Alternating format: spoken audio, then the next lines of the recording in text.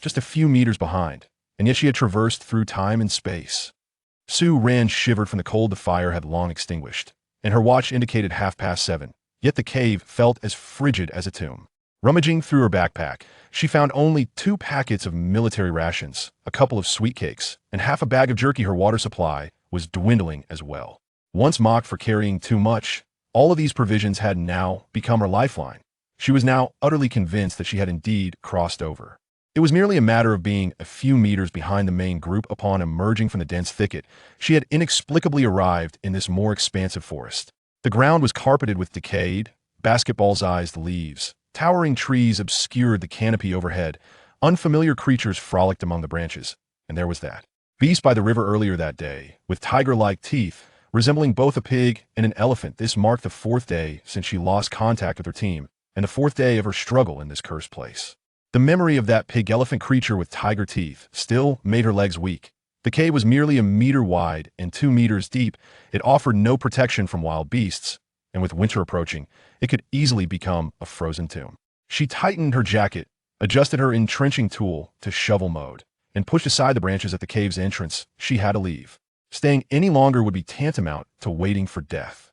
Outside, the towering trees reached for the sky, and it was so quiet she could hear her own heartbeat. Would she be able to find new shelter? Would those unseen beasts suddenly emerge? This narrative had her heart in her throat from the very start. It was too thrilling. Climbing the mountain, she had encountered a handsome birdman, and he was completely unclothed. Su Ran felt tears welling up as she climbed. Halfway up the mountain below her lay an endless expanse of forest, with no edge in sight. With only 2 packets of military rations and a couple of sweet cakes, was she doomed to survive in this wilderness until her demise? Gazing down at the vast sea of trees beneath her, a wave of despair surged uncontrollably within her. The forest coverage was far more extensive than she had imagined, merging seamlessly with the horizon at its farthest point. Just as she contemplated climbing higher, a shadow suddenly swooped past overhead. Turning around, she was left utterly dumbfounded. A handsome man, completely unclothed, with bird wings sprouting from his back, wolf ears adorning his head, and a fluffy tail. He was indeed strikingly handsome, yet undeniably strange. In fright, Su Ran raised her pickaxe and shouted, "Stay back!" However, he merely flapped his wings and, in an instant, appeared behind her, lifting her effortlessly. Her pickaxe was snatched away, and she found herself being carried like a chick. What had she just witnessed? A naked man with avian wings. A naked man with avian wings, canine ears, a fluffy tail, and striking good looks. Upon landing, she realized she was in a gigantic bird's nest. The bird's nest, with a diameter exceeding 2 meters, resembles a small bedroom, perched atop a 20-meter-high tree. The handsome birdman gradually approached, his eyes glimmering with a green light. Could he possibly intend to regard me as a reserve food source? Su Ran felt as rigid as a stone, paralyzed by fear, unable to move. What species is this handsome being? What does he desire by capturing her in this nest? Will Su Ran manage to escape alive? This unfolding narrative has my heart racing.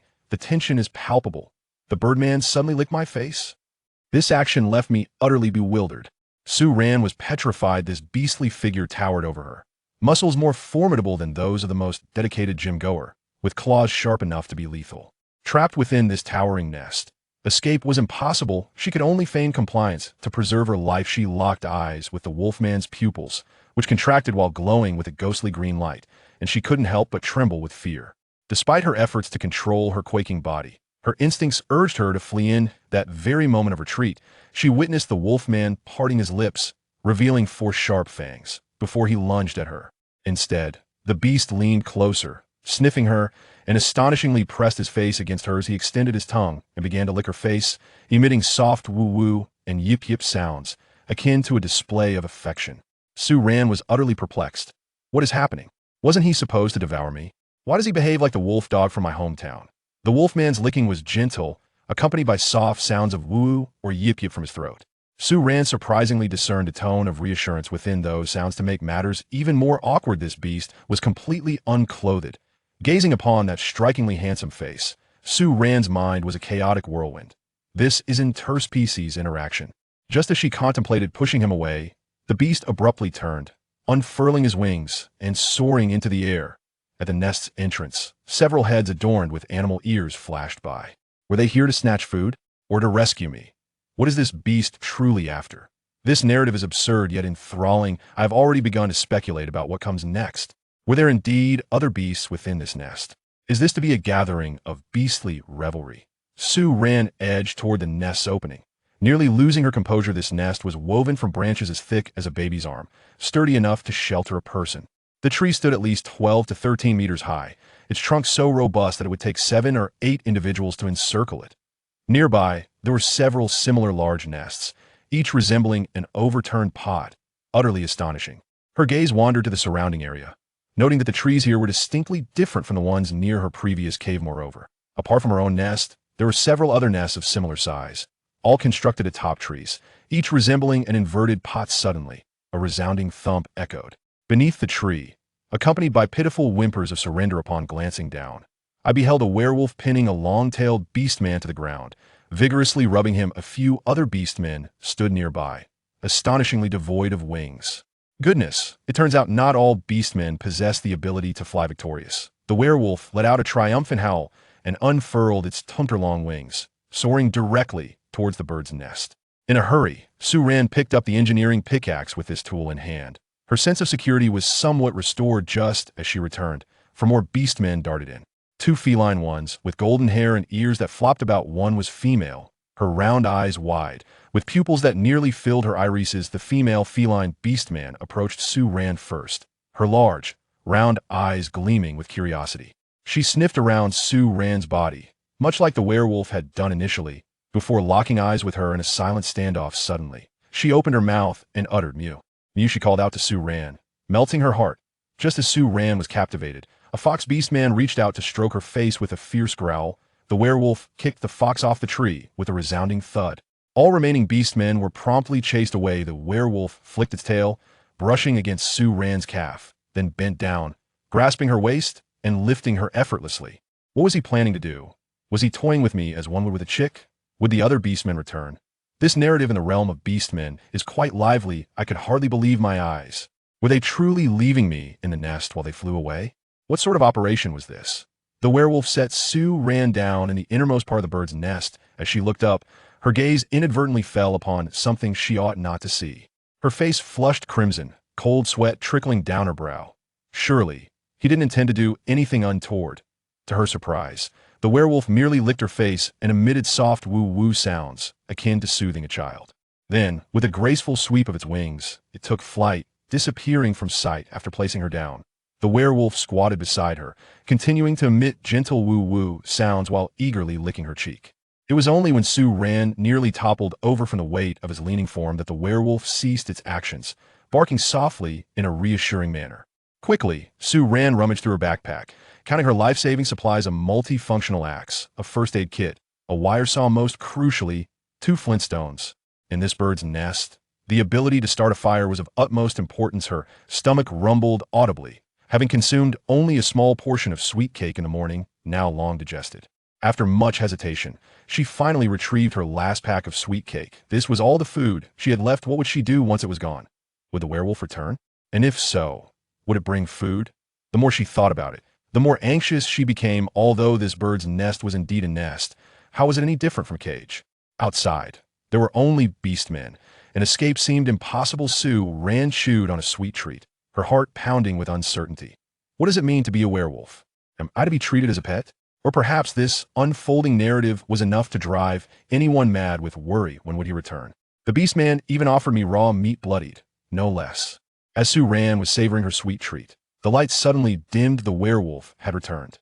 With a sweep of his wings, he blocked the entire entrance of the nest. He sniffed the air, his gaze fixated on the sweet treat in Sue Ran's hand, his brows furrowing into a tight knot. He crouched down, leaning closer to Sue Ran, his expression revealing confusion. His nostrils quivered as he sniffed at her right hand, which held the sweet treat.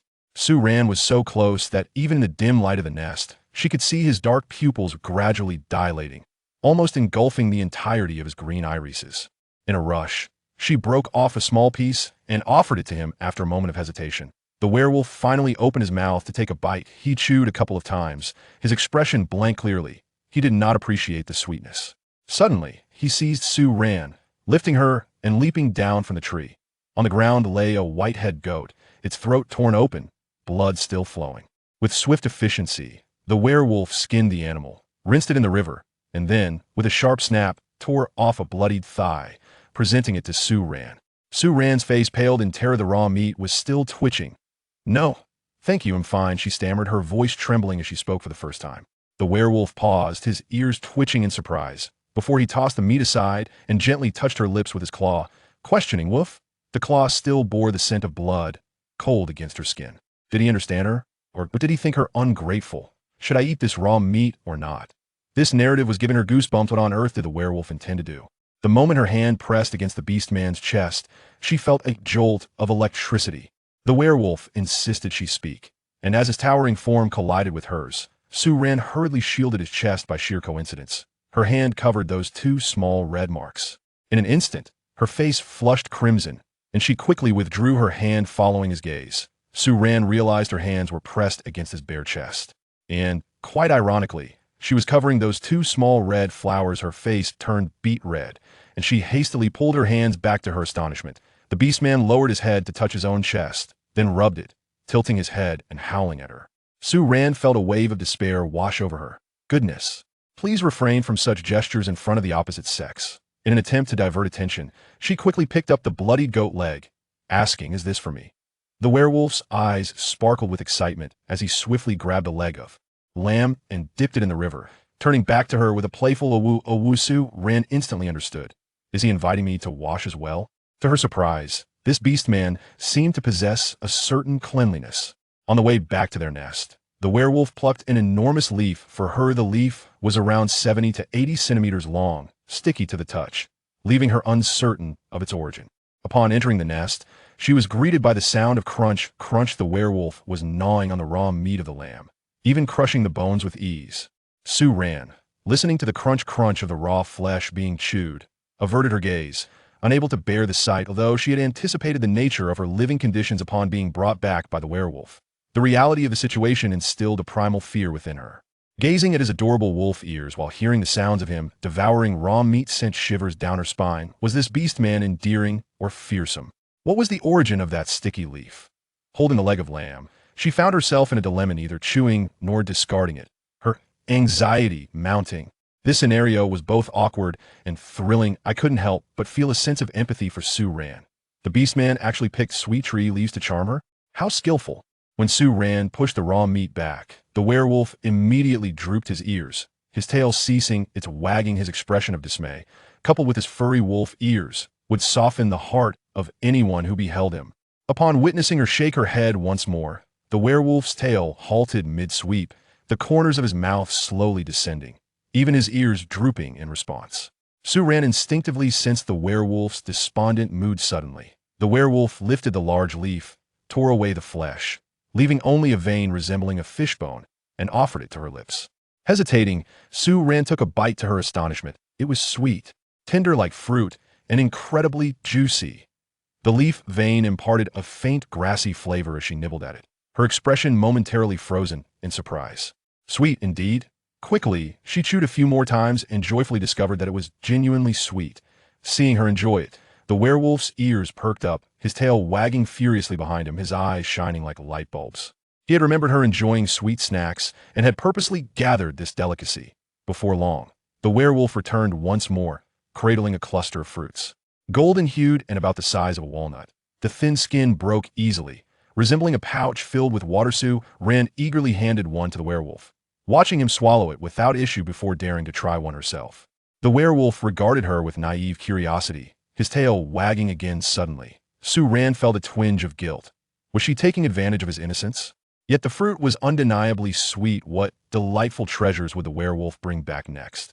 The narrative is both heartwarming and humorous. I have already begun to develop a fondness for this werewolf, dreaming of gnawing on ribs, only to awaken surrounded by beastmen.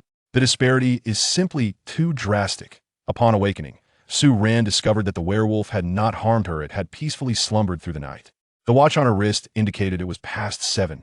While a cacophony of shouts echoed outside. Peering out, she was utterly bewildered. A tiger-type beastman was returning with its catch.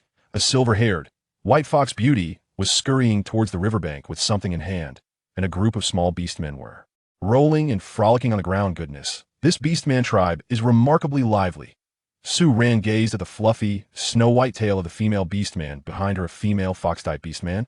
In the clearing ahead, a group of small beastmen, clearly not yet adults, were tumbling about on the grass on the other side of the clearing. The little hole she had seen the day before were now being emerged from by a beastman sporting horns. As she observed, the werewolf returned with a resounding awoo, clutching a white-head goat in its claws, immediately enveloped her in its embrace, licking her face affectionately, much like a spoiled pet. Then, it hoisted her onto its arm and soared towards the riverbank. At the riverbank, about a dozen beastmen were processing their catch, each one glistening with muscles that dazzled the eye. Sue Ran dared not lift her head, fearful of witnessing something inappropriate. However, the curiosity of the beastmen was relentless. A tiger-type beastman reached out to touch her clothing. With a fierce growl, the werewolf chased the intruder away, showcasing an undeniable possessiveness. Suddenly, the white fox beauty approached, prying open her mouth for inspection and sniffing around her neck and armpits. Sue Ran stood rigid. Was this a census? Finding nothing amiss, the white fox beauty gazed at her intently for a prolonged moment, her eyes oddly tinged with pity, especially when the previously encountered female white fox beastman tugged at her from behind and above, inspecting her mouth closely for an extended period, even twitching her delicate nose to sniff around Sue Ran's neck and armpits. Sue Ran suddenly comprehended it was searching for her animal traits and scent. Surely, she could not reveal to them that she was a pure human devoid of beast ears and a tail. Did the white fox beauty regard her as a defective product? The werewolf remained by her side, its tail wagging joyfully. What rules govern this beastman tribe? Why does the white fox beauty express pity towards me?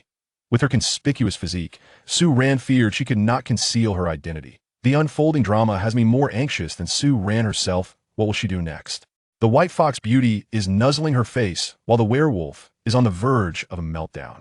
Just after Sue Ran finished washing her face, droplets still clinging to her skin, the female white fox approached her. Snow-white fox ears were soft and fluffy, her blue eyes blinking incessantly, her smooth body pressing against Sue Ran as she emitted a continuous ing-ing-ing. Sue Ran felt her face flush crimson. Who could possibly withstand such an onslaught? As it gently nuzzled its cheek against Sue Ran's face, its delicate hands, adorned with short and sharp claws, rested upon her shoulders, emitting a series of faint, high-pitched sounds. Sue Ran, freshly washed with droplets of water still clinging to her warm skin, felt a rush of heat. The sight before her, a petite beauty with fluffy, snow-white fox ears that appeared both adorable and soft, was quite the spectacle, especially given her lack of attire. Nearby, a werewolf growled in impatience. A low, rumbling sound. The white fox beauty turned, baring her sharp teeth in a glimmering challenge, audacious enough to provoke him. Ultimately, she left with reluctance. Casting a final yip in Sue Ran's direction, the werewolf swiftly seized her, soaring into the sky once more, intent on gathering sweet leaf veins. Sue Ran hastily grasped its arm. I wish to go to the riverbank. After much gesturing, the werewolf finally comprehended and set her down. She was concocting a little plan. It was imperative to start a fire for roasting meat. One could not subsist on raw fare forever. Moreover, it was crucial to observe the beastman's reaction to fire. Such matters were vital for survival. Upon reaching the riverbank, the other beastmen discreetly vacated the area. Sue Ran spread the leaves of the sweet leaf tree upon the ground, signaling for the werewolf to place the white-headed sheep atop them. The werewolf understood immediately and complied obediently. Its stomach growled audibly, yearning for sustenance, while it persistently attempted to embrace Sue Ran, only to be rebuffed thrice. Observing its forlorn expression, Sue Ran felt a shiver of anxiety. Would it become frantic when the fire was lit? Would the white fox beauty return? The unfolding narrative was fraught with suspense, and her heart began to race. As the werewolf's stomach continued to rumble louder, Sue Ran found the sound amusing, yet somewhat embarrassing. If not for her, it might have already feasted to its content.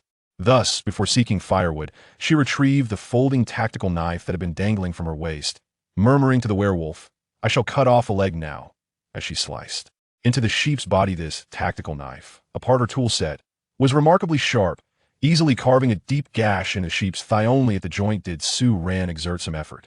She set the severed leg meat aside, then sliced another piece from the sheep's body and offered it to the werewolf's mouth. The werewolf looked on in confusion, but opened its mouth wide, eagerly devouring a hefty bite, while its curious gaze flicked towards the tactical knife in her hand. The werewolf's gaze at the tactical knife made Sue Ran a bit nervous, but fortunately, it only glanced at it and did not ask Sue Ran for it. Sue-Ran felt that perhaps the orcs still retained a sense of territorial awareness in their bloodline memories. Even though different orc tribes could live together now, their inherent nature made them subconsciously avoid crossing into each other's personal spaces and belongings. So, although the werewolf was curious about the things on her and in her bag, it chose not to ask. After taking a bite of the meat strip that Sue-Ran offered, the werewolf no longer waited for her to signal anything and voluntarily sat down on the ground to eat, pulling Sue-Ran along, wanting her to sit down as well. It seemed the werewolf misunderstood her intention to eat outside. However, that was indeed the case, as the ultimate goal outside was to be able to make a fire. Sue-Ran pulled her hand out of the werewolf's grasp and then looked around. The forest was only about 20 meters away from the riverbank. She glanced at the werewolf, who was focused on eating, and turned to walk into the woods. What she didn't notice was that after she had taken a few steps, the werewolf, who had been eating, suddenly stopped moving. Its fluffy tail gradually stood up behind it, and a pair of light green eyes fixed intently on her retreating figure, the green in its eyes seemingly deepening. It wasn't until she stopped at the edge of the woods that it let out a soft growl from its throat. Sue-Ran stopped at the edge of the forest. On one hand, the wood here was too easy to obtain, and there was no need to venture deep into the woods. On the other hand, she didn't dare to disappear from the werewolf's sight rashly. It wouldn't be good if the werewolf misunderstood and got angry. Most of the trees here were giant trees where the beastmen built their bird nests. Sue-Ran decided to just call them bird nest trees. Besides the bird nest trees, there was also a type of tree that resembled a willow. However, it was strange that the leaves of this tree grew into thin branch-like shapes, somewhat like the situation where all the leaves of a willow tree had been stripped away, leaving only the branches. Chapter 10. Making a fire, roasting meat. Sue-Ran stood under one of the trees, tiptoed, and reached up to grab a hanging branch, wanting to break off a piece to take a look. After a lot of effort, she only managed to create a bend in the branch. The resilience of this branch was impressive. Sue-Ran looked at the branches, or rather the leaves, that had finally been cut by the tactical knife. She felt that just by appearance, they really resembled willow branches. However, this branch had no leaves and was overall smoother. It was very suitable for weaving things or making ropes. Sue-Ran decided to name this kind of tree the willow tree. She threw away the half-tree branch in her hand and bent down to pick up some fallen leaves and twigs from the ground. Perhaps because it was at the edge of the forest, these fallen leaves were a bit drier than those inside the forest, as they could be exposed to sunlight. She stacked the collected twigs together, placing a handful of dry leaves on top to use as kindling, and then carried the entire stack of twigs under one arm. As she turned around, she saw the werewolf standing behind her, its gray-black wings half spread, and its drooping tail restlessly sweeping back and forth. It exuded an impatient feeling that seemed to say, "What are you doing? Why haven't you gone back yet?" Upon seeing her turn around, the werewolf's eyes seemed to brighten for a moment, but then it was immediately distracted by the branches she was holding.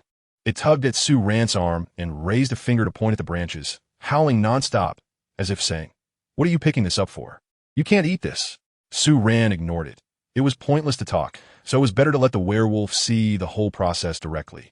During the entire time Sue-Ran was busy lighting the fire, the werewolf kept circling around her, howling and whining incessantly, until with a crack, the sound of flint striking against stone echoed, and a spark flew onto the dry leaves stuffed under the branches. A wisp of black smoke rose, and after a few seconds, a small flame quickly spread at the base of the branches. The fire was lit. The werewolf finally stopped its annoying howls. Sue-Ran quickly surrounded the campfire with several stones she had picked up by the river after the flames ignited, and placed the stainless steel tea kettle filled with water on a stone close to the fire to wait for the water to boil. Only after that did she turn to look at the werewolf, who had remained silent. It would be a lie to say she wasn't nervous. The werewolf's acceptance of fire not only represented the quality of her future life, but could also affect the werewolf's current attitude toward her. If she ended up being seen as a monster that could create fire, she might either be driven out of her current home by the werewolf or become the werewolf's food. Sue-Ran even felt that being eaten by a werewolf would be better than being driven into the forest to live alone. At least she wouldn't have to live in fear. She nervously turned to look at the werewolf beside her, and, upon seeing the expression on its face, couldn't help but breathe a sigh of relief, though she found it somewhat amusing. The sharp-featured face was currently showing a dazed expression. The light green eyes had dilated pupils at their maximum, and her red lip was slightly parted in surprise, revealing glistening white fangs. After being momentarily stunned by surprise, the werewolf cautiously glanced at Sue-Ran, slowly squatted down by the campfire, pulled out a burning branch, and stared at it for a while before suddenly looking at Sue Ran and letting out a whimper. Sue Ran smiled at the werewolf, trying her best to convey friendly emotions. It seemed that the werewolf had seen fire before, perhaps from forest fire or something similar. However, it didn't appear to be repulsed or afraid of the fire, which made Sue Ran feel a little relieved, even though she didn't understand why it wasn't afraid. Once the fire was burning, she began preparing to roast meat. She first took 2 Y-shaped branches she had selected earlier and struck them into the ground on either side of the fire pit. Then she found a slightly thicker branch, scraped off the bark with her knife, sharpened one end, and rinsed it in the river before piercing it into one end of the thigh meat. The thigh meat of the white-headed goat was thick, but surprisingly tender and easy to penetrate. Sue Ran managed to push the entire thigh through the branch with hardly any effort. She then placed the branch with the thigh meat on the 2 Y-shaped branches stuck in the ground and began to make cuts in the meat with her tactical knife. Without any other seasonings, she could only crush the leaves of the sweet leaf vein tree and spread them on the thigh meat. It would have to do as a honey-glazed roast leg of lamb. It was better than having no flavor at all. Just as she was applying the crushed leaves and juice onto the thigh meat, she caught a glimpse of a branch with a piece of meat slowly reaching toward the fire from her side. Turning her head, she saw the werewolf holding the branch, constantly shaking its ears while glancing at the thigh meat over the fire and pushing the piece of meat in its hand toward the flames. The serious yet clumsy look made Sue Ran chuckle, and she hurried over to grab the branch from the werewolf's hand, saying, "It's too close to the fire. It will get burnt." Then, under the werewolf's focused gaze, she tilted the branch and placed it in the gap surrounding the fire pit, allowing the piece of meat at the top of the branch to hang right over the flames. Awoo! The werewolf watched Sue Ran's actions, wagging its tail and its wings trembling slightly behind it, looking very pleased. This beast must have eaten cooked food before, right? Sue Ran looked at the werewolf's face, which clearly showed a drooling expression towards the roasted meat, and became increasingly certain that this werewolf had seen fire and had eaten cooked meat before. Moreover, it should also enjoy cooked meat, but perhaps it couldn't start a fire, or there were other reasons that prevented it from making its own cooked food. As the branches in the fire gradually burned out, Sue Ran added a few more. As she slowly turned the thigh meat on the grill, a rich, oily aroma began to waft out. The werewolf, squatting beside her and mimicking Sue Ran's actions, looked at the roasted meat with growing anticipation. The piece of meat it had skewered, about the size of a palm, seemed to be the fattiest part, and as it cooked longer over the fire, fat began to drip down from the meat.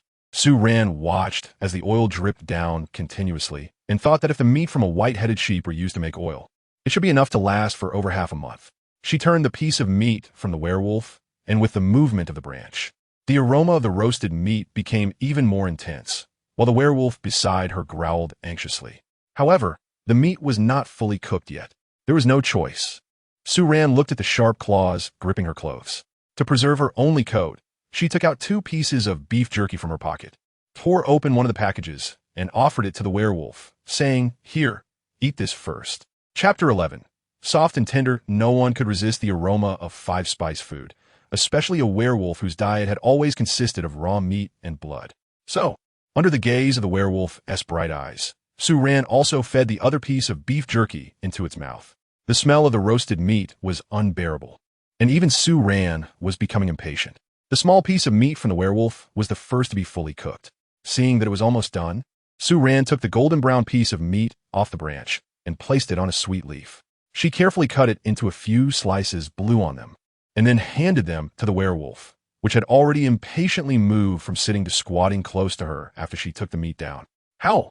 Oh, the werewolf, upon receiving the roasted meat, didn't even wait for Sue Ran to withdraw her hand and quickly grabbed a piece, throwing it into its mouth.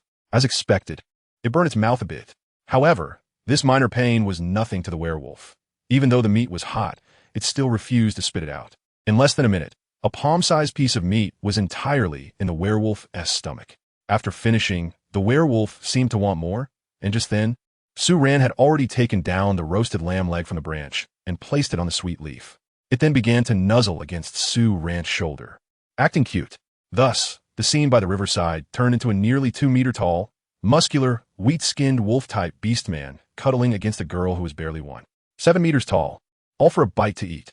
Sue Ran looked at the yellow-haired head that kept swaying beside her face, feeling a wave of black lines on her forehead. At this moment, she couldn't help but doubt, is this guy really a werewolf? Why does he seem to have more and more dog-like traits? The werewolf's triangular ears, the same light yellow as his hair, were right next to her face. With the werewolf's movements, the two ears kept twitching, and the fluffy hair occasionally brushed against her face, making it ticklish. Sue Rand's gaze was uncontrollably drawn to the pair of seemingly chubby ears. In the end, she couldn't restrain the urge bubbling up inside her and reached out to grab one of them, quickly squeezing it in her palm. The feeling was soft and squishy, so delightful to touch. Sue Rand, in a moment of childishness, had grabbed the werewolf by the ear, which at that moment seemed frozen in place as if under a spell, unable to detect the scent of meat or act coyly. It stared intently at Sue Rand, its ears perked up high and its pair of green eyes wide open, gazing at her for a long time, seemingly lost in thought. Sue Rand felt a bit nervous under the werewolf's gaze, and she awkwardly moved her hand away. Oh no, in a moment of excitement. She forgot that one shouldn't touch a tiger's butt, and one shouldn't touch a werewolf's ears either. Ears are sensitive spots for animals, and even though the one in front of her was only half beast and half human, the sensitivity of its ears shouldn't be too different. Sue Rand nervously stared into the eyes of the werewolf, and the reason she reached out to touch its ears was that she subconsciously believed the werewolf would not harm her. However, the werewolf's reaction of being stunned by surprise made her uncertain again. Just as Sue Rand was about to shift her focus to the already edible leg meat, the werewolf finally reacted. It looked at Sue Rand and suddenly leaned in, pressing its whole face close to hers, extending its tongue to lick her face vigorously, leaving a wet mark on her skin. The werewolf's licking was quick and forceful, accompanied by a series of panting sounds like a dog from its throat. But what reassured Sue Rand was the happy emotion conveyed by the werewolf. She tried to raise her hand and gently pat the top of the werewolf's head. Sure enough, the werewolf was so excited that its entire body almost pressed against Sue Rand, wrapping her up in its long arms. Sue Rand could hardly tolerate the werewolf's drool attack. After being excitedly hugged by the werewolf for a while, she pushed against its arm and, despite its dissatisfied gaze, struggled to reach for the roasted meat placed on the sweet leaf tree leaves, saying, "All right, let's eat the roasted meat first." The werewolf followed her gaze, and, although it couldn't understand what Sue Rand was saying, the moment it saw the roasted meat, it immediately remembered the forgotten delicacy. It let out a howl, released Sue Rand, and looked at the roasted meat with an eager expression. However, despite the werewolf's nearly drooling desire to eat the roasted meat, it still restrained itself from reaching for it. Instead, it kept nudging Sue Rand's arm and howling with impatience. The werewolf's behavior surprised Sue Rand, since it had brought back the prey. It should be free to eat the food however and whenever it wanted. Was it because this piece of meat was hers since she had cut it off? Or was it because the meat was hers to distribute since she had roasted it? Sue Rand thought for a while and ultimately gave up on thinking. The werewolf had almost started urging her with its breath against her ear. She hurriedly took out her tactical knife, cut a large piece from the roasted leg meat, and handed it to the werewolf to stop its mouth. Then she cut another piece from the remaining leg meat, about the size of a palm, but slightly thicker, and placed it in front of herself. This piece was enough for her to eat, and she pushed the rest of the entire leg meat towards the werewolf. The werewolf was not polite either. After finishing the roasted meat in its hands, it immediately wagged its tail and began gnawing on the entire leg in front of it. Sue Rand also stopped doing anything else. She was really hungry. No matter how delicious the yuyo fruit was, it didn't fill her up.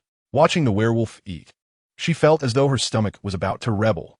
She reached out, cut a large piece from the meat in front of her, and directly stabbed it with her tactical knife to send it into her mouth. As soon as the roasted meat entered her mouth, it was first met with a sweet, slightly charred flavor on her tongue. Then with a bite, it practically burst with juice. The fragrant oil exploded in her mouth, followed closely by the sweet taste of the sweet leaf veins and the fresh scent of the leaves. The fibers in the meat were minimal, requiring almost no effort to chew, and there wasn't even a hint of fishiness. The food she had encountered since coming to this world seemed to be delicious, and Sue Rand felt that this was the happiest thing since her arrival. She almost wolfed down more than half of the meat. By this time, perhaps her stomach was a bit full, and without any salty flavor to balance it out, the meat, full of oil and sweetness, became somewhat greasy. She ate 2 more pieces, but really felt it was a bit too rich. So she put down her tactical knife and picked up the hot water she had just boiled and set aside, taking a sip. After swallowing a mouthful of warm water, she let out a sigh without any grace, feeling completely satisfied. Perhaps this would be her daily life in the future. Sue Rand looked at the gradually rising sun above her head and began to understand what the elders meant by accepting fate. In a situation where she couldn't escape her current circumstances, perhaps she should strive to blend in. Chapter 12. Mint grass after finishing the barbecue. It was already past 9 in the morning, and the temperature was gradually rising. Looking at the clusters of small grass seedlings a few inches tall beneath her feet, Su-Ran became increasingly certain that the current season should be spring rather than autumn. This relieved her, because whether she needed to adapt to this world first or stock up on food and living supplies, she would have enough time. The werewolf had already stood up and come over to pull her hand, seemingly preparing to head back. Su-Ran hurriedly poured the hot water from the stainless steel thermos in her insulated cup, then sprinkled some water onto the extinguished fire pit. After that, she hung both the thermos and the stainless steel cup on herself and slowly followed the werewolf back. The air in the forest was very fresh and carried a hint of coolness. Thanks to Su-Ran's persistent efforts, they didn't take the small path from the bird's nest tree to the riverside on their way back, but instead went straight through the woods. Perhaps because it was spring, the vegetation in the forest wasn't very dense, making it relatively easy to walk. Su-Ran walked while looking around like a chick searching for food. The bushes on the ground were mostly made up of a plant with round leaves the size of fingernails. This plant seemed to grow low, generally only reaching a person's calf. Su-Ran named it roundgrass. Besides roundgrass, there's also a slightly shorter shrub that grows in patches in the forest. The leaves of this shrub are dark purple, and clusters of light purple small flowers bloom at the tips, giving it a strangely beautiful appearance. Su-Ran was frowning, contemplating whether this world was also based on the theory of vibrant toxicity, when the orc in front of her suddenly bent down, plucked a leaf from that plant, and then stuffed it into his mouth. Su-Ran was taken aback for a moment, then immediately bent down to pluck 2 leaves. She rolled the leaves up and cautiously took a bite, chewing a few times before a faint coolness spread in her mouth. Mint? She looked at the remaining leaf in her hand with delight, then turned to the werewolf in front of her, who was happily wagging its tail, clearly in a good mood. This was a beastman who knew how to appreciate a refreshing taste. Su-Ran broke off 2 more branches of the mint-flavored shrub, put them in her mouth, and bit down hard, rubbing them against her teeth. Indeed, they had a mini taste, so she considered it a toothbrush. Besides the mint, she didn't find any other edible food on the way back. They quickly returned to their living area, which was now quite lively. Small beastmen with various animal ears and tails were playing and frolicking in the woods. If one didn't pay attention to the color of their hair, ears, and tails, these little creatures were almost indistinguishable from human children. With these beastly features, they appeared even cuter. In the clearing under the bird's nest, besides these small beastmen, there were also many adult beastmen hanging around, some of whom Su-Ran recognized. Most of the adults were either lying or sitting on the grass. Some were watching the little beastmen play, while others were sitting in pairs or small groups. It seemed that this beastman community had developed a basic social structure. Su-Ran and the arrival of the werewolves were quickly noticed by the orcs outside. Faced with the unfamiliar group of orcs, Su-Ran once again experienced the feeling of being watched. Even the little cubs who had just been playing around ran over, tugging at her sleeves and touching her backside, then showing her expressions of pity. Su-Ran. This girl was not born as a tailed animal species. Tears streaming down. Who would have thought that she, once considered a pure beauty on earth, has now fallen to being a pitiable existence due to her appearance here? However, fortunately, compared to those little brats who might have directly defined her as an underdeveloped, disabled beastman, some of the adult beastmen here still behaved normally. Su-Ran felt that they were somewhat aware that they might not belong to the same species as all the orcs here, which is why they all looked different from each other. However, what reassured Su-Ran was that the orcs here showed a friendly attitude toward her, the sudden newcomer. Although the presence of werewolves certainly played a role in this, she could still sense that these orcs did not have a strong fighting gene in their nature, even if some of their beastly traits came from ferocious animals. By this point, Su-Ran had roughly understood the types of orcs in this community: herbivorous orcs, carnivorous orcs. And within these 2 types, there were also non-avian orcs with wings and wingless orcs. However, Su-Ran remembered that when she went to the riverbank this morning, she saw a rabbit orc gathering prey. Moreover, the werewolf beside her also ate fruits like you fruits, so these orcs here should have evolved into omnivores as well. Su-Ran and the werewolf didn't stay outside for long. After being watched for a while, the werewolf gradually became impatient, suddenly reaching out to pick up Su-Ran and flying back to their den. Once back in the den, the werewolf directly pulled Su-Ran down onto the grass mat inside. After a morning of tossing around and eating a lot, Su-Ran felt a bit lazy. She lay inside, while the werewolf kept rubbing her belly with his hands. Sue Ran glanced over and noticed that, even while lying down, the werewolf's belly was still slightly protruding. She couldn't help but chuckle. He had eaten too much. The bird's nest was quiet, and the sounds from below were unclear due to the height. The werewolf turned over with a grunt and pulled Sue Ran into his arms. His fluffy tail swept across the ground, occasionally hitting Sue Ran's legs. In this atmosphere, Sue Ran surprisingly fell asleep again. She slept for 2 hours. When she woke up, the werewolf was no longer in the den. She got up and walked to the entrance to look outside, but the other beastmen were also not below. Just as she was about to look away, something caught her eye. Suddenly, a figure appeared in a bird's nest on a nearby tree. Sue Ran took a closer look and found that it was the golden-haired female cat beastman she had seen yesterday. She was standing at the entrance of a bird's nest in that tree, staring at her with wide eyes. At that moment, seeing Sue Ran looking over her, she seemed very happy and moved a little, opening her mouth. The distance was a bit far, so Sue Ran couldn't hear her voice, but she could imagine it was probably just a meow. To be honest, Sue Ran had no resistance to anything cat-like, so she couldn't help but wave at the little female, and then she saw the little female's eyes light up, and she turned her head to move her mouth towards the bird's nest behind her.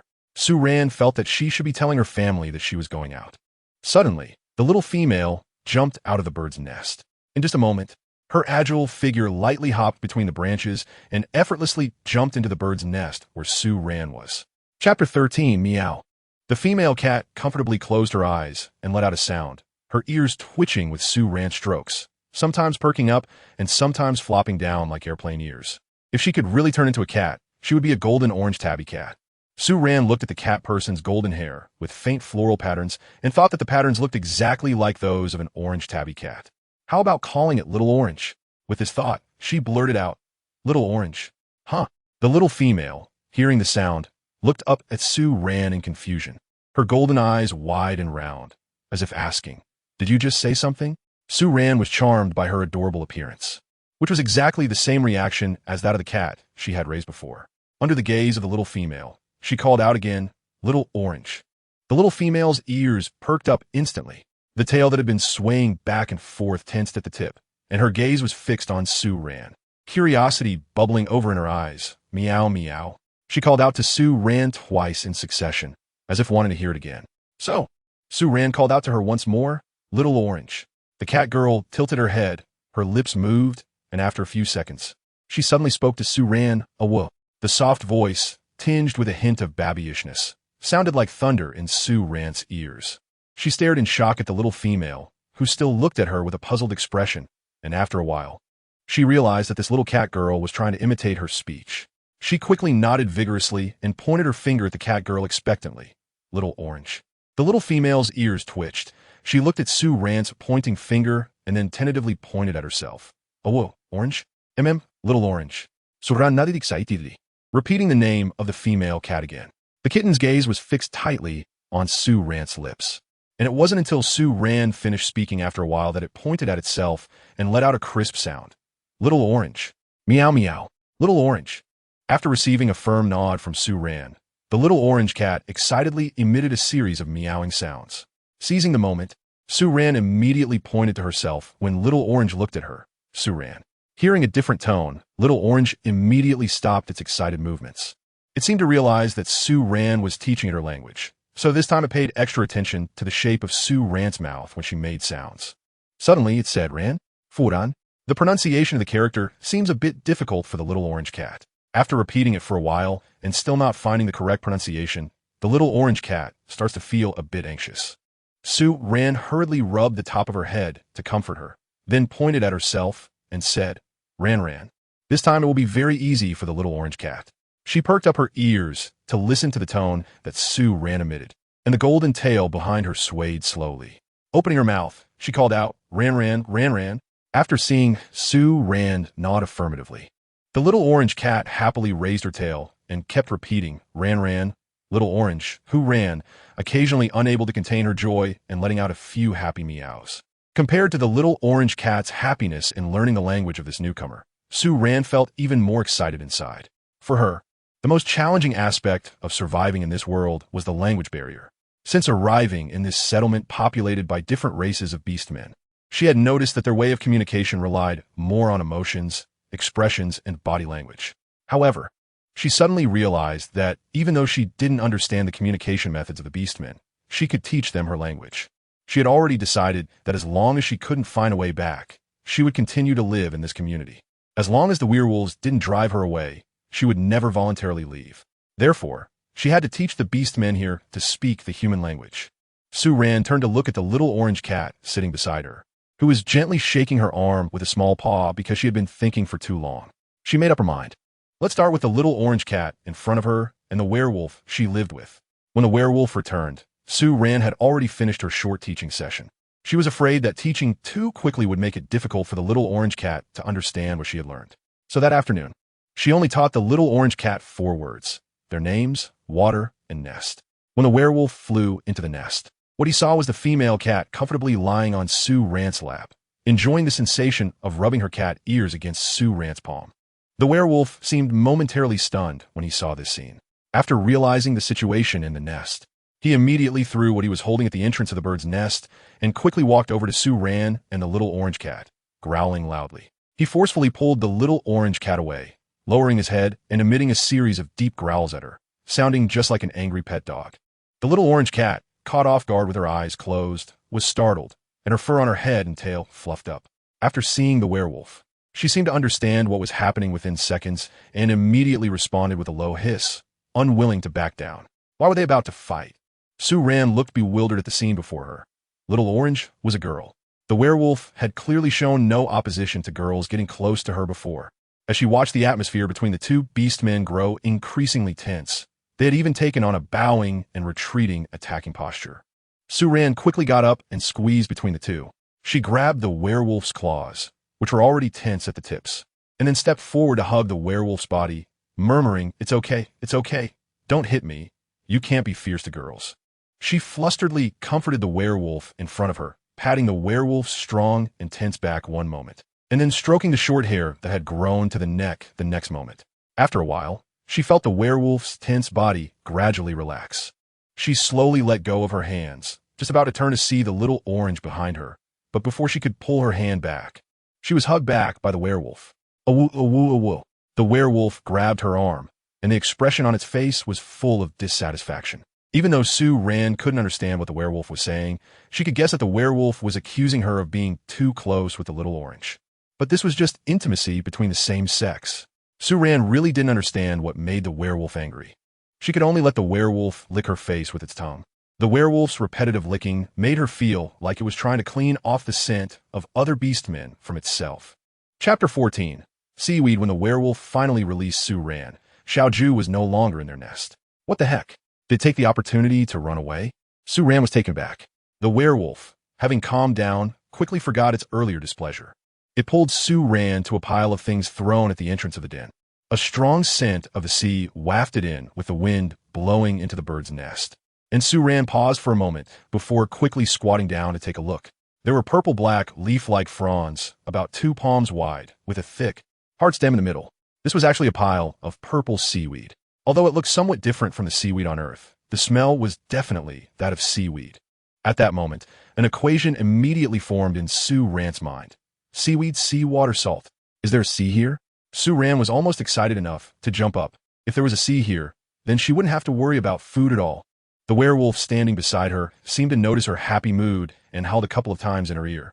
At that moment, Su-Ran suddenly remembered that she still didn't know why the werewolf had brought this back.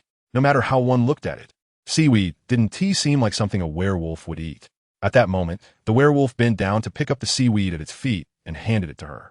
At the same time, it extended its other hand, which held a small torn packaging bag. It was the packaging of the beef jerky pieces she had given it that morning.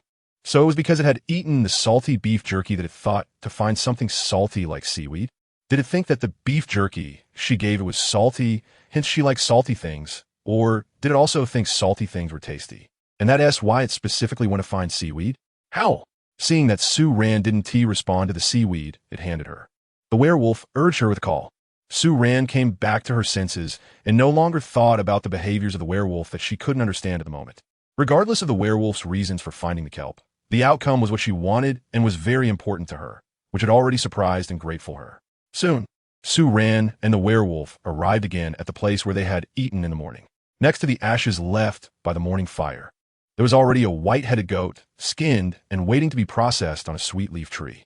The werewolf seemed to be quite fond of the meat of the white-headed goat, as in the few meals since Sue Ran arrived, it had hunted this type of animal. It was now a little past 4 in the afternoon, almost 5 o'clock, and it had been 6 or 7 hours since they finished breakfast. It was time for them to be hungry. In the distance, upstream by the riverbank, other beast men could occasionally be seen washing their prey by the river. Upon arriving at the destination, without waiting for Sue Ran to prepare, the werewolf had already gone to collect firewood by itself. Watching the werewolf's eager back, Sue Ran was once again curious about the intelligence of the beast men. Whether it was the imitation of her actions by the werewolf after spending these 2 days together, or the little orange cat learning the language from her, the ability to read expressions showed that these beast men were not lacking in intelligence. She just didn't know how the natural world in this world developed and how the beast men evolved. These thoughts only flashed through her mind for a moment, and Sue Ran shook her head, choosing not to think further. She couldn't find answers to these questions, and even if she could, they probably wouldn't be of much use to her. Instead of thinking about these intangible things, it would be better to quickly find a way to improve her quality of life. For example, right now, finding the location of the sea and getting some salt. The werewolf quickly returned with the needed firewood. However, its method was much simpler and more crude than Sue Ran's. It had no idea where to drag a piece of dead wood back from. The trunk of the dead wood was very thick, so Sue Ran had to break off the surrounding small branches and cut them into small pieces to stack them in the stone circle they had previously built. While she was busy, she thought that she should bring down the engineer's shovel or the multifunctional axe tomorrow, as these 2 tools could help her complete some work. While Sue Ran was busy, the werewolf, who had been intentionally imitating her, quickly learned to handle the firewood as well. So, Sue Ran simply handed this task over to it and went to light the pile of firewood she had already stacked. Once the fire was lit, she began to process the ingredients. The internal organs of the white-headed goat had already been thrown somewhere by the werewolf. She thought of the white-headed goat they had eaten in the morning and realized that she hadn't seen the werewolf eat those internal organs either.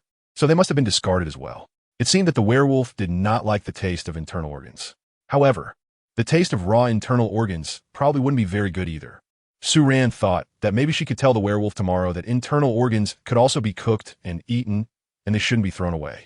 She had never been so nervous about the edible quantity of food as she was now. The body of the white-headed goat was still skewered over the fire like in the morning, but this time because it was a whole goat. It took her quite a bit of effort to skewer it with a stick. In the end, it was only with the werewolf's help that they successfully set up a simple roasting rack. After securing the goat, Sue Ran still used her tactical knife to make several cuts on the goat's body and then smeared the juice of the sweet leaf tree on it. She decided that tomorrow she would ask the werewolf to take her to find some yo-yo fruit. Using the juice of yo-yo fruit to marinate the goat meat would definitely be much more convenient than using the juice of the sweet leaf tree. After processing the goat meat, Sue Ran turned her attention to the kelps set aside. There was quite a bit of kelp. These kelps needed to be boiled in water before eating to remove the fishy smell and dirt. But the stainless steel tea kettle she could use to cook could only boil 1 piece of kelp at a time. She turned to look at the river water not far away, bent down to take all the kelp over, put half of it in the water, and found a stone to press down on it to prevent the kelp from being washed away. Then she washed the remaining half in the water and prepared to head back. However, at that moment, she was stopped by the werewolf who had followed her. The werewolf's large palm grabbed her arm, and with its other hand, it pointed at the kelp she had placed in the river and howled. Those are to be eaten tomorrow. Although she knew that the werewolf couldn't understand her words, Sue Ran still spoke gently to it. Oh, woo! The werewolf let out a clear howl, sounding a bit unhappy. Sue Ran felt she could almost imagine the tone of the werewolf's speech. How could you throw away the food I worked hard to find? So she had to pull the werewolf to the river to take a look, bending down to press down hard on the stone that was holding the kelp. Then turning to look at the werewolf. See? It won't be washed away. Oh, woo! Chapter 15. Kelp-wrapped meat. The werewolf looked hesitantly at the kelp in the river, but it was still somewhat unhappy, its fluffy tail drooping. However, this little unhappiness was immediately forgotten when the aroma of the roasting meat gradually wafted through the air. Happily accepting Sue Ran's hands on teaching to turn the goat for even cooking. It took some time to roast the whole white-headed goat meat, but this also happened to give Sue Ran time to handle the kelp. The kelp the werewolf brought back looked completely different from what Sue Ran had seen before. This type of kelp was round in shape, but mostly irregular like petals. The leaves were very thin, entirely dark purple, with a hard stem in the middle. If it weren't for the soft leaves of the kelp drooping down, it would really look like a fan when held in hand. Sue Ran used a tactical knife to cut off a small piece of the hard stem in the middle. She pinched it with her nails and found that it required some effort to leave a mark, clearly indicating that the hard stem was inedible. So she removed the hard stems from each piece of kelp and then placed the leaves into the stainless steel kettle filled with boiling water. Sue Ran's uncle lives in a coastal city. She remembers her uncle saying that fresh kelp should be steamed before eating, or if it can be steamed and then dried for storage. However, the current conditions do not allow for that, so she can only cook and eat it fresh. The aroma of the barbecue becomes more intense over time. Meanwhile, the kelp that Sue Ran has cooked is already stacked in a small pile. The lamb is not fully cooked yet, but the outer layer should be ready to eat. Sue Ran stopped the werewolf from continuing to turn the roasting lamb on the spit, which undoubtedly signaled the werewolf that it was time to eat. Its light brown ears perked up instantly, and the large wings behind it couldn't help but tremble.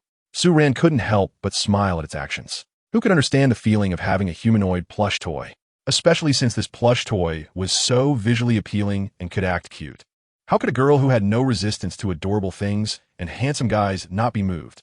Sue Ran felt that the werewolf in front of her would look no different from some popular internet celebrities she used to watch, who loved to wear plush ears and tails in their videos if it were dressed up. In fact, this werewolf had an even better figure, absolutely flattering in clothes, but with a fit physique when undressed.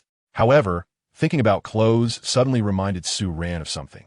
She tried hard to control her wandering gaze, glancing at the werewolf's bare long legs. Perhaps she should get the werewolf some clothes. After all, they would be living together in the future.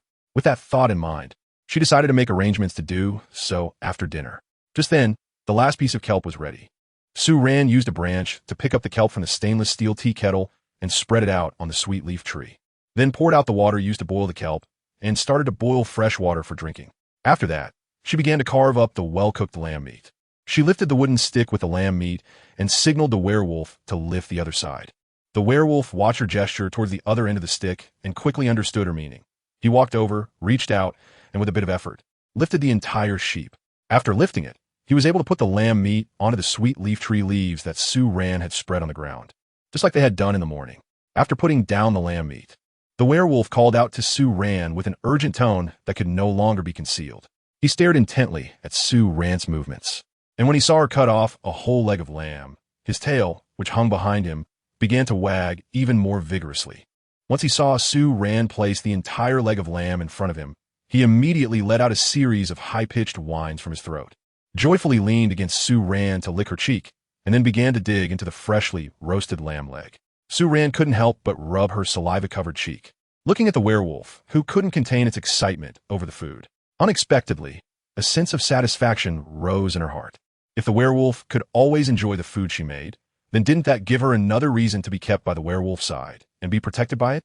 She cut a few small pieces of lamb for herself, but didn't put them directly in her mouth. Instead, she took a piece of seaweed and wrapped it around the roasted lamb before taking a bite. The moment her teeth sank in, the tender and juicy seaweed burst open, followed by the caramelized surface of a lamb, and finally a mouthful of perfectly cooked, juicy lamb. The texture was simply unbeatable, not to mention, compared to the honey-glazed roasted lamb leg from the morning, which had become a bit cloying with just sweetness. This added layer of seaweed brought a fresh taste with a hint of saltiness. This almost brought Sue Ran, who had been rationing her salty food for several days, to tears. The long-lost satisfaction of her appetite truly filled her with happiness, and she even felt that her courage to continue living in this world had increased several times compared to before. Good food couldn't be enjoyed alone, especially since the ingredients were all brought back by the werewolf.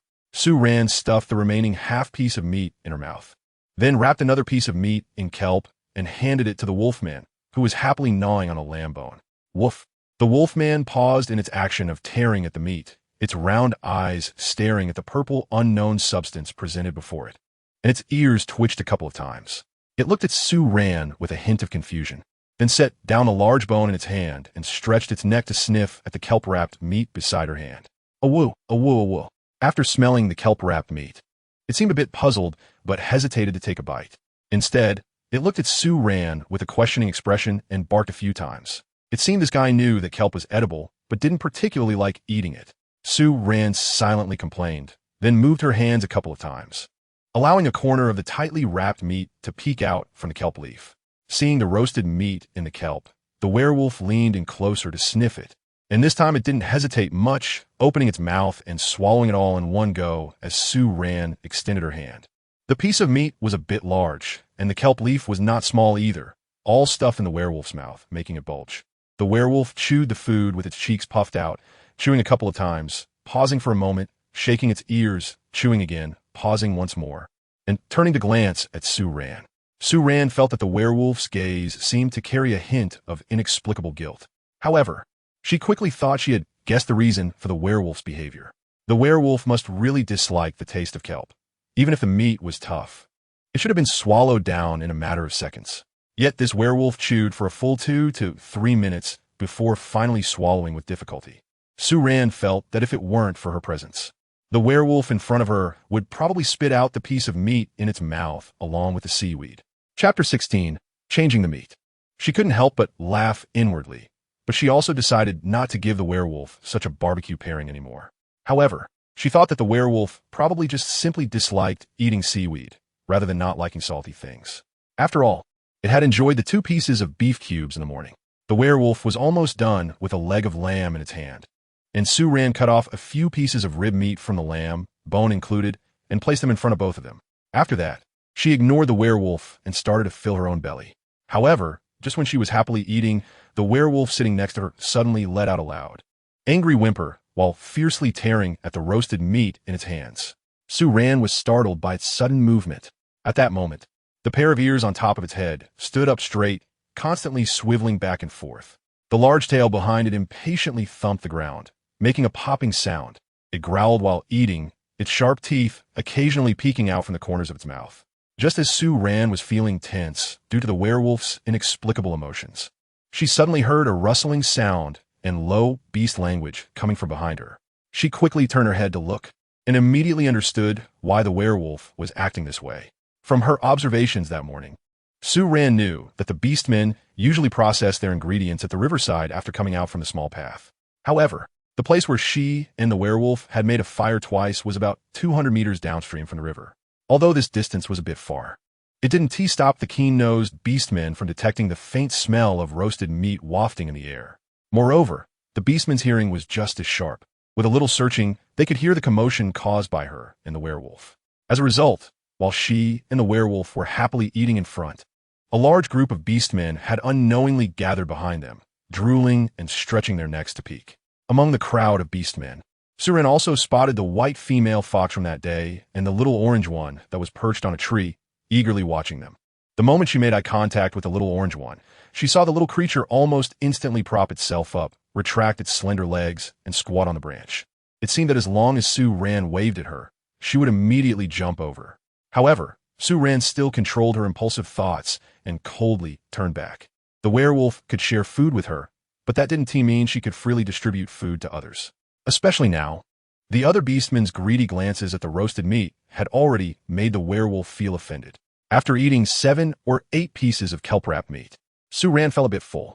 The werewolf next to her had just picked up a new piece of roasted meat with bones, clearly still only half full. Sue Ran got up and went to the riverbank to wash her hands, then tried hard to ignore the group of orcs nearby that still hadn't dispersed, quickly returning to sit next to the werewolf. If just a moment ago she found the actions of the orcs behind her, eyeing the food, quite amusing, now some of the orcs were clearly about to lose control. The sight of some orcs quickly leaving and disappearing into the depths of the forest made Sue Ran feel nervous and start to overthink. Orcs, always carrying the word beast. Sue Ran was very afraid that this group of orcs might suddenly rush forward and clash with the werewolf, leaving her as an innocent bystander. There was still 1/3 of the roasted mutton left, and noticing that Sue Ran had stopped eating, the werewolf seemed to loosen its appetite even more. It directly tore off the remaining whole leg of lamb and began to gnaw on it, seemingly forgetting the intense gaze behind it. Just at that moment, a faint mew suddenly came from behind the two. Sue Ran was stunned for a moment.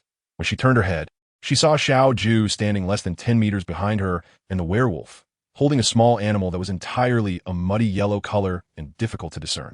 The animal's body was limp, with blood dripping continuously from its belly, and its weak little legs were twitching from time to time, clearly still alive. Just as Sue Ran turned to look at Xiao Ju and hadn't fully processed what was happening, the werewolf beside her suddenly sprang into action.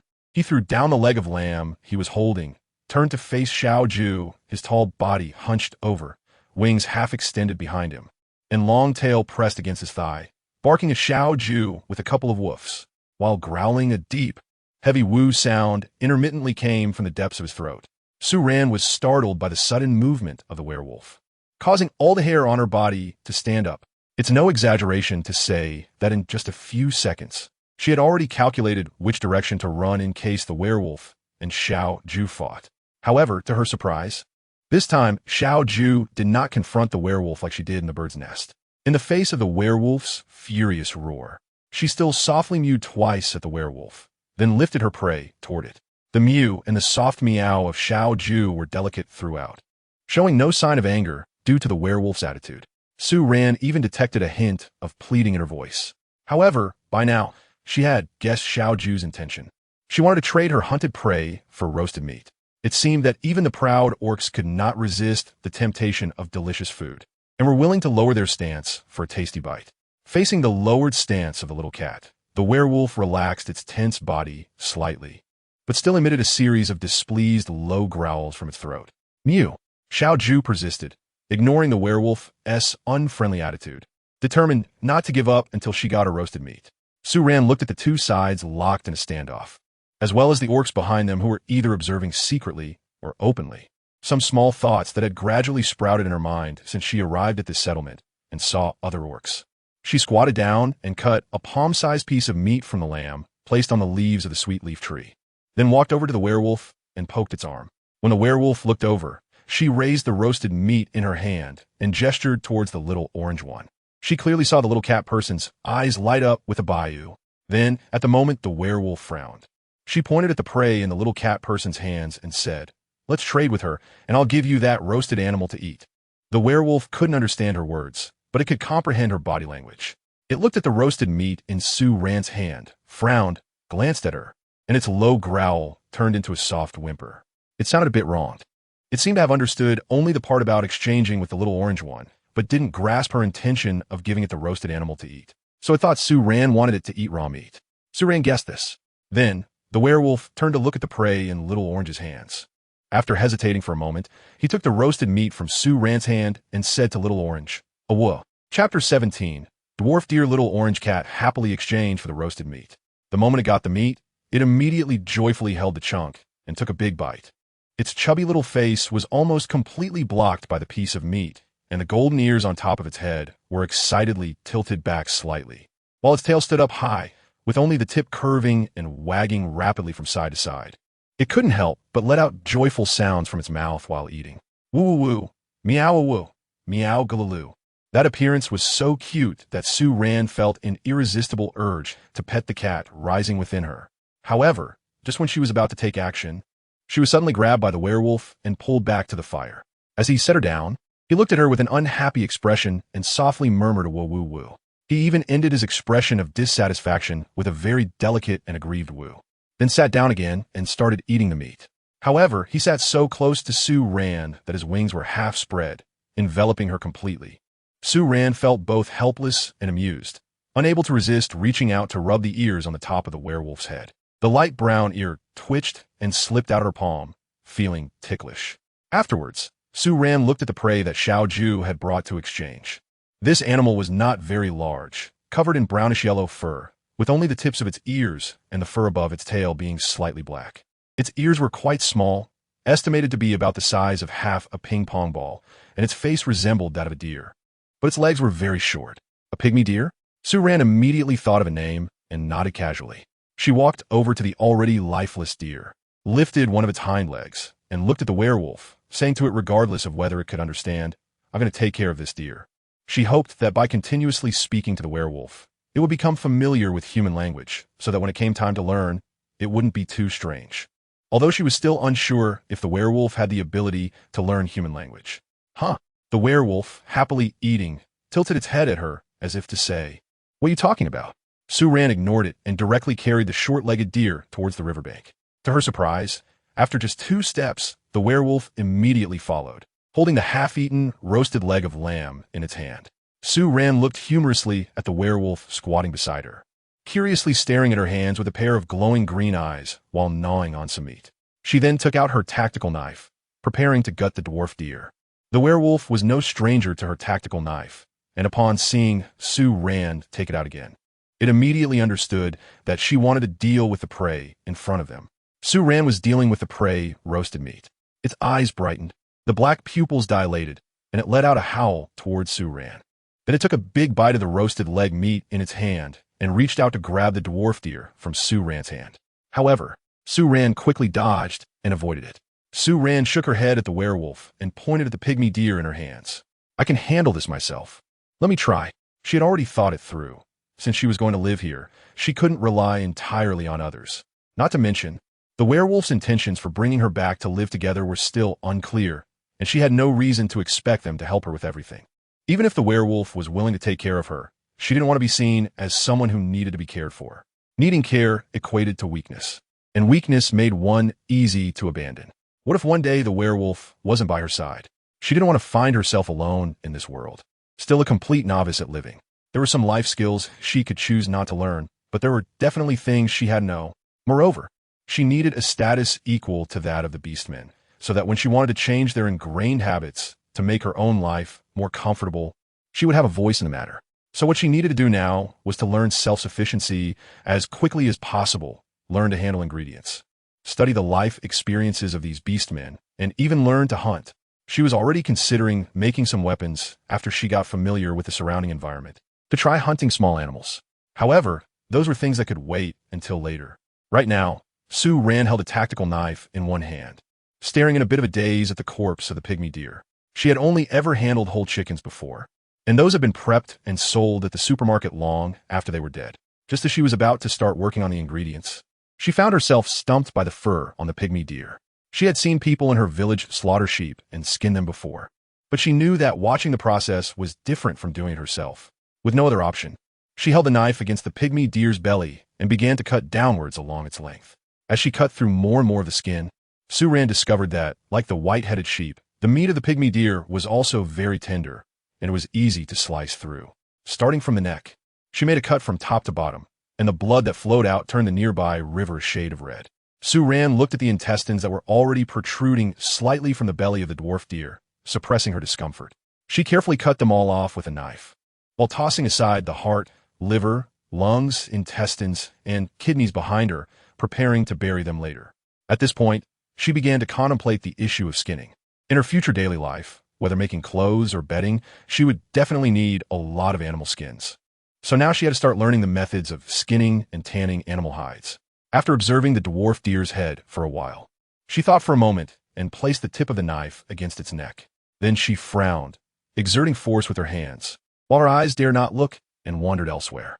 No matter how much determination she had and how much psychological preparation she did, when it really came to taking action, she still felt frightened. When she felt the dwarf deer's body completely separate from its head, Sue Rand felt all the hair on her body stand on end.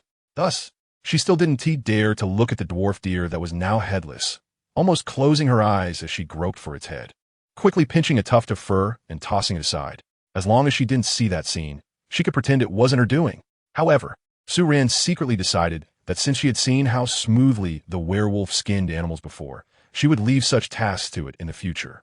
Although she wanted to be self-reliant and strong, after dealing with this one, she could consider herself experienced. Having experience was good. There was no need to force herself to do this every day. She could engage in other tasks to make up for it. Even hunting would be better than this. Chapter 18. Exchange. Although the process was torturous, the skin of the dwarf deer turned out to be much easier to peel than Sue Rand had imagined. She hardly used the knife at all and simply tore the entire hide off the dwarf deer. Only at the end did she use a tactical knife to make a few cuts on the forehooves and the tail. This helped her regain some confidence. She spread the peeled dwarf deer skin in the river, letting the flowing water wash away the blood. Then, like she did with the previous seaweed, she found a few stones to weigh down the deer skin to prevent it from being washed away. After doing all this, Sue Rand picked up the now skeletal body of the dwarf deer, preparing to marinate it with sweet leaf tree leaves and then make honey-glazed roasted meat. Just as she turned around, she nearly bumped into the werewolf. Instinctively, she wanted to dodge, but she couldn't move faster than the werewolf.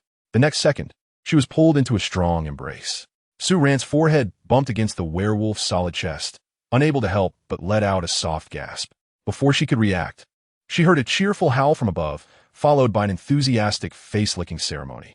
Sue ran carefully, tilted her neck to avoid the werewolf's movements, to prevent it from licking places it shouldn't. As a result, with a glance, she saw a mix of maternal kindness, satisfaction, indulgence, and pride on the werewolf's handsome face. So what does this mean? Sue Ran was stunned for a moment. Was he happy for her successfully skinning the pygmy deer and praising her? Or was he pleased and proud because she independently handled an animal? Did this werewolf really enjoy the nurturing aspect? Just how useless did she appear in the eyes of the werewolf originally? Sue Ran fell silent. However, when she thought about the female beasts here that could hunt, leap between the branches of the jungle, and enjoyed confronting and grappling with the male orcs, she, who couldn't even leave the werewolf's nest, did seem a bit weak. The werewolf held Sue Ran tightly, licking and rubbing against her for a while, before slowly letting go under her resistance. Even after releasing her, its expression still showed a very happy and proud demeanor. The slightly raised eyebrows and the tail curled up behind it revealed its emotions perfectly. After returning to the campfire, Sue Ran began to select branches and skewer the pygmy deer. The branches in the fire were almost burnt out, so Sue Ran quickly broke some thin twigs and piled them on top. Once she saw the fire rekindle with a small flame, she went to wash her hands and started applying the juice from the sweet leaf veins onto the pygmy deer. At that moment, the werewolf sitting next to her suddenly stood up and walked toward the direction behind them, still holding the remaining bits of roasted bald-headed goat meat. Sue Ran curiously turned her head to look over, while her hands didn't slow down at all.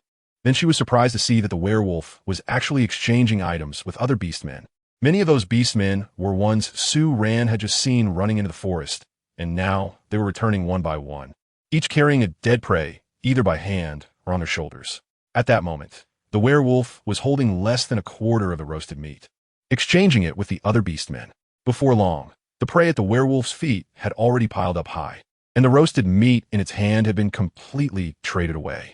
However, the beastmen who had finished exchanging didn't leave. They continued to surround the werewolf. From a distance, Sue Ran saw the werewolf say something to a group of beastmen, and the next second, the beastmen immediately scattered like birds and beasts, running back into the woods. Meanwhile, the werewolf bent down and picked out 5 or 6 slightly larger pieces of prey from the pile at its feet, wagging its tail with a look of delight as it dragged the prey back towards Sue Ran. Howl! Before it reached her, upon seeing Sue Ran's curious gaze, its expression seemed to show a hint of pride. Then it threw several pieces of prey onto the rocky shore next to the campfire, turned around, and howled a couple more times at Sue Ran, as if to say, "How about that? Am I impressive?" Sue Ran. After the werewolf returned, it sat down right next to Sue Ran. However, it was quite restless at the moment. In just a few minutes, it shifted its position, scratched its ears, and occasionally looked at Sue Ran with a hesitant expression. When Sue Ran glanced over, it quickly averted its gaze, appearing guilty. The werewolf's behavior piqued Sue Ran's curiosity. After all, they had only exchanged some food. Why did the beastman in front of her look as if it had done something wrong? However, the werewolf's actions soon resolved her confusion. Less than 5 minutes after the werewolf returned with its prey, the other beastmen, who had just dispersed, began to run back from the woods one by one. Each beastman returned holding dry branches or sweet leaf vein leaves, then walked to a spot not far from her and the werewolf, waiting at a distance for something. At this moment, the werewolf started poking Sue Ran's arm, its voice carrying a hint of weak flattery, pointing at the fire pit in front of them, then at the beastmen not far away, and howled playfully. Sue Ran almost instantly understood its meaning. It seemed that the werewolf in front of her was not just exchanging that small piece of meat with those orcs. It was offering the entire method of roasting meat. However, since she was the one who thought of roasting and was the only one who could start fire, it really depended on her to teach these orcs how to roast meat. Or rather, the werewolf wanted to use those few prey to help the other orcs here and exchange with her the methods of making fire and roasting meat. That was why the werewolf in front of her was trying to please her, as this could be seen as a taking liberties. Of course, the orcs probably did not understand what taking liberties meant. Perhaps it just instinctively felt that having already exchanged the prey, it was a bit overstepping to not have consulted her, the main character, first. Moreover, it had to worry about what would happen if she didn't want to teach them. Sue Ran certainly wanted to teach them. She even thought it was a good opportunity to integrate into the community. However, she hesitated about how to teach the orcs the method of using fire. The best and simplest way, of course, would be to create a fire starter. but she was worried that if the orcs mishandled it, it could lead to a forest fire. After all, there was no shortage of firewood here. It seemed that the biggest problem she faced had shifted from food to a language barrier. Su-Ran pressed her lips together and ultimately felt that she still couldn't hand over the right to the fire to the beastmen for the time being. Due to the language barrier, she was unable to clearly communicate the potential dangers of fire to the beastmen. Therefore, she couldn't imagine or bear the possible consequences.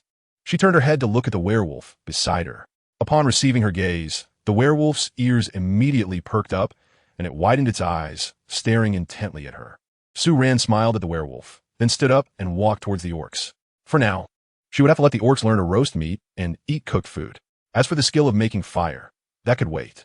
Chapter 19. Fear of fire at this moment. The bonfire that Su-Ran and the werewolves had made was more than twice the size of the previous one. Once she saw the branches on the fire burning steadily, Su-Ran pulled out a burning branch from the outer edge of the bonfire, preparing to ignite the other two new piles of wood nearby. However, as soon as she turned around with the burning branch, she was taken aback by the scene behind her. The orcs, who had just been happily helping with the branches and processing the prey under the werewolf's guidance, suddenly scattered and hid several meters away from her. Seeing her turn to walk over, they started to back away one by one. Some even moved so quickly that they jumped into the trees behind, with two winged orcs hovering above, looking as if they wanted to approach but were too afraid to do so. Su-Ran was taken aback, momentarily unable to comprehend the actions of the orcs. It wasn't until she took a couple of steps forward and noticed that the orcs' gazes were fixed on the burning branch in her hand that she suddenly realized. These orcs were afraid of fire. Su-Ran blinked and found it even stranger. But why did the werewolf not seem afraid of fire at first? She turned to look at the werewolf standing aside, howling at a few orcs, and increasingly felt that the werewolf had used fire before, but for some reason, it no longer did. The remaining two bonfires were quickly lit as well. Perhaps seeing her moving freely around the bonfire without any issues, combined with the werewolf's persuasion. The orcs, watching from a distance, gradually relaxed their vigilance. Some bolder orcs began to slowly approach the bonfire, but they still maintained a distance of over 2 meters. After lighting the fire, Su-Ran started to insert sticks around the first bonfire to create supports for roasting meat. At least 12 sets of supports needed to be made for the 3 bonfires, and the sticks were thick, requiring stones to be hammered into the ground to secure them. At this point, she could not rely solely on herself. Su-Ran looked up at the werewolf not far away, opened her mouth, but then paused midway.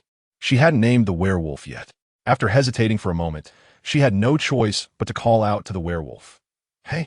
Seeing the werewolf turn its head, looking at her with a puzzled expression, she couldn't help but facepalm. She felt she should quickly give the werewolf a name and let it know. Otherwise, calling it hey every time would be too awkward. If she called it too often, it might even come to think hey was its name, which would be even more embarrassing. Although the werewolf did not understand what Su-Ran meant by hey, it quickly ran back when it saw her waving. It was already familiar with the action of building a wooden frame, and upon seeing Su-Ran demonstrate, it quickly grasped the point that this time, the frame did not need to be built on both sides of the bonfire, but rather around the side of the bonfire. The base of the bonfire was circular, with the sticks inserted on the side of the bonfire. Placing prey on every 2 sticks would allow the meat to hang above the flames just right. Although it would cook a bit slower in this position, it would allow for more meat to be roasted compared to cooking 1 piece at a time over a single bonfire. After all, there were too many orcs, and they seemed to have a large appetite, so Su-Ran didn't dare to let each one have their own bonfire to roast. After building a wooden frame for 1 bonfire with the werewolf, Su-Ran walked over to the pile of prey that had been cleaned and dressed with branches by the orcs, looking for a slightly larger piece. The prey was quite large, estimated to weigh around 120 to 130 pounds, and Su-Ran couldn't lift it by herself. She looked at the orcs who had gradually gathered around, scanned the crowd, and then suddenly raised an eyebrow, waving in one direction. Little Orange. Meow. The little orange cat, who had been watching Su-Ran's movements in the crowd, perked up its ears upon hearing her call, immediately responded energetically, bouncing and trotting over. Su-Ran watched her approach and then pointed to the branch with the prey in her hand. Help me lift this. Saying this, she lifted one end of the branch, making a motion as if she was about to pick it up. From the moment Su-Ran started to speak, Xiao Ju's expression became particularly serious, as if trying hard to understand what Su-Ran was saying. However, after waiting for a while, it was clear from his face that the little guy still didn't grasp Su-Ran's meaning. Unable to do anything, Su-Ran put down the branch in her hand and stepped forward to take Xiao Ju's hand. Perhaps not expecting Su-Ran to pull its hand, Xiao Ju shrank back for a moment, but once it realized what was happening, it immediately perked up its tail happily. Su Ran placed one end of the branch with prey into Xiao Ju's palm and tightened her grip on its hand. Xiao Ju blinked its golden eyes, the black pupils gradually expanding to fill the entire round eye. The golden ears on its head twitched, and then it clenched its hand. Looking at Su Ran with a slightly open mouth, meow, Ran. Hearing Xiao Ju call her name suddenly caught Su Ran off guard. She almost forgot that Xiao Ju could say her name. After so many days, hearing her name unexpectedly without any mental preparation stirred up an inexplicable emotion deep in her heart. It was the longing for her family that she had buried deep inside. Mew. Xiao Ju's soft pink face had unknowingly leaned in front of her. Those two black pupils that filled its eyes seemed like a clear and bottomless pool, reflecting her figure within. Su Ran could see deep worry and tension from the inside. The orcs have a strong ability to sense emotions. It's okay. Su Ran forced a smile and reached out to pat Xiao Ju's head, then continued the previous action with her. However, what she didn't see was that not far behind her, the werewolf, with its back to them, its large tail sweep behind and its ears perked up, turning directly towards them. Su Ran grasped the other end of the branch and lifted it forcefully. As she moved, Xiao Ju instinctively followed suit, gripping the branch and lifting it as well. Su Ran quickly leveraged her strength to lift the prey off the pile of meat, then walked towards the fire with Little Orange. As Su Ran carried the prey towards the fire, Little Orange immediately understood her intention, so she exerted a little force, raising the branch in her hand a bit higher, and in that instant, Su Ran felt her arm become much lighter. When they reached the fire, Su Ran propped the branch she was holding onto one of the tree stands, then turned to look at Little Orange. That glance almost made her laugh out loud. She saw Little Orange standing at the other end of the branch, but positioned at a right angle to the fire. At that moment, one of her hands was gripping the branch while her arm stretched out long. Her ears perked up in an airplane-like stance, and her eyes reflected a fear of the flames. When she noticed Su Ran looking at her, she quickly shook her shoulders and called out, "Meow."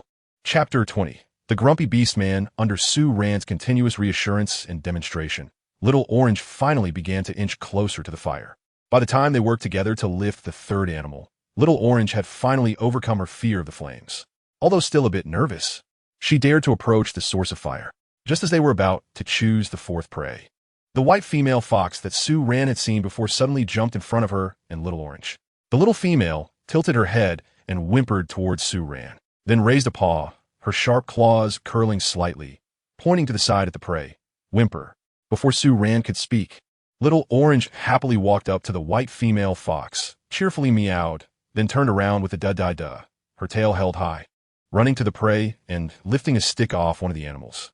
The white female fox had been observing Su Ran and Little Orange's actions and understood what Little Orange's movement meant. She looked at Su Ran and softly called out Whimper before moving over to help Little Orange lift the prey. Su Ran felt that the action of cooperating with the female white fox, along with its previous cry, should mean something like, "I'm going to help." After the demonstration from Xiao Ju and the female white fox, the other beastmen finally began to try getting closer to the campfire more and more. Su Ran took the opportunity to assign the task of applying the juice from sweet leaf tree leaves to the barbecue to them. The reaction of these orcs once again made Su Ran marvel at how, despite the language barrier, they could quickly understand her meaning and master the process from starting a fire to handling the ingredients. The disparity between the intelligence of these orcs and their primitive fire-starting environment was truly striking. A total of 12 large prey were roasted over the 3 bonfires, and beneath the prey hung on branches. Each fire pit was surrounded by a circle of slightly smaller animals skewered on sticks. Su Ran even crushed the remaining kelp, then wrapped the cleaned internal organs of the prey and the crushed kelp together with sweet leaf tree leaves, covering them in a layer of mud before tossing them into the fire pit. As time passed, the sky began to darken gradually, and the aroma of the roasting meat grew stronger, wafting throughout the riverbank. At this time, nearly all the orcs living in this settlement had come to the riverbank. Su Ran counted the heads and found that there were about 50 or 60 adult beastmen here, and a dozen or so young beastmen. The orange flames burned vigorously in the night, illuminating a nearby open space exceptionally brightly. At this point, this bright open space seemed to have become a playground for the young beastmen. Compared to the adult beastmen who were previously timid around the fire, this group of little ones adapted to the flames much more quickly. They darted between the several bonfires, their crisp laughter making the cold night feel particularly lively. Instead, Sue Ran watched nervously from side, fearing that they might accidentally set fire to their tails or wings behind them. Oh, whoa. Sue Ran was lost in thought as she watched the lively scene before her. The werewolf, who had been enthusiastically showing other beastmen how to grill meat, had somehow returned to her side. Its eyes sparkled in the firelight, and within its dark pupils, flames flickered with restless emotions. In that instant, Sue Ran seemed to glimpse some stirring feelings within the werewolf. She shivered all over and quickly diverted her gaze, no longer making eye contact. However, she didn't notice that after she looked away, the werewolf's previously restless tail gradually stopped its cheerful wagging. The barbecue was almost done. Sue Ran took out her tactical knife and walked over to a perfectly roasted animal that had turned a golden brown. She cut off a piece of meat, blew on it, and took a bite. The smoky flavor mixed with a hint of sweetness filled her mouth. The outer layer of meat was slightly crispy, and compared to the tender meat of the white-headed goat, this animal's meat was noticeably firmer and had a richer flavor. She nodded in satisfaction, but when she turned her head, she found herself face to face with Xiao, who had somehow appeared beside her, staring intently at her mouth and swallowing quickly. Seeing Sue Ran turn, Xiao immediately called out, as if reminding its owner of its presence like a little cat at home. Sue Ran felt her heart soften under the gaze of the little orange cat with its bright golden eyes, so she cut off a piece of meat, blew on it, and held it out in front of the adorable creature. The little orange cat, seeing the grilled meat right by its mouth, didn't hesitate for a moment and took a big bite. Its round cheeks were stuffed with the meat, and the tail behind it stood up higher the longer it chewed, making Sue Ran unable to resist the urge to reach out and pet it.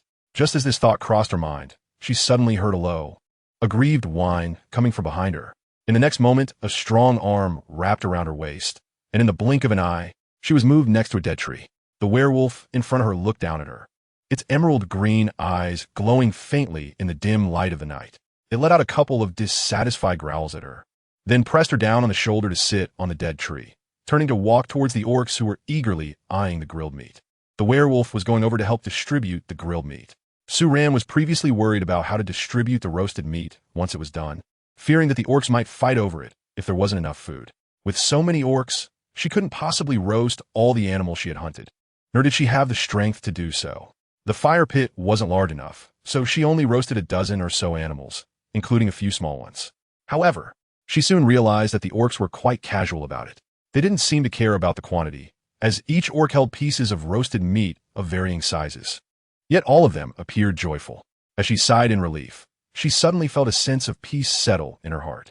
If her future living environment could be this harmonious and pure, then she could look forward to her life ahead.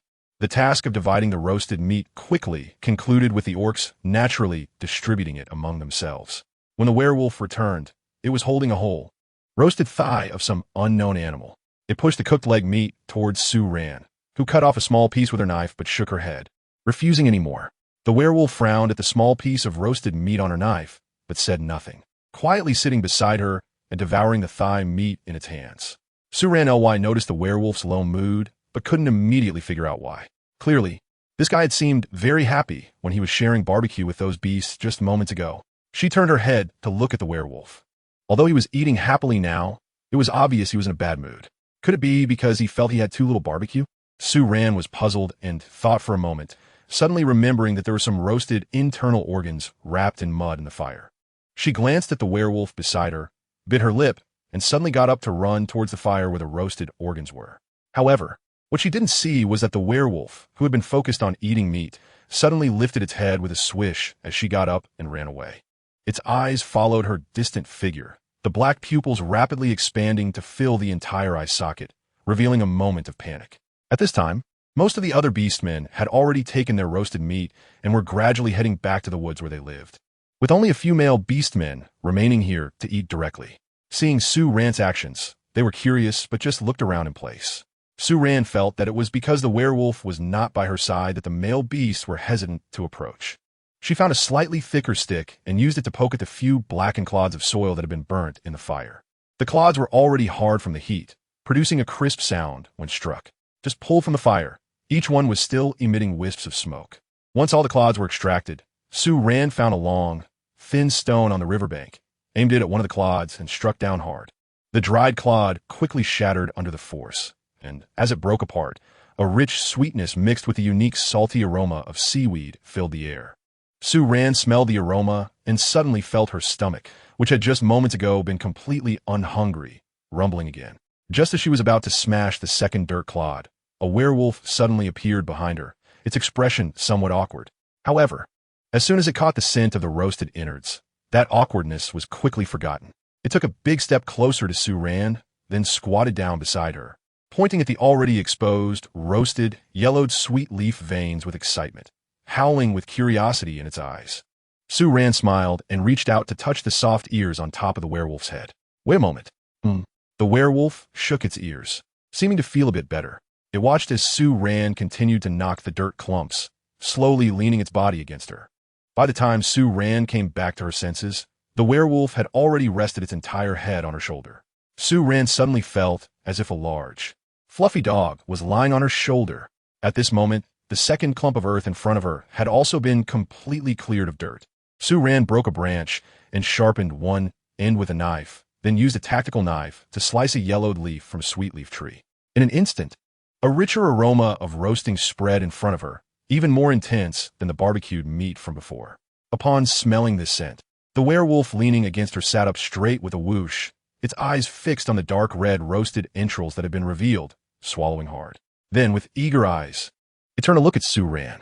Sue Ran smiled at it, pursed her lips, and used a freshly sharpened branch to skewer what seemed to be the liver of an unknown animal. She made a few cuts on it with a knife to help it cool down quickly and blew on it a few times. At that moment, Sue Ran suddenly realized what the werewolf was unhappy about. When she let Xiao Ju taste the roasted meat earlier, the werewolf seemed displeased, and before that, she had thought about how she had intentionally avoided the werewolf's gaze. Perhaps the werewolf had started to feel unhappy because she had not responded at that time. She watched as the werewolf happily took the roasted liver she handed over and took a big bite. It could get jealous and angry. It was so easy to appease. She suddenly felt uncertain whether to call this beast man simple-minded or cunning.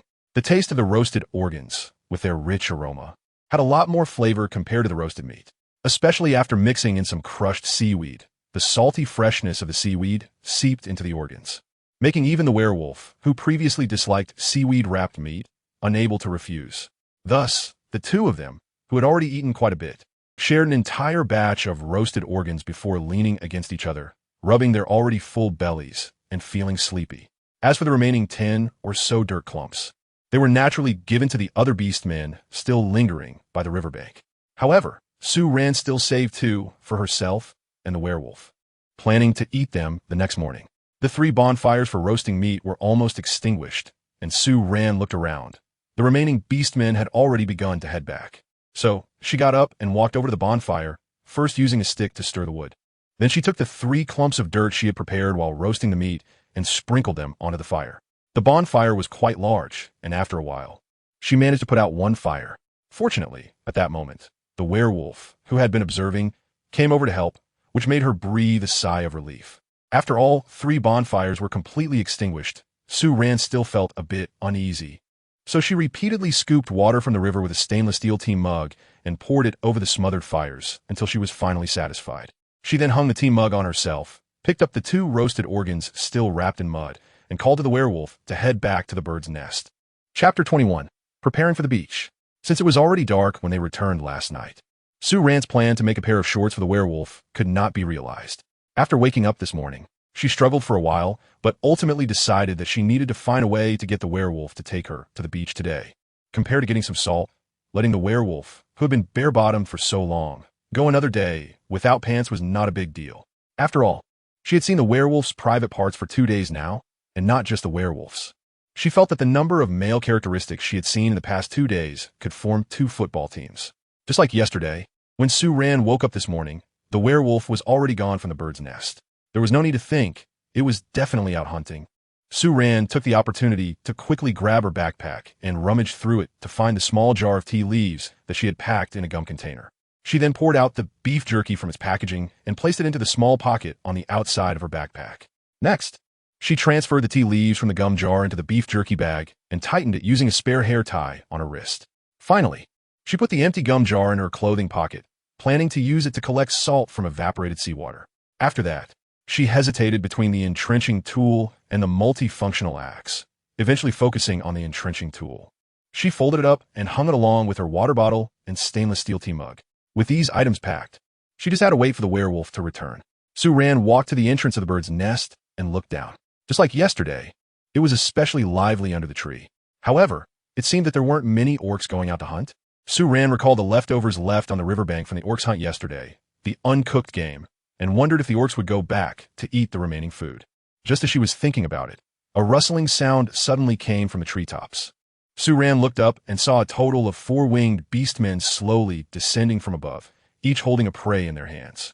Among them was a female beastman. However, aside from her pair of wings, this female beastman had no other animal characteristics, and her body shape looked almost indistinguishable from that of a human. It wasn't until she flew past Sue-Ran and her gaze passed over the female beastman's feet that she noticed that although the shape of the feet was similar to that of a human, the black-gray, finger-width, curved claws on them looked sharp and terrifying, resembling the talons of the raptor she had seen in pictures. The werewolf's figure followed closely behind these 4 beastmen. When it returned, it was still carrying a white-headed sheep in its hand. Sue-Ran couldn't help but laugh at the soft, slumped white-headed sheep. It seemed that the werewolf in front of her really liked eating white-headed sheep. Clearly, other beastmen had caught many different kinds and sizes of animals yesterday, but it had chosen to feast on this one type for 4 consecutive meals. When the werewolf saw Sue-Ran, it immediately started happily howling at her. As soon as it landed in the bird's nest, it took a big step forward, first pulling Sue-Ran in for an intimate face-licking ceremony, and then reaching out to wrap its arm around her waist, wanted to take her flying directly. Sue-Ran hurriedly pushed the werewolf's hand away and took a step back. She knew that the werewolf wanted to take her to the river, and it was certainly no longer just about dealing with the prey it had brought back. The expectation in the werewolf's eyes revealed its anticipation for the roasted meat. However, Sue-Ran was not planning to start a fire and roast meat this morning. She was eager to go to the beach to make salt, and starting a fire to roast meat would definitely waste time, especially since she was afraid there might be a group of drooling beasts waiting for her over there. If that were the case, she wouldn't want to think about anything else today. The werewolf was momentarily stunned by Sue-Ran's push. It looked at her with wide eyes, a mix of disbelief and confusion, but more than that, it seemed a bit sad. It gently let out a soft howl. Its voice and gaze towards Sue-Ran both tinged with caution, and its ears, which had just been perked up, slowly drooped down, giving off a look of grievance, as if it didn't understand what it had done wrong. The emotions on its face were impossible to hide. Exactly the same as when it was angry last night. Sue-Ran's heart softened at the sight of the werewolf, and she quickly reached out to pat its head, then rubbed its sun-kissed, wheat-colored cheeks, laughing, "We won't roast meat this morning. We have something more important to do." "Oh." The werewolf's gaze remained fixed on Sue-Ran's eyes as she spoke. Those deep green eyes appeared even more vibrant in the dim light of the bird's nest, making Sue-Ran momentarily feel as if the werewolf could truly understand what she was saying. However, in reality, the werewolf understood nothing, but it could sense her emotional changes through the expressions on her face and the tone of her voice. As soon as Sue-Ran finished speaking, the werewolf immediately called out in a clear voice, its tail drooping behind it. It could tell that Sue-Ran was neither angry nor disgusted with it, but it still didn't understand why Sue-Ran refused to go to the riverside, nor did it understand what Sue-Ran was saying. "Let's not start a fire in the morning." Sue-Ran tugged at the rough, large hand of the werewolf, then let go and ran to a corner of the bird's nest, where she found the 2 pieces of roasted offal she had brought back yesterday, still covered in mud. There was also a piece of seaweed leaf that she had intentionally left behind. "First I'll eat this, and later I'll go to the beach to find something tasty for you," Sue-Ran said, and first laid down the sweet leaf veins that had been used in the bird's nest, but not thrown away. Then she used a spade to break the mud off the outside of the 2 roasted entrails. The roasted entrails had already cooled down, but the smell was different, with a more unique smoky aroma than when they were just roasted. Sue-Ran picked out a piece of dark red roasted liver, cut off a piece, and handed it to the werewolf in front of her, who was squatting down and looking eagerly. Only then did she cut herself a piece and took a bite. This bite, it is not an exaggeration to say, almost made her lose her tongue in delight. After a night of gradually decreasing temperature, plus the roasted entrails being wrapped in sweet leaf veins and mud, the aroma had been contained. At this moment, the roasted entrails had completely absorbed the sweetness of the sweet leaf veins and the savory saltiness of the kelp. Sue-Ran, still not satisfied, cut herself a big piece and then reluctantly pushed all the roasted offal in front of her to the werewolf. She kept silently reminding herself, now is not the time to indulge in cravings. There will be more roasted offal, and even tastier roasted meat. As long as there is salt, all the delicious foods in her memory will be there. What she needs to do now is to feed the werewolf until it's half full, and then quickly persuade it to take her to find the strongest helper needed to make these delicacies. Chapter 22.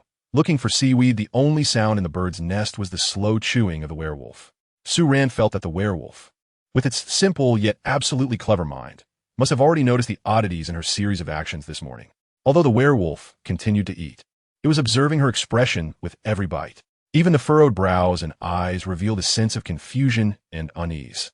Oh, as it ate, it pushed the roasted entrails towards Su-Ran, seemingly very puzzled by her eating so little food this morning. To soothe the werewolf's emotions, Su-Ran cut a small piece of roasted heart and put it in her mouth, then pushed the remaining roasted entrails back toward the werewolf. Shaking her head, "I don't want it." Oh, although the werewolf couldn't understand Su-Ran's words, it could still see her refusal in her shaking head. However, upon seeing Su-Ran eat another bite, it maintained its puzzled expression but no longer insisted she eat more, letting out a low, soft sound. Su-Ran felt that the sound of Wu was filled with helplessness, as if it were a long sigh. She thought that in the heart of the werewolf, she might have already been defined as a very picky and hard-to-feed female. Su-Ran couldn't help but laugh. Perhaps in the werewolf's mind, she would cook delicious food like barbecued meat and grilled entrails, but it was just too picky. 2 packs of grilled entrails couldn't fully satisfy the werewolf's hunger.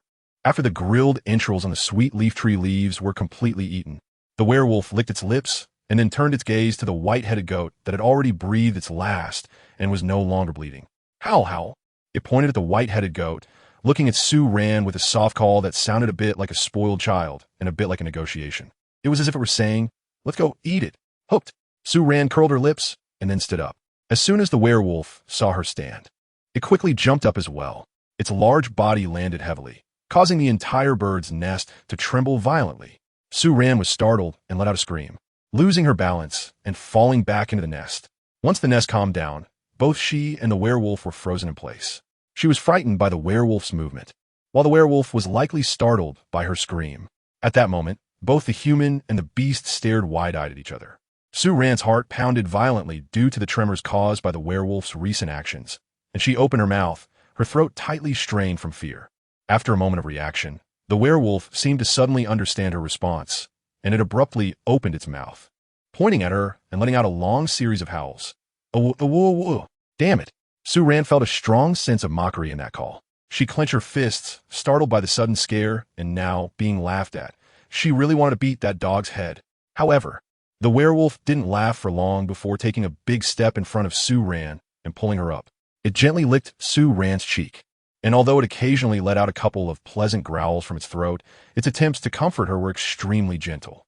"All right then," Su-Ran pouted, "and, considering your original innocence and inability to hide emotions, temporarily forgave you, this dog." She watched the werewolf release her and then go to grab the white-headed sheep, quickly taking the piece of kelp left over from yesterday into her hands. The werewolf watched her actions and happily howled twice, its tail wagging even faster behind it. It seemed to think that she also wanted to go to the riverbank to cook. What a pity. Su-Ran smiled at it, a hint of cunning glimmering in her eyes. She walked to the entrance of the bird's nest, pointed towards the riverbank, and shook her head at the werewolf. "Not going to the riverbank." "Huh." The werewolf's tail behind it slowly stopped wagging, and a look of confusion emerged in its eerie green eyes. Su-Ran continued to shake her head while pointing at the riverbank. "We're not going to the riverbank today." After saying that, she shook her head vigorously again, locking eyes with the werewolf. Seeing the werewolf's gaze fixed on her face, trying hard to guess her meaning, she raised the kelp in her hand in front of the werewolf's eyes. "Kelp." Then she pointed in the direction the werewolf had flown back from these past 2 days. "Go find kelp." "Huh? Oh." The werewolf, after listening to her, still looked confused, with a hint of impatience in its call. Su-Ran was very patient. She repeated the previous action again, then raised the kelp in front of the wolfman again, holding the kelp in one hand and saying kelp. The wolfman looked at the purple plant held up in front of him, glanced at Su-Ran, and then leaned forward to gently sniff it with his nose. Just as Su-Ran was about to repeat the action again, he suddenly furrowed his brow slightly. He sniffed the kelp again with more intensity, then looked at Su-Ran, suddenly showing a look of realization. Then he slightly moved his feet toward the entrance of the bird's nest, looked up at the treetops outside, suddenly raised his hand to point at the treetops and looked at Su Ran, saying woo. Su Ran followed its movements and glanced outside, quickly raising her hand to point at the sky, then at the kelp in her hand, nodding vigorously. Then she saw the werewolf deep in thought, looking at itself, and then at the white-headed goat beside it. Finally, it took a deep breath, and its wings slowly unfolded behind it. Seeing this, Su Ran quickly wrapped the leftover food waste on the ground in the sweet leaf tree, leaves beneath, and held it in one hand, while her other hand looped around the werewolf's neck. When her arm first rested on the werewolf's neck, Su Ran felt a bit uncomfortable. This action was somewhat intimate, especially since she had previously been carried by the werewolf in a one-arm grip around her waist. Every time the werewolf lifted her, her position would turn into being cradled under its arm at the moment of takeoff, resulting in her ribs being pressed painfully by that strong arm. However, the werewolf seemed indifferent to her change in flying position. After hugging the werewolf tightly, Su Ran only felt a tightening around her waist, and she was lifted into the air. The plants beneath her became smaller, and as the werewolf flew her out of the treetop of the bird's nest tree, her view suddenly opened up. This was the second time Su Ran faced the vast and primitive appearance of this continent so closely since she climbed the mountain where she met the werewolf. Layers of tree seas stretched into the distance, and the massive treetops intermingled in her sight, resembling rolling green waves. It was just past 8 in the morning, and the golden sunlight shone on the treetops, giving the entire forest a sense of peaceful tranquility. The direction the werewolf flew her was completely opposite to the riverbank. Shortly after flying out of the bird's nest tree, it suddenly howled at Su Ran. Su Ran was confused until she saw its dark green eyes constantly shifting between the trash wrapped in sweet leaf veins in her hand and the forest beneath her feet. Only then did Su Ran react, quickly lifting the hand holding the trash and glancing at the forest below. Down there. Oh woo! Seeing her movement, the werewolf opened its mouth and let out a sound, then imitated Su Ran's gesture by nodding heavily and licking her cheek. Su Ran, damn, is this a compliment? Chapter 23. Beyond the mountain with the werewolf's confirmation, Su Ran directly let go and threw the trash in her hand down. The benefit reflected here is that even trash is pollution-free, so there's no need to worry about pollution when tossing it away. After throwing away that bag of stuff, Su Ran changed to a position of hugging the werewolf's neck with both hands. After flying with the werewolf for a while, Su Ran began to feel that the height of their flight was increasing and the speed was picking up. The wind at high speed blew her hair wildly, and she could only turn her head and rest her chin on the werewolf's shoulder, facing backward so she could open her eyes. After flying with the werewolf for about 20 minutes, Su Ran noticed that the forest beneath them began to change slowly. The leaves of the trees in this sea of trees were darker in color, giving the entire forest a nearly black-green hue. The trees here seemed to be shorter compared to those in the bird's nest woods. Moreover, Su Ran looked down at the sea of trees beneath her and felt it seemed a bit familiar. With this thought, she suddenly lifted her head from the werewolf's shoulder and turned to look ahead of them. The first thing she saw was a mountain. The mountain range stretched endlessly to both sides of the continent, with no end in sight. As far as the eye could see, there was hardly a break in the entire mountain range. This was the mountain she had found when she first arrived in this world. She could even see the river not far from the foot of the mountain, although it had only been 2 days. Seeing this mountain again stirred some excitement in Su Ran's heart. This was the place she had entered this world from, and she had always wondered if she wanted to return to her original world, whether she would have to come back to this place first. After being taken by the werewolf to the bird's nest forest, she thought she would never find this place again. The werewolf, holding her, seemed to sense her excitement. He tightened his grip on Su Ran's arm and gave a gentle howl, his voice tinged with a bit of tension. However, immersed in the excitement of finding her origin, Su Ran did not notice. The werewolf flew a little higher, allowing Su Ran to see the scenery below more comprehensively. As they flew over the highest point of the mountain range, a brand new view suddenly unfolded before Su Ran. The vast blue sea stretched endlessly, with huge rocky formations on the beach, and the waves crashing against the rocks created a series of sounds. Su Ran suddenly felt that after flying over this mountain, the smell in the air seemed to change completely. The air, filled with the scent of moist soil and fresh plant sap, transformed into a salty sea breeze. After crossing the mountain range, there was only a small piece of land left. It was still covered with vegetation and trees, which seemed different from the forest on the other side of the mountain.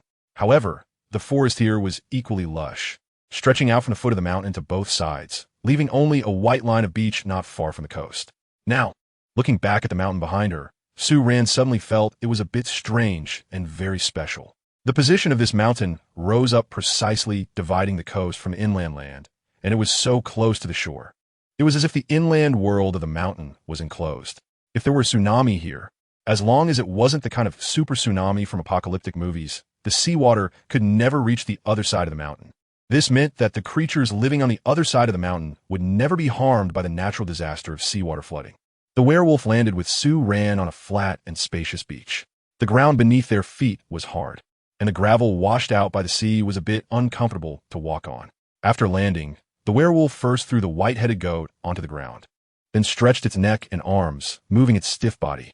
After that, it glanced into the distance, turned to call out to Sue Ran, and reached out to pull her wrist as it walked toward a rocky area. Sue Ran let the werewolf pull her along and glanced at the multifunctional watch on her wrist. It had only taken them a little over half an hour to fly from the bird's nest forest to here. They were walking towards the rocks, and the closer they got, the more black gravel appeared on the ground. When they finally reached the rocks, Sue Ran discovered that the sea on the other side was covered with a thick layer of the purple-black seaweed that the werewolf had brought back. After seeing this large expanse of seaweed, the werewolf wagged the tip of its tail and looked at Sue Ran with eager eyes. What a silly dog. The werewolf's gaze was completely unmasked, practically shouting with its eyes. Do you like such a big patch of seaweed? Can we go roast some meat now? However, it was indeed getting late.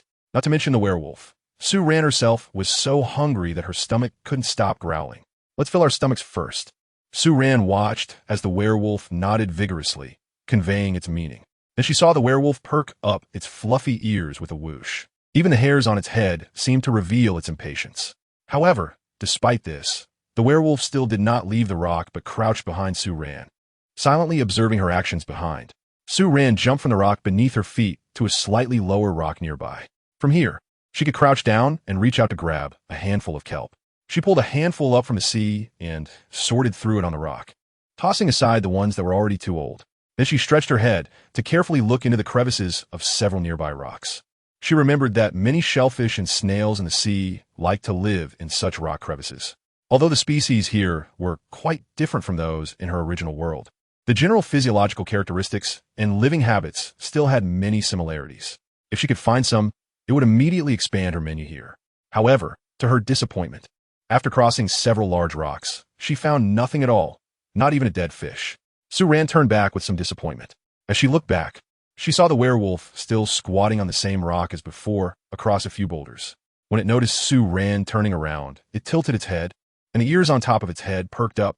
This guy even knew to use its fluffy tail as a cushion to sit on. If the werewolf weren't still in its naked, wild state, its current obedient sitting posture would strangely seem a bit adorable. Sue Ran jumped down from the rock and walked toward the beach while waving at the werewolf.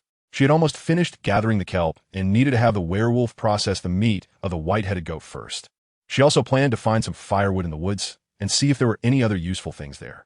Chapter 24. Salt making the campfire for roasting meat quickly blazed up. The werewolf was busy processing the white-headed goat after skinning it. Perhaps because he noticed Sue Ran's intention to keep the hide yesterday, he was particularly careful and meticulous while skinning the goat today. The first thing he did after removing the skin wasn't to check the meat, but to fold the entire hide neatly and set it aside. Seeing the werewolf's actions warmed Sue Ran's heart. How could anyone not love such a thoughtful little gray wolf? However, looking at the goat hide that was left there still stained with blood, Sue Ran suddenly remembered that she had forgotten to retrieve the skin of the dwarf deer she had placed in the river yesterday. She wondered if she could still find it if she went back tonight. While the werewolf was processing the white-headed goat, Sue Ran found several palm-sized stones near the beach. She arranged the stones in a circular shape, just big enough to hold her stainless steel teacup, and left a notch on one side of the stone circle for adding firewood underneath the teacup. After finishing all this, she placed the empty stainless steel teacup on top, then reached back to her head to remove the hat from the back of her clothes. She had already filled her thermos with seawater and shaped the hat into a pouch-like form to place it in the teacup, slowly pouring the seawater from the thermos into it. Once all the seawater was poured in, she set down the thermos and pinched the four corners of the hat, lifting it like a bag. The material of her jacket had waterproof properties, and with a pouch of water inside, it looked just like she was carrying a water bag. However, the so-called waterproof feature of this jacket could only withstand light drizzle. After soaking it in seawater for a few minutes, the outer fabric of the hat finally became saturated. Sue Ran hurriedly picked it up and ran back to the edge of the stainless steel tea tank, suspending the hat water bag over the opening of the tank, waiting for the seawater inside to completely seep into the tank below. Due to the material of the hat, the seawater seeped through slowly, but Sue Ran was very patient. At this moment, the werewolf had already placed the whole dressed white-headed goat on the wooden rack over the fire, and beside its feet was a bundle wrapped in leaves. After setting the goat in place, it looked at Sue Ran. When it saw the hat water bag in her hand, its curiosity surged again. It squatted down beside Sue Ran, pointing at the hat serving as a filter and howling. However, this time, Sue Ran didn't know how to explain it to it, and both of her hands were occupied, leaving her unable to use body language. She could only show the werewolf a reassuring smile without saying anything, and then turned back to focus on the bag of seawater in her hands. The werewolf could still understand the difference between Sue Ran doing something serious and just playing around. Seeing Sue Ran's serious expression, it probably guessed what she was doing. So while Sue Ran waited for the filtering with the sleeping bag, it squatted beside her to keep watch. After a while, the trickle flowing out of the hat gradually disappeared. Sue Ran opened the hat to take a look. In the deepest part, there was a little bit of filtered fine sand, but not much. Well, in such a primitive continent, it would be hard to imagine any environmental pollution issues. At this point, the seawater had been filtered, and all that was left was to wait for the seawater to boil and slowly evaporate. Sue Ran stood up, preparing to rinse the sand out of her hat. As she got up, she turned to check on the werewolf situation. After being overlooked while filtering seawater, the werewolf beside her had been quiet all this time, and she didn't know what it was doing. Sue Ran turned her head curiously to take a look, but when she turned, she was taken aback for a moment, then felt a bit amused yet helpless. At this time, the werewolf's hands were covered in mud, and there was quite a bit of it on its legs and feet as well. It was also holding a black, muddy lump that was unrecognizable. Sue Ran quickly walked over. Hearing the commotion, the werewolf immediately lifted its head, its light brown ears twitching. When it saw Sue Ran, it instinctively smiled at her. However, realizing something, it moved its hand holding the mud ball, a hint of guilt flashing in its eyes. Seeing the werewolf like this, Sue Ran suddenly remembered a popular saying that circulated in the online world for a while. When a child is quiet, they're either pooping or causing trouble. Although the werewolf probably didn't intend to cause trouble, looking at its muddy hands, Sue Ran felt that the outcome was not much different. However, she understood what the werewolf wanted to do. It seemed to want to wrap its entrails in mud and throw them into the fire to roast, just like she did yesterday. But the leaves it used were too small, and the mud was not clay, so the leaves couldn't contain the food inside. As a result, they ended up bursting open, and the mud got smeared onto the items inside. She reached out to take the mud ball from the werewolf's hand and found that it even knew to add seaweed fragments to it. However, she suddenly remembered that when she and the werewolf came out, they hadn't brought any sweet leaf tree leaves, which explained why the werewolf had to use these palm-sized leaves that couldn't wrap anything properly. Oh, whoa. While Sue Ran was pondering over the mud entrails taken from the werewolf had already leaned closer to her, lowering its head and calling out to her with a sense of grievance. The tall figure of the beast man stood before her, almost blocking all the sea breeze behind it. Yet the pleading expression on its face was completely mismatched with its tall and sturdy physique. "It's okay, you can still eat." Sue Ran raised her hand, intending to touch the werewolf's ears, but when she saw that her hands were covered in mud, she had to put her hand down. So she simply grabbed the werewolf's hand and led it to the seaside. She first washed her hands clean, extending her hands in front of the werewolf to show it the process of washing, saying, "Wash your hands." Watching Sue Ran scrub her fingers and noticing the decreasing amount of mud on her hands, the werewolf quickly understood her meaning. It let out a soft growl from its throat and followed suit, dipping its hand into the seawater.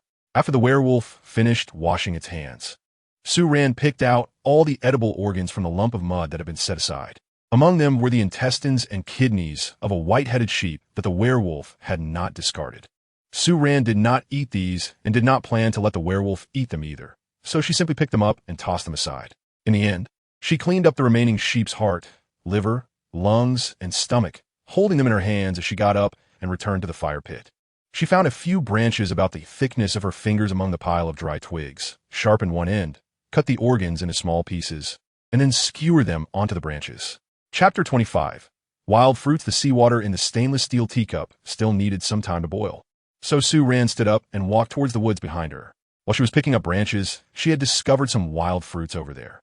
Some had fallen to the ground, clearly showing signs of being nibbled by animals, indicating they should be edible. She planned to go pick some. The trees in this dense forest resembled those Sue Ran had seen in forests on Earth, and she felt that the size of the trees here was closer to those found in the Northern Hemisphere's northern jungles. The underbrush on the forest floor was sparse, allowing her to see the ground clearly. The fallen leaves underfoot were mostly heart-shaped, somewhat resembling the leaves of poplar trees on Earth. However, the surrounding black, rough tree trunks were quite different from the white and gray trunks of poplar trees. Since it was spring, most of the fallen leaves on the ground had fallen during the previous autumn, presenting a withered black-brown color. Sue Ran followed the path she took while looking for firewood and walked in. As soon as her figure disappeared into the woods, the werewolf, who had been sitting by the campfire, immediately perked up its ears, stood up, and leaped in after her. Not long after walking into the woods, Sue Ran quickly found the wild fruit she had seen earlier. The fruit was a particularly bright shade of red, round in shape, and had very smooth skin that even reflected light in the sunshine. The plant that bore the fruit resembled the strawberry plants on Earth, with large green vines sprawling across the ground and small white flowers blooming. This type of fruit grew around a tree that had already died, forming a large patch in the surrounding area.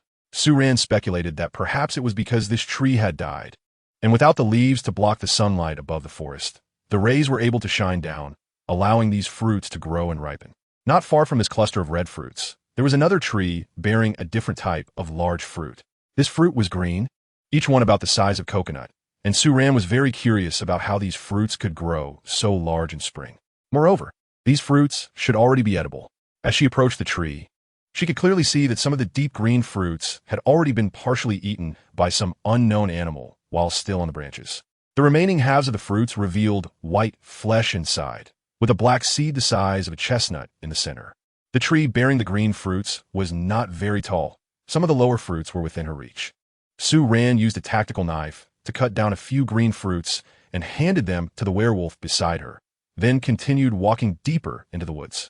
The forest was very quiet, and occasionally she could see small animals jumping and scurrying through the grass and leaves. The werewolf next to her remained calm in response to the rustling made by these small creatures, indicating that they were not dangerous animals. After walking for about 5 more minutes, the view in front of her gradually opened up. Sue Ran quickened her pace, pushed aside the branches in front, and discovered that there was actually a lake ahead. This was a freshwater lake, as she could see a few 4-legged animals drinking water by the shore. They were a bit far away, so she couldn't see what these animals looked like, but their size was much larger than that of a white-headed goat, roughly the size of a cow. Sue Ran noticed that after seeing these animals, the werewolf beside her began to stir restlessly. The most obvious sign was the large tail hanging behind it, which had started to sway continuously. So she silently took a few fruits from the werewolf's arms and, in response to its puzzled gaze, tilted her chin towards the group of animals by the lake, signaling to the werewolf. Upon receiving her message, the werewolf's swaying tail suddenly froze in place, and then Sue Ran witnessed for the first time how a werewolf hunted. It was a completely overwhelming display of power. The werewolf didn't even use the wings on its back. In just 2 or 3 seconds, it charged from dozens of meters away to the back of the group of animals by the lake. Even from a distance, Sue Ran could still see the well-defined muscles of the werewolf's wheat-colored skin bulging under the sunlight, fit, strong, and smooth. Compared to the exaggerated muscles of the bodybuilder she had seen before, the muscle contours on the werewolf were significantly more aesthetically pleasing, with each part perfectly proportioned. The werewolf's attack perfectly illustrated that in the face of absolute power, any technique is just flashy nonsense. The strength hidden beneath those muscles made it look incredibly easy to take down that 4-legged animal. Sue Ran only heard the animal's tragic cry, which sounded somewhat like a cow's moo. Then she saw the werewolf pressing one of its legs firmly on the animal's neck, making it struggle but unable to move its forehooves. Soon after, the werewolf raised its other hand and quickly slashed across the animal's neck. After a moment, the animal, unable to escape from under the werewolf's leg, slowly fell silent. Seeing that there was no more movement over there, Sue Ran walked over, holding a few green fruits in her hands. As she got closer, she realized that this animal was not just similar to a cow. It almost looked like one. The only difference was that this cow did not have horns on its head. Instead, it had 2 smaller ears behind its ears. When the werewolf saw Sue Ran approaching, it released the now lifeless cow, stood up, and looked at her with a smile, giving a couple of soft howls. Its tail wagged happily behind it. Despite its body being covered in gruesome blood, combined with the werewolf's handsome face grinning, it gave off an inexplicably silly vibe. After hunting the cow, The werewolf seemed to be in a particularly good mood. After finishing its silly grin at Sue Ran, it walked to the lakeside and suddenly jumped into the water with a splash. Sue Ran stood on the shore, watching the werewolf's movements. The blood on its body was quickly washed away by the lake water. However, she glanced down at the green fruit in her hand and the thermos hanging at her waist, and silently took 2 steps to the side. This part of the lake had already been stained red by the werewolf's blood, so she could only move further away. She filled the thermos with some lake water and then washed the green fruit in her arms. At this point, the werewolf had also cleaned off the blood and walked out of the lake. It walked to a nearby open space, spread its wings behind it. Its ears perked up on top of its head, and even lifted its tail a little higher, then suddenly shook its whole body violently a few times. Sue Ran was startled by a droplet of water that fell from the sky and quickly stepped back. She wiped the water off her face and looked at the werewolf, who was gazing at her in confusion after hearing the sound, feeling speechless with anger. Who would have thought that even standing 2 meters away would still lead to collateral damage? Chapter 26. Salt after effortlessly hunting a 4-eared cow. Sue Ran pulled the werewolf and started heading back. The campfire by the sea was still burning. Although it was far from the trees on the beach and there was not much flammable material around, she didn't dare to leave for too long. They took the same route back, and on the way, Sue Ran picked a few red berries from the spot where wild fruits were growing and held them in her arms. Once they emerged from the woods, they could see the campfire quietly burning in the distance, though the flames were slightly lower than when they had just left. Sue Ran finally breathed a sigh of relief. She quickly walked back, and upon reaching the fire pit, first glanced at the seawater boiling in the kettle. The seawater had already decreased by half compared to when she first started. She hurriedly placed a few sticks underneath the kettle to stoke the fire. At this time, the werewolf was already dealing with the 4-eared cow it had brought back. It was still carefully stripping off the white and brown patterned fur of the cow, then dragging the bloodied carcass to the seaside to wash it. Meanwhile, Sue Ran had placed the wild fruits she had brought back on a stone nearby. She picked up a red fruit and smelled it under her nose. It had a rich, fruity aroma. She couldn't describe the flavor, but it was very pleasant. So, she took 2 and walked over to the werewolf, extending one of the red fruits to its mouth. Seeing that the werewolf swallowed it without hesitation, she withdrew her hand with relief and took a small bite of the other fruit she held. Then she squinted her eyes. She swore she had never eaten such delicious fruit before. The flesh was delicate and smooth, and her teeth barely needed any effort to break it apart.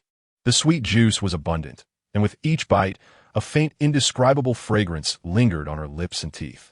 Just the unique fruity aroma made her want to eat another. She wiped her fingertip on the bright red juice that oozed from the fruit.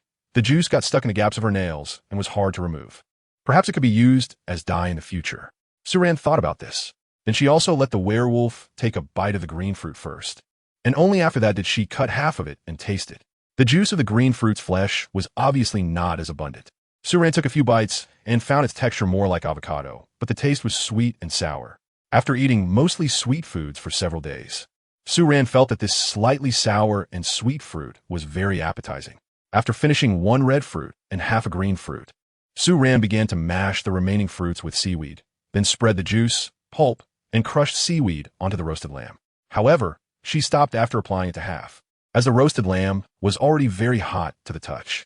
So, she handed this task over to the rough and tough werewolf. Of course, the werewolf didn't directly smear the crushed fruit onto the roasted lamb. Instead, Sue Ran handed a tactical knife to the werewolf, asking it to use the blade as a spoon to gradually spread the pulp onto the lamb, using its hands only for the more difficult spots. Meanwhile, Sue Ran was dealing with the seawater that had already been boiled. Now, there was only 1/10 of the seawater left in the stainless steel tea container, and the color of the seawater had become very murky, with some white substance at the bottom, which was solidified calcium sulfide. Sue Ran stirred the water with a peeled branch, then poured the remaining seawater back in a hat and placed the hat on the tea tank again, waiting for the seawater inside to filter out. Since the hat had already been soaked in seawater and was still damp, the remaining seawater, although not much, quickly permeated the fabric of the hat, albeit at a slightly slower rate than before. Once all the seawater in the hat had filtered into the tea tank, Sue Ran placed the tea tank back on the fire to boil. As the water volume decreased, the boiling speed in the tea tank increased. After a while, the water level in the tea tank decreased significantly, while the white substance gradually increased. Seeing that it was almost done, Sue Ran took the tea tank off the small fire. However, When she picked up the hat again, she hesitated for a moment. After 2 seconds, she finally made up her mind, took the tactical knife from the werewolf, and pointed the tip of the knife at the corners inside the hat. Although her raincoat hat did not have an inner lining, there was still a thin layer of lining, since the salt that would be produced needed to filter out the magnesium chloride inside.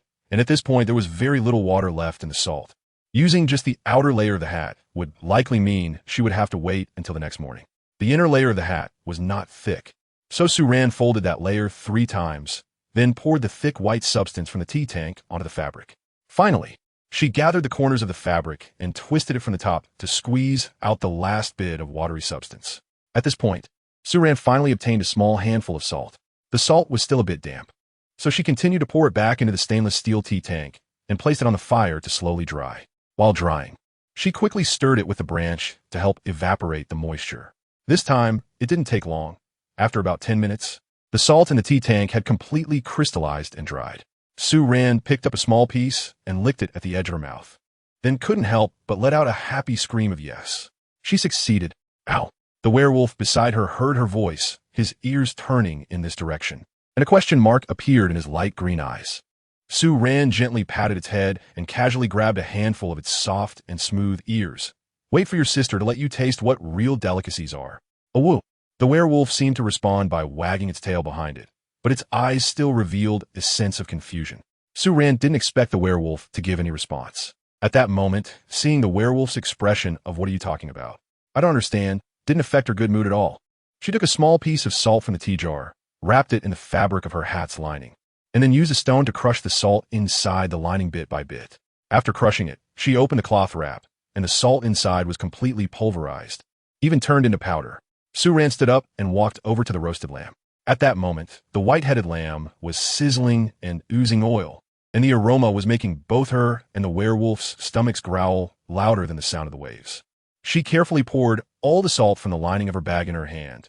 This little bit of salt was hard to come by, and she would feel heartbroken if she wasted even a little. Then she pinched the salt in her palm and evenly sprinkled it over the entire lamb. She wasn't sure if it was her imagination, but she felt that after sprinkling the salt, the lamb in front of her seemed even more fragrant. Chapter 27. Ash. After sprinkling salt on the lamb, Suran also added a little salt to the organs that were roasting on branches below. Then she poured the remaining salt into the chewing gum container she had brought, filled the tea mug with seawater again, and placed it over the fire to continue making salt. Since there were no sweet leaf trees here and nothing to store food in, after finishing these tasks, Suran went back to the firewood she had gathered and picked out 2 new shorter Y-shaped branches. She set up a new rack by the fire to hold the already roasted lamb. Then she called the werewolf over to help move the fully cooked meat onto the newly erected rack. It's time to eat. Suran sat in front of the barbecue, with the height of the grill just right for her to reach when she raised her hand. The werewolf, without her saying a word, had already eagerly squatted on the other side of the grill, frequently swallowing saliva as she was about to move the roasted lamb over. However, despite being extremely tempted, the werewolf remained very well behaved. With a pair of wolf eyes combined with cat-like pupils, it stared intently at Suran's movements, looking as if it would not touch anything without her permission. It really was quite principled. Suran couldn't help but smile as she cut off a whole roasted leg of a goat with a tactical knife and handed it over. The werewolf across from her perked up its tail and grinned at her, letting out 2 huffing laughs before it devoured the roasted leg of lamb hungrily. Howl! It made excited sounds while eating, occasionally looking up at Suran, its eyes filled with uncontainable joy. But it wasn't just the werewolf. Even Suran herself couldn't wait any longer, enticed by the scent of the salted food. Ignoring the werewolf, she reached out and cut off a large piece of meat, taking a hearty bite. As she bit down, she was so moved that she nearly teared up. After a week, she finally got to eat normal food, and this roasted lamb was definitely 100 times better than the previous times. Even though salt was sprinkled on the lamb, the salty flavor had completely permeated the meat. The savory taste of the roasted meat was accompanied by a hint of sweet and sour flavor, leaving a rich, fruity aroma lingering between her lips and teeth. It was the special fruit fragrance of red berries. For a moment, all that could be seen by the campfire were 2 figures engrossed in eating, the air filled with the sounds of chewing. However, no matter how much Suran enjoyed eating, she couldn't keep up with the werewolf's appetite. After finishing the last bite of meat, she patted her round, stuffed belly and finally stopped eating. Meanwhile, the werewolf was still happily wagging its tail. But its tearing movements were no longer as frantic as at the beginning. Instead, it seemed to be savoring the food leisurely. This guy actually knew to take the time to enjoy good food. Su-Ran looked at the werewolf and secretly laughed. A thought crossed her mind. She suddenly remembered that she hadn't given the werewolf a name yet. Calling it just werewolf didn't sound good at all. She stared at the werewolf's handsome face for a long time, thinking she should give it a cool and stylish name. With such a handsome face, not naming it something like Long Ao Yin or Si Yin, which are typical male lead names from novels, would be a waste. However, after thinking for a long time, she found that no matter which name she tried to assign to the werewolf, it seemed strange. The face was fine, the name was fine, but the main issue was the werewolf's aura. The primitive wildness, combined with these modern-sounding names, always gave the feeling that two different things were trying to merge across dimensions, but got stuck halfway. No. Su-Ran shook her head, ultimately deciding to give up on this naming method despite the pain. It was too textured, so how about something simpler? She looked at the werewolf's ears, which had a layer of short light brown fur on top, and recalled the videos of wolf packs she had seen before. If this were on Earth, a wolf of this color would generally be what people often use to scare children, the big bad wolf. Gray wolf. Gray? Su-Ran stared at the werewolf slowly enjoying its food and tentatively called out Gray. Upon hearing Su-Ran's sudden voice, the werewolf immediately stopped eating the meat. It lifted its head, green eyes looking at Su-Ran, as if to say, "What did you say?" Su-Ran looked at the werewolf's reaction and displayed a friendly smile. Then she called out to the werewolf, Gray. Huh? This time the werewolf realized that Su-Ran was speaking to it. It slowly put down the roasted meat in its hand, and its pupils began to frequently constrict and dilate. Its gaze fixed on Su-Ran's lips, seemingly waiting for her to speak again. Su-Ran took the opportunity to call out to it again and pointed at the werewolf, saying Gray. Huh? This time the werewolf could no longer sit still. It stood up and quickly moved from the other side of the roasting rack to Su-Ran's side. Crouching down next to her, its face almost close to Su-Ran's eyes, raising a hand to point at her lips and letting out a long string of beast language that Su-Ran couldn't understand. A woo woo woo woo woo woo. Su-Ran was at a loss whether to laugh or cry. She couldn't understand. However, she could tell from the werewolf's anxious voice and the gesture of pointing at her lips that it was trying to express. Say it again. So she raised her hand to point at the werewolf. But this time she slowed down her speech a bit so that the werewolf could see how she pronounced the words, saying Gray. Then, she pointed back to herself, Su-Ran. Sure enough, seeing her actions, the expression on the werewolf's face began to turn serious. Its gaze was fixed on Su-Ran's lips. And once she finished speaking, the werewolf's green eyes were once again occupied by its enlarged black pupils. Its lips moved, hesitatingly slowly opening its mouth. Gray? Su-Ran's eyes brightened, and she nodded excitedly, not expecting her orc to be so clever. She quickly pointed to the werewolf again and repeated, Gray. Seeing Su-Ran's affirmative gesture, the werewolf's enthusiasm clearly increased, and he even stopped eating the roasted meat in his hand. His ears perked up, and he stared intently at Su-Ran. Gray. Gray. Su-Ran affirmed again. The werewolf smiled widely and kept pointing at itself, while repeatedly saying to Su-Ran, Gray, Gray. After a while of this, it suddenly pointed at itself, then turned to point at Su-Ran. Gray woo, Gray woo? Su-Ran immediately understood that the werewolf was asking for her name. So she quickly pointed to herself and said, Su-Ran. The werewolf repeated after her, Su-Ran. Su-Ran then reiterated, Su-Ran. Su-Ran. Chapter 28. The basket. The werewolf's intelligence once again refreshed Su-Ran's understanding of beastmen, and she felt that the werewolf's learning ability was just a bit stronger than that of Little Orange. Once the werewolf learned to use human language to say their names to each other, it was like opening the door to a new world of language. And Su-Ran's teaching speed suddenly increased. So they sat by the sea, eating barbecue, while Su-Ran taught the werewolf to speak. In just half a day, the werewolf had already learned their names, as well as the single-word names for sea, tree, sheep, cow, fire, and so on. Su-Ran focused on repeatedly teaching the werewolf the pronunciation of sea. She needed the werewolf to remember the meaning and pronunciation of this word so that she could continue to have it bring her to the seaside next time. During this time, Su-Ran had also produced a tea jar full of salt. She packed the crushed salt powder into a gum jar and then filtered a full tea jar of seawater to continue making salt.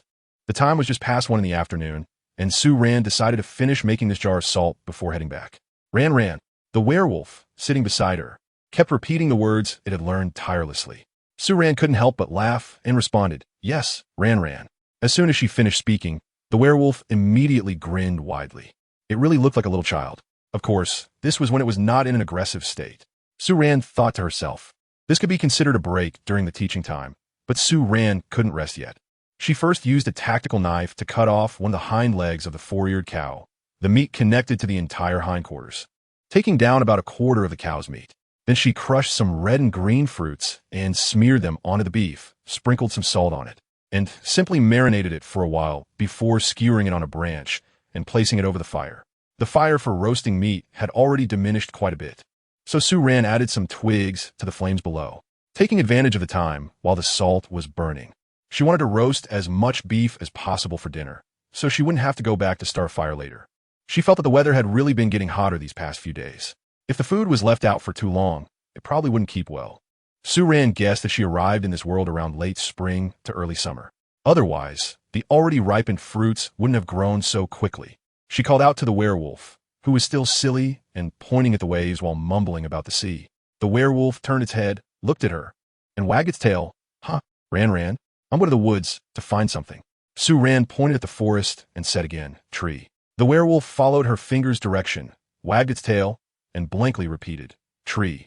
Sue Ran smiled at its appearance, said nothing more, and turned to walk towards the woods with the entrenching tool she had brought. She had just seen a kind of shrub that was about half a person high in the woods. Although the branches of the shrub were not as good as those of the willow trees by the bird's nest, they were still quite resilient. Without the willow branches, she thought the branches of that shrub would be suitable for making baskets. The shrub grew right at the edge of the woods, and she quickly found a large area of it. Holding the entrenching tool in her hand, she noted that it was designed to be multifunctional. The main part was a shovel and a hoe. When using one part, the other could be folded up along the handle and tucked away. On the sides of the shovel head, one edge was serrated and could be used as a saw, while the other side served as a bottle opener. Sue Ran directly used the serrated side of the saw. She reached out and grabbed a bush, then forcefully sawed twice at the base of the bush with the saw. At first, she struggled a bit with the strength and technique, but as she repeated the action, she managed to cut more and more branches, and her skill with the saw on the engineer's shovel improved. After feeling that she had done enough, Sue Ran divided the branches into two piles. Then she took one branch from each pile, tied each pile into a bundle, and said to the werewolf, who had curiously followed her since she started collecting the branches and was now squatting nearby watching, "Gray, please help me take this back." "Huh?" The werewolf tilted its head and shook its ears. It could now understand that Sue Ran was calling its name, but it still couldn't comprehend the rest of her words.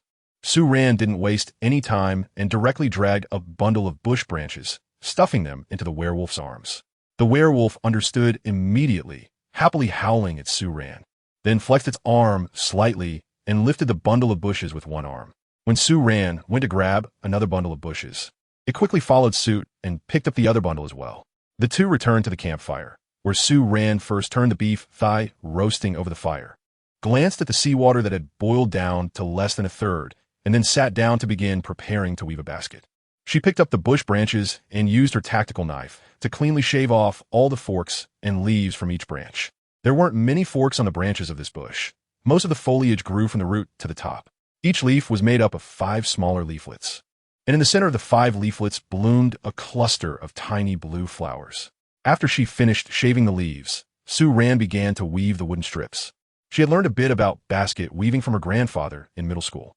At that time, her grandfather's family was still farming on the mountain north of the village, where every household had a small patch of apple trees.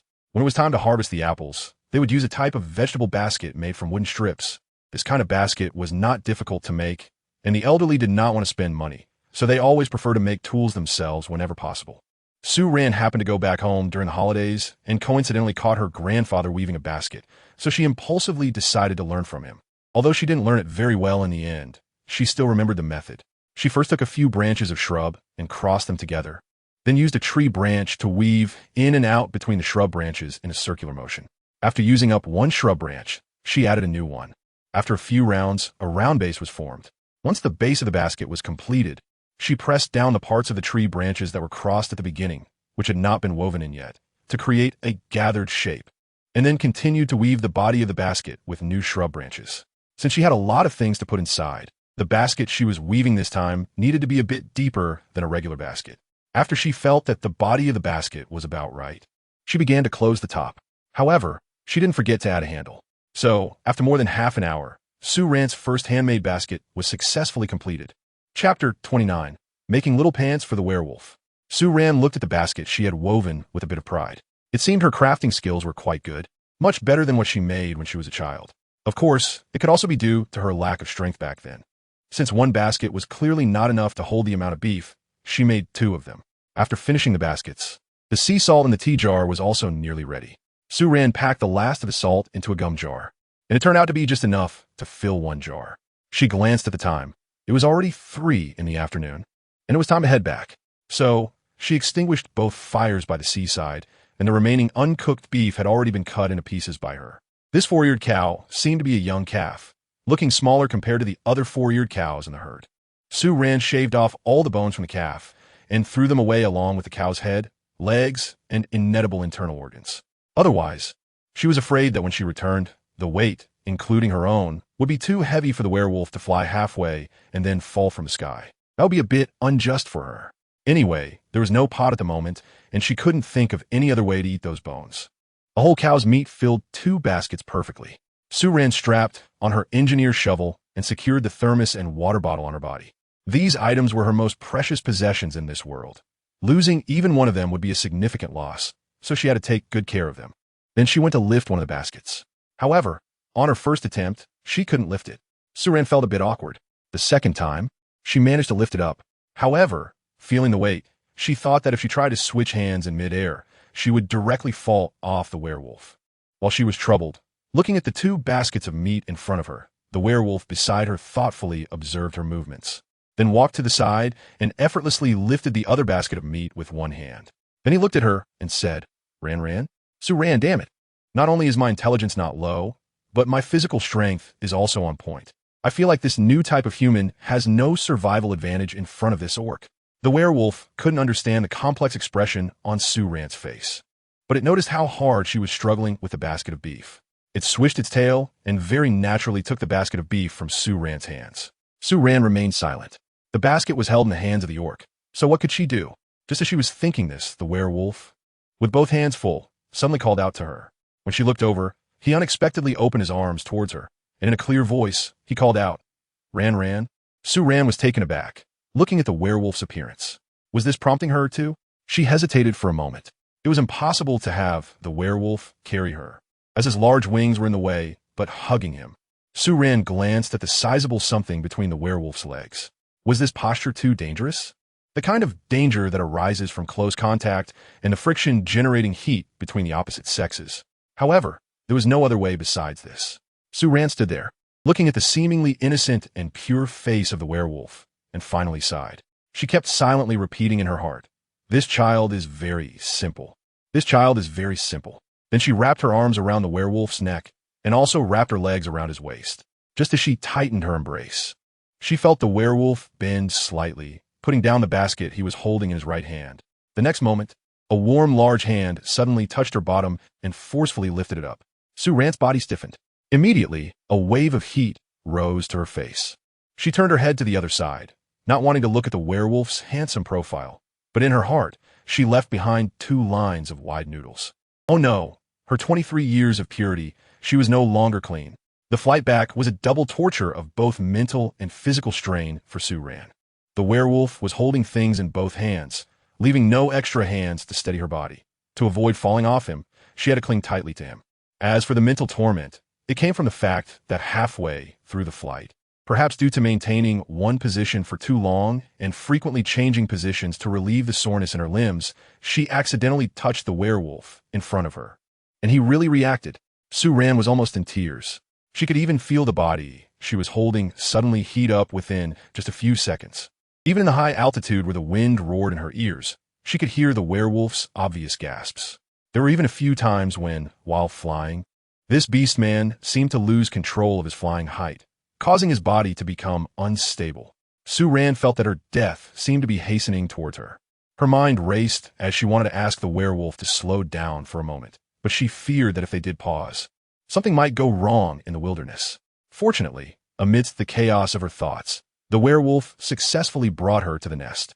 The moment they returned to the nest, and Sue Ran felt her feet firmly on the hay inside. The werewolf abruptly threw down the 2 baskets it was holding and rushed out in a hurry. The sight of that swiftly departing figure left Sue Ran dumbfounded. Out of the corner of her eye, she seemed to catch a glimpse of a tall, shadowy figure. Sue Ran stood dazed in place for a while, and by the time she came to her senses, her standing foot had become a bit numb.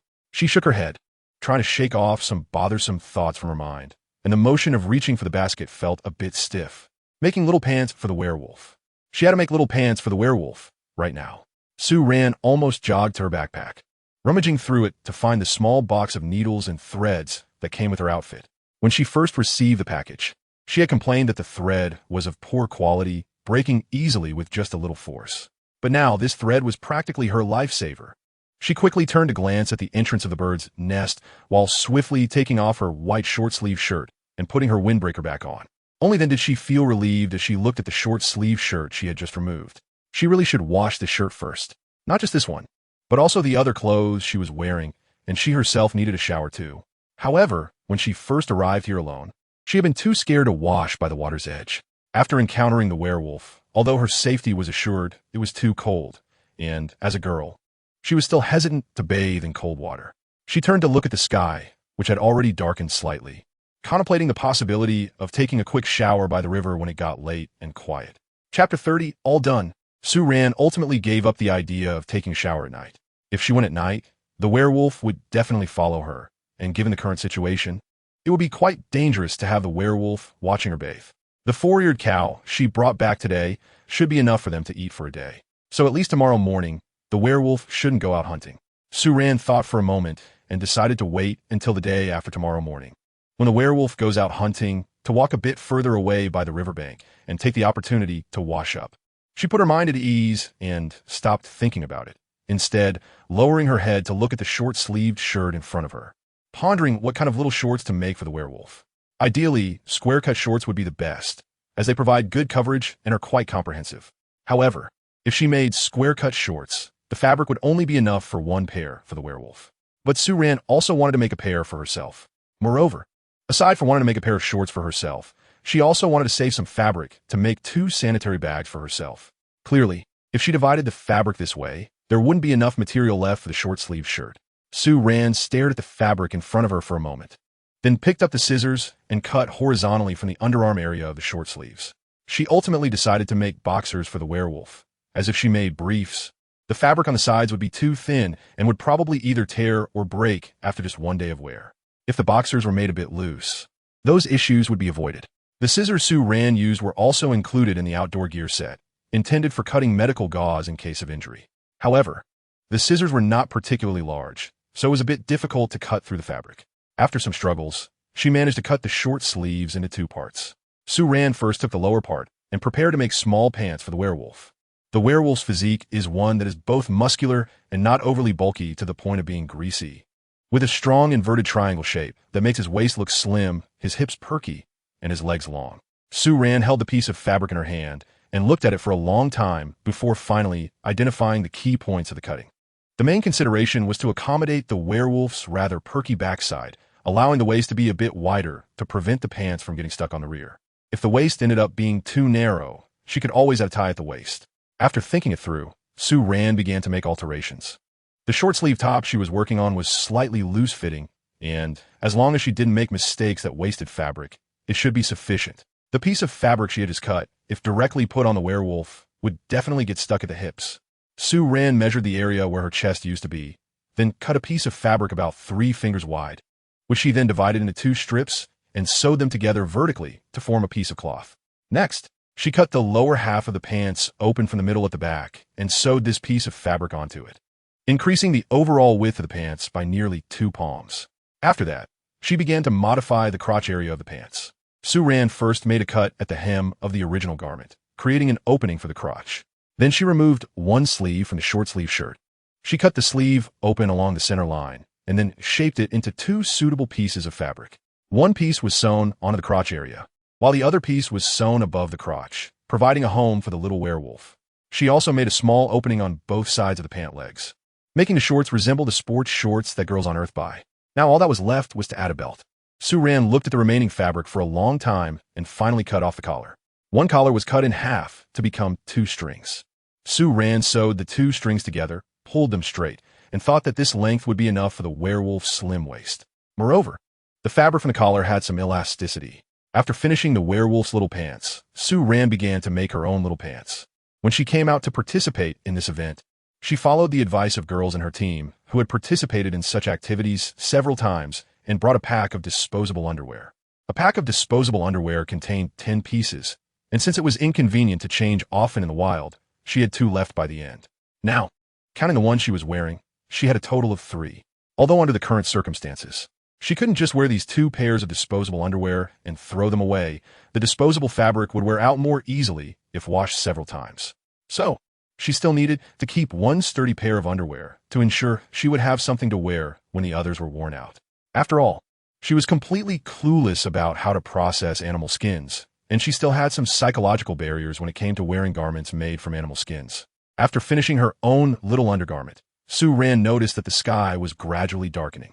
So she hurriedly pieced together the remaining scraps of fabric and, along with the leftover sleeve, sewed 4 rectangular bags that could be manually closed. This was her makeshift menstrual pad. When her period came, she could fill the bags with clean ash and tie them shut, making them the most primitive form of sanitary napkin. After finishing these items, Sue Ran let out a sigh. The issue of not having proper clothing was half resolved. Of course, the other half was figuring out how to get the werewolf to wear his little pants. She put her completed items in her bag and then turned to glance outside the bird's nest.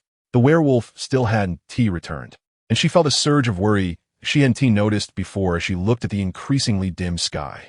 Sitting silently on the grass mat, she waited and casually organized her gains from the day. The salt in her pocket was incredibly precious, and fearing it might spill out, she took the gum container and stuffed it into the small side pocket of her backpack. Then she took out the cowhide from the basket. The piece of cowhide was not small and felt somewhat stiff to the touch. Sue Ran pondered whether she could make something useful out of it in the next couple of days. Once she finished with these tasks, there wouldn't be much else to do. Although she was somewhat hungry, the darkness made it hard to see, and as the light faded, her worry about the werewolf grew stronger, leaving her with little appetite. She sat on the grass mat, watching the sky darken little by little, and before she knew it, she had fallen asleep. Just before drifting off, her last thought was that if she hadn't met the werewolf in this world, she would probably be stuck. Chapter 31. Numbwing Sue Ran was in a half-asleep, half-awake state when she felt the werewolf, bringing a chill with him, lie down beside her. However, after a day filled with physical activity and mental exhaustion, she was too tired to keep her eyes open. Moreover, with the werewolf's return, she felt a sense of relief, and her sleepiness surged even more. Fortunately, the werewolf did not disturb her. Instead, he quietly returned to the nest and lay down closely beside her, closing his eyes. In her dream, Sue Ran felt a continuous warmth enveloping her. In a daze, she thought she had returned home, lying on the soft, warm bed she had at home. Sweet dreams came as night fell, as she slept until dawn. Perhaps it was because she had gone to bed early the previous night. The next morning, when Sue Ran woke up, the sky outside was still dimly lit. She opened her eyes, her mind still a bit fuzzy from sleep. A wall of tawny flesh lay before her, rising and falling steadily with each breath. After a moment, she realized that the wall of flesh was the werewolf's chest. She lifted her hand to rub her eyes, feeling a bit more awake. As she turned to lie flat, she suddenly felt something pressing down on her. Turning her head, she discovered that the werewolf had stretched out one of his wings and draped it over her. Sue Ran raised her hand and touched the wings. They were smooth and soft, and the closer they got to the back, the warmer they felt. Did the werewolf keep his wings over her to keep her warm last night? No wonder it was so warm during the night. Just as Sue Ran was curiously exploring the werewolf's wings, the werewolf, who had been sleeping beside her, suddenly and without warning stretched out his arm and pulled her into his embrace. Sue Ran's hand paused as she stroked the wing. The arms that wrapped around her body from behind were strong and powerful, and her forehead was pressed against warm skin in front of her. A faint fragrance wafted through her nostrils. Fragrance? Sue Ran sniffed carefully again, and indeed it was a pleasant scent, somewhat like the fragrance of flowers. She cautiously looked up, but from this angle, she could only see the werewolf's sharp jawline. This wolf smelled quite fresh, as if it had just taken a shower. So what was the source of this fragrance? Was it something it used while bathing purely for the nice smell, or was it for its cleaning properties? Or did it have some other effect? Sue Ran took a deep breath of the floral scent again. After inhaling for a while, the fragrance gradually faded, but she could still smell it. She decided that when she woke up later, she must clarify with the werewolf what it had used, just in case it was something she could also use. Since she had decided to live well here, she needed to have 100% curiosity about everything in this world. Sue Ran carefully and slowly crawled out from under the werewolf's wings. As she sat up, she looked at the werewolf, whose wings were still spread open, and inexplicably felt that this action of the werewolf resembled a hen protecting its chicks. She wondered if maintaining this position for a whole night would cause the werewolf's wings to become numb from lack of blood circulation. Sue Ran slowly got up from the sleeping haystack. She had unknowingly fallen asleep here last night, without even laying out her sleeping bag. No wonder she felt colder in the first half of her dreams than in the past few days. She walked around the sleeping werewolf and headed towards the entrance of the bird's nest. The light inside the bird's nest was dim, with clear brightness only near the entrance. As she was about to reach the entrance, Sue Ran suddenly noticed that the place where she had left the 2 baskets of beef yesterday had somehow accumulated a pile of wild fruits that were already heaping up. Among the wild fruits, there were UU fruits, red fruits, and green fruits, and underneath this pile of wild fruits, a layer of sweet leaf tree leaves had been carefully laid out. There were even a few leaves of mint grass placed nearby. Sue Ran picked up a golden UU fruit. The surface of the fruit was smooth and clean, probably washed. This discovery made her heart tremble suddenly. She felt a bit at a loss for words about what she was feeling, but she knew that from this moment on, she could no longer treat the werewolf as a meal ticket, a shield, or a stepping stone to navigate through this world. She could discern that whether it was the werewolf proactively helping her find UU fruit and sweet leaf tree leaves after discovering she didn't eat raw meat, or thinking of getting her salty seaweed after eating salty beef cubes, or respecting her personal space and belongings every time she was doing something, or the werewolf's natural, unintentional care and silent concern. All of it made Sue Ran start to feel deep guilt about her previous utilitarian mindset towards the werewolf. Even if these utilitarian thoughts were merely to ensure her survival in a strange world, perhaps, no, it should be certain that she should also give a little sincerity to the werewolf. It wasn't the kind of affection one has for a beloved pet, nor the kind of lofty sincerity of self-proclaimed superior beings. Rather, it was an equal, at least the sincerity that exists between friends. A soft, sleepy sound came from behind her, sounding almost like a spoiled child. Sue Ran turned her head and happened to meet the gaze of the werewolf. She had a thought and suddenly blurted out to the werewolf, "Good morning, Gray." Huh? Hearing Sue Ran's voice, the werewolf seemed to suddenly wake up. It twitched its ears, and its eyes, wide open, stared at Sue Ran, seemingly not understanding the meaning of her words. That bewildered look diminished some of the sharpness of the werewolf. And paired with that handsome face that could excite countless girls, it looked surprisingly cute. Not to mention, in this world, she was definitely getting a big reward in terms of eye candy. "Good morning, little Gray," Sue Ran said to the werewolf again. The werewolf was taken aback for a moment, opened his mouth, and said, "Oh, Ran. Huh?" The werewolf tilted his head, as if suddenly remembering Sue Ran's name, but had a blank expression regarding what Sue Ran said earlier. "It's nothing." Sue Ran smiled and didn't emphasize the previous call, but instead walked over and gently patted the top of the werewolf's head, smoothing its messy hair. At this moment, the werewolf seemed to finally be completely awake. It suddenly stood up from the pile of grass, hugged Sue Ran, and, as expected, greeted her with a lick on the face. Then it let go of Sue Ran, but with a slightly aggrieved expression, pointed to a wing behind it that hadn't been retracted, softly murmuring to Sue Ran, Ran, with a tone full of urgency and grievance. Seeing it like this, Sue Ran couldn't help but laugh. This silly wolf's wing really was stuck. Chapter 32. Clothing instruction. Sue Ran's fingers pinched the soft flesh at the base of the werewolf's wings, and she felt the werewolf shudder suddenly. She stifled a laugh and continued to pinch quickly at the werewolf's wings. After just a few seconds, a long wailing sound suddenly came from the bird's nest. A-woo, a-woo, a-woo, a-woo, a-woo, a-woo.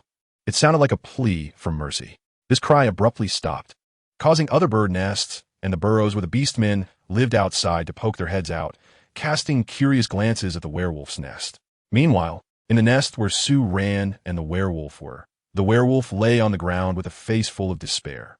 Its 2 wings had been retracted behind its back. However, upon closer inspection, the wing that had just gone numb was still trembling slightly. The werewolf looked at Sue Ran with a mournful expression and let out a weak "woo" as if to complain. Sue Ran pressed her lips tightly together. desperately holding back her smile at the corners of her mouth. She crouched down and vigorously rubbed the werewolf's triangular ears. All right, now that your wings are better. Otherwise, it would be even more uncomfortable to heal slowly. A woo ran. Su ran woo. The werewolf couldn't understand what Su Ran was saying, but that didn't prevent it from expressing its grievances towards her. Su Ran looked at the werewolf's face filled with sorrow and thought it might be trying to say, Ran, you bad egg. She couldn't help but laugh, then remembered the little pair of shorts she made for the werewolf last night. So she got up and walked over to the pile of grass where it was sleeping, took the little shorts off the folded sleeping bag, and unfolded them in front of the werewolf. Here, this is for you. Oh, seeing the boxer shorts in Su Ran's hand, the werewolf immediately shifted its attention. It looked curiously at the item in Su Ran's hand, then glanced questioningly at her, and raised its hand to poke one corner of the shorts with its sharp claws. Hey, you can't poke it like that. It will get ruined. Su Ran quickly stopped the werewolf's movements, but then realized a problem. The fabric of her short sleeves was soft cotton, while the werewolf's claws were very sharp. She glanced at the middle of the boxer shorts, where she had intentionally sewn an extra piece of fabric for the werewolf's private parts. If the werewolf went to the bathroom a few times, would the shorts be torn by its sharp claws after several changes? Moreover, would the werewolf wear pants to the bathroom? Although she hadn't overlooked this issue before, she now found that she might have been a bit naive with the situation at hand. She suddenly doubted whether she could personally teach the werewolf how to take off its pants to go to the bathroom. How to put it? She just felt a bit at a loss. She looked at the boxer shorts in her hands, hesitating whether it would be better to turn them into a skirt. At that moment, the werewolf, unable to wait any longer, grabbed her wrist and pointed at the boxer shorts, making a series of howling sounds. There was no choice. To appease this aggrieved beast-man who had been like this since waking up, Su Ran ultimately decided to let the werewolf try on the shorts first, while also checking if the waist and hip measurements were suitable. If it really didn't work, she could always change it into a skirt. That would be much simpler. However, because of the task of making shorts for the werewolf, she silently prioritized the making of leather.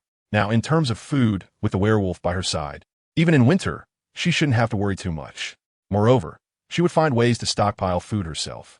However, regarding clothing, if the winter temperature in this world is similar to that of the northern regions of Earth, then the clothes she currently had would definitely be insufficient. Plus, she didn't know if her current outfit would last until then.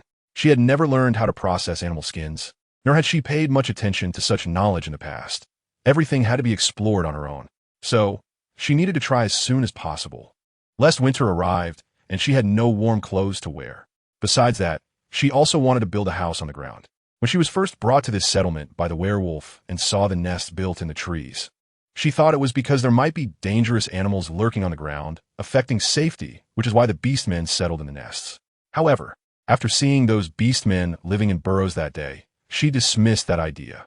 The beastmen living in tree hollows included herbivorous types like sheep, cow, and rabbit beastmen. If there were real dangers, they wouldn't live on the ground. So if she moved to live on the ground, it should be safe. The main advantage was that living on the ground would make her travels more convenient.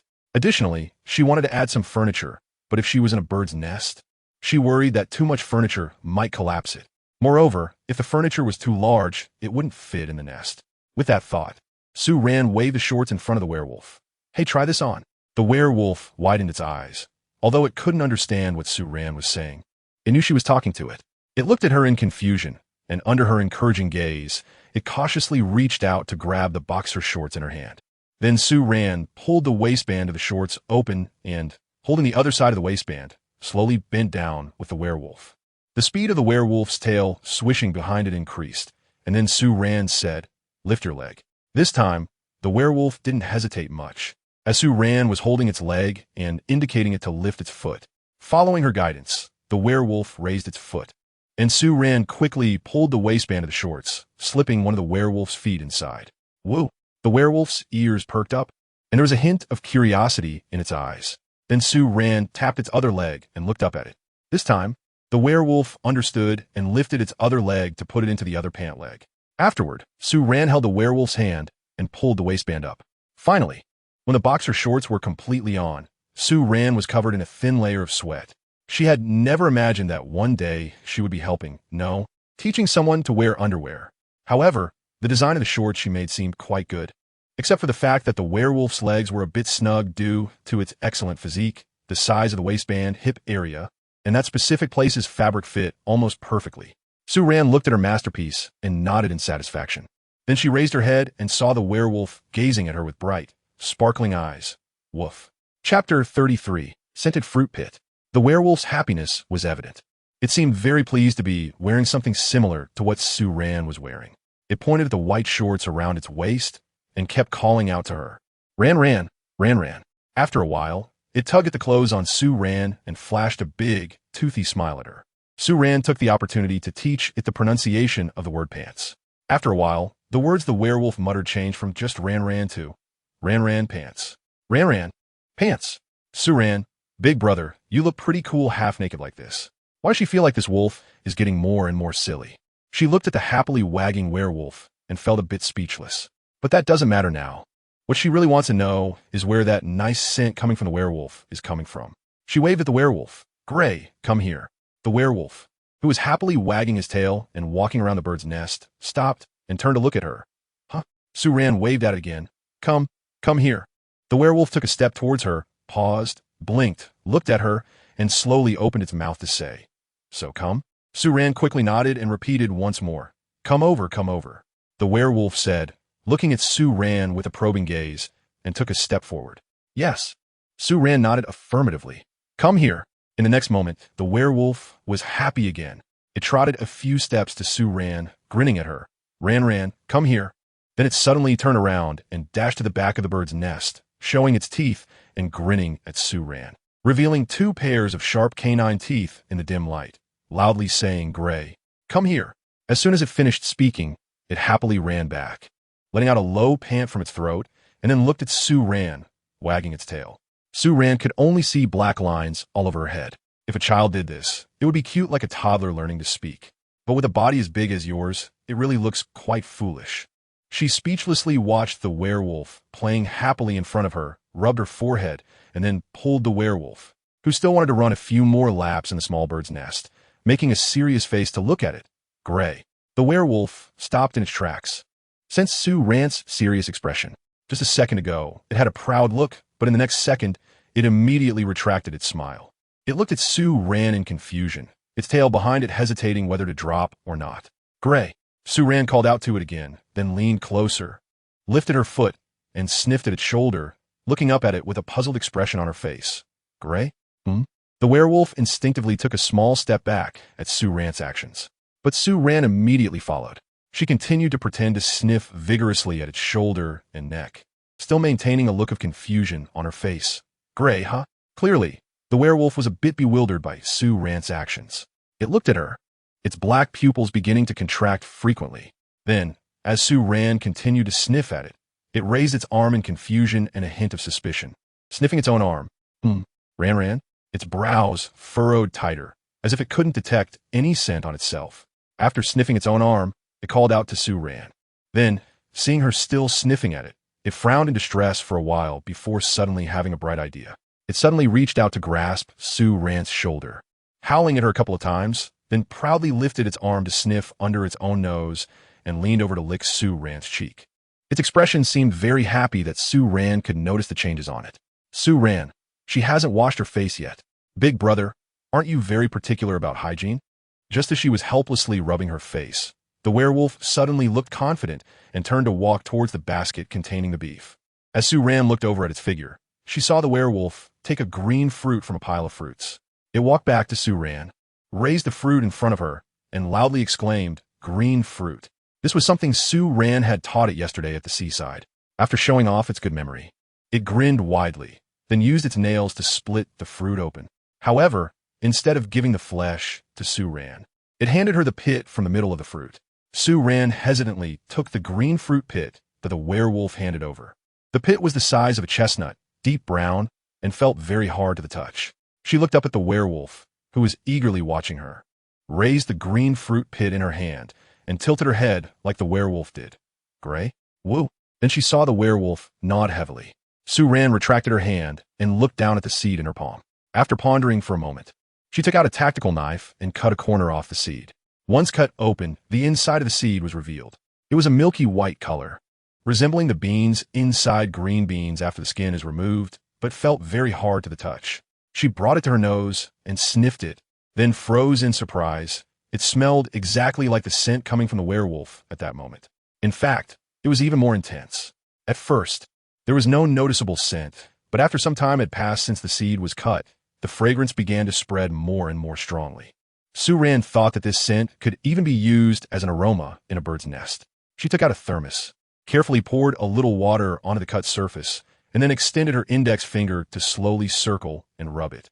After just a few seconds, she raised her finger, and there appeared several white foams stained with water on the tip. Wasn't this natural soap? Su-Ran looked at the fruit pit in her hand, her eyes widening in surprise. And this soap even had a built-in fragrance. Just as she was feeling happy about the green fruit pit in her hand, the neglected werewolf tugged at her wrist, pointing at the fruit pit with a strong desire for knowledge in his eyes. Ran, who would want a diligent and eager-to-learn student? At this moment, Su-Ran somewhat understands why teachers used to favor students with good academic performance back in school. Su-Ran waved the green fruit seed in front of the werewolf and slowly pronounced the words fruit seed. The werewolf tilted its head, thought for a moment, and slowly opened its mouth. Gwoo-woo-woo. Today my thoughts are a bit jumbled, so I might not be able to finish chapter 2, but I'll do my best. Chapter 34. Fire extinguishing lesson after learning that the green fruit seed was a natural aromatic soap. The value of the green fruit in Su-Ran's heart immediately soared several levels. She tucked the already cut green fruit seed in her pocket, then turned around to hang the thermos cup and stainless steel tea mug she needed to carry daily onto herself. Next, she took out the jar of salt she had worked hard to make yesterday and the multi-functional axe she always kept in her bag. Approaching the pile of fruits, she gathered a few types of wild fruits, and after signaling the werewolf to take 2 baskets of 4-eared cattle beef, she hung one arm around the werewolf's neck and was carried off towards the riverbank. It was clear that the werewolf preferred flying over walking. In the beginning, it would take Su-Ran from the bird's nest tree to the riverside, as if it wanted to show her the way. At this time, it was just past 7 in the morning, and most of the beastmen who had gone hunting had just left and had not yet returned. When Su-Ran and the werewolf arrived at the spot where they made fire every day, there were no other beasts in sight by the riverside. Originally, Su-Ran didn't plan to start a fire this morning. She thought it would be enough to eat the already roasted beef leg that she had brought back yesterday. However, after seeing the werewolf's ability to learn and understand language, she suddenly felt that it was a good opportunity to try teaching the werewolf the logical relationship between starting and extinguishing a fire. If the werewolf could learn, it could then teach the other beasts, which would make the process of popularizing fire and teaching them to use it safely much quicker. The werewolf was already very enthusiastic about starting a fire. This was evident from the moment they arrived at the riverside, as it eagerly searched for dry wood, piled up the firewood, and continuously called out to Su-Ran. After the werewolf eagerly completed the preparations, the fire at the riverside quickly reignited. This time, the pile of firewood was slightly larger than the ones they had made during their previous attempts when it was just the 2 of them. Next to the original branch rack, Su-Ran set up another pair of branch racks. She first placed the already roasted beef leg from yesterday on one rack. Intending to heat it up, on the other rack, she decided to directly prepare the remaining beef and put on the fire as well. Since they were starting a fire, it made sense to do more at once. She anticipated that she would have a lot to do today and felt she might not have the energy to do anything else by the evening. However, before doing anything else, she wanted to teach the werewolf the logic and method of starting and extinguishing a fire. She gathered a small handful of broken branches, stuffed some flammable weeds underneath, and set aside a stainless steel tea kettle filled with water. She called the werewolf over, looked up at it, and said, "Fire." As she spoke, her hand gestured toward the small pile of broken branches in front of her. Once she saw the werewolf's attention drawn to the little pile of branches, she took off the survival bracelet from her wrist and, in front of the werewolf, used the flint at both ends of the bracelet to ignite the small fire pile. The pile of broken branches quickly caught fire. Su-Ran looked up at the werewolf, pointed at the small fire pile, and said, "Fire." The werewolf echoed her words, its tone tinged with confusion, not quite understanding what Su-Ran was trying to do, even though it had learned the pronunciation of fire from her yesterday. However, the werewolf's reaction was exactly what Su-Ran intended. Curiosity would lead it to pay more attention. She locked eyes with the werewolf again, pointed at the fire pile, and said, "Fire." Then she picked up the stainless steel tea kettle filled with water and held it out in front of the werewolf, showing it the water inside, and said, "Water." She then slowly poured the water from the kettle onto the small fire pile. As she poured, she carefully observed the werewolf's expression. The cool water at room temperature slowly poured onto the blazing fire pile, producing a sudden, sizzling sound. The werewolf was startled, its ears twitching, but it didn't show much reaction on its face. After all, it had seen Sue Ran carefully extinguishing the fire pile during the previous attempts. Sure enough, upon seeing Sue Ran do this, it immediately squatted down, pointed at the fire pile, and said to Sue Ran, Ran, fire, Ran, fire. As for what came after fire, it couldn't articulate, so it scratched its head anxiously. The werewolf's reaction was within Sue Ran's expectations. Previously, they couldn't communicate due to the language barrier, but now that they had discovered they could learn each other's languages, any hint of curiosity would lead to a particularly active response. She smiled and pointed at the fire pile, following up on the werewolf's words, fire, extinguished. She emphasized the key terms, slowing down her pronunciation. After stumbling through it a few times, the werewolf finally said fluently to her, extinguish fire, extinguished. Yes. Sue Ran nodded firmly and gave a loud mm to the werewolf. Then, under the werewolf's gaze, she piled up a small bonfire with broken branches. After lighting it, she looked into the werewolf's eyes, pointed at the fire in front of her, then pointed at the teapot beside her that still had half a cup of water left, and said, ash, fire, extinguish. Extinguish the fire. Woo. Sue Ran was stunned as the werewolf let out a soft whimper, almost as if in response. It raised its hand to pick up the teacup, glanced at Sue Ran, and seeing that she had no intention of stopping it, slowly reached over to the small fire pit and poured water over it. Accompanied by a sizzling sound, a plume of white smoke rose from the fire pit, and the flames were instantly extinguished. After the flames went out, the werewolf stared wide-eyed at the now waterlogged fire pit, looking surprised.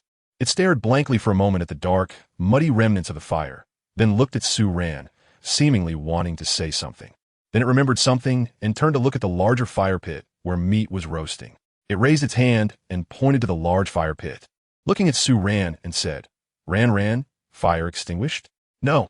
Sue Ran quickly shook her head, pointed at the roasted meat, and said to the werewolf, roast the meat. Eat the meat after it's done, then extinguish the fire. Such a sentence was somewhat challenging for the werewolf. However, seeing Sue Ran's gestures and expressions, it understood. So, it imitated Sue Ran's actions, pretending to gnaw on something, and looked at Sue Ran. Gray, eat meat, extinguish fire. Yes, extinguish the fire after eating the meat. Sue Ran smiled and nodded affirmatively. Then she saw the werewolf displaying a proud expression, as if to say, how about that? I'm really smart for understanding so quickly. However, as Sue Ran watched the werewolf happily sit down in front of the fire, she felt that even if the werewolf thought that way, it couldn't really be considered self-praise. After all, he was indeed very smart, and if she were to learn the language of the beastmen, she probably would never be able to do it in her lifetime. Chapter 35. Fighting Sue Ran found the deer hide of the short-legged deer that she had put in the water that night. After being soaked for a long time, the hide felt as heavy as 1,000 pounds in her hands. She took the hide out of the water, threw in the white-headed sheep hide she had left yesterday, and the hide she had stripped from the four-eared cow, then pressed a large stone on top to ensure the hides were fully submerged. The short-legged deer hide still had some grease from when it was stripped, and after soaking in the river water, it had turned pale and soft. In contrast, the white-headed sheep hide and the four-eared cow hide stripped by the werewolf were much cleaner, almost ready for processing with just a wash. The smell of grilled beef was wafting from the riverbank, enhanced by the aroma of various fruits marinated with salt, greatly increasing its allure to the orcs. As a result, the orcs who had just returned from hunting early in the morning, unable to resist the enticing smell, turned around and walked toward this direction. Facing the growing crowd of orcs gathering around, the werewolf stepped behind Sue Ran and gently called out to her, Ran.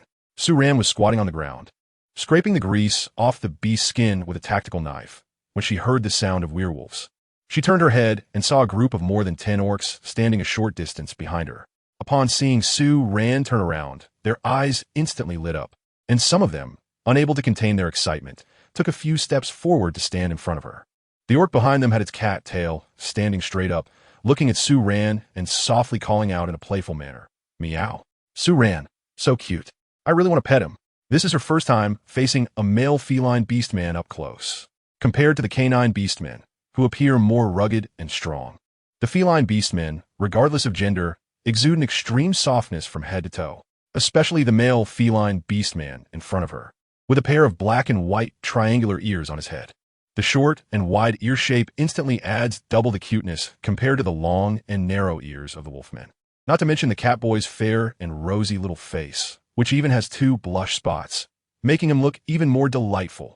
Su-Ran looked at the small cat person in front of her, who gave off a soft and cuddly vibe, and her inner cat obsession began to bubble up.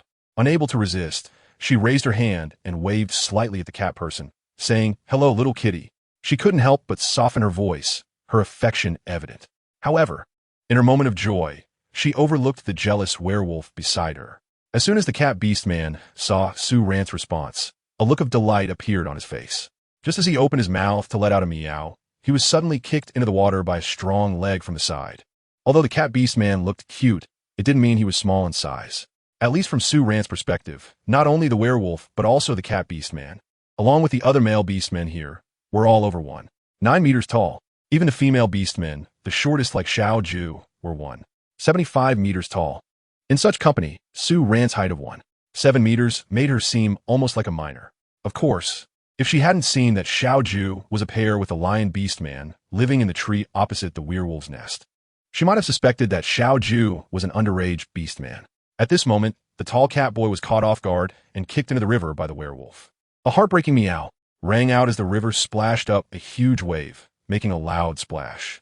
Before Su-Ran could react, the cat beast man had already leapt up and was rushing back to the riverbank. At the same time, the werewolf was not to be outdone. In the instant it retracted its leg, it was already charging towards the cat person in the river. Soon, there were splashes by the riverbank, accompanied by heart-wrenching cries. Su-Ran was so frightened that she stood still. The scene before her was too shocking. She could feel the werewolf's anger even through the several meters of river water. She couldn't help but start to think randomly about whether the werewolf would feel dissatisfied with her after the fight. She suddenly realized that she still couldn't determine whether the werewolf brought her back because he considered her a partner. If that was the case, then her earlier display of affection for the cat beast man might, in the werewolf's eyes, be seen as her being unfaithful. How would the beastman treat an unfaithful partner? Su-Ran tightened her grip, feeling a bit scared deep down. At the same time, she also felt some regret. The werewolf's obedience and concern over the past 2 days had made her forget that this was ultimately a primitive orc world.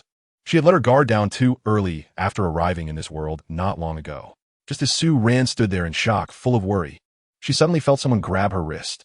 Startled, she quickly turned around and saw that Xiao-Ju had somehow appeared beside her. Her big golden cat-like eyes filled with excitement as she looked at her. Su-Ran was taken aback when she heard the little orange cat softly meow at her. And then it said, "Ran Ran." The little orange cat's voice was sweet and soft, and Su-Ran was led by it to the edge of a campfire, where she saw a still-breathing red-skinned pig lying there. Yes, it was a real red-skinned pig. This animal had the same appearance as a pig, but its back fur was red. The little orange cat pointed at the red-skinned pig on the ground, meowing at Su-Ran, and then tilted its head, looking at her expectantly. However, Su-Ran was not in the mood to exchange food at that moment. She looked towards the riverbank, where the water was still churning, feeling a bit worried. She was concerned about whether there would be a clash between the werewolves and the cat people, and whether she could survive here if something really happened. But soon she realized that it seemed she was the only one worrying about the battle, because just as she turned to look at the riverbank, not even 2 seconds later, the little orange cat pulled her back to focus. Moreover, not just the little orange cat, but the nearby beastmen also seemed to be watching the battle by the river with a detached attitude. Some even appeared to be enjoying the spectacle. Compared to the battle over there, they were clearly more interested in Su-Ran, or rather, in the delicious food she brought. So before Su-Ran could react, she was surrounded by a large group of beastmen, all of whom looked different, but were all super handsome and beautiful. Just as she was at a loss with the meowing, howling, and barking sounds coming from the beastmen, suddenly a sharp, piercing owl sounded in her ear. Then her arm felt heavy, and she was suddenly pulled out of the circle of beastmen. Chapter 36. The learning ability of beastmen, the werewolf returning from battle tightly hugged Su-Ran and let out a long series of extremely dissatisfied howls at the surrounding beastmen. It looked as if it were saying, "You guys, how could you take advantage of my absence to run off with my female?" However, the surrounding beastmen did not retreat because of the werewolf's anger. In fact, some of the beastmen even grinned widely at the werewolf, then let out a long string of beast language sounds, ow, ow, woo. Su-Ran couldn't understand what the orc was saying, but it was clearly just a joke. After hearing the orc's words, the werewolf merely huffed at the orc in an extremely human-like manner and turned away, ignoring it. At this moment, Su-ran finally let out a quiet sigh of relief. At the same time, she secretly reminded herself to keep a distance from the other male orcs at all times. As the werewolf returned to the riverbank, the atmosphere by the riverside began to grow more lively. First, the werewolf's white shorts caught the attention of the orcs. They hadn't had the chance to ask before. Now that they had caught the werewolf, they naturally surrounded it, chattering nonstop. Su-ran couldn't help but be embarrassed when one male lion-type orc curiously squatted down, leaning close to the werewolf's lower body to examine the shorts. The lewd expression on its face made Su-ran cover her eyes, as the scene was too beautiful for her to look at. The werewolf had just emerged from the water, and its wet body made the white shorts cling even tighter to its waist, making the shape very obvious. Su-ran's ears turned red as she looked away, but she couldn't help straining to listen to the reactions of the orcs. Then she heard behind her the werewolf's voice, filled with boasting, repeatedly saying, "Ow, ow, woo, ran, pants. Woo, ran, we come here. Hui." Su-ran's lips twitched uncontrollably, clearly eager to show off what she had learned. After a round of promotion from the werewolf, the group of orcs around her looked at her with even more enthusiasm. Once their curiosity about the shorts faded, the orcs turned their attention back to their empty stomachs. However, this time, Su-ran didn't need to do much. She saw the group of orcs gathering around the werewolf and saying something, and soon after, the werewolf approached Su-ran, pointing to her small fire pit and saying, "Ran, fire, wolf fire." The werewolf pondered for a long time, but couldn't accurately express its meaning due to its limited vocabulary in human language.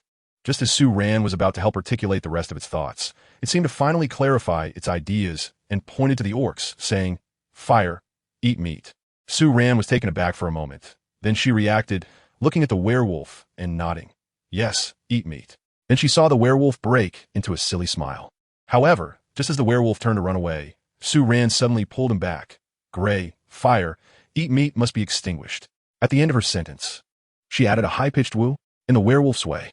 It wasn't until she saw the werewolf's expression change from contemplation to realization, and he firmly said to her, "Fire, eat meat, extinguish fire," that she felt relieved and let go of his hand, allowing the werewolf to run off to talk to the orcs. Shortly after, she saw the orcs, having listened to the werewolf, put down their prey on the ground and run into the woods. Su-ran had long been accustomed to the learning and understanding abilities of the orcs. She no longer looked in their direction, but turned around to sit by the riverbank and continued to clean the animal hides. The antelope didn't look very large, but once the hide was skinned and spread out, its area was considerable. Especially since Su-ran had no experience, she was afraid that if she wasn't careful, the knife tip would puncture a hole in the still relatively intact hide, so her progress was quite slow. While she had not yet finished cleaning half of the hide, the orcs had already run back from the woods. Just like that night, each of them was either dragging dead trees or carrying fruits and sweet leaf stalks. Soon, dozens of campfires of varying sizes were lit on the broad riverbank. It was evident that the orcs had not chosen for everyone to make their own fire. Instead, they spontaneously formed groups with other orcs, with some responsible for processing the game, some for setting up the roasting racks, and others for tending the fires. They had already observed the entire process of Su-ran starting the fire, roasting meat, and extinguishing it the first time they ate roasted meat that night. So even though there was still some clumsiness from the first practical operation, they did not miss any key steps. Su-ran was processing animal skins, while occasionally observing the movements of the orcs. The main thing was to make sure they didn't let the fire spread beyond the fire pit. Otherwise, here, apart from relying on the heavens for help, if a fire broke out, she could only watch the flames spread, and it was uncertain whether the heavens would help or not. After watching for a while, she stood up, took an empty basket, and went to the riverbank to pick some palm-sized stones. She deliberately bent over to pick up the stones with her body facing the riverbank, hoping the orcs would notice her actions. It turned out that every move she made was indeed attracting the attention of the orcs. Seeing her picking stones, most of the orcs immediately focused their attention on her. After collecting dozens of stones, Su-ran stood up and called out to the werewolf who was diligently turning the roasted beef on a branch. "Hey." When the werewolf looked over, she waved her hand at it. Once the werewolf approached, she gestured for it to pick up the basket filled with stones and walk with her to the fire pit. There was already a circle of small stones around their fire pit, but the stones were too small and had become blackened after several burnings. Su-ran took out the large stones from a basket and surrounded the small stones with another circle of stones. Then, she used a thinner stone as a shovel to clean up the weeds around the fire pit, finally laying the remaining stones outside the newly formed circle. This way, as long as she didn't recklessly take the flames out of the fire pit, the fire inside should be unable to burn beyond the range of the stones. After finishing all this, Su-Ran raised her head to look at the surrounding orcs and then smiled. Sure enough, without her saying anything, the orcs had already started to imitate her and look for stones. While searching, they occasionally glanced at the basket beside her and the werewolf, clearly showing that they had developed an interest in her basket. Chapter 37. Tanning animal skins. It must be said that Su-Ran really enjoyed this carefree atmosphere of doing things under the clear sky and gentle breeze, chatting and playing with familiar friends and watching the children run around wildly. Although the orcs in front of her were still unfamiliar to her, their pure, enthusiastic friendliness made it easy to overlook the slight sense of strangeness between them. At this moment, Su-Ran had just finished processing the dwarf deer skin, and Xiao Ju and Xiao Bai, who were sitting closely beside her, watching her remove the fat from the deer skin. Besides the two of them, there was also a brown-eared female squirrel orc who had joined them today. Su-Ran felt that she should be a pig girl, although this little female was 175 meters tall. She was chubby and fair-skinned. She had a baby face that was completely incongruent with her height, and her face still had baby fat. A pair of large pink ears on her head stood upright as she was focused on the novel things around her. Su-Ran quietly observed that there was a thin tail behind the girl, curled into a small circle. If one didn't look closely, it would be easy to overlook. At this moment, including the white fox female, the three little females had each received their names with the help of Xiao Ju. The white fox female was named Yao Yao because she perfectly inherited the beauty and charm that a fox should have. Su-Ran felt that names like Xiao Mei or Xiao Bai were truly unworthy of such a beautiful face. Anyway, since the language here could be explained by herself, she believed that the name Yao Yao did not carry any derogatory meaning. The little squirrel female was named Xiao San because her fluffy and huge tail, when raised, really resembled an umbrella. In fact, when the tip of her tail was raised, it could even cover her head. As for the pig female, she was named Bai Bai because her skin was really very white, almost glowing. Besides getting their names, the little females also learned terms like beast skin, white-headed sheep, red-skinned pig, as well as water, fire, earth, tree, stone, and others from Su-Ran. During the time, Su-Ran was focused on handling the beast skins. The orc's first experience with self-service barbecue was also fully underway. At one point, Su-Ran even felt that the temperature near the riverbank had risen a few degrees due to the increase in bonfires.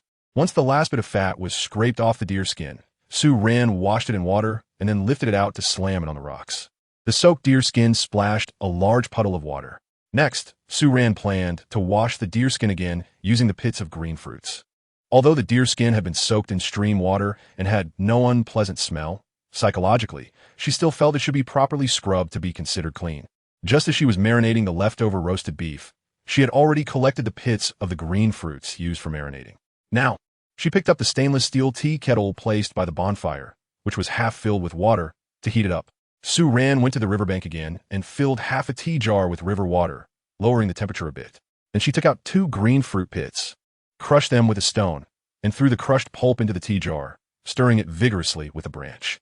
After doing this, she laid the animal skin as flat as possible on the stone and slowly poured the fruit pit water onto the smooth side of the skin. However, she didn't pour it all at once, as there was still the hairy side left. After pouring the fruit pit water, Su-Ran filled the tea jar with water again and placed it by the fire to continue heating.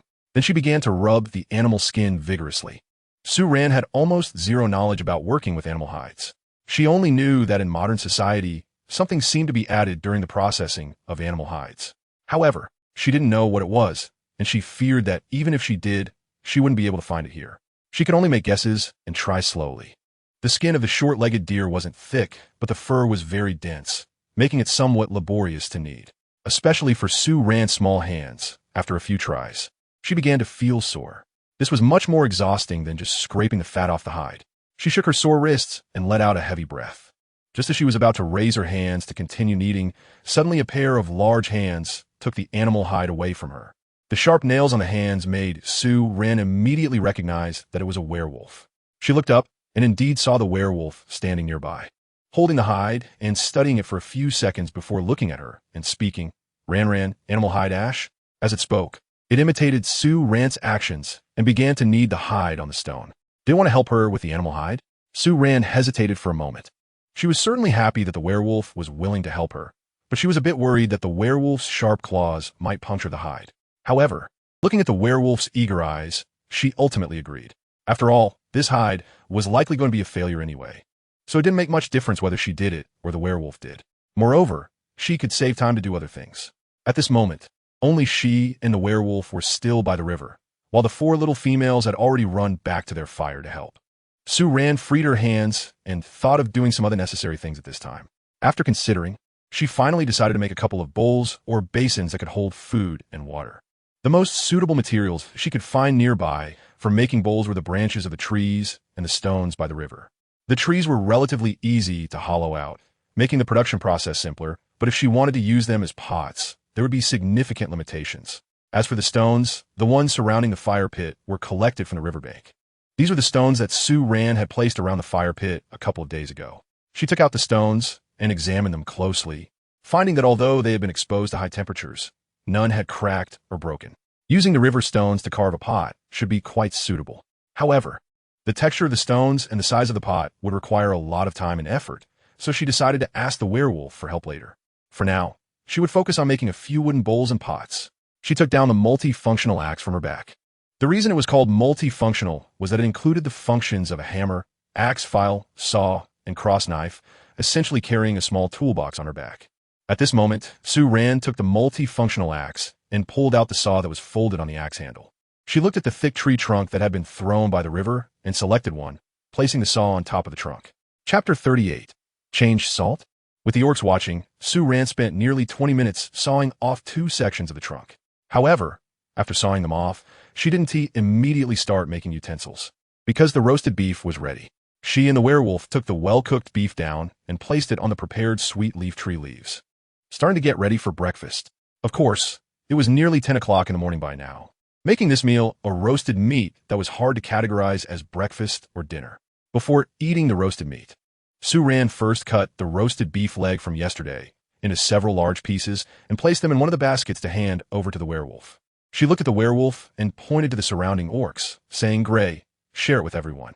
Since they had already produced edible salt, it was time to start educating the orcs. The werewolf took a while to understand Sue Ran's intention. It turned around to look at the surrounding orcs, hesitated for just a moment, and then began to walk toward the other orcs as Sue Ran suggested. Sue Ran discovered that as long as it was something beneficial for the orcs, the werewolves were actually very willing to share with the other orcs. Since Sue Ran spent most of yesterday making salt, today it watched as Sue Ran carefully sprinkled salt powder on the roasted meat. It had already tasted the salted roasted white-headed sheep and naturally knew the allure of salty food. So when Sue Ran asked it to share the salted roasted beef with the other orcs, even though this prey was caught by itself, it did not refuse. Of course, the other orcs would not take the werewolf's meat for free. When the werewolf returned, the amount of meat in the basket was almost twice what it had just taken out. Sue Ran almost suspected that it was willing to give away the roasted meat because it knew it would receive double the reward. The werewolf, having tasted salt before, was not as excited this time when eating the roasted beef. In contrast, the orcs around them, who occasionally made various noises from enjoying delicious food, were clearly much more excited. The meat of the roasted beef was slightly tougher compared to that of the white-headed sheep and the dwarf deer, but it was also more flavorful when chewed.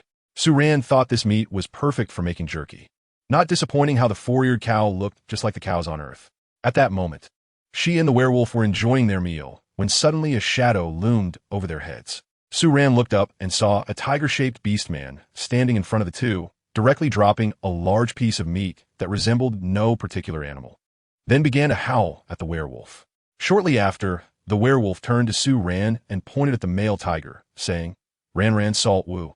Sue Ran raised her eyebrows and calmly asked the werewolf, "Does it want salt?" The werewolf didn't understand Sue Ran's entire sentence, but it could only comprehend the word salt. It looked at Sue Ran with some frustration, pointing at the tiger-shaped beast man and then at the meat on the ground, but it could only repeat, "Meat, salt." So Sue Ran took out a jar of sea salt from her pocket and taught the werewolf word by word, "Meat for salt." She pointed at the pieces of meat on the ground and then at the sea salt in her hand. "Trade for salt." "Trade for salt?" The werewolf seriously repeated Sue Ran's words, showing great interest and patience in learning her actions and words because of its concern for her.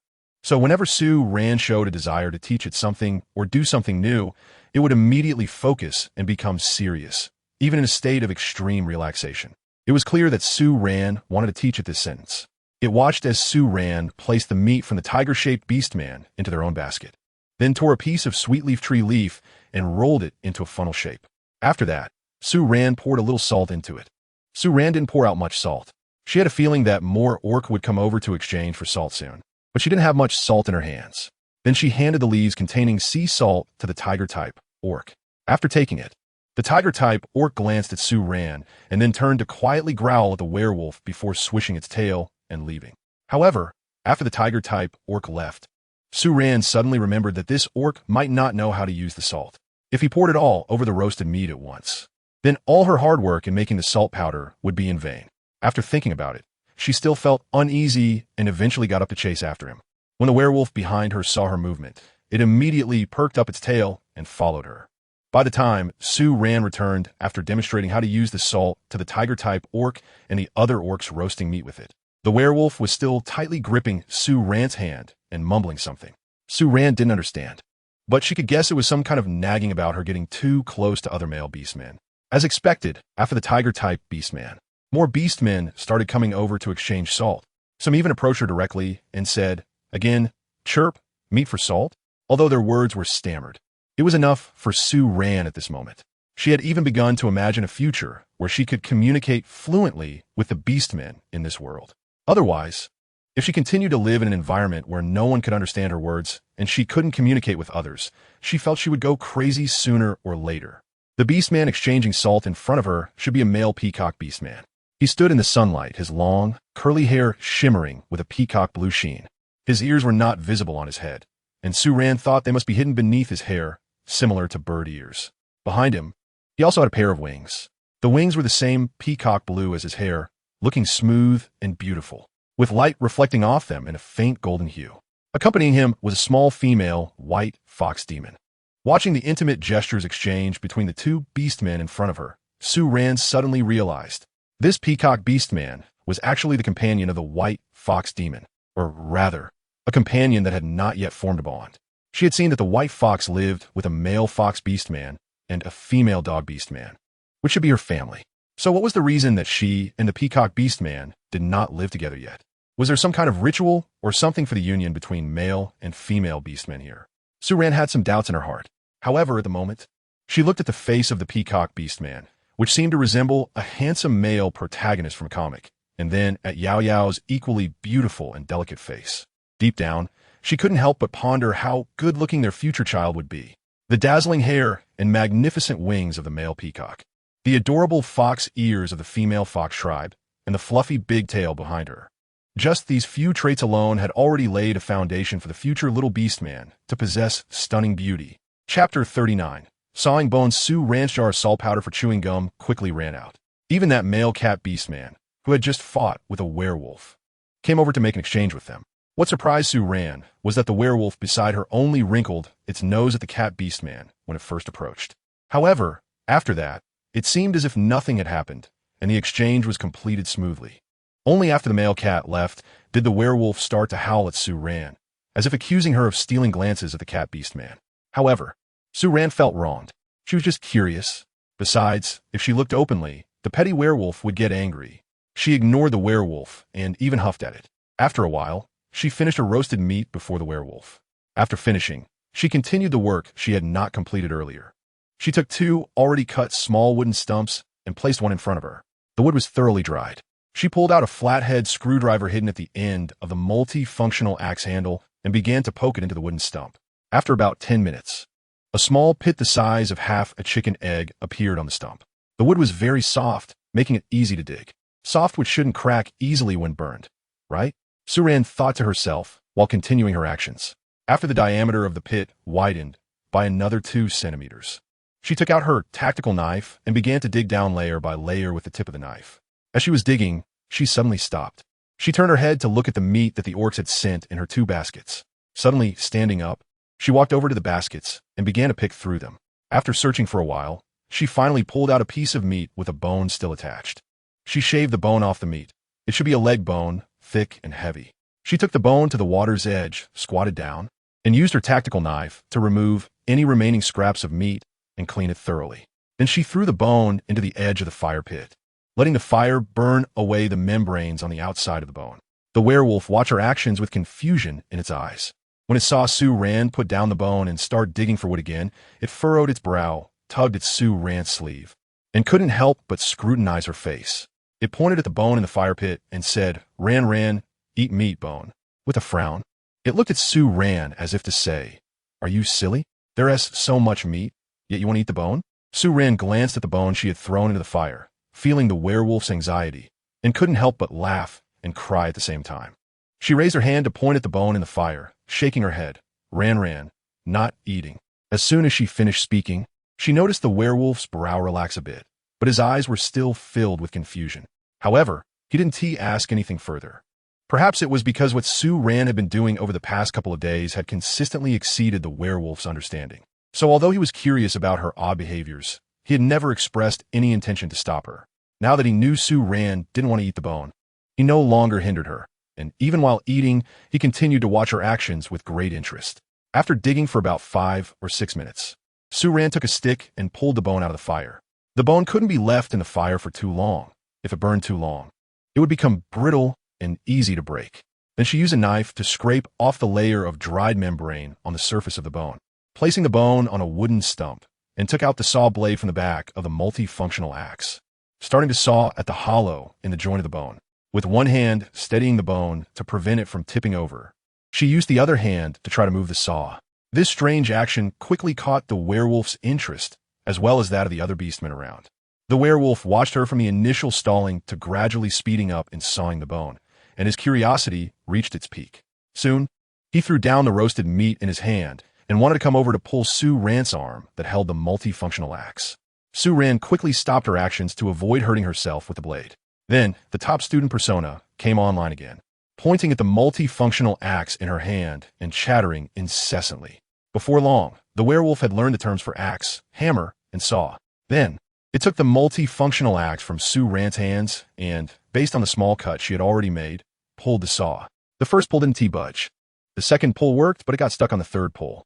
The werewolf looked up at Su Ran, its eyes filled with confusion and disbelief, as if to say, what's going on? You can pull it, so why can't I? Su Ran looked at it and wanted to laugh.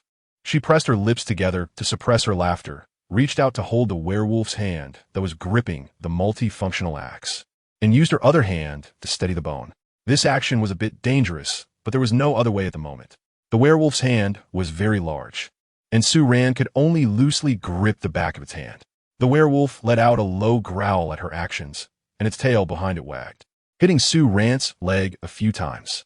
Then Su Ran pulled firmly, gently moving the werewolf's hand back and forth. At first, the saw got stuck a few times, but after a few pulls, it gradually became smoother as it adapted to the force and angle. After that, Su Ran released her hand and watched as the werewolf, as if discovering a new world, began to move the saw in its hand. With the werewolf's almost whirlwind-like speed, the gap in the bone being sawed open grew larger and larger. When it looked about done, Su Ran hurriedly called out to the werewolf, stopping it from continuing. She was a bit afraid it wouldn't know when to stop and would hurt its own paw that was stabilizing the bone below. She took the bone from the werewolf's hand, put away the saw, and turned the axe head, wedging the blade into the gap in the middle of the bone. Then, she applied force bit by bit, striking down towards the ground. With each strike, the already cracked bone began to split further until finally, with a loud crack, the entire bone split vertically into 2 halves. Inside the bone was plenty of marrow, but as Su Ran looked at it, she ultimately gave up on the idea of digging it out to eat, mainly because there were no heavy flavored seasonings here. She felt that even if the marrow was cooked, the orcs probably wouldn't be able to eat it due to its greasiness. She had seen orcs throw away the white fatty tissues from their prey more than once. Holding the 2 split bones, she walked to the riverbank and cleaned the insides of the bones. Then, she took out the file from the back of the multifunctional axe and began to grind the bones. Chapter 40. Bone blade. The cross-section of the 2 split bones was U-shaped. Su Ran held one end of the bone and splashed some water on it, quickly sharpening it at an angle on the file. As the sharpening continued, white streaks of water began to accumulate on the file. Unsurprisingly, this action piqued the werewolf's curiosity once again. Driven by a strong desire to learn, the sharp edges of the first bone were quickly honed. Su Ran took the bone from the werewolf's hand, satisfied as she shook it in her hand. Then she patted the werewolf's arm and gave it a thumbs up. Gray. Awesome. A woo. After satisfying its curiosity, The werewolf looked at Sue Ran happily. Although it didn't understand what she meant, it could feel the appreciation on her face. It shook its wings and looked at Sue Ran. Awesome. When it saw Sue Ran nodding with a joyful expression and saying, yes, Gray is awesome, it became even happier. So it imitated Sue Ran and gave her a thumbs up. Sue Ran, awesome, awesome, awesome. Goodness, it learned to flatter each other so quickly. Sue Ran looked at it with a mix of laughter and tears. The bone had been polished into a bone knife. Moreover, it was a knife that could be used on both ends, with a blade resembling a U-shaped carving knife. The width of the U-shaped bone knife's blade was about 5 to 6 centimeters, and the entire knife was approximately 20 centimeters long. After Sue Ran measured it, she directly asked the werewolf to help saw the bone knife in half. This way, she effectively had 2 separate bone knives. Sue Ran walked back to the half-dug wooden stump with a bone knife in hand and picked a branch from the remaining firewood that matched the thickness she needed. Then she went to the edge of the woods behind her and cut a few willow branches. After selecting the right branches, she sawed them into 2 sticks, each about 10 centimeters long. She then stripped the bark off the sticks and inserted them into the groove in the cross-section of the bone. After that, she wrapped the sticks and the bone together with the willow branches, creating a simple knife handle. This would prevent her hands from being hurt by the cross-section of the bone when using the U-shaped bone knife. She tested one of the U-shaped bone knives on the half-dug stump, and indeed, it was much more convenient than using a tactical knife. The main advantage was that she didn't feel bad about using the bone knife. If the tactical knife were used for digging wood every day, she would feel like she was wasting it. After getting the U-shaped bone knife, Sue Ran's work speed seemed to double in less than half an hour. A rough form of a bowl appeared in her hands. However, the inside of the bowl still needed to be polished, the outer bark had to be stripped off, and the shape of the bowl needed further processing. Of course, if she could make do, the current shape was still usable. But Sue Ran naturally did not want to settle, so she continued to polish the exterior of the bowl. At this time, almost all the beastmen had finished their meal. What was a bit different today, compared to before, was that in the previous days, Sue Ran noticed that these beastmen would usually come out to process their prey by the river, but wouldn't choose to eat outside, including the previous barbecue. Most beastmen chose to bring the cooked meat back to their nests to eat. This led Sue Ran to think that the reason beastmen took food back to their nests was that they felt insecure eating outside, as their sovereignty could be infringed upon. However, today was completely different. Almost all the beastmen chose to eat directly by the riverbank during this meal. This made Sue Ran begin to wonder. So beastmen didn't necessarily have to eat in their private territory? At that moment, after finishing their food, these beastmen sat around basking in the sun. If one ignored their occasional glances towards Sue Ran and the werewolf, it would really seem like they were enjoying a peaceful and beautiful moment in nature. The wooden bowl in Sue Ran's hand gradually began to take on a perfect shape. When she finished the last cut and pulled it back from the bowl, she excitedly held it up in front of the werewolf and said, "Gray, bowl." The werewolf was startled by her sudden excitement. At that moment, it was holding the file on the multifunctional axe, trying to imitate Sue Ran by polishing the remaining half of the bone. However, for some reason, compared to the nearly perfect bone knife earlier, the bone in its hand seemed to be getting shorter with each polish. Sue Ran couldn't help but wonder, could this also be a novice phase? At this moment, the werewolf was startled by Sue Ran's actions, causing it to accidentally break another edge of the bone it was holding. It stared at the object in Sue Ran's hand for a long time and said, "Cup?" The word cup was taught to it by Sue Ran yesterday. A thermos is a cup, a stainless steel tea mug is a cup. So the obvious water-holding object in front of it is also a cup. Sue Ran was momentarily caught off guard by the 2 characters on the werewolf's cup and shook her head, saying, "Bowl." Although there was no need to be so particular about the name of something that serves a similar function, Sue Ran still hoped that the werewolf could differentiate between the tools for drinking and eating. She really didn't want a cup used for drinking water to be used for holding meat, especially since there was no dish soap here, and she didn't want to take a sip of water that was floating with grease. The werewolf was clearly still a bit confused. However, upon noticing Sue Ran's firm attitude, it didn't dwell on it too much. For it, the name of the item was whatever came out of Sue Ran's mouth. How to differentiate it wasn't really important, as long as it could communicate smoothly with her. In the following hours, up until the afternoon, Sue Ran was busy making the necessary living items by the riverbank. The 2 bowls and 2 U-shaped bone knives were the first to be completed, and as she finished carving the second wooden bowl, some of the orcs had already made their first wooden bowl. Although their bowls didn't look as nice as Sue Ran's, they only took 10 minutes to make, which was several times faster than Sue Ran. They didn't even need to prepare tools, as the claws on their hand were their most handy weapons.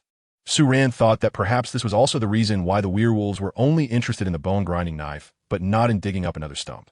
For them, digging wood clearly had no challenge or appealing point. She even suspected that they might usually use wood to sharpen their claws. She rinsed the bee skin that the werewolf had prepared once again in the water, planning to take it back to dry and see what it looked like once it was dry. Then she went to the willow tree at the edge of the woods and cut back a large bundle of willow branches. After that, she spent the afternoon weaving. Weaving with willow branches was much easier than with the shrubs by the seaside. The main reason was the softness of the willow branches, making it effortless to weave, and their length was sufficient, so there was no need to constantly add new branches. By the time the sun was setting and the sky gradually darkened, there were already 2 round winnowing baskets, each 40 centimeters wide, piled up beside her, which she planned to use for drying food. At this moment, she had just started to weave a larger basket. Surrounding her were a group of young beastmen. At this time, these beastmen were all looking at the willow branches in their hands, some of which had been mangled into short pieces, making Suran chuckle. After gaining strong physical strength and a clever mind, these beastmen finally had a shortcoming. For such delicate handiwork, it seemed that these cute ones collectively lacked the skill, as not a single one could quickly grasp the knack of it. Suran was weaving while glancing at the orc sitting beside her, who was amusingly scratching his head with a small willow branch. Unable to help herself, she couldn't help but smile. She looked up at the sun overhead, whose warmth was becoming increasingly apparent, and suddenly felt that life was becoming more interesting. Chapter 41. Bath time after a full day's effort. Suran had managed to obtain 2 bowls, 3 U-shaped bone knives, 2 willow-woven winnowing baskets, and a large basket. In fact, the bone from yesterday could have made 4 bone knives, but it was broken a little by a werewolf, so she could only make 3. However, that was enough.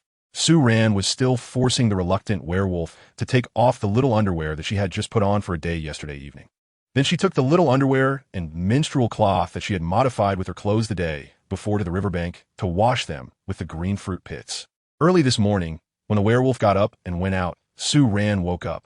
The morning light outside was faint, still carrying some moisture. From outside, the sounds of beastmen roaring mixed with the sounds of running, jumping, and flapping wings, creating quite a lively atmosphere. Suran got up from the sleeping bag beneath her, taking the tea kettle and the multifunctional axe, and pulled out the climbing rope from the bundle of survival gear in her bag. There was still plenty of fruits piled up in the corner. She picked out a green fruit, tucked it into her pocket, and, after everything outside calmed down, she walked to the entrance of the bird's nest. The small underwear belonging to the werewolf that had been hanging on a tree branch at the entrance was now gone, leaving only her own and 2 menstrual pads. She leaned out to take a look down at the ground. The ground below the tree was clean. The werewolf's small underwear should not have fallen. It must have been worn by the werewolf. She smiled slightly. On the left side of the bird's nest entrance, closer to the bottom, there was a tree trunk as thick as a water bucket. The trunk was about 20 centimeters below the bird's nest, just within reach if she stepped out a little. Here, she could see many broken branches on the trunk near the bird's nest. It seemed that branches growing from the trunk had blocked the entrance to the nest, so they were cleared away by the werewolf. Suran crouched down and carefully stepped onto the tree trunk. Once both feet were on the trunk, she quickly changed her posture to face the bird's nest and straddled the trunk. After stabilizing herself, she leaned over to look down. She was about 15 meters above the ground, and the rope in her hand was 50 meters long. She untied the rope, held the 2 ends together, and then tossed the remaining part of the rope down to the ground, allowing the entire rope to unfurl as it fell. Once the folded end of the rope reached the ground, she pulled it up little by little. The other end of the rope formed a curve due to being doubled over. She held onto this curved part and leaned over the trunk, using both hands to thread the rope through the fold. This secured the rope. Then she tightened her grip on the rope and slowly let her body slide away from the bird's nest tree. The moment her body was suspended in the air, the feeling of weightlessness made her heart skip a beat. She resisted the urge to look down at the tree, imagining she was just hanging from a pull-up bar, then pushed off the trunk with 1 foot and slowly released 1 hand to move down a bit. As she moved, her figure gradually distanced itself from the bird's nest tree. When she was about 5 or 6 meters from the ground, she paused for a moment to rest. Then, with a burst of energy, she quickly moved down 4 or 5 meters and jumped down when she was less than a meter above the ground. After landing, Suran tugged at the rope, looked up, and let out a sigh. She silently decided that she would definitely need to get a ladder when she returned. The area beneath the tree was quiet. The adult beastmen should have all gone out hunting by now, leaving only the young beastmen still sleeping in their nests. Suran turned her head to look around and walked toward the riverbank. After leaving the woods, she headed directly upstream along the riverbank. On the way, she discovered some mint by the river and picked a few leaves, planning to use them to clean her teeth later. After walking about 300 meters, she stopped and glanced back. It shouldn't be difficult for the beastmen to find her at this distance. However, since the riverbank here curved, if the beastmen didn't come over, they would basically be unable to see her, as she was obscured by the trees. This place wasn't far from the riverbank where the beastmen usually process their prey, and it was within their territory, so she didn't have to worry too much about wild beasts appearing here. After all, the beastmen could be considered natural enemies to the wild beasts. At least yesterday, Su-Ran had seen a tiger-like beastman catch a prey that looked like the kind of beast she had seen on the second day after arriving in this world, which resembled a pig and an elephant. She quickly chose a spot right next to the riverbank, gathered a few stones to build a base for a fire pit, found some branches in the woods, and lit a fire. Then, she placed a stainless steel kettle on the stones by the fire to boil water, preparing to drink a kettle of hot water to warm herself after her bath. At this moment, she regretted not having the werewolf make a larger wooden basin yesterday. If she had, she could have easily boiled water in the basin to wash herself without having to go into the river. But there was nothing to be done now. She split a green fruit open, took out the seed inside, and smashed it into paste on a stone. Then, with determination, she took off her clothes and slowly walked into the river. However, the moment she touched the river water, she froze for a moment. The water was cold, but not as piercingly cold as she had imagined. After a while, she found it bearable. She walked a few more steps into the river until her entire body was submerged, then began to scrub herself. After more than a week without a bath, and having spent the previous days in such rough conditions, she was naturally dirty. In fact, even just touching the water, she could scrub off dirt without needing to soak.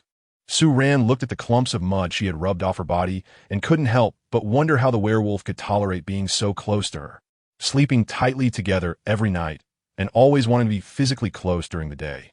After quickly scrubbing herself all over, even her back had been rubbed for quite a while by her own arms, Su-Ran quickly grabbed a handful of smashed green fruit seeds, mixed with a bit of water to apply on her body. Once she felt it was enough, she soaked her body in the water to wash off the foam. Just as she was about to get out of the water, she suddenly heard a high-pitched howl filled with anger and panic coming from deep within the dense forest. She was startled. Then she realized it was the werewolf's howl. The werewolf was back. At this realization, Su-Ran felt a rush of panic. She hadn't expected the werewolf to return so quickly today. There was still a long time until the last time it came back, just a few days ago, right? Would the werewolf think she had run away, seeing that she was in the nest? Would it hurt her because of her escape? Or would it kick her out? Just as Su-Ran was still trying to figure it all out, she suddenly heard the sound of flapping wings. Chapter 42. Kiss. Su-Ran hurriedly raised her head, only to feel a cool breeze sweep over her. This suddenly reminded her of her first encounter with the werewolf, when it had also flown over her head. Now, before she could react, a pair of clawed hands suddenly grabbed her shoulders and lifted her out of the water. Her wet, naked body tensed up as it suddenly came into contact with the air. But before she could adjust, she was taken and flown into the nest. Once inside the nest, Su-Ran didn't even have time to touch the ground before she was pushed down onto a pile of grass by the werewolf. She let out a startled cry. When she looked up, she met the werewolf's furious gaze. The werewolf had never shown her such an expression before. It was completely different from its previous playful demeanor with other male beastmen. Its light green eyes seemed to have turned into a deep green lake due to anger, with the black pupils in the center shrinking to an extremely small circle. It hovered above her body, its wings slightly spread due to tension. Its arms were propped up on either side of her head, and it lowered its head, letting out a low growl from its throat. As its angry voice emerged, its open mouth revealed 4 terrifying fangs. Su-Ran was so frightened that she couldn't help but tremble all over. This was the first time the werewolf had shown such an angry expression towards her. The werewolf's appearance made her feel that it wouldn't be surprising even if it wanted to tear her apart and eat her. She lay there completely naked beneath the werewolf, her mind racing to analyze her current situation. The werewolf was angry because it had returned and found her missing from the nest.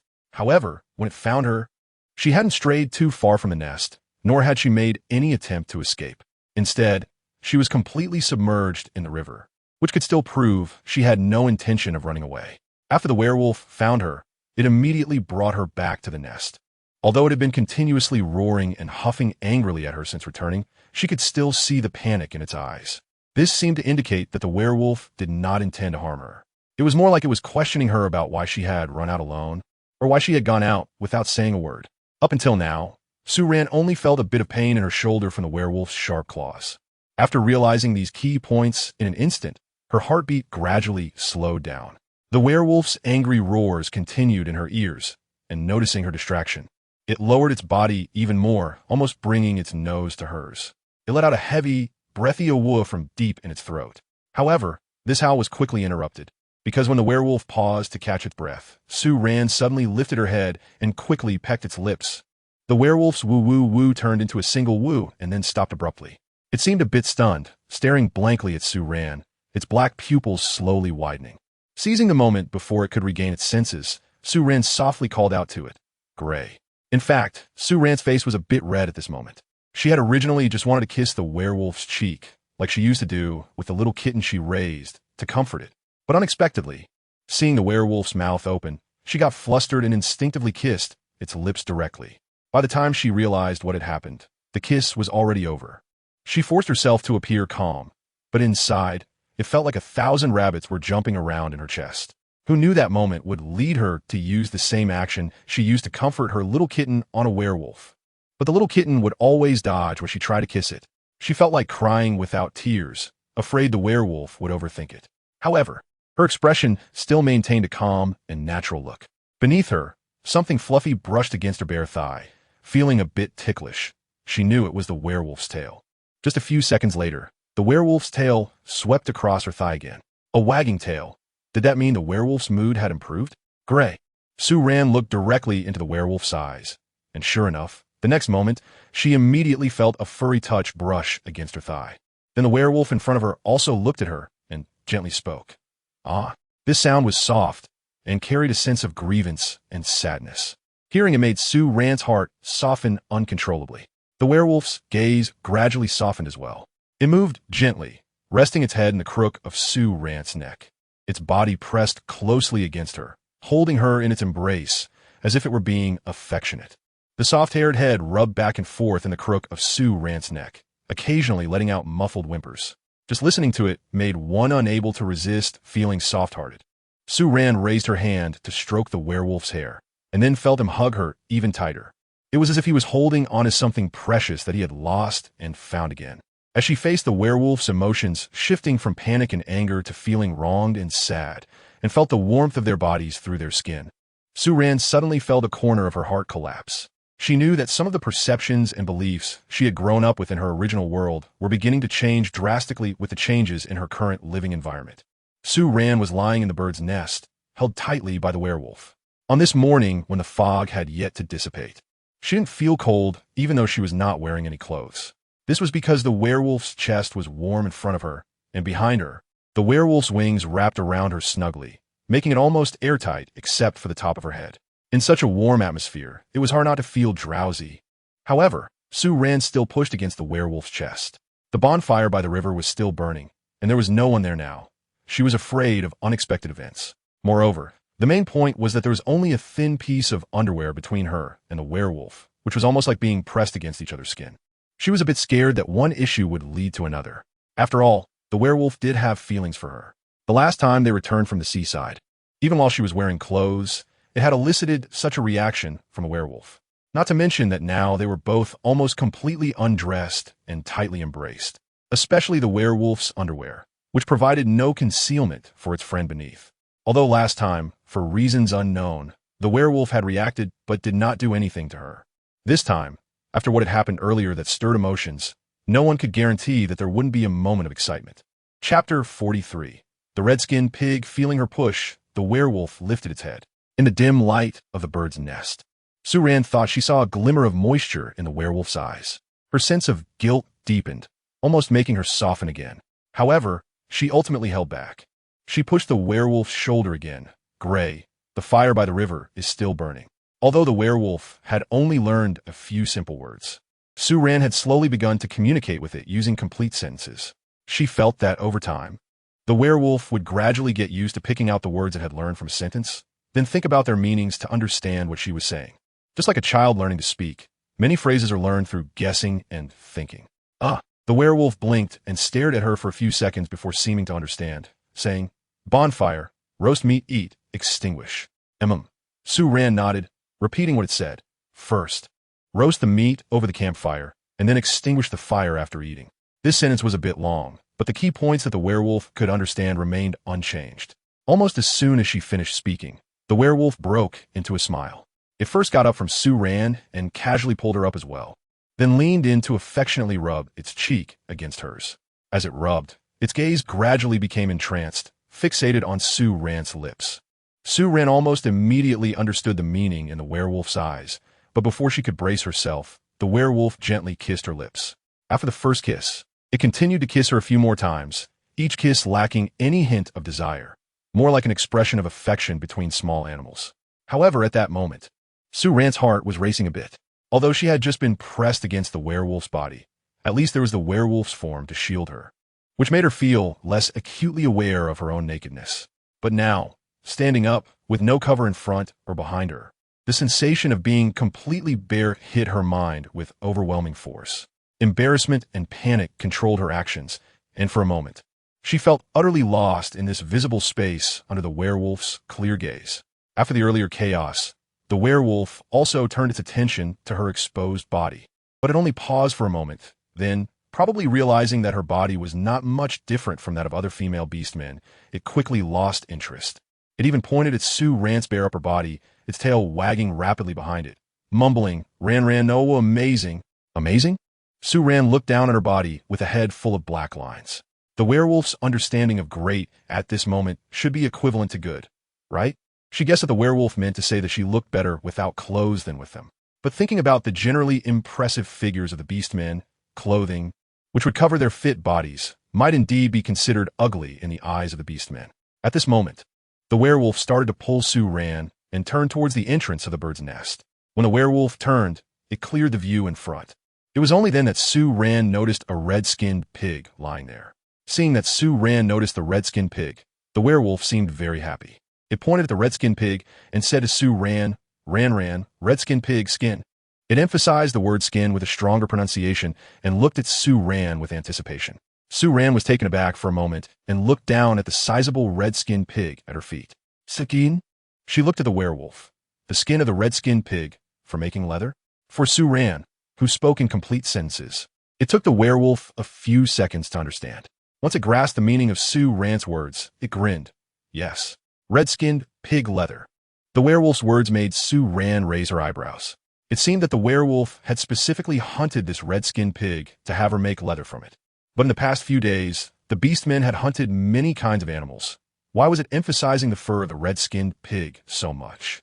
All right, let's go to the riverbank first. Since it was hard to understand, the only way to know was to try it out. Su-ran immediately nodded, a bit eager to see the special qualities of the red-skinned pig's hide. Before going out, she packed the wooden bowl and bone knife she made yesterday, along with all the leftover fruits, into a basket. Then she also put the low-footed deer hide that had been drying outside the bird's nest into the basket. The deer hide was still slightly damp on the surface, but it already felt a bit stiff to the touch. Su-ran had a faint feeling that things were going to go badly. Without any agents to soften the animal hide, it would be really difficult for her to make wearable leather. However, she still decided to give the last step a try with the low-footed deer hide. When she left the nest, Su-ran actively taught the werewolf to hold her horizontally and fly out of the nest. She thought this would at least reduce the occasional unexpected friction between her and the werewolf's lower bodies. When they reached the riverbank where she bathed, as soon as Su-ran landed, she immediately put on her clothes. She had already modified her short sleeves into a little undergarment for herself and the werewolf. And now she only had a windbreaker and a sports bra left on her upper body. The outer layer of the windbreaker and the inner lining could be detached. She took off the inner lining, put it on, and then wore the little undergarment she had modified from the short sleeves. The outer layer of the windbreaker would be washed later along with the bra. As for pants, she only had one pair.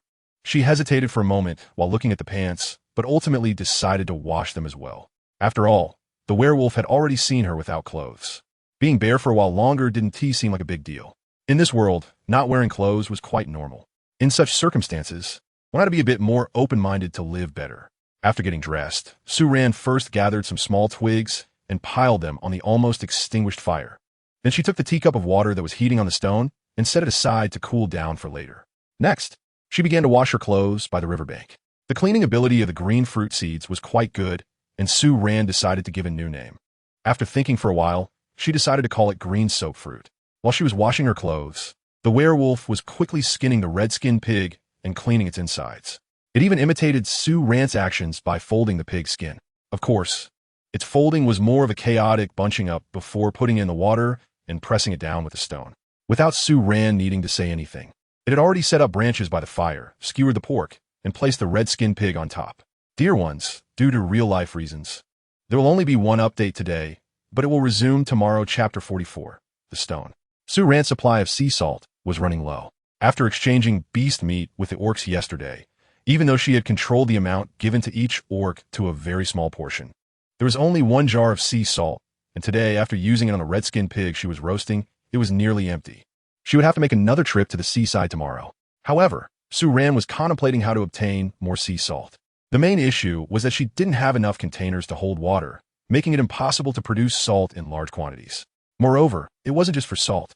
She also wanted to wash things, boil beast hides, and prepare other foods. If possible, she even wanted to heat some water for bathing. But for any of these tasks, it was clear to her that she needed a sufficiently large pot. After thinking for a long time, she finally decided to spend the entire day making a pot. Even if it was just a wooden one, at the very least, she needed something usable in her hands. Although she had changed the location where she and the werewolves made fire, it didn't stop the orcs from easily finding her. However, this time the orcs only received fire from her, and there was no salt left. At this moment, one could see the orcs, looking as dejected as little oranges, staring at Su Ran as she showed them the already empty gum jar turned upside down. Not a single grain of salt could fall out. Little Orange looked at the empty jar in Su Ran's hand, let out a disappointed meow, and drooped its ears as it walked back. That slender figure seemed to carry the same sense of loss as its drooping tail. Su Ran almost called out to it, offering to share half of her red-skinned pig with the werewolves. However, in the end, she held back. The red-skinned pig had been hunted by the werewolves, and she had no right to distribute it. The meat on the fire hadn't changed color yet, and it would take some more time to roast it fully. Su Ran stood 2 tall sticks by the campfire, then laid a branch across them and hung up the few pieces of clothes she had washed. The werewolf, who was infinitely curious about new things, pointed at the clothes rack and the clothes on it, looking at Su Ran with questions. After a while, having learned the new term, the werewolf could not help but start to show off to Su Ran and the other beastmen around. It would point at the clothes hanging on the rack, then point to its own waist, proudly repeating to the other beastmen, "Clothes rack. Wash pants, gray ones." Then, seeing the looks of envy and curiosity on the faces of the other beastmen, it laughed heartily, ran 2 steps to Su Ran, hugged her tightly, kissed her heavily on the lips, and exclaimed loudly, "Su Ran, amazing." Su Ran had gradually become immune to the werewolf's occasionally cringeworthy actions. She calmly waited for the werewolf to release her, and then began searching for suitable materials by the riverbank while pondering how to make the pot. Undoubtedly, a stone pot was the most suitable in terms of both materials and methods. However, the only problem was how to transport the stone pot to the seaside once she made it here. Although the werewolf was strong, carrying her along with some prey was already quite heavy. Adding a large stone to that mix would make it even more cumbersome, and even if the werewolf could fly, it would likely need to rest several times along the way. They couldn't be flying around with a pot every day. Su Ran thought that she still needed a place to set up. The bird's nest tree definitely required a pot, which could be used for cooking, boiling animal skins, and boiling water. As for the seaside, she could make a slightly smaller one and take it over when the time came, just to leave it there. Moreover, she could test whether the stones by the seaside were heat-resistant. If they were heat-resistant, she could use those stones to make a few more and leave them there. Perhaps, if she had time, she could build a temporary shelter by the seaside and then stay there with the werewolves for a few days to gather more salt. Having figured this out, she began to look for suitable materials to make her first pot. The stones by the riverbank had already proven to be heat-resistant, but the ones currently visible were all quite small.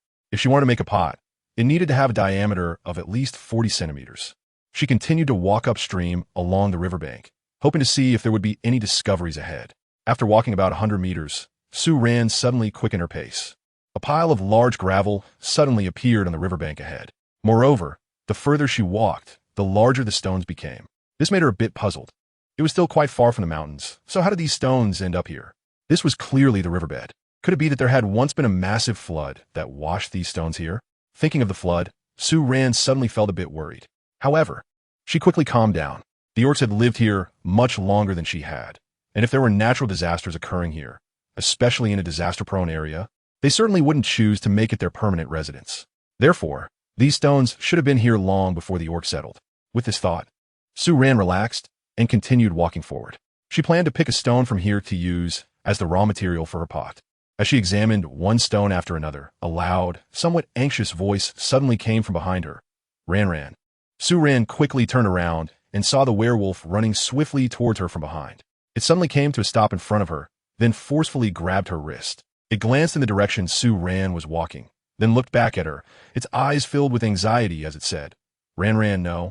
As it spoke the words Ran and no, it tightened its grip on Su-Ran's hand even more. Then, when it said no, it shook its head vigorously. Watching the werewolf's actions and expressions, Su-Ran immediately understood its meaning. It wanted to say not to leave alone and that they should go together to a place a little farther away. It seemed that she had frightened it earlier that morning.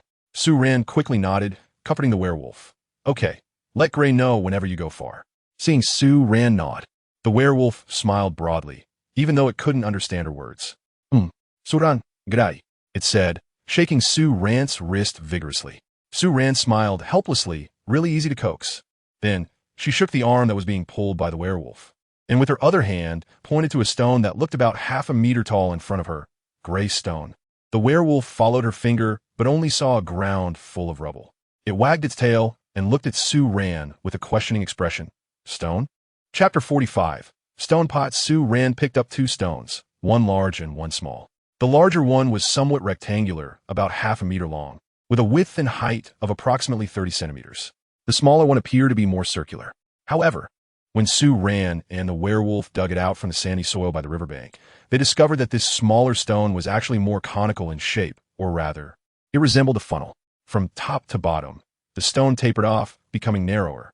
The part buried in the sand suddenly changed from about 30 centimeters in width to just a few centimeters at the very top.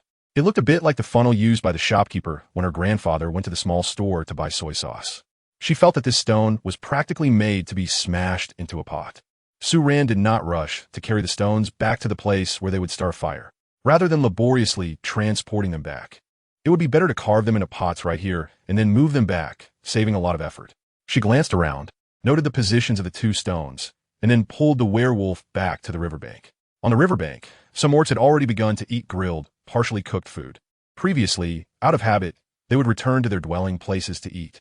However, over the past 2 days, having developed a liking for grilled food, they started to follow Su-Ran and the werewolf to the downstream area of the riverbank to cook meat. By today, after Su-Ran and the werewolf arrived here, the group had followed them again. At one point, Su-Ran even felt like she was being followed by a bunch of kindergarten kids. However, this also made her start to consider how to teach the orcs the method of using fire independently. Starting a fire wasn't too difficult. Whether it was making fire starters or using friction to ignite, with the orcs' intelligence, they should be able to learn it easily. But what worried Su-Ran was the safety of using fire. Although the orcs now understood that water and dirt could extinguish fire, she was concerned that they did not grasp the seriousness of the dangers that fire could pose. What if a playful orc, or one of those little ones, got a whim and ran off with a flame? Or if they didn't clear the surrounding area properly when starting a fire, causing a forest fire? In that case, she would rather eat raw meat with the orcs.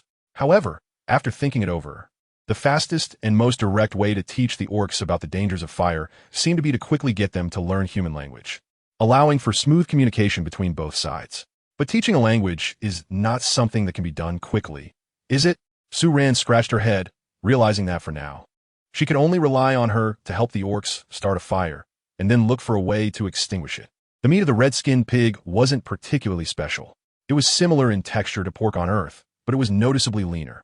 Su-Ran felt that it was probably due to living in such a natural environment, where the amount of exercise was sufficient. Since she had decided to make a stone pot, she ate her meal in a hurry. She finished the roasted meat in front of her in just over 10 minutes, and then took the multifunctional axe, heading towards the direction of the two stones she had found. Of course, the little tailing werewolf followed her closely behind.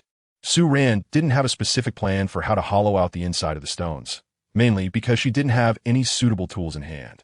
On the other side of the multifunctional axe was a hammerhead. While she had a tool for striking, she still needed a sharp hard object to chisel the stone. She planned to start with the smaller conical stone. She began by knocking off the pointed tip at the bottom of the stone to create a suitable base for the pot. She struck the stone with a little force, but only a white dot appeared on its surface, with no other changes. So she relaxed and applied more strength, striking at an angle upwards. This time, a thin fragment of stone fell off, but the overall shape remained unchanged. She continued to strike, carefully controlling the angle to avoid knocking off too much and damaging the integrity of the stone pot's shape. While she was working, she suddenly thought that she had never imagined she would need to do stone masonry one day. Meanwhile, while she was banging away at the stone, the werewolf had squatted beside her and finished gnawing on a pig's foreleg. After eating the last bite of meat, the werewolf tossed aside the bone and went to the river to wash its hands. Then it returned to Sue Ran's side, squatted down again, pointed at her vigorous striking action, tilted its head, and looked at her, asking, Ran, stone? Sue Ran just stopped to catch her breath. She rubbed her numb thumb and felt that in the primitive world, survival really meant doing everything in the most primitive way. She didn't know how many days it would take her to make this stone pot, but she had no choice but to spend all her time on it during this period. For clothing, food, and shelter, she needed to rely on this pot for both clothing and food. A pot made of stone, and then boiling water to drink. Sue Ran pointed at the stone and gestured to the werewolf, saying, pot, to hold water. The werewolf could already understand the meaning of holding water. It let out a long, low growl for a while, raised its tail, and looked as if it understood. It also pointed at the stone and said, cup, wooden bowl, stone pot, water. When it said water, it emphasized the word to indicate that it understood the purpose of what the stone was meant to make, which was the same as a cup and a wooden bowl. Yes, great, Gray. Sue Ran gave a thumbs up to the werewolf, as good students need encouragement. Sure enough, the werewolf was happy again. At times like this, Sue Ran couldn't help but envy these werewolves. If she weren't an outsider in this world, if she had grown up living here, she wouldn't have to struggle so hard to change her existing living environment to adapt to her physical condition. At that moment, the changes in her life would transform from a helpless necessity into delightful surprises that made life more convenient. After the werewolf finished learning the new term stone pot, he got up and walked back to where the fire was. Sue Ran thought he'd gone back to eat. However, after a while, she saw the werewolf coming over with their basket in hand. It took everything out of the basket, and there were only 2 sweet leaf tree leaves laid inside, which it brought over. Gray? Sue Ran looked up in confusion as it walked in, slowly stopping the action of tapping the stone in her hands. The werewolf then walked over and directly took the multi-functional axe from her hands, even skillfully shaking it in his hand. Then, with a serious expression, he shook the axe in his hand and said, Ran, the stone doesn't need the axe. Sue Ran, don't use an axe to knock on stones? Then what should I use? But the werewolf suddenly revealed a mysterious smile on his face and said to her, let's go. As he spoke, before Sue Ran could contemplate how the orc could also express mystery, she was already embraced by the werewolf, lifted by the waist, and flew towards the opposite bank of the river. Chapter 46. Black malonflower. The plants on the opposite bank grew completely differently from those by the bird's nest tree. The shrubs here were very short, barely reaching the ankles. Moreover, the trees growing here were mostly a type of green-leaved tree, about 10 meters tall, with smooth black trunks, leaves about 3 fingers wide, and long leaf blades. After landing, the werewolf set Sue Ran down on the ground and then pulled her straight ahead. Along the way, he walked while looking around, seemingly searching for something. Sue Ran was a bit curious and wondered what the werewolves were looking for to do the stone-digging work. However, after walking a little further, Sue Ran quickly shifted her attention from the werewolves to a grove of trees ahead. The trees in that grove were not very tall, only about 4 or 5 meters high, and at this time of spring, they were already laden with wild fruits the size of pears. However, when Sue Ran pointed out the wild fruits on the tree to the werewolves, they immediately scrunched their faces and made a spitting gesture. Sue Ran was taken aback. It seemed that this fruit was not very tasty. However, it should be non-toxic. After all, the werewolf looked like it had eaten some. She looked at the wild fruit on the tree and reached out to pick one. Then she noticed the werewolf's expression tightening even more, but it didn't seem to have any intention of stopping her. Sue Ran raised her eyebrows slightly, lowered her head to wipe the fruit with her clothes, and tentatively took a bite. It really was just one bite. After chewing it a couple of times, her face immediately scrunched up. It was both sour and astringent, and also dry. No wonder werewolves don't eat it. Sue Ran looked down at the wild fruit in her hand, with its green skin and white flesh. The flesh was very dry due to its low moisture content. She tossed away the wild fruit that had a bite taken out of it, deciding to temporarily abandon the idea of including this fruit in her diet. However, she decided to come back to check on it in the summer and autumn. She felt that it wasn't necessarily that this fruit was inedible. The sour and astringent taste seemed more like it was not yet ripe. After that, she stopped looking at the wild fruit grove and was pulled by the werewolf to a stop about 30 meters into the grove. There was a large patch of wild grass growing on the ground, and Sue Rand felt that the grass looked somewhat familiar. She leaned to take a closer look and found that this wild grass resembled the wild mustard found in rural fields on Earth almost exactly, with the only difference being that the flowers of this grass were black. Black flowers? That color immediately seemed very unsafe. Sue Rand was still looking down, while the werewolf beside her had bent down and started to directly pull up the black-flowered malin grass beneath their feet. In just a few minutes, the basket was already filled to the brim with malin grass. Then the werewolf stood up, looking proud, and pointed at the basket full of malin grass and stones. Impressive. Sue Rand raised her eyebrows and slowly stood up straight. What does it mean? She looked at the werewolf and slowly pointed to the mugwort in the basket. Use this grass to dig stones? Catching the words for grass and stone, the werewolf nodded heavily. Use grass to dig stones? Sue Rand stood still for a while, finally believing that she hadn't misheard. How could grass dig up stones? This grass couldn't even withstand a person's fingernail. Just as she was looking down at the bundle of malin grass at her feet, puzzled, the werewolf crouched down, pulled a leaf from a black flower malin grass, and then found 2 stones. It placed one underneath, rolled the long malin grass leaf into a coil, placed it on top, and picked up the other stone to smash it into mud. After the stone came down, the werewolf's hand never touched that malin grass leaf again. Sue Rand watched its movements. Her heart stirred, and she faintly guessed the purpose of this grass. Sure enough, after a leaf had completely turned to powder, the werewolf rubbed 2 stones together a few times, spreading the grass mud on the stone. Then, after waiting for about 10 seconds, it took the light yellow fruit shell and scraped it forcefully on the area where the grass mud had been applied on the stone. In an instant, the surface of the stone seemed to be soft like cement, and it was easily scraped away by the fruit shell, revealing a pit on the stone surface. Sue Rand. She guessed the general use of this herb, but she didn't expect it to be so effective. Is this considered corrosion or softening? However, this is indeed a pleasant surprise. It doesn't take a few days. As long as this herb is sufficient, she could easily hollow out several large stones today. Sue Rand quickly returned to the riverbank with the werewolf. Then she eagerly grabbed a basket of black-flowered marin grass and ran towards the 2 large stones. She placed 2 pieces of the marin grass on the rectangular stone and found a smaller stone to start smashing it. Once the grass had corroded for a while, she used a long, thin stone to scrape off all the corroded parts, which had turned into a hard mud. In about an hour and a half, she had excavated a large stone that was half a meter long.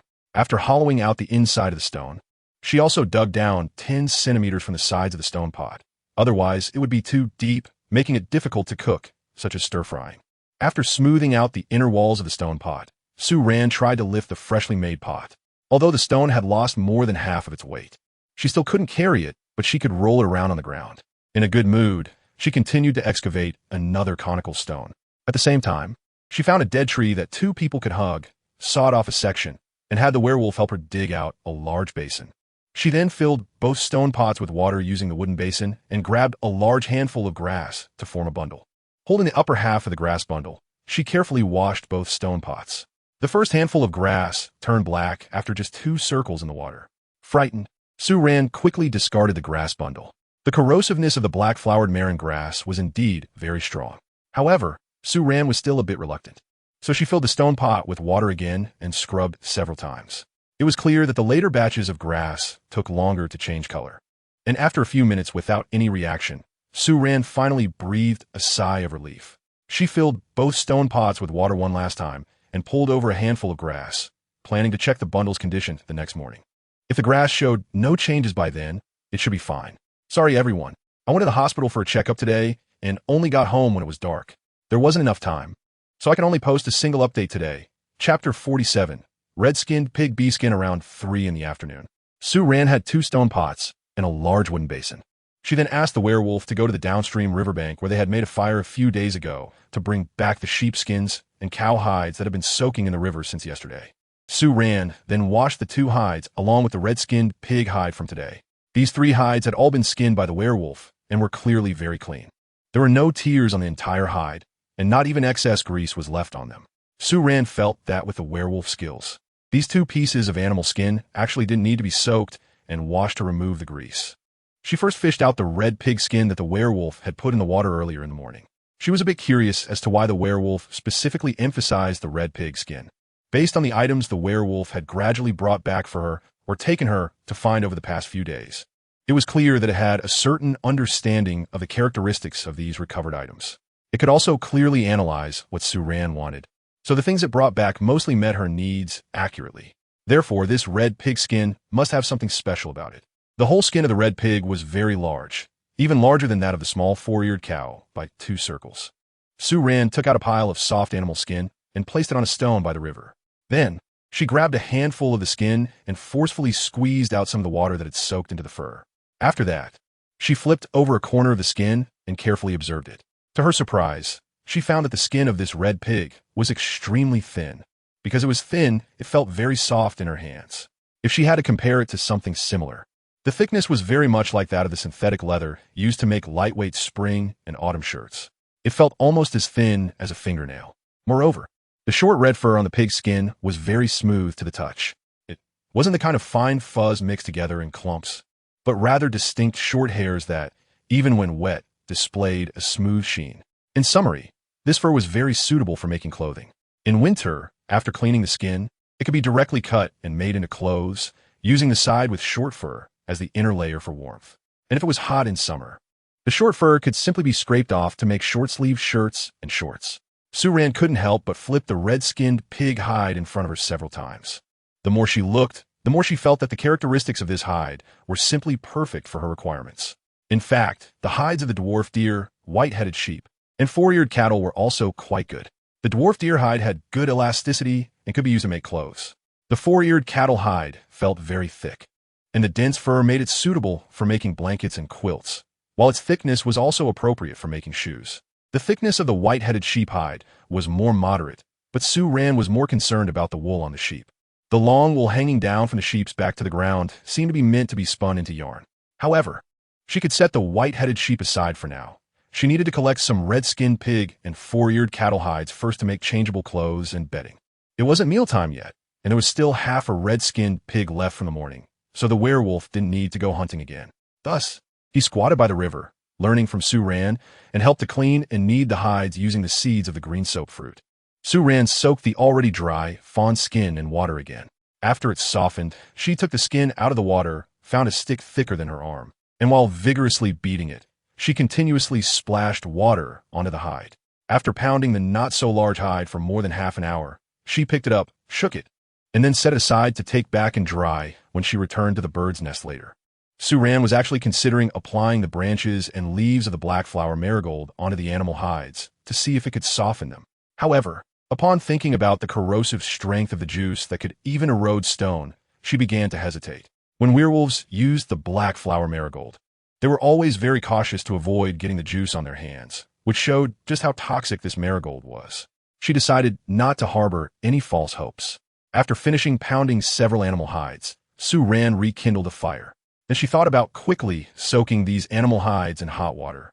However, the 2 stone pots she made today were still not usable. She looked at the few animal hides that had been pounded and cleaned, and reluctantly decided to hang them up to dry for the night and wait until tomorrow morning. In the evening, Su Ran and the werewolf finished off the remaining half of the red-skinned pig. After a whole day of labor, Su Ran felt that her appetite had increased significantly. Although she had only been on this continent for a little over a week, she could already feel that the days were much longer than when she first arrived. The orc's rest time seemed to coincide with sunset. Once the last ray of twilight dipped below the horizon, even the little orcs that had been playing just a moment ago rushed back to their dwellings. The phrase "sleep when it gets dark" was vividly demonstrated. At this point, Su Ran also extinguished the fire. She packed the animal hides into a basket, and then tied the 2 small stacks of wooden sticks she had organized while the werewolf was eating with willow twigs, placing them on top of the animal hides. When she and the werewolf returned to the bird's nest, aside from the 2 stone pots and the wooden basin made today, she held the entire basket in her arms as the werewolf wrapped his arms around her, and they flew back to the bird's nest together. The sky had not yet darkened completely, but the temperature had begun to drop gradually. After returning to the bird's nest, Su Ran first hung up the animal hides again. then carefully walked outside to the tree trunk where the climbing rope was tied and untied it. She planned to use this rope along with the sticks she had brought to make a rope ladder. Otherwise, with just the rope, she would only be able to slide down the tree from the bird's nest, but wouldn't be able to climb back up. Moreover, using a rope ladder was much safer than relying solely on a single rope. She brought the rope back into the bird's nest and sat down at the entrance, dragging the wooden sticks she had brought over. Taking advantage of the remaining light outside, she began to tie the wooden sticks onto the rope one by one. Chapter 48. Rope ladder. For the wooden sticks used to make the rope ladder, Sue Ran chose sticks with a diameter of about 7 to 8 centimeters. While sorting these sticks, she had already cleaned off the small branches and segments very thoroughly. Additionally, she had preemptively carved a shallow groove about 2 fingers wide on both sides of each stick to tie the rope, preventing it from slipping off when tied. Now, tying these wooden sticks onto the rope was much easier. The rope was still folded in half, and Sue Ran began tying the first wooden stick about 2 meters down from the middle fold of the rope. The 2 strands of rope were first wrapped around the shallow groove on the stick for 2 loops. Then the excess rope was wrapped around the rope above the stick, with the end of the rope threaded through the loop to tie a knot. Both ends of the stick were similarly secured to the 2 sides of the rope. After finishing the first stick, Sue Ran continued to tie the next stick about 50 centimeters below it. The werewolf seemed uninterested in Sue Ran's work of tying things with rope. At this moment, Sue Ran was sitting there tying the sticks one by one, while he lay beside her, quietly watching her movements. After about 40 minutes, a long rope ladder was completed. Sue Ran carefully hugged the rope ladder and stepped out of the bird's nest, walking onto the tree trunk. She sat down on the trunk, gently placing the rolled-up rope ladder on it, locating the point where she had initially left a 2-meter length of rope folded. Holding one end of the rope, she leaned against the tree, slowly passing the rope from one hand to the other, wrapping it around the tree trunk. Then she took the entire coil of the rope ladder and, just like when she tied the rope before, threaded it through the middle fold of the rope. After that, she simply threw the entire rope ladder down the tree, and in an instant, it unfurled and spread out. Sue Ran sat on the tree trunk, tilted her head to look down, and found that the end of the rope ladder seemed to be hovering above the ground. However, from that height, if she climbed down the rope ladder and jumped directly to the ground, it should be fine. At that moment, the werewolf finally became curious and couldn't help but leap onto the tree trunk as well. Crouching down, it pointed at the rope ladder below and called out to Sue Ran. "Awu Ran Ran, stick rope, rope ladder."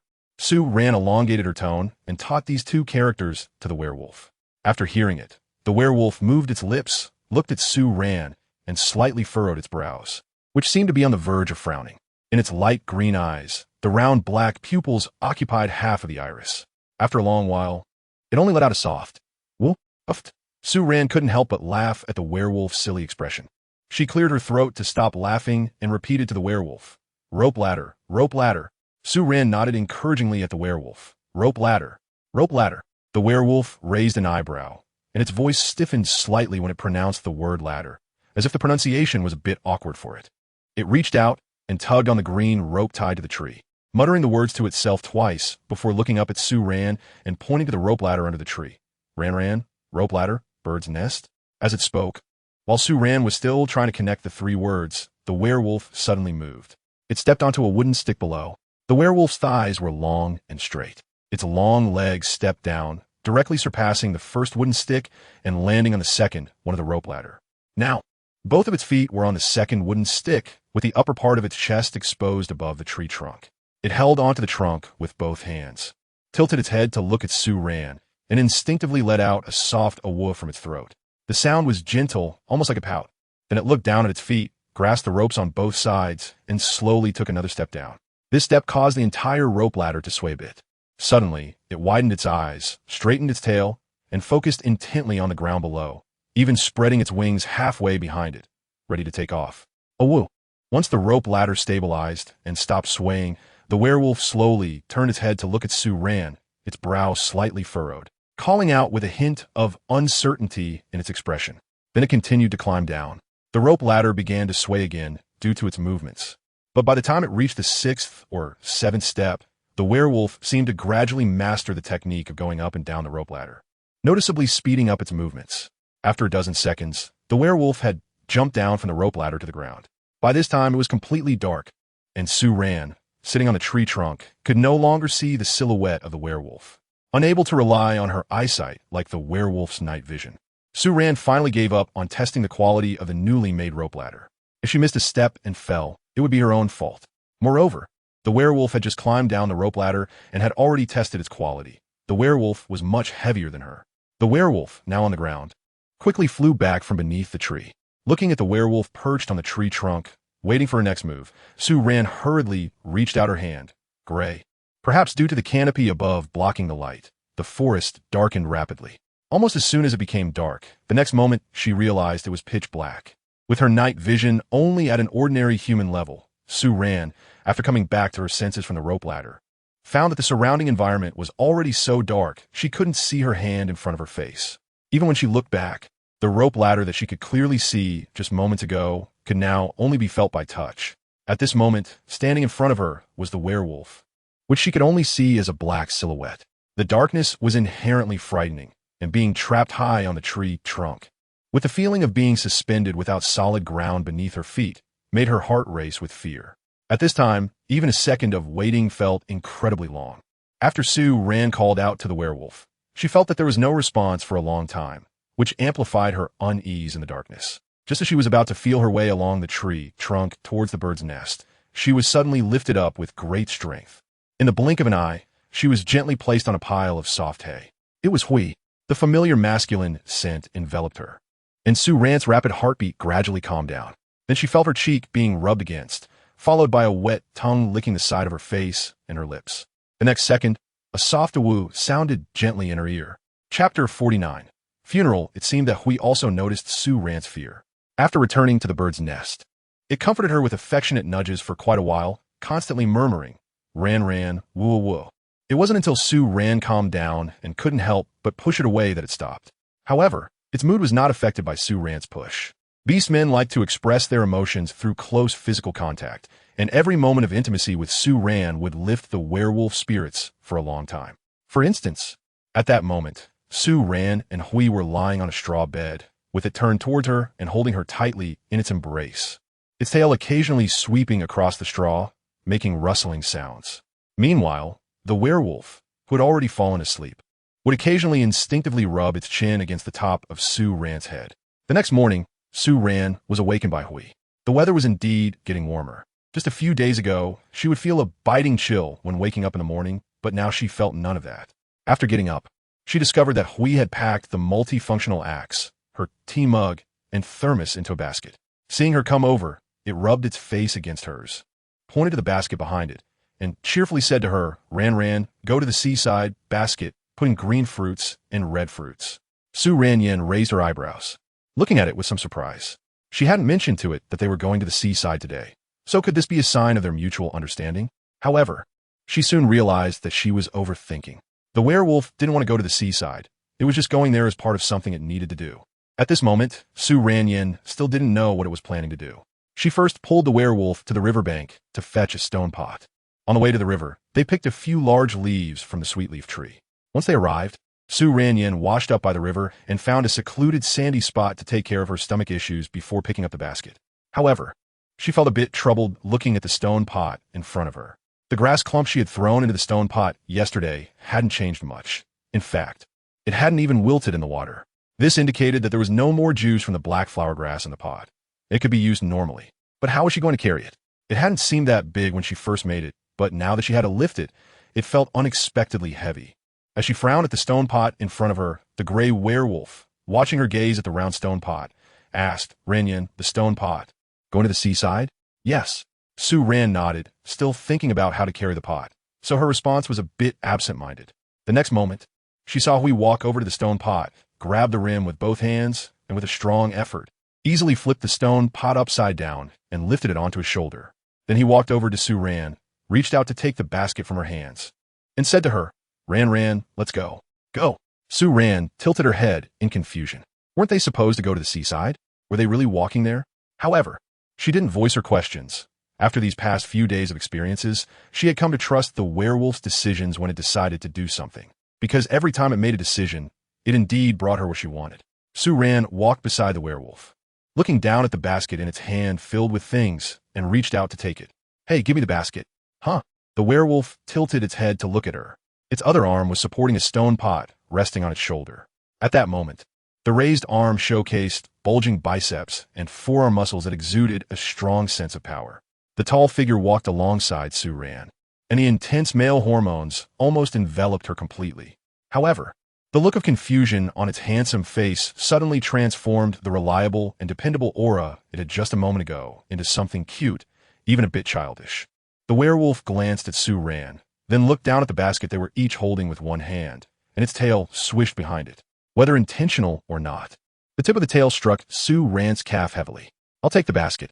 Su Ran tugged the basket toward herself, and the werewolf released its grip in response to her movement. Once it saw Su Ran carrying the basket and continuing to walk forward, it seemed to understand her intention.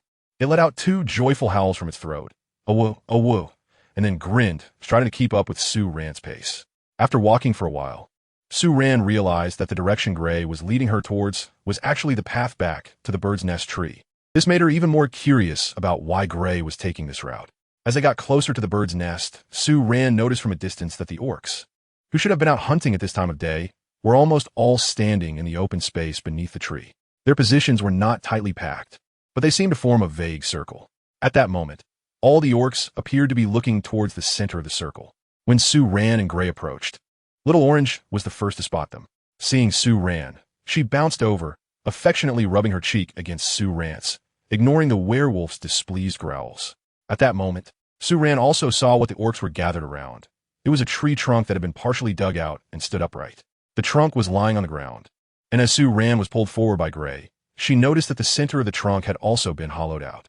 Inside, there lay a male orc of leopard type, whose hair and ear fur had already turned white. A funeral. The word suddenly popped into Su Ran's mind. She looked at the orc lying on the tree trunk, eyes closed and motionless. Her eyes were getting sore from staring, and she didn't see any signs of it breathing. Soon, the actions of the orcs confirmed her suspicions. She saw a leopard-like orc, just like the one lying on the tree trunk, whose fur had turned white and dry. Only a hint of a red, fox-like female orc could be seen as she slowly walked from the crowd to the side of the male orc's head on the tree trunk, bending down gently and rubbing her face against the closed eyes of the orc while making soft, whimpering sounds. Su Ran guessed that it should be the companion of the male orc lying inside, and its current action should be a final farewell to its deceased partner. After a while, the older fox-like female slowly straightened up. She raised her left hand, and at that moment, Su Ran noticed that she was holding a small bunch of purple flowers. She slowly placed the precious handful of flowers into the tree trunk. Seeing this, Su Ran's eyes suddenly felt a bit sour. For any group, death is always a sad event.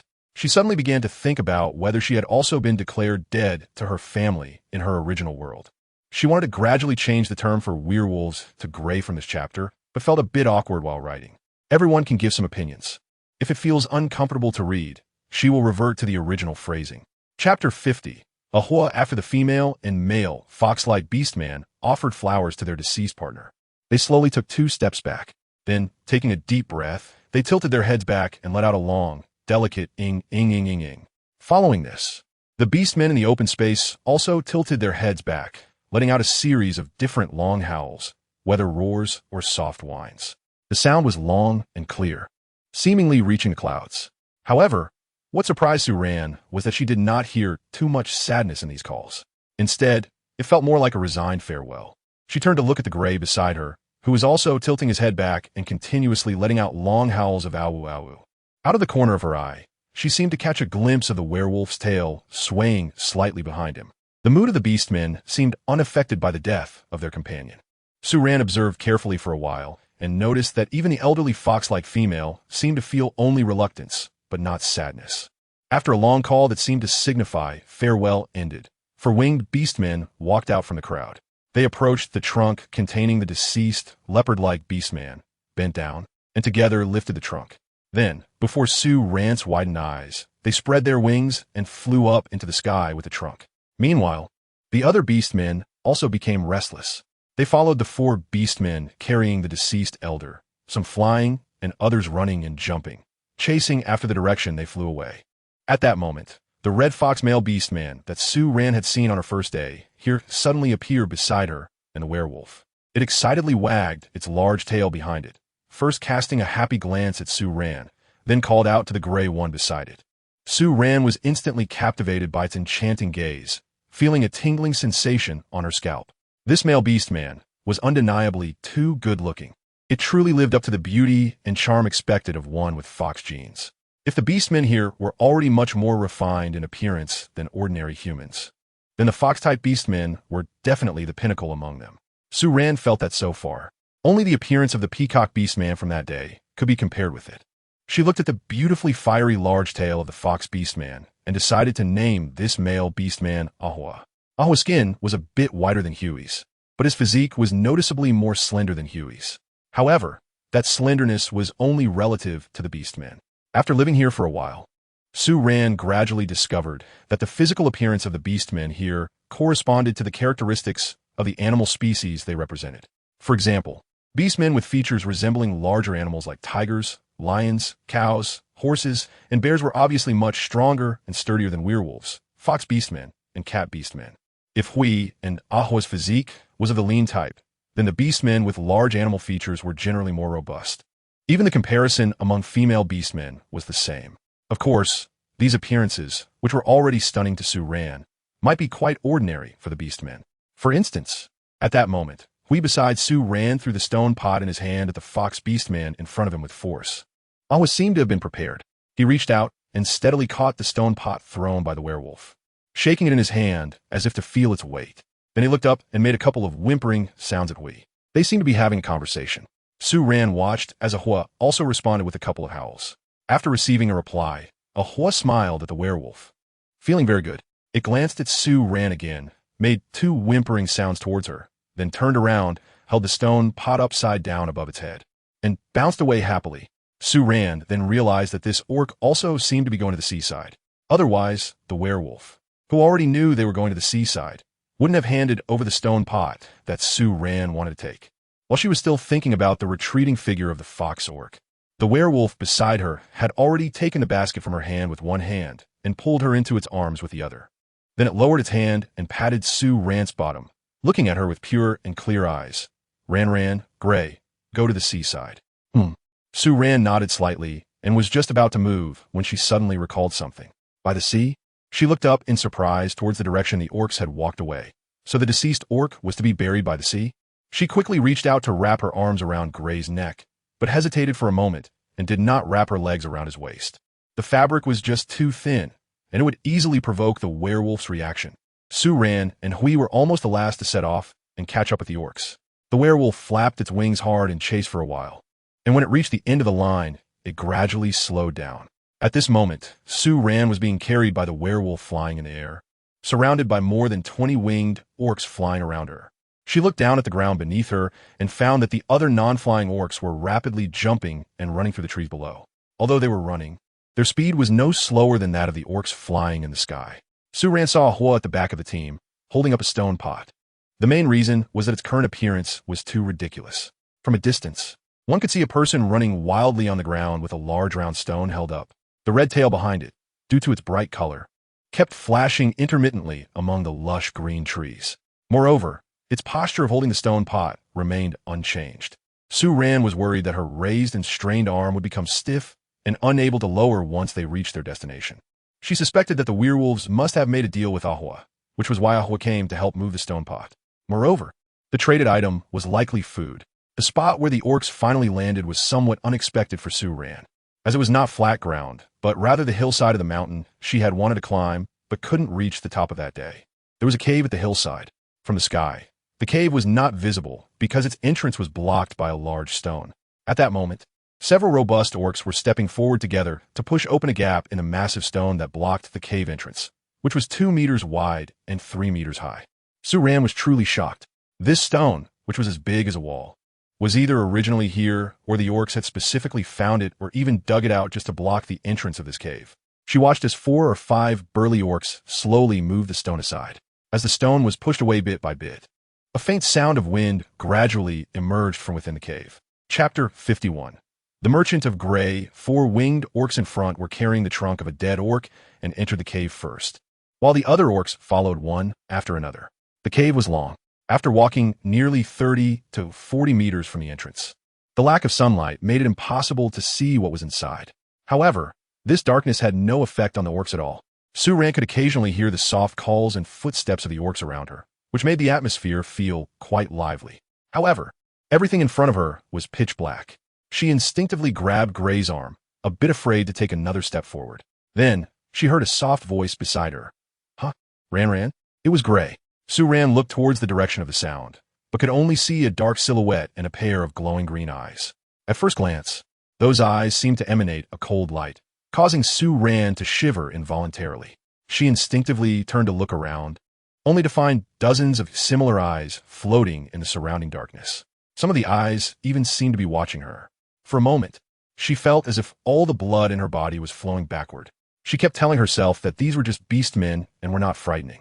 The next second, she felt a strong arm pull her into a firm embrace. A large hand wrapped around her shoulder, and she heard two soft whimpers followed by, Ran. The familiar voice eased her a bit, and the warmth of the muscles against her cheek gradually calmed her down from her tense emotions. Then, under the guidance of the werewolf, she walked a few more minutes forward. Slowly, the sound of flowing water began to come from ahead, and suddenly light shone down from above the cave. Sue Ran looked up and discovered a long crack at the top of the mountain above. Just beyond the light that streamed in through the crack, there was a large pool of water about 3 meters wide. At that moment, the 4 beastmen carrying the dead old beastman on a log were slowly lowering the log into the pool. Sue Ran curiously took a few steps forward and was surprised to see that the tree trunk was rapidly sinking. After about 30 seconds, the trunk had completely submerged in the water. Then, to her widened eyes, it actually floated away directly under the rocks at the edge of the pond. Was there really an underground river beneath this pond? She curiously took 2 more steps forward to get a closer look at what was below the pond. But all she could see was the pitch-black water below. The pond must be very deep, as looking down revealed only darkness.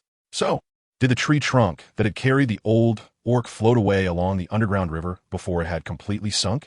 Sue Ran stared blankly at the bottomless water surface in front of her, still trying to take in the appearance of the pond, when suddenly her wrist was tugged. She turned around and saw a gray figure with bright eyes looking at her. What's wrong? She instinctively asked. Ran, let's go to the beach and eat meat. The werewolf was in high spirits, eagerly anticipating the barbecue. After hearing its words, Sue Ran silently felt awkward. Just a moment ago, they had sent off a deceased orc, and now here it was cheerfully talking about food. Was that really appropriate? She turned to look at the other orcs around, only to find that this group was even more outrageous than the werewolf. They were even starting an adventure right inside the cave. By now, several orcs had almost climbed to the crack at the top of the stone wall beside them. Sue Ran was filled with black lines on her forehead. What is this? A joyful funeral? After coming out of the stone cave, the large stone that blocked the wall was slowly pushed back, sealing the entrance once again. Sue Ran watched as the orcs sealed off the cave entrance and felt puzzled by their emotions in the face of death. She could sense that while the orcs appeared relaxed during their farewell to the deceased, they were seriously carrying out the farewell ceremony. However, just after the funeral, these creatures quickly detached themselves from the emotions of losing their companions, raising doubts about whether they could truly perceive the feelings of separation. After the entrance was closed, we took Sue Ran and prepared to head towards the sea. Just as they were about to leave, Ahua, who had been missing for a while, suddenly jumped in front of Sue Ran and Hui, holding up the stone pot they had brought along. It first called out a couple of times to the werewolf and then grinned at Sue Ran in a friendly manner. After moving its lips a couple of times, it finally found the right words. Ran, fire, meat, indicating that it wanted to eat roasted meat. Sue Ran immediately understood the meaning of the orc. She glanced at the werewolf beside her, mainly afraid of provoking a fight between the 2 orcs. Seeing that the werewolf didn't seem to react, she nodded to the fox orc in front of her. The next second, she saw the fox orc smiling, narrowing its pair of elongated fox eyes. Sue Ran was taken directly to the beach by the werewolf. While flying in the air, she once again saw the fox beastman below, dragging a fluffy red tail and holding a stone pot high with both hands, running wildly on the beach. While running, it looked very happy. After reaching the seaside, the werewolf muttered a few words to Ahua.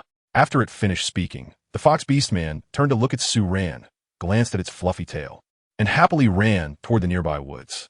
At this moment, we walked over to Sue Ran's side.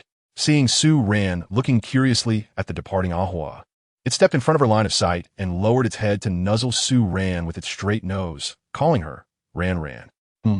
Sue Ran came back to her senses, took a small step back, and instinctively raised her hand to rub the furry ears on top of the werewolf's head. Graywood, Fire. It pointed to the woods behind them, and the ears on its head automatically slid out into Su Ran's palm. Su Ran looked in the direction it pointed and understood that it wanted to go collect firewood for survival. Was that Ahwa sent by Hui to hunt? She raised an eyebrow, carrying a stone pot on her back all the way and also responsible for hunting food for 3 people, just to exchange for a bit of roasted meat to eat. Su Ran raised her eyes to the werewolf in front of her, quickly dismissing her previous naive thoughts about werewolves. This is not naive at all. This is simply a scheming merchant, considering Ahwa's level of activity during this journey. Even if it ate a hearty meal, by the time it runs back to the bird's nest tree later, everything in its stomach would probably be digested completely. And for this meal, it not only has to act as a porter, but also as the werewolf's laborer. Su Ran silently watched as the gray figure with a wagging tail ran away, feeling for the first time that the werewolf's back had an air of shrewdness. Chapter 52. Salt-making tutorial. The place where Gray brought Su Ran to land was the same spot where they had grilled meat by the seaside last time. The wooden grill and the stones arranged in a circle to contain the fire were still there. While the werewolf went to find firewood, Su Ran first built a slightly higher stone platform by the sea to place the stone pot on, making it easier to light the fire underneath. Then she picked up the stones that were used to surround the fire last time and examined them closely. She soon discovered that 2 of the stones had developed cracks from the heat.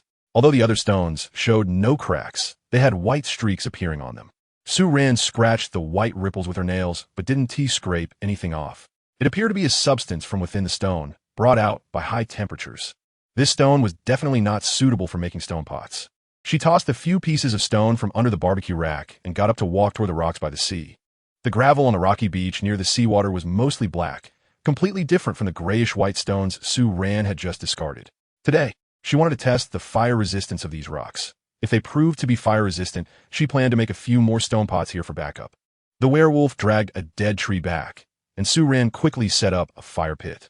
She called the werewolf to help lift the stone pot onto the stone platform she had just built, then took out a wooden basin from the basket and began to add water to the pot. She had Gray hold the hood of her jacket with both hands and poured the water from the basin into the hood little by little, watching as the water seeped in before adding more. Today, for the first time making salt, she didn't use too much seawater. She needed to make the salt for the barbecue meal first before making extra. While she and Gray squatted together, slowly adding water to the stone pot, Gray, who was squatting opposite her, suddenly let out 2 howls, and his tail thumped the ground behind him. Su Ran felt that this action looked a bit familiar. After thinking for a while, she remembered that it was when they were first discovered by the orcs while eating barbecue, and the werewolf reacted like this because it felt that the food in its hands was being coveted. However, this time Gray only moved his tail a couple of times before putting it down, showing no further reaction. Shortly after, a large group of orcs carrying their prey emerged from the woods in 2s and 3s. Su Ran was not surprised that these orcs had followed her here. After all, when he was talking to her about the seaside, there were other orcs listening nearby. Although these orcs usually seemed simple and cute, they could be quite shrewd when it came to matters of interest. However, Su Ran didn't mind the orcs coming over. In fact, she welcomed it a bit. After all, when the orcs wanted to take fire seeds and salt from her, they would always bring something as a trade, so it wasn't a freebie. Moreover, Su Ran wanted the orcs to familiarize themselves with the process of making sea salt during this time. She couldn't possibly keep making sea salt for so many orcs by herself. Otherwise, she wouldn't have time for anything else. So, she didn't hesitate to call upon this group of orcs. Su Ran first focused her teaching on the 2 she was most familiar with, Xiao Ju and Yao Yao. She assigned them the task of filtering seawater into the stone pot. Meanwhile, Hui was reluctantly called over by her to pick some green and red fruits. Before the werewolf left, it was very unhappy that Su Ran let Xiao Ju and Yao Yao take over its job of filtering seawater while sending it away to gather wild fruits. It looked at Su Ran, its tail drooping and pressed tightly against its thigh, its tall body leaning against Su Ran, exuding a sense of, "I'm not happy. I'm feeling wronged." At the same time, it kept mumbling to Su Ran, "Awu Hui, Ran no." Only after Su Ran stood on tiptoe and kissed its cheek, softly comforting it with a few words, did it take the basket and leave, looking back 3 times as it walked into the woods. Su Ran took the opportunity to go to the rocks and look for some kelp. She felt that there seemed to be more kelp here than the last time she came. Besides kelp, she also tried to search around the rocks and nearby beach to see if she could find some seafood like shrimp or crabs. As a result, she really did find something, although it was just a few scallops.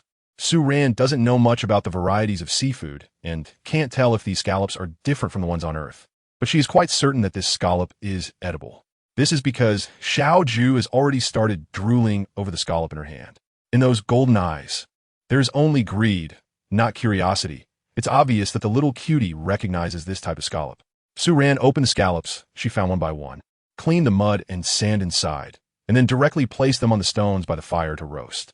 The seawater in the stone pot used for making salt had also been replenished, and steam was gradually rising from the pot. But it would take a little longer to reach a boil. Nearby, other orcs had already taken the fire source from Su Ran and started roasting meat.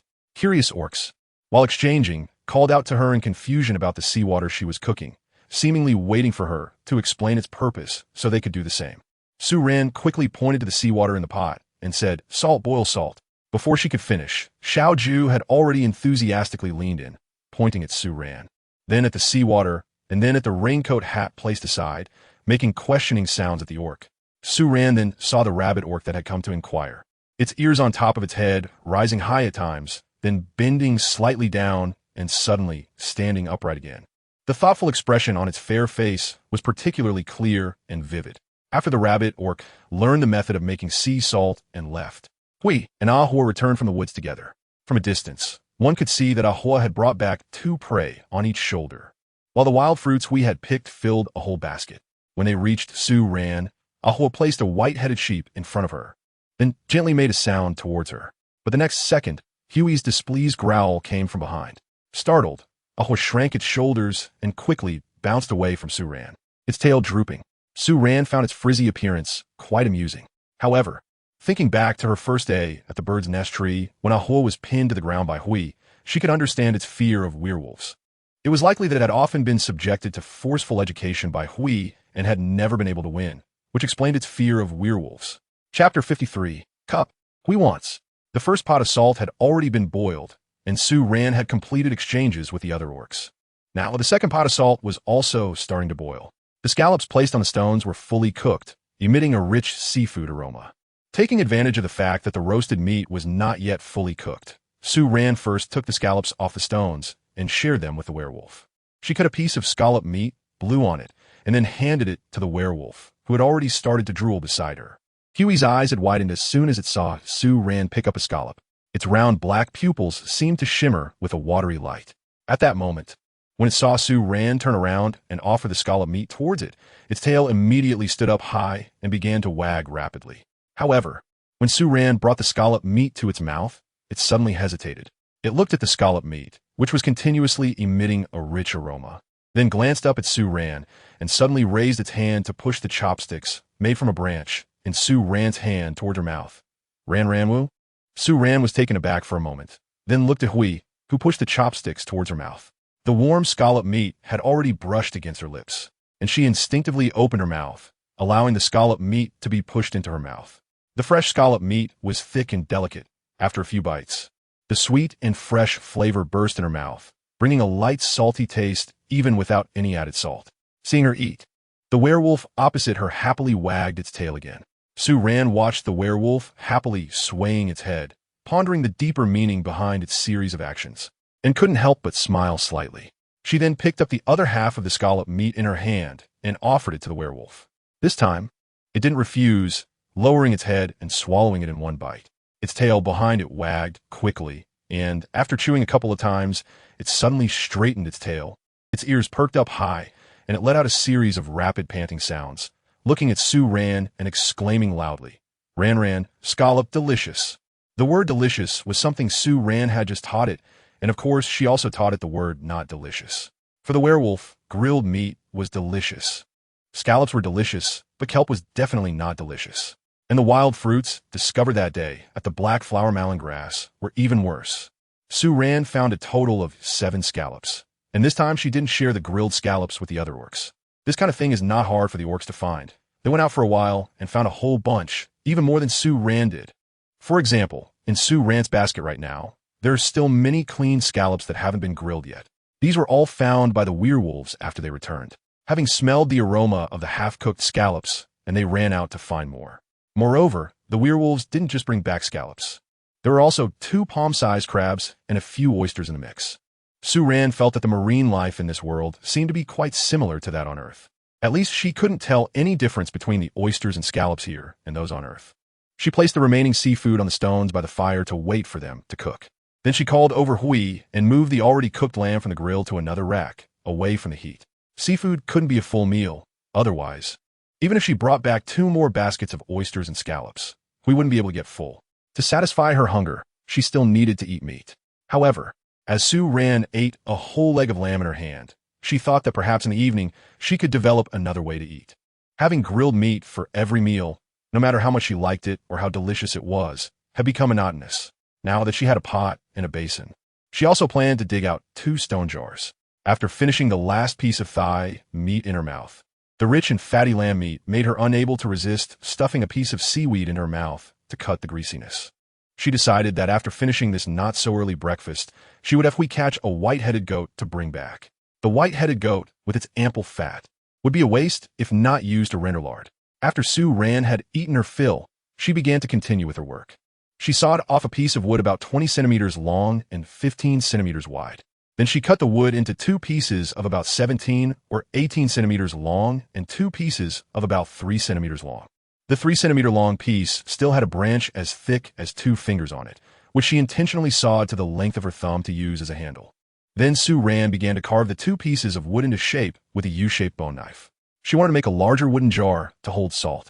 Otherwise, the chewing gum jar was too small and could not hold much, requiring her to run to the beach frequently. She first used the U-shaped bone knife to carve the small piece of wood, intending to make the lid of the jar. Making the lid did not require hollowing it out. She just needed to thin it down to 1 centimeter thick along the edge of the wood. When the time came, the jar's body could be left with a thickness of 1 centimeter, which would perfectly allow the lid, which was 1 centimeter shorter in diameter, to fit in and also provide a sealing effect. Just then, Ash had finished eating, so Su Ran directly handed over the task of hollowing out the remaining piece of wood to it.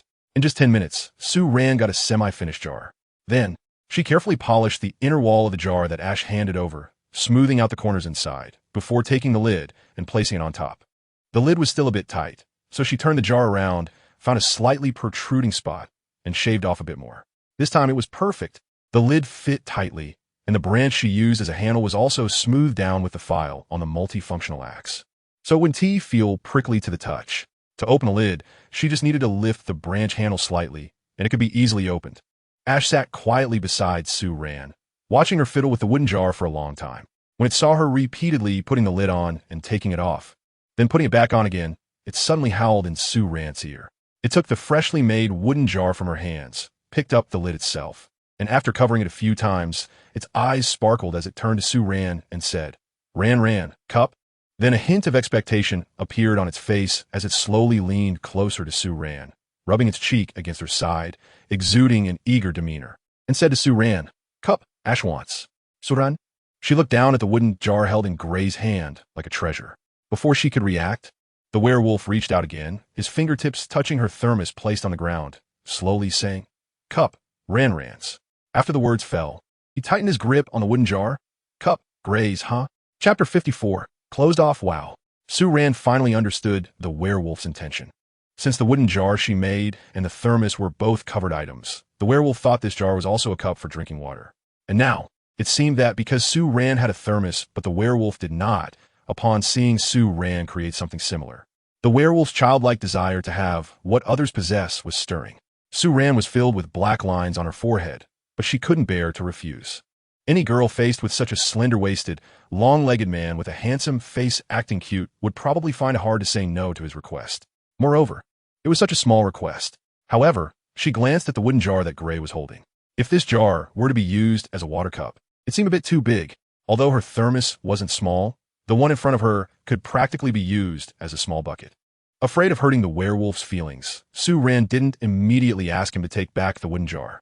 She searched through the dead tree that the werewolf had dragged back and finally sawed off 2 slightly smaller pieces of wood. Then, she hollowed them out using the same method.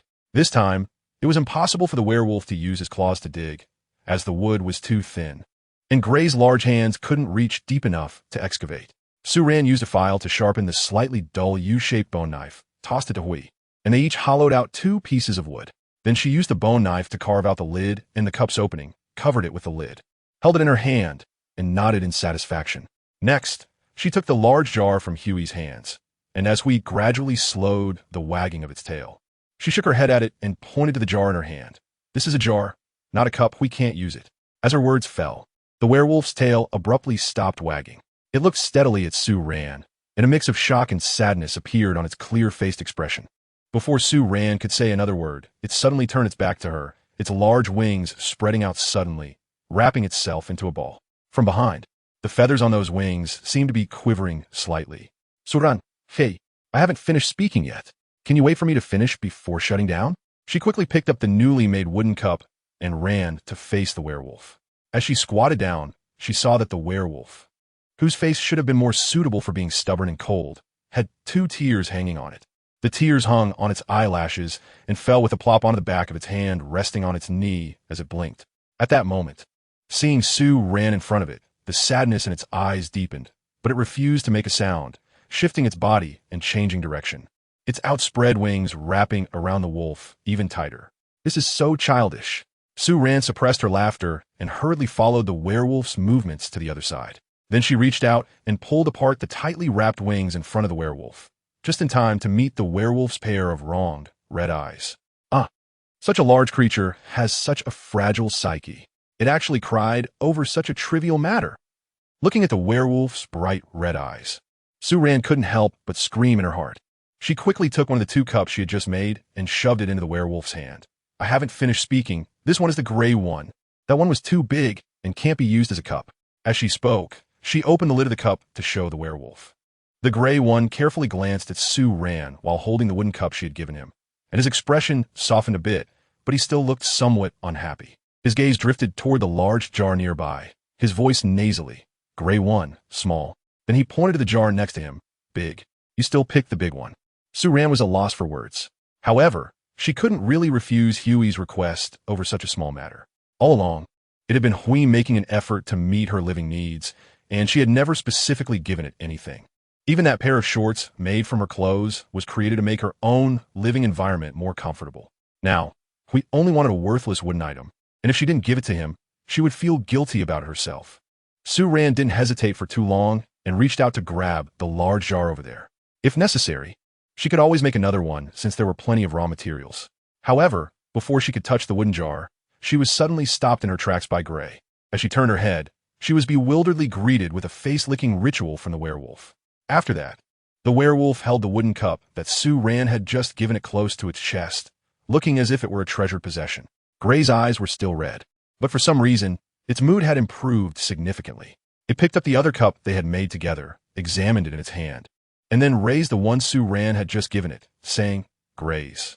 Then it handed the other cup to Su Ran with a hint of expectation in its gaze, saying, Ran's? Su Ran was taken aback, and then it seemed she guessed the reason for the werewolf's sudden change in mood. She cleared her throat and took the wooden cup the werewolf handed her. This is mine. As soon as she said that, she saw the werewolf's eyes light up. It reached out to bring its cup next to Su Ran's, looking down at the 2 cups touching each other, then lifted its head and grinned at Su Ran. Ran, then it leaned closer to Su Ran, rubbing against her cheek a couple of times. Ran, awesome. The werewolf's expression was straightforward and sincere. However, Su Ran felt a sudden flutter in her heart because of its candid expression. She felt she wasn't mistaken. The werewolf must have seen the 2 cups as a pair, which was why it suddenly changed its mind and grew fond of this small wooden cup. So on another level, in the werewolf's heart, they were already a couple. Thinking of this, Su Ran couldn't quite articulate what she felt at that moment. There was neither love nor hate, but more confusion. Was she really going to spend the rest of her life with a beast man? Could she really develop feelings for a beast man as a couple? Su Ran turned to look at the orc sitting next to her, who was being all clingy. After a moment, she sighed silently. Thinking more about it was useless. She decided to take it one step at a time. She got up and walked over to the campfire, rummaging through it to pull out a charred wooden stick. She walked to the seaside and dipped it in the water to extinguish the embers. Then she returned to Gray's side and said to him, Gray, give me the cup. However, the werewolf looked at her hand gesture in confusion, tightening his grip on the cup he had just received with an innocent expression on his face. Chapter 55. Scallop Knife. Su Ran was amused by its little expressions and helplessly reached out to tug the cup from its hands. Then, under the anxious gaze of the gray creature staring at the cup, she picked up a branch that had burned to charcoal and began to draw her favorite simple sketches on the cup. A few minutes later, A big head of a werewolf with triangular ears, a wide mouth, and 4 sharp teeth appeared on the cup. Finally, Su Ran peeled a red fruit and used a clean stick to dab some juice from the peel, painting 2 blush spots on either side of the big head. She held the cup up in front of the werewolf. Gray, look. The werewolf, almost not blinking, watched Su Ran finish the entire big head and stared at the pattern on the wooden cup for 2 seconds. Then it raised its eyebrows, pointed at the pattern on the cup, turned to look at Su Ran, and when it spoke, it lifted its hands to tug at its 2 ears on top of its head. Gray? Ran, the cup, Gray? Suran, amasin. Amazing, amazing, amazing. It repeated amazing multiple times to express its happiness. Then it picked up another cup and handed it to Su Ran with an expectant look. Rants. Su Ran reached out to take it, and a few minutes later, a small girl's big face appeared on another cup. After finishing the designs on the 2 cups, the werewolf took them aside to show off. Finally calming down the little gray wolf's emotions, Su Ran breathed a sigh of relief and continued with her work. She slowly poured the sea salt that had been made in a large wooden basin into the wooden jar she had just dug out. There was still 1/3 of the sea salt needed to fill the jar, and once the pot on the stove finished cooking, it would be just enough to fill 1 jar. The sun had already passed noon, and it was around 2 in the afternoon. The other beastmen had not returned yet. It seemed they wanted to leave with Su Ran and the others. Su Ran was also happy to have the orcs here, as it allowed Gray to engage in conversation with them during their play, helping the other orcs learn the human language more quickly. After finishing the sea salt, there wasn't too much to do, so Su Ran picked up the scallop shells she had just discarded after eating and washed them in the seawater. She wanted to make a few meat-cutting knives out of the scallop shells, as using the tactical knife all the time caused it to wear out too quickly. In situations where she could find alternatives, she wanted to extend the lifespan of a modern product she had as much as possible. Su Ran placed the opening of the scallop shell on the file and polished it repeatedly. After more than half an hour, the first scallop shell was shaped into a sharp blade. This scallop shell is about the size of 2 palms held together, making it perfect for use as a kitchen knife, and it's easier to make than a bone knife. Su Ran picked out a piece of beast meat from the basket sent by the orcs, intending to save it for dinner. She tried cutting into it with her scallop knife. In an instant, a deep and long cut appeared on the fresh beast meat. She nodded in satisfaction and showed the knife to the werewolf, immediately receiving praise expressed through a flurry of kisses. Unable to resist, she wiped the saliva from her face with her sleeve. Such enthusiasm was truly overwhelming. After the 3rd pot of sea salt was completed, Su Ran poured this batch of salt into a wooden jar, filling it to the brim. She then covered the jar and pressed the lid down firmly. At that moment, Xiao Ju and her partner, a winged lion-type beastman, approached with a black stone pot in hand. This lion-type beastman was the same one Su Ran had seen before in the bird's nest where Xiao Ju lived. The lion-type beastman was slightly more robust than the werewolf, with golden hair that was a shade darker than Xiao Ju's, cascading down to its back. It had a long, slender tail with a tuft of mane at the tip. Its wings were different from those of the gray creature. Its wings were light brown, and after thinking for a long time, Su Ran still couldn't figure out which bird species they resembled. She looked at the stone pot in the lion-type beastman's hand, which was carved from a reef. Was there black flower malin grass here? Su Ran's gaze showed confusion. Otherwise, how did they dig out this stone pot? She glanced toward the place where Xiao Ju and the others had just been, and sure enough, she saw a cluster of long, slender green plants on the ground. At this moment, Xiao Ju was having the lion-type beastman pass the stone pot in his hands to Su Ran. Su Ran looked down at the stone pot handed over by the lion-type orc and was surprised to find a thin layer of gray-white salt crystals inside. Salt? Su Ran instinctively asked Xiao Ju, who then nodded and looked at her with eager eyes, mewing softly. Su Ran looked down at the stone pot again, and indeed it was salt. However, it was not edible. First, because it was unrefined sea salt, and second, because this stone pot had just been made. She didn't know if Xiao Ju and the others had cleaned the pot thoroughly after digging it out with black flower malin grass.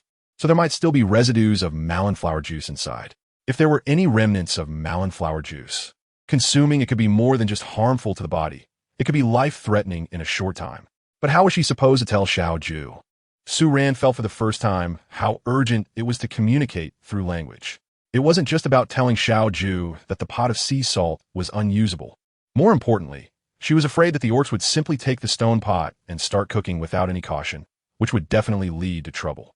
After thinking for a moment, she first signaled the lion-type orc to put the stone pot on the ground. Then she found a stick and poked around in the pot a couple of times. At this moment, Xiao Ju, Hui, and the lion-type orc squatted down with Su Ran. curiously watching her actions. In their eyes, one could see a strong desire for knowledge. Su Ran thought for a moment, pointed to the stone pot in front of her, and looked at Xiao Ju. Xiao Ju, can you eat this? It seemed that Xiao Ju noticed the hesitation on Su Ran's face. Her gaze held a hint of anxiety, which softened Su Ran's heart. She tried her best to convey a calming emotion to her, and then pointed at the sea salt in the stone pot. Shaking her head, sea salt, can't eat. Huh? Xiao Ju didn't understand the meaning of can't eat, but she could understand Su Ran's shaking head. Seeing Su Ran shake her head, she immediately froze in place, her big cat eyes wide open, glistening with unshed tears. That aggrieved look made Su Ran want to pull the little cutie into her arms and pamper her. However, thinking of the ever-watchful Hui nearby, she quickly dismissed that thought. With this possessive and jealous beastman around, she should refrain from such actions. Otherwise, if the wolf got jealous, it would be quite exhausting to soothe the child every day. Chapter 56. Using wild mallingrass, Su Ran used a scallop knife to cut a piece of meat from the beast meat in the basket. Then she poked it with a branch and rubbed the meat chunk vigorously in the stone pot brought by Xiao Ju and the lion-like orc. After rubbing for a while, she presented the meat chunk in front of Xiao Ju and the lion-like orc. The bright red piece of meat had already rotted halfway within just a few seconds, turned black, and emitted a very unpleasant burnt smell. Meow. As soon as they caught a whiff of that smell, both Xiao Ju and the lion-like orc were choked and instinctively took a step back. Although the gray creature beside Su Ran did not run away, it couldn't help but cover its nose with its hand. The strong reactions from a few orcs made Su Ran pause for a moment, and then she remembered the orc's sensitive sense of smell, unable to help but chuckle. After a while, as the initial strong reactions faded and the unpleasant smell in the air dissipated a bit, a few orcs slowly gathered back around Su Ran. The little orange creature looked incredulously at the piece of meat skewered on the tip of the branch, its round eyes shifting between the meat and Su Ran. Its voice filled with deep confusion and disappointment. Ran? Mew. It seemed to be asking, Ran, why is it like this? Su Ran speculated as she walked to the spot where Xiao Ju and the others had just started a fire, using a branch to pick up a lump of already used black flower marsh grass mud and bringing it back. Then she picked up a palm-sized stone from the ground and placed it in front of several people, applying the grass mud onto the stone. After waiting for a while, she hollowed out the softened part of the stone. Next, she cut a small piece of meat and placed it into the hollowed stone, rubbing it a few times before taking it out, and indeed, the piece of meat quickly turned black again. Seeing this, Xiao Ju's expression changed slightly. The high tail behind her slowly drooped down, and the black pupils in her eyes continuously contracted and expanded as if she were deep in thought. At that moment, Hui nudged Su Ran's wrist and pointed at the hollowed stone in her hand, asking, Ran, stone, use water, huh? Su Ran felt a surge of joy in her heart. At a critical moment, this werewolf was quite clever. She quickly nodded and walked to the seaside, filling the stones with water several times and carefully rinsing the hollowed-out parts inside the stones. After feeling that it was about right, she took the piece of meat she had just cut that had not been touched by the wildflower juice, poked it with a branch, and rubbed it against the stone wall. This time, the effect was very obvious. In just a few seconds, the meat was only slightly blackened on the surface. Seeing this, Xiao Ju and the lion-shaped orc showed thoughtful expressions on their faces. Before Su Ran could say anything, they saw Hui babbling a lot to the lion-shaped orc. While speaking, water and the term stone pot occasionally slipped out of his words. After listening to Huey's long speech, the lion-shaped orc furrowed its brows for a moment, then relaxed, showing a contemplative expression. Finally, it nodded at Hui and softly made a few sounds to Xiao Ju before leaving with him. After the two orcs left, Su Ran still felt uneasy and kept watching their backs for a while. It wasn't until she saw the lion-shaped orc pour out the salt crystals from the stone pot and fill it with seawater, pretending to wash it, that she breathed a sigh of relief. What reassured her even more was that the other orcs had already taken the initiative to approach Xiao Ju and the lion-shaped orc, asking them about something. This alleviated her worries about the other orcs potentially encountering dangers while using the stone pot without proper guidance. Su Ran glanced at the werewolf sitting next to her, who was digging in the sand. It was evident that the werewolf had just been explaining to Xiao Ju and the others how to use the mallingrass. Su Ran glanced at the time and felt it was getting late. She hesitated between refining some animal fat by the sea and going back to do it later, but in the end, she chose to return. Otherwise, if she sent Gray to hunt now, they would have to carry the prey back, which would be an extra burden for him. Although werewolves have strong physical abilities, Su Ran didn't want to make him work too hard. So she began to pack her things and called over the werewolf, Gray. The werewolf, who was squatting by the water collecting seashells, perked up his ears and looked at her. We're going back now. Sue Ran smiled at it and said, let's go back to the bird's nest tree. Back. Hui was taken aback for a moment, but when he heard the words bird's nest tree, his eyes lit up and he immediately responded with a loud mm. He got up and ran to Sue Ran's side to help tidy up. When Sue Ran and Hui returned to the bird's nest tree, it was exactly 5 o'clock in the evening. At this time, the characteristics of seasonal changes were more pronounced. Sue Ran looked up at the bright sky above her head, still remembering that when she first arrived in this world, she had to hurry back to the small cave halfway up the mountain every day right after 4 in the afternoon, because at that time, it would be completely dark by 5 in the evening. After returning to the bird's nest tree, she and Hui directly went to the riverbank where another stone pot was placed. As for the stone pot by the sea, she had hidden it in the corners of several large reefs by the sea and did not bring it back. Sue Ran had once again started a fire on the riverbank. She looked at the fire and sighed, feeling that all she had done that day was to start fires. The other orcs gradually returned from the beach, but it seemed that not many were preparing to eat dinner at this time. While at the seaside, these orcs had not only eaten grilled meat, but had also intermittently rekindled the fire to grill a lot of seafood. Perhaps their stomachs were still full. In fact, Sue Ran wasn't particularly hungry either, but since she still had time, she wanted to render some more animal fat. It was like facing the impending cold winter. Not knowing how long this winter would last made her want to fill her den with supplies as quickly as possible, like a little hamster. Sue Ran is currently in this state, facing a strange world. She always wants to gather and create everything that she might possibly need, just in case. Gray has been called out to hunt white-headed sheep. Before leaving, he pointed at the basket filled with various pieces of meat exchanged with the orcs, mumbling, Ran, meat. Roasted meat? He looked puzzled as if saying, Ran, we still have meat left.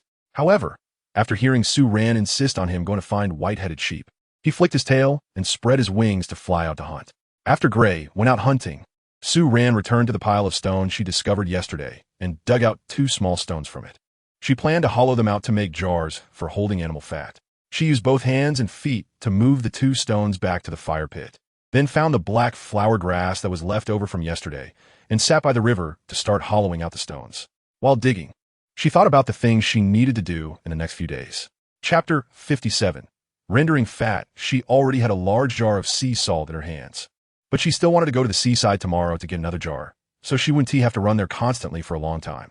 Secondly, she needed to teach the orcs how to start a fire as soon as possible. After all, she couldn't always have the orcs follow her everywhere just to secure food. Sometimes, she also wanted a little quiet personal dining space. Thirdly, she wanted to take some time to wander around the nearby forest to see if she could discover some other ingredients. Eating meat every day was really monotonous. Even though there were fruits, they were all sweet, and eating too much of them would also become tiresome. She now greatly missed the taste of noodles, steamed buns, and fried dough sticks from the small restaurants at the entrance of her internship unit. Thinking about this, Sue Ran quickly hollowed out the 2 stone jars in her hands. She rinsed the stone jars twice with clean water and suddenly remembered the leftover seed from the green soap fruit she had collected today. She pulled out a seed from her pocket, crushed it on the stone, placed it in a wooden bowl to whip up some foam, and then poured it into the 2 stone jars.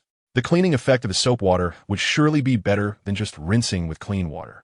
After cleaning the 2 stone jars, Sue Ran filled them with clean water as usual, tossed in a handful of grass, and waited to see the changes in the grass. Then she stood up and stretched lazily. The sun was already slanting to the west, and the evening breeze began to pick up a little.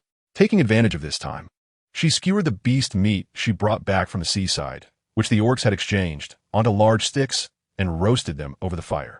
This would be the staple food for tonight. She also placed the scallops, crabs, and oysters that the werewolf had collected on the stones surrounding the fire to roast slowly. However, she kept 1 crab and a few scallops aside, and since there was still some kelp left in the basket, she planned to make some kelp soup to drink later. After doing all this, she sat on the ground, picked out a piece of wood, and began to carve a spoon. She needed to make a large soup spoon, a small ladle, and a big strainer, otherwise, there would be no usable tools when rendering fat later. Sue Ran sat on the ground, seriously digging with a spoon. After a while, she heard a flurry of wings above her head. Without turning her head, she could guess that Hui had returned. The werewolf landed on the riverbank in a good mood. It held a white-headed goat in one hand and walked over with a light step, wagging its tail as it leaned down to nuzzle Sue Ran's face. Before heading to the river to wash its catch, As usual, it placed the peeled, white-headed goat skin in the river for Sue Ran, then carried the already processed goat and the leftover entrails back to the fire pit, laying them on the sweet leaf tree, leaves spread on the ground. Just as it was about to hang the whole goat on a branch, Sue Ran stopped its movement. "We're not roasting this goat." "Huh?" A look of confusion appeared in the werewolf's green eyes. Sue Ran smiled at it, then took out a scallop knife and a large wooden basin nearby to start cutting the meat. The meat of the white-headed sheep was visibly rich and tender. From the hindquarters to the belly, there was almost a thick layer of fat, with only the back and neck showing noticeable lean meat. However, Sue Ran found it quite peculiar. Although the meat of the white-headed sheep looked very greasy when she tasted the fat, it still had some fibrous texture and wasn't the kind that was overwhelmingly greasy in one bite. She cut all the fat from the white-headed sheep and then diced it into small pieces. A pot of water had already been boiled in the stone pot, and she poured the large basin of fat into the pot to blanch it, rinsed it clean, and then blanched it a second time before starting to render the fat. For Sue Ran, rendering fat was not difficult.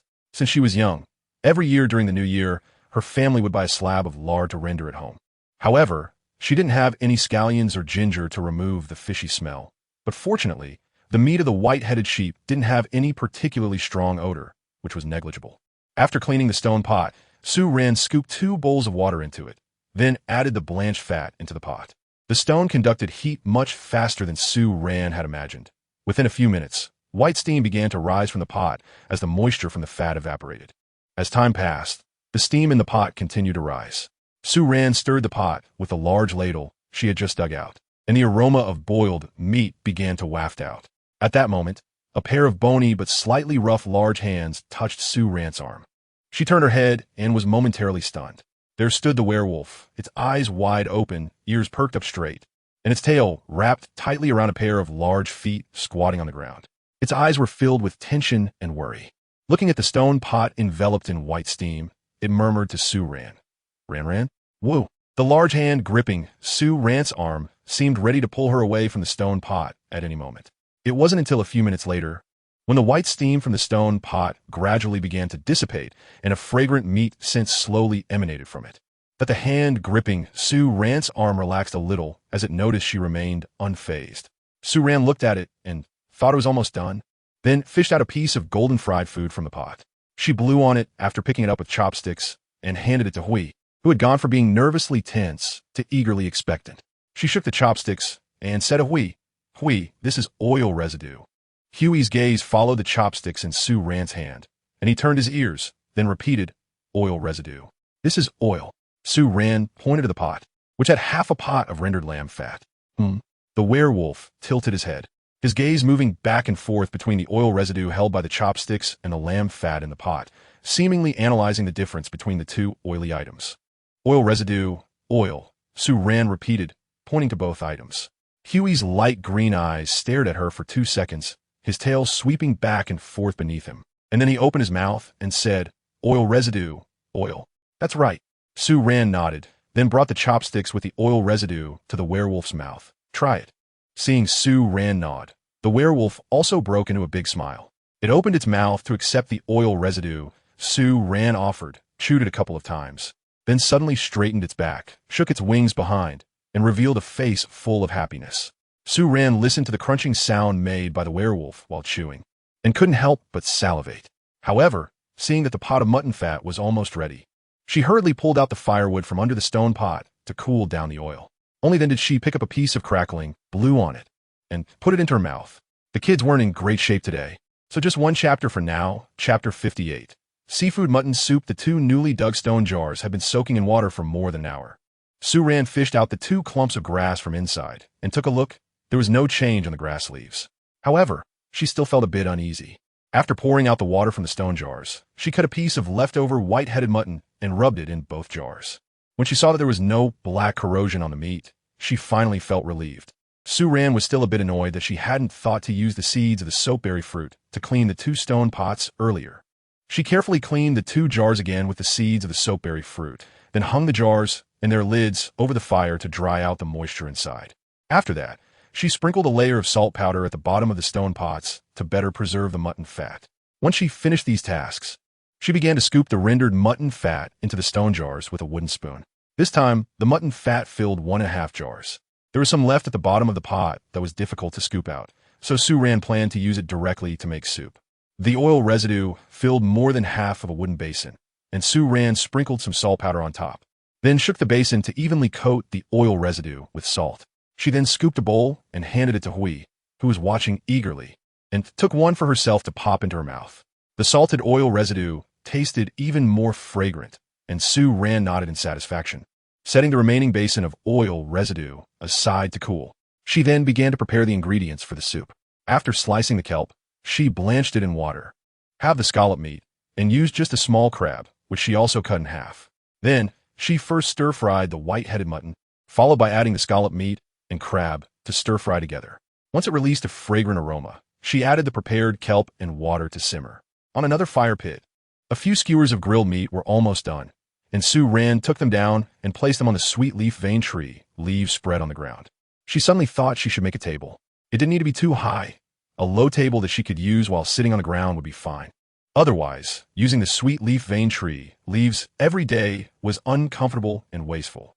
After about 10 minutes, a rich kelp aroma began to waft from the stone pot. Su Ran gently stirred it with a wooden spoon, then set the spoon down and waited for the soup to simmer. She then went to chop a large bundle of willow branches and sat down to weave. This time, she wanted to make a backpack-style basket with straps that could be carried on her back. That way, whenever she went out, she could simply wear the basket on her back and let Hui carry her while flying, saving her from having to use one hand to hold the basket in midair, which was unsafe. Halfway through weaving the basket, the delicious aroma of the soup in the stone pot grew stronger. Even Hui, who had been sneakily stealing oil residue nearby, couldn't resist giving up on the oil and quietly sat beside Su Ran, staring at the bubbling soup with drool dripping. It pointed at the simmering soup in the pot and asked Su Ran, Ran, what's this? Good. It had already learned to use the phrase, what's this? Su Ran raised her eyebrows and smiled. She pointed at the seafood lamb soup in the pot, which had turned slightly white, and said, this is seafood lamb soup. Seafood? Lamb soup? Su Ran nodded, thought for a moment, and gathered the leftover scallop shells, crab shells, and oyster shells together. She picked them up one by one for the werewolf to see. This is a scallop. This is an oyster. This is a crab. After Gray repeated them all, she gathered these items together, drew a circle around them with a stick, and pointed at the pile of shells inside the circle, saying, these are called seafood. Oh, woo. After she finished speaking, Gray tilted its head and stared intently at the pile of seafood shells in front of it. After a while, it reached out to pick up a scallop shell, then a crab shell, and after bringing the two together, looked at Su Ran and asked, seafood? Yes. Su Ran used a branch to push a pile of seafood shells together, and then pointed at the pile of shells, saying, when these are put together, it's called seafood. The werewolf pondered and seemed to still not quite understand Su Ran's explanation. Su Ran didn't continue to explain it to them. The learning ability of the orcs had exceeded her expectations. Therefore, there was no rush for language teaching. It was enough for the werewolves to first distinguish the different names of each item. The seafood soup, in the end, had a slightly pinkish-white color, though it was unclear whether it was due to using cold water while making the soup or because of the different ingredients in this world. However, the fresh and fragrant aroma of the soup wafted out as it was ladled into bowls, making people completely lose interest in doing anything else, only thinking about filling their stomachs first. Su Ran first filled 2 bowls of soup, one for Gray and one for herself. She couldn't help but blow on the edge of her bowl and took a sip. The hot soup was still a bit scalding, but it was this warmth that brought out the rich seafood aroma. One sip of the fresh soup revealed that although it contained mutton fat, it didn't feel greasy at all. Instead, it was smooth and delicate. The aftertaste was filled with the refreshing flavor of kelp, which further suppressed the slight greasiness.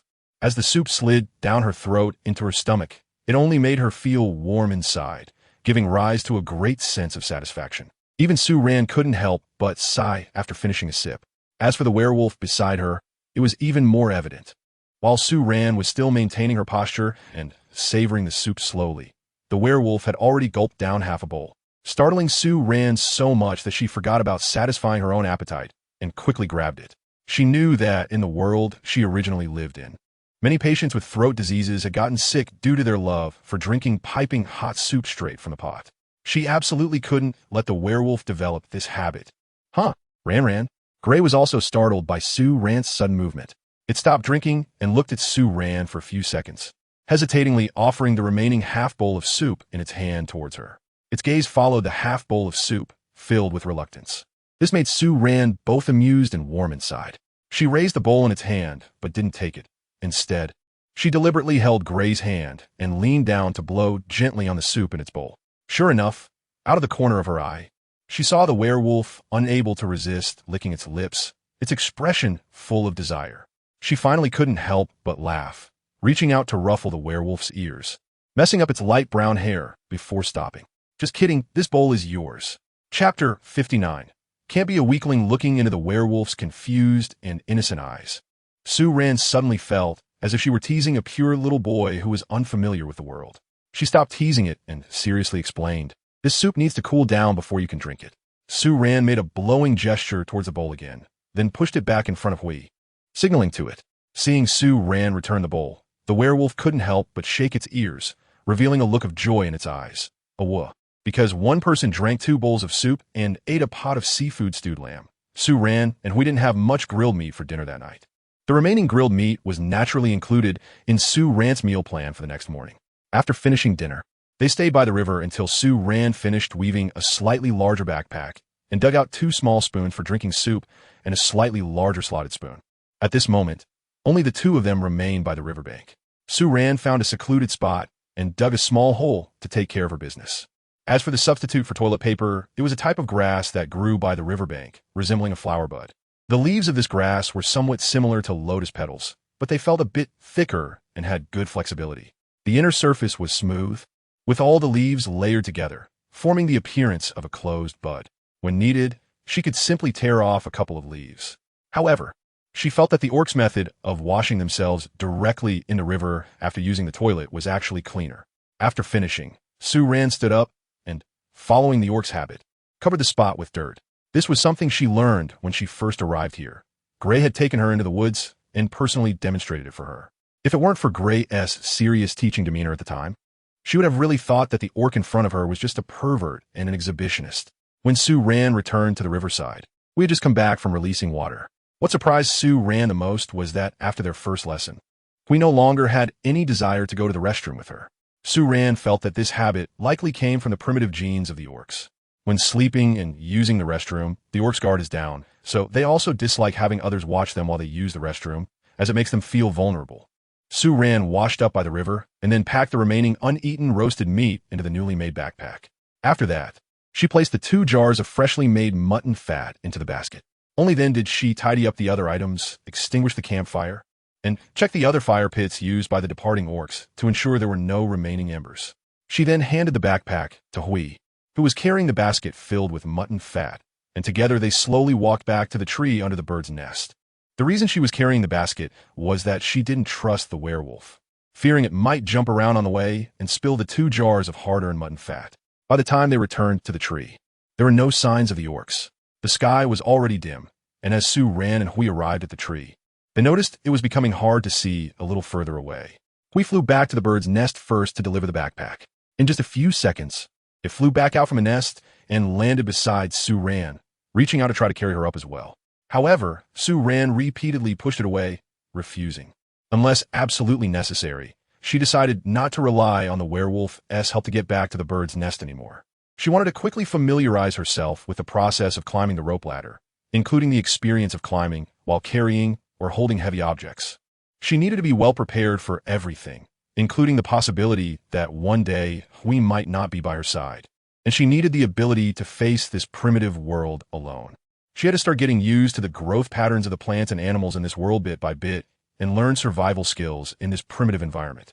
Most importantly, she needed to strengthen her physical fitness. Compared to the orcs, that was one thing, but at least when facing animals like the white-headed sheep, she couldn't always be a weak hunter. She also wanted to learn hunting. Although she might not excel in strength and speed, she could try to set traps and create hunting tools. In short, in this world, she was all alone. Even if she met Hui now, and even if they lived together until old age, they would still only be 2 individuals. So far, she had not seen any orc in the community that resembled Huey's parents or siblings. Therefore, if one day something happened to either her or Hui, whether it was illness or injury, they could rely on each other at most. After Hui understood Sue Ran's rejection, though confused, it did not force her to be carried back to the bird's nest. When it saw Sue ran grabbing the rope ladder with one hand and holding the basket containing the stone jars and mutton fat with the other. It seemed to understand her intention, calling out to her with a bright voice that sounded quite happy. Then it stood by, watching her movements. Once Sue ran climbed a bit higher, it spread its wings, elevating itself to the same height as Sue ran, quickly flapping its wings behind it to maintain balance. Sue ran now feels extremely fortunate that she remembered to make this thing called a backpack, even though what she is holding is a basket, not a backpack. Climbing the rope ladder is really too difficult. Not only is it hard, but it's also very dangerous. When she stepped onto the first rung of the rope ladder, it started to sway continuously. She had to use all her strength to keep her foot firmly on the wooden stick below, ensuring that the sole of her shoe wouldn't slip off and cause her to fall directly to the ground.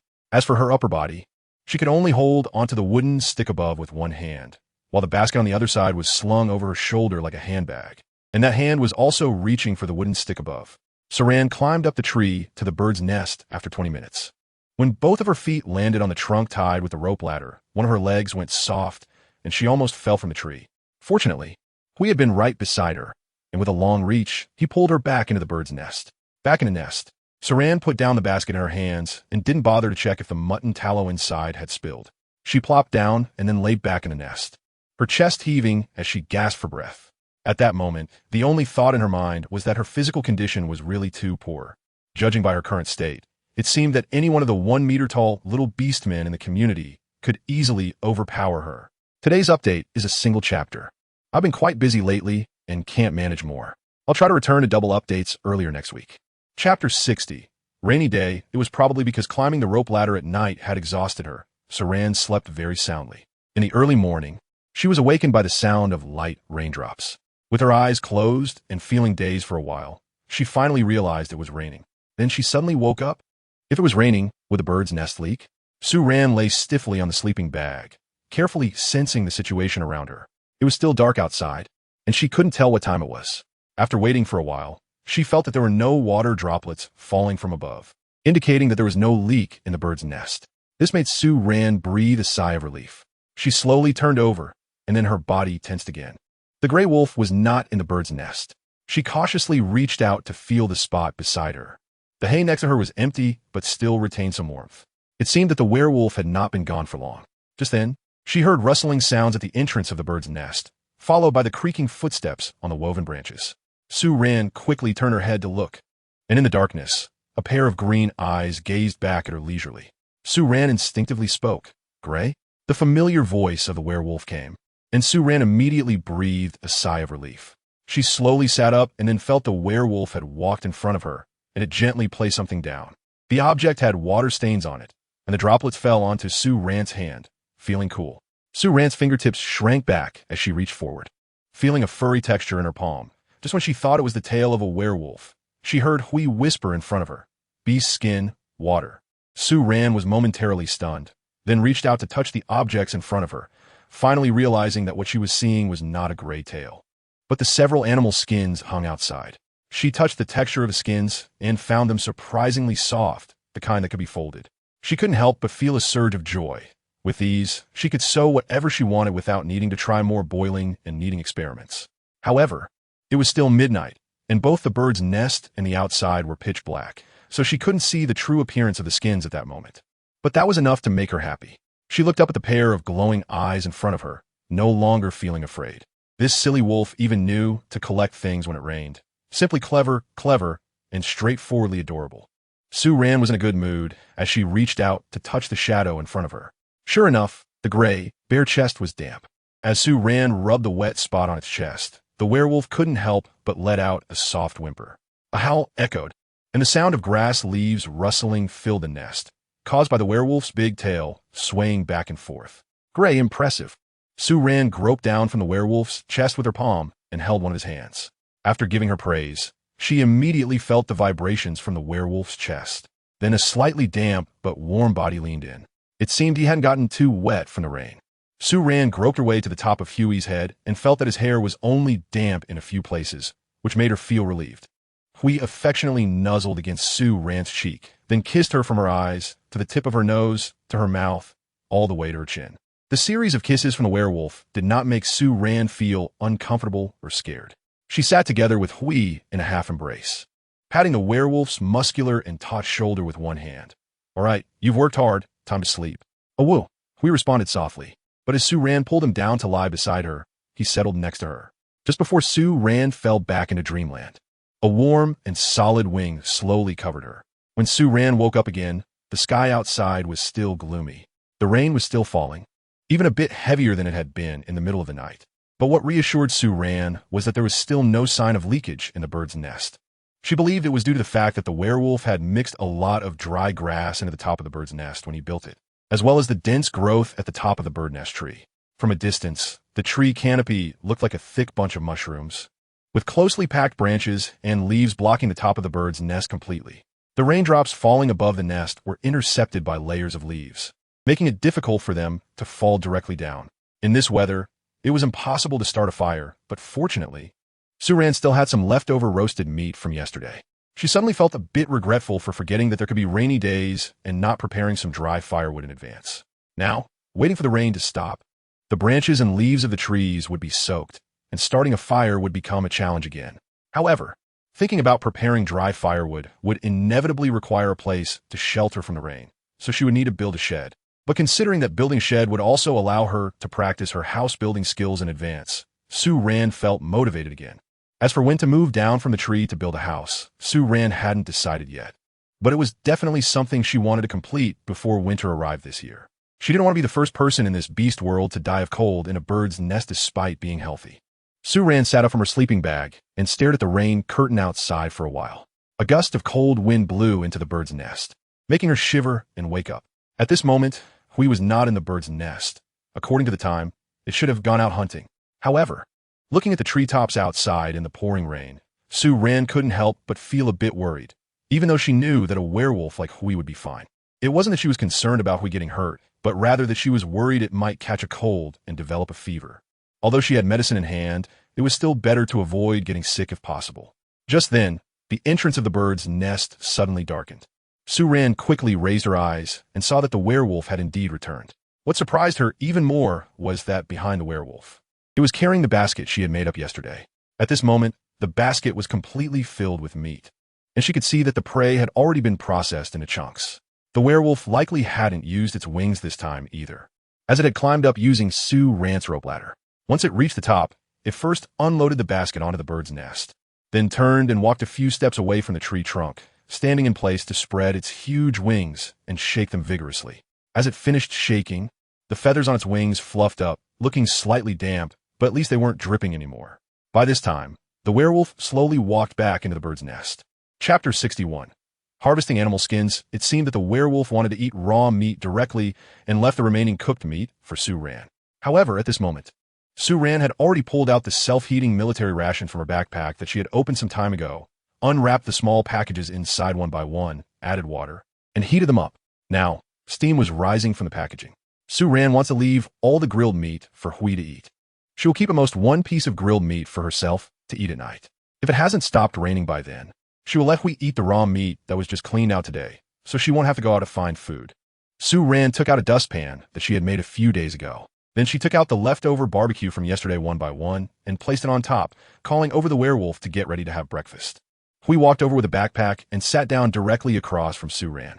It curiously looked at the self-heating military food bag in front of Su Ran that was still steaming and making sizzling sounds, but its hands didn't stop moving. It casually reached into the backpack and took out a sweet leaf to lay at its feet, then proceeded to grab some raw meat from the backpack. Su Ran quickly stopped it. She stood up and walked to the gray 1S side, pulling the basket of meat slightly to the side, indicating that she didn't want it to eat that. The raw meat had been cleaned thoroughly, and just by looking at it, one couldn't tell what animal it came from. However, judging by the size, Su Ran thought it was more likely to be a white-headed goat or a small four-eared cow. After moving the basket a bit further away, Su Ran sat back down and pointed at the roasted meat, saying to Gray, "Gray, eat this." As soon as she finished speaking, she saw the werewolf frown, its tail swishing slightly behind it, looking somewhat reluctant, also pointing at the roasted meat. Ran eats roasted meat. Gray eats raw meat. But then it looked towards the self-heating military food bag, where the sound of boiling water was gradually decreasing. Ran, what is this? What is it? Ah! Sue Ran looked at the self-heating military food that the werewolf was pointing at and almost blurted out that it was self-heating military food. She touched her nose, thought about the staple food inside the military rations, and then said, "This is rice." As she spoke, she felt that the time was about right, and the heat in the military food bag was gradually decreasing. Sue Ran carefully opened the military food bag, and the smell immediately wafted out. This scent wasn't particularly amazing to her, as it was processed food. However, the moment she smelled it, she still felt a sense of nostalgia. Days without staple food were truly hard to endure. Sue Ran waited until the bag wasn't so hot anymore. Then she used her fingers to open the bag and gradually divided the mixed rice and vegetables into 2 bowls. After splitting them, she placed one bowl in front of Gray and kept the other for herself. Then she inserted a wooden spoon into Gray's bowl, letting it eat with the spoon. "I can just eat this." Gray had roasted meat for breakfast. Upon hearing Sue Ran's words, the werewolf wanted to argue, but in the end, it couldn't go against her. Seeing Sue Ran happily eating her self-heating military meal, it finally compromised. However, it still tried the half bowl of self-heating military meal that Sue Ran had given it. But it was clear that it was a bit of a struggle to eat. The werewolf finished the half bowl of rice in just 3 or 4 bites. But it looked like each bite was a struggle to swallow, indicating that it really didn't like it. Sue Ran felt that she needed to teach the werewolf to refuse quickly, to make it understand that it could say no to things it didn't like. After finishing breakfast, Sue Ran and Hui cleaned up the leftover bone scraps, and then Sue Ran stopped Hui, who was going out to throw away the trash, and wrapped the scraps in sweet leaf vein leaves to put them in the basket, planning to throw them away after the rain stopped.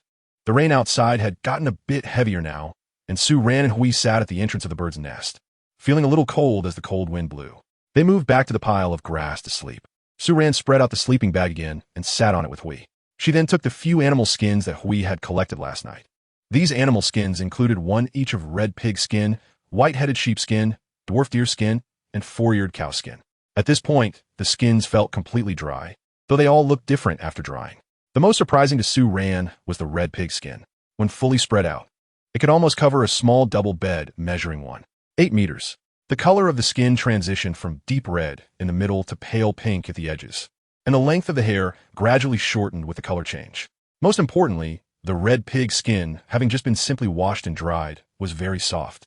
If not accounting for the thickness of the hair on top, the entire skin was also very thin. The elasticity of the red pig skin wasn't particularly high, but it still had some. In any case, it was an ideal material for making clothes. No wonder Hui had emphasized the red pig skin to her at that time. Sue Ran then looked at the other animal skins in front of her. This time, she immediately noticed the dried and shriveled dwarf deer skin, which had hardened into a shell-like texture. She reached out to pick up the stiff skin, which had shrunk from a size that could make a short-sleeve garment to one that could only make a strapless top. Moreover, it had already set into shape, resembling clothes that had frozen stiff and could stand on their own after being left outside in the winter in the far northern cities on Earth. At this moment, though the skin wasn't so stiff that it couldn't be bent, it was definitely unusable. Sue Ran picked up the skin of a dwarf deer and shook it in her hands, then helplessly set it aside. She thought that the elasticity of the dwarf deer skin, when not yet dried, would make it one of the most suitable materials for clothing among the various skins. Then she looked at the skins of the 4-eared cow and the white-headed sheep. The skin of the 4-eared cow was thick and had some softness, but it wasn't soft enough to be easily folded due to its thickness. As for the skin of the white-headed sheep, its elasticity was similar to that of the 4-eared cow, and its thickness was between that of the 4-eared cow and the red pig. However, the long, dense fur on its back still made Sue Ran unable to part with it. None of the skins had any strange odors, as they had been washed with soapberry fruit kernels, leaving a faint fragrance of soapberry. Sue Ran directly spread the beast skin of the 4-eared cow, first side up, on the pile of grass. Then she lay down to try it out, and indeed it was very soft. After lying there for a while, she gradually felt some warmth beneath her. Sue Ran decided to use this piece of hide as a bed for now. As for the other 2 animal skins, she planned to make summer clothes for herself and Hui. The weather was gradually getting warmer, and at least the outfit Sue Ran was currently wearing was becoming a bit uncomfortable. Chapter 62. Chilly Fruit. The rain continued until around 3 in the afternoon before it finally stopped. After the rain ceased, the orcs, who had been cooped up in their nests and caves all day, came out to stretch their limbs, especially the little ones. They didn't mind the muddy ground and rolled around playfully on the wet grass, then ran towards the river, each covered in black mud. Sue Ran also climbed down from the bird's nest tree with a backpack. The trees in the forest were soaked with rainwater, so she didn't plan to start a fire tonight. She intended to find some firewood to dry by the riverbank later, for use tomorrow morning. Since there was nothing else to do in the afternoon, she decided to explore the forest to see if she could find anything edible or useful. After climbing down from the bird's nest tree, Sue Ran walked deeper into the woods, away from the riverbank. We followed closely behind her, so she didn't have to worry about getting lost. The air, fresh with the scent of damp earth and vegetation after the rain, made Sue Ran, who had spent the whole day in the bird's nest, feel much clearer. However, the ground, drenched by the rain, was a bit difficult to walk on, and her sneakers were already caked with a thick layer of mud, making her steps sticky and heavy. Sue Ran held a long wooden stick in her hand. When she encountered bushes blocking her path, she used the stick to push the branches and leaves aside. However, even so, her clothes quickly became stained with watermarks from the shaking branches and leaves. After walking into the woods for about 20 minutes, the surrounding trees began to change a bit. The trees here were still mostly bird's nest trees, but sweet-leaf vane trees gradually increased in number. On the ground, a new species of shrub that Sue Ran had never seen before began to appear. The half-person high, light green leaves resembled mugwort, and the shrubs were covered with clusters of dense, dangling fruits. There were also vines winding around the large trees, with clusters of bright red fruits the size of red beans growing on the vine branches. Further ahead, in a slightly wider area of the woods, the ground was covered with patches of sky-blue wildflowers. The largest of the wildflowers was about the size of Sue Ran's palm, and their rich fragrance uplifted her spirits. Sue Ran picked about 20 UU fruits to take back and eat. She casually plucked 2 more, putting one in her mouth and handing the other to the werewolf who was following her, looking around. While eating, she took a few steps forward and reached up to pick a small red fruit from a vine wrapped around a tree. She held it under her nose to smell, but couldn't detect any scent and couldn't tell if it was edible. Being such a small fruit, she couldn't check for signs of pecking by birds or animals. She crushed the small red fruit with her fingertips, and the bright red juice immediately covered her fingertip. The skin of the fruit was thick, and inside were many tiny white seeds smaller than millet grains. Then Sue Ran brought her juice-covered fingers to her nose to smell again, and as soon as she did, she froze in place. A sharp, spicy scent rushed up her nasal cavity, and after a few more sniffs, her eyes involuntarily began to feel slightly sore and teary. Chili peppers. Sue Ran looked in surprise at the large mass of vines wrapped around half a tree. Just a moment ago, there were only beautiful little red fruits growing on them. But now, in her eyes, they had transformed into irresistible delicacies. God knows how tempting these chili fruits were for Sue Ran, a young person who couldn't live without spicy food. Just as she was about to pick a few more to examine closely, who had just run ahead searching for something, returned with a handful of items. When it saw the little red fruit in Sue Ran's fingers, it suddenly looked horrified. It immediately dropped the items in its arms to the ground, leaped over to Sue Ran's side, swatted the little red fruit out of her hand, and then scooped her up into its embrace, backing away several meters before finally setting her down. It then started pointing at Sue Ran and yelping, Ran, this is disgusting. Spicy, it's awful, wah. To express the horror of the little red fruit, Hui made exaggerated spitting gestures while sticking out its tongue to mimic the hissing sound made when something is too spicy, repeatedly saying how terrible it was. After finishing, it placed both hands on its stomach, bent over, and pretended to be in pain, causing Sue Ran to go from being stunned to holding back laughter. It was truly amusing to see such a large werewolf making such silly gestures, and with its serious demeanor, its soft ears twitched adorably, making it both cute and funny. She lifted her foot to pat Hui on the shoulder, her eyes brimming with undisguised amusement. This is really delicious. But you have to wait until I finish cooking before you can eat it, okay? Oh? Upon hearing her words, the werewolf paused, standing still and staring at Sue Ran for a few seconds, still filled with doubt. It looked at her, its pupils narrowing slightly, and after a moment, it firmly grasped Sue Ran's wrist, shaking its head decisively. No, this is awful, awful. It shook its head vigorously, even pulling on Sue Ran's wrist as if trying to drag her away. Sue Ran quickly broke free and ran to a tree covered in chili pepper vines, picking a chili fruit and stuffing it into her mouth for the werewolf to see.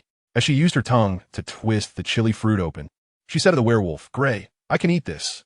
As soon as she said that, she noticed the werewolf's green eyes widening in surprise when she put the chili fruit in her mouth. It took 2 steps closer, standing in front of Sue Ran, its tail and ears stiff with tension, the anxiety flooding its entire body. The taste of this chili fruit was not very spicy, leaning more towards a fragrant spiciness. In any case, it hadn't reached the level where Su-Ran would need to drink water to cool the heat from eating it raw. However, it could also be because it was still only spring and these chili fruits had not yet ripened fully. So the spiciness might not be enough. Su-Ran savored the taste of the chili fruit and decided to pick some to satisfy her craving. Then noted the location to come back later and see if these chili fruits would grow bigger. However, she still needed to calm the anxious werewolf in front of her. He was currently looking at Su-Ran with curiosity and confusion. Its gaze had been fixed on her ever since she ate that red fruit, as if it wanted to take her away the moment she showed any signs of distress. Unable to do anything else, Su-Ran had to look up at the werewolf and stick out her tongue to show it. See, I ate it, I'm fine. By the way, I forgot to mention that this book will be available this Wednesday, so I hope everyone continues to support it. Additionally, I personally have experienced some inexplicable abnormalities in my health, and I'm still waiting for the results of a re-examination. There have been many infections recently, so everyone must strengthen their protection and pay attention to safety. Chapter 63. Leather clothes in Huey's tense gaze. Su-Ran picked more than half a pound of chili fruits, wrapped them in leaves, and put them in her backpack.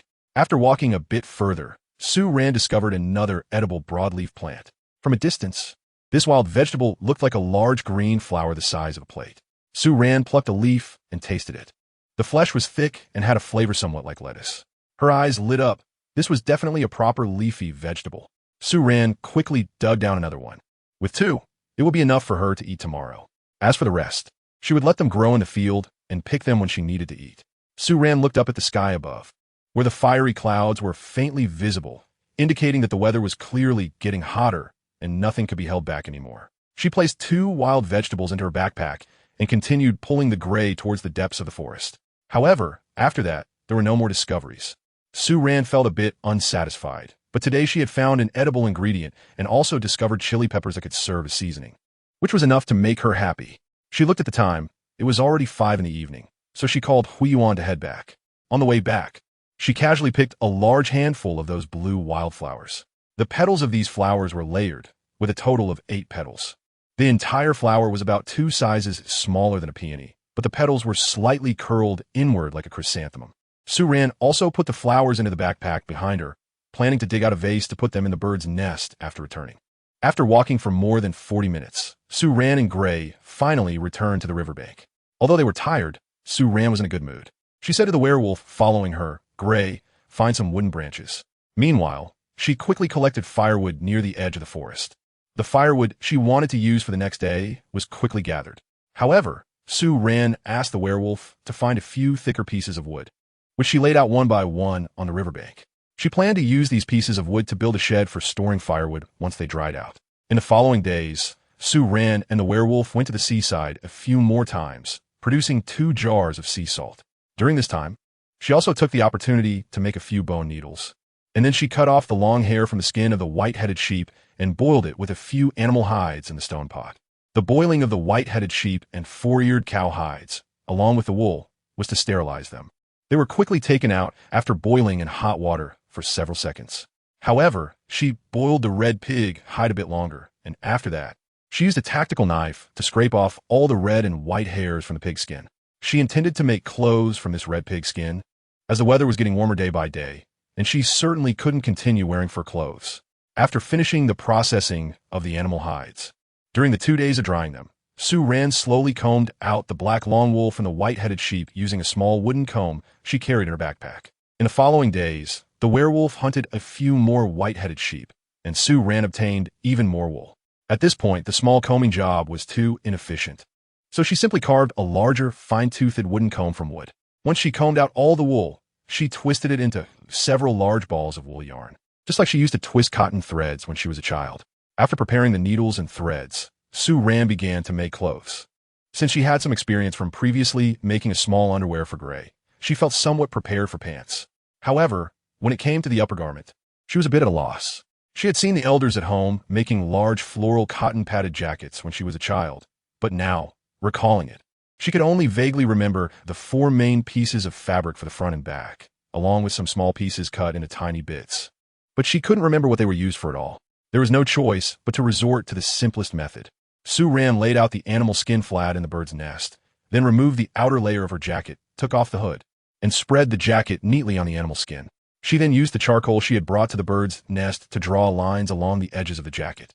After outlining the shape of the jacket, she took it off and continued to make some adjustments to the details of the jacket on the animal skin using the charcoal. She wanted to make a pullover hoodie, so she directly trimmed down the collar section she had drawn. The size of the jacket was adjusted to be slightly smaller than the original jacket. The scissors in her toolkit could only cut through gauze paper and similar materials, so they were useless on the animal skin. Therefore, Sue Ran used a tactical knife to cut the animal skin along the drawn lines. After cutting, she began to sew. The needle holes made by the bone needle and the wool thread were inevitably larger than normal needle and thread. But considering the quality of the needle and thread provided in her gear, Sue Ran preferred to use this. She made sure to sew the stitches very closely, and after finishing, she took a careful look and was pleasantly surprised that it turned out quite well. Except for some slightly crooked stitches in certain places. It didn't matter much since she was the one wearing it, and other beastmen wouldn't recognize it, so the unsightly spots were even less of a concern. It took Sue Ran nearly a whole day to make just this one piece of clothing, but at least the result was satisfactory, especially when she put on the finished animal skin clothing and saw Gray's sparkling eyes full of admiration. She felt a childish sense of pride rising from her heart, as if she was showing off. She secretly scorned her own childishness and, while it was still light outside, sewed herself a strapless top. The red pigskin had a bit of stretch, and the top was sewn to fit snugly, just right to support her two little charms. After finishing these two items, it was completely dark. However, Sue Ran was still in high spirits. Before going to sleep, she planned to use the remaining animal skin to make a vest for Gray the next day. Long-sleeved and short-sleeved clothes were probably not suitable for werewolves, but a vest should be okay. If Gray really didn't want to wear it now, it could be saved for winter. At worst, she could wear it herself. In the following 2 days, aside from making fire to cook, Sue Ran stayed in the bird's nest making clothes for herself and Gray. But as she had guessed, the vest she made for Gray was only worn for 2 days before it was taken off. Gray shook his head at Sue Ran while pointing at the beads of sweat rolling down his body, looking like he was saying, "I'm so hot," and murmuring, "Gray, water. So much water." Sue Ran couldn't help but laugh and cry at the same time, so she took back the vest and reminded him, "This is called sweat, Gray. You're sweating." Chapter 64. Rain shelter clothing, food, and transportation have been resolved. For Sue Ran, the only thing left is housing. Actually, the werewolf's bird's nest is quite good. It is elevated off the ground, keeping dry, with one household per nest, providing good privacy, and is sturdy enough. But these are considerations for werewolves. For Sue Ran, the first issue is that accessing items from the upper and lower parts of the bird's nest is very inconvenient for her. Secondly, the most important issue is heating in winter. When it rained the past 2 days, Sue Ran could clearly feel the rapid temperature changes inside the bird's nest. And this was just a spring rain. So what if it were winter? There would be no way to make a fire for warmth in the bird's nest. Although the nest made of branches could keep out the rain, it would definitely be drafty. The extremely low temperatures combined with the biting cold wind would likely freeze Sue Ran to death in winter, or she would fall ill by the following spring. She was really puzzled about how the bare-skinned beastmen managed to survive the cold winter. Today, Sue Ran planned to build a rain shelter for storing firewood and some miscellaneous items. The weather was clearly starting to warm up. The wood she had set out to dry by the riverbank a few days ago, which she planned to use for the rain shelter, had already dried thoroughly. Sue Ran chose to build the rain shelter near the edge of the riverbank, close to the woods.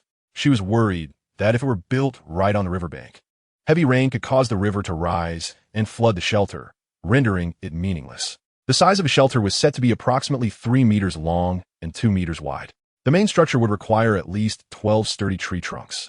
Out of these 12 trunks, 6 would be erected as supporting pillars for the roof, while the other 6 would form the horizontal beams at the top. However, as soon as she started building the shelter, Sue Ran encountered a problem. She had no nails. Without nails, she couldn't assemble the wood together. She thought about making bone or stone nails, but that would be time-consuming and labor-intensive, and they might not withstand the impact of a hammer. If the shelter she worked so hard to build collapsed after just a few days, she would be utterly frustrated. After thinking it over, the most suitable method seemed to be the traditional mortise and tenon joint. Of course, she definitely did not possess the exquisite skills of an experienced craftsman. However, she remembered that in her childhood home, there was always a pillar in the center supporting the roof beam. Above the pillar, a simple joint structure was used, with one piece shaped like a concave and the other like a convex. While she couldn't manage the more complex designs, she could at least try the simpler one. With this in mind, she turned her attention to the pile of wood she had prepared earlier. She first sawed the 6 tree trunks for the base pillars to the same length, and then cut the 10 longer pieces for the top beams and the 2 shorter pieces to the same length. Then she took charcoal and marked the 2 ends of each piece of wood with numbers from 1 to 24, according to her planned assembly sequence. After that, she began carving the shapes, starting with the first piece of wood. She drew the area to be carved on the first piece, and then used a bone knife to start carving. Once the first piece was finished, she moved the second numbered piece over, placed the 2 pieces opposite each other, and marked the shape for the groove on the second piece based on the first piece before starting to carve the second piece.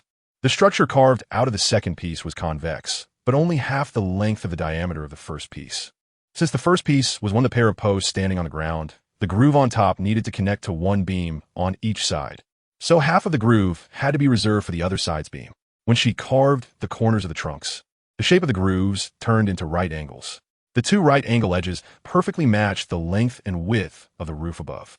Busy from early morning until the evening when the sky was filled with sunset glow, Su Ran finally managed to connect several pieces of wood together. Even though the wolfman nearby was itching to help, Su Ran dared not let it assist her with such delicate work, as she herself didn't yet know what the final product would look like. So earlier in the morning, she had sent the wolfman to process several animal skins that had accumulated over the past few days. After finishing with the skins, she had it gather firewood to be stored in the shelter to avoid it asking her questions constantly. Finally, the first step of building the shelter was completed. She looked down at her palms, which were now blistered, and noticed fine cracks forming at the base of her thumb due to friction. With the slightest movement, her fingers felt stiff, sore, and soft, and the blisters on her palms throbbed painfully. Su Ran shifted her gaze from her painful palm, took 2 deep breaths, and suppressed the sudden surge of sour grievances in her heart. Yet she had already begun to imagine what her hands might look like a year later, whether they would be covered in calluses. By the riverbank, Gray had already started a fire and set up the prey. In these past few days, Su Ran made seafood soup again, using the wild vegetables she found that day, which she later named thick-life vegetables. She had also made stir-fried meat with vegetables and vegetable stew a few times. However, it was clear that, in comparison, Gray still preferred roasted meat. Now, in Gray's recipe book, the deliciousness of food should be ranked as seafood soup, roasted meat, oil residue, raw meat, stir-fried meat with vegetables, kelp. And it wasn't just Gray. After Su Ran shared the stir-fried meat with vegetables with other orcs, apart from those with vegetarian animal traits. The other orcs also didn't seem to like this cooking method very much. It seemed that the orcs preferred the greasy and fragrant meat dishes. However, knowing that the orcs would also pick some sweet wild fruits to eat besides meat, Su Ran no longer worried about their bowel issues. Today, Gray hunted a 4-eared cow because Su Ran wanted a few more fur hides from it to make more bed sheets, quilts, and shoes. Gray was already thoroughly familiar with the method of roasting meat. From mashing the wild fruits and salt powder together in a wooden bowl, to scoring the skin of the 4-eared cow, to applying the marinade on its body, and then starting the fire to roast it. The werewolf no longer needed Su Ran's guidance from the side. Su Ran walked over to the fire, picked up a thermos, poured a cap full of water, and took a sip. The pain in her palm reminded her that the wound hadn't been treated yet, but she felt lazy and didn't want to move at all. She watched the flickering flames in front of her, which illuminated the werewolf's bare upper body, highlighting its well-defined chest and abs. The werewolf was wearing a pair of loose beach shorts that Su Ran had made for it. At that moment, while grilling meat, it occasionally looked up at Su Ran with a smile, creating a fleeting illusion that they were enjoying a romantic camping trip in the wild with a handsome little wolf dog. Chapter 65. Yellow mushrooms. Perhaps because she had something on her mind, Su Ran woke up early the next morning when Gray was getting ready to go hunting. It was only 6 in the morning, but the sky outside was already bright. The feeling of summer was becoming more intense, and Su Ran even suspected that it might already be summer in this world at this time. The change of seasons made her start to pay attention to the passage of time. A few days ago, she deliberately began to record the changes in the date. The method she used was the simplest. She sought a piece of stone and wrote the corresponding number on it every day. Today marked the 26th day since she arrived in this world. Seeing Su Ran get up, Gray walked over with a worried expression. Ran, sleep. Gray will hunt the red-skinned pig. It stood in front of Su Ran, lowered its head, rubbed against her face and neck, then took her hands and examined them closely. Last night, Gray had inadvertently held Su Ran's palm and felt the blisters and the wound on her hand. Su Ran couldn't help but let out a small gasp. and Gray discovered her injuries. Since then, the silly wolf had been looking guilty and worried, even losing its appetite for the grilled meat it liked, and it ended up needing Sue Ran to comfort it for a long time. However, after dinner, when the werewolf flew back to their nest with Sue Ran in its arms, it suddenly flew out again. By that time, it was already dark, and Sue Ran looked at the silent woods outside, wondering if the werewolf had gone somewhere to secretly feel guilty about the small blisters on her hand. She almost couldn't help but go out to look for it, but fortunately, it returned not long after. When it came back, the werewolf was holding a handful of yellow mushrooms. It handed all the mushrooms to Sue Ran, keeping only one to chew on. Sue Ran watched Gray's actions, thinking that this mushroom had some special taste. Gray specifically went to find it and bring it back to comfort her wounded little heart.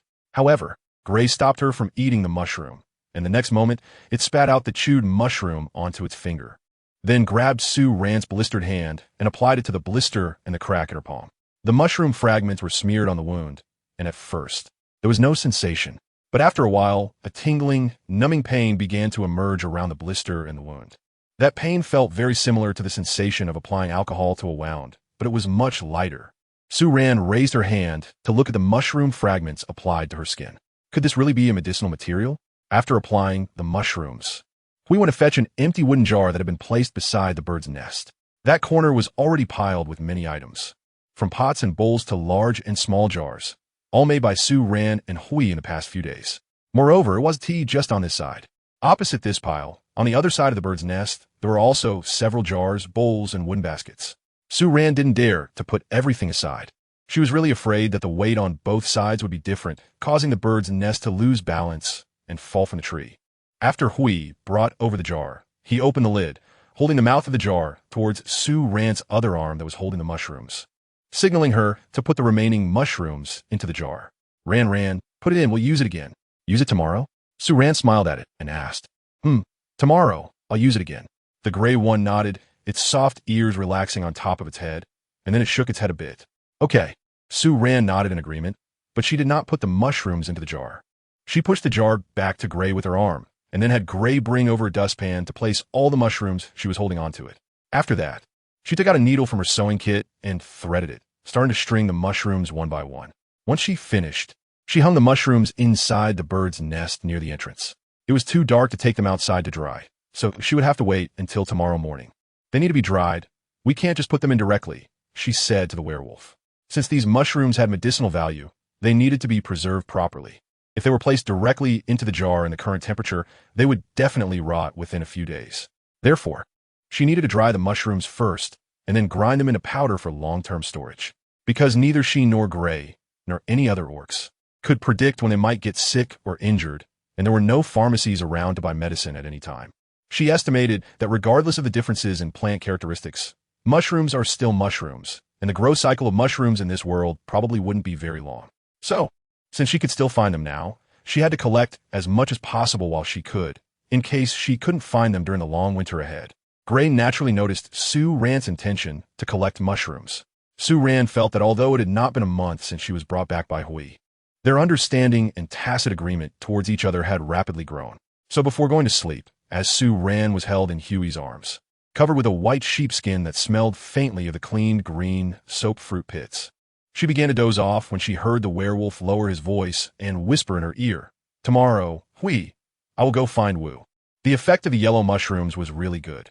After a night, the few small blisters on Sue Ran's hand had already shrunk, and the smallest one had completely disappeared. The crack on her tiger's mouth had also healed, leaving only a small brown scar line. Hui carefully examined her hands, and, seeing that her wounds had improved, his worried expression relaxed a bit. But the next moment, he still directly carried Sue Ran back to the pile of grass covered with animal skins, wrapping his sturdy arms around her and continuously kissing her face from her forehead to her lips and then to her chin, as if trying to prevent her from getting down from the tree. There was no way out. Sue Ran had to lift her legs and place them on the animal skin, pretending to continue resting. Only then was the werewolf satisfied and said to her a couple of times, Ran, great. Awesome." Then he walked to the entrance of the bird's nest, picked up a backpack, and carried it to his chest, since carrying the backpack on his back would affect the expansion of his wings. Hui had learned to carry it on his chest when flying without Sue Ran. After the werewolf went out to hunt, Su-ran certainly could not just obediently stay in the bird's nest waiting for him to return. As soon as we left, she immediately got down from the animal skin, took down the string of mushrooms that had been hung at the entrance of the bird's nest last night, went outside, and hung it on the tree of the bird's nest. Then she returned to the bird's nest, packed the entrenching shovel and multifunctional axe in a backpack, strapped it on, and climbed down the tree of the bird's nest. Chapter 66. Knowledge of another world. Su-ran first went to the riverbank to wash up, and then she began to continue building the shelter that she had not finished yesterday. She first laid out several pieces of wood that would be used as the horizontal beams on the ground, arranging them in a rectangular shape. Then, holding a spade, she started to dig holes at the joints of the wooden beams. The shelter had a total of 6 supporting pillars, so she needed to dig 6 holes in total.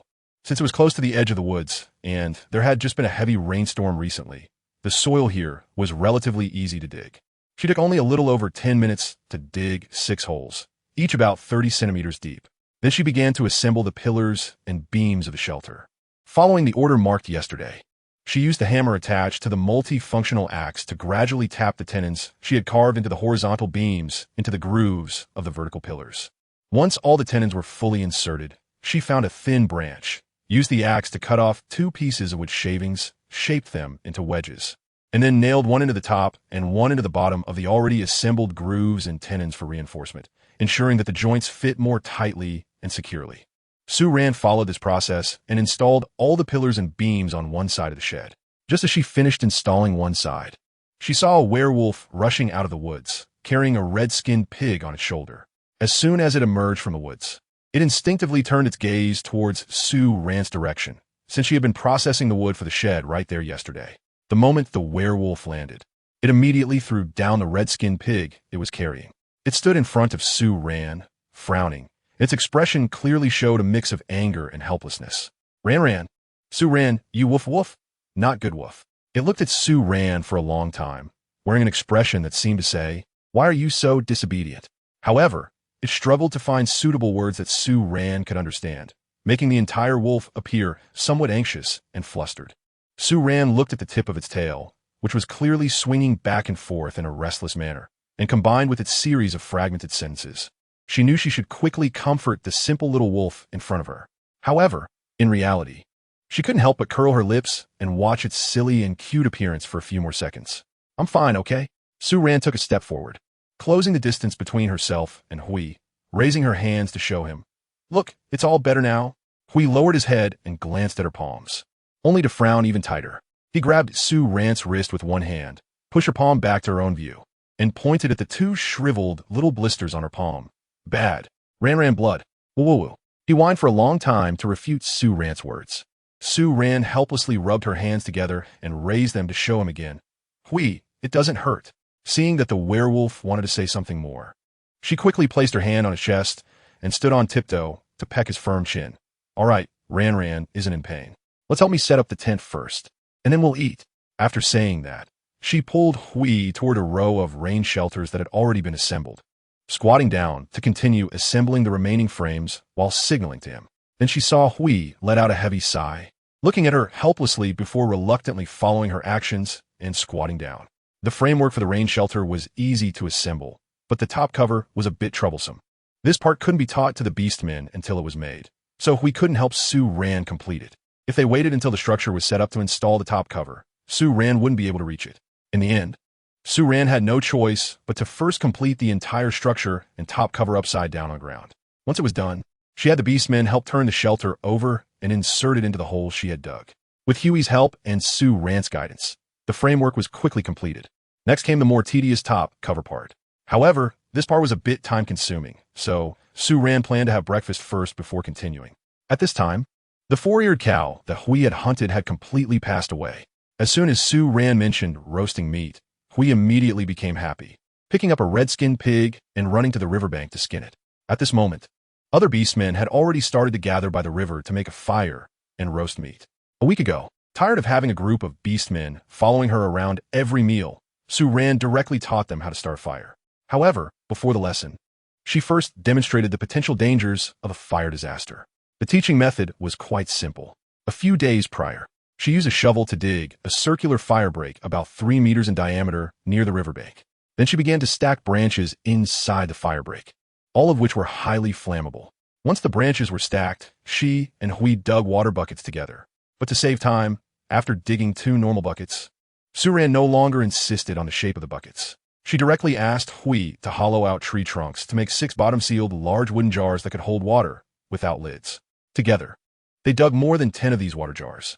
After feeling that it was enough, she had Hui catch a live white-headed goat and then called the other beastmen over. When the beastmen first arrived, they were very happy, seemingly thinking that Su-Ran had made something new again. Especially when they saw the white-headed goat struggling and bleeding in fear, their eyes became even more enthusiastic. At this moment, Su-Ran held a torch in her hand.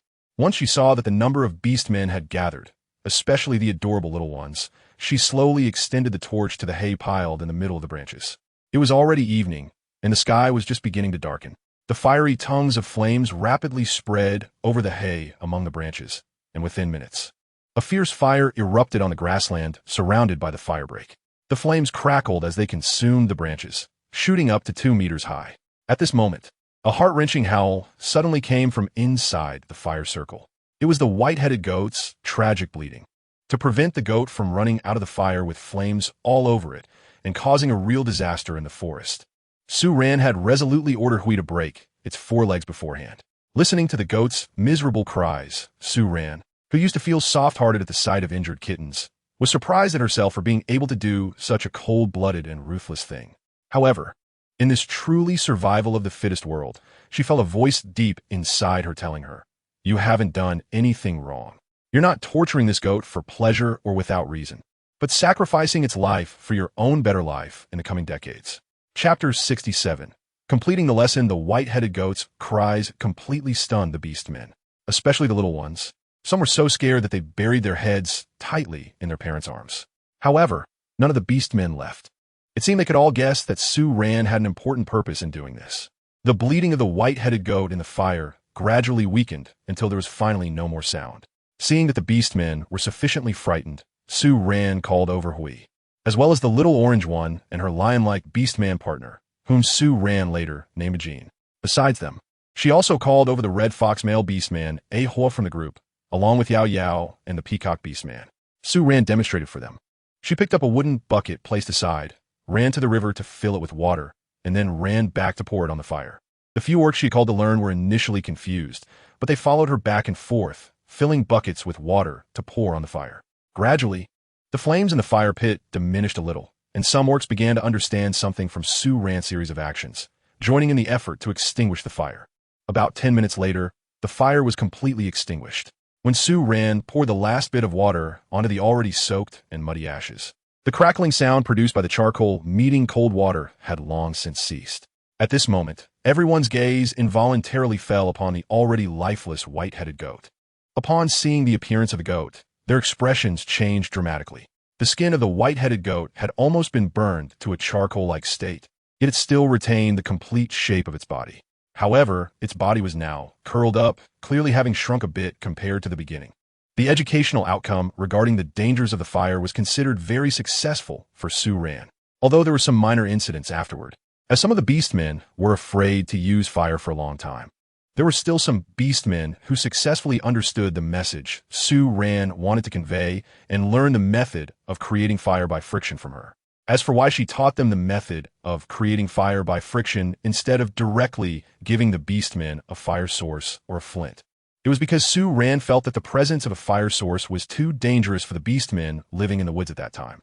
Even if the beastmen could strictly adhere to the requirement of not bringing the fire source to dangerous places, there was still the risk that a small animal might accidentally touch the fire source and carry it out of the safe range, causing a forest fire, which would be a huge loss. The reason she didn't give them flints was that they were precious to her, a matter of personal interest. Although, she could also learn the method of creating fire by friction. When she had the condition of knowing this skill, while also having tools that could achieve the goal faster, she wanted to keep her only 2 fire-starting tools safe. If she handed the flint to the beastmen and they accidentally lost it, she would be heartbroken. After teaching the beastmen how to make fire and letting them know the terrifying aspects of it, the beastmen who used to follow Su-Ran and the werewolves during meals suddenly disappeared. Although everyone still tacitly agreed to make fires and cook food by the riverbank closest to the water, The mealtime varied for each Beastman household. Thus, the number of Beastmen Sue, Ran, and Gray encountered during each meal decreased from dozens to just a few. This alleviated much of the pressure of being the center of attention for Sue Ran. While she enjoyed lively atmospheres, the feeling of being observed and scrutinized was different from the relaxed and playful kind of liveliness. In the morning, Sue Ran roasted half of the red-skinned pig that Gray had hunted. Then, she used the remaining meat to make a mildly spicy pork stew in a stone pot. At first, Gray didn't dare to touch the few chili fruits that Sue Ran picked. Later, seeing Sue Ran happily eating skewers coated with chili juice, he couldn't resist the temptation and tried one. However, that one bite made him drink an entire thermos of water that Sue Ran had prepared. After drinking, he also ate about 10 or so wild fruits and red fruits before feeling a bit better.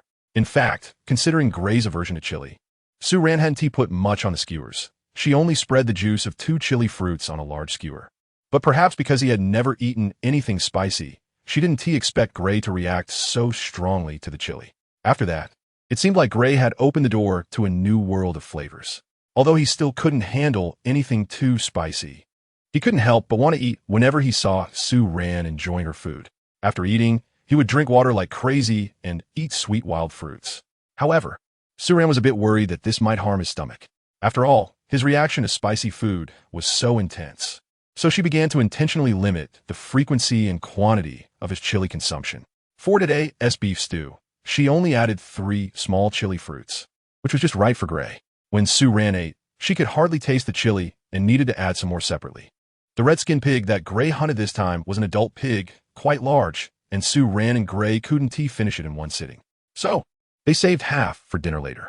After finishing their breakfast, Sue Ran rested for 10 minutes before continuing the construction of the rain shelter. The framework of the shelter had already been completed, and Sue Ran started to fill in the top. She first carved grooves on the 2 horizontal beams that serve as the front and back of the shelter, just like she did for the bottom pillars and beams. This time, however, the grooves were hollowed out, allowing the shaped wooden pieces to be directly inserted into the beams. After securing 5 wooden pieces vertically on the 2-meter-long beams, Sue Ran began to fill in dense branches between the beams. She trimmed the branches to a similar length and wove them tightly, tying them to the beams with willow branches. After finishing one layer, she spread dense dry grass over the already tied branches, carefully binding the grass to the branches. This was almost done. Actually, after flipping the shelter upright, another layer of dry grass would need to be added on top, but after completing the earlier work, it was almost time to prepare dinner. This made Sue Ran, who had only just stepped into the working world, experience the feeling of being so busy that she lost track of time. After a day of high-intensity physical labor, Sue Ran's palms began to feel hot and painful again. She raised her hand to look at her blistered palms and couldn't help but tease herself for having such delicate skin. Chapter 68. Green-shelled eggs. As the sun slowly rose on a new day, Sue Ran woke up very early again. The construction of the rain shelter had taken 2 days, and she wanted to finish it completely today. Otherwise, it would delay her from doing other things. The previous evening, Sue Ran had already woven a small part of the cover that would go on top of the rain shelter using the collected shrub branches. Today, she aimed to complete the remaining part of the cover and then find the orcs to help set the framework of the shelter in place before putting the cover on top. And that would be about it. Sue Ran was still the same as yesterday. When he was about to go out, she also got up, took her things, and climbed down the bird's nest tree. This time, we did not stop her. Sue Ran guessed that it might be because it thought that even if it blocked her, she would still act one way in front of it and another behind its back. After coming down from the bird's nest tree, Sue Ran carried a basket on her back and walked towards the riverbank. The morning woods still had a bit of mist, and the air was damp. Although it hadn't been a month yet, Sue Ran felt she was already quite familiar with this place. She knew which way to go to find mint grass and how to take shortcuts to the nearby upstream and downstream riverbanks. The leaves of the sweet leaf tree had grown considerably since she first arrived, and their colors seemed to have deepened a bit. However, the biggest change was that small animals, resembling rabbits and squirrels from Earth, which could only be seen in the woods inhabited by the beastmen before, were gradually starting to appear.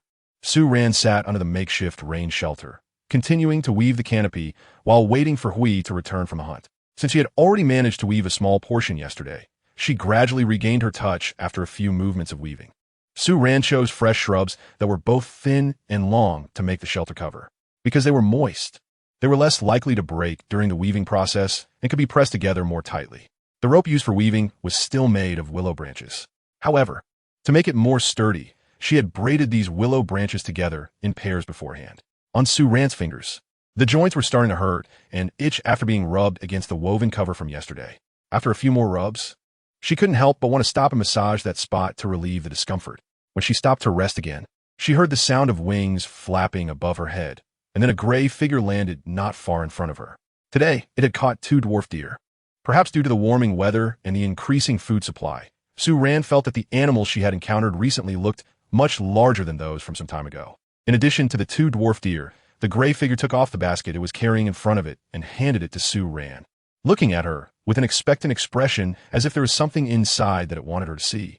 Su Ran curiously leaned over and was surprised to find that there were actually a few green-shelled eggs inside. There were a total of 6 eggs, each about the size of a goose egg. Su Ran picked up one of the eggs and shook it in her hand. The texture was just that of an egg, but she couldn't tell if it was a bird's egg or that of some other animal.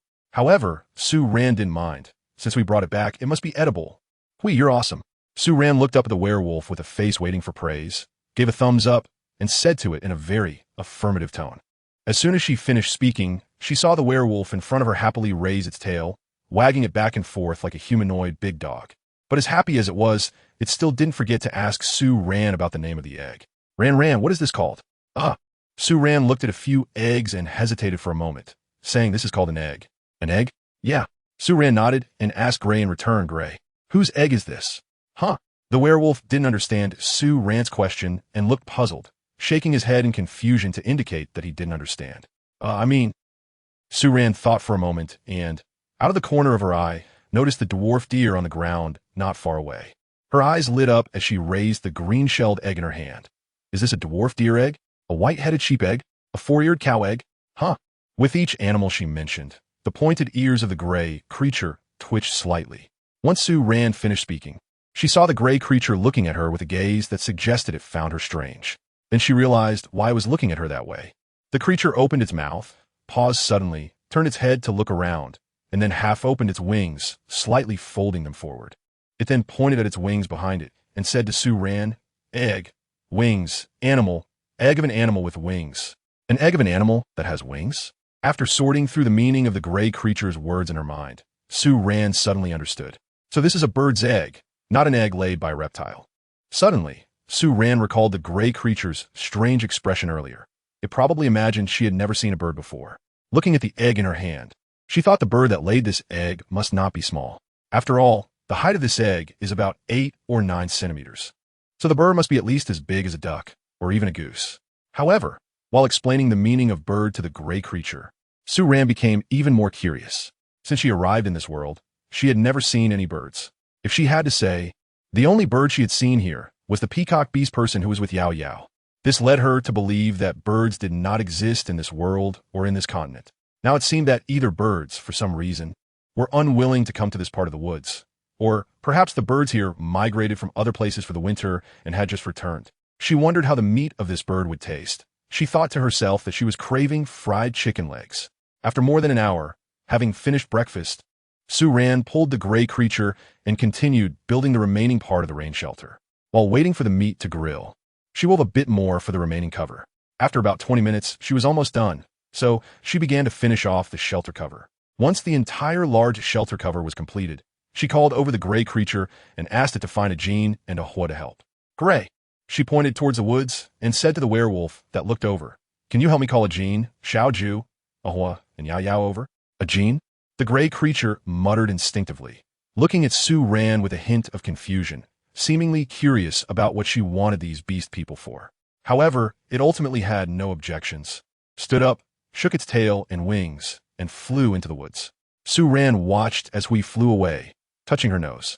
She thought that if she had only said she wanted to find a Jean and a Hua earlier, it definitely wouldn't have obediently helped her look for people like it did now, and there was a chance it would have caused a scene with her again. Chapter 69. Completion. Hui and a few orcs returned quickly. Among the orcs that came back, besides the 4 that Su Ran asked Hui to find, there was also Yao Yao's partner, the peacock orc. Since she didn't see it often, Su Ran had never given it a human name. So when she saw it again, Yao Yao pulled the peacock orc to Su Ran and, with bright eyes, pointed at the peacock orc, saying to Su Ran, Ran, yawn. Seeing that Su Ran didn't understand its meaning at first, Yao Yao pointed at itself, and then at the little orange and a Jean beside it. Yao Yao. Little orange, a Jean. After that, Yao Yao pointed to the peacock orc next to it. Ran Ran yawn. This was asking Su Ran what the peacock orc was called. Su Ran looked at the peacock orc in front of her, which was so dazzling that the entire orc seemed to be shining. She felt that for a moment. She really couldn't think of a simple name that could match its stunning and captivating appearance. She stared at the peacock orc's face for a long time, so long that the ash had already positioned its body diagonally between them, blocking Su Ran's line of sight with its own body. Su Ran couldn't help but laugh and cry as she raised her hand to pat her solid, intense chest. Then she looked at Yao Yao and pointed at the peacock beastman, saying, Yao Yao at Qingyu. Qingyu? Qingyu. Suranadith. She had decided on this name almost instantly within 2 or 3 seconds. The peacock beastman had long hair like dark ink and a flawless, jade-like appearance, making Su Ran feel that not giving it such a name would be a desecration of its face. However, when she saw the peacock beastman reveal a silly grin that was on par with Huey's usual expression after getting its new name, Su Ran couldn't help but sweat 3 lines on her forehead. She suddenly thought that it was fortunate they were in the beast world. If they were on Earth, these beastmen, each with looks above a perfect 10, would probably easily get tricked into going home with someone by the roadside. After the little episode of naming, Su Ran expressed the reason for bringing them over to the few beastmen through gestures and a few words. With Hui, who had learned more human language, helping to explain, the beastmen finally understood Su Ran's meaning after a few minutes. Then, the 4 male beastmen began to take action. Under Su Ran's constant gestures, they first flipped the upside-down rain canopy over. Each of them held one corner of a post, and, as they followed Su Ran's, they slowly inserted the post into the hole Su Ran had dug in advance. After the post fell into the hole, Su Ran quickly grabbed a spade and began to backfill the soil that had been dug out. Xiaoju and Yao Yao, who had been curiously watching since the male beastmen started lifting the canopy, could no longer resist coming up to help when they saw Su Ran's actions. Xiaoju stood next to one of the posts and called out to Su Ran. When Su Ran looked up, it gently pushed the soil from the edge of the hole into the pit with its foot, then looked up at Su Ran and asked Ran Ran meow. After receiving Su Ran's affirmative nod, it immediately became happy and began to push the soil into the pit with more effort. After burying the bottom of the post in the soil, Su Ran went around the remaining posts, firmly compacting the soil around them. Then, she reached out and pushed against one of the posts in front of her. The post didn't budge at all. It was stable enough. It seemed her skills were quite good. Su Ran clapped her hands in satisfaction. Now, all that was left was to install the final canopy cover. Su Ran pointed at the 3.5-meter-long canopy on the ground, looked at a few male orcs, and then said to Gray, Gray, we need to put this canopy on top of the shed. As she spoke, she gestured. Gray kept its gaze fixed on her lips while she was talking, appearing to be seriously trying to understand her words. It glanced up at the already covered rain shelter and then back at the canopy on the ground. This go up? Su Ran quickly nodded. Yes, put it up. Okay. Gray Crisp opened its mouth, then looked at Ahua, Qingyu, and Ajin beside it, and spoke a couple of sentences in beast language. After that, several male beastmen began to move again. However, this time, Ahua, who didn't have wings, couldn't help. Only Gray, Ajin, and Qingyu could lift the canopy together and put it up. Once the canopy was placed, it still needed to be secured. But Su Ran didn't have a better way to secure it. At most, she could only use willow branches to tie the bushes that held the canopy, tying them in small bunches to the beams on the roof. However, she didn't expect this task to be more difficult than any previous step. She was held by Gray and flew up, landing at the edge of the roof, with the canopy beneath her being the part of the beam. She tried to lie on the roof, only to find that her hands couldn't pass through the canopy above to tie the rope to the beam. With no other option, Su Ran could only let Gray hold her, while she hung on the outer side of the rain shelter's top, tying the canopy and the beam together with small movements. This was another major project for Su Ran, comparable to every previous step, but fortunately, she had Xiaoju and Yao Yao, Qingyu, and the others around. The beastmen were filled with immense curiosity about every action Su Ran took. Almost without her having to say anything, they eagerly came forward to observe her curiously, then ran off to practice. As a few of them focused on working around the rain shelter, the sun overhead gradually began to set. By the time the canopy was completely finished, Su Ran realized it was already approaching evening. The temperature at this time had slightly decreased from noon, but it was no longer cold. The shadows in the forest had increased with the sun's shift, giving a feeling of a scorching afternoon before the most comfortable evening temperature. Su Ran looked up at the rain shelter that was already considered completed and a sense of achievement welled up in her heart. In fact, for her, the rain shelter was still missing the final step. She wanted to lay a layer of flatter stones on the ground beneath the shelter. This would not only prevent the bottom logs from getting soaked during heavy rain, but also provide a clean place for her to sit and rest during rainy days or hot summer weather without getting dirty. However, she was quite tired today, and finding stones that fit the entire area of the shelter would take a lot of time. Plus, this wasn't urgent. Thinking of this, Su-Ran let out a heavy sigh. She looked at the several orcs in front of her, who all seemed to be wondering, what are we going to do next? And revealed a big smile. Thank you for your hard work, everyone. Tonight, I'll make you fried meatballs. Chapter 70. Ran, meatballs delicious. Dang, dang, dang, dang, dang. The muffled sound of a wooden board being struck continued to ring out by the riverbank. Ahua and Chinyu each held a scallop knife with a wooden handle, quickly chopping the meat filling. Tonight, Su-Ran decided to make fried meatballs to reward the orcs who helped her build the shelter. So she had Gray hunt a red-skinned pig for her. While chopping the meat filling, the orcs were curious about this action they had never seen before. Faced with the eager gazes of the orcs, Su-Ran had to take out both scallop knives and let them take turns trying. Meanwhile, Su-Ran was washing the thick vegetables she had just retrieved from the forest with Xiao-Ju by the river. She planned to use a quarter of the red-skinned pig to make meatballs, adding a few pieces of thick vegetables to the filling for the perfect combination. By the time she chopped the thick vegetables, the meat filling on the orc side was also just finished. Su-Ran asked Hui to go back to the bird's nest and bring 2 wooden bowls over. She mixed the chopped meat filling and thick vegetables evenly into the 2 bowls. Then, she added sheep fat, chopped sweet leaf tree leaves, salt powder, and a small amount of water to the meat filling, and finally cracked 3 green-shelled bird eggs into each bowl before starting to stir. A few male orcs were clearly more interested in the food preparation process than Xiao-Ju and Yao, while Su-Ran was preparing the meat filling. For male orcs spontaneously gathered around her, intently watching her actions. Meanwhile, Xiao-Ju and Yao had already run under the rain shelter to play. After the meat filling was ready, Su-Ran asked Hui to help set up the stone pot, lit a fire underneath, and ladled several big spoons of oil into the pot. Once the oil was hot, she began to drop the meatballs into the pot one by one with her clean hands. As the meatballs dropped into the pot, Hui, who had been staying by Su-Ran's side, once again displayed his eagerness to learn and pointed at the meatballs in the pot, asking Su-Ran, Ran, what is this? Su-Ran was using a wooden ladle to fish out the already formed meatballs from the pot, not turning her head as she replied to Hui, meatballs, fried meatballs. After she finished answering, Hui still hadn't spoken, but at some point, Xiao-Ju, who had run back, crouched next to Jean and chirped crisply, Miwu fried. Fried Wanzi. Her soft, accented pronunciation made Su-Ran unable to help but smile, but she still corrected her, it's fried meatballs. Xiao-Ju shook her ears, her tail swaying behind her, and looked at Su-Ran, blinking fried meatballs. Right? This time, Su-Ran affirmed her pronunciation, and the first batch of meatballs was freshly out of the pot. Su-Ran scooped the fried meatballs out and poured them into a wooden basin prepared nearby. Then, she glanced at the fire pit beside her and said, Gray, keep an eye on that barbecue over there. It hasn't been turned for a while. As soon as she finished speaking, Gray was taken aback, turned to look at the animal roasting on another fire pit, suddenly let out a howl, and hurried over. Although Su-Ran's meatballs were fresh, the 2 pots of meat clearly weren't enough for so many orcs to eat. The staple food was, of course, roasted meat. Besides the red-skinned pig brought back by the Gray hunter, there were also 3 male orcs, each of whom had hunted an animal. They were all roasting their catches over the fire.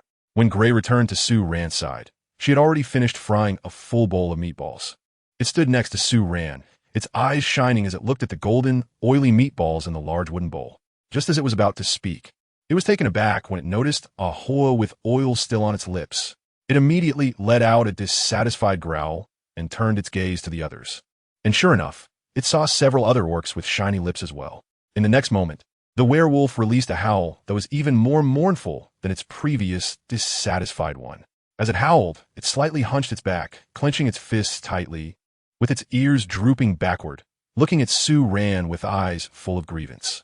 Having already understood Gray's little temperament, Su-Ran quickly realized the reason for its dissatisfaction. She hurriedly grabbed 2 meatballs from the bowl and stuffed them into Gray's mouth, silencing the mouth that was about to continue howling.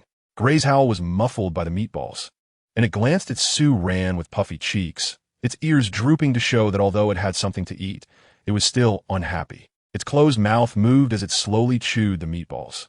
Su-Ran had been watching its reaction, and when she saw it swallow the meatball, she eagerly asked Gray, Is it delicious? Woof. Gray lazily stuck out its tongue to lick its lips, and its ears twitched for a moment, as if it was pondering carefully before answering. Woof. It's not tasty. As it spoke, it cautiously glanced at Su Ran, and that look seemed full of guilt. Su Ran raised her eyebrows at its little expression, curling her lips without saying a word. Then, as she turned back to scoop up the freshly fried meatballs, she caught a glimpse of a wolf's paw quickly grabbing a handful of meatballs from the bowl and retreating. It even learned to speak in reverse. Su Ran suppressed her laughter, feeling very happy inside. After slowly learning the human language, as her communication with Hui increased, Huey's actions and emotional expressions began to show more characteristics typical of humans. This made her feel increasingly like she had a family that could understand her in this solitary world. After the meatballs were fried, the 6 beastmen, along with Su Ran, sat together to have the first official group dinner since Su Ran arrived in this world. What surprised her was that the beastmen, who didn't like stir-fried or stewed meat, really enjoyed the fried meatballs today. Even Hui, who ranked grilled meats second on the menu, first hurried to finish 2 large bowls of fried meatballs with Xiao Ju and the others before slowly starting to eat the grilled meat. Su Ran picked up a meatball that was left in her bowl and put it in her mouth. After being refried, the crispy outer skin gave way to juicy tender meat inside. The fragrant, crispy skin of the meatball contrasted with the tender meat's sweet and fresh taste reminiscent of leaf veins, making both the texture and aroma distinct. No wonder the beastmen loved them. Suddenly, a chorus of meow meow, he, and AO woo sounds filled the riverside, expressing admiration and surprise. At 7 in the evening, the last rays of light shone through the trees, and the sky had turned gray. After eating and drinking their fill, at Su Ran's invitation, Xiao Ju and Yao Yao got up and slowly walked back towards the bird's nest tree together. On the way back, Xiao Ju and Yao Yao happily surrounded Su Ran, occasionally making affectionate gestures that prompted a low growl of discontent from Hui. Once the other beastmen returned to their dwellings, Hui swung his tail and walked beside Su Ran, suddenly reaching out to hold her dangling hand, leaning down to whisper in her ear, Ran, the meatballs are delicious. Babies, I have the flu without sunlight, fever, headache, and sore throat. Everyone should take this as a warning and be sure to take precautions. Additionally, this chapter has been disinfected before release. Chapter 71, Hui, the Wild Chicken. In the following days, Su Ran gradually laid a layer of stone flooring under the rain's shelter using small stones. Then, she and Hui collected a large number of dry branches and dead trees, carefully sorting them to about the same length and neatly stacking them under the shelter. The stored firewood only occupied 1/3 of the shelter's area. Although the area was small, the height of the stacked wood was taller than Su Ran. And even if they burned these logs without replenishment, it would be enough for Su Ran to use for a while. As summer approached, the growth of wild fruits and vegetables in the forest began to change significantly. First, the yuyu fruit and red fruits started to become sweeter and also became increasingly scarce. Su Ran guessed that these 2 wild fruits should be the ones that ripen in spring, and after the season, they would no longer be available. So she took advantage of the opportunity to pick these 2 fruits and dragged Gray into the woods to gather a lot.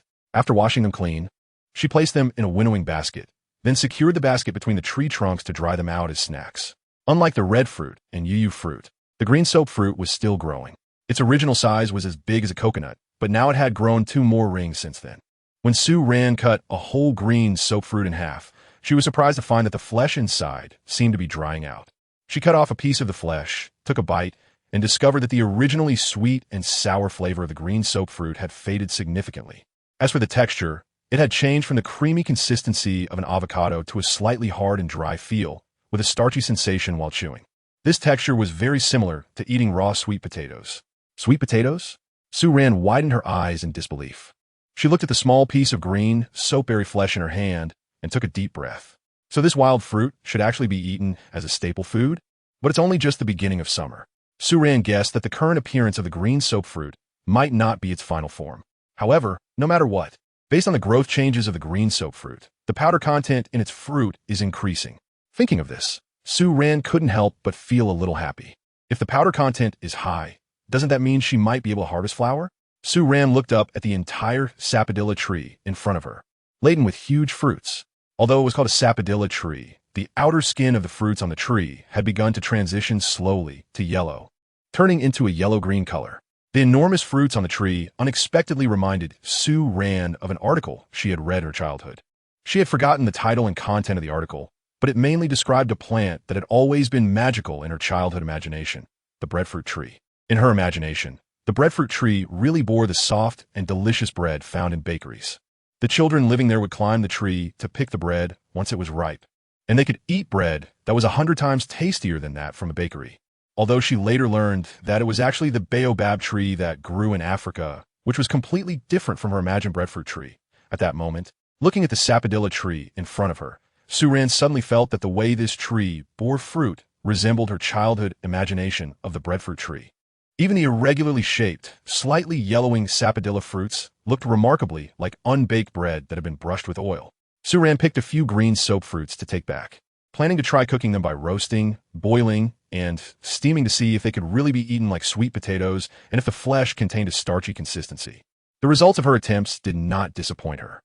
The roasted green soap fruit was loved even by the meat-loving Hui. The fruit, which still had some moisture when freshly picked, lost most of its water content after being roasted over the fire. When she peeled open the slightly hardened shell from the heat, the flesh inside looked very much like steamed taro. Suran was delighted to discover that the roasted green soap fruit was fragrant and sweet when she took a bite. It had the aroma of dry flour, but the retained moisture prevented the flesh from being choking. We like this way of eating very much. In fact, now it had to eat 2 roasted green soap fruits before it would touch anything else at every meal. However, compared to the roasted green soap fruit, Suran and Hui were not very fond of the boiled green soap fruit. For some reason, the flesh of the boiled green soap fruit was soft and a bit thick, resembling lotus root powder. Although it had a sweet taste, the texture was not to Suran and Huey's liking. The steamed green soap fruit had a texture and taste similar to the roasted one, but the flesh was moister. Moreover, the roasted green soap fruit had a smoky flavor from the grilling, which was another reason why Suran and Hui prefer the roasted version. That day, Suran and Hui finished their breakfast by the sea. However, the reason they came to the seaside early this time was not to make salt, but because Suran wanted to eat seafood and also wanted to indulge in a bit of beachcombing. Just like the changes in the living habits of terrestrial creatures, the marine animals were increasingly appearing in Suran's view as the weather warmed up. Suran's marine biological recipe has expanded from just scallops, oysters, and crabs to include octopus, abalone, and some small shellfish that she doesn't recognize but the orcs do. Suran strolled along the seaside for the whole morning, and finally stopped her search with satisfaction after filling half of her basket with seafood. She turned to Hui and said, "Hui, let's go see if there are any red fruits left." Suran has filled a big jar with dried fruits. The sweetness of the dried yuyo fruit is more intense, and it even has a slightly cloying feeling in the throat, which Gray doesn't really like. However, it loves red fruits, and so does Suran. This is because, after drying, the unique aroma of the red fruit becomes even more intense, lingering in the mouth for a long time after eating. But now the season for both types of wild fruits is coming to an end, and the frequency of picking them has decreased. As soon as Gray heard Suran mention going to look for red fruits, it immediately hopped over from the sea, excited. Red fruits, Gray knows there are. Suran was surprised. You know where it is? It's really hard to find red fruits now. Hui nodded heavily. I know, I saw it. After saying that, it pulled Suran toward the woods behind. However, just as the two of them reached the edge of the bushes in the woods, Hui suddenly stopped. Its ears perked up, and its eyes were fixed tightly on the grass ahead. Suran followed its gaze and just caught a glimpse of a faint white color in the dense grass. Suddenly, that white shadow darted out right in front of her. Suran was taken aback for a moment. 2 seconds later, she grabbed Gray's arm and excitedly pointed at the figure that had run far away, exclaiming, "Gray, it's a wild chicken. Quick, catch it." Chapter 72. House-building concept. The white wild chicken ultimately did not escape Suran's grasp. Just as it panicked and tried to evade Gray's blockade, it ended up crashing right into Suran's thigh. Then, Suran swiftly caught one of its flapping wings and, with it tightly bound, tossed it into the basket strapped to her back. At this moment, Suran was finally able to take a closer look at the wild chicken. It was as big as a large goose and completely snow white. It did not have a crest and actually looked more like a type of bird. However, it had ears. Unlike the ear holes of birds on Earth, which are covered by feathers, this wild chicken had a pair of small triangular ears the size of fingernails. It looked a bit cute and delicate. While Suran curiously examined the wild chicken she had caught, Gray ran to the bushes where the wild chicken had just darted out, bending down to search for something. Shortly after, he stood up with something in his arms, looking very happy as he ran back to Suran and showed her what he had. Ran, bird eggs. Suran looked down, and found that it was indeed the green-skinned bird egg that Hui had brought back a while ago. It seemed that the noise made by Su Ran and Hui while walking startled the wild hen that was incubating the eggs. To save its own life, the wild hen had to abandon its chicks. Unexpectedly, it encountered Su Ran, who was ruthless and didn't care whether it had a family or not, and directly took the whole nest. After catching a wild hen and a few eggs, Su Ran followed Hui to the place where it had found the last of the red fruits, picking a small half-basket of them, which perfectly filled her entire backpack. Then, holding the tightly bound wild hen in one hand and being embraced by Hui, they returned to the riverbank together. That night, the wild hen ended up in the stomachs of Su Ran and Hui. Su Ran's method of cooking this chicken is the simplest way for her to prepare chicken, beggar's chicken. After cleaning the chicken, she rubs it with oil, salt, and a little chili sauce, then stuffs it with chopped red fruit and green soap fruit. Next, she wraps it tightly in 2 layers of sweet leaf tree leaves, and finally covers it in mud before placing it in the fire to roast. Hui has previously eaten roasted offal prepared in the same way, so she doesn't find it strange to watch Su Ran wrap the wild chicken in mud. When the time is almost up, Su Ran pulls out the beggar's chicken, which is turned into a large clump of dirt from the fire. She uses a stick to knock off the outer layer of hard dirt that is steaming. As the broken clumps fall away, a meat aroma completely different from that of the white-headed goat and 4-eared cattle spreads along the riverbank. Su Ran smelled the delicious aroma of the roasted chicken, the rich meat flavor mingling with a hint of fruity sweetness that dispelled the greasiness of the meat. Without her calling, Hui immediately dashed to Su Ran's side upon catching a whiff of the roasted chicken, salivating over the beggar's chicken that Su Ran hadn't finished unwrapping. Soon, the chicken was devoured by both Su Ran and Hui, leaving nothing behind, not even the thoroughly cooked green fruit inside the chicken's belly. After finishing, both of them licked their lips in unison. The tenderness of the wild chicken meat was completely different from the tenderness of the meat from the 4-legged animals they had eaten before. The soft texture of the chicken, combined with the bouncy, oily aroma of the roasted skin, made Su Ran, who already preferred chicken, even more enamored with today's wild chicken. This led to the fact that for the next 6 or 7 days, the prey Hui brought back from hunting was basically all wild chickens. Wild chickens are small, and Hui would catch 6 or 7 at a time, also bringing back many green-skinned wild chicken eggs each time. Now, the eggs that Su Ran had saved up and couldn't finish were already filling half a basin. At this moment, Su Ran began to consider building a house. The time in this world had completely entered summer. So far, Su Ran felt that the changes in time in this world were very similar to those on Earth. Therefore, if the seasonal changes in this world were really the same as on Earth, then from summer to autumn, and from autumn to winter, there wasn't much time left for her to build a house to survive the winter. After all, just preparing the building materials for a house would take her a lot of time. Moreover, since she wanted to build a house, she wanted it to be a bit bigger. She needed a sleeping room, a kitchen, and a storage room. Such a house is not a big deal on Earth, but it is a major project here. Once she decided to build a house, Su Ran began to pay attention to the wood and stones she could see every day that could be used as building materials. She initially dismissed the option of building a mud house and turned her gaze to the stones along the riverbank upstream. She wanted to build a stone brick house. With the presence of black flower horse mint, obtaining stone bricks was not a problem. It would just take more time and effort. However, once the house was built, it could last for many years. The walls of the house would be made of stone bricks. The roof beams could be made with like a rain shelter, and then a thin layer of stone slabs could be laid on top to replace cement boards. However, the only difficulty now was that she did not have cement. Without cement, there was no way to bond the stone bricks together. Su Ran has indeed read about popular science. Ancient people also used shells to produce lime, which was then mixed with sand and clay to make building materials. Su Ran pondered the possibility of her attempts, ultimately feeling that this method seemed to be the most reliable. Otherwise, aside from this method, the only other reliable option left would probably be mixing soil with grass and mud. She carefully simulated the materials, construction process, and methods in her mind. Starting the next day, Su Ran deliberately began to collect shells. In addition to picking up some shellfish from the beach every day with Hui, she also gathered the shells that other beastmen had eaten before. For this purpose, she specially sewed a large leather bag from animal skins, so she could collect more each day and make it easier to carry. Thus, in less than half a month, Su Ran had piled up 2 shell mounds over a meter high right outside the rain shelter by the riverbank. The shellfish that she couldn't eat were dried into dried scallops and stored in jars for later consumption. We had always been curious about the reason behind Su Ran's shell collection. After Su Ran's tireless explanations, although he couldn't imagine what the house she mentioned looked like, He understood that Su Ran wanted to build a dwelling on the ground. Once we realized that Su Ran wanted to build a house to live on the surface. His bright green eyes suddenly lost their vitality. Chapter 73. Running away from home, he stood there in a daze, his tail drooping to the ground, maintaining the posture of having just listened to Su Ran's explanation, but his entire wolf form visibly showed emotional emptiness, as if he were stunned, staring at Su Ran for quite some time. Just as Su Ran was startled by his strange behavior and was about to approach him to comfort him, as she had before, Huey's lips suddenly twitched. He turned around and spread his wings, flying into the woods, ignoring Su Ran's calls below. No matter how she shouted, he quickly left the riverbank without a word. Moreover, the more Su Ran called out, the faster the werewolf's departure seemed to become. However, she was completely baffled by the reason for Huey's sorrowful departure. Did she say something?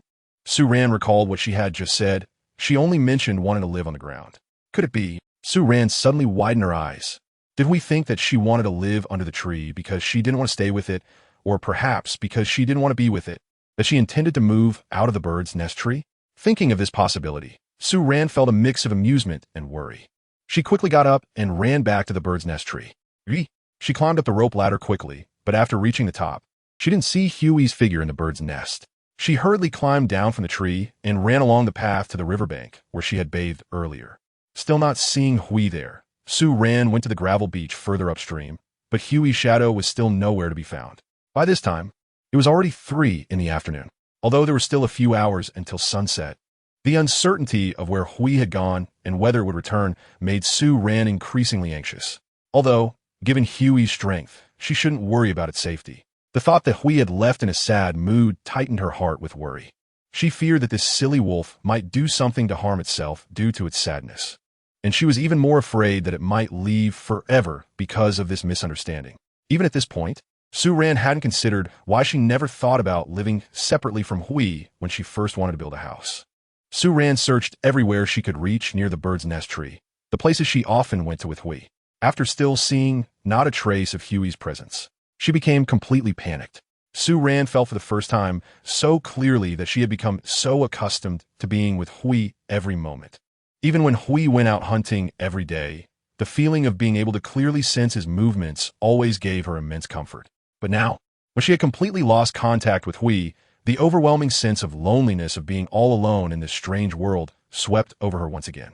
Su Ran had to admit that for her, Gray's existence was no longer just that of a friend, a companion, or a roommate she lived with. After running around without finding Gray, Su Ran hurriedly ran back to the bird's nest and climbed up. However, at this moment, the bird's nest still looked exactly the same as it did when she and Gray had left in the morning. The only difference was that the once lively nest now felt eerily silent, with a chilling emptiness permeating every corner, despite no visible changes. It had been an hour since Gray had sadly left home. Su Ran stood at the entrance of the bird's nest for a long time, the evening breeze carrying warmth from outside and brushing against her back before flowing into the nest. She widened her eyes and looked up, trying to hold back the soreness in her eyes, but she felt a chill all over. In fact, Su Ran felt a bit wronged.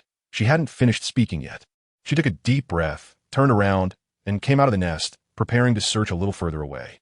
However, before climbing down the tree, Su Ran hesitated and glanced at the bird's nest built diagonally across from hers. She wanted to ask Xiao Ju and Ajin for help in finding someone.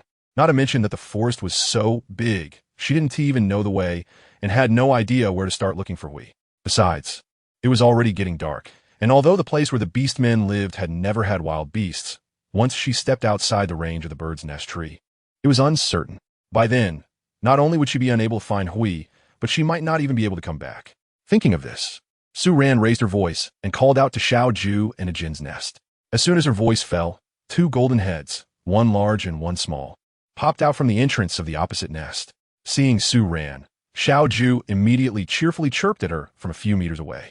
Without waiting for Su Ran to greet her, she jumped down from the opposite tree with a few hops and landed in front of Su Ran.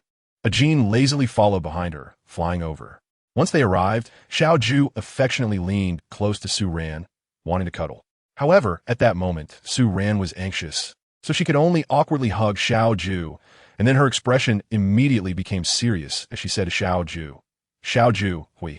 She gestured while speaking, but the term for running away from home momentarily stumped her. Seeing the anxious look on Su Ran's face, Xiaoju quickly realized something was wrong. She sensed that Su Ran had called her over for a reason. Mi wu hui, Ran, woo, as she spoke. Her gaze followed to take a look inside the bird's nest behind Su Ran, seemingly searching for Huey's figure. Suran Khiridi Nadif, carefully stepping on the tree trunk and turning sideways so that Xiaoju could see the inside of the bird's nest more clearly. She pointed at the nest, making a very anxious expression towards Xiaoju and Ajin. The bird's nest is gray and not there. Su Ran spoke while pointing to the bird's nest, then watched as Xiaoju vigorously shook her head. Seeing Su Ran like this, Xiaoju looked thoughtful for a moment as she stared at Su Ran. She walked around Su Ran to the entrance of the bird's nest, leaned in to sniff inside, and then turned to Su Ran and opened her mouth. Gray nothing? Nothing. Su Ran quickly nodded, and as she spoke, her eyes brimmed with tears from worry. Gray isn't in the bird's nest, nor is it by the riverbank. I can't find it. Mimi, the little cat person, immediately sensed Su Ran's rapid emotional change. The moment Su Ran's eyes reddened, she leaned in closer, gently rubbing her cheek against Su Ran's while softly mewing. Then she straightened up and turned to Ajin, who had been following her, frowning as he looked into the bird's nest behind Su Ran. Mimi spoke a long string of beast language to him. As soon as she finished, Ajin responded with a roar. He spread his wings, but instead of flying straight into the woods, he first hovered for a while in front of several bird nests and burrows that Su Ran recognized. When he finally left those nests and burrows, Su Ran saw from a distance that Ahuo, Qin Yu, and the male cat person she had seen earlier were following Ajin, either flying or hopping into the woods. Chapter 74, Gray, you can't. After Ajin took Ahuo and Qin Yu away, Xiaoju called out to Yao Yao and accompanied Su Ran to the place where she and Gray had discovered the chili fruit. The chili fruit had grown 2 more circles since the first time Su Ran found it. The nearby thick-leaf vegetables also appeared a bit thicker than before. However, there were no signs of Gray having been there. This made Su Ran feel a bit disheartened, and her worry deepened. She feared that Gray might really be gone forever. Even though she knew it wasn't right, she couldn't help but wonder if she had accepted Gray earlier. Would there have been no such misunderstanding? Deep in the woods, it wasn't yet time for it to get dark, but the light had gradually dimmed. Although Xiaoju and Yao Yao were not weak in Su Ran's eyes, they were still just 2 girls. In the end, she gave up the idea of continuing deeper into the woods and decided to head back first. Deep down, she held a glimmer of hope. What if Gray had already returned to the bird's nest? To save time, on the way back, Su Ran was directly carried in a princess hold by Yao Yao, who sprinted back to the bird's nest in the woods. By the time they returned to the base of the bird's nest tree, the light in the woods had turned gray and dim. As soon as Su Ran's feet touched the ground, she immediately climbed up the rope ladder. However, when her foot just stepped on the topmost trunk of the rope ladder, the pitch-black entrance of the bird's nest before her shattered her fantasies once again. We had not returned. Xiaoju and Yao Yao jumped up behind her. Sensing Su Ran's low mood, Xiaoju came over to nuzzle her face, mewing softly to comfort her. She and Yao Yao stayed with Su Ran until 9 o'clock in the evening. Shortly after 9, Ajin and several other beastmen who had gone out searching gradually returned. Outside, Ajin was loudly talking to Xiaoju, who was continuously responding with soft mews. Su Ran stood up excitedly and ran to the entrance of the bird's nest, looking outside. However, after waiting for a long time, there was still no sign of any beastman coming over. Her heart sank. She couldn't find Hui. Hui hadn't come back. Su Ran suddenly felt weak all over. If the orcs couldn't find Hui, could she? The night in the forest had deepened, and in the silent darkness, one could even hear the sound of the river flowing in the distance. Xiaoju and the others had already returned to their resting places, seemingly unconcerned about Huey's disappearance. Before leaving, Yao Yao had even forcibly pushed Su Ran down on the fur bed, trying to make her sleep peacefully. However, with her mind filled with worry about Hui, Su Ran failed to notice that the orcs, upon returning, actually appeared much more relaxed than when they had left. She sat at the entrance of the bird's nest, gazing into the quiet, deep night, until she could no longer resist the drowsiness and fell asleep. The next morning, Su Ran was awakened by someone. In her dazed state, she felt a figure moving beside her, and with a start, she opened her eyes wide. When she finally saw the orc in front of her, she was momentarily stunned. The very creature she had worried about all afternoon and night was right there before her. But seeing it appear safe and sound, Su Ran momentarily forgot how to react. When Hui saw her open her eyes, its eyes brightened. It instinctively wanted to move closer to Su Ran, but then seemed to remember something and halted its movement. However, Su Ran didn't care about that. At that moment, she was fully awake. She sprang up and threw herself into Huey's embrace, holding it tightly. But she couldn't stop herself from pounding its chest while angrily scolding. "Where have you been? Do you know how worried I was all night? I thought you weren't coming back. If you do this again, I really won't want you anymore." Her excited demeanor left Hui momentarily stunned. Although Su Ran rambled on with a bunch of words it didn't understand, the feeling of being tightly embraced and missed was real. So in the next moment, Hui also became excited. It seemed to sense Su Ran's emotions, and its previously drooping tail immediately began to wag energetically. Then suddenly, with a fierce howl, it raised its head and, with a powerful tug, pulled Su Ran down onto the fur mat. Following those a face-rubbing ritual that left Su Ran feeling helpless. She silently endured the wolfman's excited, affectionate actions, feeling the warm licks on her face from time to time. But deep down, she felt incredibly reassured. Feeling Su Ran's different. Positive response. Huey's actions became more fierce and dominant, reminiscent of a beast. At the height of its excitement, it would even gently nibble on the soft flesh of Su Ran's neck with its long, sharp teeth. That tingling sensation, mixed with a slight pain, caused Su Ran to become lost in the ambiguous atmosphere created by the wolfman. It wasn't until she felt a sudden, unexpected touch on Huey's body that she snapped out her daze. Su Ran suddenly pushed away the werewolf's head that was still pressed against her neck. As she pushed it away, its sharp teeth inadvertently grazed her skin, causing her to shiver. The gray wolf that she pushed away did not get up, but instead fixed its slightly bloodshot green eyes on her intently. For a moment, Su Ran even felt as if she was being swallowed whole by those eyes, filled with a desire to attack. Thinking of this, she couldn't help but shudder and quickly propped herself up, making a gesture of refusal. "Gray, no, it's not okay." Perhaps driven by desire. The gray wolf appeared a bit restless in response to Su Ran's rejection. Even its response to her call was no longer the usual cooing sound. Its slightly reddened green eyes were fixed on Su Ran, filled with confusion at her sudden refusal. "Gray, not now," Su Ran said with a serious expression. She looked at Gray, gently shaking her head, trying hard not to be influenced by the persistence and eagerness in its eyes. In order to buy some time to calm Gray's emotions, she didn't care whether it could understand her or not, and began to babble. "Gray, we are developing too quickly. This isn't right. Even if you are a boy, you need to learn to be reserved. If you are too proactive, your parents will find out, and you will get into trouble." Gray, the werewolf, didn't understand the long string of words Su Ran said afterward. However, it successfully got distracted. Its red eyes gradually returned to their original green.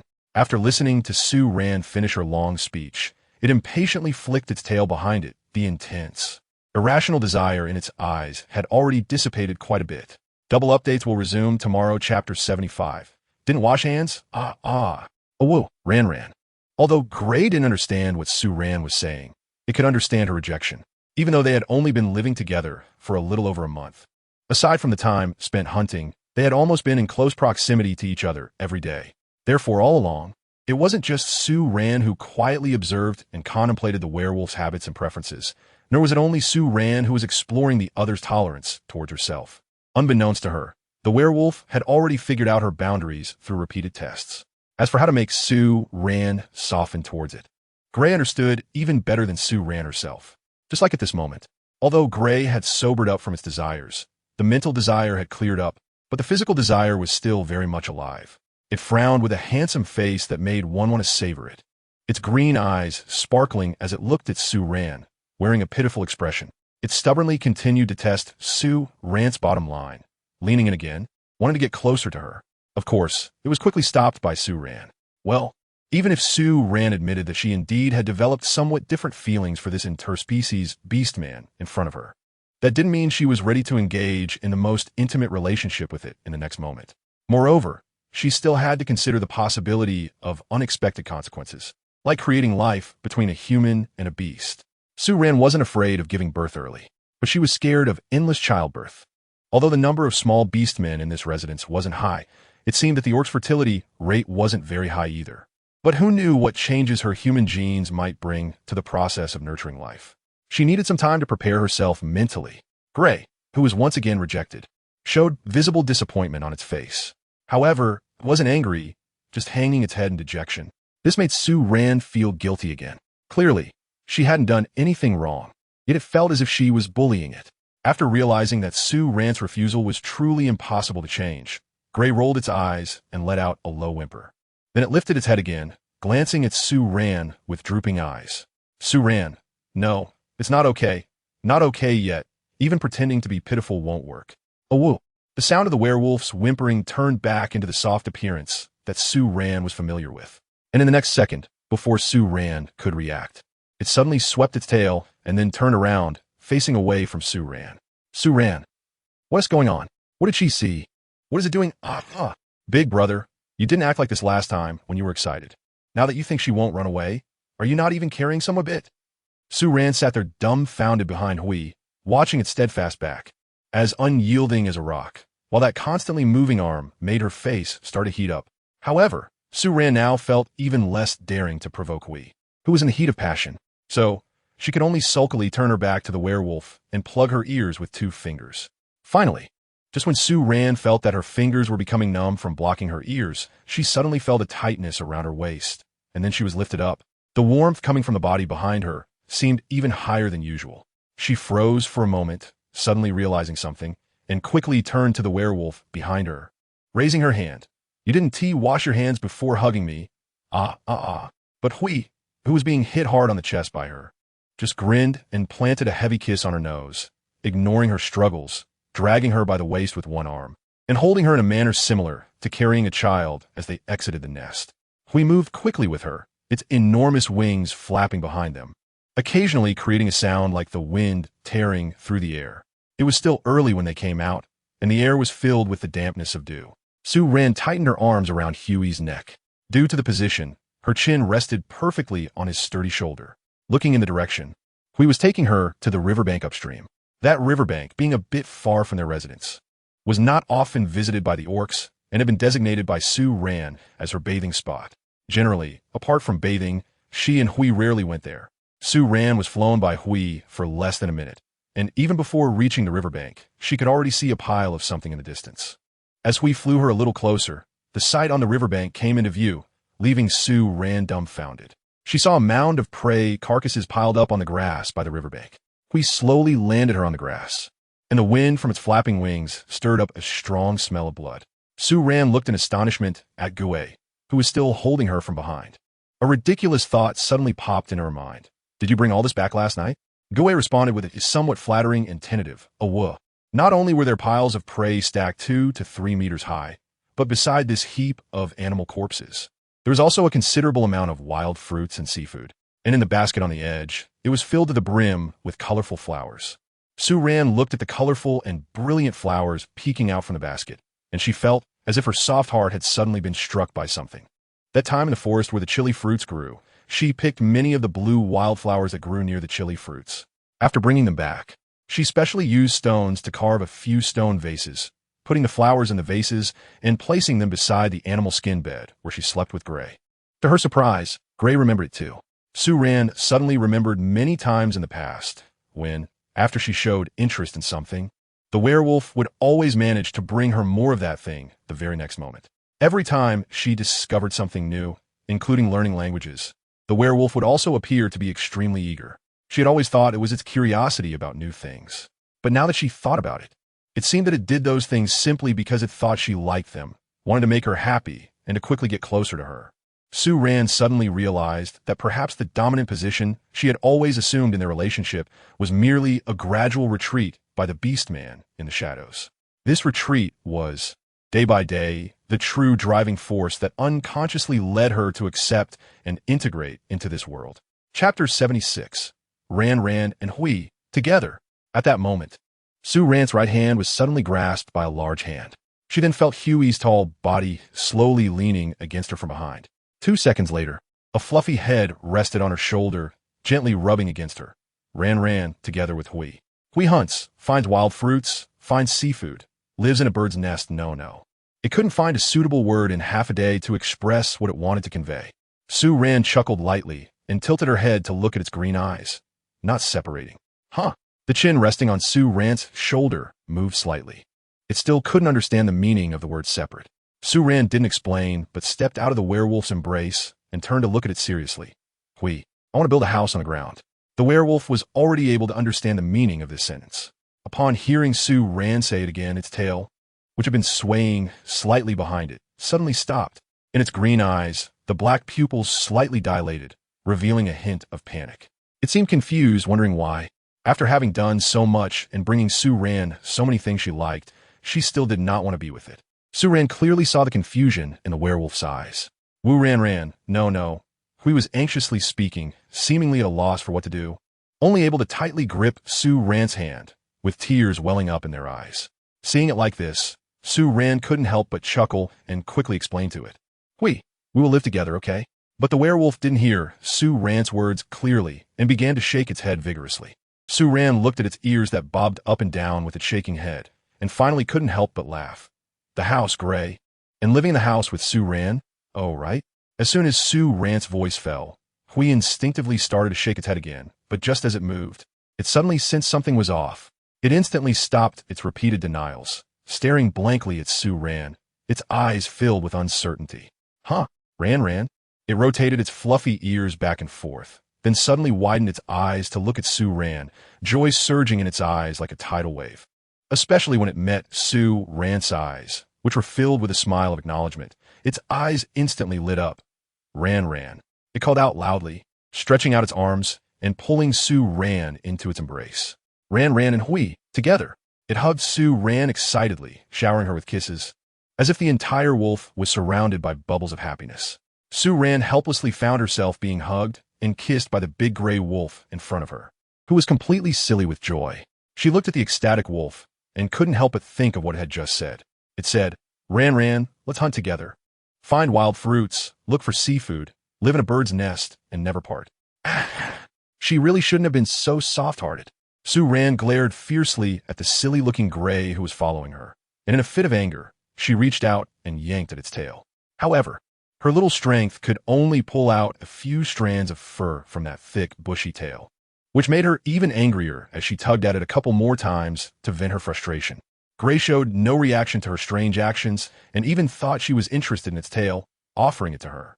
As a result, Su Ran swatted it away. After washing up, Su Ran returned to the 3 small hills by the river and began to worry.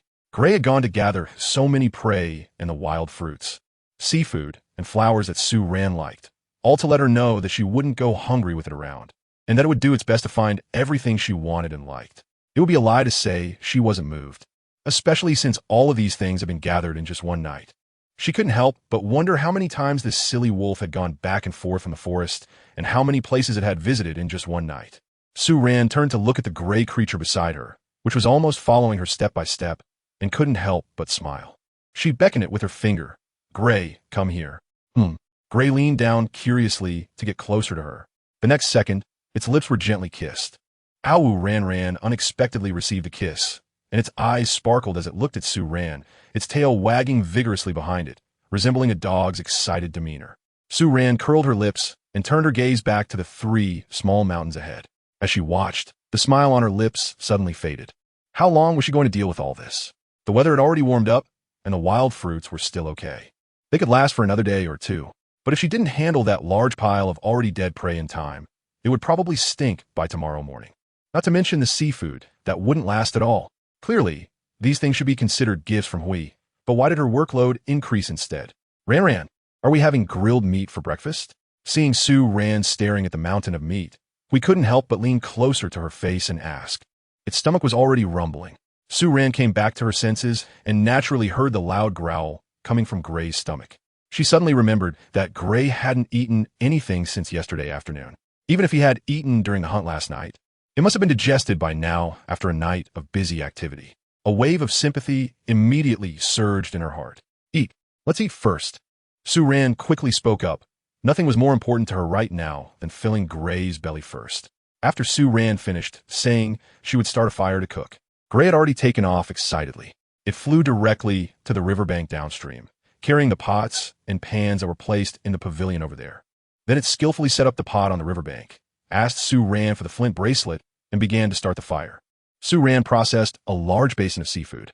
Recently, among the seafood they brought back from the seaside, there were more sea shrimp and some small fish, and occasionally they could find a stranded large fish from the crevices of the rocks. Today, among the seafood on the riverbank, there were a few dark greenish-black sea fish, each about the length of an arm. For breakfast, Su Ran grilled 2 of these sea fish, and then prepared a large bowl of seafood soup. The main dish was a roasted white-headed goat and 4 roasted green soap fruits. All of these foods were things that Hui liked to eat. Chapter 77. Making sausages. After this misunderstanding, which wasn't really a misunderstanding, Su Ran and Huey's relationship became more intimate and natural. After understanding her own feelings, Su Ran calmly accepted her emotional changes toward the Beastman. Thus, in her interactions with Hui, she began to act more freely and at ease. The little boundary that remained between them gradually blurred due to their mutual affection. For days had passed since that small incident. Su Ran finally finished processing all the food that Hui brought back. She had Hui strip the skins off the pile of game, which resembled a small mountain. The collected pelts were thrown into the water, where Hui meticulously washed them clean bit by bit. It had become quite familiar with this process and no longer needed Su Ran's assistance. With so many fresh animal skins, Su Ran felt that she wouldn't need to gather new pelts for at least a year. As for the meat from the game that Hui had stripped, aside from what they had eaten over the past few days, Su Ran used some to make a bit of sausage, while the rest she exchanged with the Beastman. With so much meat, she and Hui couldn't finish it all at once, but if there were more people, it would only take 1 or 2 meals. Su Ran exchanged help with making sausages for nearly half of the prey, which she shared with the orcs she had become familiar with during this time. This included Yao Yao, Qing Yu, and Xiao Jue Jin, as well as Ahua, Bai Bai, and Xiao San. Just like on Earth, the young orcs here were much quicker to accept new things compared to the older orcs in the community. For example, by now, the young couple Xiao Jue Jin and Yao Yao Qing Yu had already imitated Su Ran and Hui, making leather clothing to wear.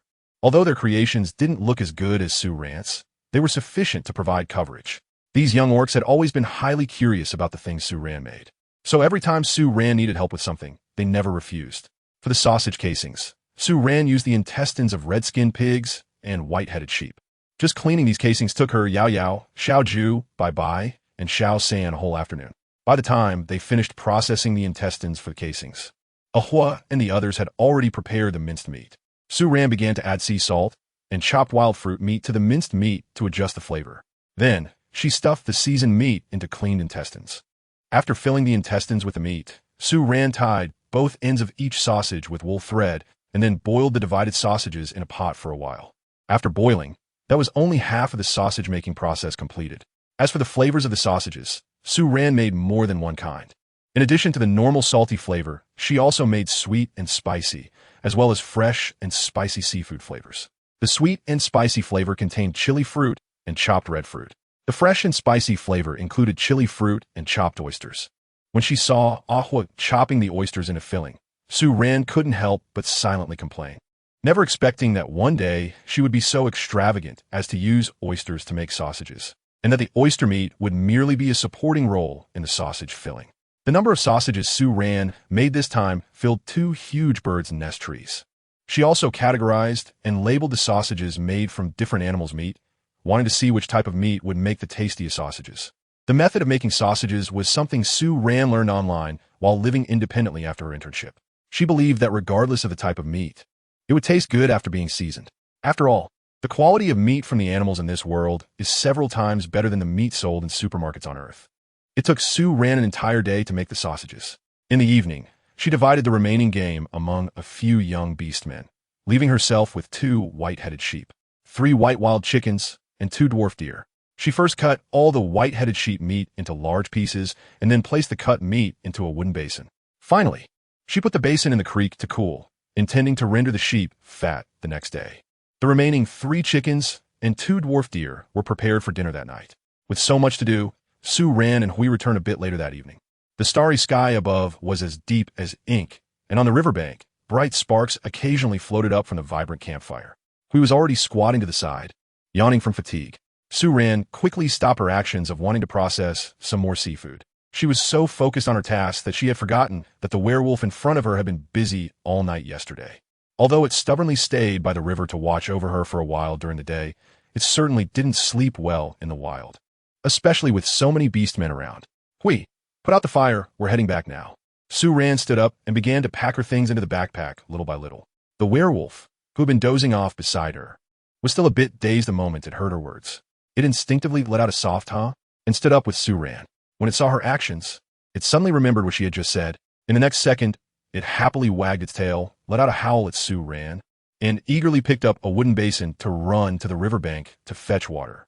As soon as a basin of water was splashed onto the bright campfire, it made a loud, sizzling sound. Immediately after, the scene near the riverbank quickly blended into the surrounding pitch-black night. Sue Rand's gaze suddenly shifted from bright to dark, and for a moment, she could see nothing in front of her. With a backpack on her back, she stood still waiting for Hui to come over. After a few seconds, a rustling sound of footsteps approached, and she heard Huey's reassuring voice beside her. Ran, let's go. Sue Ran responded with a sound, and then she felt herself being lifted by a pair of strong arms. Due to the inconvenience of having a basket on her back, she was held by Hui as if she were a child, with one arm supporting her bottom and the other hand holding her waist, flying back into the bird's nest. At this moment, other bird nests and caves were already quiet. Most of the beastmen had fallen into a deep sleep.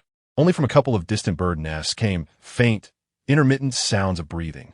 However, this sound was something Sue Ran was almost accustomed to.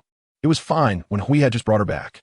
Recently, with the change of seasons, she felt that the emotions of the beastmen were becoming increasingly agitated.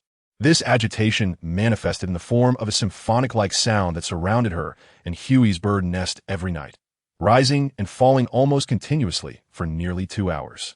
Today, for some reason, the writing was particularly stuck. After finishing a chapter, I was dissatisfied and rewrote it. It's finally a bit better, but I couldn't manage a double update. If my thoughts flow smoothly tomorrow, I will make up for it as soon as possible. Chapter 78, Howls of Wolves at Midnight. Sue Ran always felt like she had forgotten something, but she could never quite remember what it was. Eventually, she decided not to think about it and let things be. After spending a whole day making sausages, the next day, Sue Ran took out all the leftover seafood. She found a few thick tree trunks, cleared away the branches and small twigs, and then laid some large stones on the ground in front of the rain shelter. She arranged the tree trunks closely together to serve as a simple long table. Once she finished cleaning the seafood, she spread a layer of sweet leaf tree leaves on the long table and placed the clean shellfish and crab meat on top to sun-dry. The trees by the bird's nest were too dense.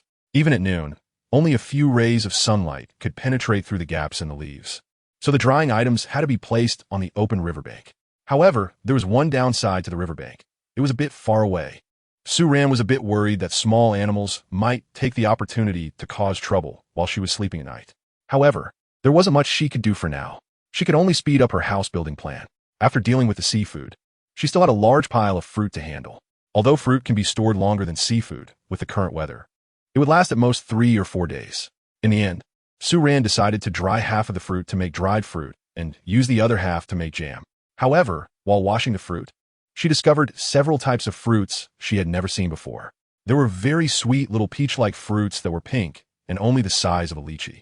The flesh was hard, but it tasted particularly sweet, and there were large black dates with a very big pit. There was also a fruit with bright red flesh that had a balanced sweet and sour taste. Among the wild fruits that Hui brought back, this sweet and sour red-fleshed fruit was the most abundant.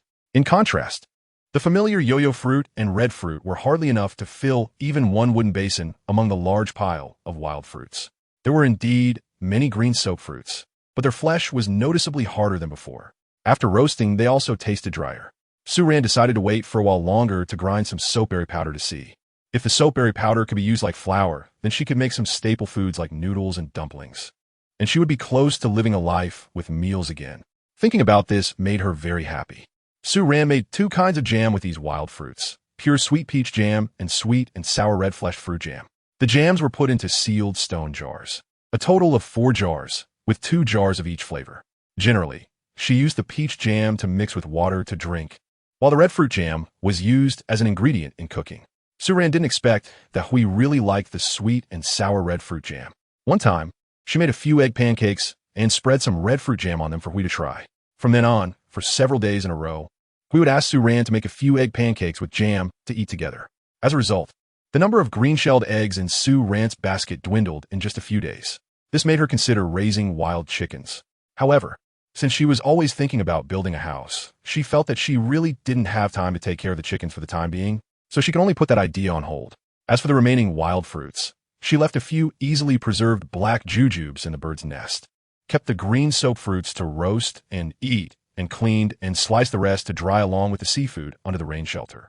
The flesh of these wild fruits was quite thin, and they contained a lot of sugar, making them chewy and delicious to eat after drying. They were also great for soaking in water. Sue Ran liked to directly use peach fruit jam mixed with red meat dried fruit to make a drink. However, we prefer to eat the dried fruit as a snack.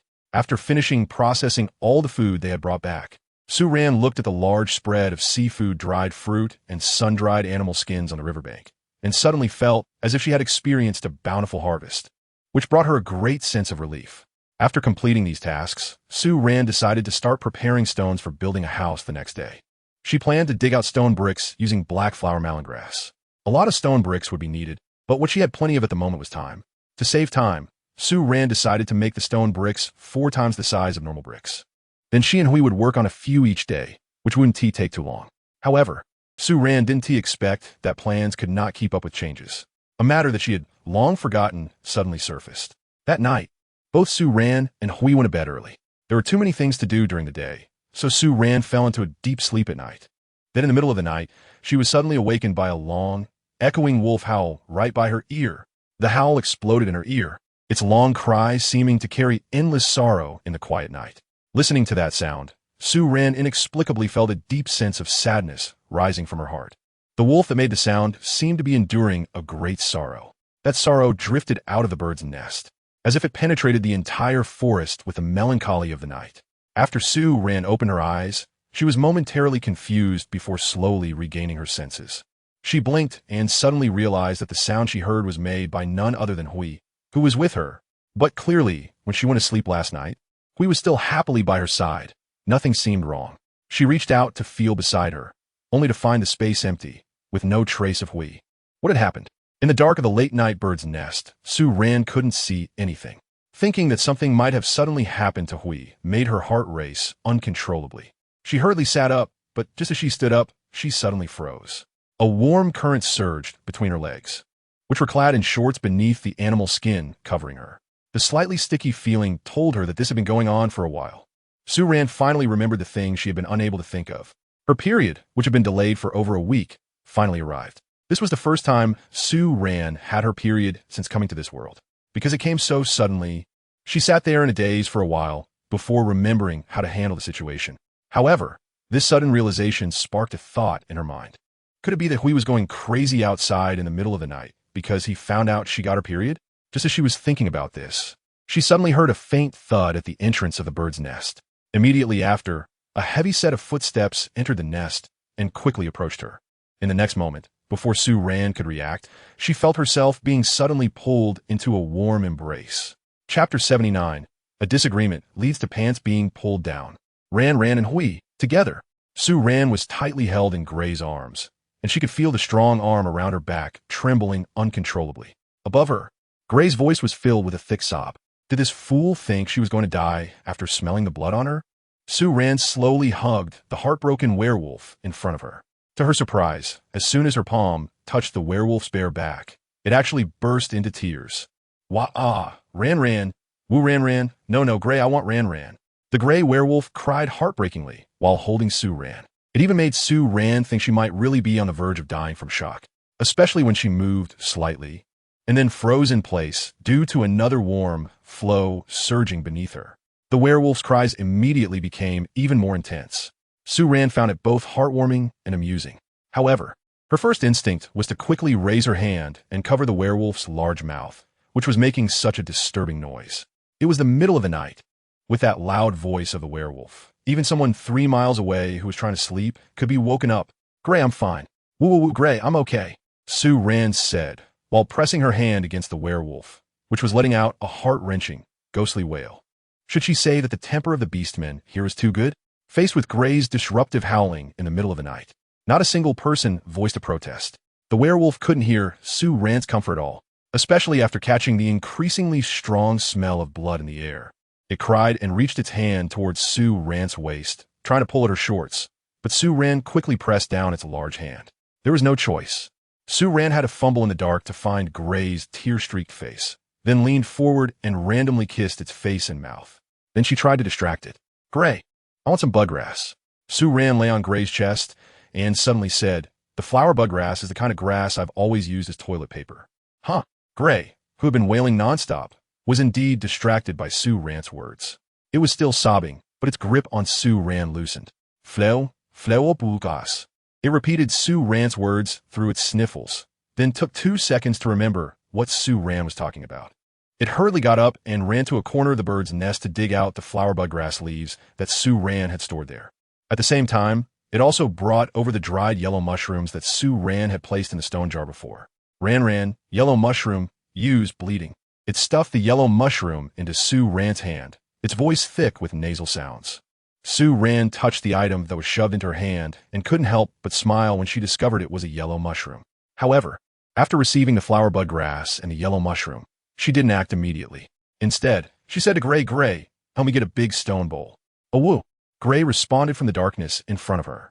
The stone bowl was soon brought over by Gray. Sue Ran touched the stone bowl placed in front of her and continued to ask Hui for something. Hui, find a few more small twigs. Huh. Upon hearing this, Hui seemed completely confused. It hesitated for a moment before getting up and flying out of the nest. Less than 2 minutes later, it quickly flew back from outside. This time, everything was ready.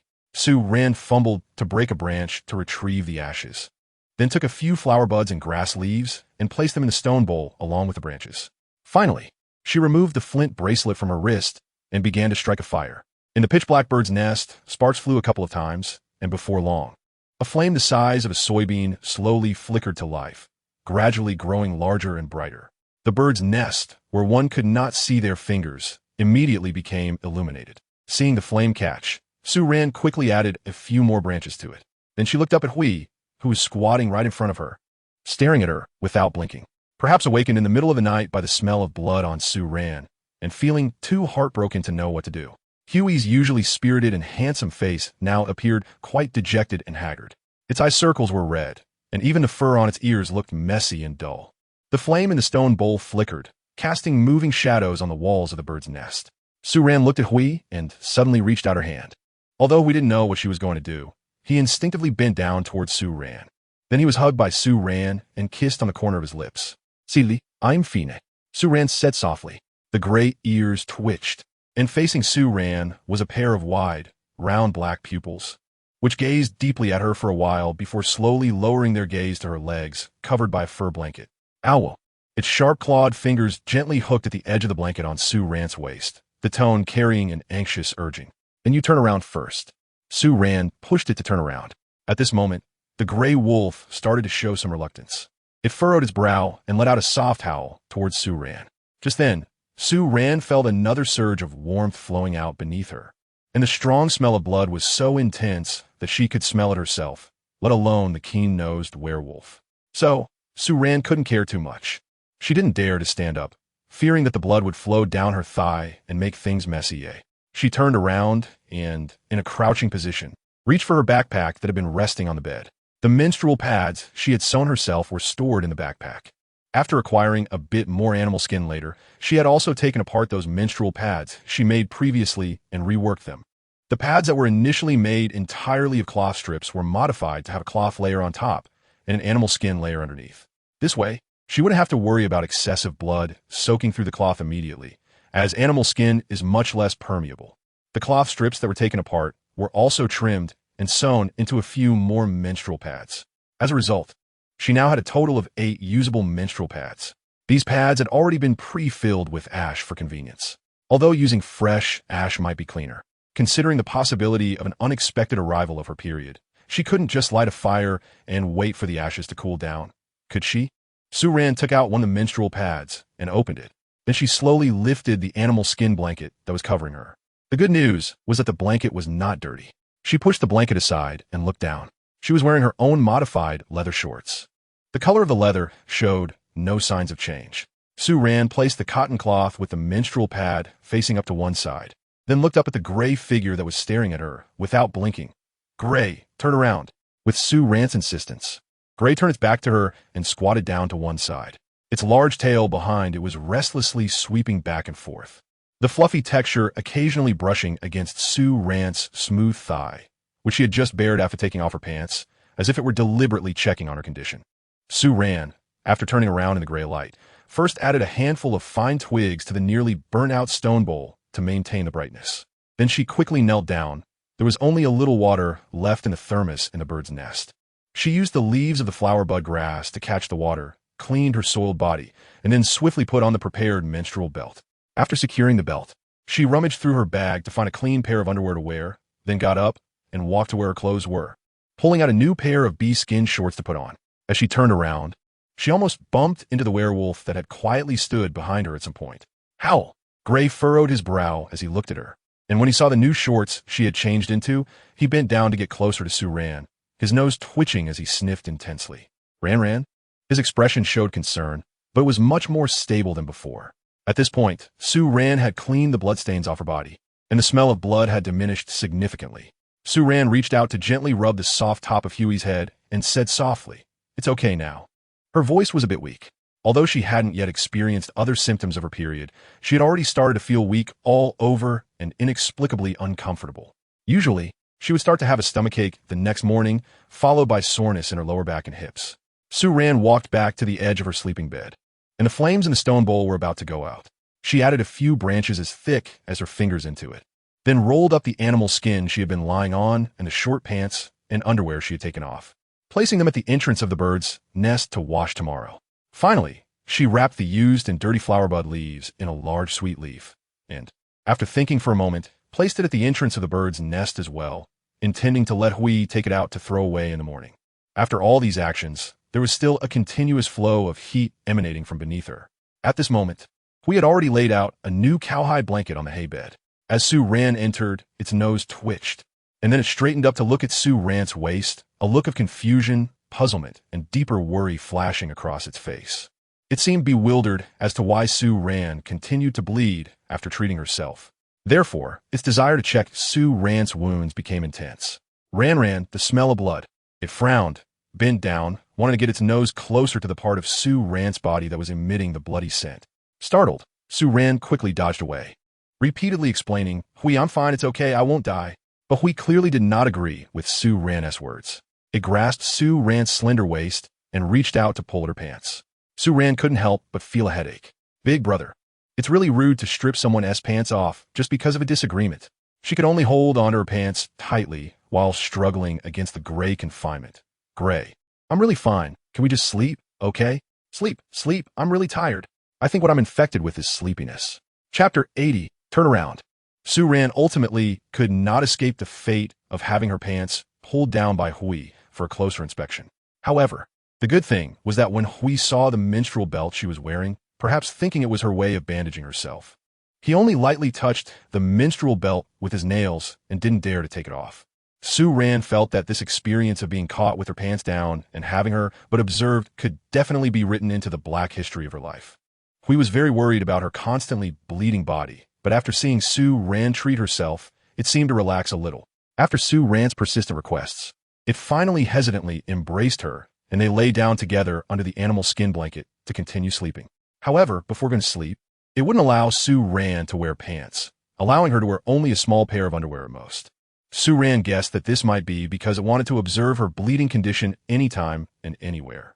During her menstrual period, Sue-Ran always feels cold hands and feet. At this moment, that icy feeling has slowly spread to her limbs.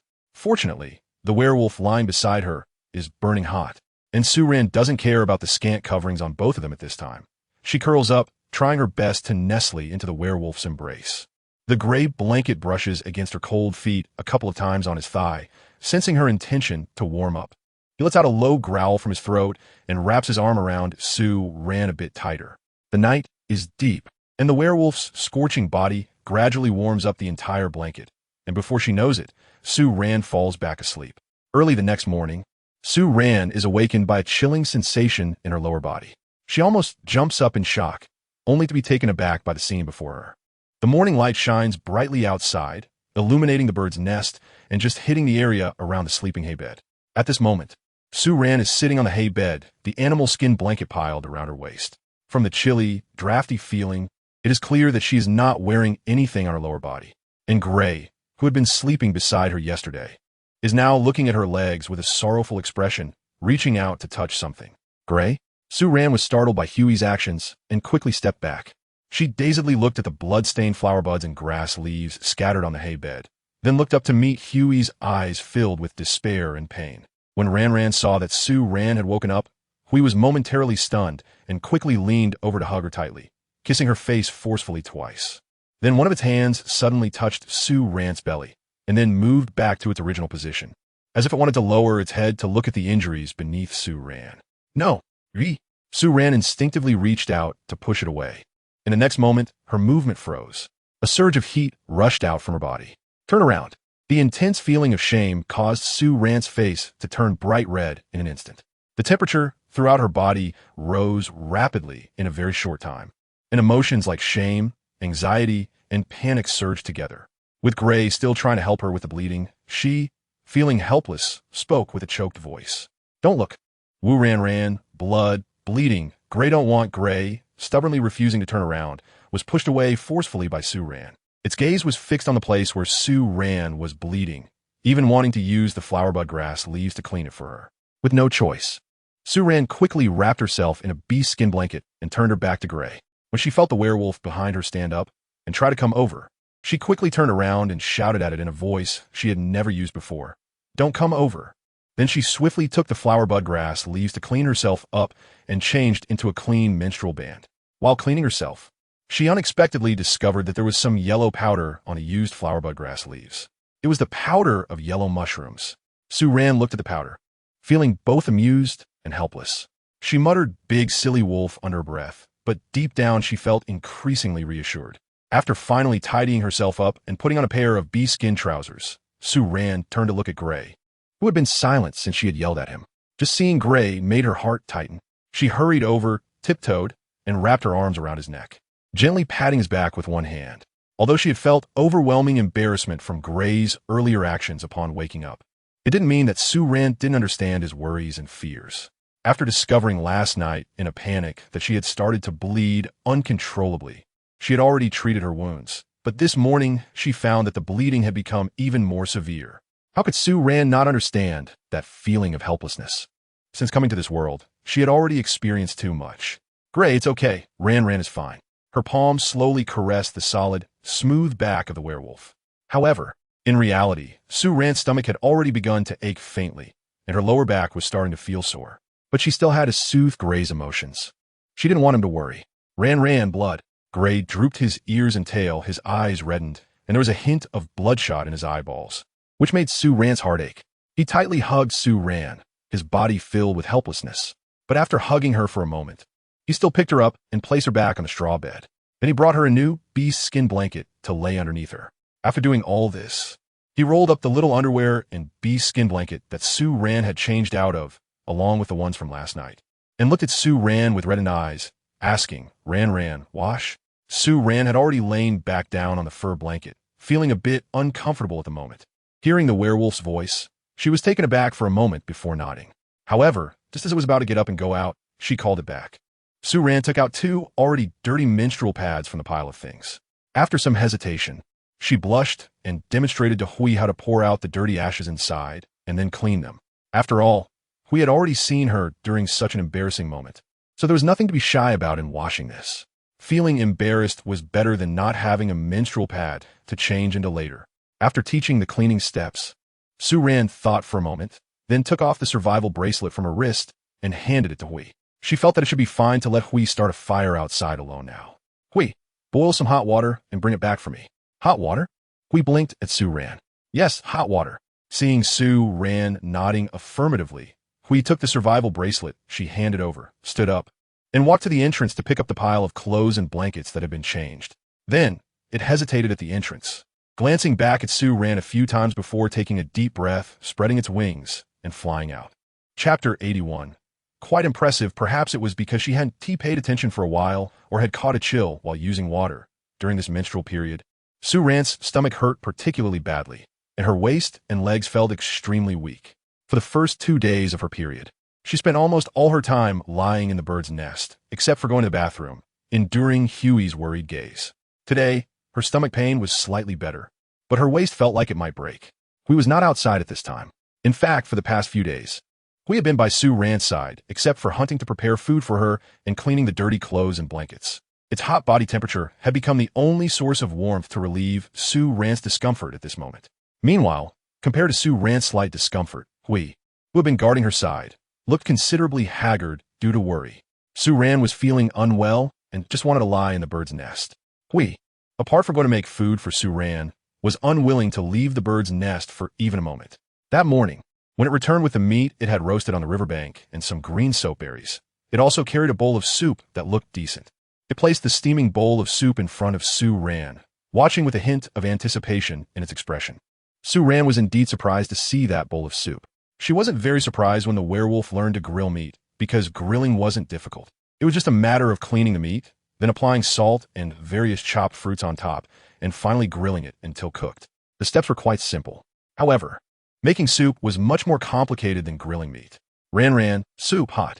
We put a wooden spoon into the soup bowl, and Sue Ran looked down. The soup in the bowl was a slightly transparent white, with a few oil droplets floating on top. There were 2 pieces of white meat and several chunks of wild fruit cut into different sizes in the soup. Sue Ran looked at it and couldn't help but laugh. It was quite impressive. However, before she could even take a sip of the soup, she already felt a warmth in her heart. She felt very lucky. If there really were frequent time-traveling events in the world, then being able to come to this world and meet Hui, and those pure-hearted and kind beastmen like Xiao, Zhu Yao Yao, she felt truly fortunate. In fact, even now, she still didn't know the reason why Hui brought her back during their first encounter and decided on her. But for Sue Ran, it no longer mattered to dwell on those so-called reasons. Hui treated her well, and she liked Hui very much. They both wanted to accompany each other and live together in this world, and that was enough. Sue Ran picked up the soup bowl under the expectant gaze of Hui, scraping the oil on top with a wooden spoon, gently blowing on it twice, and then taking a small sip. She couldn't help but raise her eyebrows slightly.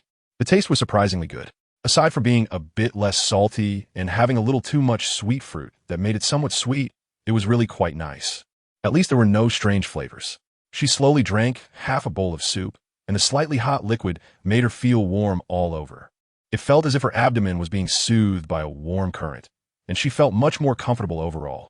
After drinking half a bowl of soup, Sue Ran ate a small half of a roasted green fruit, but she didn't eat much of the remaining roasted meat. We had started to understand Sue Ran's suddenly poor appetite over the past couple of days. Seeing that Sue Ran had stopped eating, it immediately handed her 2 red meat fruits, eager for her to eat a bit more. Sue Ran also graciously ate a red fruit that felt a bit hard, not very ripe, and had a slightly sour taste. Mainly, the things she had just eaten were either a bit sweet or too oily, so her stomach felt a bit greasy at the moment. After finishing the meal, Hui automatically cleaned up the leftovers and discarded them. Sue Ran felt much better today. Although her menstrual flow was still considerable, it had decreased significantly compared to the past 2 days. Perhaps sensing the change in Sue Ran's body, Huey's mood also seemed to improve. After tidying up the trash, Hui came back inside and naturally snuggled into the fur blanket covering Sue Ran, wrapping her in his embrace. While holding Sue Ran, one warm hand rested on her cool lower abdomen. This was something he had done when Sue Ran was in severe pain that day and had grabbed his hand to do so. However, Sue Ran's intention was to use the warmth from his palm to ease the pain in her abdomen. Hui, on the other hand, might have understood it as placing his hand on Sue Ran's belly to heal her menstrual cramps. As a result, for the next few days, whenever he lay down on the fur blanket with Sue Ran, he would repeat this action. It continued until Sue Ran's period ended, and he no longer detected any trace of blood from her. On the 4th day of Sue Ran's period, the amount of blood flowing from her body suddenly decreased significantly. Although she still felt a bit weak, all the symptoms of stomach pain, backache, and soreness had disappeared. Gray must have sensed the sudden drop in the bloody scent on Sue Ran, so when it saw her get up energetically in the morning, it first let out a low howl from deep in its throat, then broke into a wide grin. It suddenly pounced on Sue Ran, knocking her down onto the fur blanket, and continued to kiss and lick her face and neck with great enthusiasm. It wasn't until Sue Ran couldn't take it anymore and pushed its head away with all her strength that it reluctantly stopped. However, its vigorously wagging tail behind it still clearly expressed its joy. Sue Ran was naturally very happy. However, her happiness came from the fact that she had really had enough of lying in the bird's nest. Although being carefully taken care of by the werewolf felt great, staying in the bird's nest for too long was indeed stifling. After completing the daily face-licking ritual with Hui, Sue Ran decided to let Hui carry her to the riverbank today. When they went out, she also put 2 thick double-layered blankets that she had sewn into the backpack. Once they arrived at the riverbank, without Sue Ran saying anything, Hui went ahead to light the fire. Sue Ran went to the riverbank to wash up first. By the campfire, there lay a red-skinned pig that had already breathed its last. It was hunted by Hui early in the morning, even before Su Ran had woken up. Su Ran squatted by the riverbank washing her face, while watching Hui handle the red-skinned pig by the river, which was slightly lower down. She was also thinking about what to cook. In just 4 or 5 days, Hui had visibly lost a lot of weight. On that angular face, the cheeks appeared to have slightly sunken in. She felt a pang of concern for him. Chapter 82. Ran Fish. Hui was very happy today. Not only because Su Ran had made all of his favorite foods early in the morning, but mainly because Su Ran was in great spirits today. Moreover, the smell of blood on her had faded significantly. Hui finished all the food that Su Ran had prepared after a busy morning, and then, quite selflessly, went to wash the newly acquired red pig skin and hung it out to dry. Su Ran took 2 animal skin blankets out of the bird's nest. One was spread on the ground next to the rain shelter, while the other was draped over her legs. She leaned her back against one of the pillars of the rain shelter and lazily sat on the ground, basking in the sun. The temperature was just right. The sunlight fell on her warm, but not excessively hot. The air in the woods was fresh, and each breath made her feel that the air was incredibly clear and clean. Su Ran was bored as she stared at the shimmering river ahead. Suddenly, the thought of eating fish popped into her mind. There were indeed fish in this river. Occasionally, she would see some cat-like beastmen splashing around trying to catch fish. However, after she found some seafood by the seaside, she temporarily forgot about fishing. But now, she suddenly had a strong desire for fish soup. She remembered that there was fishing line in her survival gear in her backpack. Thinking about it made her even more eager. Soon, Su Ran was carried by Hui, flying from the riverbank to the bird's nest to get the fishing line, and then flying back to the riverbank, making a loop. Su Ran had never fished before, so when using the fishing line, she could only rely on her imagination. She tied one end of the fishing line to a stick, then attached a fish hook to the other end, hanging a small piece of meat on the hook. She then threw the hook with the meat into the river, waiting for the fish to bite. The fish in this river were all quite large. Su Ran thought it should be due to the lack of natural enemies. After all, from her observations, the orcs occasionally caught a fish to eat, but it was just for a change in diet, and not all orcs liked fish. Besides the orcs, other animals hardly came to this area because they were afraid of the orcs' scent. Even those obviously carnivorous beasts were merely seen as prey on the orcs' menu. Therefore, the fish living in this river faced almost no species threats throughout their lives. As a result, these fish not only had a large population, but they were also quite big in size. Including every morning and evening, Su Ran often saw big fish jumping out of the water. Su Ran moved the blanket she was sitting on to a spot not far from the riverbank, making it easier for her to observe the fish biting. Then, with nothing to do, she asked Gray to fetch a large bundle of willow branches. Sitting by the river, she fished while weaving a few baskets. She didn't mind having more of these everyday items, considering that she would often need to dry things in the future. Su Ran also didn't want to keep wasting the leaves of the sweet leaf tree. Sitting cross-legged on the blanket with willow branches in hand, her fingers moved quickly. Gray, imitating her, sat beside her, quickly glancing at Su Ran's movements while also holding a few willow branches, weaving them together. However, the few branches in its large hands had already been twisted into several segments after a few rounds of intertwining and bending. Su Ran glanced over and then curled her lips. The intelligence of the beastmen is actually not low. They can quickly learn whatever she usually does or makes. This includes her rain shelter. Although the beastmen have not yet figured out how to make mortise and tenon joints, some of them have already started to create small triangular shanties by interlocking pieces of wood. However, compared to those things that are clearly more labor-intensive to make. In terms of weaving, whether it's a slightly more complicated winnowing basket or simple wooden baskets, or carrying baskets, it seems to be as difficult as climbing to the sky for them. Even Gray, who has lived with her and has been taught by her step by step every time, has only managed to weave a strangely shaped wooden basket so far. Moreover, the day after completing it, he immediately forgot the method for starting to weave the basket, which made Su Ran laugh. Su Ran was quickly weaving a winnowing basket when she caught a glimpse out of the corner of her eye and suddenly noticed a ripple on the water surface. Her heart leaped with joy as she hurriedly dropped the half-finished basket and got up to approach the fishing rod. The fishing line hanging in the water was already taut, and through the clear water, she could see the dark blue-black back of a big fish. Ran Fish. Hui, who had been curious, immediately followed her as she stood up. When it saw the fish thrashing in the water after being hooked, its eyes widened slightly, and the black pupils expanded, instantly filled with eagerness to try. Hui wasn't particularly fond of fish as food. Occasionally, there would be a few small fish among the seafood brought back from the seaside, but Hui had always shown little interest in them. However, seeing this fish in the river, Su-ran couldn't detect much drooling desire on its face. Perhaps because this fish was big enough, a flicker of hunting instinct appeared on Hui's face. The fish was soon flung onto the riverbank by Su-ran. It was not small, and it was quite strong. Su-ran pressed it down a few times, but it kept wriggling away from her grip. Finally, she simply picked up a stone and smashed it on its head. After 2 hits, the big catfish finally stopped moving. At this moment, Su-ran was able to take a good look at the fish. It weighed about 3 pounds, with a dark greenish-black back and a white belly, the kind of fish that cat-like beastmen often hunt. This type of fish has a large head, and Su-ran thought it would be perfect for making spicy fish head soup. However, she didn't want to eat the fish head today. She just wanted to drink the soup. Su-ran rebaited the fishing hook and continued fishing. At the same time, she brought over a large wooden basin that was placed under the rain shelter, filled with water, intending to use it to hold the newly caught fish later. Nowadays, the things stored in the rain shelter were no longer just firewood.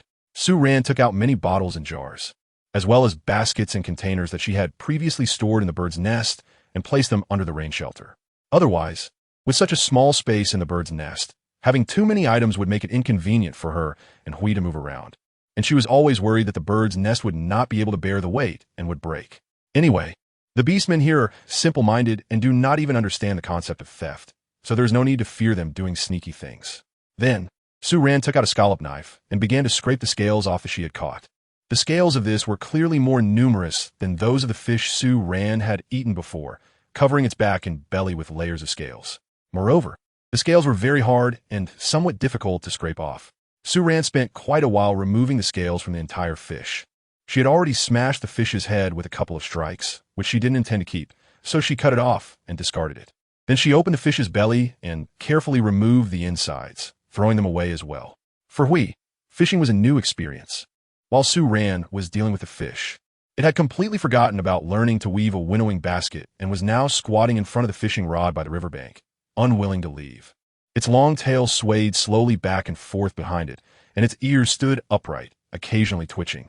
Its light green eyes were fixed on the clear river water, and whenever it saw a school of fish swimming by, it would excitedly lean forward as if it were about to reach out and grab them.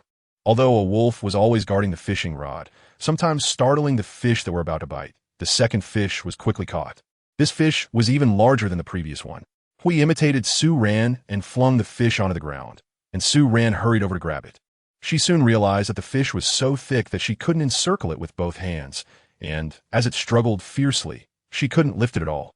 In the end, Hui picked up the fish and, under Su-ran's direction, tossed it into a wooden basin filled with water. Su-ran then noticed that the fish completely filled the basin, so she simply put away the fishing rod. 2 fish were enough. Besides, the fish in this river didn't seem very smart, continuously gathering by the riverbank to watch the commotion, even with Hui causing chaos. She thought that if it weren't for her lack of strength, she could just grab them by hand next time. This summer was still long, and Su-ran felt that as long as she stayed by the river, she wouldn't run out of fish to eat. When she had time, she planned to turn over some stones in the river to see if there were any river shrimp or something similar. Although she had found a lot of seafood before, perhaps due to the living environment, she had hardly ever come across shrimp. Su-ran quite likes eating shrimp. Time quickly reached noon. The sun was a bit hot at this time. Su-ran moved her seat back under the rain shelter, but this time she sat directly beneath it. The big carp that was kept in the wooden basin was also moved to the shelter by Hui to avoid being scorched by the blazing sun. Although it would still die by dinner time, every moment of life counts. Not far in front of the rain shelter, a small fire pit had already been lit, and the fish soup was being cooked. Usually, Su-ran, Hui, and the other beastmen had 2 meals a day. Today's fish soup wasn't a large quantity, and Su-ran didn't prepare anything else, so it couldn't be considered a proper meal. Su-ran had considered whether to persuade Hui to change its current eating habits to 3 meals a day, but ultimately decided against it. To be honest, after being here for over a month, she had already started to adapt to the 2 meals a day lifestyle, so there was no need to change the orc's habits. Moreover, if they were to add another meal at noon, then they would spend the whole day cooking and wouldn't have time for anything else. While waiting for the fish soup to simmer, Su-ran continued weaving the basket she had started earlier. At this point, Hui had lost its desire to learn how to weave, and, mimicking Su-ran, laid a beast's skin on the ground under the eaves of the rain shelter, where the extended eaves cast a shadow over the skin. Hui lay on the beast's skin, quickly falling asleep and snoring. As for why it was lying on the ground instead of inside the rain shelter, it was simply because the inside was too small and already filled with firewood and miscellaneous items. The only small space left was occupied by Sue Ran and the willow branches she had piled up for weaving. Chapter 83. You're So Strange. Hui was awakened by the rich aroma of the fish soup. It yawned widely, sat up, rubbed its eyes in confusion, and when it saw Sue Ran, it immediately became alert. It sprang up and dashed to Sue Ran, who was scooping fish soup with a wooden ladle by the stone pot. At that moment, a bowl of soup had already been prepared and placed on the stone beside her. The soup was milky white and steaming. The beautiful color of the fish soup required using just boiled hot water when adding water. Therefore, Sue Ran had boiled a large pot of water in advance using a stainless steel kettle before making the soup. The fish soup she scooped out did not contain any fish meat, just the broth, to avoid any stray fish bones. In case Hui carelessly gulped it down and got a bone stuck in its throat, she had specifically used the wooden ladle to stir it a couple of times. Although the possibility of fish bones was very low, as this type of fish only had one main bone in the middle and no small bones at all. Confirming that there were no issues, Sue Ran handed one bowl to Hui, who was already drooling beside her. Drinking fish soup in this weather was a bit hot. After finishing a bowl, a thin layer of sweat appeared on Sue Ran's nose, but she felt very comfortable overall. Looking at Hui, it had now learned to blow on the soup to cool it down before drinking, but it was also sweating profusely. The flavor of the fish soup was rich. Sue Ran only added a little salt, so the salty taste was mild. The essence extracted from the soup was as smooth as hot milk with a different taste from the rich sweetness of seafood soup. After finishing one bowl of fish soup, Sue Ran picked a piece of fish meat to put in her bowl. The fish meat was milky white, and from the cross-section, one could see the main bone embedded in the meat, with the color of the bone being slightly transparent white. Sue Ran poked a piece of cooked fish with her chopsticks, and it immediately split along the direction of the fish bones. The cracked fish was smooth and had a pointed edge, so tender that it was visibly apparent to the naked eye. Sue Ran used chopsticks to carefully remove the entire fish bone. After examining the fish meat closely and confirming there were no small bones left, she placed the already broken pieces of fish meat into the bowl of Ash, who had been squatting beside her and had already stuffed an entire piece of fish into his mouth, crunching it together with the bones. At this moment, Ash was chewing the fish meat while continuing his actions with his hands. He was awkwardly using the chopsticks to poke and pick up another piece of fish meat to put into his bowl. It seemed that this silly wolf would soon learn to use chopsticks completely, bidding farewell to the semi-primitive way of eating with his hands. Sue Ran was thinking to herself, while her chopsticks picked up the fish bones she had just shaved from her bowl and placed them in front of Hui. Ran. Hui was struggling with the chopsticks in her hand when a small piece of fish bone suddenly appeared in front of her, and she raised her head in confusion. Fish bone. Sue Ran shook the fish bone in her hand and said to Hui, logically speaking, orc intelligence isn't low, so I shouldn't worry too much about Hui getting a fish bone stuck in its throat. However, recalling the previous times they had eaten fish, where the bones were soft and numerous, Huey's method was always to bite into the fish, chew a bit, and then spit out the small bones along with the leftover fish meat, essentially just tasting it. Even now, although this fish only had one main bone, Hui still used the same method as before. It seemed that Hui still had a deep impression of the bony fish, so it hadn't thought of the method of picking out the bones. Therefore, Sue Ran felt it was necessary to teach Hui how to eat fish properly. However, there were more than just this type of fish in the river, so they could choose when the time came. For fish with many bones, they could choose not to eat them unless they were really short on food. Fishbone, Hui repeated after Sue Ran. Probably because it had been using Sue Ran's language more often, Hui was now much smoother when learning new words compared to when it first started. For most words and pronunciations, it could say them correctly on the first try. Fishbone can't eat. Sue Ran nodded and gestured for Hui to look at the fishbone she was holding with her chopsticks, shaking her head. Hui followed her gaze, and after a while, Sue Ran suddenly felt that its look was a bit strange. The expression seemed to say, I know the fishbone can't be eaten. Why are you still telling me this? You're so weird. Sue Ran felt embarrassed under its gaze and couldn't help but clear her throat. The fact that fish bones shouldn't be eaten isn't the main point. The key issue is how to pick out the fish bones. Sue Ran ignored the strange gaze from Gray and reached out to take the chopsticks from its hand, demonstrating how to pick out fish bones. After a few quick movements, a whole section of fish bone came out cleanly, and Gray's eyes widened in surprise. 2 seconds later, although it didn't try to eat the piece of meat again, it understood the meaning behind Sue Ran's actions. It turned to Sue Ran, grinning, and pointed at the fish in the bowl, saying, "There are no bones now. Ran is amazing." Sue ran. "It's just picking a fish bone. What's so impressive about that?" Without the trouble of fish bones, my interest in eating fish has immediately increased. The bowl made by Sue Ran was very large, similar to the small bowls used in noodle shops. She drank a full bowl of soup from this bowl, and after eating a piece of fish, she was so full that she couldn't eat anymore. So the leftover fish soup and fish all went into Gray's stomach. After finishing the meal, Gray consciously took the bowl and chopsticks to wash them clean by the river, then extinguished the campfire and walked back to Sue Ran's side. Sue Ran continued to weave the winnowing basket after finishing her meal. In front of her lay a completed one. The time had already drifted towards noon, and the sun had grown a bit hotter. The shadow under the awning shifted. The shadow that had been beneath the eaves before had disappeared with the movement of the sunlight. It crouched in the awning directly opposite Sue Ran, fidgeting for a while, and finally couldn't help but fly to the nearest tree behind the awning, finding the thickest trunk to lie down on. After a while, Sue Ran looked up at Hui, who was lying against the tree. Its eyes were closed, appearing very relaxed. The fluffy tail hung down from behind it, occasionally twitching at the tip whenever Sue Ran made some noise, indicating that it hadn't entered deep sleep yet. This made Sue Ran breathe a little easier. After all, it was lying on a relatively small trunk, and she was somewhat worried about its sleeping position if it accidentally fell to the ground. Due to the presence of wings, although the wings didn't affect Huey's ability to lie down and sleep, it was still somewhat uncomfortable, so we generally prefer to sleep on its side. Chapter 84. Ran. It's time to go back to sleep. Sue Ran did not disturb Huey's light sleep, because these days were her special days. We had been in a state of worry and fear, feeling tense. Besides being anxious, it had to put on a brave face to take care of her. So the wolf now looked quite listless. Sleeping could restore energy and vitality, so Sue Ran naturally wanted to let it sleep a little longer. After more than 3 hours, Sue Ran put down the third completed winnowing basket and stretched her body. During this time, she had also returned to the bird's nest to change a menstrual pad. On her way back, she had to struggle for quite a while with Hui, who had been awakened and wanted to follow her, before she finally got the chance to return alone.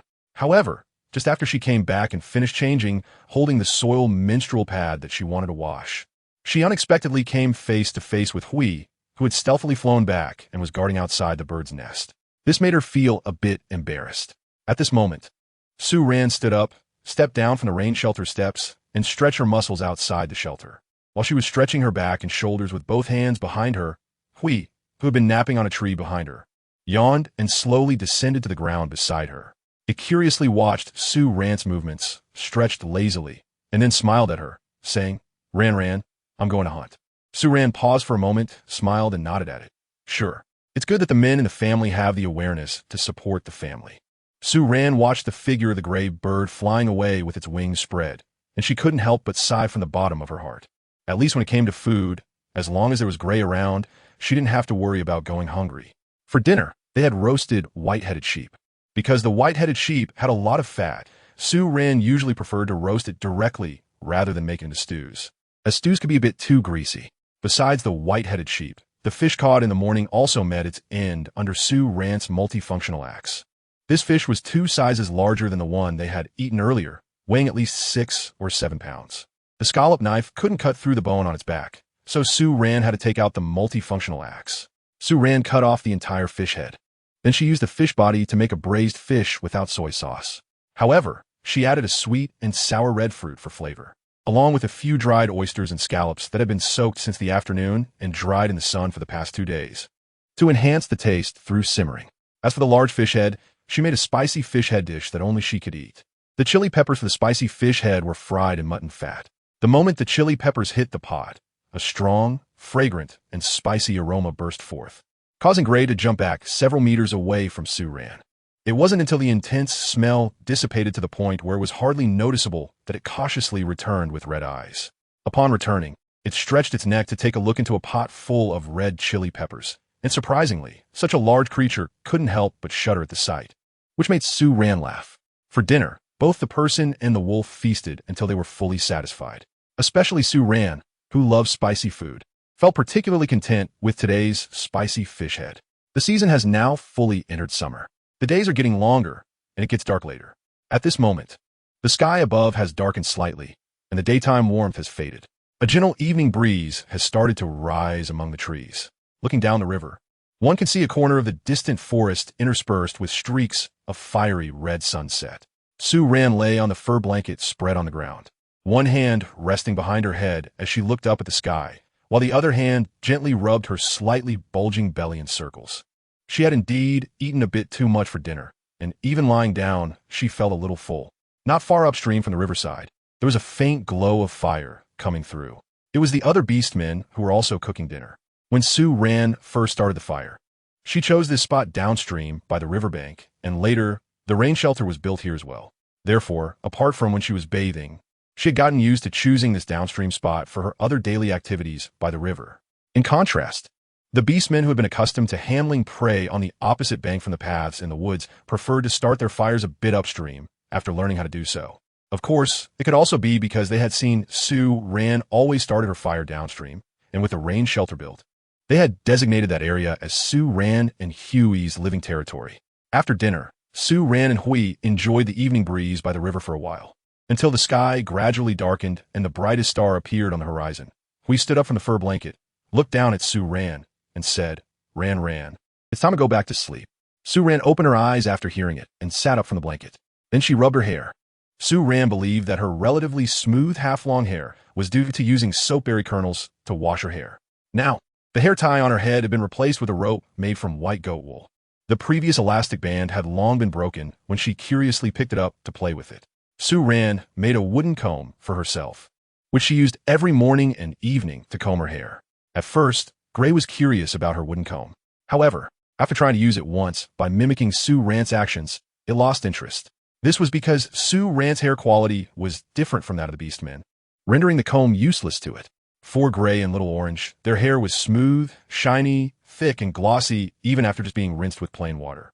Every time Su Ran noticed this, she felt an immense sense of envy. She speculated that the softness of the beastmen's hair was related to the air quality, environment, and food here. If that were the case, after living here for a long time, she might also have hair with such a glossy appearance. This was Su Ran's only hope regarding her appearance as a girl in this world. When returning, Su Ran was still carried back by Gray. At this time, the beastmen were not yet asleep. The little beastmen under the tree were still playing and frolicking on the ground. This time, upon returning, Gray did not immediately fly Su Ran into the bird's nest as usual, but instead landed on the tree trunk outside the nest. This was because the entrance to their bird's nest was blocked by a four-eared cow, which still had blood dripping from its neck. Through the blocked entrance, Su Ran seemed to faintly see a small mound of wild fruits near the door inside the bird's nest, slightly peeking out. Chapter 85. Drying the arrogant little octopus, Gray sniffed at the already deceased four-eared cow at the entrance of the bird's nest, then stood up straight, swished his tail behind it, and turned to Su Ran, saying, Ran, yow yow, hunting, yow yow. Upon hearing this, Su Ran raised her eyebrows slightly. The four-eared cow in front of her was not small in size, even for the orcs, who had large appetites. A male orc could only eat a little over half of it in one meal. What did it mean that Yao Yao brought such a large prey and placed it at the entrance of her and Huey's nest? Su Ran looked at it, and suddenly a very human term popped into her mind. Gifting. But why gift? She was still pondering when Hui had already taken action, lifting the four-eared cow from the entrance of the nest. Then, carrying the four-eared cow, it flew to a spot a few meters away from the entrance of the nest, placing the cow on top of a tree trunk. After setting it down, it reached out to pat the cow's body, ensuring it wouldn't fall before flying back. At this moment, Su Ran had already started to stare blankly at the new items that had suddenly appeared in the nest. The nest shared by her and Hui was not large. In the round nest with a diameter of nearly 3 meters, aside from the space where she and Hui slept, there was only the empty space on both sides of the hay bed and the less than 1 meter wide area in front of the nest entrance. Now, in this limited space, there was a pile of various wild fruits at the entrance of the nest, nearly half the height of the entrance. Beside the wild fruits was a pile of seafood that looked still wet. Su Ran even saw a small red octopus arrogantly climbing onto the fur blanket she had laid on the hay bed. On the other side of the wild fruits, there was a small pile of various colorful mushrooms. Ran, wild fruits, Little Orange, Ajin, and the umbrella, Little Umbrella, seafood, Ahua, and Qingyu, and many bees hunted. The mushrooms were white. After sniffing around the piles of food, it turned around to report to Su Ran. When it mentioned the pile of mushrooms, its voice was clearly filled with happiness. Su Ran now knows that most of the mushrooms in this world have medicinal value. For example, the yellow mushrooms that Gray brought back for her can be used to stop bleeding and heal wounds. The purple mushrooms in this pile can treat diarrhea. The green mushrooms are something female orcs eat during pregnancy, and Sue Rand suspects they have a role in stabilizing the fetus. In addition, there are red and blue mushrooms. But Sue Rand does not yet know the effects of these two types of mushrooms and has not seen any orcs using them. However, this is not the main point right now. Sue Rand listened as Hui explained the origins of the food in front of her, but her inner doubts grew larger. Why were they giving this prey to us? Sue Rand looked at Hui in confusion. It was obvious that Hui understood the intention of the orcs sending these food items. Since seeing the four-eared cow, its attitude had been quite predictable. Now, upon hearing Sue Rand's puzzle question, it gently tilted its head and, after thinking for a moment, replied to Sue Rand. Ran is bleeding. Xiao Ju Yao Yao. They gave you meat to eat. The mushrooms are made from yellow mushrooms to stop Ran from bleeding. Sue Rand was taken aback after hearing this, and it took her a few seconds to grasp the meaning behind the words. On the night she first got her period, there was a lot of commotion caused by Huey's panic. In the following days, her bleeding was also quite heavy. The bloody smell in the bird's nest was so strong that even she could smell it, not to mention the nearby beastmen with their keen sense of smell. So these game, seafood, mushrooms, and fruits were all gifts sent by the beastmen because they thought she was ill. It was like when friends and family on Earth bring gifts to visit someone in the hospital. Sue Rand looked at the little red octopus that Gray had dragged back into the pile of seafood, still trying to climb out. She blinked her eyes. After understanding the origin of these unexpected gains, she couldn't help but laugh. Although her interactions with the orcs had always been harmonious, she didn't expect that their social interactions already included ways like giving gifts and visiting each other. Sue Rand wouldn't narcissistically think that the orcs acted this way because she was different. After all, it was evident from Huey's calm demeanor that such caring interactions had always been a part of the orcs' lives. With her doubts resolved, Sue Rand had we go back to the riverside to fetch a few large winnowing baskets and wooden basins. With so much food effortlessly acquired, she was certainly happy. However, no matter how happy she was, she had to put these items away first and move them outside the bird's nest. Otherwise, when she and Hui went to sleep at night, they would be lulled to sleep by the sweet smell of half the fruits in the nest and the fishy smell of seafood. Hui quickly returned from the rain shelter with the winnowing baskets and wooden basins she needed. Sue Rand first put the pile of seafood into the wooden basin. A total of 3 basins of seafood were packed, then 2 basins of fruit were filled to the brim, and the mushrooms were spread out on the winnowing basket. Sue Rand had Hui first take the 3 pots of seafood to the riverbank. Then she filled each pot with water to keep the seafood from dying too quickly. She deliberately filled each pot halfway to prevent the live seafood from crawling out.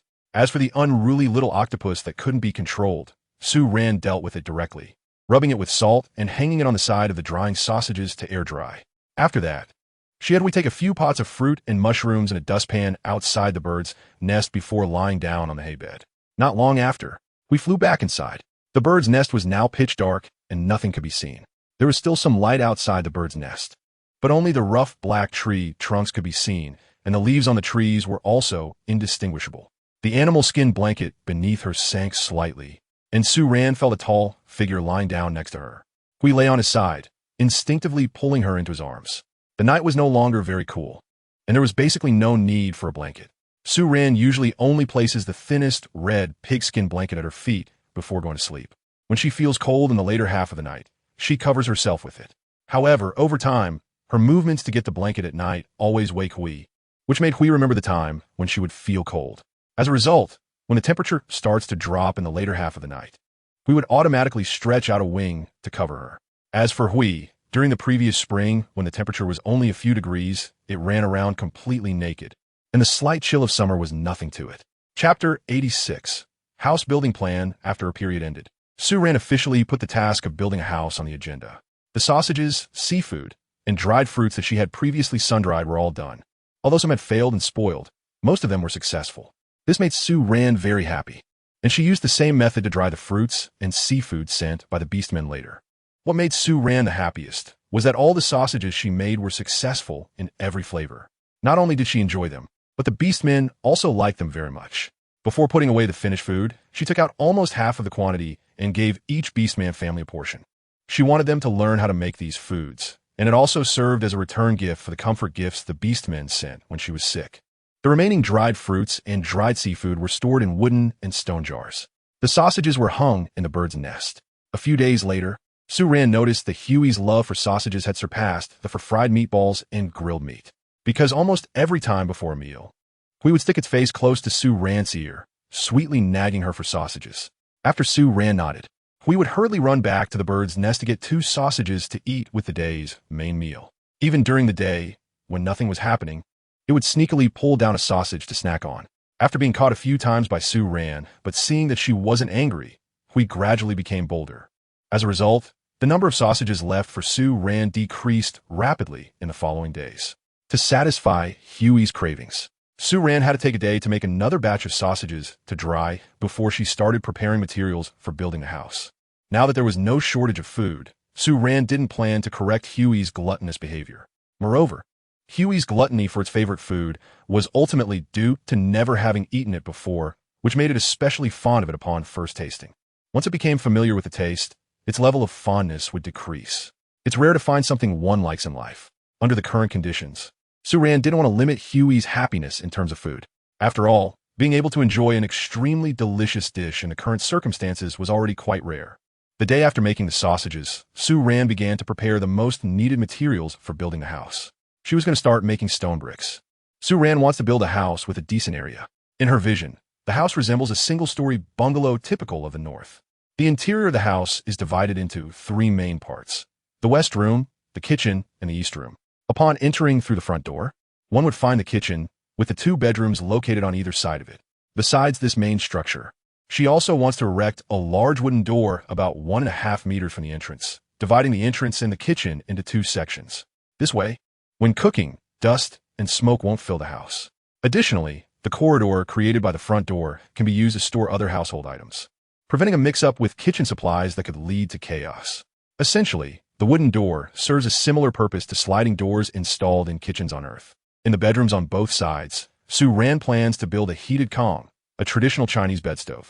The low temperatures in spring in this world have already become unbearable for her, and she doesn't think she can get through the winter relying on a cold bed. After some deliberation, Sue Ran ultimately decides to set up the Kong with a south-facing window and a north-facing Kong layout. After all, if her skills are not mature enough and the window leaks wind, she fears that sleeping next to a drafty window in winter could leave her partially paralyzed after one night. The layout in the bedrooms on both the east and west sides is similar, with the only difference being that the west bedroom will be slightly smaller because Sue Ran wants to create a small storage room behind it. In addition to the main house, Sue Ran plans to build a storage shed. However, she hasn't decided yet whether the shed should be made of stone or wood for convenience. Regardless, if the shed is not inhabited, there won't be any need for heating, which means that in extremely cold winter conditions, certain items, such as food, shouldn't be stored in the shed since they could freeze.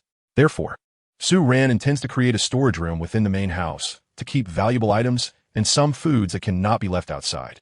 This way, as long as the main house has heating, she won't have to worry about food freezing. With these detailed plans, Sue Ran's intended house will need to be at least around 80 to 90 square meters, requiring a larger quantity of stone bricks. After some deliberation on the size of the stone bricks, Sue Ran finally decided on bricks that are twice the size of the standard bricks on Earth. This size will reduce some of the workload in making the bricks while still being manageable to handle during construction. Even if they are too heavy, she can ask the orcs for help. Once she settled on the size of the bricks, Sue Ran began making them. She enlisted the help of familiar orcs like Xiao Ju, a Jean, and a Hoi Yao Yao. Of course, assistance comes with rewards. And the best reward Sue Ran can offer now is delicious food made in various ways. Coincidentally, the orcs appreciate Sue Ran's culinary skills, so they have almost never considered refusing to help her. Before starting the brickmaking process, Sue Ran and Hui flew across the river to collect a large amount of black-flowered malin grass. It is currently summer, and the quantity of black-flower malin grass has become denser than it was over a month ago. Not only is it denser, but the height of the grass has also increased by half, now reaching about half a meter tall. This makes it easier for Sue Ran to collect. The roots of the black-flower malin grass are non-corrosive, so to prevent the juice from getting on them, Sue Ran and Hui dug them up whole from the ground. They transported the malin grass back across the river and directly placed it on the gravel beach that Sue Ran had previously discovered. The gravel beach is located upstream of the riverbank. Sue Ran was a bit worried that the juice from the malin grass and the eroded stone debris would be washed downstream by the water, affecting the orcs' daily water supply. So every day while making stone bricks, she would use dead trees to mark out a square area on the riverbank, away from the river and closer to the woods. Then, every day, the eroded stone debris scraped off and the discarded malin grass leaves would be thrown directly into the marked area. At the end of the day, after finishing the production, she would cover the area enclosed by the wood with a layer of branches and set it on fire. The reason for this was that Sue Ran had discovered when using black malin grass before that after being burned in a large fire. The corrosive properties of the juice in the black malin grass would completely disappear. She had previously tried burning a lump of eroded and softened stone debris scraped from the rocks. After burning, the soft stone debris turned into a fine powder that crumbled easily. When she placed animal skins on the burned stone debris afterwards, no matter how much she rubbed, the surface of the animal skin showed no change. Therefore, Sue Ran decided to directly use this method to handle the corrosive stone waste that needed to be discarded, in order to prevent any potential harm. Regarding the room layout, I posted a picture in the comment section. You can go check it out. It's just a novel, so don't take it too seriously in reality. Chapter 87, Fish Enthusiast. The production of stone bricks at the gravel beach has been ongoing for 4 days. Sue Ran initially had a great idea. She planned to make stone bricks that were twice the size of a normal brick on Earth, aiming for them to be approximately the same size. However, when she actually started making them, she realized that achieving uniform size for the stone bricks was simply unrealistic. The stones on the gravel beach were all different sizes. If she insisted on having the bricks the same size, she would need to select stones from the beach. However, this would not only reduce the number of stones available for selection, but also waste more time in the process. Ultimately, Sue Ran decided to give up on the idea of having perfectly uniform stone bricks. As a result, the stone bricks she made, while all having a cubic shape and the same thickness, varied in size from the length of a hand to half a meter. Sue Ran's skill in making stone bricks improved from being quite clumsy at first to gradually speeding up. However, for Gray and Ahua, their production speed was already twice that of Sue Ran. The fundamental reason for this was still a matter of physical strength. For the orcs, a stone brick that could easily be lifted with one hand was something Sue Ran needed both hands to move with effort. As for those half-meter-long boulders, Sue Ran wouldn't even look at them because she simply couldn't lift them. To prevent the assisting orcs from getting injured by the sap of the black flower marlin grass during the process, Sue Ran made many thick animal skin gloves for everyone in advance. Additionally, each person had a stone bowl in front of them with a fire lid inside. After the orcs finished processing one side of the stone bricks, they first used the fire to burn the side that had the sap from the black flower marlin grass for a few seconds. The sap from the marlin grass dried very quickly when exposed to fire, almost instantly bubbling up and then turning into a dry powder upon contact with the flames. Once it turned to powder, the marlin grass sap no longer had corrosive properties. This way, it could prevent the orcs from accidentally getting hurt by the sap on the stones. Sue Ran thought that with one more day, the number of stone bricks produced would be almost enough. After that, she could start preparing the wood for the roof and doors and windows. In the evening, as the heat faded, golden sunlight scattered through the woods, casting patches of light and shadow. At this moment, Jean, and Xinyu had not yet returned from hunting for dinner. A slight breeze arose by the riverbank, and Sue Ran waved her gloved hands back and forth over the stone bowl with the flickering flames. The fingertips of the gloves had been corroded away, as she accidentally got some juice from the wild garlic on them. Sue Ran waited for the juice of the wild mustard on her gloves to dry before she took them off, raised her arm to wipe the fine sweat from her nose, and then got up to wash her hands by the river, while also checking the fishing hook she had thrown into the river half an hour ago to see if she had caught any fish. However, before she even reached the riverbank, she saw the fishing rod stuck in the ground, nearly bending into a semicircle due to the pull of a fish biting on the line. Fortunately, the willow branch used to make the fishing rod was flexible enough. Otherwise, if it broke, she would lose both the fish and the hook. Sue Ran quickly walked a few steps to the fishing rod, grabbed it, and then turned to run up the riverbank. After running a few steps and turning her head, she saw a half-meter-long big fish had already been pulled up, bouncing on the shore. Just as Sue Ran was about to go over to pin it down, she suddenly felt a golden-orange shadow darting out beside her, and then the figure of Little Orange appeared by the riverbank. It picked up the fish and held it up in front of its eyes for 2 seconds before happily running to Sue Ran, holding the fish out in front of her and saying, Ran, fish, Little Orange wants to eat fish balls. For the past few days, because it was helping Sue Ran, Little Orange, and the others have been eating meals with Sue Ran and Gray. A couple of days ago, during one dinner, Sue Ran made grilled fish and fishball soup. As a result, these two dishes immediately captured the hearts of Little Orange and Jean, who already loved eating fish. These two beastmen with feline genes were even more enthusiastic about Sue Rand's fish dishes than Gray was about sausages. Great. Sue Rand nodded at the little orange fish and took the big fish from her hand. She had intended to make fish balls today. The fish she caught today was not the same type of grass carp as before, but a kind of fish that was a light blue all over. A few days ago, Sue Rand had already tried making dishes with this type of fish and found that, compared to the previous grass carp, the meat of this blue fish was actually more suitable for making fish soup and fish balls. The fish soup made from this fish was extremely rich and flavorful. Apart from a little salt, there was no need to add any other ingredients to balance the taste. When sipped, it left a sweet aftertaste. The fish balls made from this fish were also more springy and tender compared to those made from grass carp. Because she had been busy making stone bricks on the gravel beach these past few days, Sue Rand and Hui had moved the cooking pot, tools, and some stored ingredients, like dried seafood and fruit, to the gravel beach for convenience, and they cooked over a fire there every day. Sue Rand first threw the blue fish in her hand into the wooden basin. Her small appetite could be disregarded. However, even so, there were still 9 orcs who would be having dinner together tonight. Among the 9 orcs, besides Gray, there were also Xiao Ju, Ajin, Yao Yao, Qing Yu, Ahua, Bai Bai, and Xiao San with her younger brother, Afone. Afone was also a squirrel orc. Unlike orcs like Gray and Ajin who had the genes of fierce beasts, Afone, being a squirrel orc, was not very tall, just slightly taller than Yao Yao. However, it was very agile and moved extremely fast. When it darted through the woods, its speed could almost match that of Gray flying rapidly in the sky. With the appetite of these 9 orcs, even though this blue fish was quite large, it still wouldn't be enough to fill all their gaps. Especially with the presence of Xiao Ju and Ajin, both of whom were fervent lovers of fish.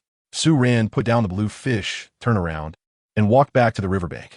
She reattached the fishing hook and cast it back into the water.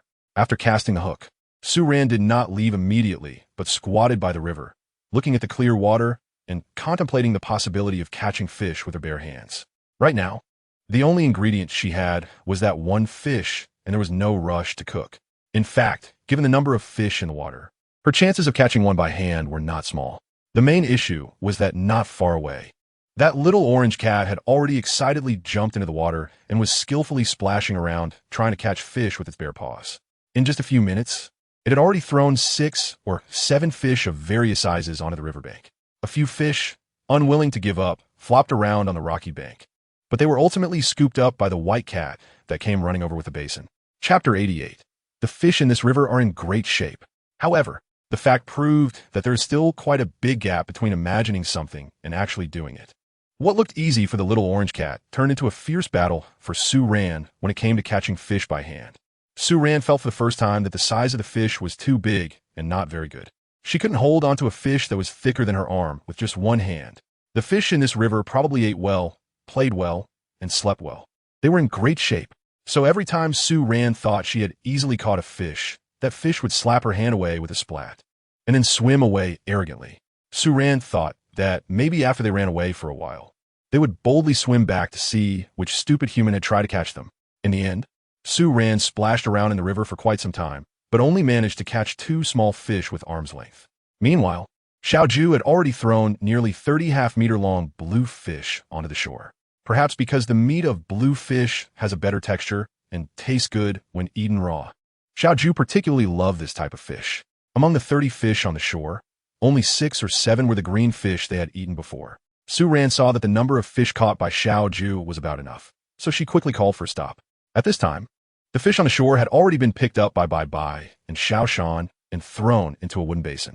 Yao Yao saw Sue Rand come up from the water and pointed at the big fish that was jumping 3 feet high in the dry wooden basin, asking Sue Rand, Ran, should we kill the fish? She looked at Sue Rand with her big blue eyes and softly spoke. Sue Rand also looked at the fish, suddenly revealing a fierce look, nodding angrily. Yeah, kill them all. Sue Rand jumped a couple of times on the riverbank. Today, she was wearing a pair of shorts made from the leather of a red pig. The style was similar to beach shorts, matching the gray top she was wearing. Since the shorts only reached above her knees, even though she had been splashing around in the water for a while, they didn't get too wet. So she didn't need to go back and change. She jumped a couple of times again and lifted her leg to shake off a few drops of water from her leg. After Sue Rand arrived in this orc community, there were many new things she taught the orcs, whether it was making fire, producing salt, creating animal skin blankets, or crafting tools. The orcs learned very well and were very enthusiastic about learning. However, when it came to wearing clothes, the orcs' acceptance seemed to be lower. Due to Su Ran's insistence and influenced by seeing her wear clothes every day, gradually got used to wearing them. But for other orcs who weren't as close to Su Ran, their interest in clothing was not very high. Among the few orcs who had a relatively good relationship with Su Ran, only Yao Yao and Ahua showed significant interest in clothes. Ahua expressed great fondness when he first saw Hui wearing the same beach shorts as Su Ran. At that time, Su Ran had taught Ahua how to make bone needles and wool yarn, which made Hui jealous and angry with her for quite a while. In the end, it was Su Ran's preparation of a feast full of Hui's favorite dishes, along with her in the evening, that finally soothed the big gray wolf. As for Yao Yao, she particularly liked Su Ran's little camisole. The reason? Well, it was because of those two little cuties on her chest, which were simply too spectacular. So much so that even with a high level of daily activity, the up and down motion while running and jumping was truly painful. Su Ran even occasionally saw her holding those two items while weaving through the forest. One day, while Su Ran was making something by the riverbank and feeling too hot, she took off the beast skin short-sleeve shirt she was wearing outside, leaving only a small camisole on her upper body. She thought that at this time, orcs wouldn't usually come to the riverbank, and since she was under the rain shelter, they definitely wouldn't come over. Plus, she had a long camisole that only exposed her belly, so she removed her outer clothing. Unexpectedly, Yao Yao suddenly ran to the riverbank. When she saw Su Ran in the camisole, her icy blue eyes widened slowly. She stared at Su Ran's camisole for 2 seconds, then suddenly looked down at her own chest. 2 seconds later, she raised her head and started pointing at Su Ran's camisole while whimpering. After that, apart from Yao Yao and Ahua, there were fewer than 20 orcs in the community wearing bee skin clothes. They had also learned to directly wrap the bee skin around their waists and wear as skirts. However, even so, most of the female orcs wore clothes because they had the same concerns as Yao Yao. Regardless of the species, changes in living habits are made to facilitate making fire more easily and comfortably. Clearly, for most orcs at this moment, clothes are something rather useless. However, by winter, the orcs should be able to appreciate the wonders of clothing. If all else fails, Su Ran looked up at the sky and thought seriously for a moment. If it really doesn't work, then there's no need to change. After all, she had no reason to insist that the orcs change according to human societal norms. At that moment, Su Ran watched Bai, who was walking over from the riverbank with a wooden basin, her well-proportioned figure on display and her long legs striding gracefully. Su Ran raised her hand to touch the clean skin beneath her nose, then sniffed and walked over to the stone pot to start fire. By the time Su Ran had the fire going, the pot cleaned, and the water boiling, Bai and the others had quickly processed all 30 fish. The 30 fish piled up in 4 large wooden basins. Su Ran brought over a large scoop and placed 2 medium-sized bluefish on top. These 2 would be used to make soup later. From the remaining fish, she divided 1 basin into 2 bowls, then coated them with the juice of wild fruits and salt powder. After marinating for a while, she directly placed them on the fire to grill and eat. Now, when Su Ran is marinating grilled meat and fish, she mostly uses the sweet and sour red meat fruit along with sweet leaf Vaintree leaves. Other fruits are too sweet. If used on grilled meat for too long, they can become a bit greasy. The red meat fruit she uses is mostly underripe and slightly sour, which can reduce greasiness. When paired with the slightly gamey red-skinned pork, it even has a deodorizing effect. The sweet leaf Vaintree leaves, while sweet, also carry the unique fresh fragrance of grass and wood, making them her favorite seasoning ingredient from the beginning until now. In addition, Su Ran took out 3 larger fish from the marinated ones and coated them with the juice of chili fruits. These were prepared for herself, Gray, and the spicy-loving Qingyu and Ajin. Happy New Year, everyone! Chapter 89. Spicy grilled fish balls. Just as Su Ran finished boiling the fish soup, Gray, Qingyu, and Ajin returned from their hunt. The 3 beastmen brought back a red-skinned pig, 3 white-headed sheep, and Gray was also carrying 4 wild chickens and a bunch of green soap fruit. There were too many dishes to prepare, but the main method of cooking would still be the grilled meat that everyone could enjoy. Su Ran no longer needed to handle the grilling. Gray and Ahua could manage it themselves.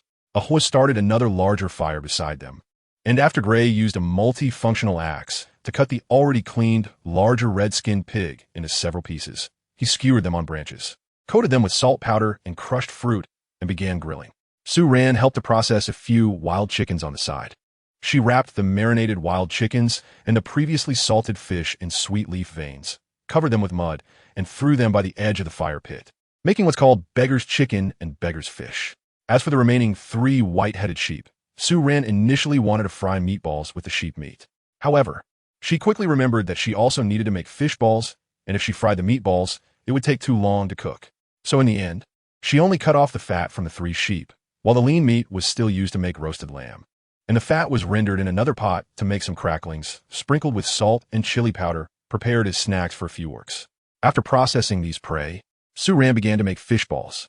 Xiao Ju could hardly wait and had already shaved off the fish meat from the remaining 2 bowls of fish. Now, she and Ajin stood in front of the simple table that Sue Ran made, quickly chopping the fish meat with a scallop knife. The speed of their hands was so fast that it even left afterimages. There were a total of 2.5 bowls of large blue fish, which seemed like a lot, but when all chopped into minced meat, it only filled a large wooden basin that belonged to Sue Ran. The blue fish had good quality meat and was flavorful enough that it didn't require too many additional ingredients. Sue Ran only added a bit of crushed scallop powder, then added salt and green-skinned eggs, and started to mix the fish filling. Once the fish was blended into a paste, she took a wooden spoon and dropped the fish balls into the pot of boiling water. Sue Ran made very large fish balls. Because orcs have big appetites, a small one is simply not satisfying. Moreover, there was plenty of fish meat in this large basin, so making them a bit bigger allows for a quicker preparation. The fire under the pot was kept strong. Even after staying here for a while, it felt quite hot. At this moment, the fish balls in the pot had already floated to the surface of the water, each one plump and round, looking very delightful. It took some time to cook the fish balls. By the time the last batch of fish balls was ready, the meat on the other fire pit was almost done roasting. The beggar chicken and beggar fish beneath the fire pit had already been dug out by Qingyu with a stick, opened up with wood, and the roasted fish and chicken were placed onto a wooden tray, then set on a makeshift long table made of stones and wooden planks near the edge of the forest. Sue Ran originally intended to make a wooden table for eating by herself, but one thing after another happened, and the plan to make the table kept getting pushed back. So she simply tied a row of wooden planks together to create a rectangular wooden raft, placing stones underneath it, which could also serve as a table. As for the plan to make a standard table, she decided to put it off until after the house was built. Otherwise, even if she finished the table, there would be no way to take it into the bird's nest, as there wasn't enough space for it inside. In the end, she and we would still have to eat outside. Moreover, before the house was completed, she would probably have to eat with Xiao Ju and the others. And too small a table wouldn't accommodate all of them. After the Chow Hua chicken and Chow Hua fish were served, the air above the riverbank was filled with a rich aroma of meat, particularly the enticing smell of the Chow Hua chicken. On the fire, 2 whole thighs of the red-skinned pig were still uncooked. Feng and Qingyu worked together to move the other fully cooked pieces of meat onto the table. Taking advantage of the space freed up on the fire, Sue Ran quickly skewered a whole string of fish balls with a few half-meter-long branches, brushed a little oil on the fish balls, and placed them on the fire to roast. Although fish balls were delicious eaten plain, Sue Ran found them a bit bland. She craved spicy grilled fish balls. Sue Ran took 1/3 of the fish balls to make grilled fish balls. Then she skewered a small with only about 10 balls for herself, grilling them while generously applying her homemade chili oil on top. By the end, the entire of fish balls was almost covered with a layer of red chili flakes, which made the onlookers gasp in surprise, causing their voices to falter when they called out to Sue Ran. The chili peppers had grown to about half the size of Sue Ran's palm. The fruits still retained their round shape, but the red skin had deepened a bit, and they were spicier than when they first started. Moreover, Sue Ran felt that the dried chili peppers were spicier than the fresh ones. Her homemade chili oil was made by crushing the dried chili peppers and frying them in lamb fat, which she stored in a jar. However, the downside was that the lamb fat tended to solidify, so every time she used the chili oil, she had to melt it in a bowl beforehand. The fish balls were quickly grilled to perfection. Sue Ran picked up a large bowl. Of course, the bowl she had now was almost as big as a medium-sized basin. She used chopsticks to pull several skewers of fish balls, except for her own super spicy fish balls, off the wooden sticks and into the bowl, then brought it to the table. Although the wooden plank table looked quite crude when it was first made, after a while, it gradually became more pleasing to the eye. Especially at this moment, the table was filled to the brim with steaming hot food, and even a wooden tray beside it held a plate of clean, water droplet-covered thick lettuce leaves and wild fruits. The aroma of the food wafted through the air nearby, making people's stomachs rumble uncontrollably, and at a glance, it even gave Sue Ran the illusion of being on a spring outing. Unable to wait, Hui poked a grilled fish ball with his chopsticks and put it in his mouth, only to let out a yelp as the freshly grilled fish ball burned him. However, He was reluctant to spit it out, so in the end, he chewed hurriedly a few times and swallowed it whole. After swallowing, he looked at Su Ran with an unhappy expression, looking pitiful. Ran, the fishball is hot. Su Ran helplessly raised her hand and patted its head. Of course it's hot. You have to bite it open and blow on the inside. She picked up a grilled fishball and placed it on the tray in front of Hui, then used her chopsticks to cut the fishball in half and pushed it towards it. Try it. Huey's fluffy tail swished as it used its chopsticks to poke one half of the fishball, bringing it to its mouth but suddenly paused. It glanced sideways at Su Ran, thought for a moment, then slightly parted its lips and blew on the two halves of the fishball in front of it before finally gulping one down. Wow, delicious. Chapter 88. A small part was inexplicably missing when it was posted yesterday, but it has been added back now, so everyone can see it after refreshing Chapter 90. The blue star Huey's ability to eat spicy food had gradually improved. At this moment, it was eating the grilled fishball when it turned to see Su Ran continuously enjoying her extremely spicy grilled fishballs, looking very satisfied, with a glint of envy gradually appearing in its green eyes. Ran, I want some. It reached out and grabbed Su Ran's wrist. There were only 3 extremely spicy grilled fishballs left on the skewer she was holding. Su Ran was taken aback, blinking at the fishball in her hand as she followed its gaze. Then, looking a bit troubled, she said to Hui, "This one is too spicy for you." After thinking for a moment, she put down the fishball in her hand and picked one from the original flavor grilled fishballs.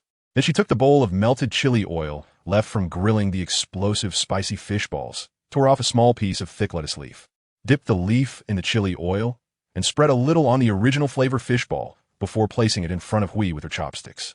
"You can eat this. It won't be too spicy." The amount of chili oil she used was within the level that Hui could handle. However, Hui looked down at the fishballs on its tray and frowned slightly, showing a reluctant expression. No, this chili oil is too little. Hui wants this one."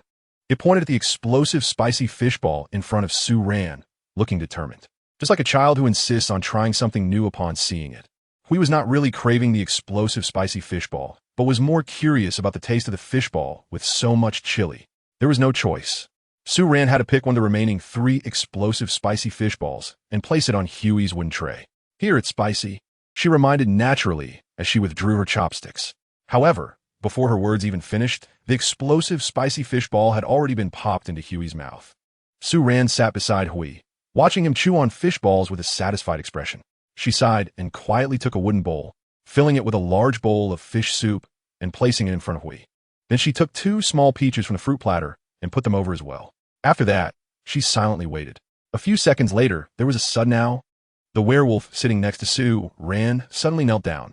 He knelt straight up, his hands supporting the table, his face anxious as he looked around. When he saw the fish soup in front of him, he grabbed the big bowl without caring whether the soup was still hot or not and brought it to his mouth. A few seconds later, the bowl of fish soup was downed. Hui slowly sat back from his kneeling position, panting heavily, and turned to Su Ran with a wronged expression. Ran, my mouth is. Su Ran, hey. This fishball didn't just hurt Huey's mouth. It also hurt his, but the next morning. When Su Ran was still immersed in her dreams the next morning, she was suddenly woken up by Hui. Then early in the morning, she saw this tall orc, who was always handsome and imposing, hunched over with one hand covering his butt, looking at her with a pitiful expression and saying, "But Hui hurts." The spiciness of the fishball was indeed quite powerful. Of course, this was something that happened the next day. At this moment, Hui had drunk a bowl of fish soup, which suppressed the spiciness in his mouth a little, but not long after, that painful spiciness surged back again. As a result, most of the wild fruits and thick vegetables that were originally prepared for Xiao San's siblings and Bai ended up in Huey's belly. Su Ran slowly took a sip of fish soup, watching Hui shove the last thick leaf of lettuce into his mouth. This tasteless lettuce leaf was something he would hardly touch on normal days.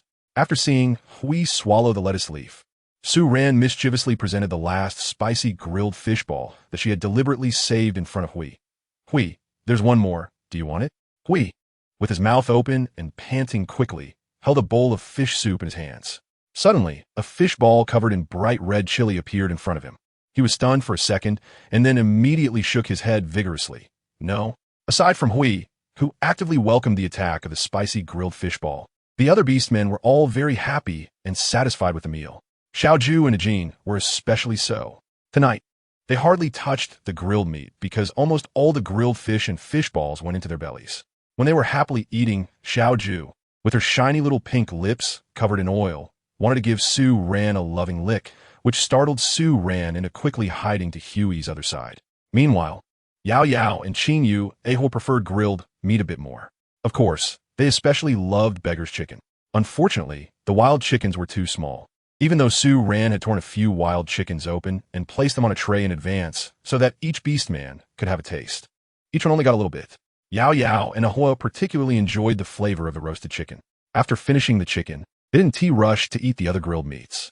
Instead, they eagerly cleaned out the fruits and green-soaked fruit pieces stuffed inside the roasted chicken before reluctantly picking up the grilled goat meat and redskin pork to eat. After a whirlwind of a meal with a table full of grilled meat, fish soup, and wild fruits, everything was left spotless. In the end, only a grilled green soap fruit remained, which was shared between Qing Yu and Afone. After dinner, Sue Ran didn't rush to go back. She wanted to take advantage of the remaining daylight to make some more stone bricks. By this time, Xiao Ju and the others had already returned. The beast men went to rest early every night, and Sue Ran felt that Huey's rest time had already been shortened by living with her. Before Xiao Ju, Yao Yao, and the other beast men left, they had already helped wash all the utensils clean.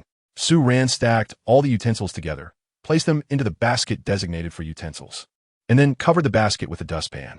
The utensils would be left on the pebble beach with the table at night, covered with a dustpan to prevent dust from getting in. After doing all this, Sue Ran moved a stone of similar size to the riverbank, sat down on the ground, took her tools, and began to continue making stone bricks. At this point, Hui, who had been helping with stone brick making all day, went out hunting, and then returned to help with cooking, was a bit reluctant to move. It sat next to Sue Ran, lazily yawned, and then lay down directly on the ground next to her. The sky overhead had a slightly grayish-blue tone, and the surrounding light had dimmed. Sue Ran was seriously working on the stone bricks, while the werewolf beside her lay quietly. Just when she thought Hui had fallen asleep, a tired and drowsy voice suddenly came from beside her. Ran star. Star. Sue Ran lowered her head and casually responded. She had already taught Hui before that the shining things in the sky at night are called stars. After her words fell, 2 seconds later, Hui moved its body slightly, and the tail that was pressed underneath swept across. Its voice seemed a bit clearer than before. Stars, blue stars. Sue Ran continued to nod. Yes, blue. She was taken aback, turning her head in confusion to look at the werewolf lying beside her. Gray had his hands behind his head, his light green eyes calmly gazing at the sky above, looking quite cheerful. However, Sue Ran's heart began to race because of his words. Blue stars? How could there be blue stars in the world? She slowly raised her head, following the werewolf's gaze to look up at the sky. In the next second, her eyes widened in shock. Blue stars. There really are blue stars. But why does this star look so familiar? Chapter 91. My home is on Earth. The sky was a bit darker now than it had been just after dinner. The moon had been large and bright in recent days, and at this moment, the sky was not yet completely dark, so the dazzling moonlight was not very prominent. The blue star that Gray mentioned couldn't really be considered a true star. At this moment, it had almost no brightness. Its size appeared slightly larger than the moon, and it seemed to hang lower in the sky, so low that Sue Ran felt she could reach out and touch it. This blue planet exhibited a light blue color, with faint white and almost imperceptible light brown hues intertwining within it. Sue Ran knew that it should be the clouds floating above that planet and the color of the land below. And this planet, she was incredibly familiar with. Earth. Sue Ran stared blankly at the planet above her, feeling as if, in an instant, the cold wind enveloped her. Her nose ached, and she was almost rendered speechless. For nearly 2 months, the memories she had deliberately forgotten poured out of her mind and heart like a deliberate act of revenge. Beautiful mountains and rivers, concrete fortresses, dazzling neon lights, and the warm faces from her memories surged uncontrollably in her mind. An unprecedented longing almost shattered her. Before she could react, tears streamed down her face. Ran, don't cry. The tears flowed down her face, chilled by the wind. A large hand, thick with calluses, suddenly reached out, forcefully wiping away her tears. In the next moment, a soft pair of lips gently landed on her face, on her nose, and the corners of her mouth. A faint scent of sweet leaf tree leaves wafted over, bringing Sue back to her senses. And another tear fell as she tightly embraced the gray figure squatting in front of her, burying her head deep into its chest. All her self-proclaimed strength crumbled in the face of the surging memories. The sky had completely darkened. A gentle breeze blew, causing ripples on the river's surface. The blue planet hung in the sky, surrounded by a faint blue halo, reflecting on the river water. Beautiful, as if it were a meticulously crafted painting filled with poetic tenderness. Su-Ran was tightly held in Huey's arms, his strong arms wrapped around her chest, and his broad chest almost enveloped her completely. Su-Ran cried a lot, which scared it. Now that it saw Su-Ran's emotions had stabilized a bit, it quietly let out a sigh of relief. Perhaps after venting her emotions through crying, or maybe after coming to terms with reality, the sadness in Su-Ran's heart dissipated quite a bit. At this moment, she finally had the mind to carefully examine the blue planet above her head, which looked like a large blue and white porcelain plate. However, as she carefully observed this planet that was incredibly familiar in her memory, she gradually discovered that this planet seemed to be different from the images of the blue planet she had seen online and in textbooks before. It could also be that the images of the blue planet she had seen from space were beautified. The color of the blue planet in front of her was noticeably duller than those in the picture she had seen. It was a very faint blue that, even though it was glowing, appeared somewhat misty. Moreover, there was not a trace of green visible, and the distinguishable land area looked quite small. What puzzled Su-Ran the most was that in the world she was currently in, she could see the sun, the moon, and the earth. So where exactly was she? Looking at the blue planet that seemed so close, she felt that none of the planets in the solar system matched the one she was currently on. So, had she really traveled to another world? A different world that also had a solar system, an Earth, and a moon? Otherwise, how could she explain the existence of this planet and the life forms on it that were similar yet different from those on Earth? Ran, should we go back to sleep? Hui rubbed its forehead against her cheek, speaking with a gaze filled with concern and caution. Su-Ran withdrew her gaze from the blue star in the sky, sniffed a little, and leaned on Gray's shoulder, taking a deep breath. The faint scent of the blue soapberry lingered in the werewolf's hair. This fragrance wafted into her nose, seemingly magical, instantly lightening Su-Ran's heavy mood. Her palm brushed twice against Gray's lean shoulder, the smooth skin sensation making all the nostalgic fantasies in her mind completely vanish. Yes, what she could touch now was what truly existed. She could cherish the memories of the past, but some fantasies held no meaning. She was here now. No matter how much she thought about that star, it ultimately could only be a thought. What she had in front of her was what mattered most. Let's go. We should go back to sleep. Su-Ran let out a breath, then looked up at the huge blue star hanging in the sky, and stood up. We stood up beside her, following her gaze to glance up as well.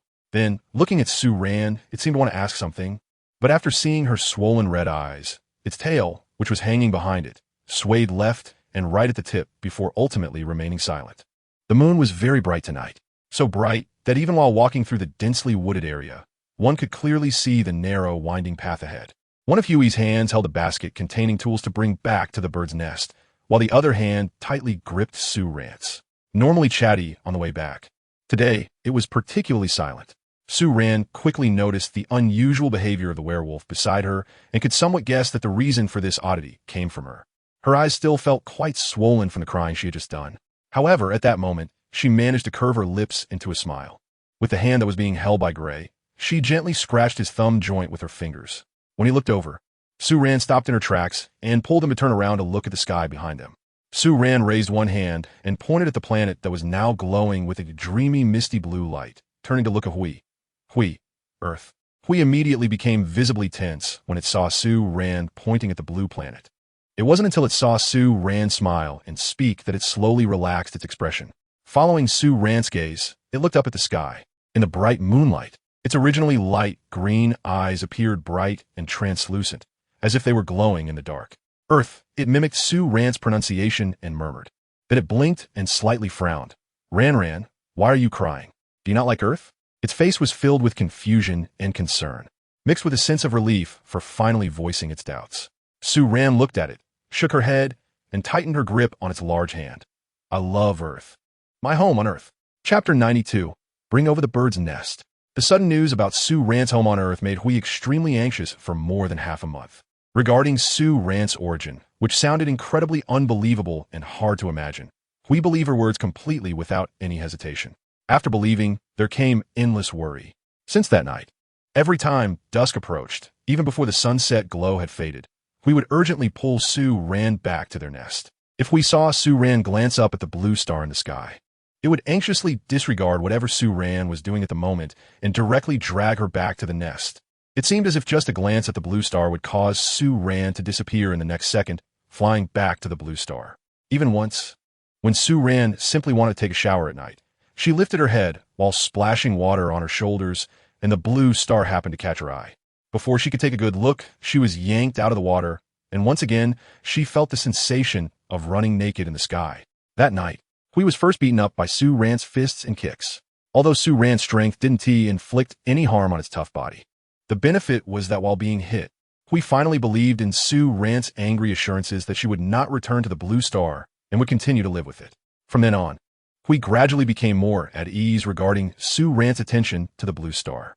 Since the beginning of summer, the blue star had appeared in the night sky like the moon, and as the days passed, its brightness increased. Watching it every day, Su Ran gradually got used to the sight of looking up and seeing it at night. During this time, Su Ran continued her work of preparing materials to build a house without interruption. After gathering enough stone bricks needed for the house, she began to prepare the wood required for the beams and roof. She first sketched a rough plan of the house on the ground, calculated the size of the house, and then figured out the lengths and quantities of the beams needed. After noting these measurements with charcoal on a specially made smooth wooden board, she started processing the wood. However, processing this wood was much more complicated than making stone bricks. The wood needed for the house was all found by Hui and Ahua in the forest. This forest was rich in wood, and finding a dozen dead trees was a piece of cake. Among the dead trees brought back by Hui and the others were willows and sweetleaf trees. There was even a clearly young nest tree. This nest tree was too thin, only as thick as a person, and it was obvious that it hadn't matured yet, but for some reason, it had died and was dragged back by Hui and the others. Su Ran felt fortunate that she had hardly seen any insects in this world. She didn't know if there were none, or if these insects lived in the dark and never ventured into the habitats of larger organisms. The dead trees they brought back were mostly quite large, clearly of high age, and there had never been any signs of insect damage on the trunks. However, it didn't matter how these trees had died. Su Ran carefully examined the trunks of these trees and did not find any signs of insect damage or hollowing, which was the key point. She did not want to build a house only to have the beam above her head break from insect damage a few days later, taking her life along with it. After confirming that there were no issues with the wood, Su Ran and the orcs first cleared all the small branches from the crown of the dead trees, leaving only a bare main trunk. Then, after removing all the bark from the trunks, she considered the basic processing of the wood complete. Only after this could Su Ran officially begin processing the wood. Before processing the wood, she also needed to determine the location for building the house. In her mind, she actually favored two places. One was the open space under the bird's nest tree. That area was quite large, and if she wanted to build a house, she could directly build it under their bird's nest tree. It was already the orc settlement, and the bird's nest of Hui Yuan was right there. If she and Hui ever felt like returning to the bird's nest for a few days, they could easily go back, giving a feeling of having an extra room in her own yard. Moreover, Su Ran had a bit of soft spot for the bird's nest and was somewhat reluctant to part with it. However, the downside of the bird's nest tree area was that it was indeed in the dense forest, and the sunlight during the day could only be seen for a short time around noon, especially after it rained. The humidity in the air lingered for a long time under the forest cover, and Su Ran felt that after a rain, the bird's nest would be damp for a long time, which made her uncomfortable. The second place she had her eye on was upstream on the riverbank, at the bend of the river where she bathed. The open space there was large, and the edge of the forest was some distance from the riverbank. Moreover, walking from the edge of the forest to the riverbank, after crossing a flat area, the ground presented a gentle slope. Su Ran felt that if there was a season when the river would swell, building a house here with the slope would mean there was no need to worry about the river rising to the doorstep. However, the downside was that it was a bit far from the orc settlement. Moreover, she always had a feeling of reluctance to leave the bird's nest there. Su Ran struggled for 2 days over the final location to settle down, and her choice paralysis only worsened. So, she decided not to choose for herself, and instead took Hui to walk around 2 places, throwing the decision-making to it. Hui, however, pondered for only a dozen seconds before giving Su Ran an answer. Here, it pointed to the empty space behind Su Ran. Seeing the confused look in her eyes, it wagged its tail and continued, here, Ran can take a bath, Hui can wash the fur, make a fire, and Ran can cook quickly. After Hui finished speaking, its eyes sparkled as it looked at Su Ran. Su Ran raised her eyebrows and looked at Hui, surprised that this wolf was thinking even more than she was. What about the bird's nest? Su Ran asked Hui. She had only lived in the bird's nest for less than 2 months and was already a bit reluctant to leave. Hui had always lived there, and she was afraid it would be even more reluctant. To her surprise, after hearing her question, Hui laughed easily.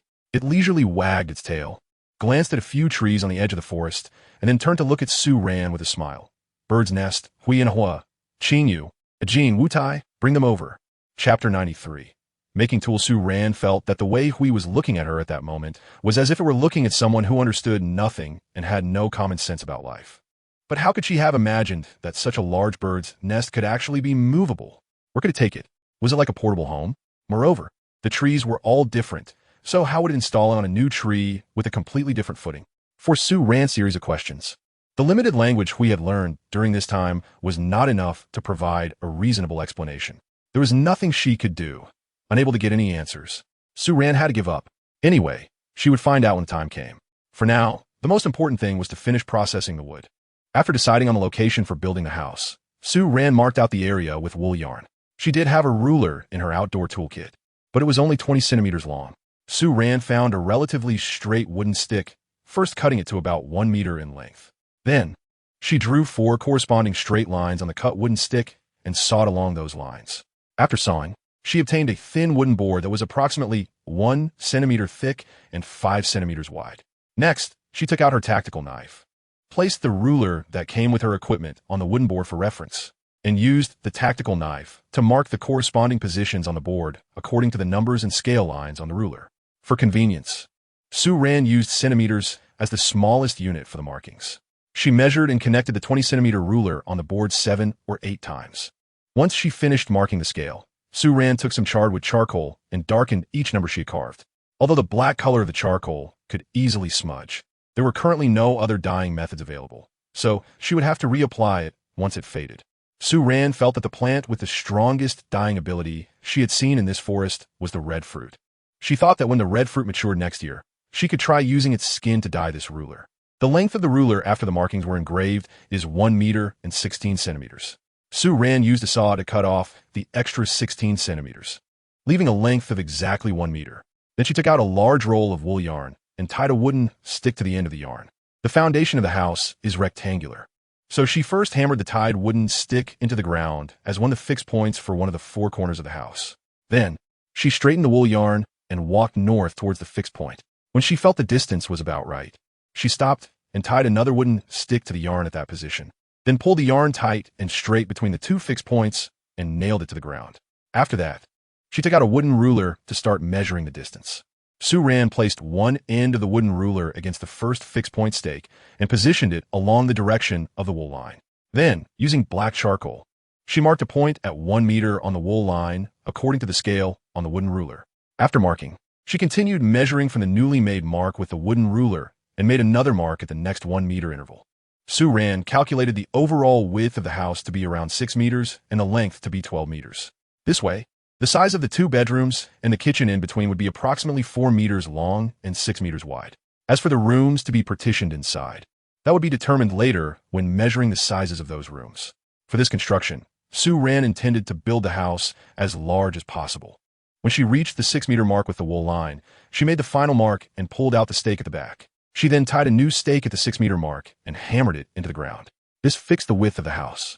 Afterwards, she continued using this method, pulling the wool line out to the right of the stake to form a right angle with the previously pulled line. Once the 3rd fixed point stake was nailed in, the line had already stretched out to a length of 12 meters. This determined the length of the house. After completing these 2 fixed lines, the remaining 2 lines were much quicker to set up. Su Ran quickly outlined the footprint and foundation shape of the entire house on the ground. Once the shape and size of the house's foundation were determined, measuring the length of the beams needed and the amount of wood required became much faster. Su Ran carefully recorded the measure data one by one on the wooden board using charcoal. At that moment, the gray creature became interested in the characters she was writing. It crouched beside Su Ran, watching her quickly jot down a series of characters, its black pupils gradually enlarging and becoming rounder. Ran, what is this? It pointed at the text on the board, then looked at the charcoal in Su Ran's hand, shaking its ears, its expression growing more confused. Ow! Su Ran was taken aback and turned to look at Hui.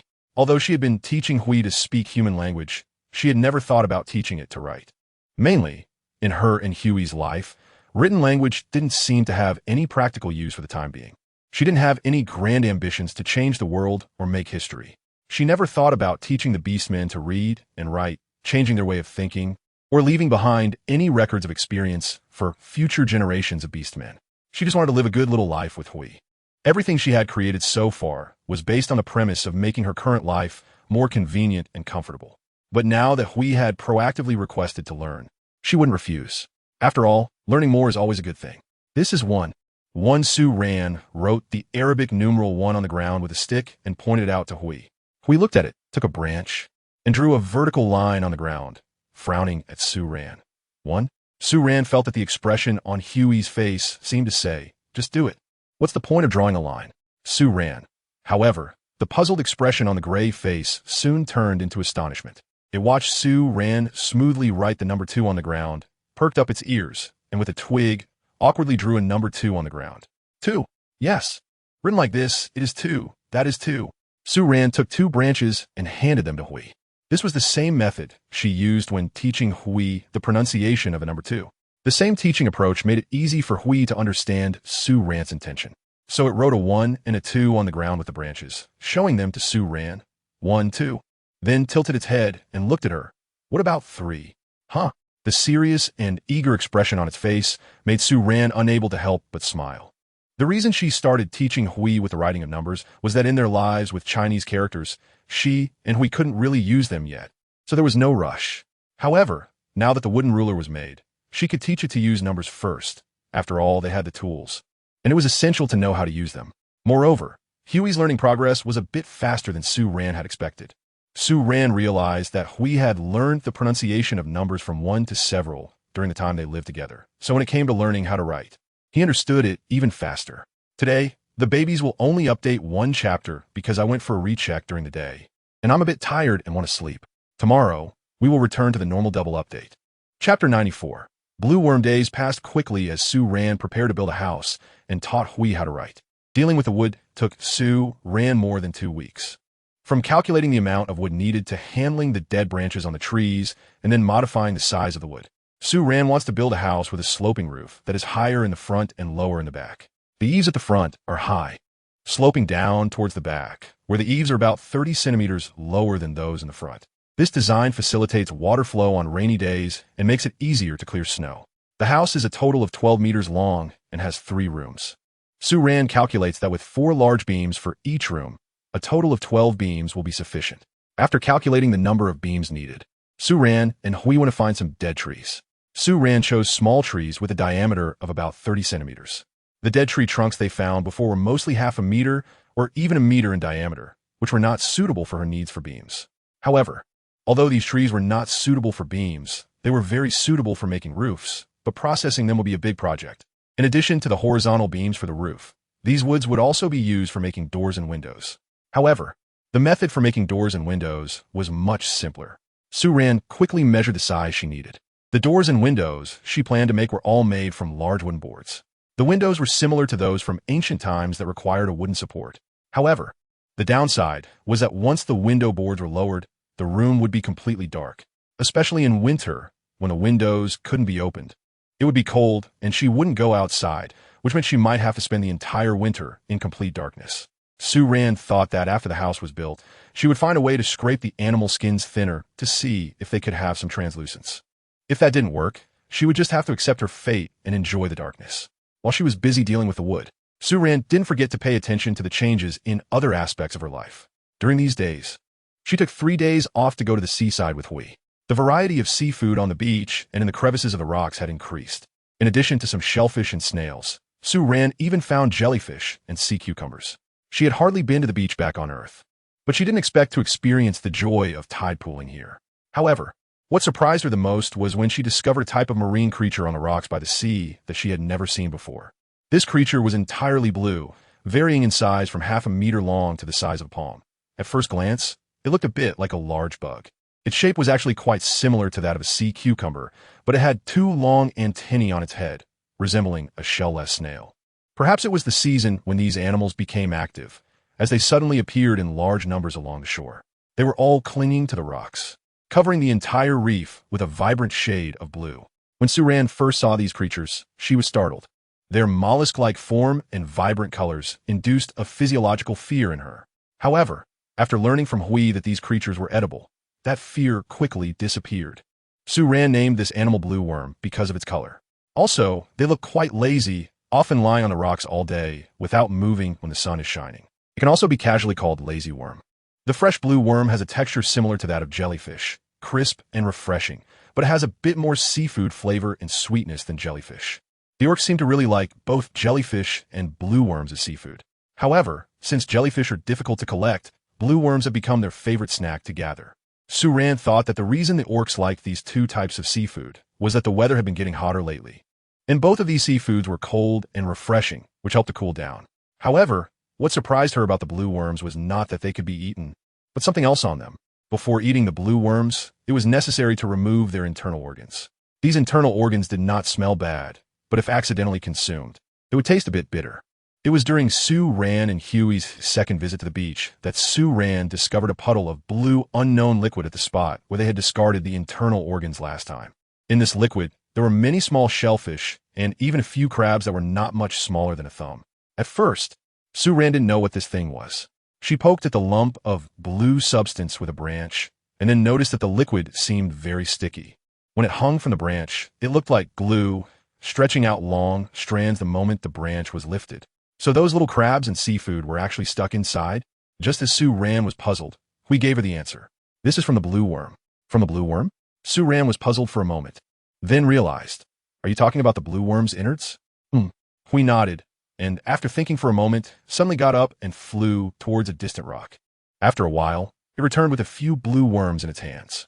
After landing in front of Sue Ran, it handed the blue worms to her, then took one for itself, and used its sharp claws to cut open the back of the blue worm. After cutting it open, it pulled out the innards from inside the blue worm's body. The innards inside the blue worm were also blue, and their color was even deeper than that of the blue worm's exterior. Sue Ran thought this color was very close to Klein blue. If one didn't think about it being a lump of internal organs, it actually looked quite nice. Gray tore a large piece of bark from the branches used for the fire, then placed the blue worm's internal organs on the bark, and slowly roasted the bark over the flames. Sue Ran saw this, and had already vaguely guessed the result of doing so. Sure enough, after a short while, the blue bug's innards on the leaves began to bubble slowly under the high temperature. Then, quite magically, just like ice cream melting in the summer, that chunk of deep blue innards quickly turned into a puddle of water within a few minutes. No, in fact, the word glue is more suitable for it. The sun, with Gray, handed the gel-like liquid that had already formed on the bark to Sue Ran, and then pointed at the big sun above her head, saying to Sue Ran, when the sun is hot, the blue bug's innards will turn into water. Sue Ran listened to Huey's words and nodded. However, she found it very strange. The blue worms themselves should not be afraid of heat. Otherwise, they wouldn't be clustered on the reefs, waiting to be picked up. But while live blue worms are not afraid of heat, their extracted innards will melt when exposed to heat, which is quite similar to jellyfish. Sue Ran held a branch in her hand and casually poked it a couple of times on the blue insect's viscera glue that was on the piece of bark laid on the ground.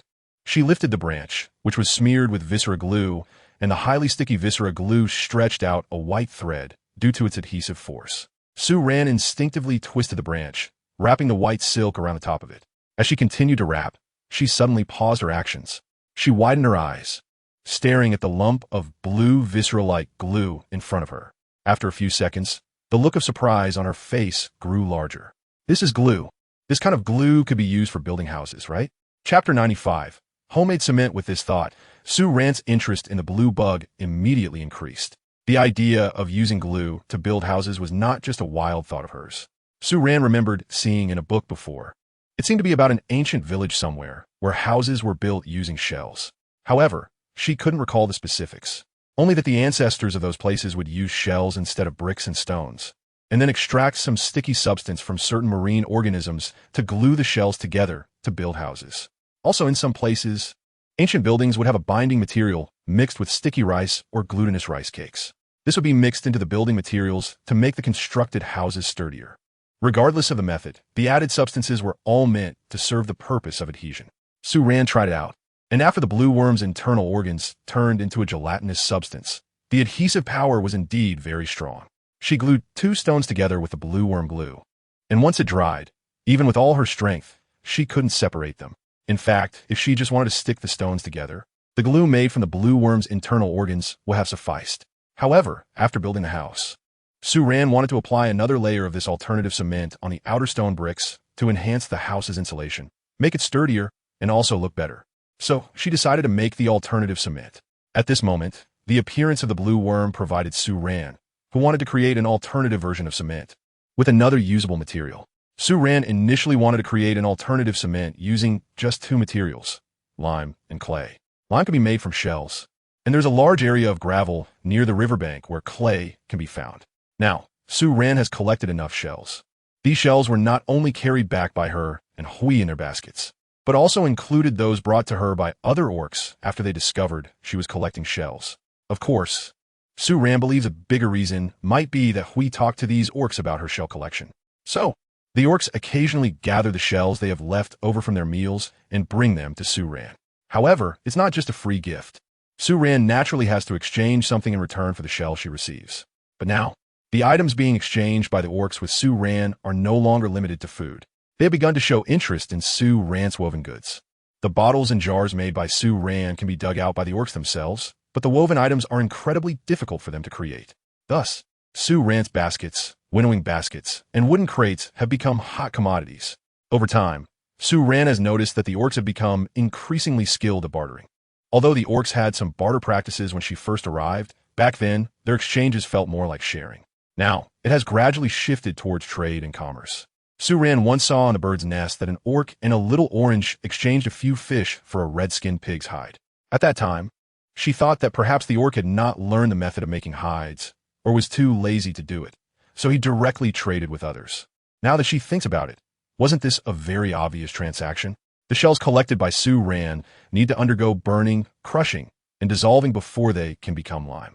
This is the final major task in her preparation of building materials. Now, she also has to gut the blue worms. After some deliberation, Sue Ran first decided to gut the blue worms and take out their innards. Once she had gathered enough blue worm innards, she would then burn the shells.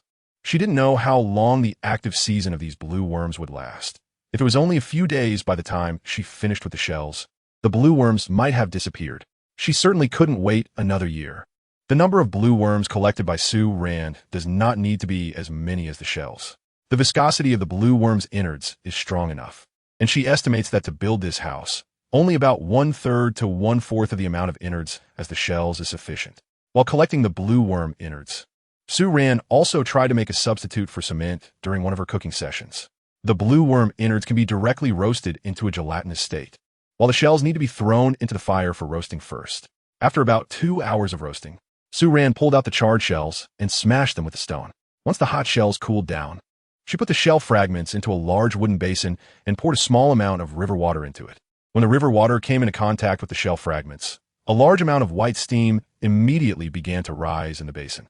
Hui on the side was foolishly trying to lean closer to the basin to take a look, but Sue Ran pulled him away. It's no joke that steam can scald someone if they're not careful.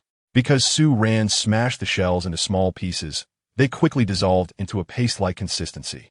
At this point, Sue Ran added clay and a similar amount of blue worm innards gelatin, about 1/3 of the shell fragments.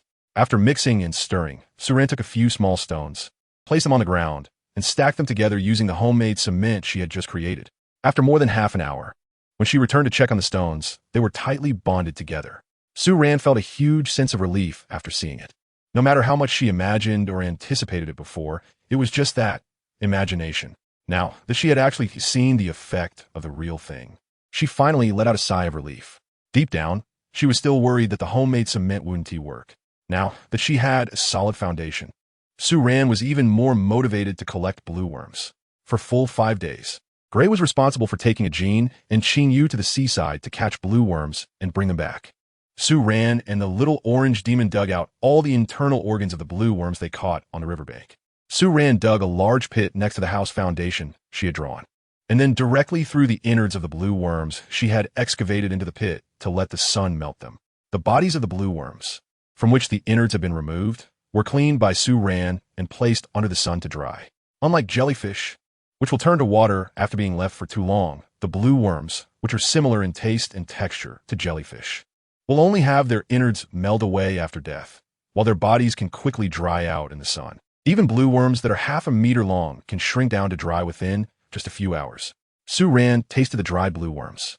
It had a faint salty flavor, a bit of sweetness, and the texture was somewhat like toffee, making it quite interesting to eat. And it wasn't just her.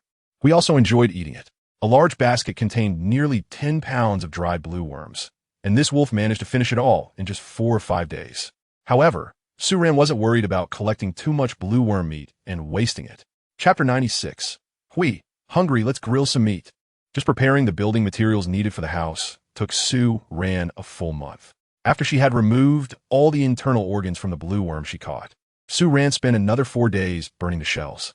The method for burning the shells was very simple. Suran and Hui dug 2 large pits in the ground. After finishing, Suran dug slanted channels on both sides of the pits towards the bottom, effectively creating several flues to facilitate lighting a fire at the bottom of the pits. Then she laid down the first layer of firewood in the pit. After that, she placed a layer of shells on top of the firewood, followed by another layer of firewood on top of the shells, repeating this process until the pit could hold no more. Then, she lit the firewood from below through the side channels, allowing the fire to burn upwards from the bottom layer. In fact, the best way to burn the shells would have been to construct a clay kiln and burn the shells inside it. However, Suran had too many shells to burn. If she wanted to burn them all, the kiln would need to be very large. By the time she built the kiln, it would probably take a month or even 2 months. Therefore, she could only use this cumbersome method to burn the shells for a bit longer. To do this, Suran used all the unwanted branches she cleaned up while processing the firewood to burn the shells. She stacked the firewood between each layer of shells thickly, hoping that even when the firewood at the bottom burned out, there would still be enough residual heat to keep the shells burning until they were completely done. During the burning process, Suran alternated between the 2 pits. This way, when she was burning the second pit, the shells in the first pit could cool down after being burned. When the shells in the first pit were finished and cooled down, she could take them out and start burning new shells while waiting for the shells in the second pit to cool down. It took Suran a total of more than 4 days to burn these shells. The burned shells were piled up at the edges of the 2 pits where the fire was lit. To quickly crush the burned shells, Suran specially made 2 stone rollers, one large and one small, for herself and Hui. While waiting for the shells to be processed, she and Hui rolled their respective stone rollers back and forth over the burned shells spread out on the ground. When the last pit of shells was finished burning, Suran cleaned out the shells and the ashes from the burned firewood in the pit. Then, she used a homemade shovel to push the crushed shell fragments into the pit. Suran's homemade push shovel is somewhat similar to the large plastic shovels used for snow removal in northern winters. It consists of a wooden stick with a wooden board attached at one end, resembling a large uppercase letter T. After using this push shovel to gather the shells into a pit, Suran began to pour water into the pit bucket by bucket.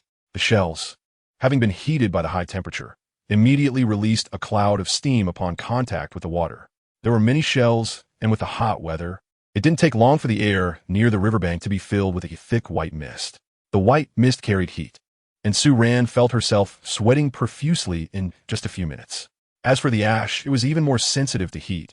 It quickly rushed out, enveloped in the white mist, and plunged straight into the river. It was only after being submerged for a while that it finally resurfaced, bubbling up from the water at Suran's worried calls. After floating up, it let out a long breath. Once the shells were processed, it was time to officially start building the house. Early the next morning, when Ash was getting ready to hunt, Suran also woke up early. After a month of busy work, she was somewhat tired.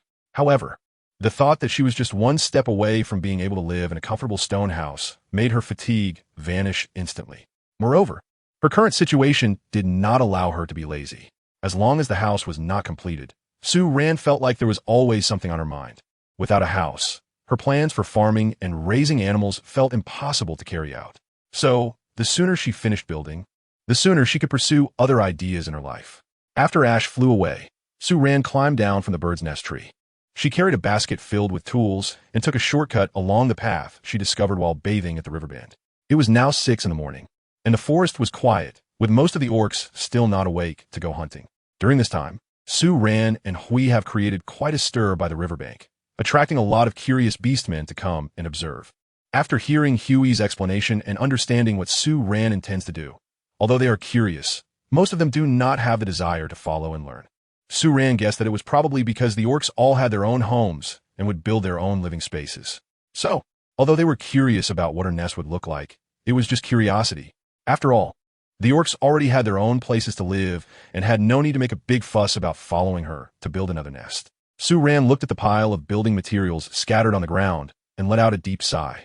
She also wanted to have a strong and robust body like the orcs, so she wouldn't have to take up a profession she had never imagined she would do in her life, masonry, out of fear of the severe cold of winter. And she would be an inexperienced mason who had only been a bystander at construction sites. Although Sue Ran had never built a house, she had seen the process many times in her grandmother's village since she was a child, so she was fairly familiar with the steps involved in house construction. Once she arrived at the site, Sue Ran first went to the riverbank to wash her face, then used willow branches to pinch mint leaves, added a bit of salt powder, and brushed her teeth. After freshening up, she walked back to the foundation marked with wool yarn, pulled out the shovel from the other side of the pickaxe, and began to dig the foundation. As time passed, the sun rose and the temperature began to rise. By the time Hui returned with the dead white-headed sheep, Sue Ran was already drenched in sweat. She was slumped under a tree, gasping for breath, holding a half-eaten peach. Hui dropped the lifeless sheep right in front of Sue Ran, and when it saw her somewhat disheveled appearance, it quickly dropped its prey and moved closer to her. However, Sue Ran reached out to stop it, saying, "Don't, I'm all dirty," before Hui could put on a look of grievance. Sue Ran lifted her head and put on a pitiful expression, looking at it. "Hui, I'm hungry. Hurry and roast the meat." Chapter 97. Her face is very red recently. Hui had been very happy whenever it heard that Sue Ran wanted to eat something. The reason was that since the preparation for building the house began, Sue Ran had noticeably lost weight. During one flight with Hui, Sue Ran had just wrapped her legs around Huey's thin waist when Hui suddenly frowned. It grabbed Sue Ran's legs with both hands, lifted her up a bit, and its expression tightened even more, looking into Sue Ran's eyes with a very serious demeanor. It said, "Ran or light." Sue Ran pressed her lips together. Lightly, she really was lighter. Originally, losing weight was a struggle for most girls on Earth, and Sue Ran was no exception. However, now that she had lost weight, she didn't feel particularly happy about it. After all, in such a primitive world, being too thin represented a weak constitution, which couldn't be considered a good thing. Since she started preparing materials to build a house, Sue Ran had lost at least 10 pounds. She could clearly feel that her arms and legs had slimmed down quite a bit. She used to weigh over 110 pounds, and now she was just over 90. Moreover, she thought that before the house was completely built, her weight might continue to drop. The thought that one day her weight might actually fall to over 80 pounds immediately filled Sue Ran with a strong sense of crisis. If she really got that thin, just a little cold weather might make it impossible for her to survive here. Besides losing some weight, Sue Ran had also tanned quite a bit. The weather had been hot, and she needed to stay outside working every day. Many times, she had to stay by the fire in the scorching heat, and her skin had darkened at least a shade compared to before. At first, when she noticed that she had tanned, Sue Ran felt quite sad. After all, which girl doesn't love beauty? However, when she saw that gray, despite not changing color, still had skin 2 shades darker than hers, she immediately felt much more balanced psychologically. Sue Ran's relationship with Hui has been progressing gradually. Although she has not yet made up her mind to take the final step with him, she finds herself spending every day with such an exceptionally handsome and well-built man, who is always obedient to her and extremely gentle. Sue Ran, as an ordinary girl, will be lying if she said she wasn't moved. Although in essence, Hui is a beast man, his sharp brows and handsome eyes always make Sue Ran forget his beast man identity. Sue Ran has transitioned from passively accepting Huey's closeness to actively seeking affection from him. Occasionally, when the mood strikes her, she can't help but touch his firm and well-defined chest and abs for a bit of enjoyment. After all, this silly wolf doesn't even realize she's taking advantage of him. Sue Ran even felt that she was actually ready for something to happen with Hui. After all, she thought that in this world, she would no longer consider forming any relationships with other beastmen, and she could not return to her original world. Hui, as the first beastman she encountered in this world, although she still did not know the reason why Hui chose her, it did not diminish her gratitude for his care and protection all along. Especially in this situation of being alone, she had to gradually start relying on the werewolves around her. Thus, different feelings began to emerge. Sue Ran had secretly made up her mind that once the house was completed and she moved in, she would truly be with Hui. Of course, this was contingent on whether Hui had that desire. She thought of it as a commemorative gift for herself and Hui to celebrate having a place in this world. Sue Ran was eating roasted lamb neck while thinking about these things. As she thought more and more, her face started to turn a little red. When she turned her head, she happened to see Huey's smooth chest muscles glistening with a slight sheen of sweat. Her face instantly felt even hotter, and Hui had no idea about all the fantasies swirling in Sue Ran's mind. It felt Sue Rant's gaze and turned to look at her. Upon seeing Sue Rant's inexplicably flushed face, it showed a worried expression. Its face was red. It looked at Sue Rant's face and reached out its hand, only to see its fingers still greasy, and immediately pulled its hand back, being so blatantly stared at by the object of her recent shy fantasies. Even though they had been sharing the same bed for over 2 months, Sue Rant still felt a bit embarrassed. Although this silly wolf in front of her was so dense that it couldn't tell what she was thinking, she was still feeling hot. Sue Rant touched her cheek with the back of her hand, and after feeling the temperature of her skin, she felt that her face was even warmer. She immediately lowered her head and focused on eating meat. After finishing breakfast and resting for a short while, Sue Rant pulled Gray and continued to dig the foundation. While digging the foundation and stacking stones, Sue Rant didn't call other orcs for help. It was just that she had to work and prepare food, which was a bit too exhausting. Moreover, while building, she had to constantly correct the other orcs' mistakes and construction methods. It was better for her and Gray to take their time. After all, building a house didn't hold much significance for the orcs. They weren't afraid of the cold and didn't need a house to get through the winter, so there was no compelling reason for them to learn how to build. Sue Rant had no intention of changing the living habits of the orcs. She just wanted Hui to live with her. After dinner, with Hui joining her, the progress on the house's foundation accelerated significantly. Compared to Sue Rant, who was still slow with a shovel, Hui only needed its claws. It directly laid down in the small pit that Sue Rant had just dug and quickly started digging in the direction that Sue Rant had excavated.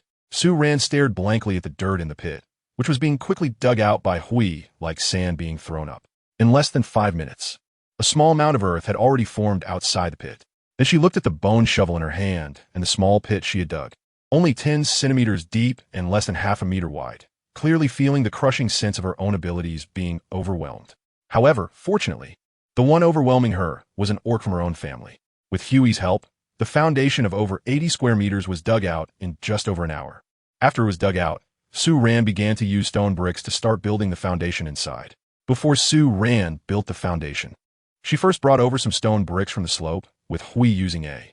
Then, she mixed dissolved shells and clay with water and the intestines of blue worms next to the foundation. After several repetitions of adding water, soil, and shell solution, she finally felt that the homemade cement she stirred was about right. Then, she began to lay the stone bricks. Chapter 98. Dependence. The tools for laying the bricks were made by Sue Rant in advance. She imagined how the workers she had seen in the past cut bricks and tried to hold a brick in one hand while using a wooden trowel to put cement on the ground with the other. Because she was not skilled, she worked very slowly. At this point, Sue Rant didn't dare to teach Hui how to do it either, since she herself was still not proficient. If she taught Hui and he ended up laying the bricks crookedly, she would probably have to sleep with her eyes wide open after the house was built, so she could only stack them one by one slowly by herself. After a whole day, she had only managed to stack 3.5 layers of the foundation. By the time evening came, Sue Rant was already feeling sore in her back and waist. Fortunately, at this time, Hui had already finished cooking dinner by himself nearby. Since Sue Rant didn't allow Hui to lay bricks during the day, he moved all the stone bricks that had been prepared to Sue Rant's vicinity. After moving them, he was assigned by Sue Rant to make a few extra-large stone slabs, which would be placed on top of the foundation once it was completed. Hui completed these tasks quickly.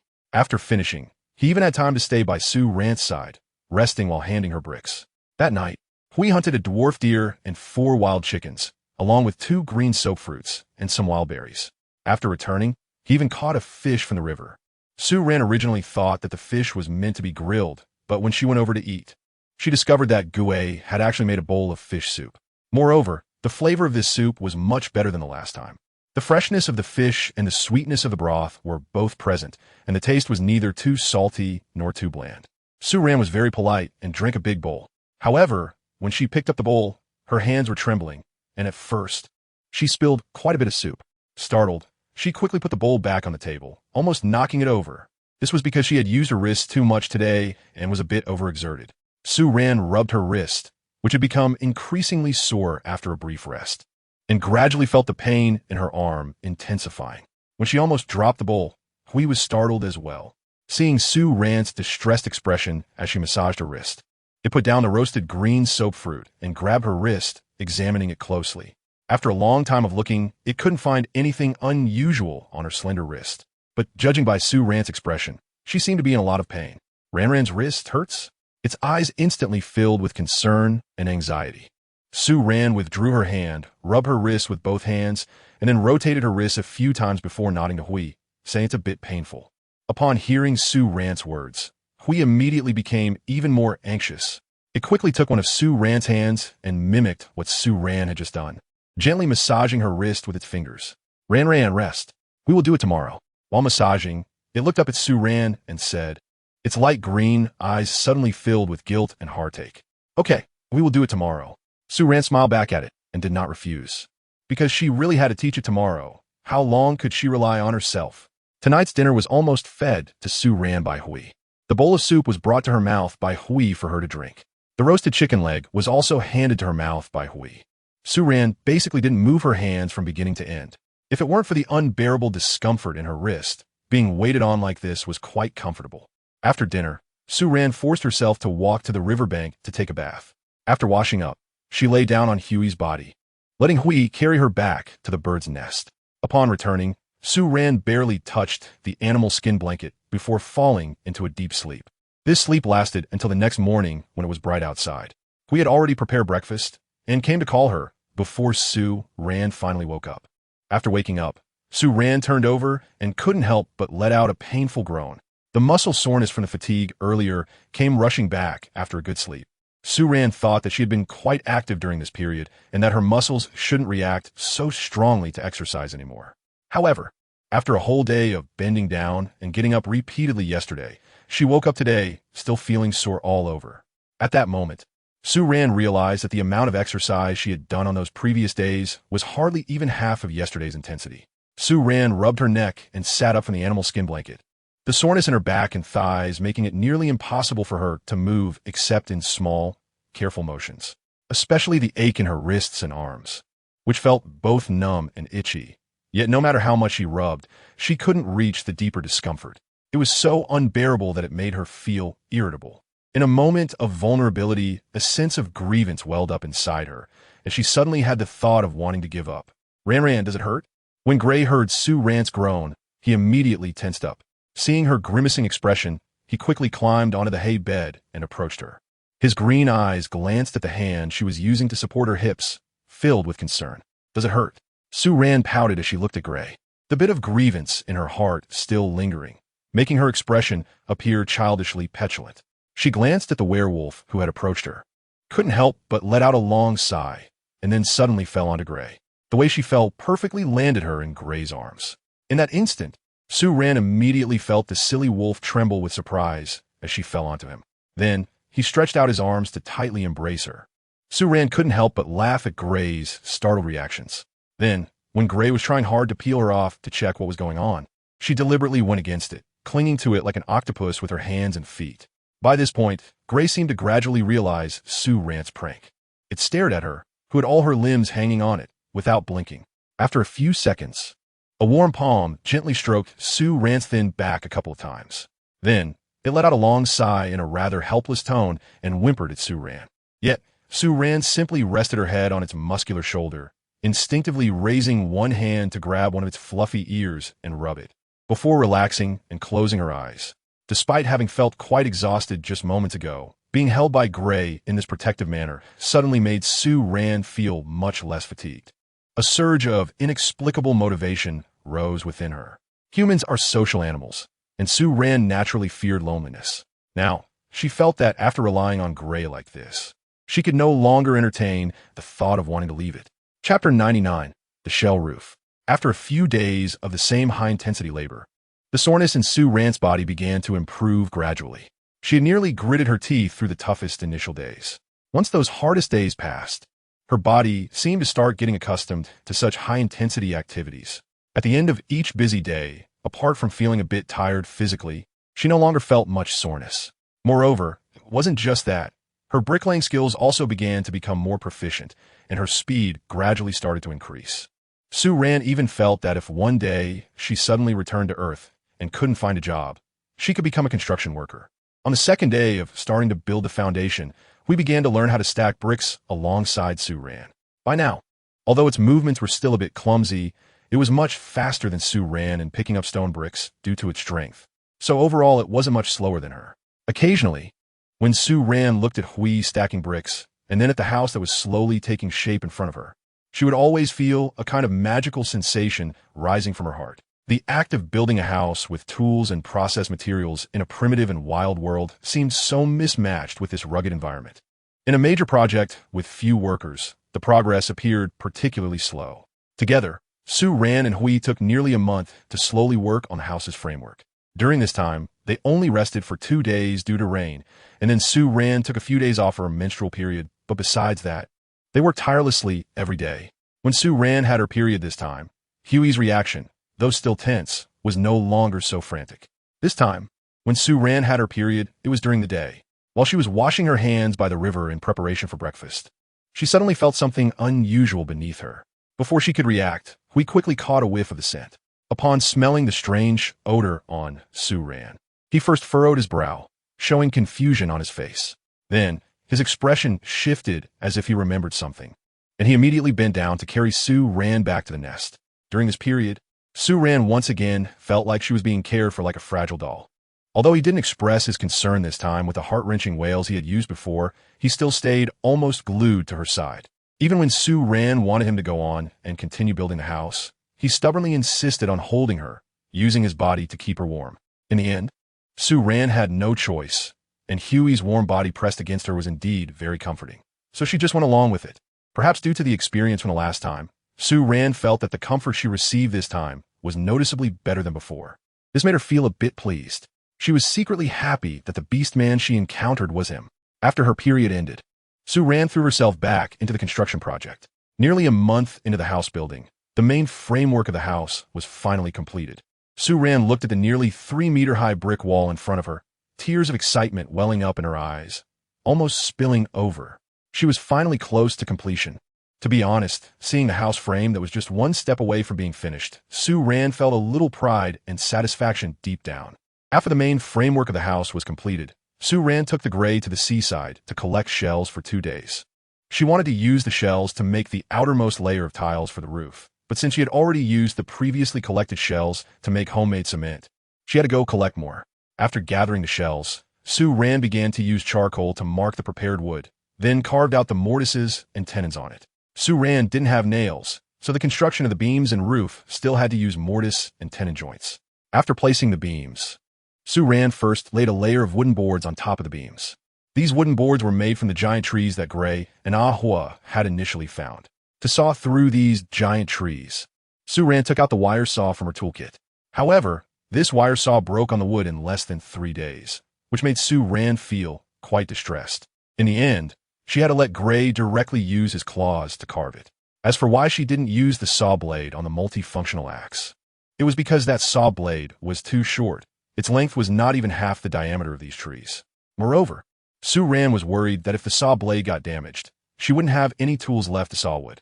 After all, saw blades are not easy to make with other materials. When installing the beams, aside from Xiaoju and Ajin coming to help for 2 days at the very end, the rest was mainly done by Su Ran and Gray themselves. Transporting the mortised beams to the roof wasn't difficult. Gray could fly up with a whole piece of wood by himself. The challenge was figuring out how to install those wooden boards onto the beams. Normally, with mortises on the beams, the wooden boards should have tenons left when they are made. However, it was quite challenging for Su Ran to leave a small protruding piece of wood when sawing out the boards. After sitting on the wood and thinking for a long time, Su Ran suddenly remembered that there was another way to connect 2 pieces of wood together. The wood for the beams already had mortises carved out. So, Su Ran directly carved out matching mortises of the same size on the wooden boards. Then, she aligned the mortises on the different pieces of wood, sought out a piece of wood that was the same size as the mortise, and inserted it through the 2 stacked mortises. After nailing it in, Su Ran shook the board connected to the beam. It didn't budge. Perfect. Using this method, Su Ran and Gray finished laying the wooden boards on the roof in just 1 day. After finishing, Su Ran laid a layer of fine sand on top of the wooden boards and then sealed it with homemade cement. Then came the final step. She pressed the collected shells, one by one, into the wet cement on the roof. She even included the chimney standing on the roof. The reason for placing the shells was not only that Su Ran wanted them to serve a decorative purpose, but also because, although the roof was sealed with cement, she wasn't sure how waterproof the cement was. So, adding a layer of shells could also serve as a drainage layer. For this, Su Ran was particularly careful and meticulous when pressing the shells into the cement. After all, She didn't want the house she worked so hard to finish to be flooded with rain inside, just a few days after moving in. Chapter 100. Gray loves Ran the most after the house was completed. The happiest one wasn't Sue Ran, but Gray. It flew down from the roof with Sue Ran in its arms, and after placing her on the ground, it curiously turned to look at the house behind it, at Sue Ran surging. Upon seeing it, Gray stood frozen in place. The house before them was tall and wide. The walls were built with gray-white stone bricks, and the color was also gray-white. In the middle of the bricks, thick strands of dark blue-black were mixed in, and under the sunlight, it seemed to faintly reveal a hint of deep blue tones. That was the color of blue insect entrails. What caught the eye the most was the roof made of stacked white shells, which looked dreamlike from any angle. As the sunlight shone, the luster on the shells shimmered like flowing colored silk, making one instinctively think of the most magnificent aurora. Not only Gray, but even Sue Ran was wide-eyed in amazement at the sight of the completed roof. Wasn't this a dream house from a fairy tale? At this moment, Gray stood foolishly in front of the house, its green eyes with black pupils fully dilated. In surprise, its mouth was slightly agape, and its tail, which had been wagging, drooped to the ground, forgotten. It stared at the building for quite a while, long enough for Sue Ran to lift her foot and prepare to let it stay there to slowly recover from the shock while she went inside to take a look. However, the next second, she was suddenly pulled back by Gray, who tightly hugged her. Ran! Gray shouted excitedly, its voice full of excitement and joy. Ran is amazing! It exclaimed loudly, and in the next moment, it suddenly lifted Sue Ran like a child by her armpits. With its eyes, filled with pitch-black pupils, sparkling, it looked at Sue Ran and said, Gray likes Ran. Ran is the most amazing. After saying that, it hugged Sue Ran back into its arms, its prominent nose gently rubbing against her face. Gray likes Ran the most. Sue Ran listened to its most straightforward confession, pressed her lips together, and touched the upright ears on its gray head. I like Gray the most too. After the main part of the house was completed, the remaining work became much simpler. Sue Ran first used the remaining bricks to lay a layer of flooring inside the house. Originally, she intended to use cement, but there weren't many leftover burnt shell fragments. If she wanted to make more, she would have to burn another batch, which would extend the timeline for completing the house. After nearly 2 months of continuous hard work, Sue Ran, who was already physically and mentally exhausted, decided to pass on that option and instead chose to lay a layer of bricks on the floor. In any case, whether it was bricks or cement, the ultimate difference was just in appearance.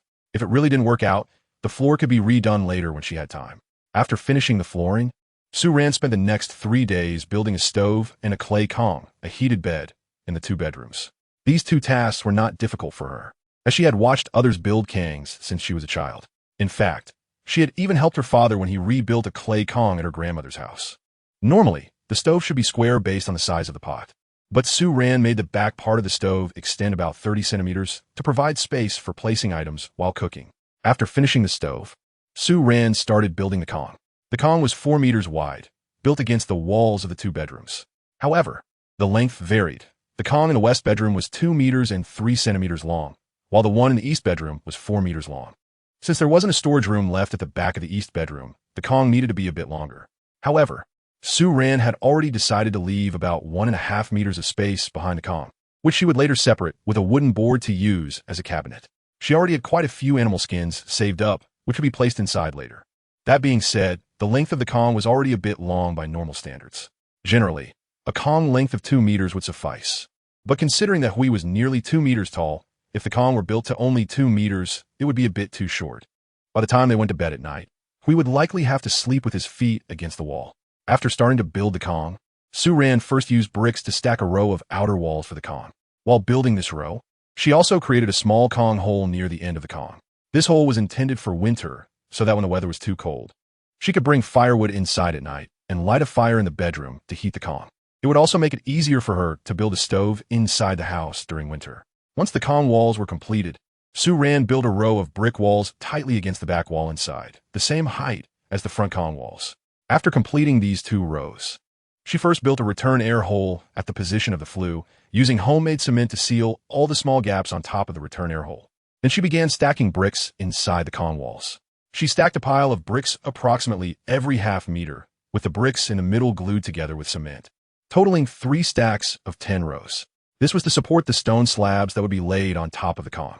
Once these bricks were stacked, she could directly lay the stone slabs on top, and then apply layers of cement over the slabs. When applying cement to the four edges of the Kong, she was particularly careful to apply several layers to prevent any gaps, as smoke would fill the room if a fire were lit later. Once the Kong surface was completed, the house will be considered finished. After that, she would only need to install the doors and windows, make the necessary furniture, move it in, and then they could move in. When Su Ran finished laying the Kong surface, it was just a little past noon. The stone pots for the two stoves had already been dug out, and the size of the stoves was made according to the size of the stone pots. Su Ran and Hui together set up the stone stove, and then Su Ran went back into the house to carry 2 loads of firewood. The newly built Kong couldn't be slept on yet. They needed to dry the wet cement on top first. Su Ran took advantage of the fire, still burning in the stove, to ask Hui to catch a few smaller fish and, after marinating them, wrap them in sweet leaf tree leaves and mud, then toss them into the stove to roast for a while as a snack. After finishing this, Su Ran pulled Hui along to install the doors and windows. The door and window frames had already been installed during the house construction. However, due to the lack of materials to make door hinges, and even if there were, Su Ran wouldn't know how to make them. The doors and windows she made were more akin to ancient methods.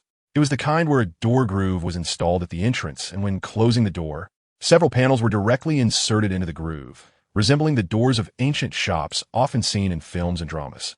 Initially, Su Ran wanted to make sliding doors directly, but then she thought that since the entrance was only a little over a meter wide, if she installed sliding doors, one side would always block the way.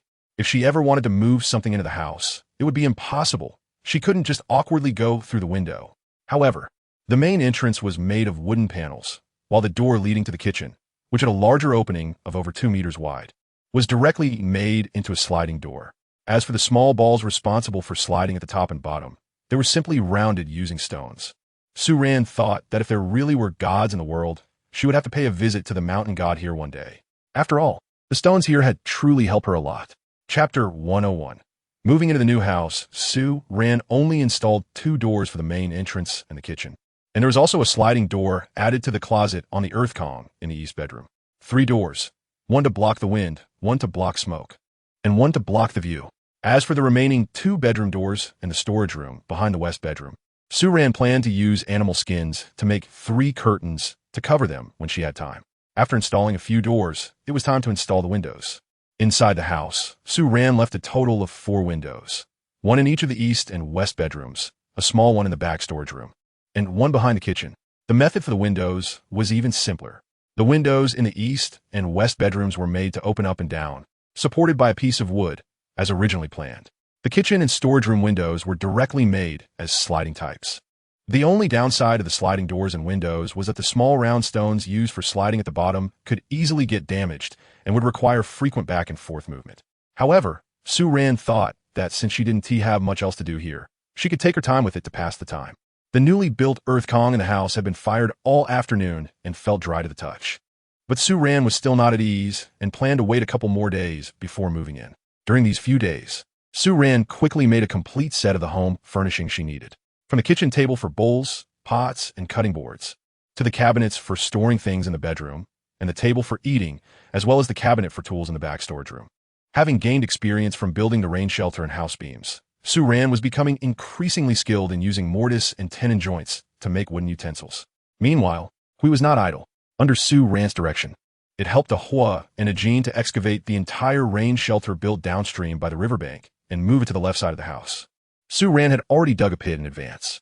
After Hui moved the rain shelter over, they directly inserted a few poles into the dug pit and then filled it back up with soil. Besides the main house, Su Ran originally wanted to build a separate storage room to hold firewood and some tools. However, now that the house had just been completed, Su Ran was too tired to move. Moreover, it was already midsummer, and she was a bit anxious to go out and see the new changes in the forest. Recently, Hui had brought back 2 more types of wild fruits from outside, and many fruits in the forest had a very short season. She was afraid that if she didn't go soon, she would miss the chance to discover these new foods. So, Su Ran temporarily stored the firewood and tools in the rain shelter. As for the dried foods stored in jars and bottles, she took them to the small storage room in the house. After moving the rain shelter, Hui also called a Hua and the others to move the bird's nest over. Hui and T forgotten to bring Su Ran's rope ladder as well. Before moving the bird's nest, he didn't tell Su Ran. So when she looked up and saw a half-circle black object flying towards her, She was startled and thought it was an alien landing on the Orc continent. It wasn't until the object flew closer that she realized it was actually a bird's nest, and she suddenly understood. Then she instinctively looked for Hui's figure, and indeed saw Hui flying with one hand holding the bird's nest. Su-Ran has always been curious about what Hui meant by bring the bird's nest over. And now she finally sees it.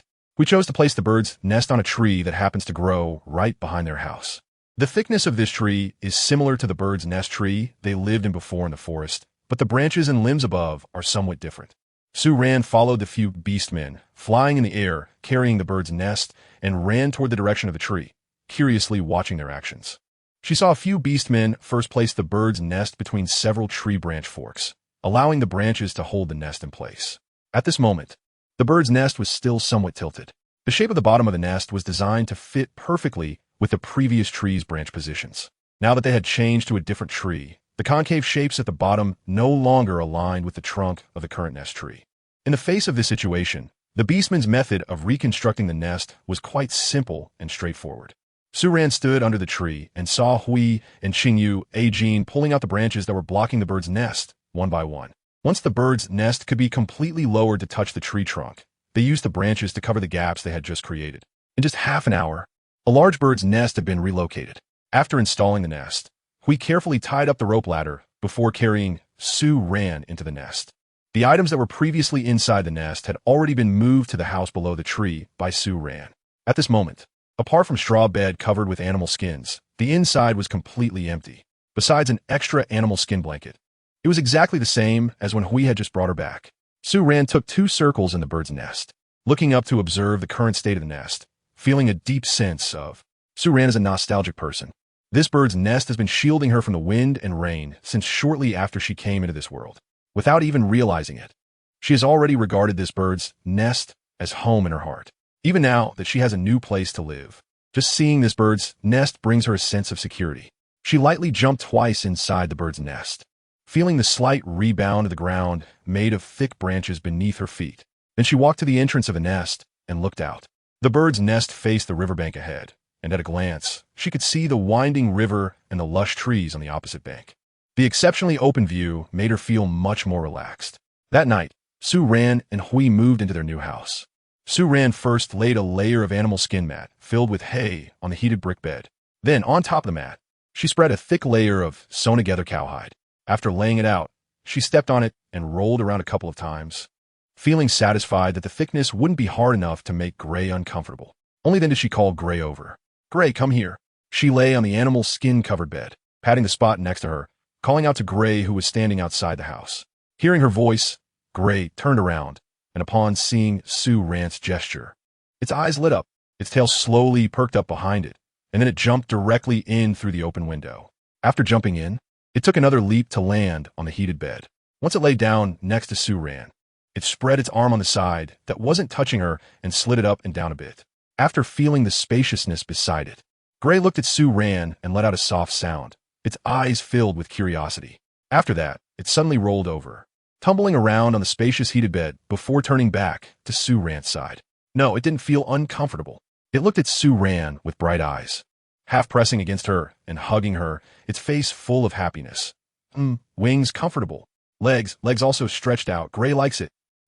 That said, building houses was too difficult. Finally finished writing. This can be considered a small conclusion to this part of the story. The following sections will focus on Su-Ran gradually exploring the outside world. The interactions with the beastmen will also accelerate. Chapter 102. Fully mature green soap fruit. The weather was getting hotter. In the forest, the shade from the trees made it bearable. However, now at the seaside, after just picking up some shells and blue worms on the beach for a while, Su-Ran felt a bit dizzy from the sun. If she found the heat unbearable, Gray was even more so. At this moment, its entire body was submerged in the seawater, with only its head poking out. Occasionally, it would flip over and dive underwater, and after a while, it would toss a fish up from the water. Su-Ran finally realized that the reason beastmen often went without clothes was likely because they were heat-sensitive rather than cold-sensitive. During the cold spring, Gray's body, completely bare, felt burning hot to the touch. Now, in the peak of summer, as soon as it was exposed to the sun for a while, Gray would quickly run back into the house or under a tree to cool off. Su-Ran also didn't dare to stay out in the blazing sun for too long. She moved the cooking area to the edge of the forest behind, where the tall trees cast a shadow, effectively blocking the scorching sunlight. She built a rain shelter here, slightly larger than the one by the riverbank, as she had envisioned before. Then she placed all the tools that she didn't need to take back inside the rain shelter. Not far outside the rain shelter, Su-Ran also set up a cooking stove for preparing meals and boiling salt. In front of her were 2 baskets full of green soap fruits. Nearly 3 months had passed, and the green soap fruits had gone from being full of moisture to slightly moist, and now the flesh inside had completely dried out. Once opened, even a gentle scrape with her fingernail on the dried flesh would cause it to fall off like powder.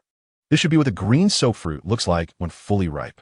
Due to the house building, Gray had rarely flown to the seaside to look for food during this time, so Su-Ran and Gray hadn't eaten green soap fruits very often, even when they did. It was only after Gray had selected them. Although Su-Ran knew that the flesh of the green soap fruit was constantly drying out, she was unsure of what it would ultimately become. So when she first saw the current state of the green soap fruit's flesh, she was momentarily stunned. After later scraping off a piece that had already turned into a white powdery block and tasting it, her expression instantly changed to one of shock. This state of the fruit flesh, this powdery texture, isn't this just flour? The completely ripe green soap fruit flesh had dried out with no moisture left. Similarly, the sweetness that the flesh originally had was now almost gone. If one did not look at the original appearance of the green soap fruit, and instead directly ground this white flesh in a fine powder to compare it with flour, there would be no visible difference. Discovering this change in the green soap fruit, Su-Ran picked a basket full of fruits that day. After returning, she set up 2 tables on the grass outside and laid a clean animal skin on them. Then she cracked open most of the fruits and placed them on the animal skin. Some of the cracked fruits were not fully dried, so she left them on the animal skin to continue drying in the sun. The ones that were already dried were scooped out with a wooden spoon, extracting all the flesh that had turned into dry powdery blocks. The skin of the fully ripe green soap fruit was thick. Its color had changed from green to slightly yellow, and it felt hard, somewhat like a coconut shell. After scooping out all the flesh, Su-Ran directly found a thick, round wooden stick, sawed it into a length of over 20 centimeters, and then used the stick to smash the flesh into pieces before grinding it into powder. Before she started cooking with this green soap fruit powder, Su-Ran still felt a bit uncertain. She remembered that when she previously boiled the green soap fruit, the cooked flesh would turn semi-transparent. She was unsure if the current green soap fruit would still look the same after being cooked. If it did, then this green soap fruit might need to be removed from the recipes for it, and ash, because the sticky texture of the flesh, after turning transparent, was truly hard to eat. That day, Su-Ran directly made dumpling soup with the green soap fruit powder. To avoid wasting other ingredients in case it didn't taste good, she only used 1 green soap fruit. She added mutton fat to the pot, heated it up, and first added the fresh scallops she had picked up from the seaside, followed by thick lettuce leaves and kelp leaves for stir-frying. After stir-frying for a while, she added water and salt. The green soap fruit powder was mixed with water to form a slightly thick paste. Once the soup in the pot boiled, she used a spoon to scoop the fruit powder paste into the pot, 1 small spoonful at a time. The fruit powder paste that stuck to the spoon immediately dropped into the boiling hot water as it encountered the scalding broth of scallops and vegetables, swirling in the pot. Su-Ran was pouring the batter while watching the situation in the pot. By the time the bowl of dumpling soup was ready, the white dough pieces in the pot had not changed color at all. Su-Ran's hands trembled with excitement. She pulled out a piece of dough and examined it closely, noticing that the edges were still slightly translucent, but not as obviously as before. She couldn't wait to quickly blow on the piece of dough twice before placing it in her mouth. As her teeth bit into the soft, cooked dough, the fresh taste of seafood coated her mouth, followed by a familiar flavor of noodles on her tongue. Su-Ran was almost brought to tears the moment she tasted the texture of the dough. This is pure flour. This is a carbohydrate staple that brings immense satisfaction with just 1 bite. She never expected to taste the flavor of flour-based food in her lifetime. Consequently, nearly the entire pot of dumpling soup ended up in Su-Ran's stomach. In contrast to Su-Ran's joy at discovering the taste of flour, he was not so fond of it. However, it didn't mean that we wouldn't eat the flour dumplings. It just didn't particularly like them. Su-Ran served a bowl of soup with only a few small dumplings, yet it drank it all clean. The broth of the dumpling soup carried the fresh flavors of scallops and kelp, and the thick lettuce leaves, after being stir-fried and boiled, were both tender and soft. After finishing the meal, Su-Ran felt a great sense of satisfaction. Since that day, Su-Ran began to pay special attention to the green soap berries that had reached their ripening season. By the seaside, Sue Ran counted the green soapberry trees, totaling 24. According to Hui, there are several other places in the nearby forest where green soapberry trees grow. However, they have been eating only those from this seaside area for some time. So now, there are not many green soapberries left on the trees here. After all, we've been very fond of eating roasted green soapberries for a while. Now, Sue Ran needed to hurry and collect these fruits before they spoiled or were eaten by other animals. Chapter 103. Maintaining an appropriate distance increases freshness at this moment. There were 2 baskets and 1 container in front of Sue Ran. The baskets and container were already filled with green soapberries. The sea salt in the stone pot on the stove was almost set. Sue Ran flipped the salt powder a couple of times with a shovel, then scooped it all into a cloth bag she had prepared earlier. After finishing, Sue Ran stood up and walked towards the sea with a large wooden basin. On the nearby light blue sea surface, a light brown head was bobbing up and down with the waves. Seeing her approach, the light brown head floated up from the water, gradually revealing a strong body, then happily ran out of the water to Sue Ran's side. Because it was too hot, the gray creature had changed its shorts to a shorter pair made from the skin of a red pig beast.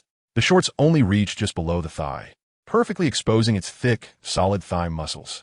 Now, because it was wet, the beast's skin clung to its thigh, making the outline in the middle appear bulging.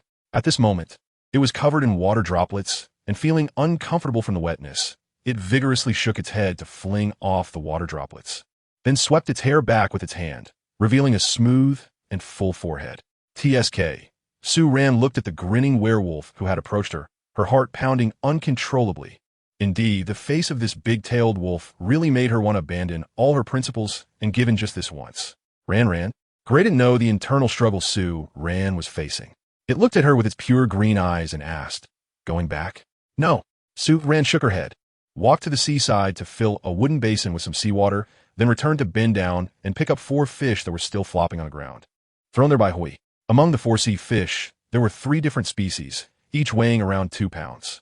Sue Ran didn't know much about fish species, so she was unsure if these kinds of fish existed on Earth. The sand on the beach was hot, so Hui rarely asked Sue Ran for a pair of shoes to wear. Otherwise, the temperature of the sand made it impossible to stand. The shoes were newly made by Sue Ran during this time. As the weather got hotter, her previous sports shoes were no longer wearable. She made 2 pairs for herself and Hui to wear. The 2 pairs for Hui were sandals because Hui only wore shoes on the beach when it was afraid of burning its feet. Once they reached the forest, shoes became a burden for it. However, under Sue Ran's guidance, it had already learned that after washing its feet at night, it must wear shoes when walking on the ground, or Sue Ran wouldn't let it into the house to sleep. As for Sue Ran's shoes, they were somewhat similar to the traditional layer cloth shoes. The soles were made from the thickest and hardest 4-ear cowhide, stitched together in 3 layers, while the upper was made of slightly thinner white goat leather. Originally, she wanted to use thinner red pigskin, but after trying it, she found that the red pigskin was too thin, it couldn't hold its shape, and was easily damaged by branches underfoot. Sue Ran didn't have much experience in making shoes, so she could only guess how to make them based on the shoes she had seen. Although the shoes she made were quite ugly, they were still comfortable to wear. It's better than having none at all. Her current life was already much better than when she first arrived in this world. And all of this came from the werewolf in front of her. Sue Ran looked at Hui, who eagerly took the wooden basin from her hands, and couldn't help but smile. She then raised her hand to pat Huey's arm, casually touching the slightly bulging bicep, and said, "Just put the basin here. If you catch any fish, make sure to put them in the basin, or else the fish will die and won't taste good." After saying that, she turned to glance at the woods behind her and added, "You keep soaking in the water. I'm going to wander around the woods for a bit, and we'll be back soon." After building the house, Sue Ran couldn't wait to drag Hui to the woods by the sea for several days. Besides wanting to pick green soapberries, she also wanted to look for other newly grown, edible foods that she had never seen before. As a result, after a few days, she really found 2. Both of these foods were discovered in the woods near the seaside, and they were wild fruits that she had never eaten before. One type was white and resembled tamarind in shape, with a taste similar to tamarind. However, the tamarind Sue Ran had eaten in the South, even when sour, would have a slight sweetness. But the ones found here were excessively sour. Sue Ran later used it as vinegar. She then discovered that if she removed the seeds, crushed it with a stone, and soaked it in water for a while, the sour water produced could be used to mix cold dishes, especially with kelp or blue worms. And the taste would be particularly good. This wild fruit was later directly named vinegar fruit by Sue Ran. The vinegar fruit is produced by a vine plant. The vine is not thick, it looks just like ordinary weeds. It grows and spreads along the ground, covering a large area. After Sue ran, ate the food made from sour fruits. She came back with Hui the next day and picked all the sour fruits in the woods that looked about the same size and had plump flesh. After bringing them home, she stored a portion in a dark place to avoid light, while another portion was placed under the sun to dry. She wanted to see if the dried sour fruits could be preserved for a long time, and she also planned to keep some aside to see if she could grow them later. Moreover, she did the same not only with the sour fruits, but also with the green soap fruits she picked. Sue Ran only ground 2/3 of the green soap berries she picked back into powder, while the remaining ones were directly placed in the storage room at the back of the house. She thought she would check on them after some time to see if the unopened whole green soap berries would be better preserved. Besides the vinegar fruit, there was another type of purple wild fruit, which was oval-shaped and only as long as a finger. The taste of this fruit was very strange. It was a bit spicy, a bit sweet, and had an indescribably unpleasant flavor. After Sue Ran took a bite of the plant, she thought for a long time before remembering. The taste of this fruit was just like a combination of onion and ginger. When she looked closely at the appearance of the fruit, she found that even the outer skin of the fruit resembled that of a purple onion. The purple flesh was wrapped in 2 thin layers of skin, and when bitten into, the inside was white. However, she wondered whether this onion, with a ginger flavor, had the same warming effect as ginger. After Sue Ran mentioned wanting to go to the forest, Gray's expression shifted slightly. Sue Ran looked at the expression on its face and could guess what its next words would be. She quickly reached out to cover its mouth, shaking her head slightly at Hui. I could go by myself, it's just by the edge of the woods, I won't go far. Seriously, no matter how good-looking that face is, seeing it constantly in front of her every minute and second would get tiresome, especially since the other party always had that childlike expression, looking as if it wouldn't give up until it understood every little thing she did differently. Sue Ran said, maintaining an appropriate distance will enhance the sense of novelty. Chapter 104, Tail-Cutting Escape.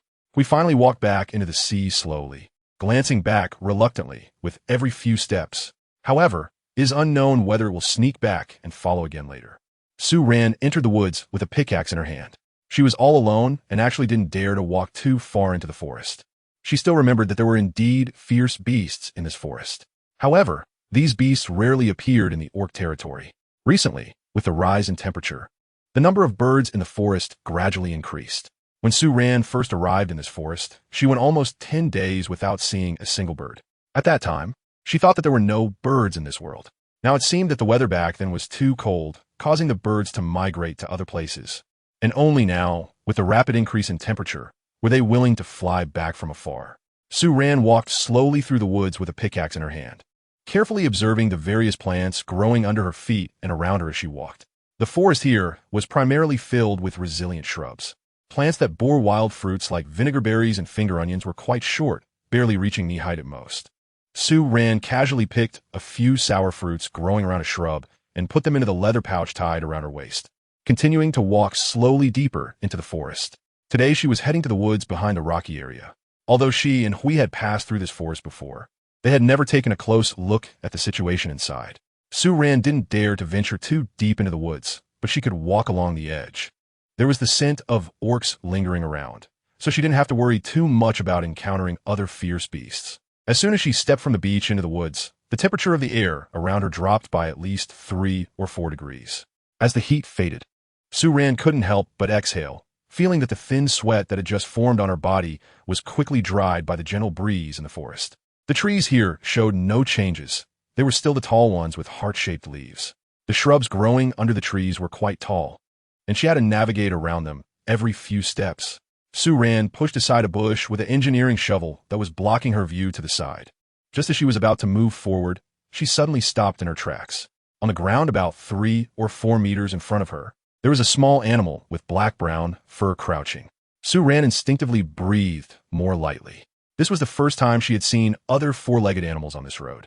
Apart from the 4-eared beef red pigs and white-headed dwarf deer she usually ate.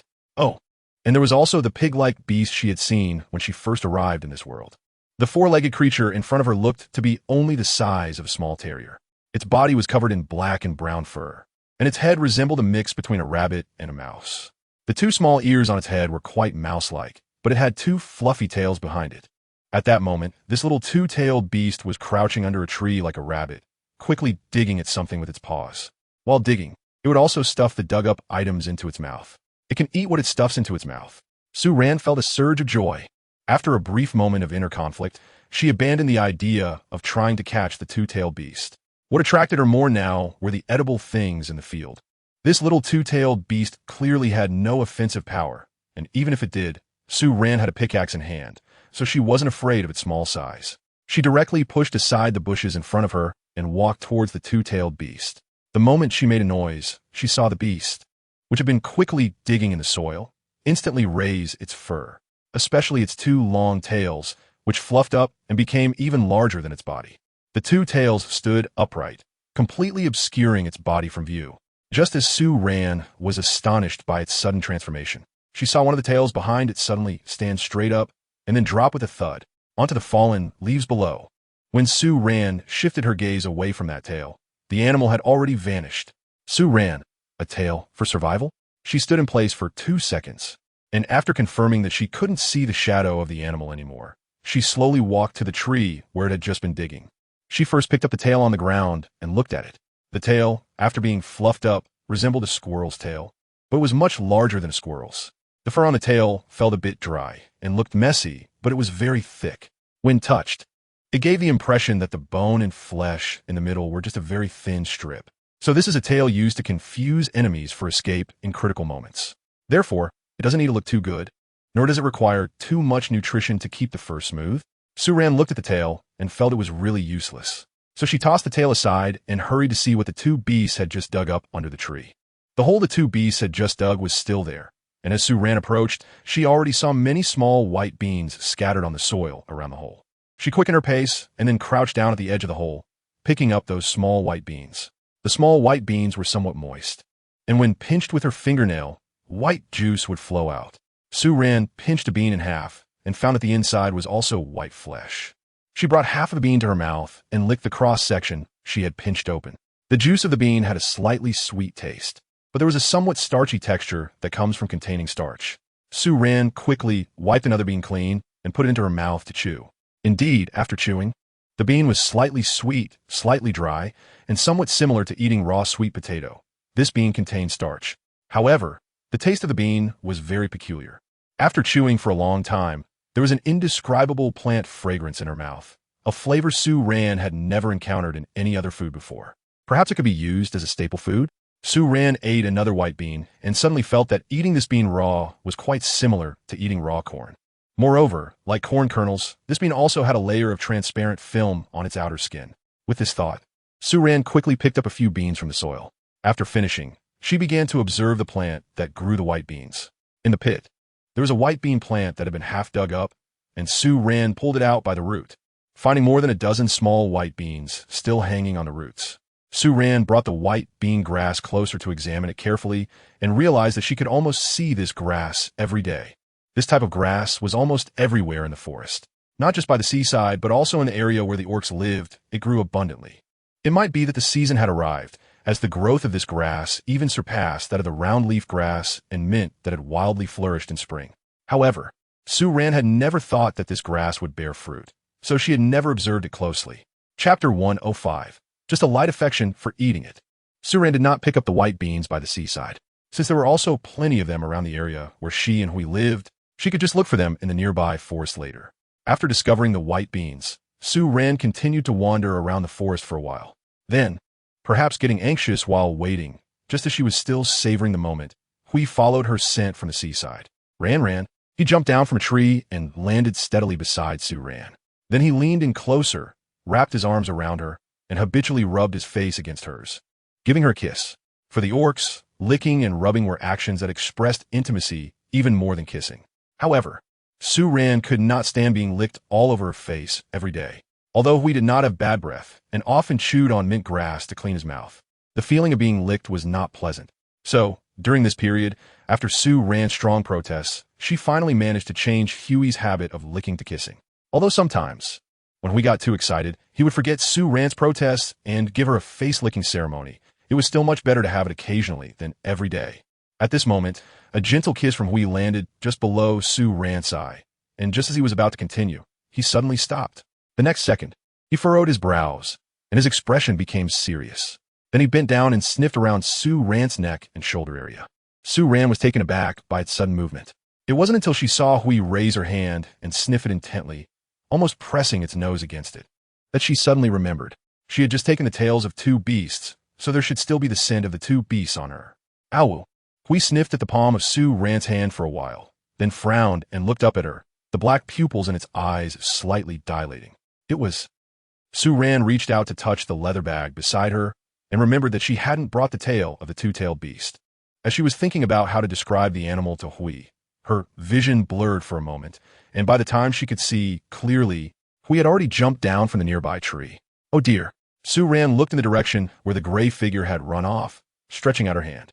She watched as that figure swiftly disappeared into the woods. It wouldn't go after that 2-tailed beast, would it? But that 2-tailed beast didn't seem to have even 2 ounces of meat on it, barely enough for her own consumption. Su Ran retracted her outstretched hand and moved her fingers. Then she shrugged and walked towards the direction where Hui had run off.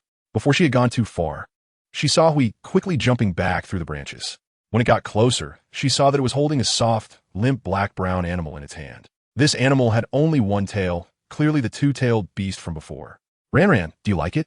Hui asked, presenting the lifeless 2-tailed beast to Su Ran. Its gaze filled with anticipation and inquiry. Su Ran, how should she put it? She didn't really like these 2-tailed beasts. If it was because this 2-tailed beast found by doe, then she appreciated it and was quite thankful. But she didn't like eating it. However, the expression on the wolf's face was clearly waiting for her praise. Otherwise, she might as well just have a shallow fondness for eating it. Su Ran looked at the 2 beasts handed to her and nodded gently. Then she remembered something. She pulled the leather pouch from her waist to the front, opened the tie at the top, and took out some white beans to show to Hui. Hui, white beans can eat. She placed 1 white bean in Huey's hand and then pointed at the 2 beasts in its hand. The 2 beasts eat white beans, white beans. I can eat too. Huh. Hui pinched the white bean between its fingers and quickly glanced at Su Ran. Then, under Su Ran's encouraging gaze, it put the white bean into its mouth. It chewed slowly for a few moments, then suddenly frowned, bent its head, and spat out the crumbs from its mouth. Not tasty. It looked at Su Ran, its brows furrowing even tighter, but still curiously asked Su Ran. Ran likes? Su Ran slowly nodded under the serious gaze of Hui. The taste of raw white beans is quite similar to that of raw sweet potatoes, which she actually doesn't like. However, she still doesn't know what the taste is like when cooked. If it tastes good when cooked, then it would be a different story. Su Ran decided to try cooking some white beans after returning home today. After returning with Hui, Su Ran didn't continue exploring deeper into the woods. They walked back to the shelter together. On the way back, they picked up a few large blue bugs from the rocks they passed. When they returned to the shelter, Su Ran first placed the blue bugs she had collected in her backpack, and then she put the bag containing the sea salt she had made today into a small bag she carried at her waist. This small bag of salt weighed about 2 pounds. Actually, she still had 2 large wooden jars of sea salt from when she had cooked it with Hui before. However, Su Ran was thinking that she wanted to make some pickled vegetables and meats before winter, and she would need a lot of salt. So she couldn't wait until then to make it. Therefore, every time she came to the seaside, she would cook a little bit. After packing the sea salt, she squatted down, picked up a backpack filled with green soap fruit, and then took the small basket in her hand. As for the remaining backpack, it was for Hui to carry. When Hui picked Su Ran up again, she immediately wrapped her arms around his neck. When they got home, it was around 4 in the afternoon. The temperature in the air had dropped quite a bit compared to noon. The sound of flowing water from the riverside made this place feel even quieter. We didn't have to go hunting today because there was still half of the red-skinned pig left from the morning. He was currently washing the blue bugs and other small seafood he had brought back from the seaside at the riverside. As soon as Su Ran returned, she first split the green soap fruit she had brought back in half and placed them on the newly built long table beside the house to dry. This table was set up after she started collecting green soap fruit. The method of making it was quite simple. She directly built a brick wall about half a meter high on both sides using stone bricks, and at the top end of the brick wall, she stuck half a brick to serve as a stopper. The tabletop was made directly from tree trunks. Su Ran specifically went to find some small tree trunks that were only a dozen centimeters thick, and then asked Hui to arrange these trunks side by side against the brick wall. The 2 extra pieces of broken bricks at the top of the wall just fit to hold the wood in place and prevent it from rolling down. Since the trees used for the tabletop grew tall, the table was also very long. The table was placed beside the house, measuring over 10 meters in length. The advantage of such a long table is that Sue Ran can now spread out things she wants to dry, such as green soap berries, blue insects, or seafood like scallops, which can all be laid out properly. Chapter 106, Chubby White Beans Nowadays. The upstream area before the bend in the river has completely changed from what it was at the beginning. On the lush green grass, a gray-white stone brick house quietly sits on the slope. When a person moves while looking at the house, the shell roof above the house refracts brilliant yet subtle light under the sunlight. Although there is only this stone brick house near the riverbank, it does not seem desolate. On the left side of the house, 2 clothes racks have been set up with a few branches, and there is currently a small sling made of animal skin hanging on it. In front of the clothes racks is a rain shelter, which is now stacked with neatly arranged firewood and various tools made of bones and stones. Opposite the rain shelter on the right side of the house, the homeowner has set up a tree trunk table over 10 meters long. At this time, half of the table is filled with drying green soap berries, seafood, and various wild fruit dried. In addition, in front of the rain shelter, there is a barbecue station made of stones.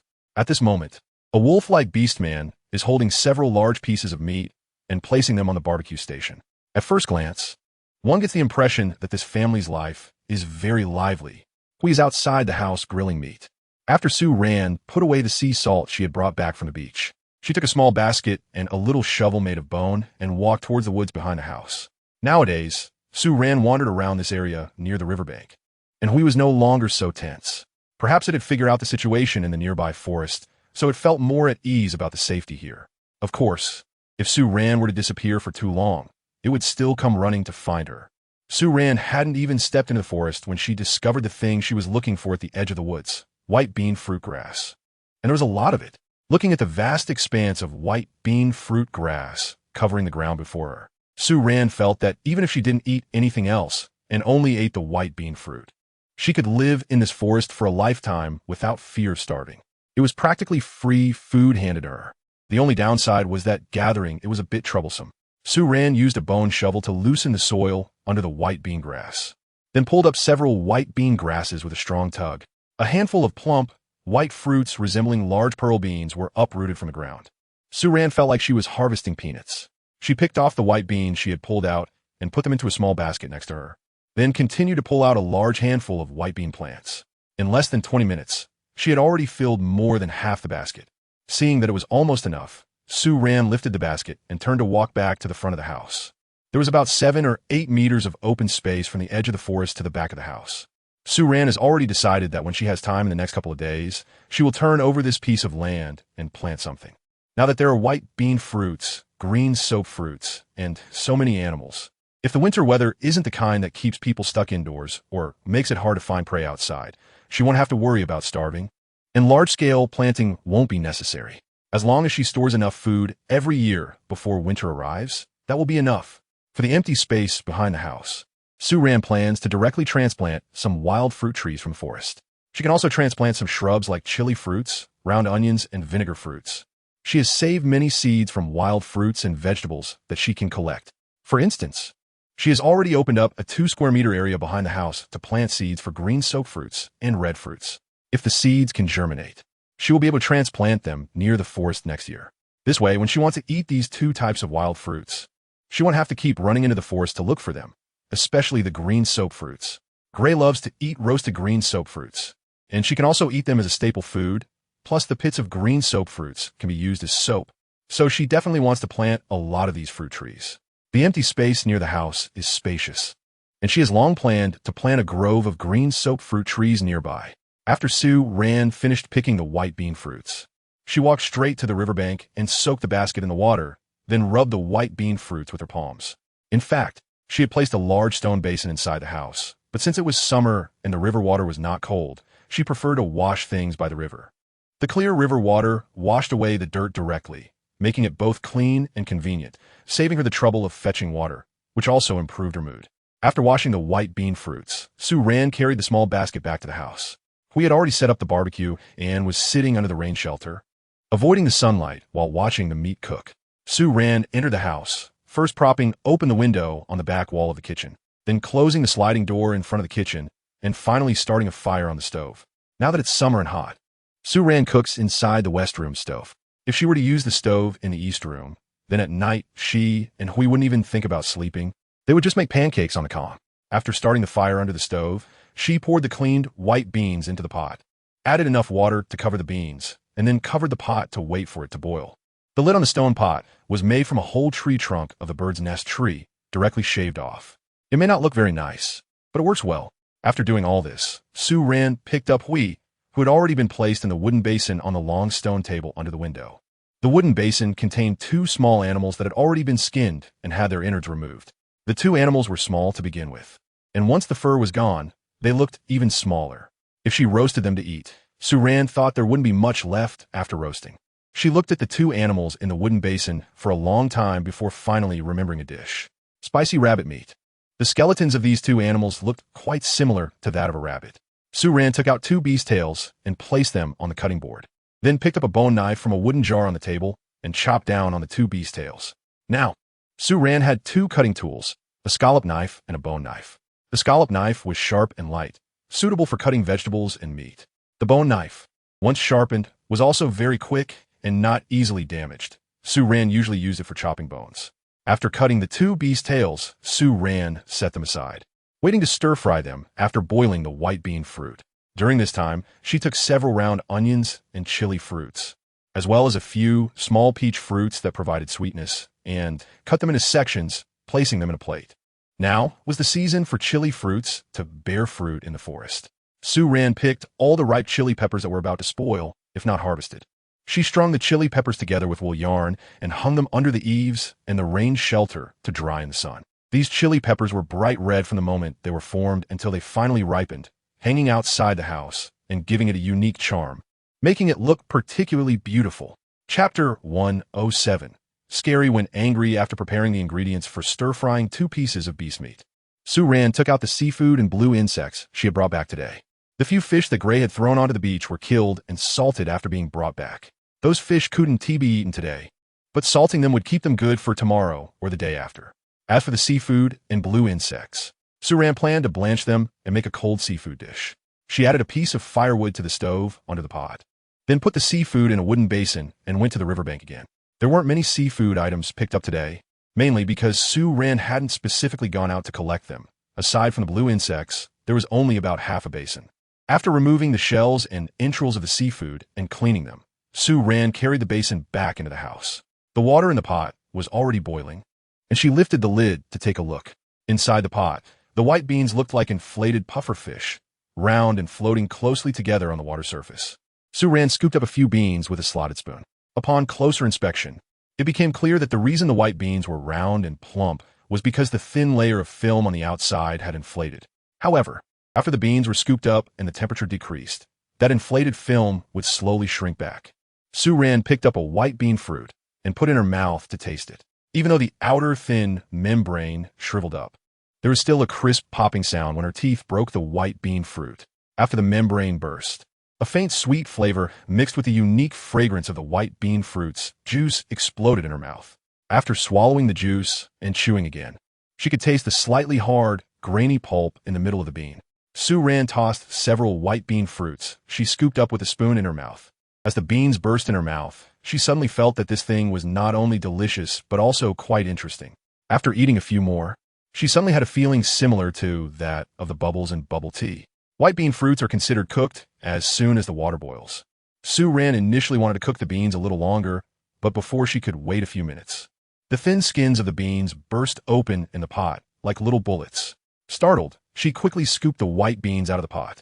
After she finished scooping out all the white beans, Su-ran ladled out the water from the pot, cleaned it, and then began to stir-fry the meat of the 2-tailed beast. She first added a little lamb fat to the pot, and once it melted and started to smoke, she added the chopped finger onions and chili peppers for a quick stir-fry. Once the aroma was released, she quickly added the 2-tailed beast meat to the pot and stir-fried it rapidly. In just a few minutes, the intense aroma of onions filled the entire house. Although it was called spicy 2-tailed beast meat, it was really just stir-fried 2-tailed beast, as it wasn't too spicy at all and the level of heat was not that high. Although Gray had improved a lot in his tolerance for spicy food, this level was still just mild for Su-ran. Moreover, she didn't dare to let Gray eat spicy food too often, as she was afraid it would upset his stomach since he wasn't used to chili peppers. As Su-ran was stir-frying the beast meat by the stove, we suddenly poked its head in through the back window of the kitchen. Its curious eyes watched Su Ran's movements, and its nose slightly lifted, sniffing the air for the scent. The pair of ears on its head moved flexibly, and when Su Ran looked over, it sweetly showed its teeth in a smile. But the next second, Ran cough, cough, cough, cough, cough, cough, cough, cough. Although Su Ran had put in only a little chili, there was still spiciness, especially after being fried in hot oil. The pungent chili smell filled the whole room. Before we could finish the word Ran, it was choked by the spiciness that rushed into its throat, leading to a violent coughing fit. Su Ran found it both amusing and pitiful, quickly scooping a ladle of water from the tank for it. Huey's neck turned red from coughing. After taking the water, Su Ran handed over. It gulped down a large bowl in one go before finally catching its breath. When it looked up, a few tears it coughed out were still hanging on its long eyelashes, making it look quite pitiful. Despite its large size, this appearance didn't feel out of place at all. Once it calmed down, we no longer dared to stay there. It tugged at Su Ran, wanted to pull her outside to avoid the spicy air, but Su Ran swatted its paw away. "What are you messing around for when I'm cooking?" "Oh," we called out unhappily, but seeing Su Ran unwilling to come out, it didn't dare to provoke her further. Although Su Ran's hits weren't painful, she could still be quite intimidating when angry. In the end, it could only droop its tail back to the front, moving the roasted red-skin pork from the grill to the table. Their dining table was a nearly 1-meter-high wooden table, 2 meters long and 1 meter wide. Because we had a large appetite, they prepared a lot of food for each meal, so Su Ran specifically made the table a bit bigger. For this reason, her stool was also a different height than Huey's. Since Su Ran was shorter, her stool had to be slightly higher than Huey's. Otherwise, it would be a bit challenging for her to reach things. This table was now placed outside the house every day. Since Su Ran and Hui had their meals outside during the cooler times of the day, they generally ate outside the house. Hui placed the roasted meat on the table using a dustpan, then turned to glance back at the house, hesitating for a moment, before wagging its tail and bouncing back.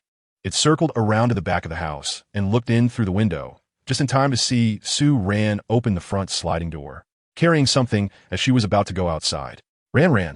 It immediately jumped in through the window and ran to Su Ran's side for a glance.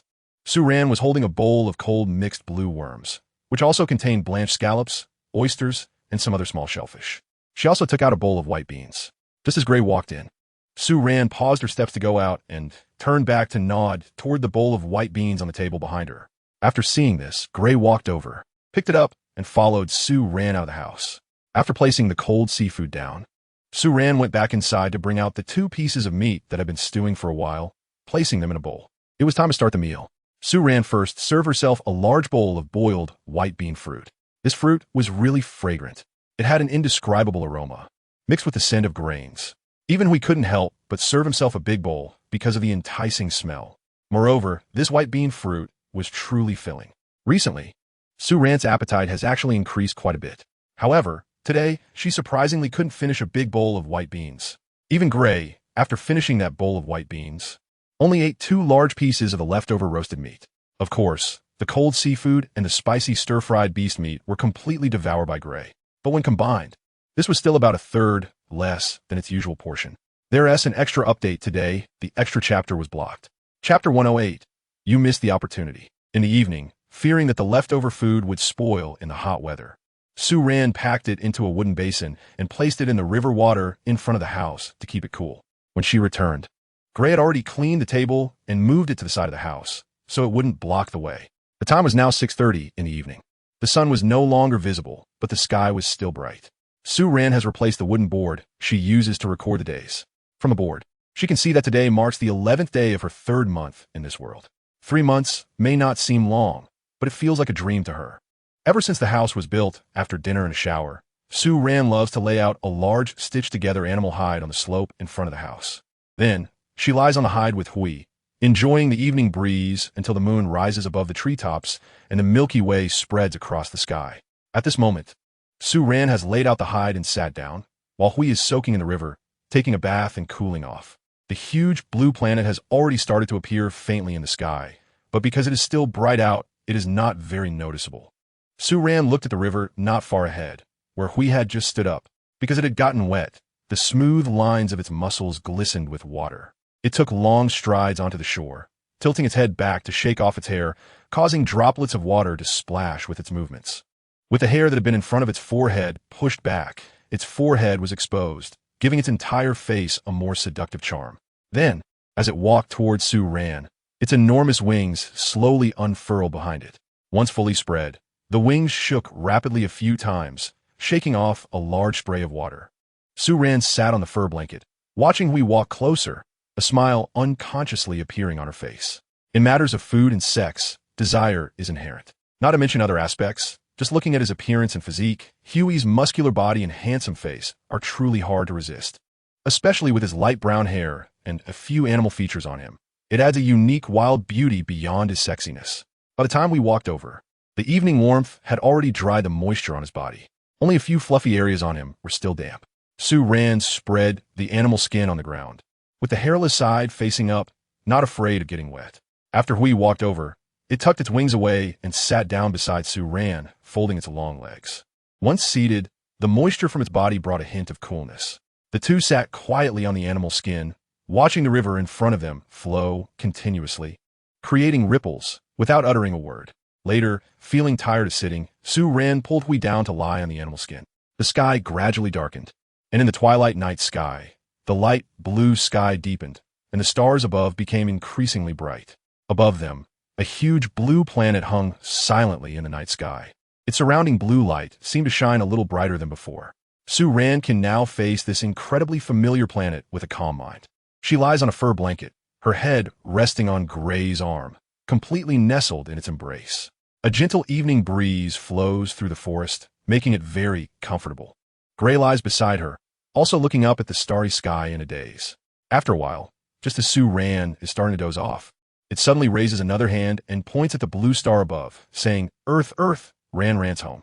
Wu Ran Ran's old home."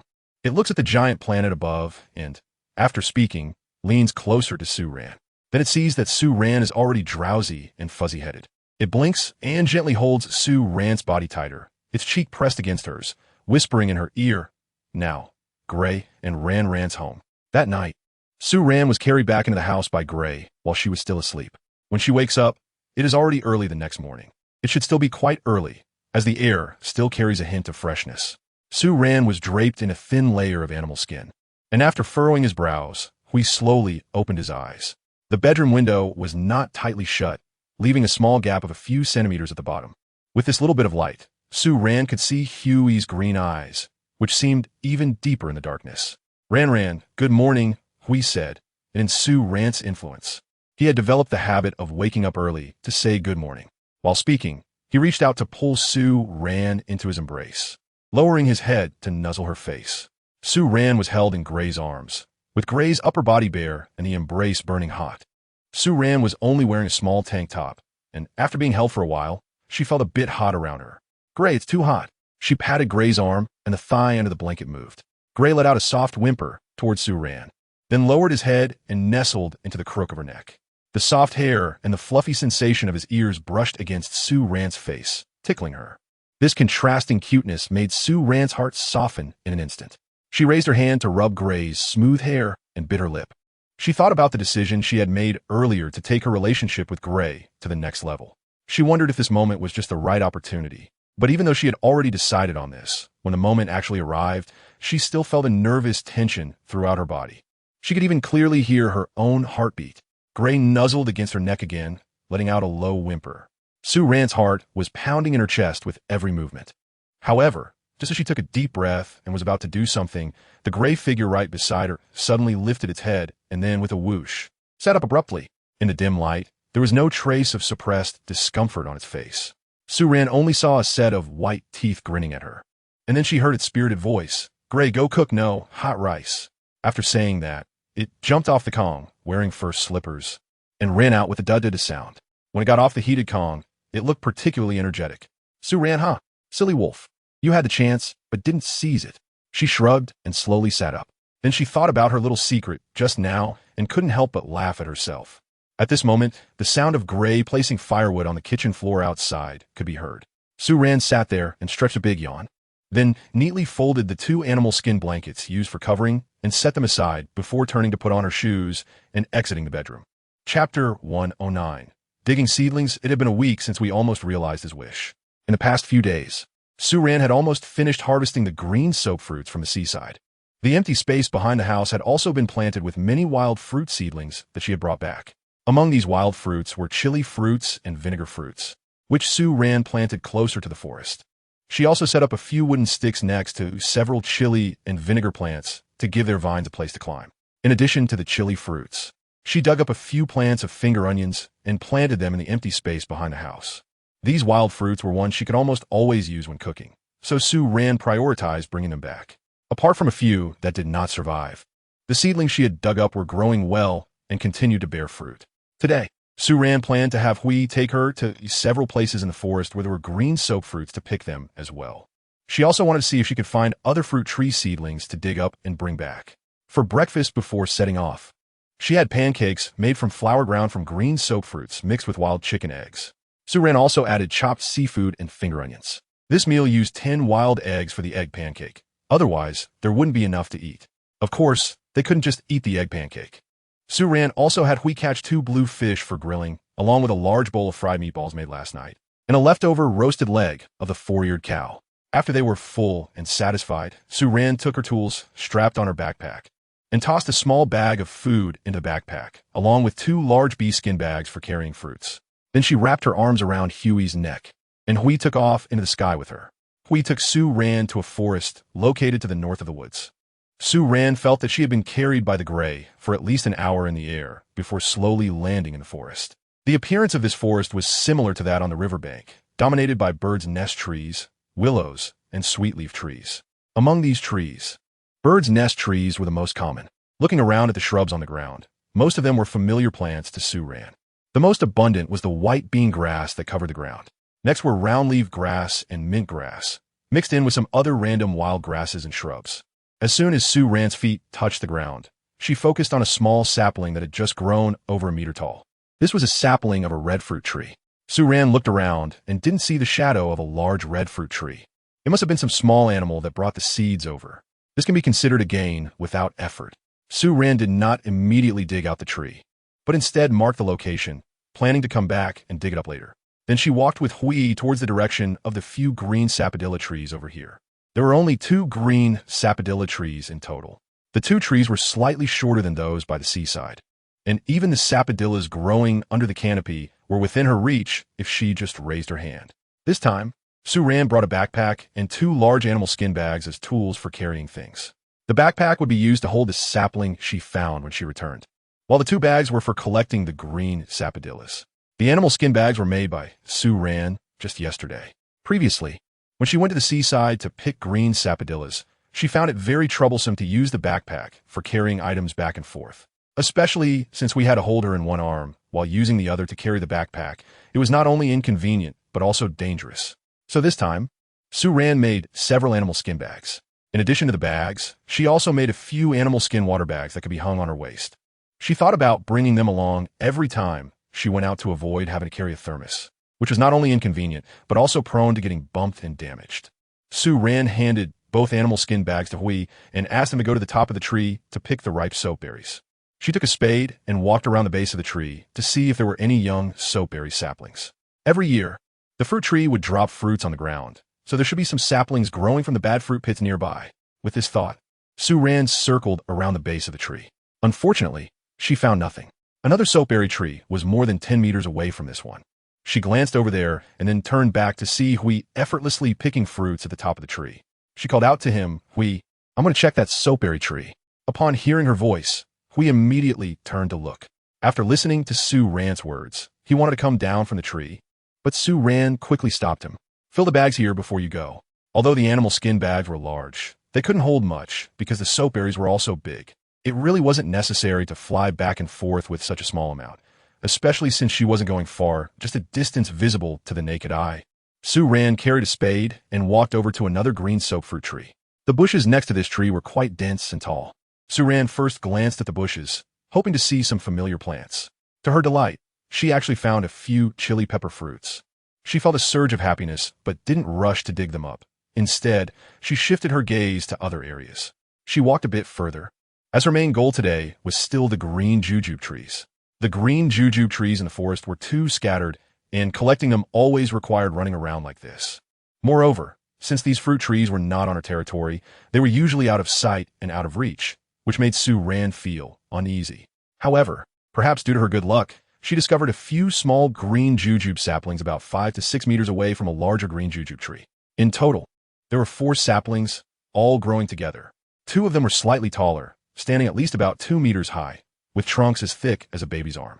The other 2 were shorter, only about half a meter tall, clearly having sprouted not long ago this year. Su Ran inserted the shovel at an angle into the soil, first digging out the 2 small saplings along with the soil, little by little. After digging them out, she set the 2 small saplings aside. Then she took a step forward to dig up the slightly taller green soap fruit sapling nearby. Because this sapling was taller and had deeper roots, it was more difficult to dig up than the 2 small saplings. Fortunately, the soil in the forest was moist, so it wasn't too strenuous to push the shovel in. With a few shovels, Su Ran noticed the soil beneath the sapling beginning to loosen. She quickly dug deeper with another shovel, stepping on it with force, trying to uproot the tree directly. Just as she was using all her strength, her mind focused solely on moving the soil beneath her feet. She suddenly felt a chill run through her body. In an instant, her scalp tingled as if her hair had stood on end, and her whole body froze. Su Ran's heart started pounding violently. Then she slowly raised her head and looked towards the dense green bushes in front of her. Among the green branches, a reddish-brown eye revealed the cold light of a bloodthirsty hunter. The second chapter will be released a little later today, Chapter 110, Beast Attack. Su Ran is still maintaining the posture of 1 foot on the shovel, not daring to move at all. From the gap in the bushes, it is clear that this animal is quite large, at least the size of an adult 4-eared cow. Now, this animal is very close to Su Ran, only 3 or 4 meters away. Su Ran felt that it only needed a leap to pounce on her, and then snap. It would bite her neck. She quietly swallowed her saliva, locking eyes with the beast, not daring to look away for a moment. For animals, averting one's gaze during a standoff signifies weakness and a desire to flee. It is a sign of fear, and for a predator, this fear indicates the prey's vulnerability, making it suitable to be considered food. At that moment, Su Ran felt her arm, which was gripping the entrenching tool, had turned cold and numb from extreme fear. She was shouting Gray's name with all her might in her heart, yet she didn't dare to show even the slightest change in her expression. Just a few seconds passed, but in Su Ran's perception, it felt as if years were dragging by. She could only hold her breath and continue to confront the beast. During those slow seconds, Su Ran seemed to see hesitation and indecision in the beast's reddish-brown eyes. Almost in the blink of an eye, Su Ran realized the reason for the beast's hesitation. She carried Gray's scent. For most animals in the forest, the presence of beastmen places them in the role of hunters. Even some seemingly ferocious beasts are no exception. So this beast was afraid of Gray's scent, but didn't want to give up the delicious meal so close at hand. Just then, the animal suddenly moved. It had originally been crouching on all 4s, but now it slowly stood up on its hind legs. This was a movement preparing to attack. Su Ran had almost made up her mind the moment she saw it move. She clenched her teeth and prepared to turn and run towards Hui. She was confident in Huey's speed. As long as she could create a commotion, Hui would immediately fly to her side. But the premise was that she had to keep a distance from the beast and couldn't be knocked to the ground right at the start.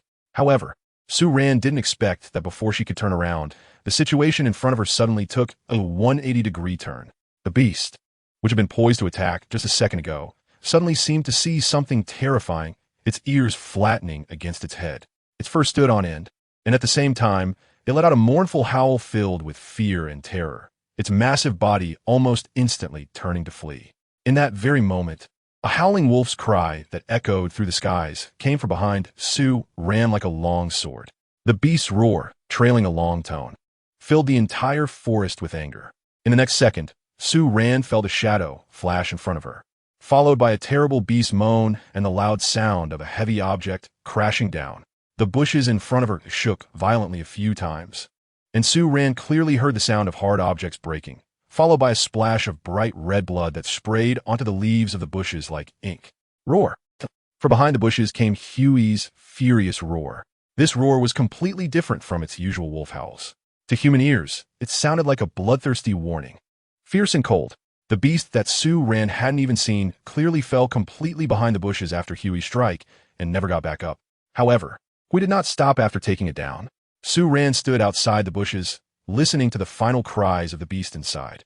She only saw the bushes shake violently a few more times before falling completely silent. A few seconds later, a blood-soaked hand reached out from behind the bushes and pushed them aside. Su-Ran stared at the blood-soaked gray in shock. The blood on its body spread from its face down to its legs in a patchy manner. The mottled bloodstains made its sharply defined face appear enchanting yet dangerous. At first glance, it exuded a strong aura of menace, with even the strands of hair radiating a sense of killing intent. Having just dealt with a fierce beast in a fit of anger, Gray approached, still enveloped in an undiminished atmosphere of bloodlust. Surprised by the gray figure, Su-Ran didn't feel scared at all. In fact, the moment the gray creature brushed past her, she had already relaxed and unconsciously let out a sigh of relief. Now, as the gray approached her and pulled her into its embrace with force, its chest was heaving heavily. The sound of its rough breathing echoed above Su-Ran's head. When she looked up, she was suddenly met with a forceful kiss. The kiss and the gentle nuzzling were expected. Su-Ran quietly accepted the gray's comfort, her hand resting on its bulging chest muscles, feeling its rapid heartbeat. In fact, it might have been more frightened than she was. After holding Su-Ran close for a while, the gray slowly released her.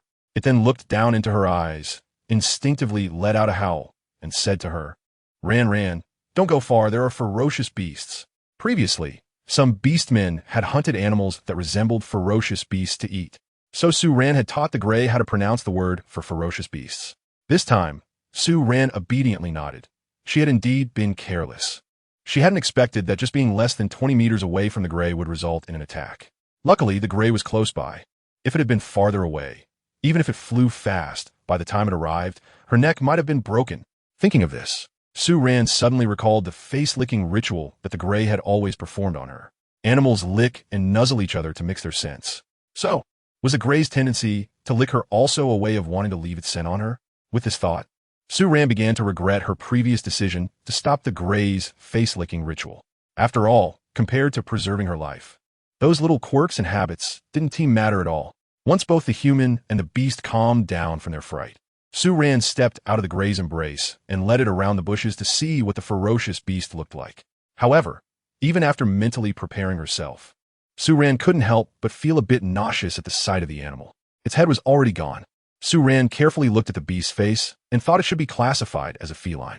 It had a round face, pointed ears, and tusks in its mouth.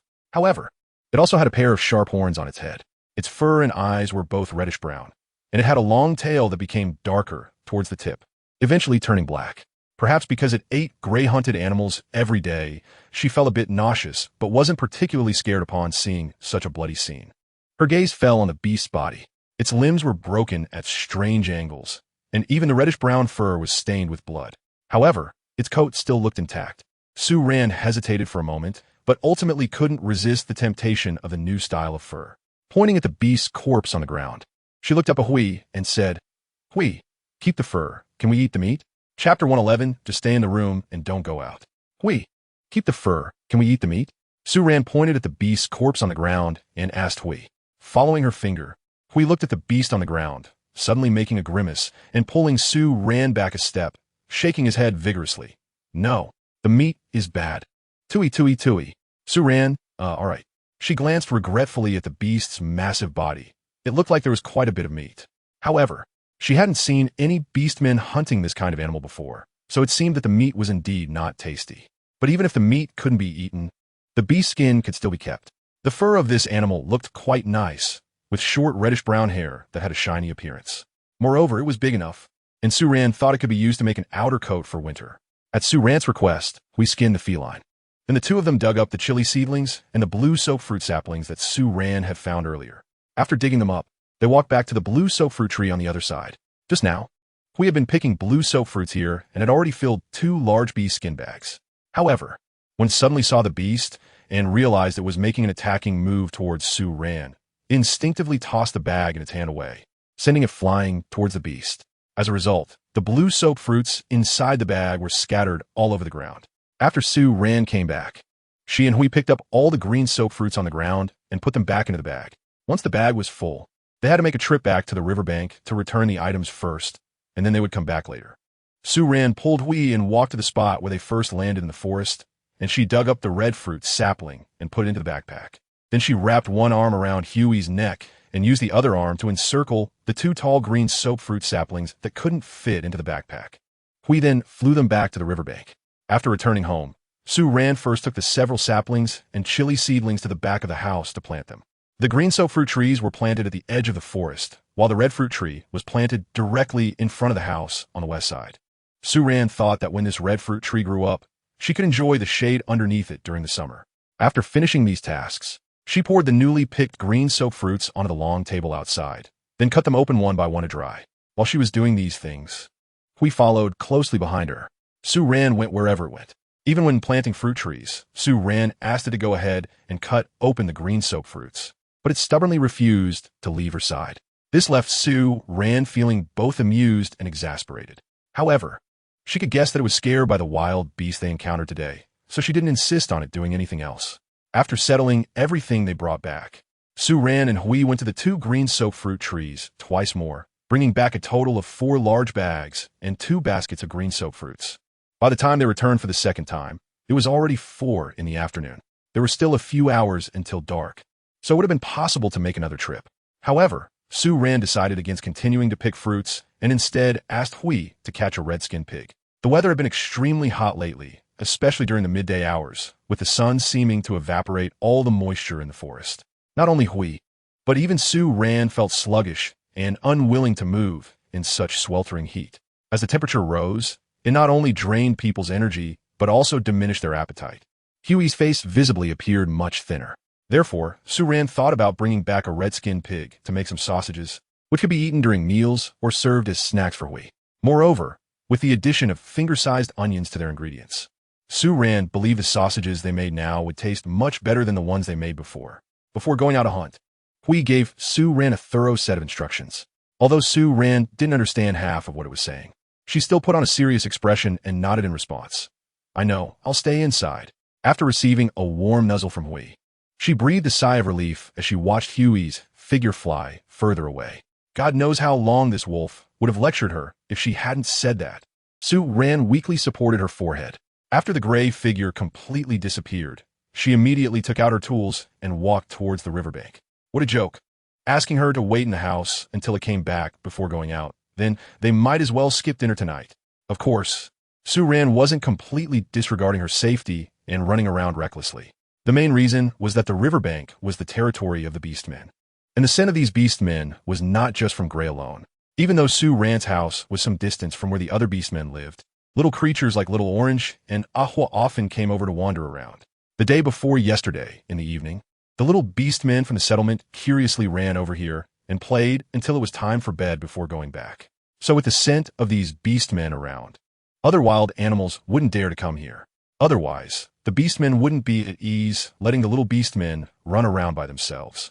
After all, the attack power of the little beastmen was still quite weak. Sue Ran was holding a basket and a large wooden basin as she walked to the riverbank.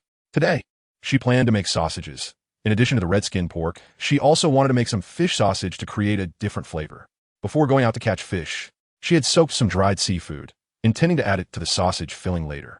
Regarding these seafood, Sue Ran was actually considering processing them further to make a seasoning. Currently, the only thing she had for seasoning were sea salt, vinegar fruit, chili fruit, and round onions. Besides that, there are also wild fruits like small peach fruit, red fruit, and red meat fruit that could be used to add sweetness. She had basically lost hope of finding anything to replace soy sauce. Even if there were soybeans in this world, she wouldn't make it. At most, she could make some soybean paste. However, among the existing ingredients, she felt there were 2 types of seasonings she could still try to make. One was to attempt to make some homemade MSG using kelp, and the other was to make some oyster sauce using oysters. However, the weather had been too hot lately, and making these 2 sauces would require cooking over a fire. It was already unbearably hot, and staying by the fire pit would likely lead to heat stroke. So, it was definitely not feasible to do that right now. Sue Ran planned to wait until it got a bit colder in autumn before starting to make these 2 types of condiments. As for now, the existing seasonings were enough for her to create delicious meals. Sorry, I will only update 1 chapter today. I went out to buy things during the day, and the wind gave me a headache, leaving my mind in a mess. Chapter 112. Whose little cutie are you? When Hui returned, Sue Ran was standing in the river, using a basket to scoop up fish. Behind her, in a wooden basin by the riverbank, lay a big blue fish and two greenbacked fish. As we landed, as expected by Su Ran, it dropped the red-skinned pig and rushed towards her. It pulled up Su Ran, who was bending down, carefully trying to catch a grilled fish, and started its output mode. Ran Ran is disobedient, bad Ran Ran. It mimicked the words Su Ran usually said when she was angry. Frowning with an angry expression, Ran Ran won't come out of the house. No, no, bad. As it spoke, its eyes gradually reddened, and even its ears drooped down slowly. This look startled Su Ran, who initially thought this was not a big deal. What had she done? Had she really made it cry? Looking at Huey's face filled with anger and its red eyes, a pang of pain shot through her heart, and she began to reflect on whether she had done something wrong. As she thought more, she felt that she indeed had made a mistake. She had promised, but failed to deliver. Regardless of the reasons, it was still a breach of trust. With this thought, Su Ran's guilt intensified. Moreover, she suddenly realized a more serious issue. The consequence of breaking trust is losing it. Her seemingly reasonable decision was actually testing Huey's trust in her.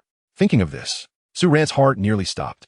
She looked at the tall orc in front of her, who seemed very wronged. Guilt and regret surged together. She interrupted Huey's rant about Ran Ran being bad and disobedient, stood on her tiptoes, gave it a strong, affectionate rub on the side of its face, then lifted her hands to hold its cheeks on both sides and gave it a heavy kiss as its lips parted slightly. It was Ran Ran's fault. Ran Ran didn't stay in the house. It was Ran Ran who was bad. Su Ran did not pull back her hands that were holding the sides of Huey's gray face. Instead, after giving it a kiss, she immediately said something. Hui had already stopped its nagging when Su Ran rubbed her face against it. This was because the two had different habits of expressing affection. When Hui wanted to get close to Su Ran, it preferred actions like rubbing, sticking, and licking, while Su Ran favored hugs and kisses. So, at that moment, when Su Ran used the affectionate gesture that Hui liked, it left Hui momentarily unsure whether to express its surprise or continue to show its anger about Su Ran not keeping her word. Su Ran's attitude in admitting her mistake was sincere and good. She hugged Huey's waist, her palm resting on the werewolf's firm and elastic skin, which was burning hot. She raised her head and looked directly into the werewolf's eyes, filled with sincerity. Hui, there is your scent here by the riverbank, and also the scents of Xiaoju, Yao Yao, and Ahua. Ran Ran is very safe. Fierce beasts and wild animals don't dare to come. As she spoke, Hui, who was listening to her explanation, gradually calmed down. Su Ran continued, can you spread some more of your scent around where we live, okay? Woof, the werewolf lightly called out, and its bushy tail swished downwards. Feeling Huey's emotional change, Su Ran let out a sigh of relief and tiptoed to kiss Huey's cheek. After the kiss, she gently licked the spot where her lips had just been. When her tongue actually brushed against the werewolf's smooth cheek, Su Ran felt her heart race uncontrollably. She had never thought that she would express her feelings to someone else through such an action. Once she did it, she found it even more embarrassing than she had imagined. She met Huey's bright, sparkling eyes and, feeling rarely shy, averted her gaze. Then she noticed the greenbacked fish that had somehow flopped onto the ground from the wooden basin and finally found a topic to divert her attention. How about we make sausages tonight and give Hui some snacks? She pointed at the fish still hopping by the riverbank and said to Hui, great, Hui loves sausages. It smiled happily, seemingly having completely forgotten about the earlier anger in just a moment. However, after her words, it looked at Su Ran and silently added, Hui likes Ran Ran the most. In the evening, as the sun set and the sky turned red with clouds, smoke began to rise from the houses by the riverbank. Su Ran and Hui had finished their dinner and were now busy making sausages. Su Ran first made fish sausages.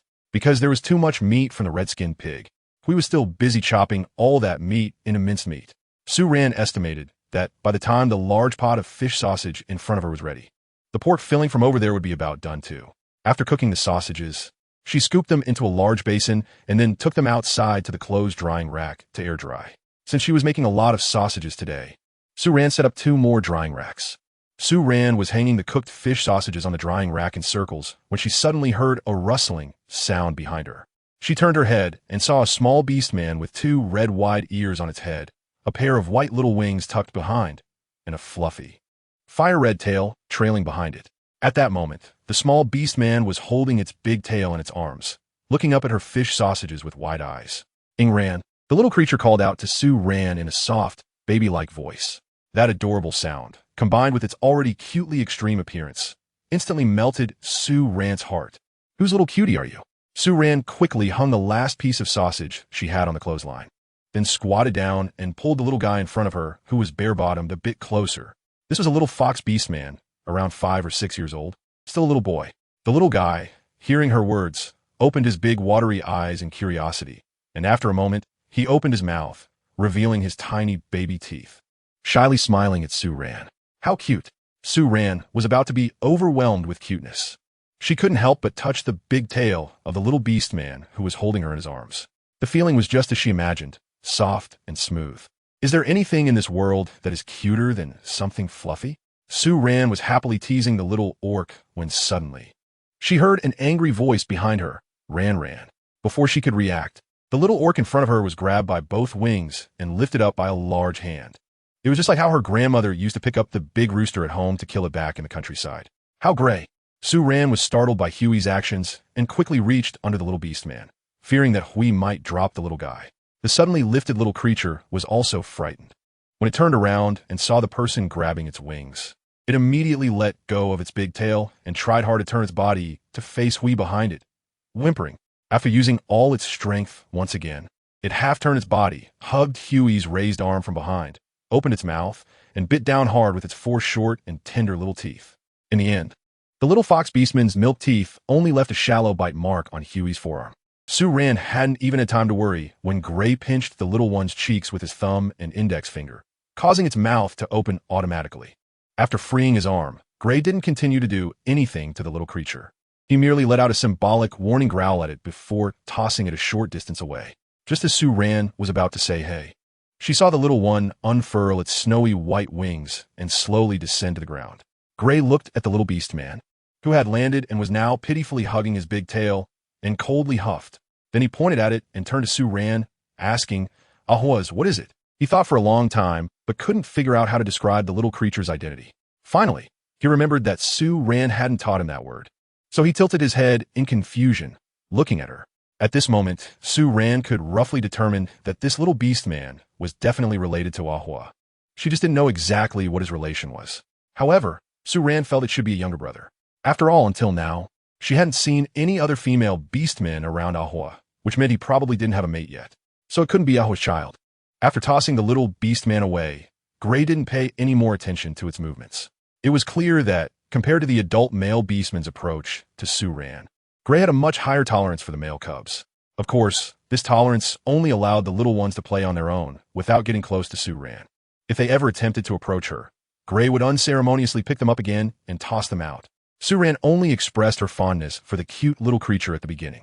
Once her excitement had subsided, she pulled down a sausage from the ones she had just hung up and handed it to the little one before quickly going inside to mix the meat filling for the pork sausages. There were 3 large wooden tubs of red-skinned pork filling, which Gray had already chopped and placed inside the house. Sue Ran still needed to chop the shallots for the meat filling. The pungency of shallots was no less than that of onions on earth. Just now, Hui insisted on trying to cut them himself, and by this time he had already collapsed onto the roof, crying. Even the little beast man who had been following Sue Ran closely, not knowing when, had also joined Hui, tears streaming down his face. At this moment, Sue Ran, who was still quickly chopping the shallots inside the house, was not faring much better, because there was a lot of meat filling. A lot of shallots were needed as well. With the amount Hui had just chopped, they had barely cut less than half of what was required. However, the tears in her eyes had accumulated to the point where she could hardly see the cutting board in front of her. So, 2 minutes later, Sue Ran couldn't hold it in anymore and rushed out of the house. After she came out, Hui jumped down from the roof. When they saw each other's appearances, both the person and the wolf faced each other, their eyes both red and puffy. In the end, the shallots were chopped by Sue Ran and Hui taking turns, and it took them more than half an hour to finish. During this time, more than half of it was spent running out of the house and crying. After finishing chopping the shallots, Sue Ran divided them into 3 portions and added them to 3 wooden bowls of meat filling. She then added salt, leaf paste made from the sweet leaf tree leaves pounded into a paste with stones, and a small amount of chopped seafood, before stirring the meat filling in one direction. Once mixed, she started to stuff the prepared filling into the small intestines. Since they had already stuffed a bowl of fish sausage earlier, there wasn't enough small intestine left for the pork sausage. So after finishing stuffing the remaining small intestines, Sue Ran fried the rest of the meat filling into meatballs. By the time Sue Ran's last batch of meatballs was done, it was already dark outside. A couple of days ago, Sue Ran had built a fire pit about half a meter high and occupying only 1 square meter with stone bricks in front of the long table where she was drying things. The fire pit was now burning, and the flames illuminated a large area in front of the house. On the open ground, 2 little beastmen, who had somehow arrived, were playing with the little beastman from Ahwa's family. Sue Ran recognized these 2 little beastmen. They were the twins from the goat beastman family, living in the burrow under the tree when she was in the forest. After the meatballs were finished frying, Sue Ran scooped all the oil from the pot into a small bowl with a spoon. After cleaning the pot and tidying up the house, she wrapped some fried meatballs in a few small sweet leaf tree leaves and sent them to the 3 little ones. She didn't want to part with the sausages, as they were meant for Hui. However, the fried meatballs were already very delicious. After receiving the food from Sue Ran, the 3 little beastmen played for a while before running off together. Before leaving, they called out to Sue Ran, who was sitting on the animal skin blanket, with soft mama sounds. Through Huey's translation, Sue Ran understood they were saying they were going back to sleep and would come and play with her again tomorrow. She kept watching their small figures until they walked towards the direction of the settlement, before finally feeling relieved and looking away. Once they were completely out of sight, Sue Ran stood up from the blanket with a whoosh. After standing up, she thought for a moment and suddenly sat back down. Then she nudged Hui, who was lying beside her. Hui, go take a bath. Hui lazily grunted, and after waiting for a second, finally got up and walked towards the river. The moon above today was very big and bright. Unlike the moon on Earth, which has phases, the moon on this continent always maintained a round shape. The only 2 changes were the intensity of the light and the size of the shape, which varied with the seasons. Now that summer had arrived, the moonlight was much brighter than in spring. Sue Ran sat on the animal skin blanket, her gaze fixed on the black silhouette standing by the river ahead.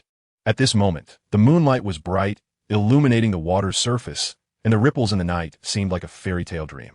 Sue Ran watched the movements of the shadow in the distance until he turned around and walked step by step towards her. Each step he took seemed to tread on Sue Ran's tangled and hesitant nerves. The heartbeat in her chest was so loud that it seemed to trigger her tinnitus. As the gray figure drew closer, each step seemed to urge her to make a decision quickly. The tension filled her mind, and by the time she regained her senses, she found herself fully immersed in the river.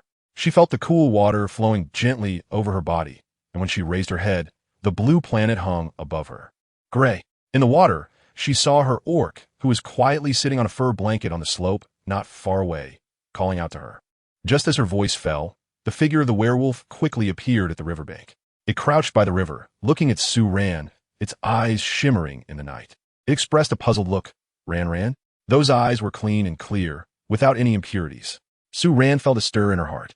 In an instant, the desire to dye this blank paper with a myriad of colors overwhelmed the last trace of hesitation deep within her. She gently exhaled, then met Gray's gaze directly. Under Gray's puzzled stare, she slowly began to rise from the water, step by step, walking towards him. Chapter 114. I'm not amazing, you are that night. A breeze picked up, causing the shadows of the trees behind the house to sway. The river in front of the house rushed swiftly, flowing 1,000 miles, as if hurrying towards some dream destination.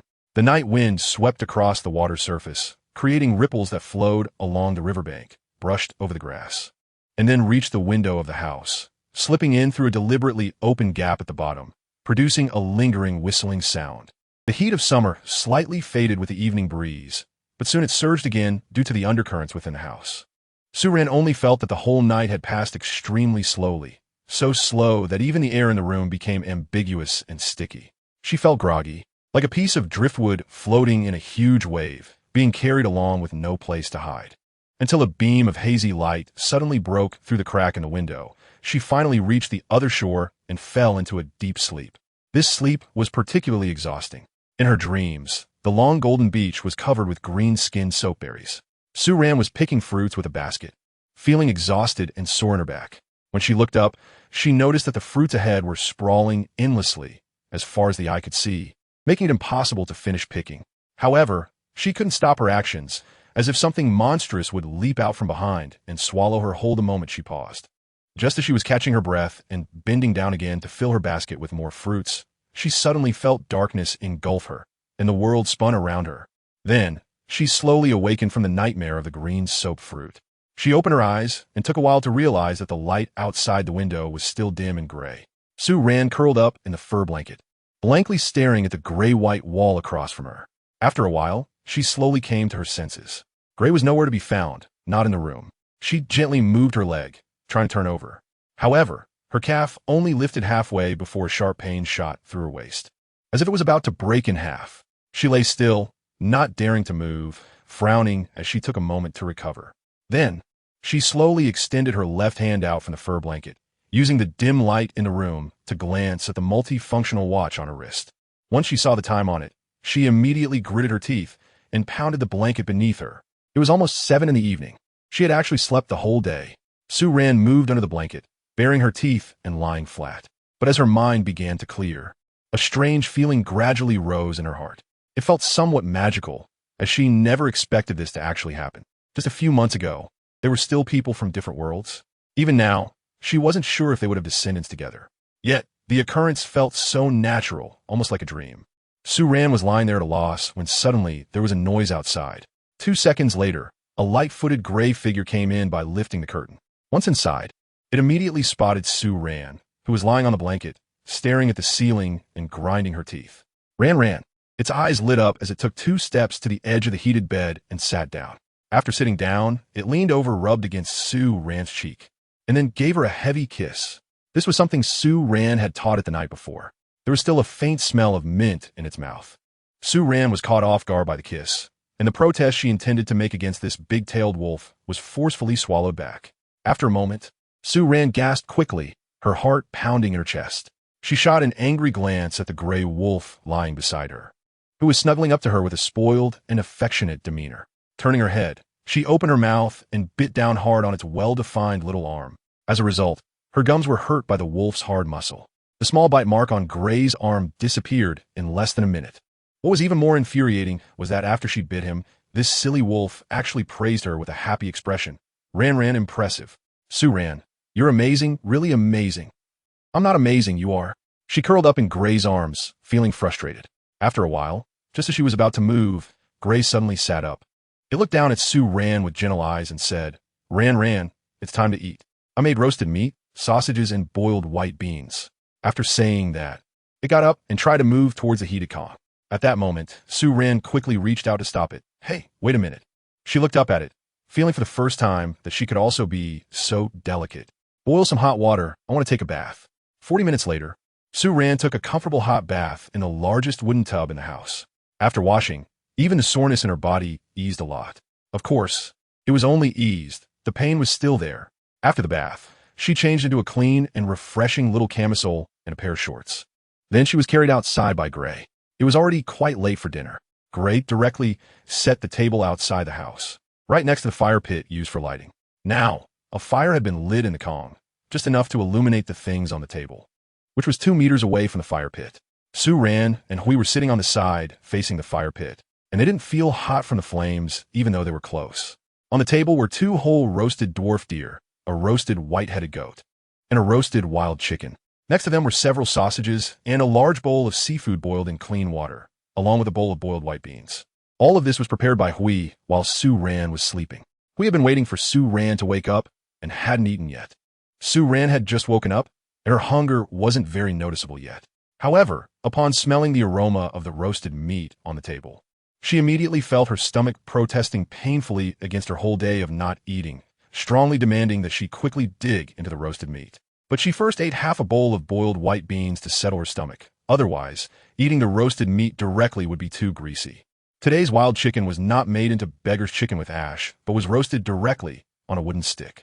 The chicken was perfectly roasted, with a slightly charred and crispy skin, and the meat inside was tender and juicy. Moreover, this chicken was not big. It seemed to be a young chick that had not yet matured. Usually, we wouldn't catch such a small chick because it was too small, sometimes not enough for Su-Ran to eat by herself. However, today it was specially brought back. Su-Ran took a bite of the fragrant chicken leg in her hand. With one bite, her mouth was filled with the fresh and delicious taste of chicken. She happily raised her eyebrows and couldn't help but smile. Chapter 115. No harm without trying something new. After truly taking the last step with Hui, Su-Ran suddenly felt that her relationship with Hui seemed to be closer than ever. The ambiguous relationship they had before, where they couldn't see or dare to acknowledge each other, suddenly became clear and bright, like a layer of window paper being pierced through after that night. After that night, not only was Hui very happy, But Su Ran also felt very joyful. From that moment on, Su Ran suddenly felt a sense of belonging to this world for the first time, and her place of belonging was where Hui was. However, as happy as she was, there were still things that needed to be rejected in a timely manner. Su Ran sat on her blanket, looking at the werewolf kneeling in front of her with a face full of eagerness and desperation, shaking her head coldly. No, Ran can't do it today. Han, wo. It lowered its eyes and then lifted its head to look at Su Ran, the expression on its face filled with impatience. However, Su Ran remained unmoved, shaking her head again. No, Ran hurts, needs to sleep. She was joking. A few days ago, she had already been tricked once by its irresistibly cute face, pretending to be wronged. The result was another long night, and in the end, she couldn't get out of bed for 3 days. This time, she was determined not to let it succeed again. When Hui heard Su Ran say she was in pain, its desire faded considerably, but the emotion in its eyes was still very distressing, making Su Ran almost nod in agreement. Fortunately, she finally remembered her waist and her 2 not-so-strong thighs, and she resolutely held back. Disappointed, Hui looked at Su Ran and let out a soft whine. Even the fluffy little fur on its ears looked a bit messy and worn. Su Ran couldn't help but chuckle. She couldn't help it. Compared to that kind of joy, having several rounds every night really scared her half to death. She ignored Hui and instead lay back on her fur blanket, feeling relaxed. 2 seconds later, she propped up her leg and poked Hui. Hui closed the window a bit. Woo! Hui let out a low whine, still feeling gloomy, but it obediently moved to the edge of the bed, put on its slippers, took down the wooden stick that was holding the window half open, and placed it outside the window sill so that the fallen bedboard could be propped up by the stick. This way, a gap would be left in the room, allowing light to automatically come in when she got up in the morning. At this moment, after the window board fell, the room was almost pitch black. A rustling sound came from beside Su Ran, and a few seconds later, Hui was right next to her, wrapping her in his arms.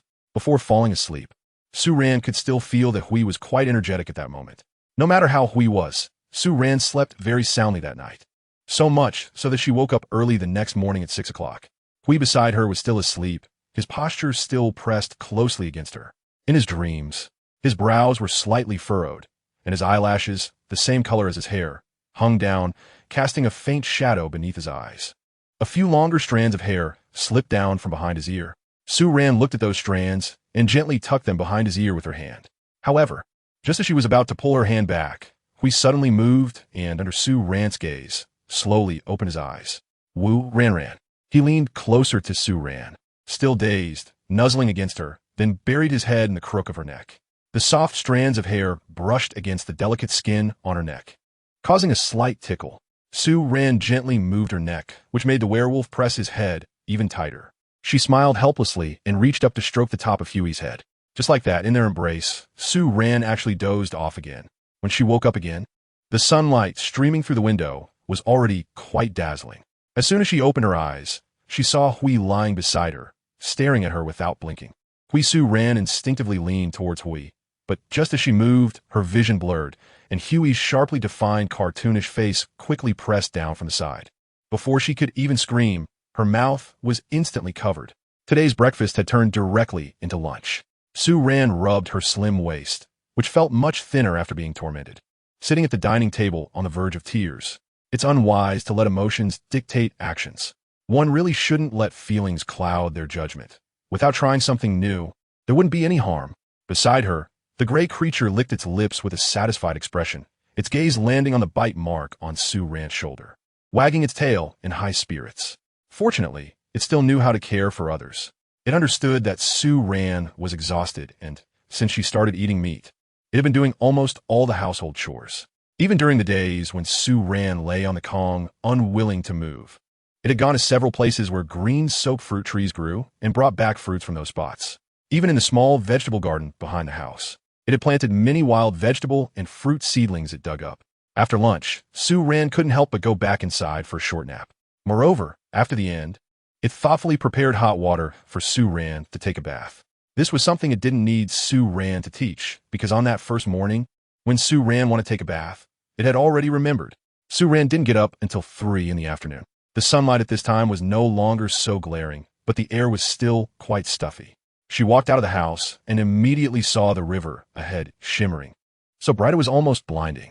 Hui was at the long table, packing the dried soap berries into a backpack, preparing to grind them into powder with a small stone mill. In fact, Su Ran wanted to make a stone mill herself.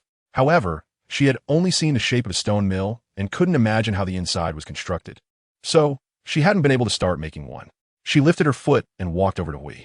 The sunlight overhead was somewhat dazzling, so she placed her palm on top of her head, walking while thinking that she needed to weave 2 straw hats later. Otherwise, sooner or later, she would end up as dark as a coal ball from the sun.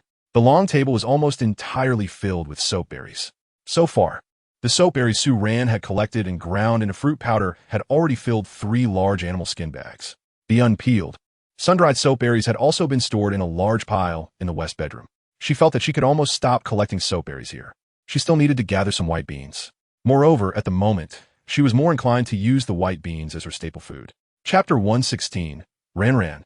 It will rain tonight. The soap berries on the table, except for those Hui was currently packing in a backpack, were the ones we had just picked today and laid out to dry. When Hui saw Su Ran coming over, she immediately put down the backpack in her hands and warmly walked over to give Su Ran a loving hug. Su Ran did not struggle. She rested her chin directly on its shoulder and looked at the green soap fruits on the table behind it. These green soap fruits were basically dried out when viewed with the naked eye. The ones she had picked recently were all stored in powdered form, because if stored whole, there wouldn't be enough space at home. Now, half of the floor in the west room was already filled with green soap fruits. Therefore, Su Ran also wanted to dig a cellar, which would be useful for storing things in winter. She patted Gray's back, and when it set her down, she gave its cheek a quick kiss, which earned her an excited kiss from the big-tailed wolf. After looking at the green soap fruits, Su Ran walked towards the back of the house. Recently, due to the major life battles she was fighting with Gray, she hadn't had much time to pay attention to her little darlings in the backyard. Up until now, she had not carefully observed the growth of these plants for several days. After a few days, the small vegetable garden in the back had expanded from just a few fruits and vegetables planted in the corners to now covering a third of the area. Among these plants were newly transplanted green soap fruit trees and small peach trees, as well as finger onions and chili peppers. There were also a few vinegar fruits and some already past their fruiting season, as well as a small patch of transplanted lettuce. 2 of these lettuce plants had already bloomed with small flowers, which at first glance looked very much like lettuce.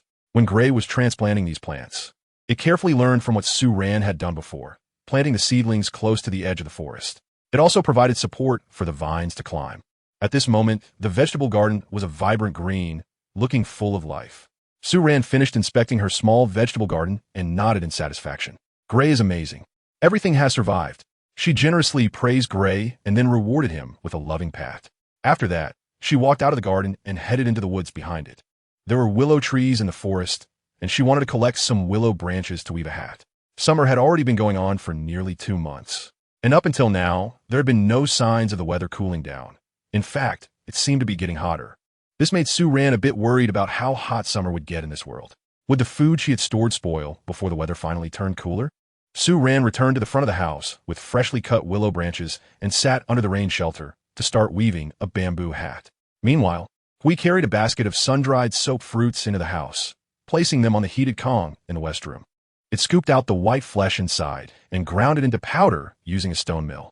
After finishing with the soap fruits, it stepped outside, looked up at the sky where the sunlight was no longer as glaring as it had been at noon. It walked over to Su Ran, squatted down beside her, and said, Ran, it will rain tonight. Huh? Su Ran stopped the action of weaving the straw hat and raised her head to glance at the sky outside the rain shelter. The blue of the sky was very light, with hardly any clouds. Although the intensity of the sunlight was much less than before, it was still easy to get sunburned if one was directly exposed to it. However, since Gray said it would rain, all these things outside would have to be put away at night when going to sleep. Su Ran quickened her pace in weaving the bamboo hat and urged Hui to go hunting. Meanwhile, she hurriedly gathered everything outside and made sure to collect the green soap fruits that were drying on the long table. She packed all the green soap fruits into the backpack and then placed it in the west bedroom.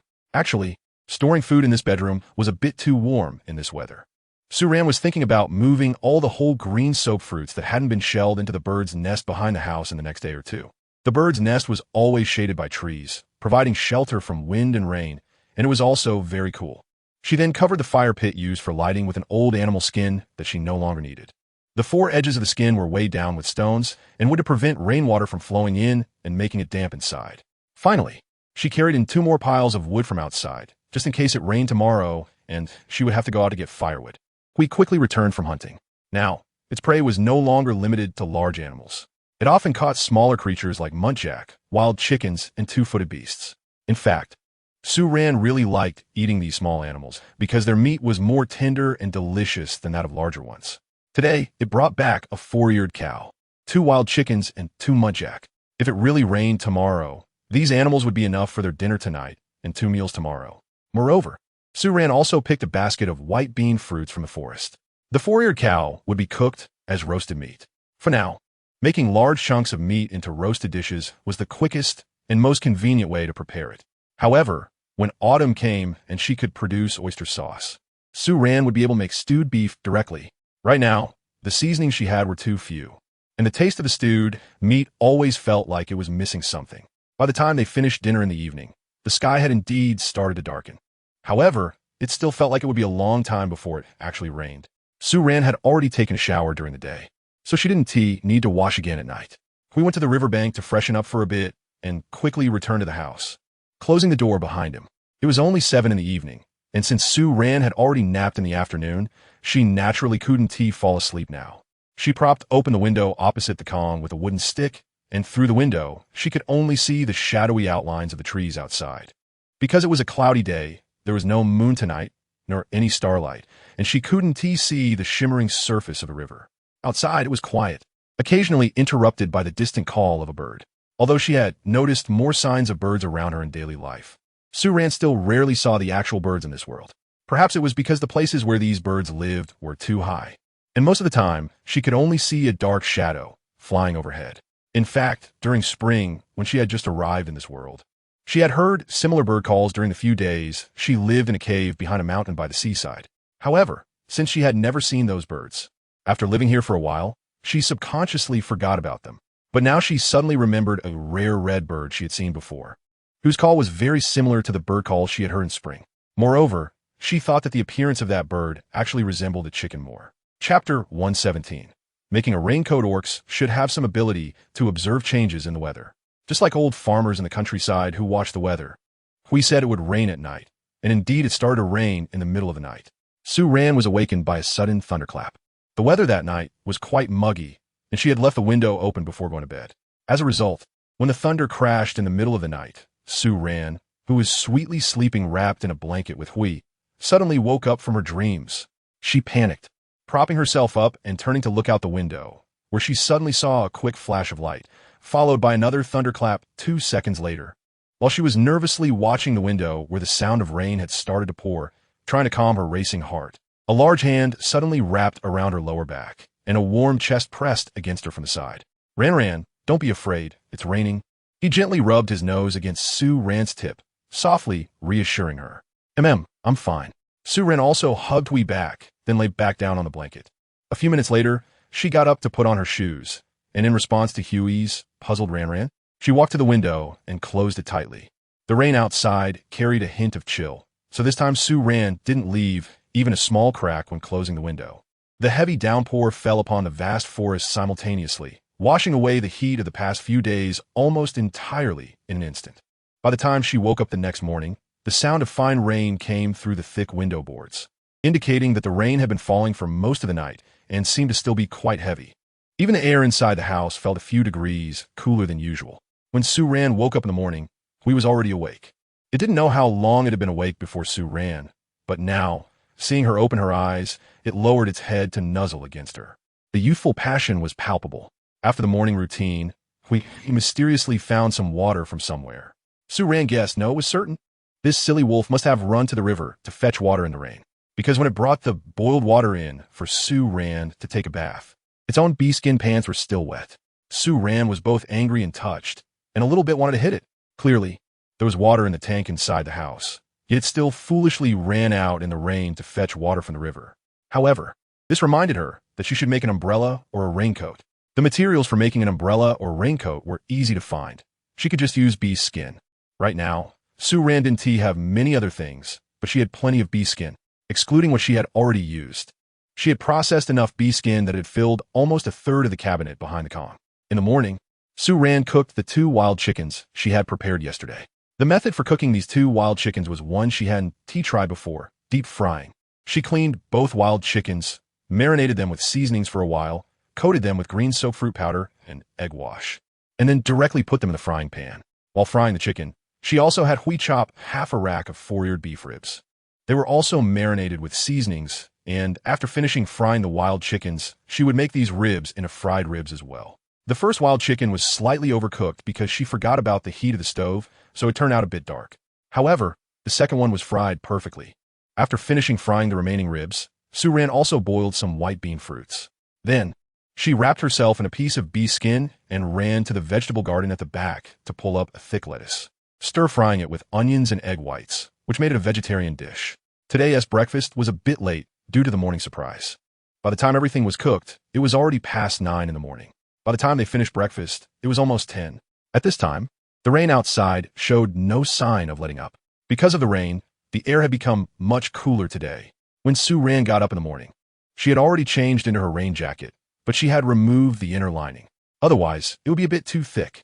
While cooking this morning, she also started the fire at the stove in the eastern bedroom, so although it was damp from the rain, she didn't feel cold sitting on the con. After finishing the meal, she and Hui cleaned up the dishes on the table. Hui was outside washing the dishes, while she took out the bee skin and bone needle, preparing to sew 2 bee skin raincoats first. The raincoat would be a simple design, but the sleeves would be made a bit loose, and the cuffs would be smaller for ease of use and wear. She used red pigskin and 4-eared cowhide for the raincoat.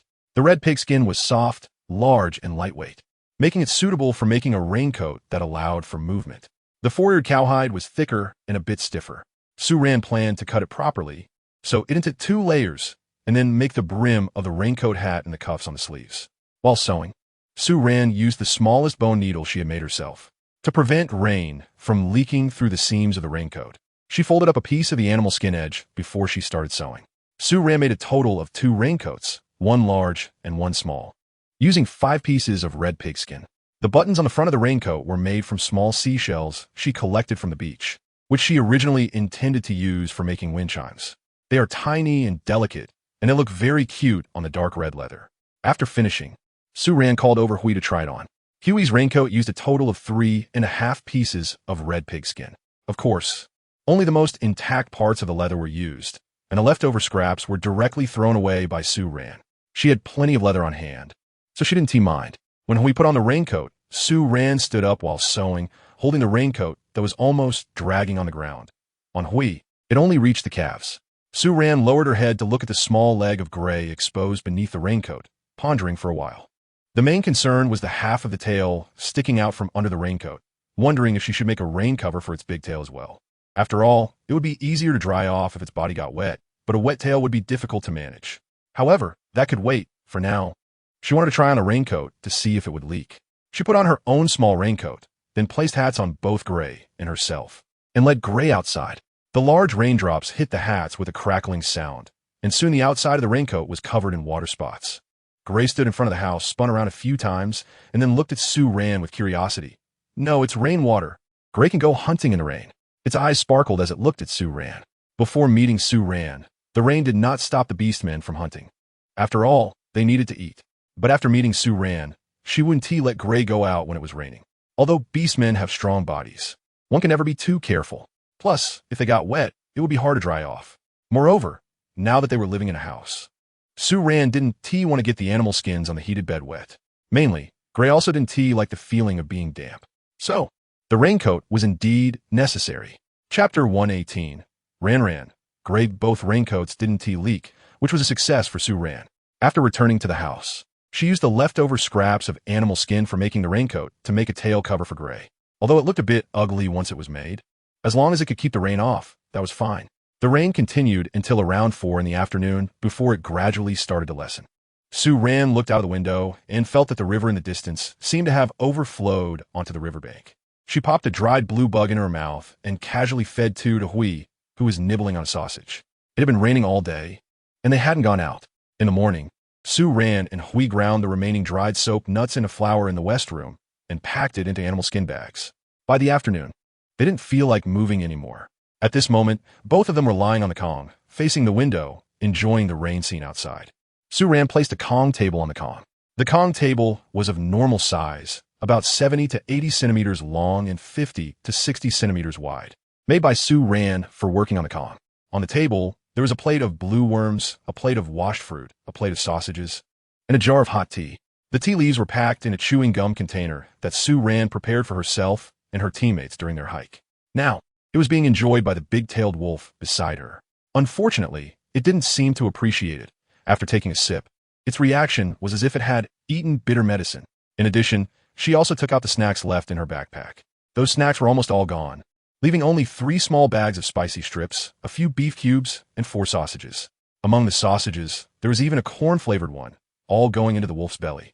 Now this wolf, while eating the sausages she made, surprisingly started to become picky. Sue Rand bit into the small peach fruit in her hand angrily, recalling what the werewolf had just said while pointing at the bag of ham sausages. Ran, we still want Ash. It was pointing at the sausages made by Sue Rand. No, we want this. The more she thought about it, the angrier Sue Rand felt. And she kicked the werewolf hard in the butt with her foot. In response, the werewolf gave her a silly grin. Sue Rand felt that the more she looked at it now, the more she thought there was a hint of pretending to be foolish in the wolf's silly grin. The rain had been falling for a whole day and night. It continued until the latter half of the night before gradually stopping. However, by that time, Sue Rand was already fast asleep, with only Gray still pricking up its ears, slowly relaxing and entering deep sleep only after the sound of the rain had disappeared. The next morning, the air in the forest was exceptionally fresh. The damp air swept away the heat of the past few days, making Sue Rand feel that her movements while carrying things outside were much lighter. She quickly prepared breakfast, and after eating, she took a few animal skin bags, wore the newly made straw hat from yesterday, and went to the seaside with Gray. Since it had just rained today, even if the sun came out later, the air would still be a bit cooler. Sue Rand wants to take the opportunity to collect more blue worms at the beach today. He likes to eat blue worms. He enjoys them whether they are served cold or dried. Now, the dried blue worms they had previously prepared at home have almost been eaten as snacks by the two of them. Sue Rand wanted to do a bit more. After arriving at the seaside, she first boiled seawater as usual to dissolve sea salt in the stone pot. Then, together with Ash, she carried the backpack stored under the rain shelter by the sea to the rocks to collect blue worms. However, when she approached the rocks, Sue Rand suddenly noticed that the number of blue worms had visibly decreased. Moreover, the color of the blue worms was also a bit darker than before. Sue Rand pointed in surprise at the area of black rocks that had been exposed due to the decrease of blue worms and looked at Hui, asking, Hui, are the blue worms gone? Hui nodded while looking at the rocks. The blue worms have gone back to the sea. They have returned to the sea, which means their time living on land has come to an end, and it also signifies the end of the season for eating blue worms. With that thought, Sue Rand quickened her pace towards that direction. As she walked, she said to Hui, let's catch all these blue worms and dry them to eat in the winter. Huh? Catch blue worms in winter? Hui continued to catch blue worms, but felt puzzled by the mention of winter. Sue Rand didn't lift her head, her hands moving quickly. Winter is a time when it's very cold, very cold. Very cold, very cold, Hui repeated, pondering as he picked up a blue bug beside him. But he didn't continue to ask, unsure if he understood the meaning of winter. The blue bug wouldn't run, wouldn't jump, and wouldn't bite. Sue Rand and Hui quickly filled 2 baskets to the brim. Sue Rand took the blue worms back to the rain shelter by the seaside, emptied all the blue worms from her backpack, and began to process them while sitting there. The innards of the blue worms were directly removed by the sea, and then the clean body parts were taken back to the riverbank, rinsed a bit, and could be directly sun-dried. 2 hours later, the 2 large animal skin bags that Sue Rand had brought were already filled with the processed blue worms. Sue Rand originally wanted Hui to take these back home first, so she could continue to handle some things by the seaside. By the time it flew back, it would be just in time to transport another batch. However, the wolf was adamant about not wanting to do that. Sue Rand certainly knew it was because it was afraid of experiencing the kind of situation again, where she was attacked by a ferocious beast.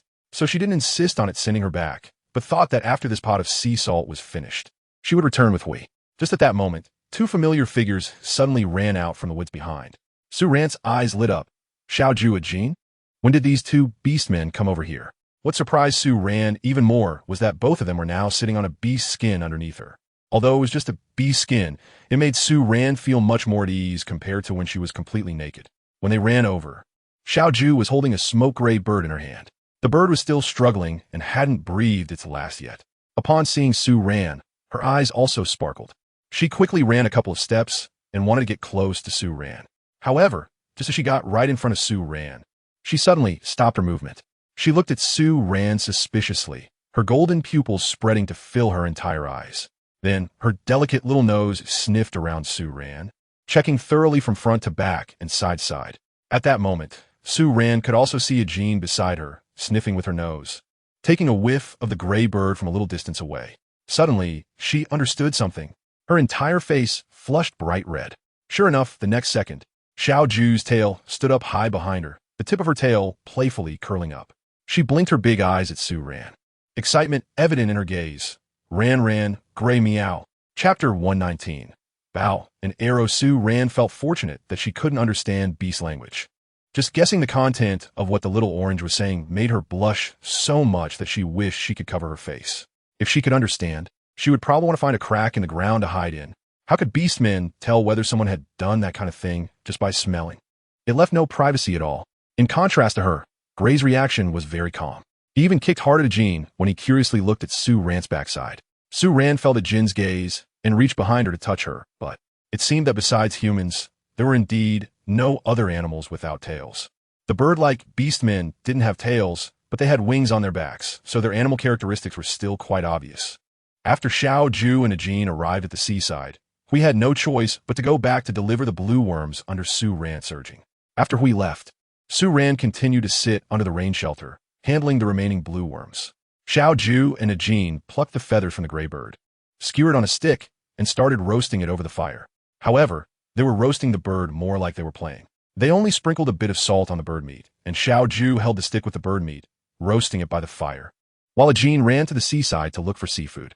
Su Ran felt that with the size of this bird, even if Xiao Ju and Jean each had 10, it wouldn't be enough to fill its gaps. However, when the aroma of the roasted bird meat wafted over from the side, Su Ran couldn't help but swallow. The smell of the roasted bird meat was really delicious. Su Ran suddenly remembered that when she was a child in the countryside, some of the chicks her grandmother hatched herself wouldn't survive, and her grandmother would directly wrap them in mud and roast them. Then she would pick the meat bit by bit for Su Ran to eat. The taste of the bird that Xiao Ju is roasting now is just like the taste of those roasted chicks in her memory. Su Ran looked at the bird that Xiao Ju had roasted and couldn't help but quicken her movements. Just as she was busy, a steaming, fragrant roasted bird was suddenly presented in front of her. Su Ran? She looked up in confusion and saw Xiao Ju looking at her with an innocent expression. When she glanced over, he even handed the roasted bird meat in his hand towards her. Su Ran, it's touching, but did she get caught being greedy?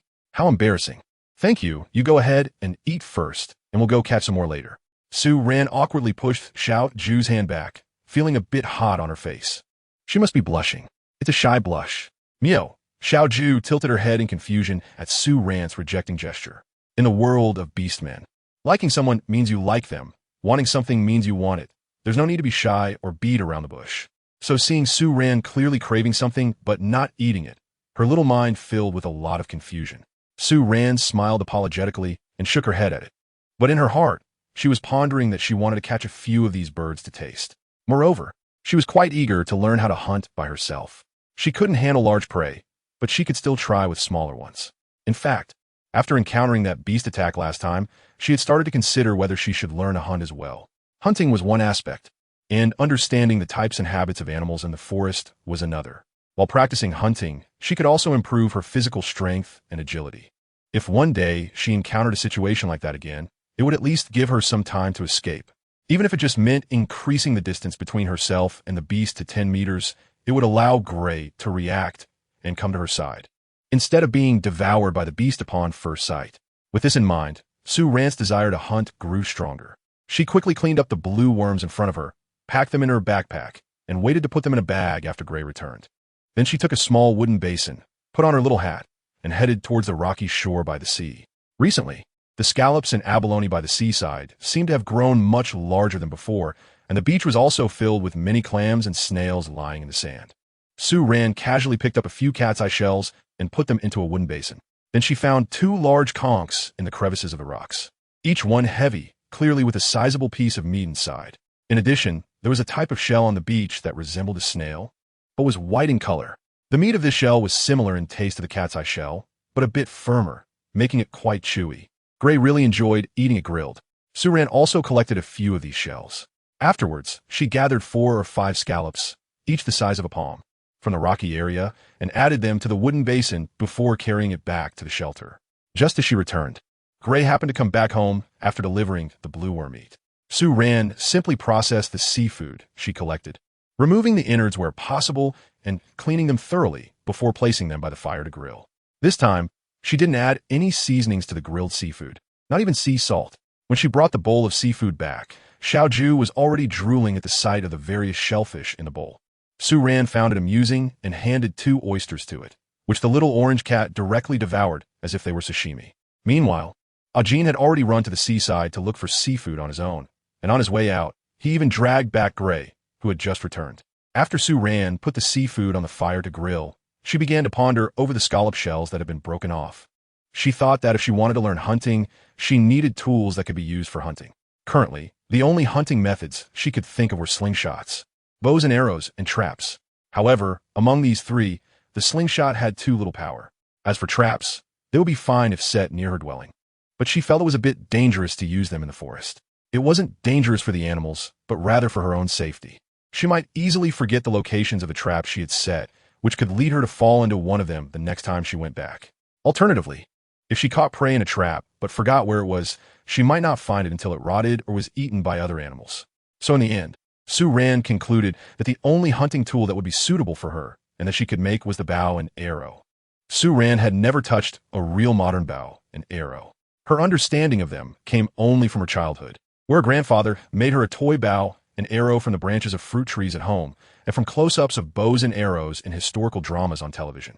Sue Ran felt that as long as she could make a bow and arrow similar to the one her grandfather made for her when she was a child, that would be enough. Chapter 120, First Hunting Experience, Part 1. For the bow's body, Sue Ran used a bush branch as thick as her thumb. This type of bush was the same one she had used to weave baskets by the seaside before. The bush was very flexible and wouldn't break easily. A slightly thicker bush would require some strength to bend, making it suitable for the bow's body material. For the bowstring, Sue Ran used wool yarn directly. She carried this yarn with her every day, just in case she needed it for something while out, like stringing 2 fish together. Today, it just came in handy. In fact, Sue Ran also knew that the best bowstrings are made from animal tendons. However, she didn't have any materials at hand, and fresh animal tendons need to be dried before use, so she could only make do with the wool yarn for now. She first cut the bush branch into roughly equal lengths using a multifunctional axe, then used a saw to carve shallow notches at both ends of the branch. These notches were meant to tie the yarn, preventing it from slipping off the bow's body. After sawing, she cut 2 equal lengths of wool yarn and twisted them into a single cord. Then, she tied one end of the wool yarn into the small notch at one end of the bush branch, and with both hands, she applied force to bend the bush branch.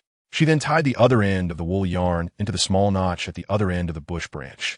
While tying the yarn, Sue Ran pulled it tight to ensure the bow had enough elastic force. Once the yarn was secured, a simple bow was completed. When Sue Ran was making the bow, Xiaoju was always nearby, eating something and watching curiously.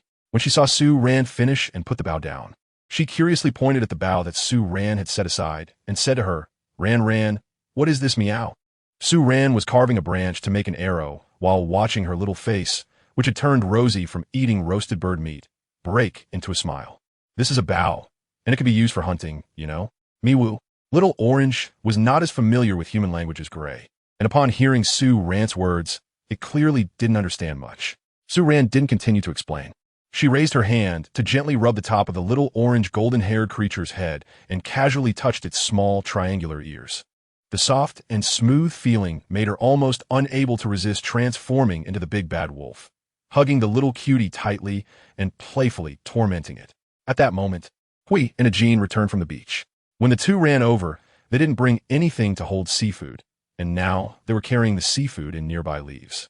When Hui saw what Sue Ran was making, its eyes showed the same curiosity as the little orange creature. However, it didn't rush to ask Sue Ran. It already knew that even if it didn't ask, Sue Ran would tell it the purpose of the thing after she finished making it. Sue Ran selected branches that were already very straight to use as arrow shafts. She only needed to remove the bark and some knots from the branches, then taper one end of the arrow shaft a bit. She made about 16 or 17 of these arrow shafts at once, and then smashed the freshly collected scallop shells with a hammer. She didn't use much force, so the shells didn't turn to dust. After that, she carefully sifted through the smashed shells, extracting the long, thin fragments, which she then sharpened with a file. Finally, she securely tied these sharp fragments to one end of the arrow shafts, completing a full set of bow and arrows. After finishing this set of bow and arrows, Su-Ran lost her appetite for the seafood that was already grilled. She stood up, wanted to go into the woods to find a couple of small animals to practice on. As soon as she got up, we would definitely follow her immediately. Meanwhile, Xiao and Jean hesitated for a moment, looking at the nearly grilled seafood. Ultimately, Xiaoju's curiosity overcame her craving for the grilled seafood, and she ran over to follow Su-Ran. As she got up, she casually picked up a raw scallop. Jean saw that Xiaoju was following Su-Ran, so he had no choice but to run after Xiaoju's backside. There were quite a few small animals in this forest.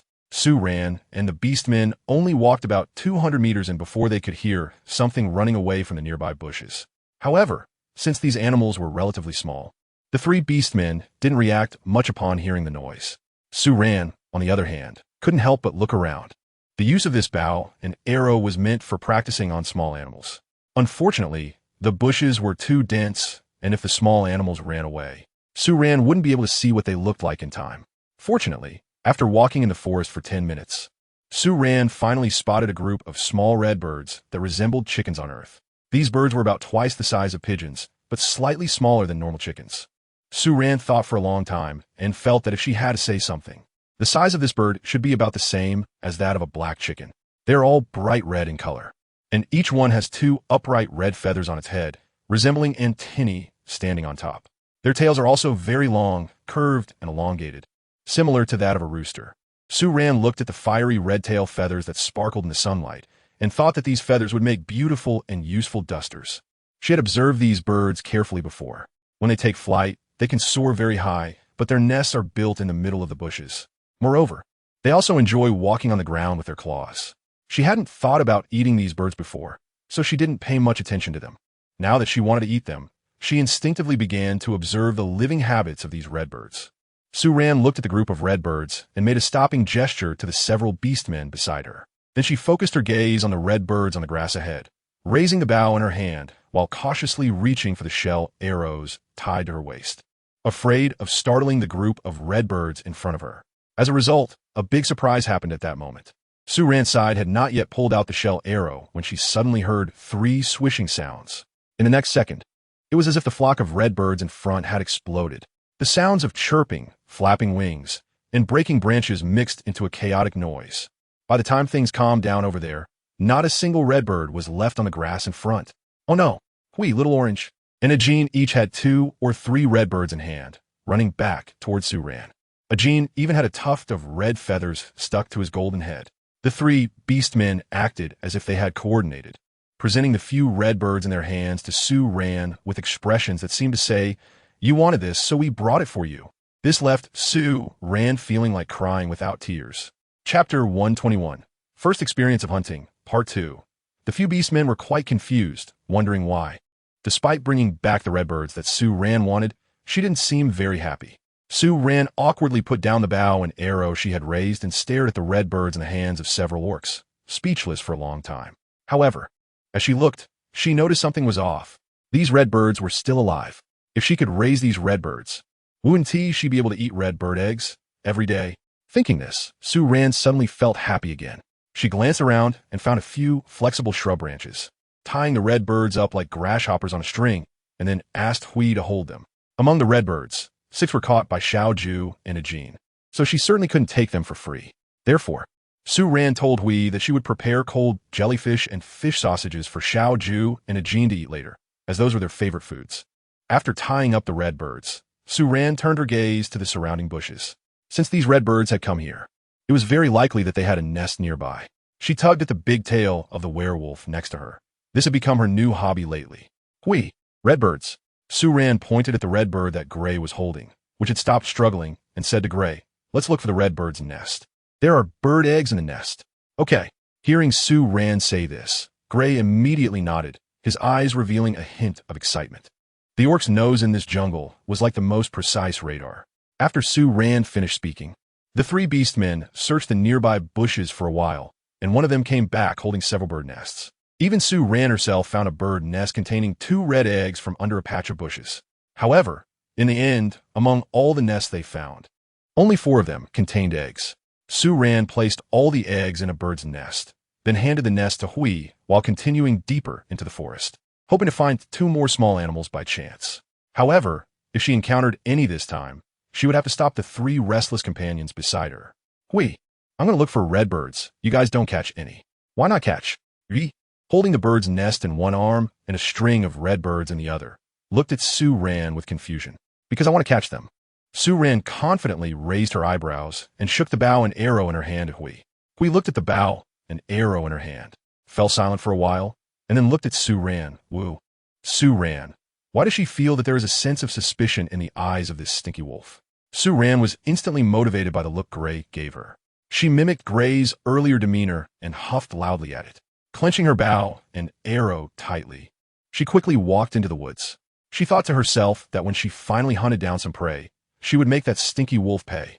Meanwhile, as she walked, she could hear the orcs behind her occasionally whispering in their strange sounds, "Me-woo, me-woo, ow-woo, ow-woo." Sue Ran raised her bow higher. These orcs must be discussing her behind her back. Soon, Sue Ran encountered her second batch of prey.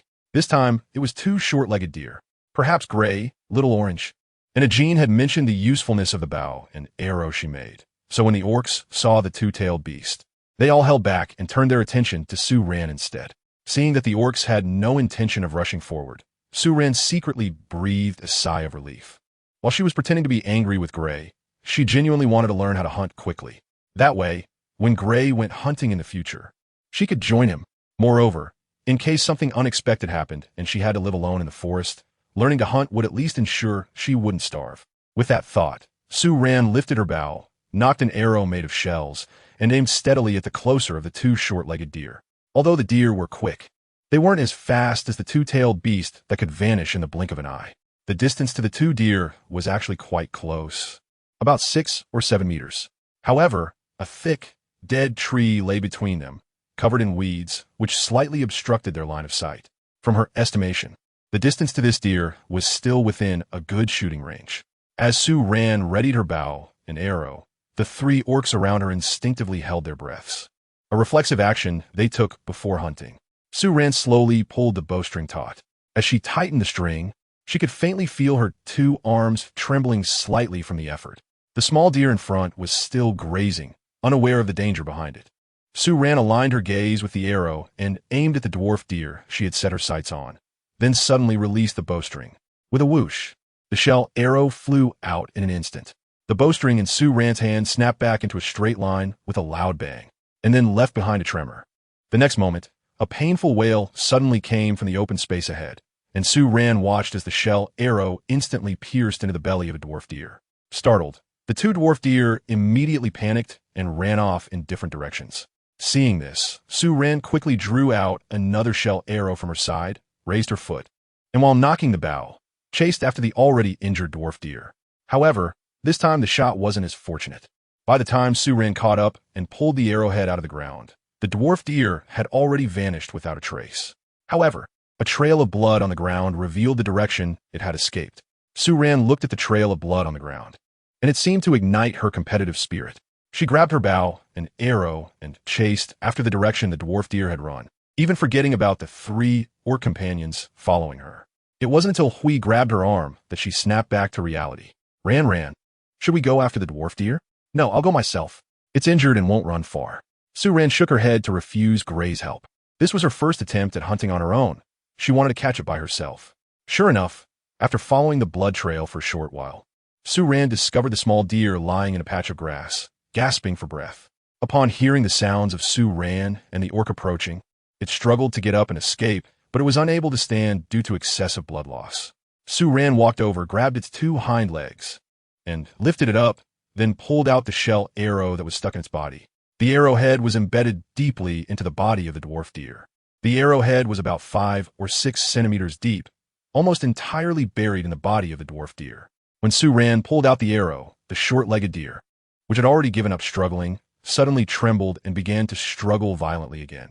Sue Ran was holding the 2 hind legs of the dwarf deer with one hand, and in its struggle, she almost couldn't hold on, allowing the deer to escape again. In the end, It was Xiao Ju who saw that Su Ran was about to lose grip and simply stepped forward, snapping the dwarf deer's neck with one swift motion. Chapter 122. She was really shocked. Her mouth agape. It turned out that Su Ran managed to hit that dwarf deer with her first arrow purely because she was close and it was luck. However, in the following dozen arrows, she missed all of them. But Su Ran did not feel discouraged. She knew that being able to hit the dwarf deer was mainly due to her proximity and good fortune. So she was already very satisfied with being able to shoot one prey today. After that, Su Ran returned to the rain shelter with 3 beastmen.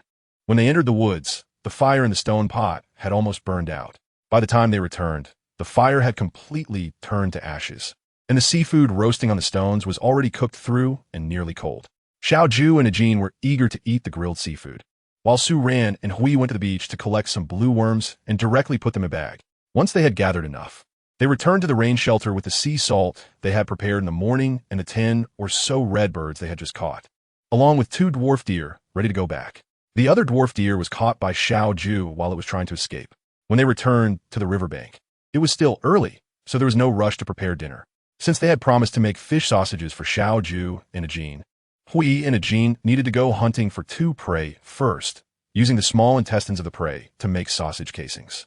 Meanwhile, Su Ran sent Xiao Ju to the riverbank to catch fish. Otherwise, she would keep drooling over the few redbirds, scaring them into huddling together and trembling, not even daring to eat the food Su Ran offered. After arranging the beastmen, Su Ran picked up the few redbirds that were still tied together. She walked around the front and back of the house, tried to find a spot to make a nest for the birds. Of course, the nest she intended to make was not a bird's nest. She wanted to create a large chicken coop, or rather, a chicken pen. In the end, Su Ran looked around the yard.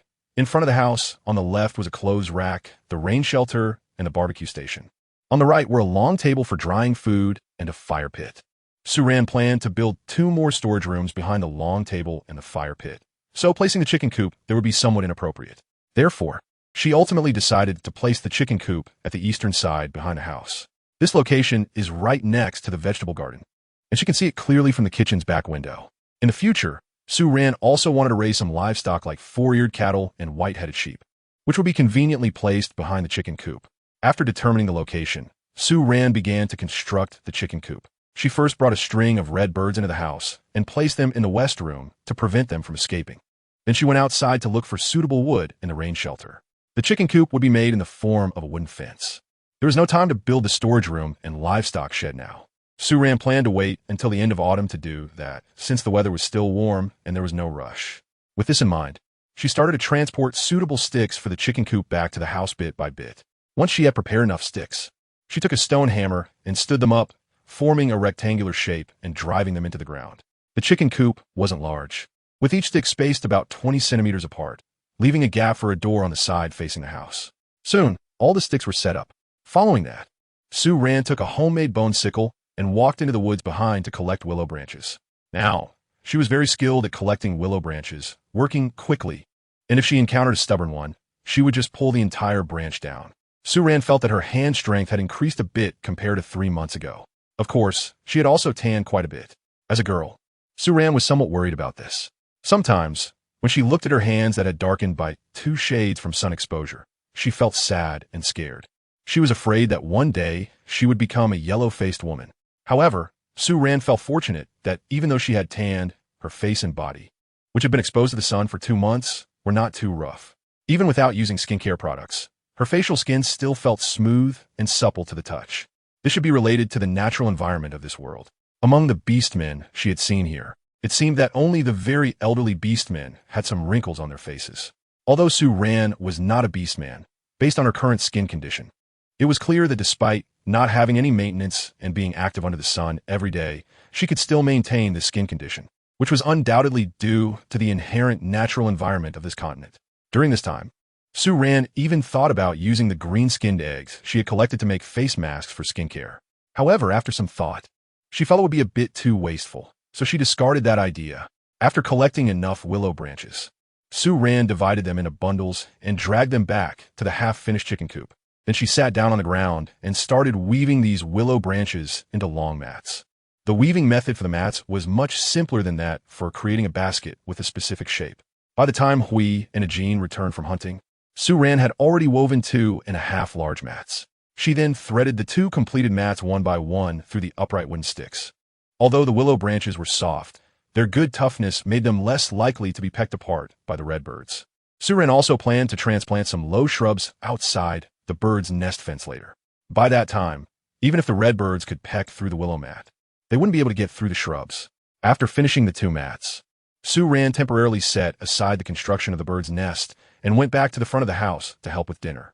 However, when she returned to the front of the house, she was so shocked that she stood frozen in place with her mouth agape. She really did drop her mouth open. Sue-Ran looked at the large pile of white fish bellies on the riverbank ahead and felt that the white was dazzlingly bright. This little fool, Xiao-Ju, must have caught all the fish in the river. Even if you were to use a fishing net in the sea, it might not catch as many fish as Xiao-Ju did today. Sue-Ran looked at the large pile of fish and felt like her soul was about to leave her body. How long was she going to have to make these sausages? She quickly ran to the riverbank and called out to Xiao-Ju, who was still throwing fish into the river.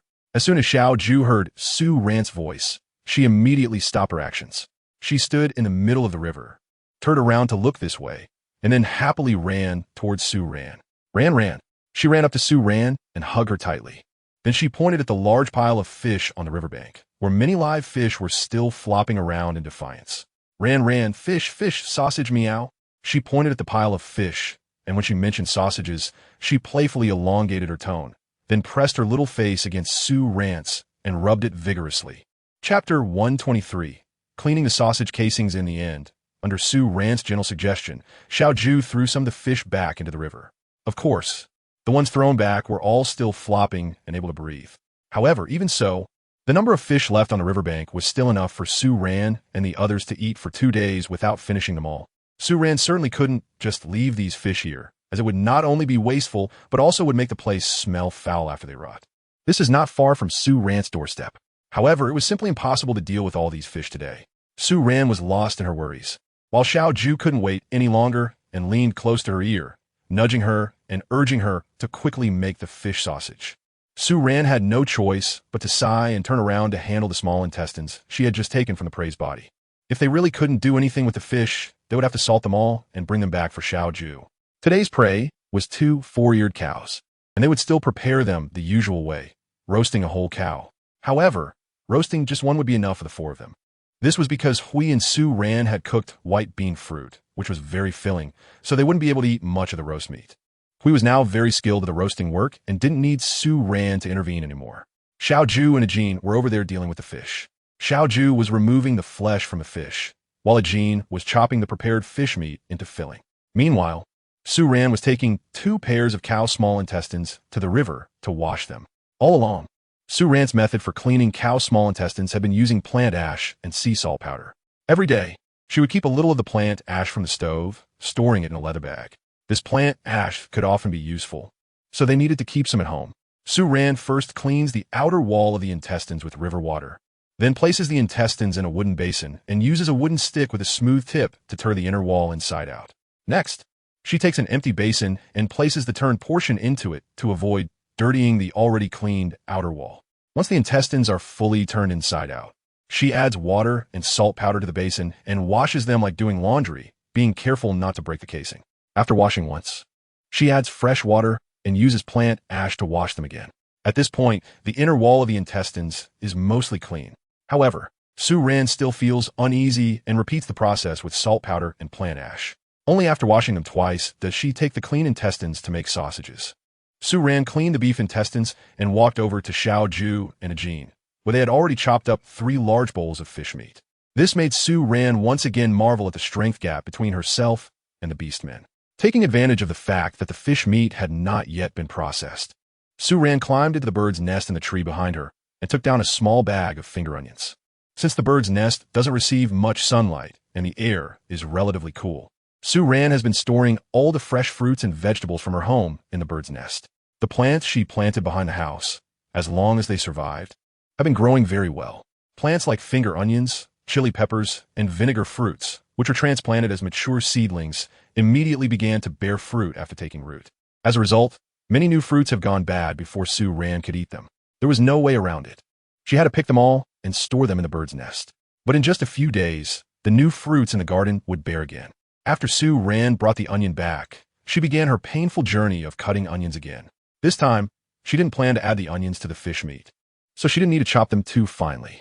However, the large quantity of onions still made her tear up, leading Xiao Ju to think she was crying for some reason, and he hugged her for a long time.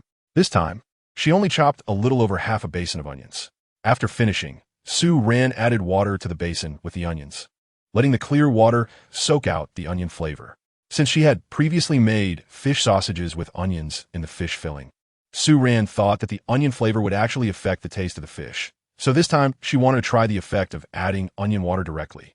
Xiao Ju and Ajin quickly chopped up their fish meat, and when they were done, there was still half a pile of fish left by the riverbank. In the end, they had chopped up enough fish meat to fill 6 basins, although the sizes of these basins varied. The smallest was still as big as the wash basin from Su Ran's old home. However, even though there was already so much, Xiao Ju and Ajin were still not satisfied. But since there were no more spare wooden basins at Su Ran's home, they had to stop. However, it was impossible to make all that filling into sausages, as the intestines of the 2 cows were simply not enough. Su Ran stared blankly at the fish and meat filling, and finally decided that all the unused filling would be made into dumplings. Although she had flour in her hands, the dough she made before was just simple dishes like noodle soup and boiled noodles. She hadn't had a proper noodle dish here yet. With this in mind, Su Ran began to prepare the filling.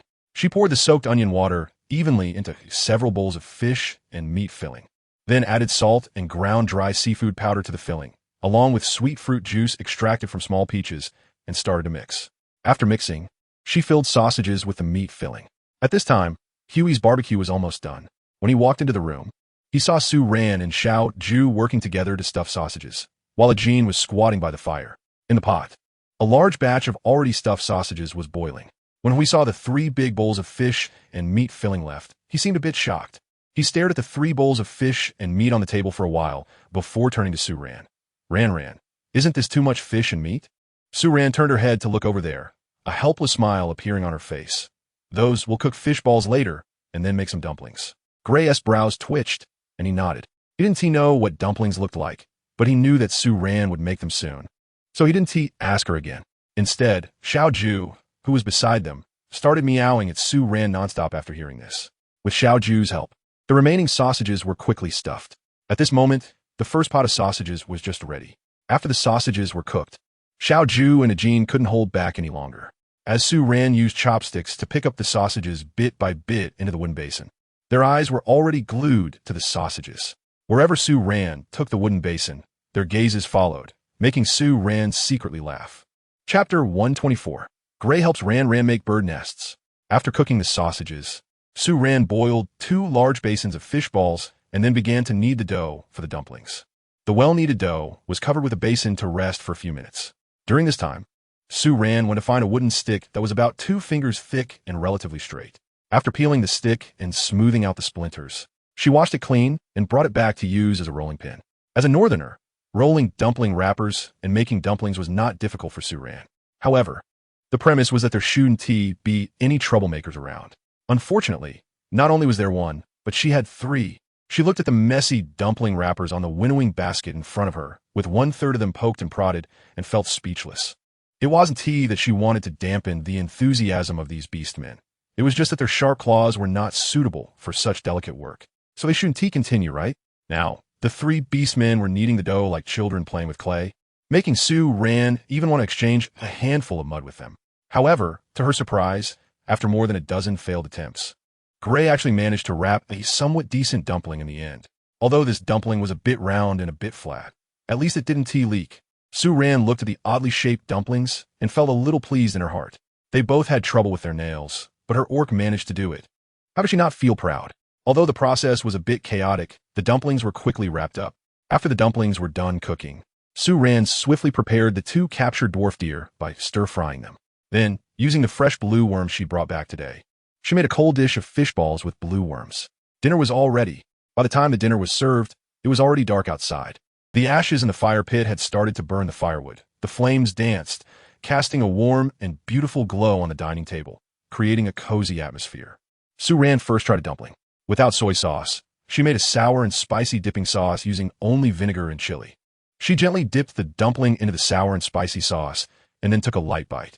As soon as her teeth sank in, she heard a sizzle sound, and a mouthful of light-colored broth sprayed out from the dumpling.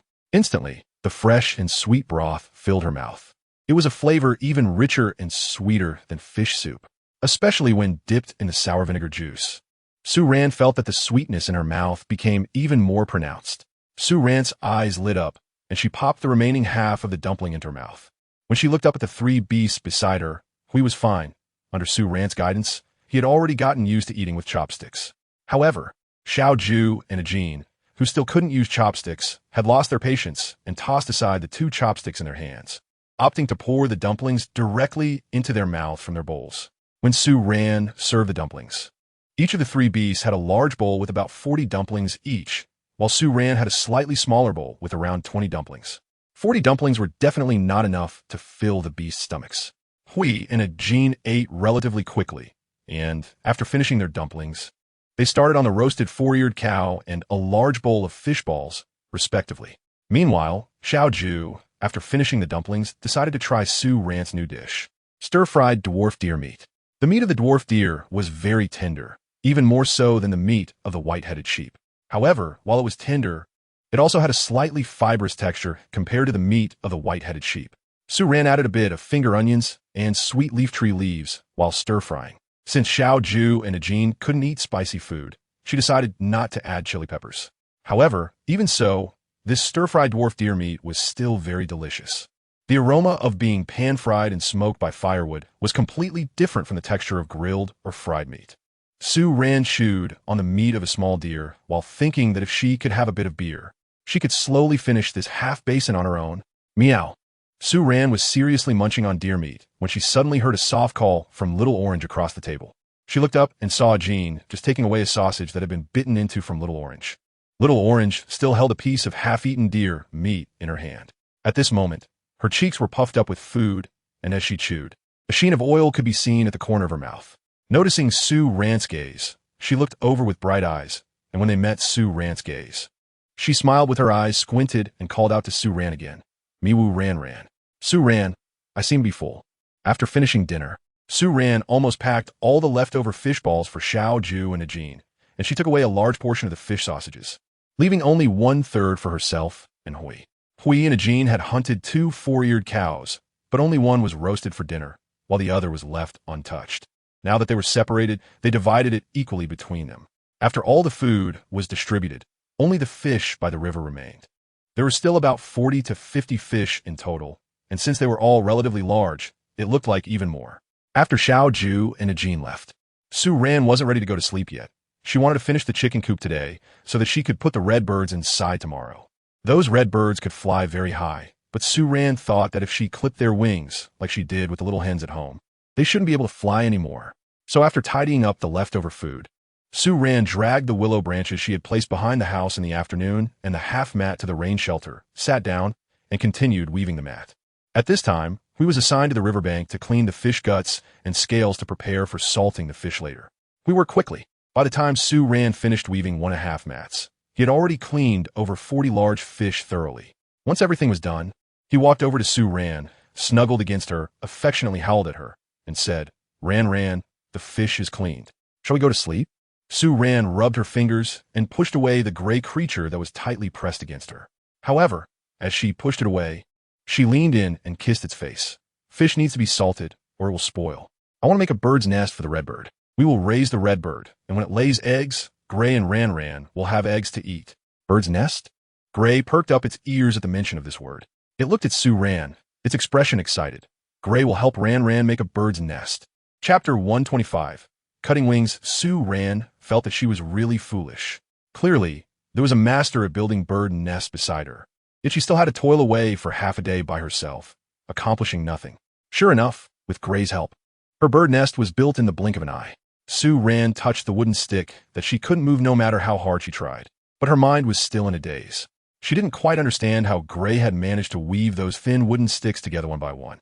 After the bird's nest was built, Su-Ran used the wooden sticks to bind a wooden frame, shaping it like a door. Then, she used twisted willow branches to tie the wooden door to one side of the entrance left in the bird's nest. By tomorrow, she planned to build a small nest half a meter high inside the bird's nest using stone bricks for the redbirds to sleep and lay eggs. thus completing the bird's nest. Once the bird's nest was finished, Sue, Ran, and Gray quickly returned to the front of the house and swiftly covered all the processed fish with sea salt, then laid them out on the long table to dry. There were too many fish, so many that they couldn't fit on the long table. In the end, Sue Ran found some yarn and hung the remaining fish on the clothes drying rack, finally finishing the task. By this time, it was already 10 o'clock at night. Not to mention Gray. Even Sue Ran hadn't stayed up this late since arriving in this world. Of course, special circumstances during shy moments didn't count. So the two quickly washed up by the river and then walked back to the house under the moonlight. Finally, Gray closed the door and shut the window shutters, and the riverbank finally returned to calm. The next day, Sue Ran and Gray woke up 2 hours later than usual. Gray woke up a little earlier than Sue Ran, but probably influenced by her, he began to develop the habit of sleeping in. After waking up, he didn't get up immediately, but instead turned to hug Sue Ran, burying his face in her neck, while his large tail lazily swept back and forth on the animal skin blanket spread on the bed. It wasn't until Sue Ran woke up and had enough of lying down that they both got up together to make breakfast. They had for breakfast the remaining half of the 4-eared cow from yesterday. Sue Ran originally wanted to roast all the ashes, but instead, we cut off all the beef rib parts, wanting Sue Ran to make stir-fried beef ribs. It seemed that he found the stir-fried dwarf deer delicious yesterday. So, the beef thigh and foreleg were taken for barbecuing, and Sue Ran also made a stir-fried beef rib dish. In this stir-fried meat, Sue Ran added chili peppers, as both she and Hui wanted something spicy. Besides the chili peppers, Sue Ran also added the leftover fish balls from yesterday into the pot, just as the stir-fried beef ribs were about to be done. These foods couldn't be kept for long and had to be eaten soon. In addition, Sue Ran also boiled half a basin of white beans. Actually, the white beans cooked last night weren't finished, but after being left in the room for a night, they were no longer edible and had to be thrown away. For breakfast, Sue Ran didn't prepare too much. After finishing breakfast with Hui took the dishes to wash by the river, while Sue Ran took a scallop knife and went into the west room to start trimming the wings of the redbirds inside. However, the way Sue Ran trimmed the wings of the redbirds was more accurately described as cutting or slicing the wings, since she didn't have suitable tools. The only small scissors she had could only cut gauze and couldn't even cut through animal hides. She had to pin the redbird down on the ground and slowly slice the feathers at the tips of its wings with the edge of the scallop knife. After finishing trimming the wings of the first redbird, Sue Ran untied the grass rope tied to its feet.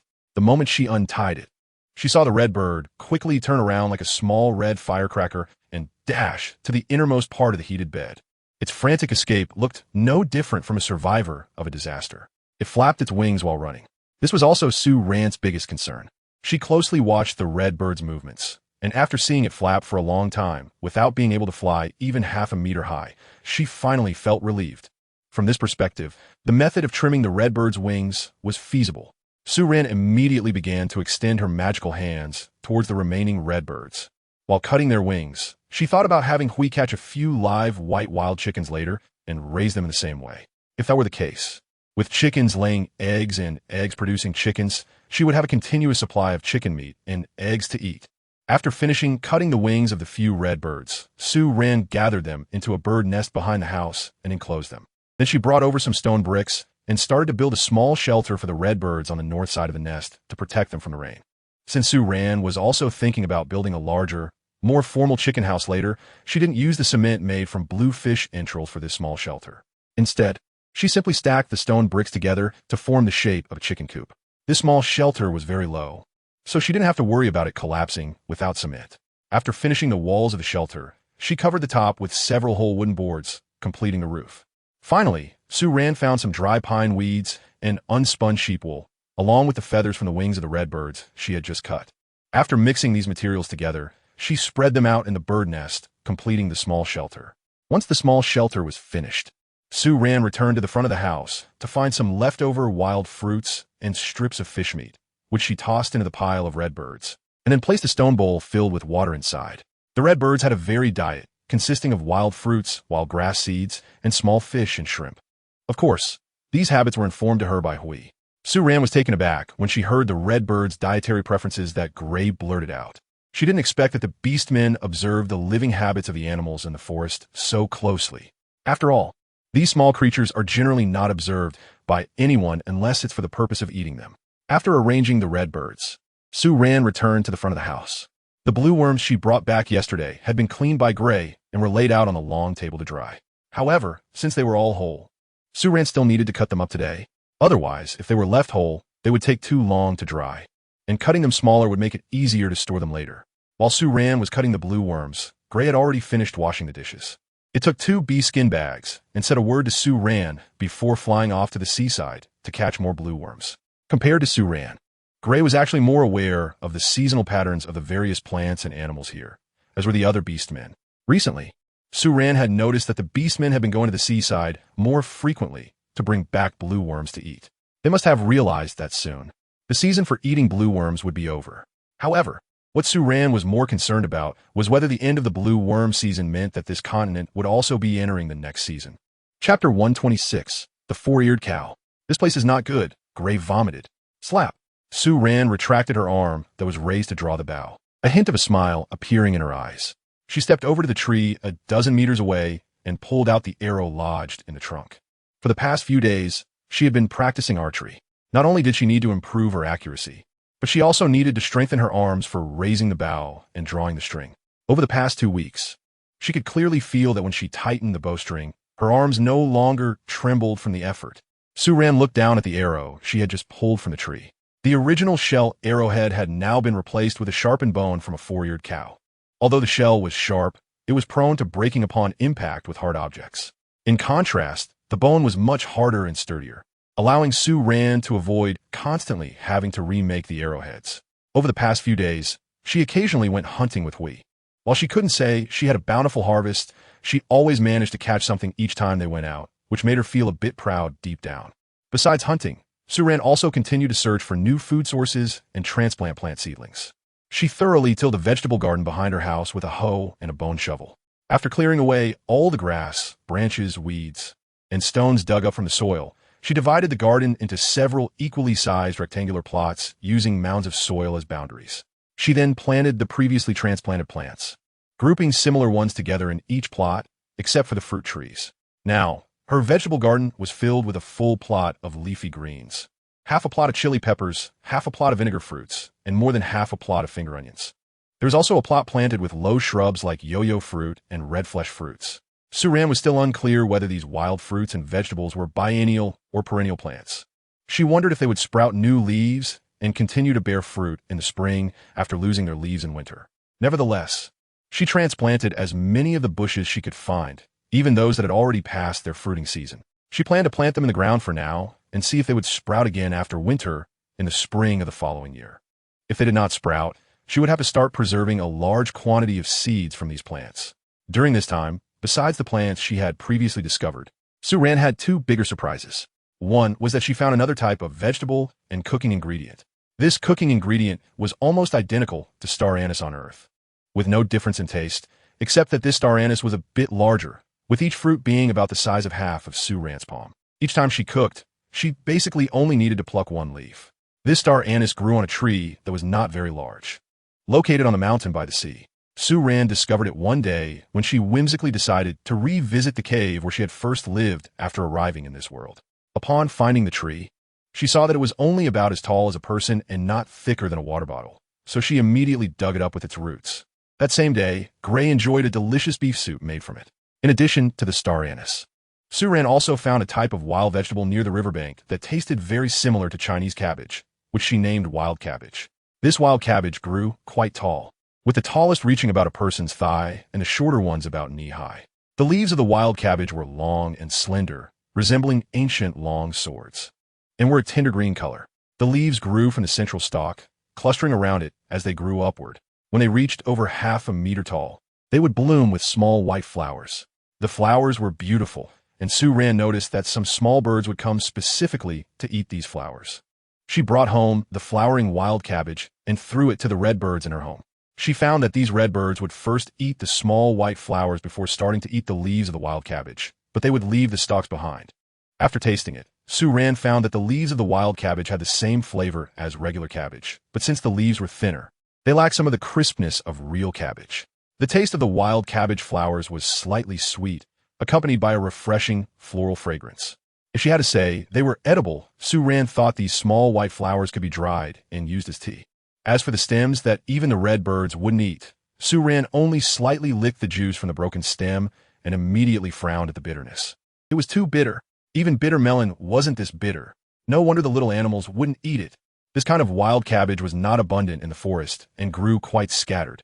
This was also the reason why Sue Ran had lived here for so long, but never noticed it. Sue Ran took 3 or 4 days to find less than 30 of these wild cabbages in the forest and planted them in her own field. Among these 30 wild cabbages, nearly half had already bloomed. After blooming, wild cabbages will produce a tender yellow small round fruit beneath the flower base. Sue Ran guessed that those should be the seeds of wild cabbage. So she didn't touch the wild cabbages that had already bloomed, but instead planned to wait until the seeds matured and collect them all to plant next year. Otherwise, there are really too few wild cabbages in the forest. After Sue Ran finished transplanting that patch of wild cabbage, she never found any new wild cabbage fields again. Besides transplanting wild vegetables, Sue Ran's breeding dream has also been partially realized. Now her bird's nest, no. It should be called a chicken coop now. There are already 16 wild chickens and 9 redbirds inside. Sue Ran has clipped the wings of these wild chickens and redbirds. Sue Ran raised the height of the fence outside the chicken coop a bit because 2 of the redbirds they had caught earlier managed to stand on the roof of the small coop inside and flew away. Although they were eventually caught again by Hui, they were roasted and eaten by Sue Ran right after being caught. Next to the chicken coop, Sue Ran also built a larger enclosure. Inside the enclosure, there was only 1 large 4-eared cow and 1 small 4-eared cow. Both cows were kept in the enclosure. And in the middle of the enclosure, Sue Ran set up a wooden post to tie both cows to it to prevent them from knocking down the wooden fence and escaping. Sue Ran had caught these 2 cows for their milk. The small 4-eared cow was the baby just born to the large cow. At this time, the large cow was still nursing, and Sue Ran was able to get a full large basin of fresh milk almost every day. Naturally, the job of milking was also handed over to Hui, because compared to the non-threatening Sue Ran, the 4-eared cow had an innate fear of beastmen. Only when Hui, as a beastman, approached would it obediently allow itself to be milked. If Sue Ran approached, it was hard to guarantee that she would see the sun tomorrow. When Hui first tried milking under Sue Ran's guidance, he always struggled to find the right technique because Sue Ran herself didn't really know how to apply force once it was time to actually do it. After a long struggle, he finally managed to get out half a basin of milk, and with a disgusted expression, he said to Sue Ran, "The 4-eared cow here is not good. Not good. Uncomfortable. Hui is nauseous." Sue Ran. Chapter 127. When the Earth disappears, time has reached the 5th month since Sue Ran came to this world. After experiencing the cold of the first month, the weather in the remaining 4 months has consistently maintained a rising high-temperature trend, especially in the past few days. Sue Ran feels that the daily temperature is almost reaching 40 degrees. The prolonged high temperatures have also begun to make her doubt whether this world, or rather the geographical location of this continent, has any winter at all, because if it is currently summer, then this summer has lasted at least half a month longer than the summer on Earth, and there seems to be no sign of the heat diminishing. Sue Ran specifically asked Hui how much longer this hot weather would last. However, Huey's answer left her even more confused. Hui simply pointed to the sky above and looked at Sue Ran innocently, saying, "It won't be hot anymore when the Earth disappears." The Earth disappears? Sue Ran seemed to be lost in thought, so when night fell, she looked up to carefully observe the blue star above her head. However, she found that the star not only showed no signs of disappearing, but the surrounding halo had become bright enough to illuminate the ground with a faint blue light. As the temperature nearly reached 40 degrees, Gray spent even more time submerged in water during the day. Its scorching body temperature seemed to become a torment in this heat. Especially at night when sleeping, even with a person's distance in between, Sue Ran could feel the heat radiating from Gray. The bee skin shorts that Gray wore had to be removed due to the high temperature. So now, after several months, this wolf had returned to its most primitive state, completely naked and exposed. However, Sue Ran found comfort in the fact that Gray only lay bare on the heated bed when inside the house. When going out to hunt, it would still put on the bee skin shorts. The high temperature affected not just Gray, but Sue Ran too, as she often broke into a sweat due to the recent weather. Recently, she had moved all her daily chores to the evening, because the daytime heat made even a short time spent outside dizzying. Sue Ran also wove 2 large fan blades the size of big notebooks using willow branches. Then she sewed a layer of animal skin on top to prevent the wind from leaking and attached a handle at the bottom, making 2 fans. When Gray was too hot to bear, lying motionless in a room, Sue Ran would use the fan to help cool it down, which at least alleviated some of its suffering from the high temperature. One day, when Sue Ran woke up from her nap. She opened her eyes to see Gray nodding off, struggling against sleepiness, but still holding a fan in its hand, insisting on fanning her. Sue Ran couldn't help but laugh at Hui Na's silly and adorable appearance, but at the same time, an endless sense of satisfaction rose in her heart. Although Hui was just an orc and they had a language barrier and different ways of thinking, their feelings were connected. It could sense her efforts and often return them with even greater rewards. Sue Ran quietly sat up, and as she did, she noticed Huey's ears perk up instantly. The moment Hui opened his eyes and saw her, she suddenly pounced into his arms.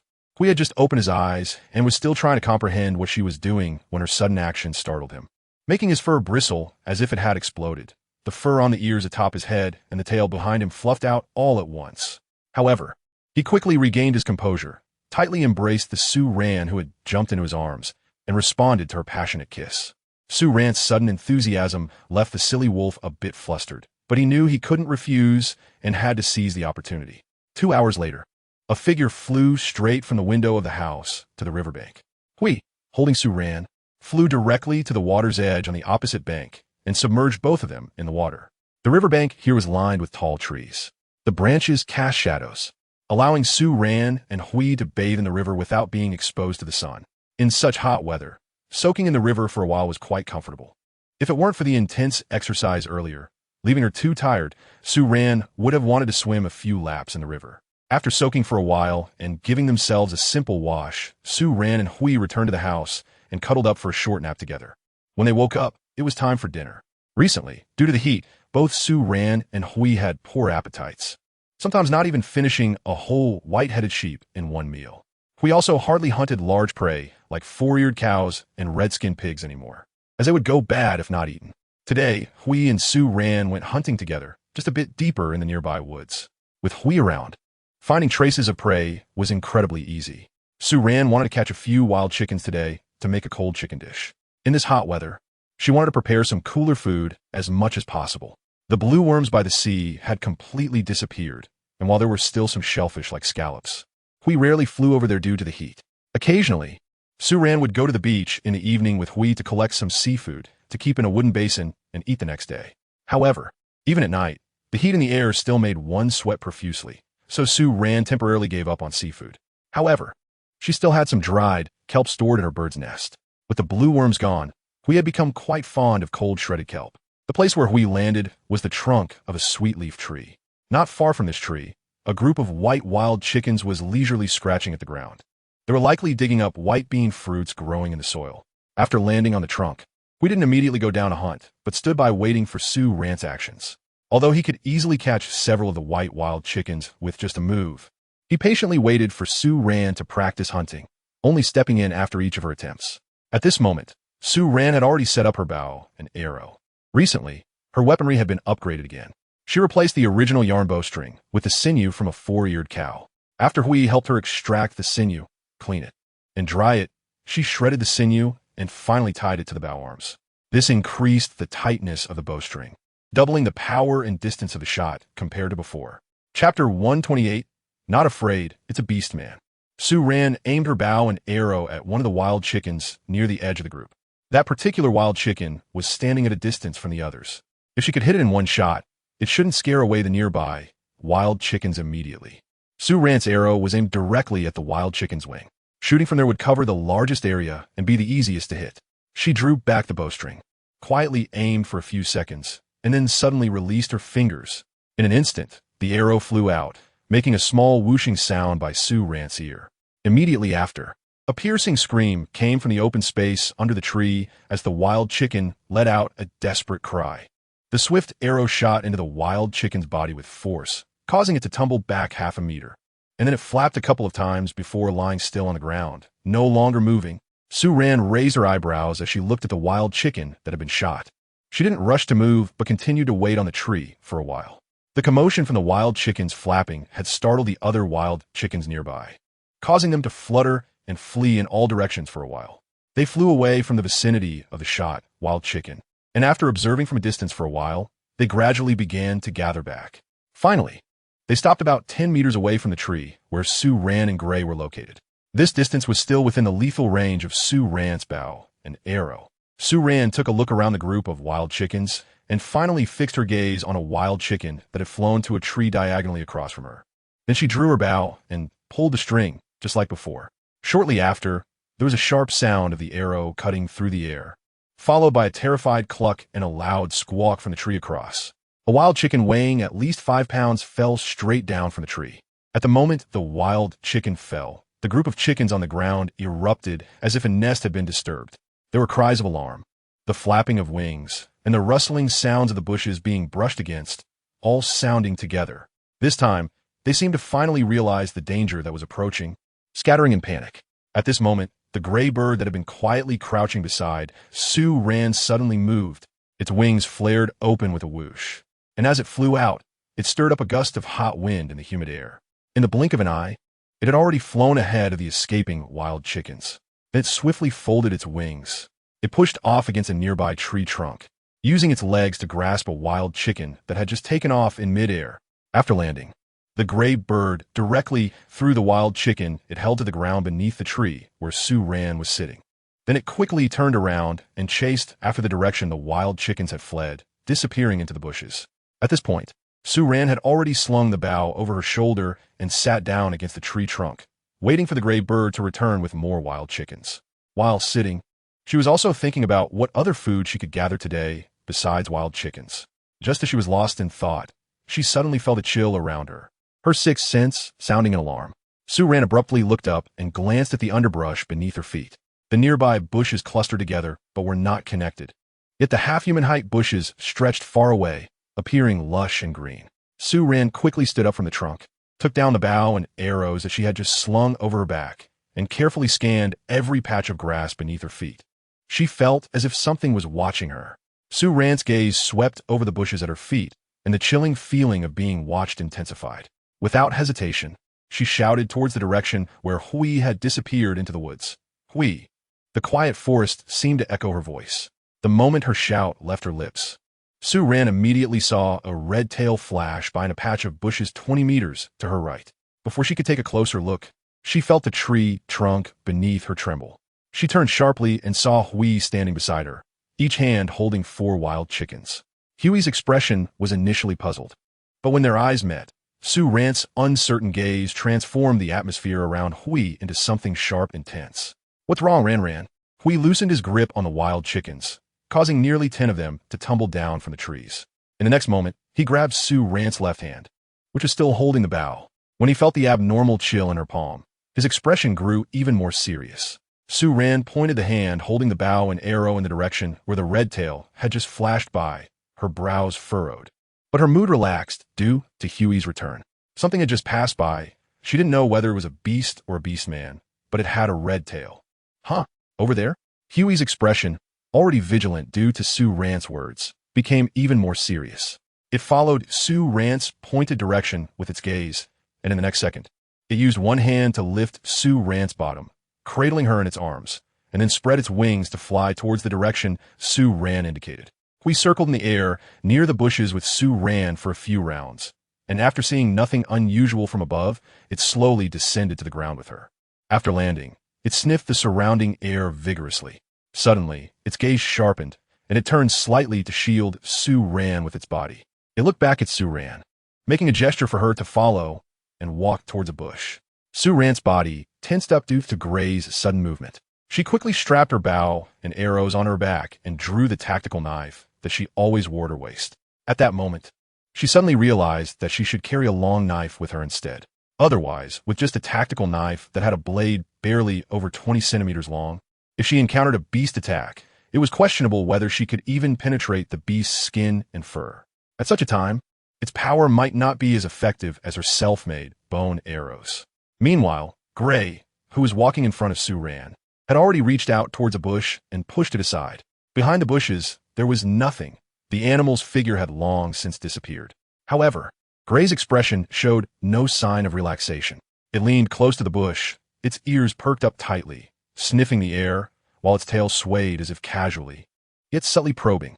A few seconds later, it instinctively let out a low growl, its expression slightly calming, but the tension in its body did not lessen. Then, it turned to look at Sue Ran, leaning in to nuzzle her cheek. "Ran, don't be afraid, it's a beast man." "Beast man?" Su-ran was taken aback and looked up in surprise. Was that an orc just now? But why was it secretly observing me? With the arrival of the new year, I wish everyone a healthy body, smooth work, and academic success in the new year. May you earn millions, tens of millions, and even more. Chapter 129. From another clan, Gray's attitude towards the mysteriously appearing orc was quite strange. After discovering the orc's tracks, it did not immediately pursue them. Instead, it took those wild chickens and brought Su-ran back to their dwelling. Moreover, it seemed neither very tense nor particularly happy. Su-ran wanted to ask Gray in detail about the reason for the appearance of that orc. However, Gray's language ability was not yet sufficient to explain the whole situation clearly. In the end, the only useful information Su-ran got from Gray was that the orc did not come from the same community that had been living on a riverbank with them. That orc came from another community. This news shocked Su-ran, because since she arrived in this community, she had never seen orcs from outside the community. Even when she went to many places in the forest to gather food, she had not discovered the existence of other orc communities. So, subconsciously, she had almost instinctively believed that there was only this one orc community where Gray lived in the forest. Even if there were other orc communities, they should be very far away, rather than being close enough to encounter while hunting near the community.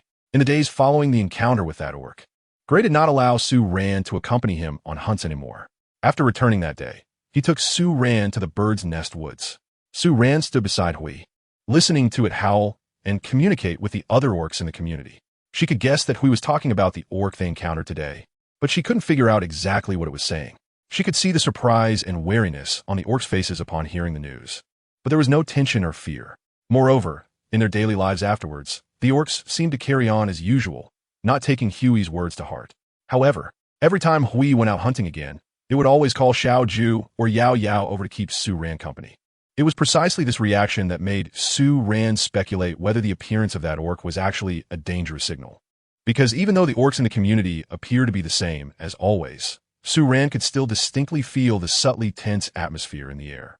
Most importantly, she suddenly realized that even though the weather had remained hot these days, the orcs were noticeably more active than before, as if they were deliberately trying to stay alert. This instinctively made Su-ran start to feel wary of her surroundings.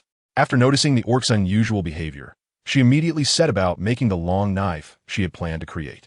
The long knife was made from the bones of a 4-eared cow, with a blade nearly 40 centimeters long and 7 to 8 centimeters wide.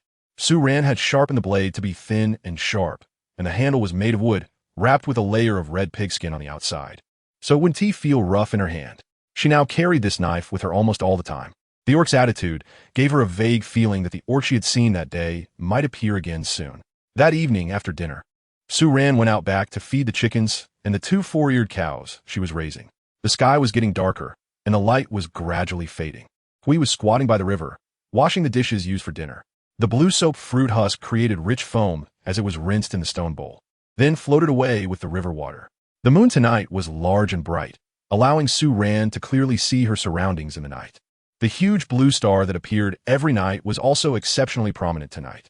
Su-ran looked up and carefully observed the blue star for a while, feeling as if it were about to press down on the forest. The huge sphere hung above her head, giving the illusion that it might crash down at any moment, creating an inescapable sense of oppression from deep within her heart. However, Su-ran didn't notice that Hui, who was washing dishes by the riverbank, suddenly paused slightly while scrubbing. As it passed by the fire pit in front of the long table, it casually tossed the dried white bean seedlings it had picked in the past 2 days into the fire pit. After that, it threw a few pieces of firewood in as well, before following Su-ran into the house. At bedtime, Su-ran wrapped her long knife in a piece of bee skin and placed it right next to her pillow, while her bow and arrows were hung on the wall beside her. Recently, the nights had been hot, so the windows of the room where Su-ran and Hui slept were left open all night. At this moment, moonlight streamed through the window, illuminating the floor and clearly reflecting the scene inside the house. Both of them had their eyes closed. Su-ran faced Hui, wearing a pair of short shorts, with a thin bee skin blanket covering part of her waist to shield her exposed navel. With Hui by her side, Su-ran gradually fell into a deep sleep. Hui, who held her in its arms, didn't even take off its shorts while sleeping. Its ears were constantly adjusting angles to listen to the sounds outside. As time passed, there was even a whisper of wind on the riverbank outside. Occasionally, The sounds of wild chickens and redbirds could be heard from the chicken coop behind the house. The trees in the back, shrouded in shadow, made it nearly impossible for the moonlight to penetrate, leaving the forest dark and murky. At that moment, a faint cracking sound suddenly echoed from within the woods. As a branch the thickness of a finger snapped. At the same time, Hui, lying beside Su Ran, suddenly opened its eyes wide. Its ears stood erect, and its tail uncontrollably thumped against the heated bed. Then, it gently sat up, peering through the window at the riverbank, which appeared unchanged since before they fell asleep. Hui then got off the heated bed and walked to the window, slowly removing the wooden stick propping it up, and gently lowered the window board. Although the wooden board blocked the view, it couldn't obstruct the orc's hearing. In the suddenly darkened room, Huey's green eyes shone as if glowing, incredibly bright. It stood still for a moment, then suddenly moved, walking to the front door of the corridor and gently pushing one doorboard after another aside. After standing in front of the house for a while, it suddenly raised its head and let out a long and piercing wolf howl into the sky. Chapter 130. The power of a claw. Su Ran was awakened by the howling of the gray wolves. Almost the moment she regained consciousness, she immediately got up and instinctively strapped her long knife and bow and arrows onto herself. Su Ran could only feel her heartbeat pounding violently in her chest, each beat incredibly clear. In recent days, she had been filled with doubts and speculations due to the appearance of the Beastman that day and Gray's strange attitude. At this late hour, Gray suddenly ran outside and let out a howl like a rallying signal, making her instinctively think that something must have happened. Gray's howl this time was very unusual. It was a complete wolf howl, long and with incredible penetrating power, echoing in the silent night like a shooting star streaking across the sky, impossible to ignore. Almost at the moment Gray's voice fell, a roar that seemed to shake the forest suddenly erupted from outside. The roar startled Su Ran, making her legs go weak as she hurriedly leaned against the wall to steady herself. In the next second, a series of beast roars and chaotic footsteps almost instantly erupted outside the house, drawing closer. Su Ran could even hear the sound of footsteps crushing shells on the roof above her. She quickly jumped down from the heated bed, and then she heard an angry wolf howl coming from the door outside. After the howl, there was a series of loud thuds from violent body collisions. That was the roar of the gray wolf. Su Ran was trembling all over, frantically groping in the dark to put on her shoes. The sounds of fighting outside must be from Hui, and the opponent was definitely not just a lone wolf. Su Ran stood in front of the bedroom curtain, her mind racing with thoughts. She was hesitating whether to go outside, no matter whether it was a beast man or a wild beast out there. They were all beings that could tear her apart in an instant before she even had a chance to fight back. If she went outside, even if she wasn't torn apart immediately, she could very well become a burden to Gray right away. But if she didn't go out, Gray was alone outside, facing overwhelming odds. With this thought, Su Ran's gaze shifted to the window. The room was pitch black because the window was closed. However, relying on her instincts, she easily found the wall next to the window, and her hand landed on the window panel. Just as she was about to pull the window open a crack while pressed against the wall, she suddenly heard a furious and chilling roar from outside.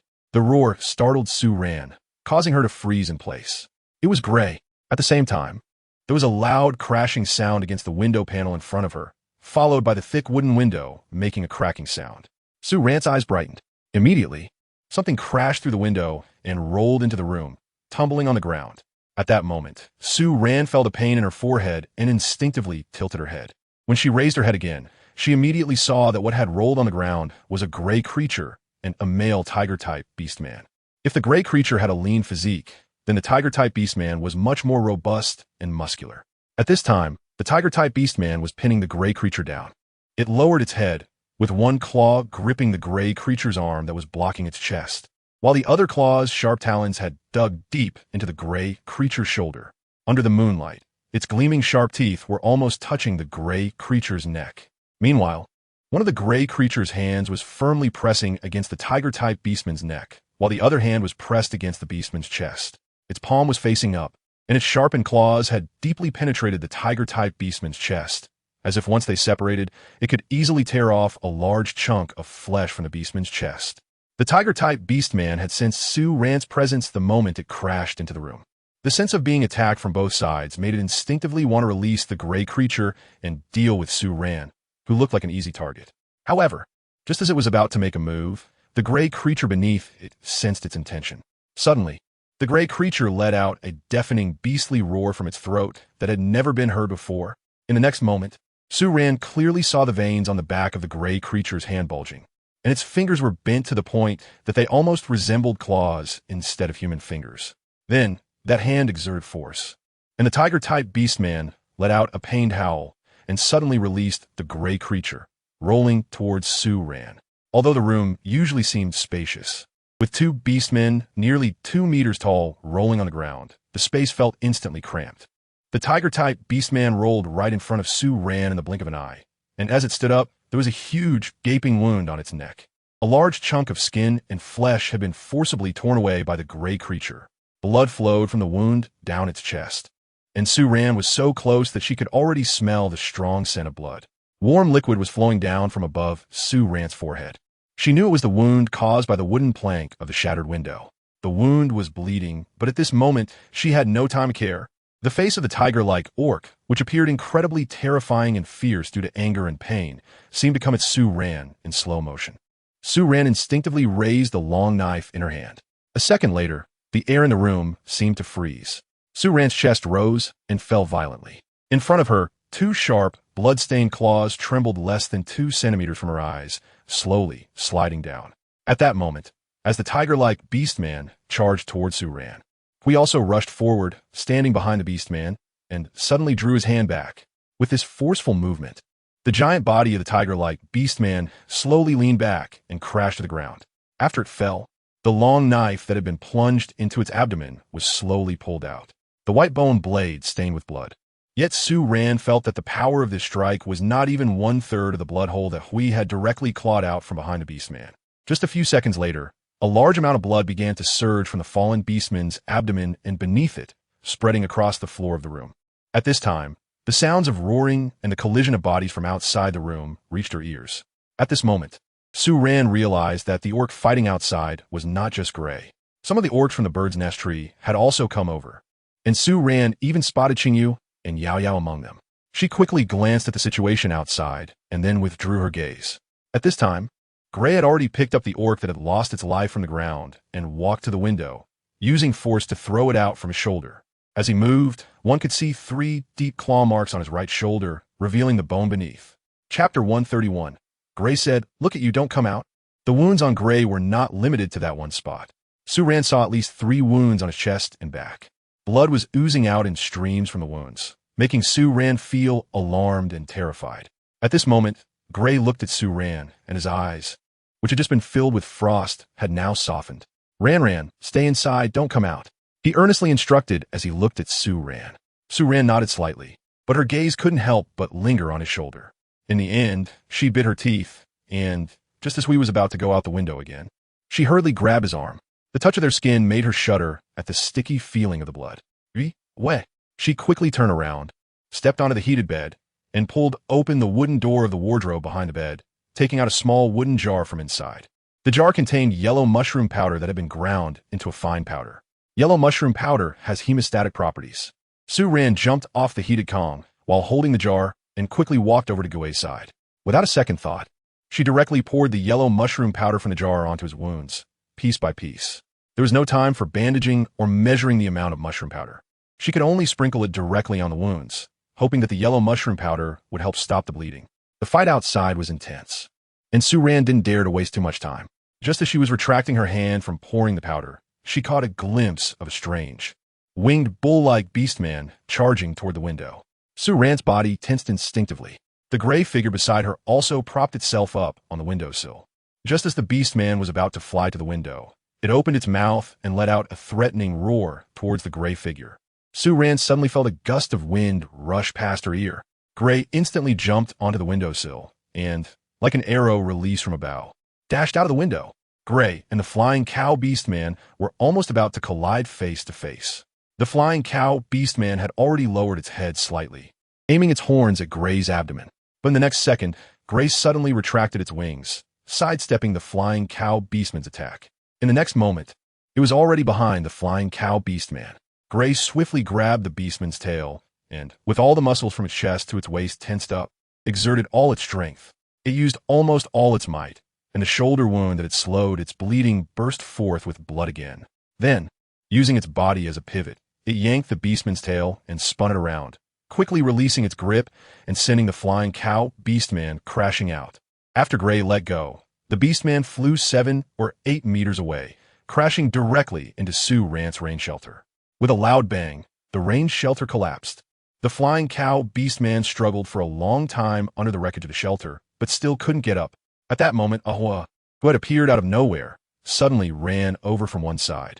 Upon seeing Ahua, Gray, which was radiating killing intent, relaxed slightly. It seemed to think of something and quickly said something to Ahua in a series of growls. After it finished speaking, Ahua glanced at Sue Ran inside the house and nodded. At this moment, Gray's gaze returned to the room, and after scanning the interior, it suddenly jumped in through the window. It picked up Sue Ran and stepped onto the Kong with long legs. Then it shoved Sue Ran into the wardrobe she had just opened. Ran, don't come out. It reminded Sue Ran again, and after seeing her obediently nod, it swiftly pulled the wardrobe door shut. The view in front of her became dim again. In a cramped space, Sue Ran's heartbeat felt like a drum. Before, she hadn't seen it with her own eyes, so her fear wasn't that strong. But after seeing the wounds on Gray's body, she could no longer remain at ease in this small space, just waiting. Sue Ran did not hesitate much. She quietly opened a small crack in the sliding door of the cabinet. There was no one in the room anymore.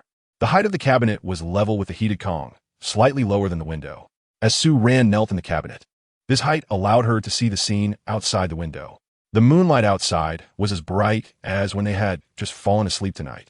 Even from a distance, Sue Ran could still clearly see the figure of Hui flying towards the long table. The long table was built on the side of the west room, separated by a wall. After Hui flew past, Sue Ran could not see what happened next. But just a dozen seconds later, a firelight suddenly lit up in the west side of the window. The fire grew larger, making the night, which was slightly hazy 20 meters away, instantly clear. That position must be where Hui lit the fire pit. And at the moment the firelight appeared, some beastmen outside seemed to be startled by something, screaming and frantically trying to escape in all directions. Ahua blocked one beastman that was running wildly, trying to jump into the house. The two struggled together, and just as they were entangled, a beastman with pointed ears suddenly charged out from the side and bit down on Ahua's arm.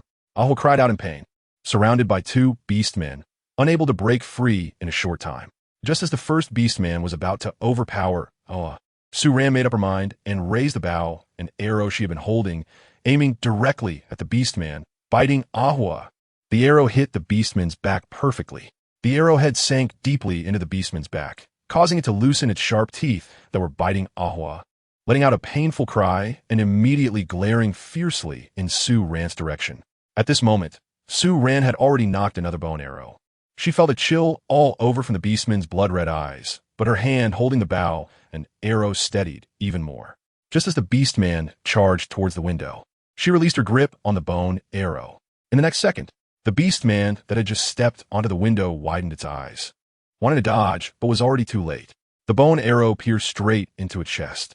Before it could fall, Ahua, who had shaken off the other beastman, grabbed its tail just like Hui did and threw it in the opposite direction. After throwing the beastman away, Ahua suddenly jumped into the house. It took 2 steps up to the heated Kong, walked to the crack of the door that Sue Ran had opened, placed its hands on the wooden door on both sides, and seriously said to Sue Ran, Hui said, "Don't come out." As soon as it finished speaking, before Sue Ran could fully understand the meaning of its words, it suddenly pulled the wooden door in front of Sue Ran shut tightly again. Chapter 132. Ran. Don't be afraid after being locked in the cabinet again this time. Sue Ran did not move. She quietly leaned against the wall, listening to the sounds outside the cabinet. The chaotic noises outside had quieted down. Sue Ran thought about the few fleeing beastmen she had vaguely seen. They were all unfamiliar faces. So those beastmen were the invaders from tonight, and the reason they were fleeing was because of the fire. They were afraid of fire. So Hui lit the fire because he knew those beastmen were afraid of it, catching them off guard. Thinking of this, Sue Ran's tense mood slightly relaxed. She quietly waited in the cabinet. She had a vague premonition that not only Hui, but also the beastmen living in this settlement would not face any major issues. Sue Ran didn't know how long she had been sitting in the closet. The multifunctional watch didn't have night vision, so she could only guess that she had been in the closet for over an hour. At that moment, a soft jumping sound suddenly came from outside the closet. Sue Ran instinctively raised the large long knife that was by her side. Just as she lifted the knife, The wooden door of the closet was suddenly pulled open by someone. It was Hui. Su Ran looked at the werewolf in front of her, stunned for a second, and then relaxed. She quickly threw away the long knife in her hand, wanting to embrace the werewolf in front of her. But when her gaze fell on its chest, which was smeared with bright red blood, she froze. There was another wound on Gray's chest. Although it didn't look very deep, it slanted from the collarbone, spreading down to below the left rib, looking quite horrifying. That wound made Su Ran hesitant to touch it easily. Just as Su Ran was hesitating, Gray, seemingly unfazed by the pain of his injury, reached out to pull Su Ran up from her seated position, then embraced her, rubbing their cheeks together and nudging their noses. Ran, don't be afraid. We'll have breakfast soon, Gray said, pulling Su Ran down from the heated bed to the ground. At that moment, Su Ran finally realized that it was already bright outside. She glanced at her watch and was surprised to see that it was already past 4 in the morning. In the next second, her attention fell on the mess in front of her. The window in the east room was completely shattered. Broken wooden fragments were scattered everywhere, and the window frame was completely bare. The clothes rack directly outside the window had vanished without a trace. The awning behind the clothes rack had also completely collapsed. The flying cow beast man that had been trapped underneath it was now nowhere to be seen. It was unclear whether Gray and the others had moved it away or if it had managed to escape amidst the chaos. As for the long table on the other side of the house, Su Ran couldn't see it from her current vantage point, but she guessed the situation couldn't be good. Su Ran didn't rush to look at those things. What worried her more was to quickly treat the wounds on Huey's body. For this, she took out a small bottle of alcohol, a bag of cotton balls, 2 rolls of bandages, and a small pair of tweezers from a medical kit in her hiking gear. Then she ran to the storage room at the back and brought out a large jar of yellow mushroom powder that she had stored earlier. The hemostatic effect of the yellow mushroom powder was really good. Su Ran leaned over Gray's shoulder, carefully examining the wound where she had sprinkled yellow mushroom powder in the middle of the night. The deep claw marks seemed to be healing already. Although the degree of healing was minimal and not very noticeable, Su Ran felt that the condition of those claw marks had improved significantly. With that in mind, she first soaked a cotton ball in alcohol and then meticulously cleaned all the wounds on Gray's body one by one. Gray had 2 more serious wounds. One was the claw mark on its shoulder, 3 parallel wounds that extended down from its shoulder, each about 10 centimeters long. The second was on its calf, where the wound extended nearly 15 centimeters from just below its knee. Because it hadn't been treated before, blood droplets were still oozing out whenever Gray moved. As for the long wound on Gray's chest and some minor scratches elsewhere on its body, they didn't look as frightening anymore. After cleaning Gray's wounds, Su Ran put away the little remaining alcohol and the bag with only 2 cotton balls left, preparing to sprinkle more yellow mushroom powder on Gray's wounds. At that moment, Gray suddenly took the alcohol and cotton ball bag from her hands. It had already observed how to use these 2 items while Su Ran was cleaning it. Gray picked up the small tweezers that Su Ran had set aside. Due to its large fingers, it felt a bit awkward holding such a small object. Then, it extended a finger from the hand holding the tweezers and pointed to Su Ran's forehead. This one too. Su Ran was taken aback for a moment. Then she looked up and touched the area on her forehead.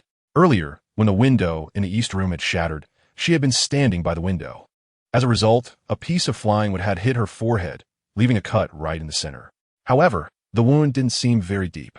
Just now, while she was in the closet, Su Ran had used her fingers to feel the wound on her forehead, and it was no longer bleeding. Good.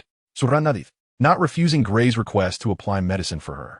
In this world, she was quite meticulous about her own health, so there was no need to be overly pretentious.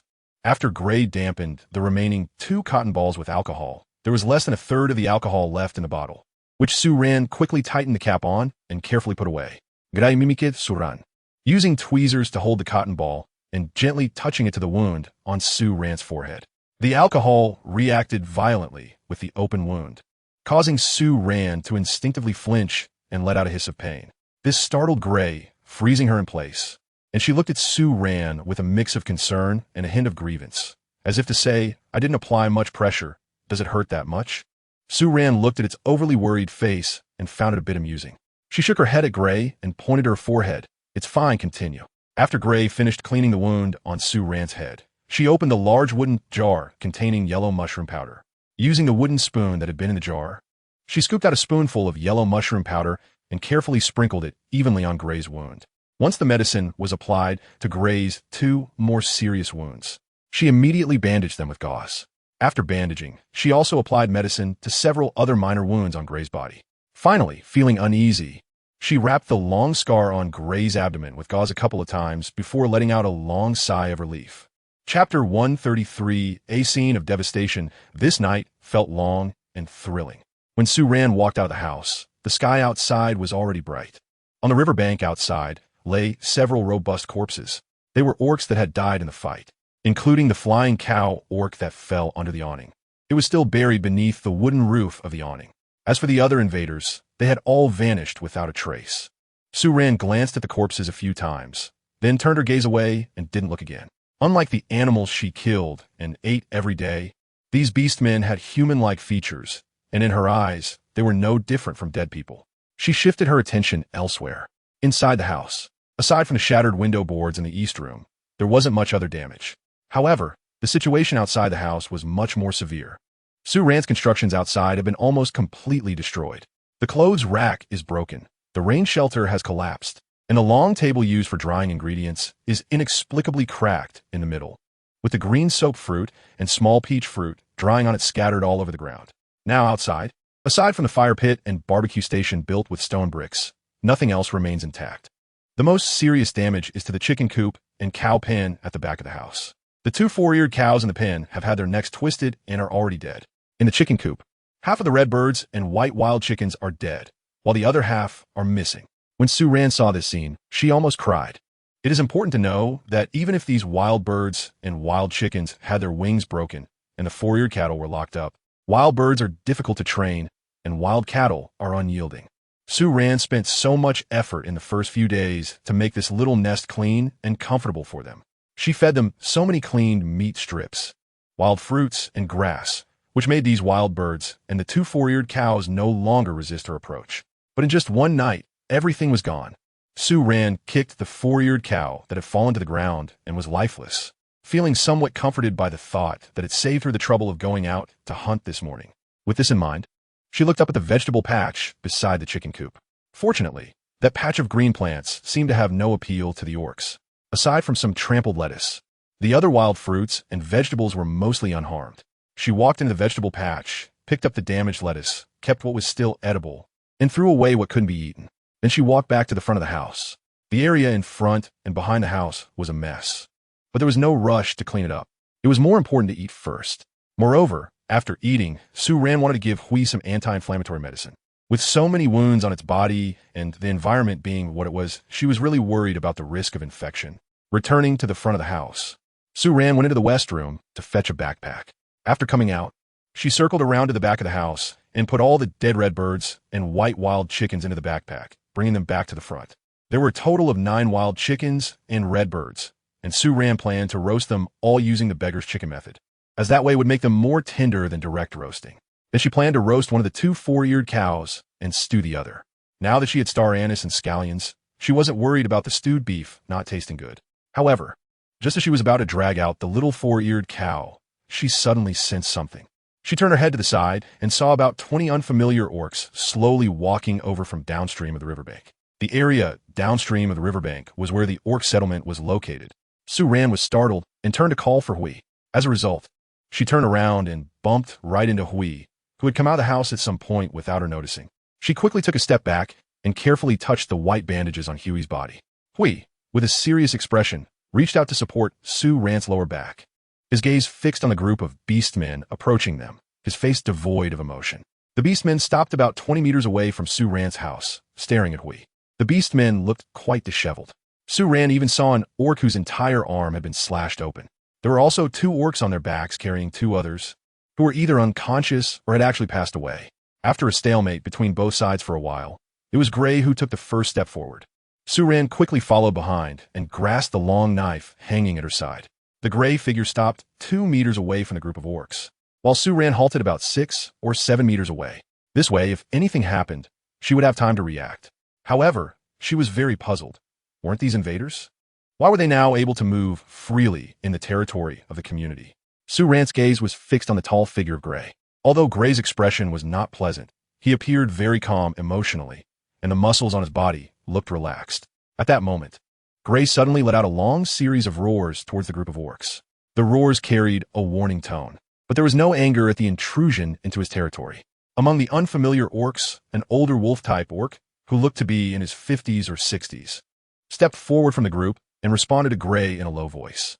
Then Su-Ran saw Gray's tail behind him swaying from side to side. Su-Ran was very clear that that kind of gesture represented relaxation and boredom. Then Hui turned around and walked back towards her. Just as Su-Ran was still curious and wanted to take a few more glances at that group of orcs, Hui pulled her back to the front of the house. At that moment, Hui almost instantly shed the cold and domineering aura of someone still in a fighting state. Even its tall and upright figure seemed to shrink a few inches. It lowered its head and let out a soft owl, as if to act cute towards Su-Ran, then pointed at the wild chickens and redbirds that she had just placed at the door. Ran, eat chicken? Su-Ran watched as Hui subconsciously licked its lips and quickly nodded. However, she was still puzzled about the situation with that group of orcs. Invasion, fighting, moving freely, and speaking calmly. It all seemed very strange. Even if Hui and the others agreed to take in the invaders and incorporate these orcs into their group, it shouldn't be so quick to allow them to move freely within their territory, right? Hui, what do those orcs want to do here? Unable to understand, Su-Ran pointed at the group of orcs and asked Hui. She felt uneasy staying with a group that had attacked them in the middle of the night and nearly put her life in danger. Without clarity, she would always feel anxious. Noticing Su-Ran's unease, Hui tilted its head, and its tail swept to the side, hitting Su-Ran's leg, while the tip of its tail slowly burrowed into the palm of her hand that was hanging by her side. I want to stay here, in the bird nest trees behind. Chapter 134, Accepting New Invaders? It seemed that the group of orcs really intended to settle down near the bird nest trees. While Su-Ran was making breakfast, they had already begun selecting suitable trees and building a nest at the edge of the woods, about 10 meters to the right of Su-Ran's house. Some of the orcs also started digging holes in the ground. The 2 orcs that had fainted were placed on the ground. While the orcs were busy constructing their dwelling, no one was taking care of them. They were just left aside like that. Meanwhile, no one attended to the corpses of the dead orcs.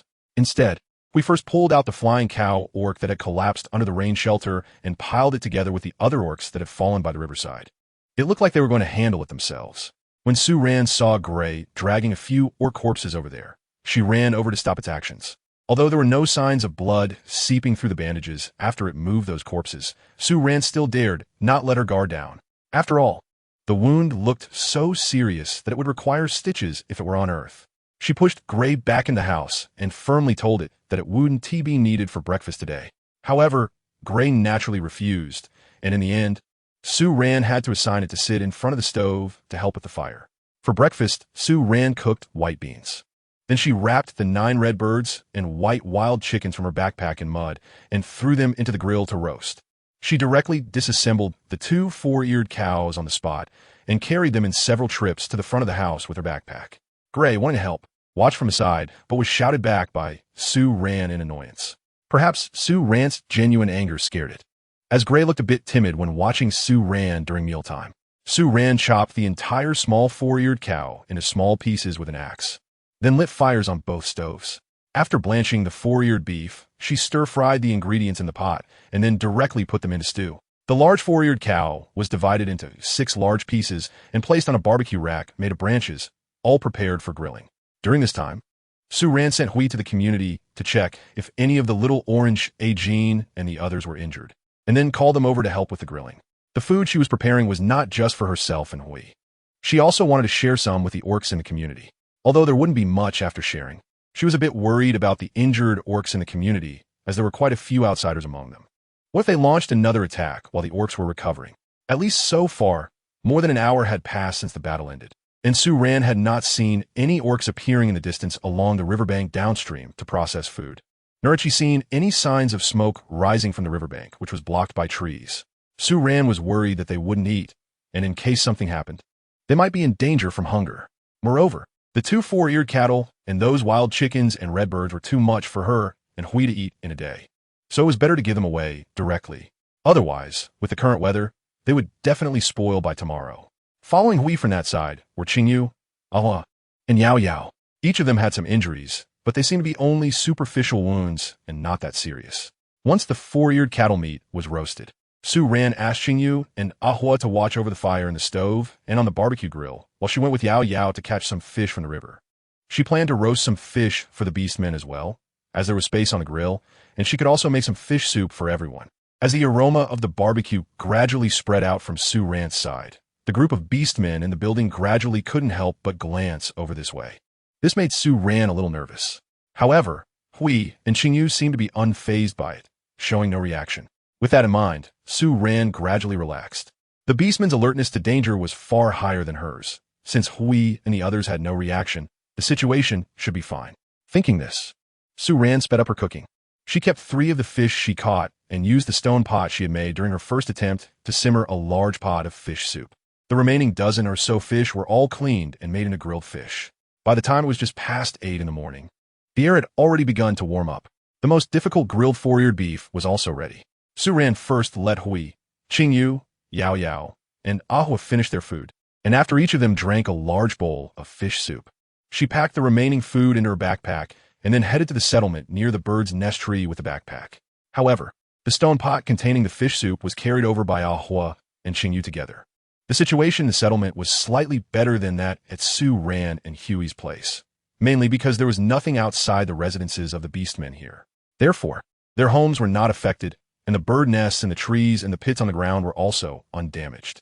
However, there were more beastmen lying on the ground here now. It was difficult to tell whether these fallen beastmen were unconscious or had already passed away.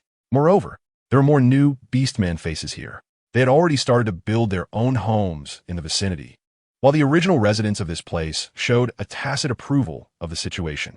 Su Ran sent Hui and Ahua to distribute some food they brought to the orcs. Many orcs here under Su Ran's guidance have also made tools like wooden bowls and food basins.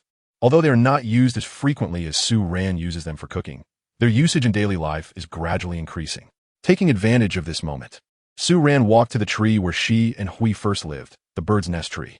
The bird's nests on the tree have already been moved to the riverbank upstream, and now the tree is empty, giving it a somewhat desolate feeling.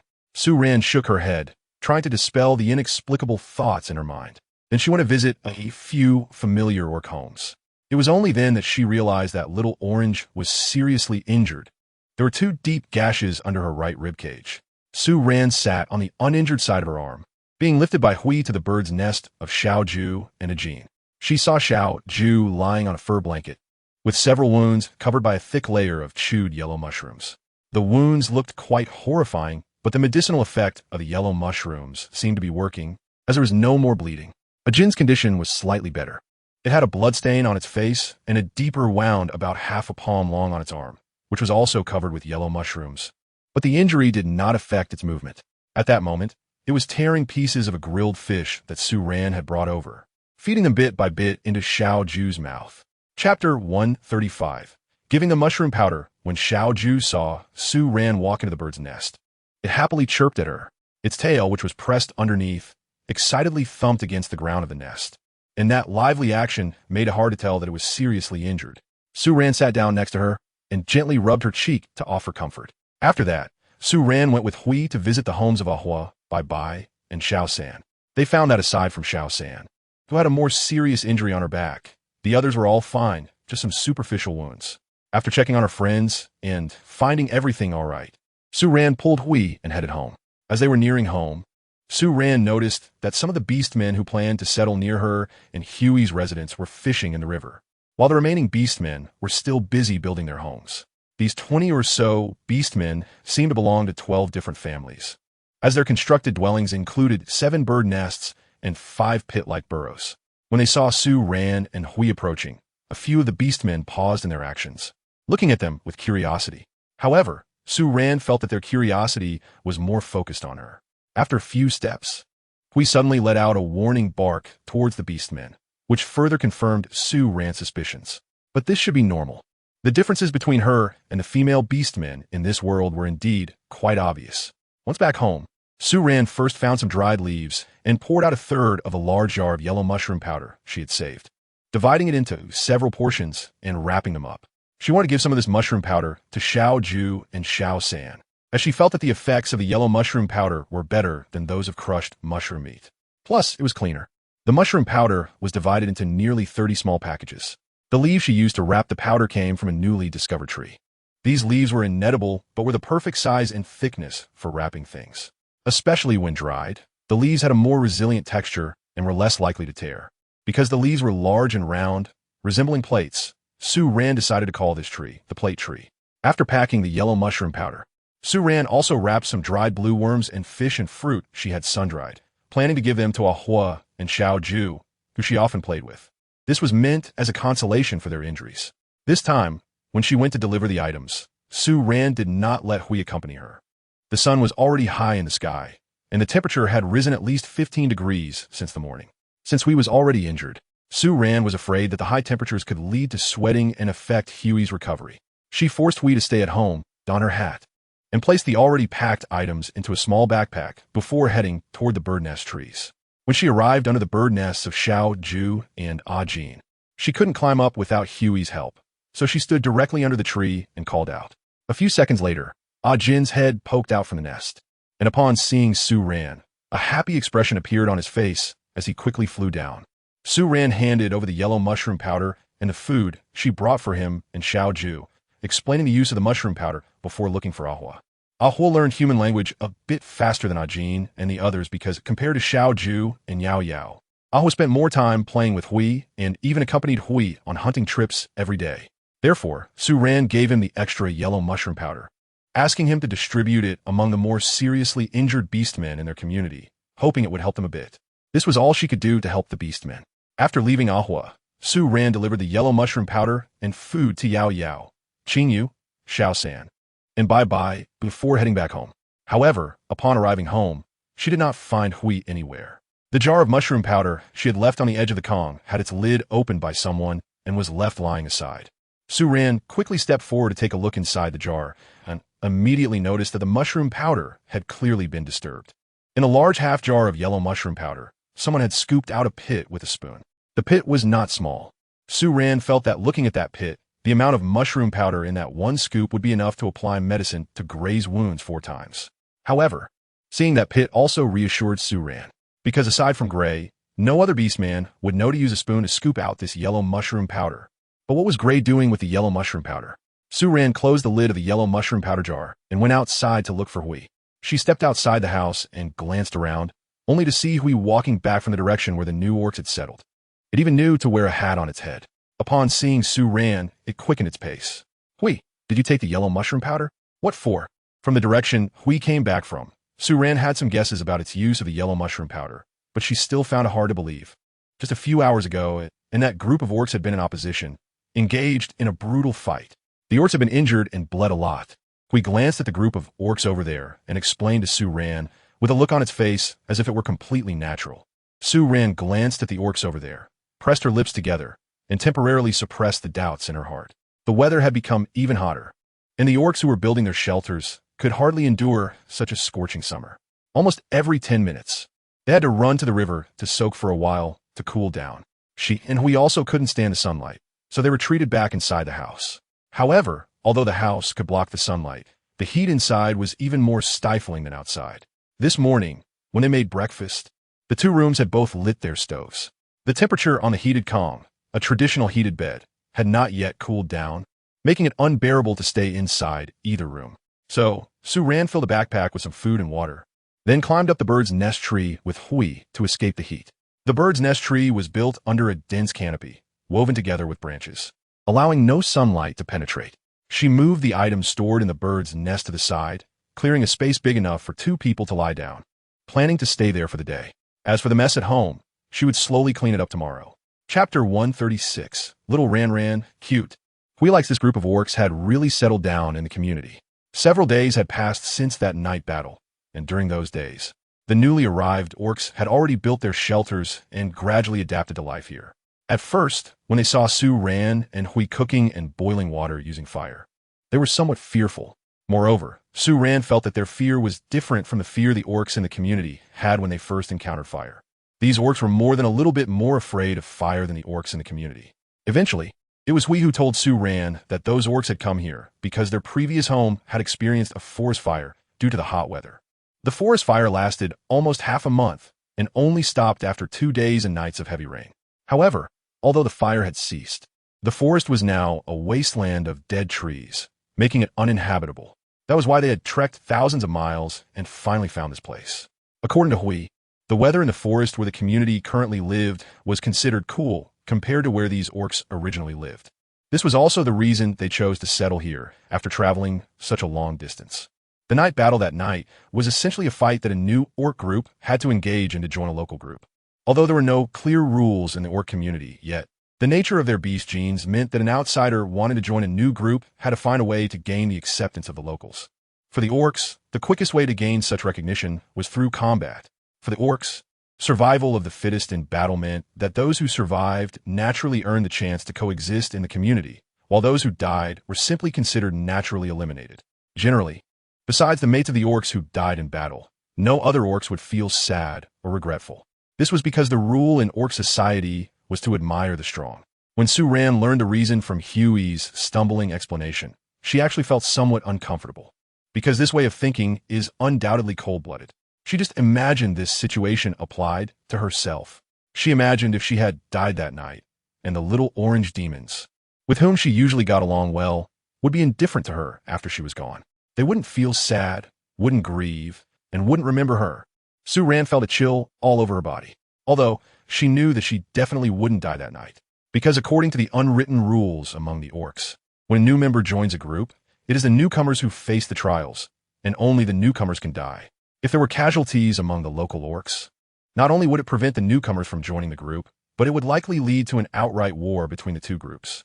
However, Su Ran thought about how that tiger-type orc nearly jabbed her eye with his claw that night, although the reason might have been that the orc misjudged her strength, thinking she was formidable enough to evade the attack. But the end result was that if it weren't for Huey's intervention, she would have certainly died that night. So that night, was it really just a narrow escape from turning a trial into a sudden war? Hui, I am very weak. I can't hunt. I have no strength. Why choose me? Su Ran asked the gray creature sitting next to her, who was helping to pack the soapberry powder. Now, the soapberries they had were the last batch of ripe fruits they had retrieved. In the forest, it was nearly impossible to find soapberries in season anymore. Huh? Why? The gray creature was taken aback by Su Ran's sudden question, only understanding part of what she said. It tilted its head and twitched its ears. Ran is great at hunting. It looked at Su Ran, suddenly wagging its tail behind it, and, after thinking for a moment, continued, there are wild chickens, white-headed goats. Ran is very good at hunting. Su Ran knew that Hui was talking about the game she had hunted in the past few days. There were many wild chickens and dwarf deer near the forest. But that white-headed goat had actually wandered into the area by mistake and happened to fall into the trap she had set for catching the dwarf deer. Hui, on that mountain by the sea, why did you bring me back as soon as you saw me? Why did you choose me as yours? Su Ran thought for a while about how to describe the word partner. Why did you choose to live, eat, and sleep together with me? Why do you like Ran? Ugh. Su Ran finished speaking, and the gray-eyed creature stared at her for a while, flicking its tail as if contemplating the meaning of her long string of words. In fact, Su Ran had always been curious about this question. Although many people had said she was beautiful in the past, among the generally high-looking beastmen, her appearance could only be considered average. She was also the shortest, had low combat skills, and lacked hunting abilities. If it were a case of developing feelings over time, after long periods of interaction where Gray saw her create so many unique things and developed different feelings for her, it would be understandable. But it was clear that Gray had already made a decision the first time he saw her. However, when she had asked Gray a few times before, his answers had always missed the point. Su Ran never received a clear answer in the end. Wu Hui liked Ran. He liked her the moment he saw her on the mountain. After thinking for a long time, Huey's tail behind him thumped heavily on the heated bed twice, making a popping sound, and then he nodded vigorously at Su Ran in response. Today, Su Ran was very patient, and she continued to ask, then why do you like Ran? Oh, Huey's greenish eyes blinked twice, and his mouth opened, because Ran's clothes are strange. When Ran is on a mountain, she doesn't smell like a beast man, and she smells very nice, even now. As he said this, he seemed to think of something and suddenly grinned, looking at Su Ran. Ran wants to hit Hui with a shovel. He suddenly waved his arm, mimicking the action of swinging a spade, but Su Ran quickly grabbed him. Don't move. Although Huey's wounds had healed a lot in just a few days, it was still possible that a sudden strong movement could cause them to reopen. Hui smiled at Su Ran in a pleasing manner after she held his arm and continued. Ran hits Hui with a weapon. Powerful. Ran is small and cute. Hui likes her. So the summary is, her clothes are strange, she smells nice, she can use a weapon to hit him, and she is small. Su Ran. Chapter 137 in winter, there are few animals. Sue Ran spent an evening gathering the firewood that had been placed under the rain shelter, the broken wood from the long table, and the wood from the damaged chicken coop and cattle pen behind the house, stacking it all on the left side of the house. Then she gradually cleared out the front and sides of the house. She planned to take this opportunity to build the storage room she wanted, along with the chicken coop and livestock shelter. After this experience, she felt that whether raising animals or storing items, a stone house would be sturdier. If another incident occurred, at least the losses would be smaller, and she wouldn't have to rebuild everything like this time. The recent weather was still hot, but Sue Ran had no intention of delaying the construction of the storage room any longer. Although the daytime temperatures were high, she could take advantage of the cooler hours in the early morning and evening to build. Moreover, while it was hot during the day, it was still bearable. She would take her time and not exhaust herself every day. There were still some stone bricks left from the previous construction, and during this time, whenever she had the chance, Sue Ran would make a few more. Although the quantity was still insufficient, she could build in the mornings and evenings and make stone bricks in the shade during the hot days. The few orcs that had died during the fight were eventually taken by the other orcs in the settlement to the dark river in the cave, where the elderly orc had been taken after passing away, and they were sent off in the early morning. Sue Ran was very curious about where this dark river ultimately led, but we couldn't explain it either. It was just how the orcs had always done things. Once the aftermath of the night raid incident in the community had completely passed, Sue Ran immediately began her house-building plan.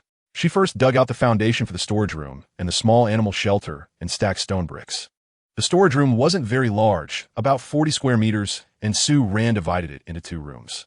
The 2 rooms were accessed through one door. The inside was used for storing food, while the outside was for storing tools. Sue Ran planned to make only 2 small windows on the front wall of each room. However, the windows wouldn't be very big, not even large enough for an orc to squeeze through. This size gave her a sense of security. Chickens, cows, and sheep were manageable. If lost, they could be raised again, but the food she had stored up bit by bit was irreplaceable. If she lost it, all her efforts over a period of time would be in vain. Now Sue Ran was incredibly grateful that she had stored those foods in the bird's nest rather than hastily building a thatched shed outside. Otherwise, her dried seaweed, dried seafood, and dried fruits would probably be completely gone by now. Sue Ran spent nearly 15 days digging and stacking the foundation for the storage room and the chicken and sheep houses behind it all by herself. Although Huey's wounds had healed more than halfway, Sue Ran still didn't allow it to do any heavy work until it was completely healed. It was already a stretch to let it go hunting occasionally. Even the food they had eaten in the last half-month was all hunted by Sue Ran from the nearby forest. Although they were all small animals, Sue Ran could catch enough in one go to ensure Hui didn't go hungry. Because of this, Sue Ran's archery skills had rapidly improved and become precise in just half a month. However, the speed at which Huey's wounds were healing was also beyond Sue Ran's expectations. It was unclear whether it was due to the orc's physical constitution or the significant effect of the yellow mushroom powder, but in just half a month, the 2 most serious wounds on Huey's shoulder had already started to scab over on the surface. If it weren't for this, Sue Ran wouldn't have agreed to let it go hunting those few times. Nevertheless, no matter how much Sue Ran tried to prevent Hui from helping, Hui, who didn't like seeing Sue Ran busy, wouldn't obediently listen. During the nth time Sue Ran was digging the foundation for the storage room, she found Hui secretly digging the foundation for the sheep and chicken houses behind. She helplessly rolled her eyes at Hui, whose face was still smeared with dirt. In the end, she had to assign Hui to sit at the door and make stone bricks. With Hui supplying the stone bricks, Sue Ran's house construction went more smoothly. After the foundation of the storage room was built and backfilled, she called for Ahua and Chinyu to help cover the foundation with a layer of stone slabs. And then she began building the house. The cement used for building the house was still her homemade version. The blue worm's internal gel was collected bit by bit when she had dried the blue worms before. When Sue Ran was building the storage room, she also constructed a flue inside it. This includes the chicken coop and the cattle and sheep barn that also need to be built. However, this flue is built against the wall. This is to prevent the need for heating in the room in the future. It took Sue Ran a whole month to completely build this storage room. At this point, it also signifies that Sue Ran has been in this world for half a year. By now, the temperature in this world has finally begun to show a gradual decline. This makes Sue Ran happy that the hot summer has finally passed, but she also starts to worry about the upcoming winter, as her winter food reserves are not yet prepared. And now that the storage room is not finished, there's no time to collect food and then process and store it. In the cold winter, can she catch red-skinned pigs and 4-eared cattle? Sue Ran scraped the stone brick in her hand while asking the gray figure beside her, "Can we catch anything?" The gray figure replied, "We can catch some animals, but they are rare. Sometimes we can't catch anything at all. When we're very hungry, we won't feel hungry when we sleep." After hearing this, Su Ran's sense of crisis surged again. If even the beast men were starving, then the number of animals that could still be found active outside during winter would be extremely low. It also indicated that the severity of winter here might be worse than Su Ran had imagined. Therefore, the next day, Su Ran accelerated the construction of the chicken coop and the sheep and cattle pen. However, since she already had experience building the storage room earlier, her skills had become quite proficient when constructing these two rooms. The chicken coop built by Su Ran is slightly smaller than the cattle and sheep barn. The wild chickens are small in size, so even if she raises dozens of them, they won't take up much space. The two animal rooms are side by side, built facing the riverbank, just like the house where Su Ran and Hui live. After completing the main stone framework of the houses, she also surrounded the front of both houses with a stone wall about 3 meters high using stone bricks. This way, during the day, she can let the small animals out to bask in the sun, and at night, she can put them back inside. Chapter 138. Harvest season. More than a month has passed, and the main framework of Su Ran's storage room and small animal room has been completed. At this time, Huey's injuries have also completely healed. So, after a passionate and sweet night with Su Ran, the next morning, she immediately announced that Hui could stop resting and move freely. When Su Ran crawled out from under the fur blanket, she couldn't help but angrily punch the wall. No matter which world it is, energetic males should not be kept pinned up. She didn't know if they would develop problems from it, but as their partner, she would definitely suffer. Su Ran supported her waist, secretly shedding tears, although she wasn't uncomfortable during the process. The difference between feeling comfortable for a moment and being comfortable for an entire night was too much for her small frame to bear. However, after Gray's injuries had completely healed, Su Ran's daily workload was finally alleviated. Gray took just one day to gather all the wood needed for several rooms. Then, it helped Su Ran process the wood into the sizes she required. Although it still wasn't entirely clear how to determine the positions for the mortises that needed to be carved out of the wood, it had already begun to understand the relationship between mortises and tenons and could quickly carve out the required shapes at the positions Su Ran marked. This was already enough for Su Ran. Once all the wood was processed, Gray called on Ahua, Ajin, and Xinyu to help install the entire roof. Su Ran also collected some new shells and climbed to the roof using the wooden ladder she made. She found and smashed the damaged shells on the roof one by one and replaced them with the new ones. Once the roof was finished, the storage room and the small animal house were also considered completed. After building these two houses, Su Ran used wood to construct 2 new rain shelters. One of the rain shelters was located outside the left wall of the house, right next to the eastern bedroom. Su Ran prepared the firewood to store away. The other one was built in the original location, right in front of the east bedroom, directly facing the storage room. To store a bit more this time, Su Ran made the 2 rain shelters slightly larger than the previous ones. The one built in the original location was intended to be used as a leisure or work sunshade. She also thought that when it rained, she could comfortably brew some tea inside, enjoy the rain, and add a touch of poetic charm. Although the term poetic charm might not be as appealing to this wolf as a piece of dried blue worm, for Su Ran, having that atmosphere was enough. Once these main structures were completed, Su Ran set up a long table for drying food again. As for the connecting piece of the clothes drying rack, this time she replaced it with a rope made from animal hide. The hide rope was strong enough, and she didn't have to worry about it suddenly breaking under the weight of wet animal skins when drying. After all the necessary structures were built, Su Ran finally felt that her and Huey's time was about to enter the grain storing season. It had been more than half a month since she built the storage room, meaning Su Ran had been in this world for 6.5 months, nearly 7 months. During this past half month, although the temperature gradually dropped, it was still relatively warm during the day, while the nighttime temperature became much cooler. However, during the day, the air under the shade of the trees in the forest had also become cooler compared to the previous stuffiness. The first food that Su Ran started to stock up on was the white bean fruit, which could be found everywhere in the forest. The white bean fruit now is no different from when Su Ran first discovered them. Even their size remained small. Su Ran has already tried the storage method of drying the white beans and then storing them. She found that the white beans stored after drying have a slightly fuller texture when eaten compared to fresh white beans. It's similar to the fresh peanuts that are dug out of the ground and eaten raw with that clear, juicy texture. The difference is akin to the rich flavor of roasted peanuts. The dried white beans have noticeably less of that watery texture, which consequently makes them more filling. Sue Ran sewed many large leather bags to store the white bean fruits.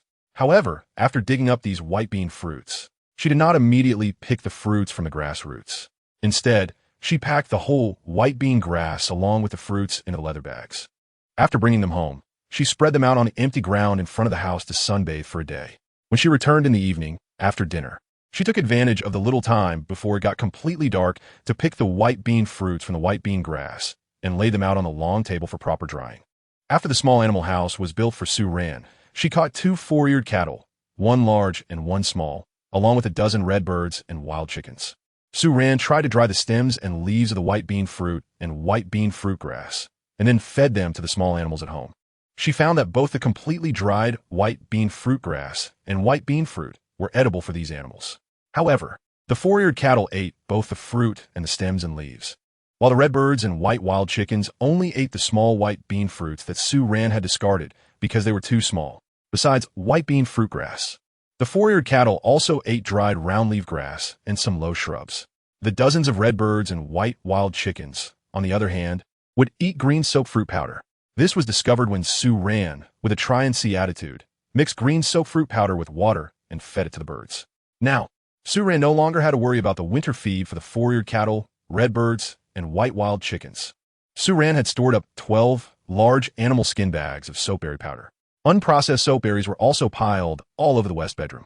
If the harsh winter lasted only 5 or 6 months like summer, the soapberry powder along with the soapberries would be nearly enough for Sue Ran and the chickens.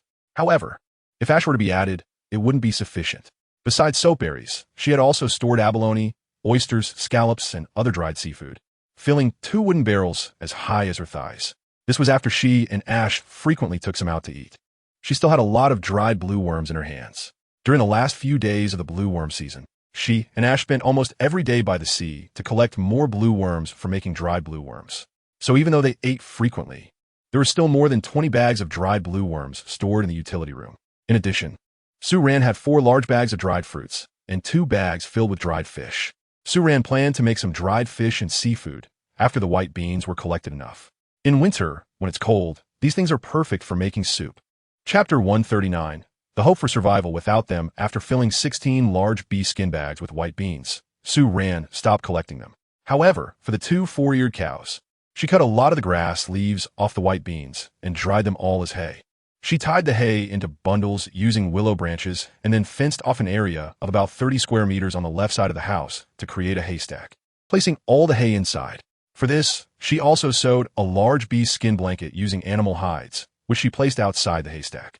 If there were windy or rainy snowy weather, she could use this blanket to cover the haystack, preventing it from getting wet from rain or snow, or from being blown apart by the wind. Sue Ran felt that the stock of green soap fruit powder and white bean fruit she had in hand should be enough for her and Hui to eat well during the long winter without going hungry, and there would still be some left to feed the small animals. However, most of the time, it would still be Sue Ran who ate the green soap fruit powder and white bean fruit, as Hui needed to eat more meat. But having these food supplies on hand at least ensured that if there were no other food available during the winter, she and Hui wouldn't have to face problems due to hunger. Besides these 2 types of food, she still needed to store other food supplies. Huey's main food was meat, which certainly needed to be stocked up more. However, Sue Ran felt that given the current weather, no matter what method was used to store meat, it would spoil quickly. She planned to wait until the weather got a bit colder, at least until she needed to wear long sleeves and pants, before starting to store the meat food needed for winter. However, according to Hui, the beastmen usually began to store food at least 4 30-day periods before winter. This meant that winter would not come for another 4 months. The method the beastmen used to store food was to clean the animals they hunted and then freeze them outside their dwellings. Sue Ran also planned to freeze some of the animals she hunted, just like those orcs.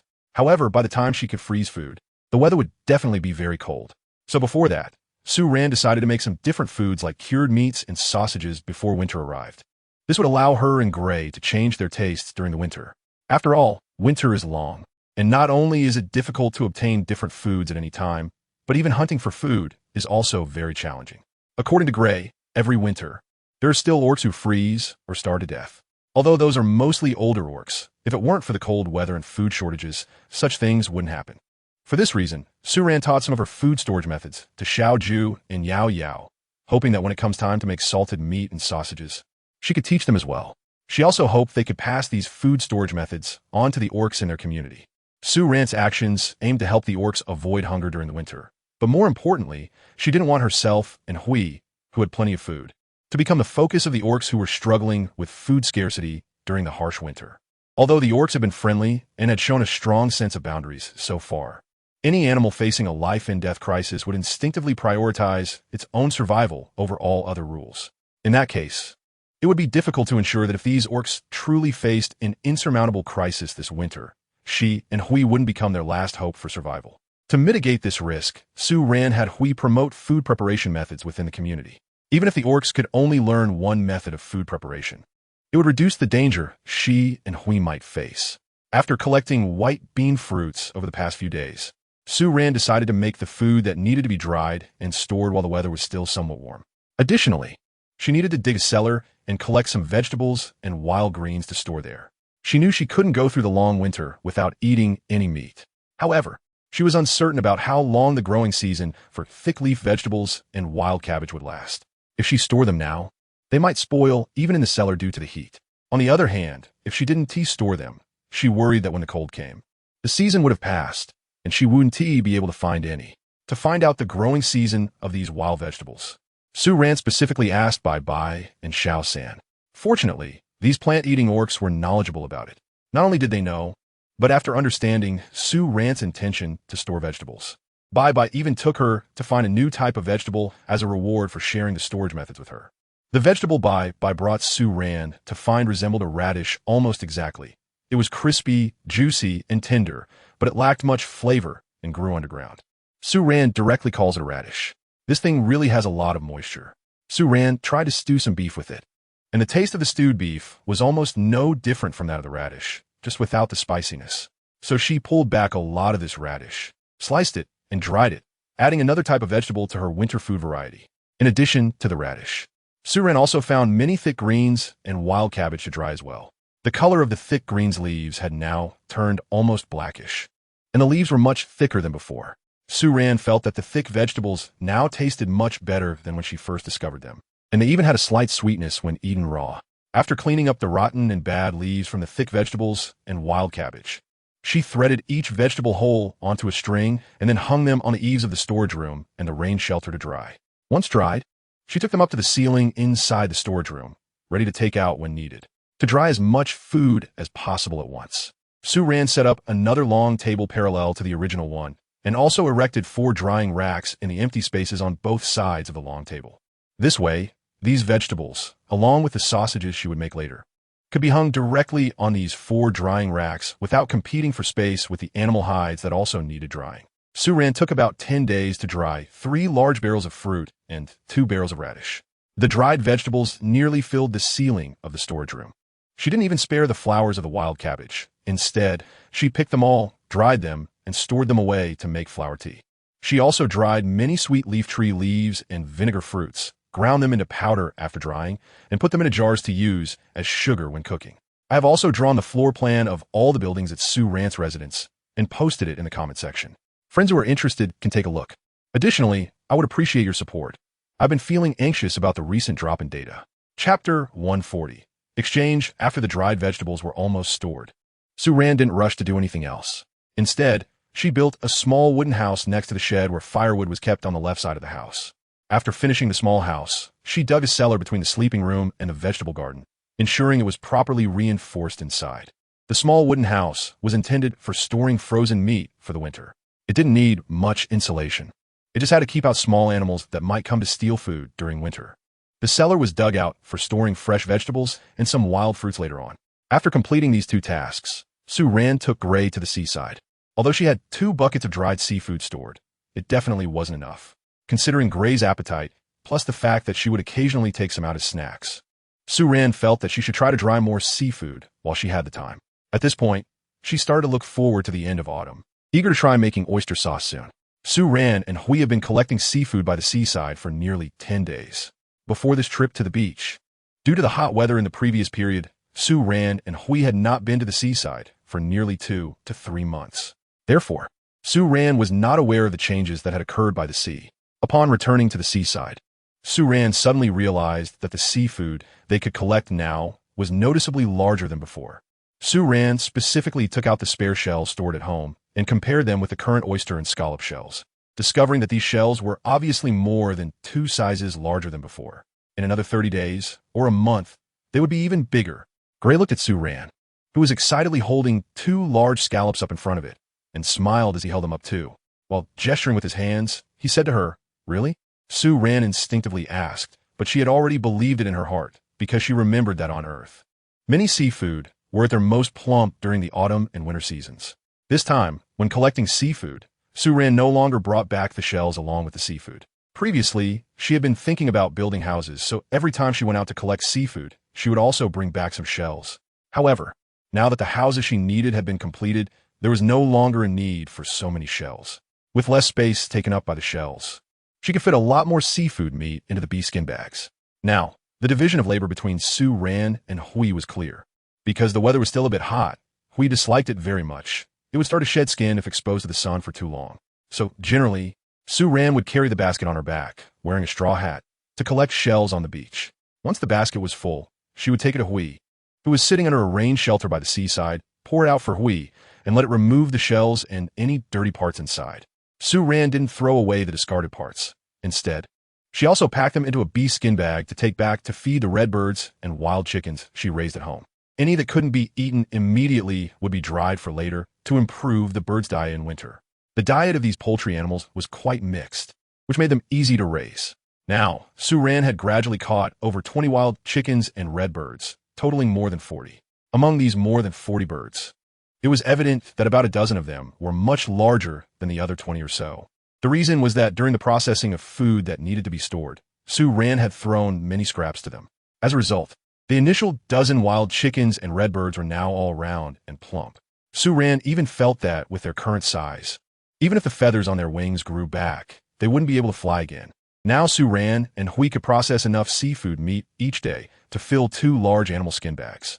The packed seafood innards would fill almost an entire bag. Every noon, Hui would take a bag of seafood and fly back home with it. By the time he brought it back, Sue Ran had already cleaned the seafood, so he could simply pour it out on the long table to spread out and dry.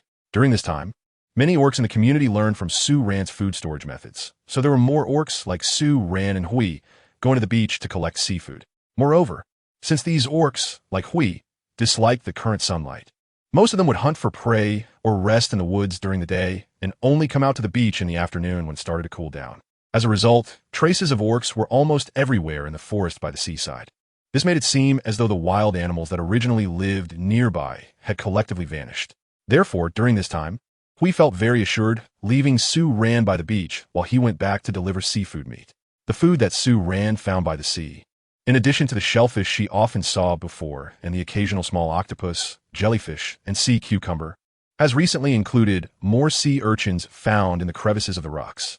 However, the shells of these sea urchins are a light purple color, but this does not affect their great taste, and they are easy to eat. After removing the internal organs, they can be eaten raw. Unfortunately, this type of seafood cannot be dried, so she can only enjoy it a little to satisfy her cravings during this season. Now, every day when Sue Ran and Hui are by the sea, they pick up a lot of them, eating while staying busy. Moreover, Sue Ran now feels an inexplicable sense of satisfaction. In her previous world, those types of seafood that she would have avoided at all costs just by glancing at the price, and which she would never have thought of eating except during festivals. She is now almost eating her fill of here, some even to the point of getting tired of them. Sue Ran's dried seafood has produced 5 large bee skin bags worth. After this, she no longer intentionally went to the seaside to collect seafood, but rather would occasionally stop by when passing by the beach to bring back some fresh seafood to eat. The leftovers would then be dried again. At the same time, while collecting the seafood, Sue Ran did not forget to produce some sea salt every day. Now, in her storage room, there are already 2.5 wooden barrels full of sea salt, each about the height of a person and nearly a meter wide. In a small storage room behind her house, there are also 2 large bowls full of sea salt she made earlier. However, Sue Ran did not expect that the sea salt she produced every day would attract the attention of the orcs. It wasn't until the first orc came knocking on her door with a white-headed goat, expressing a desire to exchange the goat for sea salt, that Sue Ran was taken aback.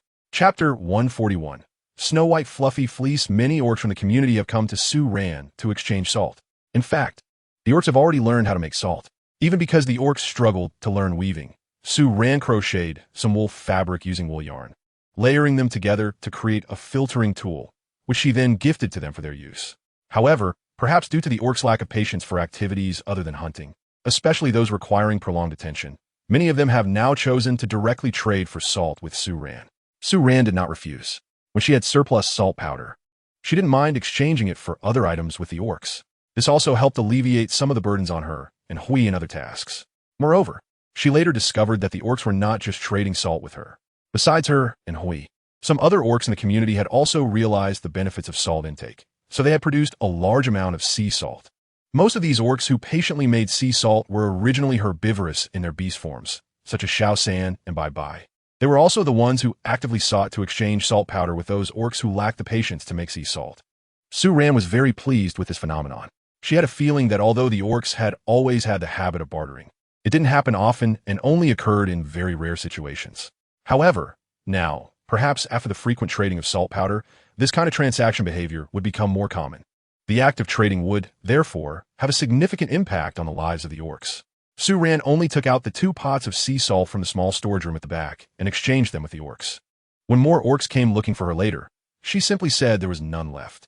By the 8th month of her arrival in this world, the temperature on this continent gradually returned to around 20 degrees.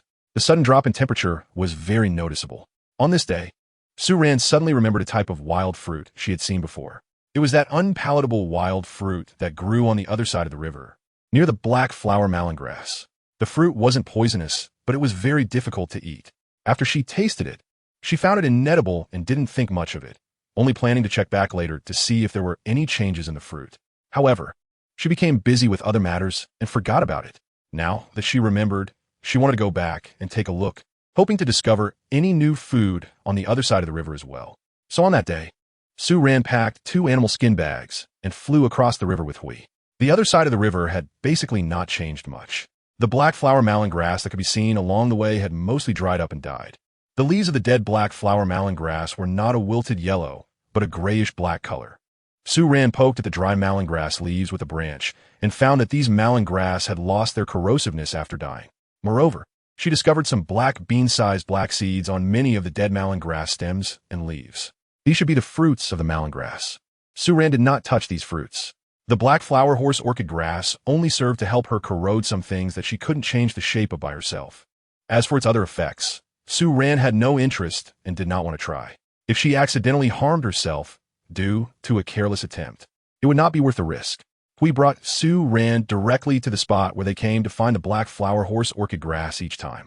Sue Ran followed her previous memories, pulling Hui towards the direction of the forest they had seen before. After walking for more than 10 minutes in a lush green forest, a large area of withered yellow suddenly appeared. These withered yellow objects looked like grapefruit-sized fruits. The outer color of the fruit was withered yellow, and the texture of the skin matched that color's appearance. It had a wrinkled look, as if it were about to dry up and crack open. Sue Ran turned around the nearest tree in front of her half a circle, finally confirming that this was the fruit tree she and Hui had discovered when they first came to this forest. She didn't know that the fruit would grow this big in the end. No wonder at that time it was only early spring, and the fruits on this tree had already grown as big as pears. Hui had already picked a fruit from the side. It dragged the fruit's bottom with its palm and directly pulled the fruit off the branch. As a result, when the stem above the fruit broke, it couldn't hold it steadily, and the fruit bounced in its palm. It hurriedly moved its palm to catch it. However, when the fruit fell back into its palm, it bounced up again due to the force Hui used to catch it, and it dropped straight to the ground.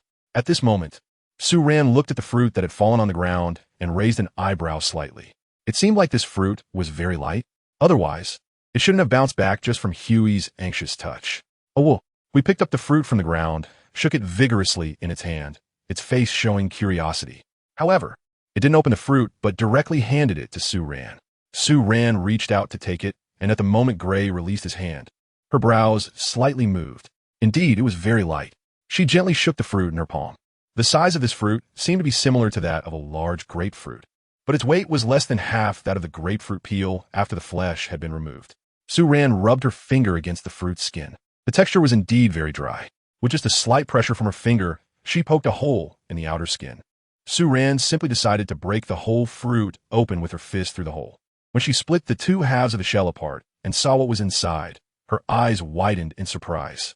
Once she realized what was inside, she almost excitedly threw the two halves of the fruit away. Inside the two dry yellow shells, each half was stuffed full of fluffy, white, fibrous material.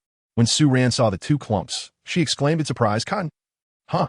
Hearing Sue Ran's suddenly introduced new term, Gray looked down at her in confusion, and then followed her gaze to the fruit she had split in her hand.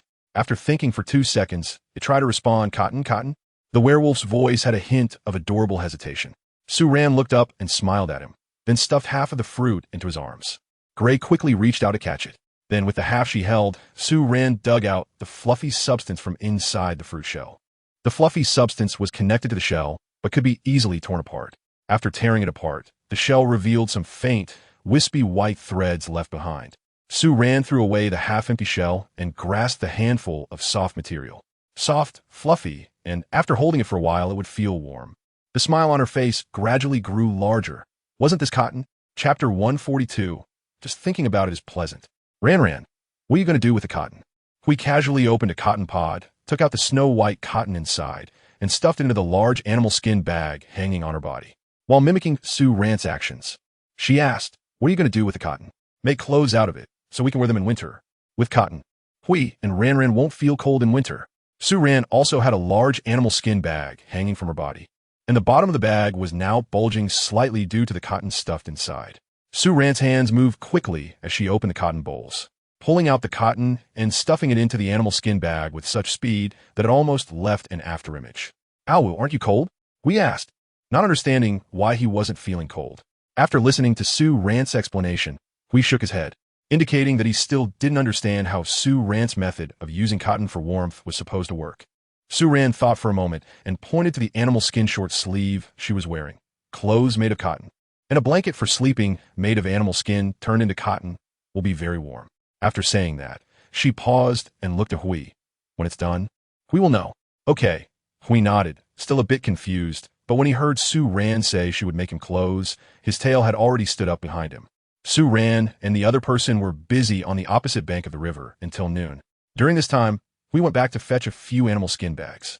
By now, all these animal skin bags were completely filled, so we first took Sue Ran back to the opposite bank, then returned twice to transport all the bags filled with cotton back. The cotton that was brought back was first placed on the heated bed in the west bedroom by Sue Ran. Throughout the morning, she and Hui brought back a total of 9 large animal skin bags of cotton. Sue Ran thought that if she could pick that much again in the afternoon, it should be enough for her for the time being.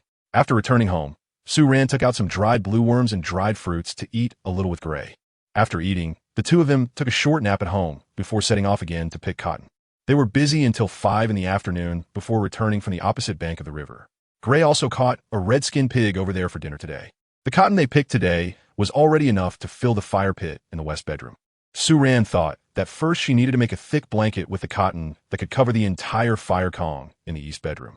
When winter came, no matter how cold it was outside, the room would be warm with a fire burning, and the fire Kong would be hot. The blanket underneath her would be soft and warm, and when she was idle, she could sit by the fire, brew some wild cabbage flower tea, and enjoy her homemade snacks. Just thinking about it made her feel very comfortable. Although the weather had cooled down a lot now, it was still warm enough to wear short sleeves, which was not suitable for storing food. Therefore, Sue Ran's idea of storing meat and fresh vegetables had to be postponed. She planned to spend the next few days making this blanket first. The inside of the cotton blanket would be filled with cotton, and for the outer layer, Sue Ran intended to use the skin of a 4-eared cow for the bottom side, and the skin of a white-headed sheep for the top side. The skin of the 4-eared cow was thicker than that of the white-headed sheep. Since the bottom side of the blanket would be directly touching the fire Kong, it would be less susceptible to heat compared to the skins of the white-headed sheep and red-skinned pigs. The skin of the white-headed sheep was softer but also thicker than that of the red-skinned pig, making it less likely to be easily damaged. So Sue Ran made the top side. This cotton blanket looked large, but it was actually quite simple to sew, especially since Sue Ran had already sewn 2 animal skin blankets that were laid directly on the fire Kong before. Her experience made her sewing speed even faster. She first sewed the outer layer of the bottom side of the blanket. She found several complete 4-eared cow skins that had been processed and layered them neatly. She first cut these skins into the same size, making sure all 4 edges were smooth and straight, and then she stitched them together. After finishing the outer layer for this side, Sue Ran used the same method to sew the top layer. By the time, both the front and back of the blanket's outer layer were sewn. It had used a total of 8 complete 4-eared cow skins and 13 white-headed sheepskins. After completing the outer layer, it was time to start laying the cotton on top. Sue Ran estimated that if she wanted to cover the entire heated bed with cotton and make it a bit thicker, she would need at least 6 large bags of cotton. However, the cotton she had picked couldn't be used directly. Each tuft of cotton contained 2 or 3 black seeds the size of rice grains, although these seeds wouldn't be felt if sewn into the blanket. Sue Ran was worried they might sprout inside. So before laying the cotton on the animal skin blanket, Sue Ran spent 2 days with Hui, picking out all the small black seeds from the 6 bags of cotton they needed. Each seed from the cotton fruit contained only 2 or 3 grains. Although there were few, they were small. Sue Ran managed to find a trick after a few tries and could directly pinch them out with her nails. However, for Hui, the small seeds were not as friendly. His hands were large, and his nails were long, designed as sharp weapons for hunting wild beasts, which made them clumsy in this situation. It was difficult and slow for him to precisely pinch out each tiny seed. In the end, he couldn't help but hold a handful of cotton that wasn't fully cleaned, looking pitifully at Sue Ran. Ran, I can't do it. I don't want to do it. Then, when Sue Ran asked him to go to the beach to collect some seafood, he hurriedly ran off with the basket on his back. After Sue Ran finished selecting the seeds, she did not throw away the cotton seeds, but carefully collected them, preparing to plant them next year. Even if only 2 or 3 of them sprouted and grew into big trees, the fruits they would yield later would be enough for her. It took her 2 days to remove the seeds from the cotton. One morning, after finishing breakfast, Sue Ran asked Hui for help to bring the 4-cornered cowhide cover she had sewn a few days ago from the west bedroom to the east bedroom. She first laid the cover flat on the heated brick bed, and the size of the cover was just right for the bed. Then she propped the window in the east bedroom open to its maximum, allowing sunlight to shine into the room. Next, she poured an entire bag of cotton onto the animal skin cover. After pouring it out, Sue Ran sat on the cover and spread the pile of cotton out little by little, pressing it down as flat as possible. When she felt that the thickness of the cotton was about right, she poured the second bag of cotton onto the already spread cotton and flattened it again in the same manner, and continued this way. It wasn't until she had covered the entire animal skin cover with cotton that, with Huey's help, she brought over the white goat skin cover she needed to place on top of the already spread cotton. After placing the white goat skin cover on top of the prepared cotton, Sue Ran took out a bone needle and began the final stitching. She first tightly stitched all 4 edges of the felt. After finishing that, she used the bone needle to pierce down from one edge of the felt. The bone needle penetrated the animal skin and went into the cotton below, stitching the cotton and animal skin together. Then the needle came out from the animal skin. This way, it could prevent the cotton inside the felt from shifting. It took Sue Ran nearly 5 days to make this cotton felt, and almost 2/3 of that time was spent on stitching. By the end, her fingers were sore for 2 or 3 days. However, this little pain was nothing compared to the soft and comfortable feeling of lying on the felt. Sue Ran lay on the thick cotton mat. The touch of the processed clean white goat wool beneath her palm was fine and smooth. Most of the hair on the white goat was black, with only the area from its neck to its head being white. After Sue Ran's cutting, the entire white goat hide would only leave a strip of white fur less than an inch wide along one edge. When several pieces of white goat hides, each with a short strip of white fur, were sewn together, the final large hide produced had black interspersed with a few similarly shaped white stripes. The black and white intermingled, resembling a pattern. In a room with half-open windows where the light was not very sufficient, the dark mat appeared much more lively. Gray was very fond of this newly made mat. It rolled around several times on the soft and thick mat, just like the first time it lay on the heated Kong, and, after lying flat, it suddenly looked at the ceiling and let out a long sigh of contentment. Oh, whoa, Gray really likes Ran Ran. Ran Ran is very good, very impressive. It held Sue Ran's hand beside it, and under the dim light, its light green eyes became clear and bright. On the mountain, Gray liked Ran Ran. Small and fierce, it liked to howl. Sue Ran lowered her head, listening to its seemingly childlike confession, and slightly curled the corners of her lips. It must have been referring to the first time they met on that mountain, when she almost hit it. At that time, she was both surprised and scared, and when she swung that engineer's shovel, she indeed used all her strength. The expression on her face at that moment must have looked quite fierce in Gray's eyes. After finishing the cotton blanket, Sue Ran rolled it up from the edge of the Kong, all the way to the end, placing it snugly against the wall. The weather was still not cold, and the cotton blanket was indeed warm. Gray lying on it would get so hot that it couldn't sleep at all. After completing the cotton blanket, Sue Ran made 2 sets of double-sized quilts. She also made several pillows with cotton filling, along with a few large and small cushions. After making this whole set of items, there were only 2 large bags of cotton left from what she had picked earlier, which was a bit insufficient for making clothes. So she had Gray go pick some more cotton. In just half a month, the temperature had dropped rapidly. The midday was still okay, but every morning and evening, even wearing long-sleeved animal skin clothes, the cool air would make one feel a bit chilly. Sue Ran felt that the temperature every day now was very similar to when she first arrived in this world. It was hot at noon and cold in the morning and evening, with a significant temperature difference each day. She used yarn made from white goat wool to knit 2 sets of sweaters and pants for herself and Hui. However, Sue Ran didn't know how to knit from start to finish, so for each piece of clothing, she knitted the different parts separately and then sewed them together with a needle and thread. For the 2 sets of clothes, Sue Ran planned to make one set as a simple sweater and the other as a sweater stuffed with cotton. Her own outfit was relatively easy to make. She just needed to knit the shapes of the different parts and then sew them together. However, for Huey's 2 sets of clothes, she needed to leave openings for the wings and tail. The pants were fine, just like Huey's previous shorts. She could leave a hole for the tail and later pull it through. But the top was more challenging. Because of Huey's large wings, the feathers were almost as long as Huey's upper body. If she also left 2 holes for the wings, similar to the tail, then those holes would expose almost half of Huey's back. In that case, there would be little difference in wearing the shirt or not.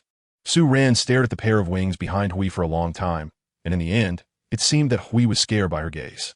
When Sue Ran reached out with a wooden ruler to measure its wings, it couldn't help but tremble violently for a moment. Ran wings. What about the wings? It's okay. I'm making you some clothes. Sue Ran pressed back the body of the gray half-turning creature. In the end, she decided to make the clothing on the gray creature into a style that required tying buttons at the back. The back part would be divided into 2 sections on the left and right, with a middle section, making a total of 3 pieces of fabric. When wearing it, the outfit would be put on over the head, and then the left and right pieces would wrap around the base edges of the wings and be fastened together with buttons to the middle piece at the back.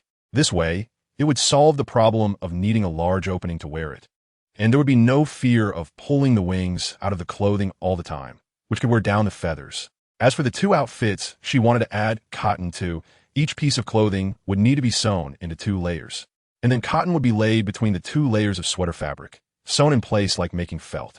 Sue Ran originally wanted to sew the outer layer of the sweater with red pigskin.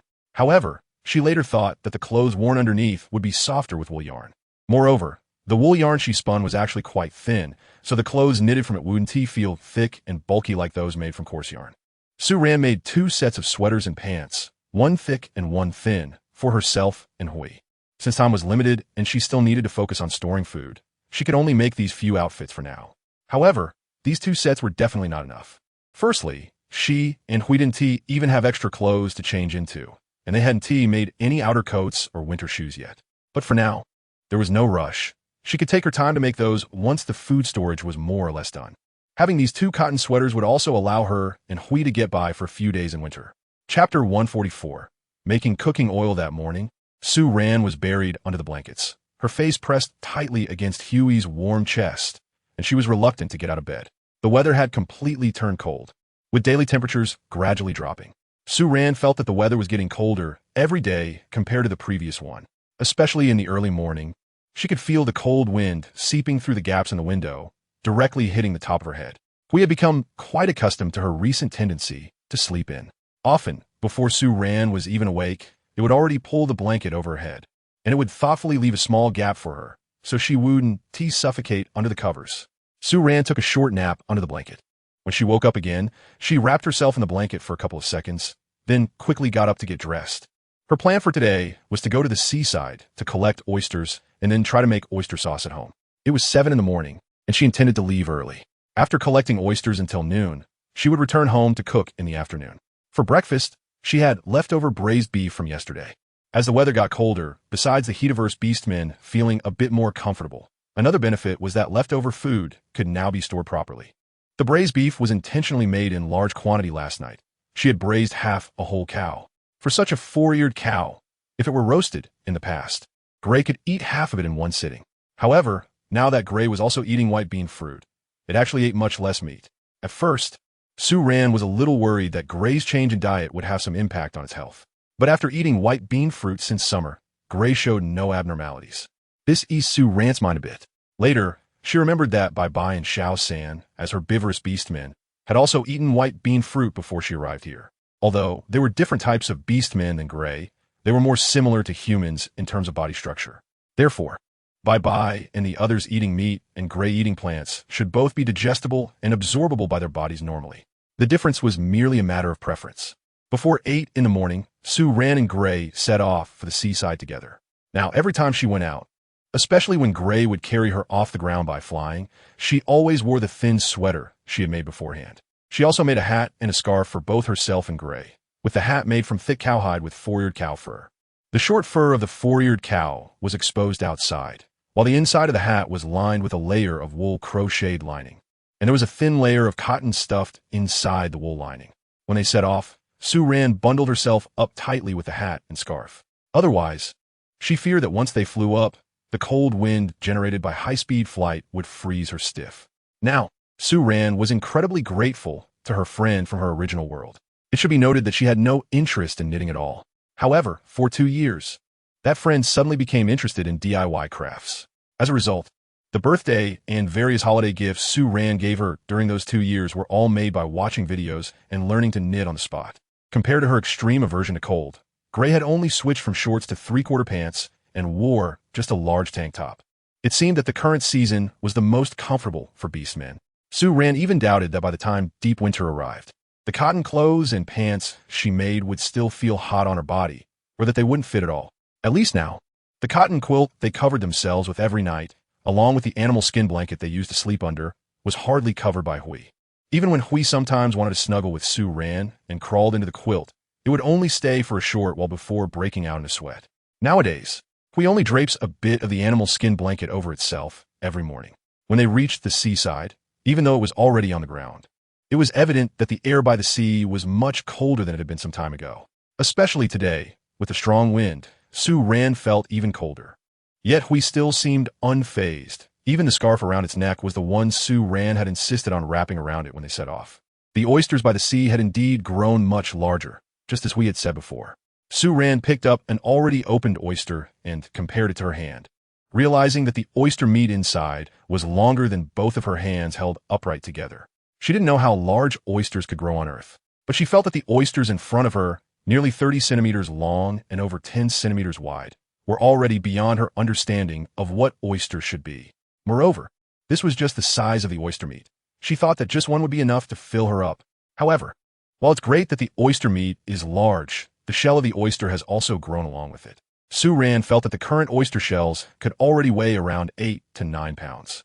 However, as the shells grew larger, they also became harder to crack open. In the end, Su Ran simply used a multifunctional axe to strike a small opening at the top of the oyster shell. Then she used the edge of the axe to carefully pry the two shells apart along the crack.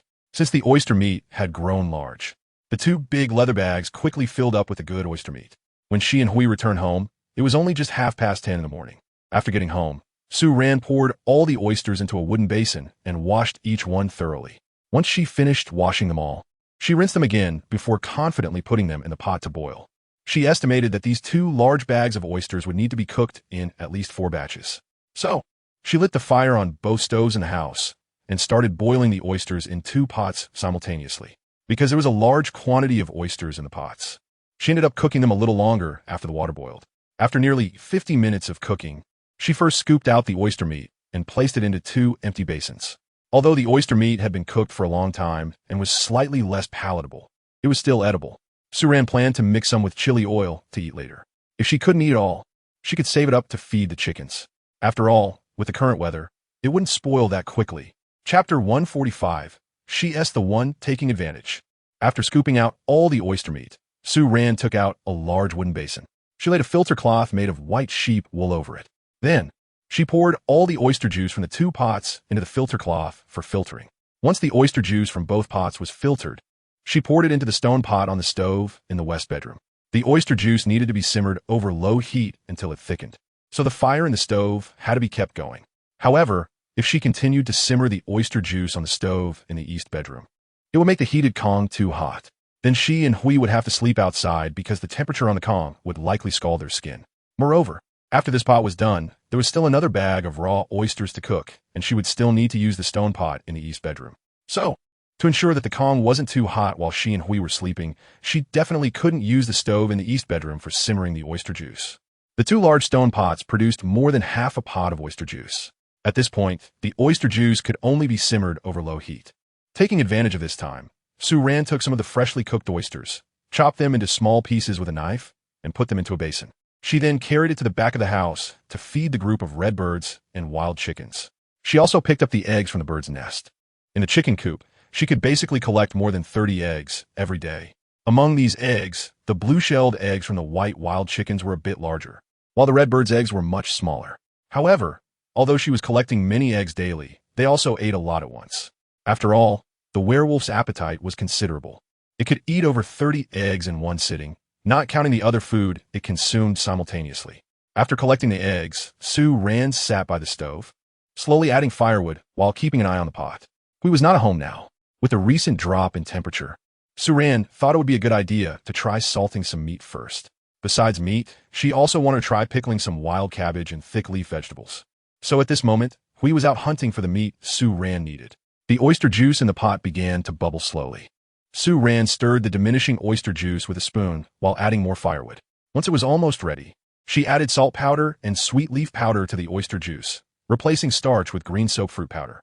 Finally, as the oyster juice became increasingly thick, she quickly pulled out the wood from the stove and used a spoon to ladle the already simmered oyster sauce into the prepared large wooden basin to cool.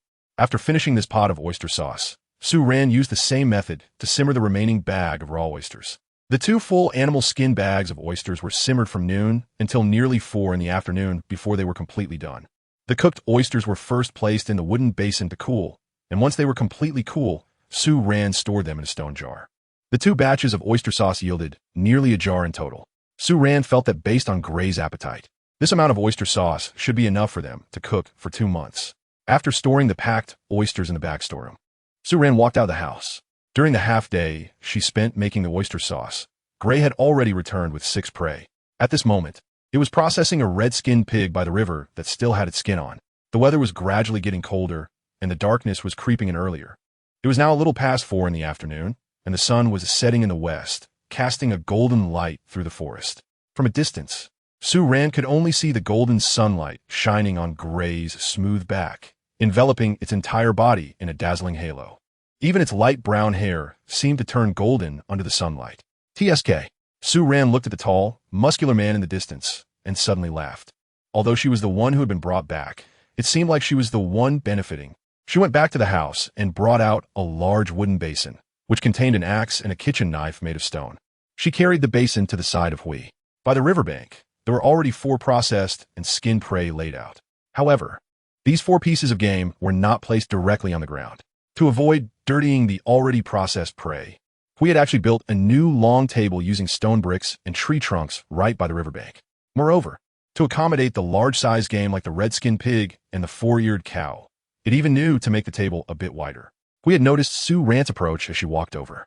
It paused its movements, turned to look at Su Ran, and then, after she got closer, unexpectedly received a light kiss from her, like a dragonfly touching the water. After the soft sensation left its face, the large tail behind Hui, which had grown increasingly impressive with the changing seasons, quickly drooped and swayed a bit, letting out a low whoa. It stepped closer to Su Ran, but then halted its movement upon discovering the blood splatters all over itself. Su Ran certainly noticed this. She felt a bit frustrated that she had forgotten to make 2 aprons earlier. Today, the number of prey she had to process was a bit too much, and there would be a lot of blood on her. It was fine before because she used to process prey with her upper body bare, and, after finishing, she could just take a shower. But now she was wearing clothes every day. At this rate, the clothes she was wearing would probably take a lot of effort to clean. But there was no time for that now. Su Ran sighed and placed the wooden basin in her hand onto the gray long table. She had come to cut the meat. The oil had already been prepared, and she was eager to make some stewed big bones, stewed meat, and braised meat to eat. Now on the long table, the prey displayed included 3 red-skinned pigs and 1 4-eared cow. Su Ran chose the 4-eared cow. She had Hui directly chop off one of its large thighs and cut it into small pieces with an axe. And she also chopped out the entire spine from its back. She planned to make a big bone stew for Hui today. The chopped bones and meat consisting of one thigh and the whole spine, filled a large basin to the brim. After Hui helped Su Ran carry the full basin of bones and meat back to the house, Su Ran washed out the stone pot on the stove in the west room. The heated Kong in the east bedroom was already warm enough, so she still had to use the pot in the west for cooking in the evening. The method for making braised pork bones is very simple. First, blanch the chopped bone-in meat in cold water. After the meat is blanched, take it out and wash off the blood foam. Then, clean the pot, heat some oil, and add the chopped finger onions, star anise, and a few dried chili peppers. Once these ingredients release their aroma, add the pork bones directly, stir-fry a few times, and pour in the oyster sauce. Chapter 146. Gray Hungry Noodles, Hurry Up. At this moment, Su Ran was using the oyster sauce that had just been poured into the jar, which had some residue left on the inner wall of the wooden basin that she hadn't scraped off. Now she was using a spoon to scrape off the leftover oyster sauce bit by bit, not wanting to waste any of it. The bits that she couldn't scrape off were rinsed down with water and poured into the pot. Because the wooden basin was quite large, there was still a lot of leftover oyster sauce on the sides, enough for this time's bone stew. After adding the oyster sauce, Su Ran sprinkled some sweet leaf powder into the pot, then covered it with a lid and started to simmer on high heat. She had stuffed a few thicker logs directly into the stove, which would take a while to burn out. Taking advantage of this time, Su Ran went to get 2 large radishes and then filled a few bowls with noodles using the wooden basin. After peeling the radishes, she cut them into pieces and directly added them into the pot to stew with the bones. Then she kneaded the noodles, planning to make a bit of noodles later when the bones were almost done, to pour the stewed bone broth over and make beef bone noodle soup.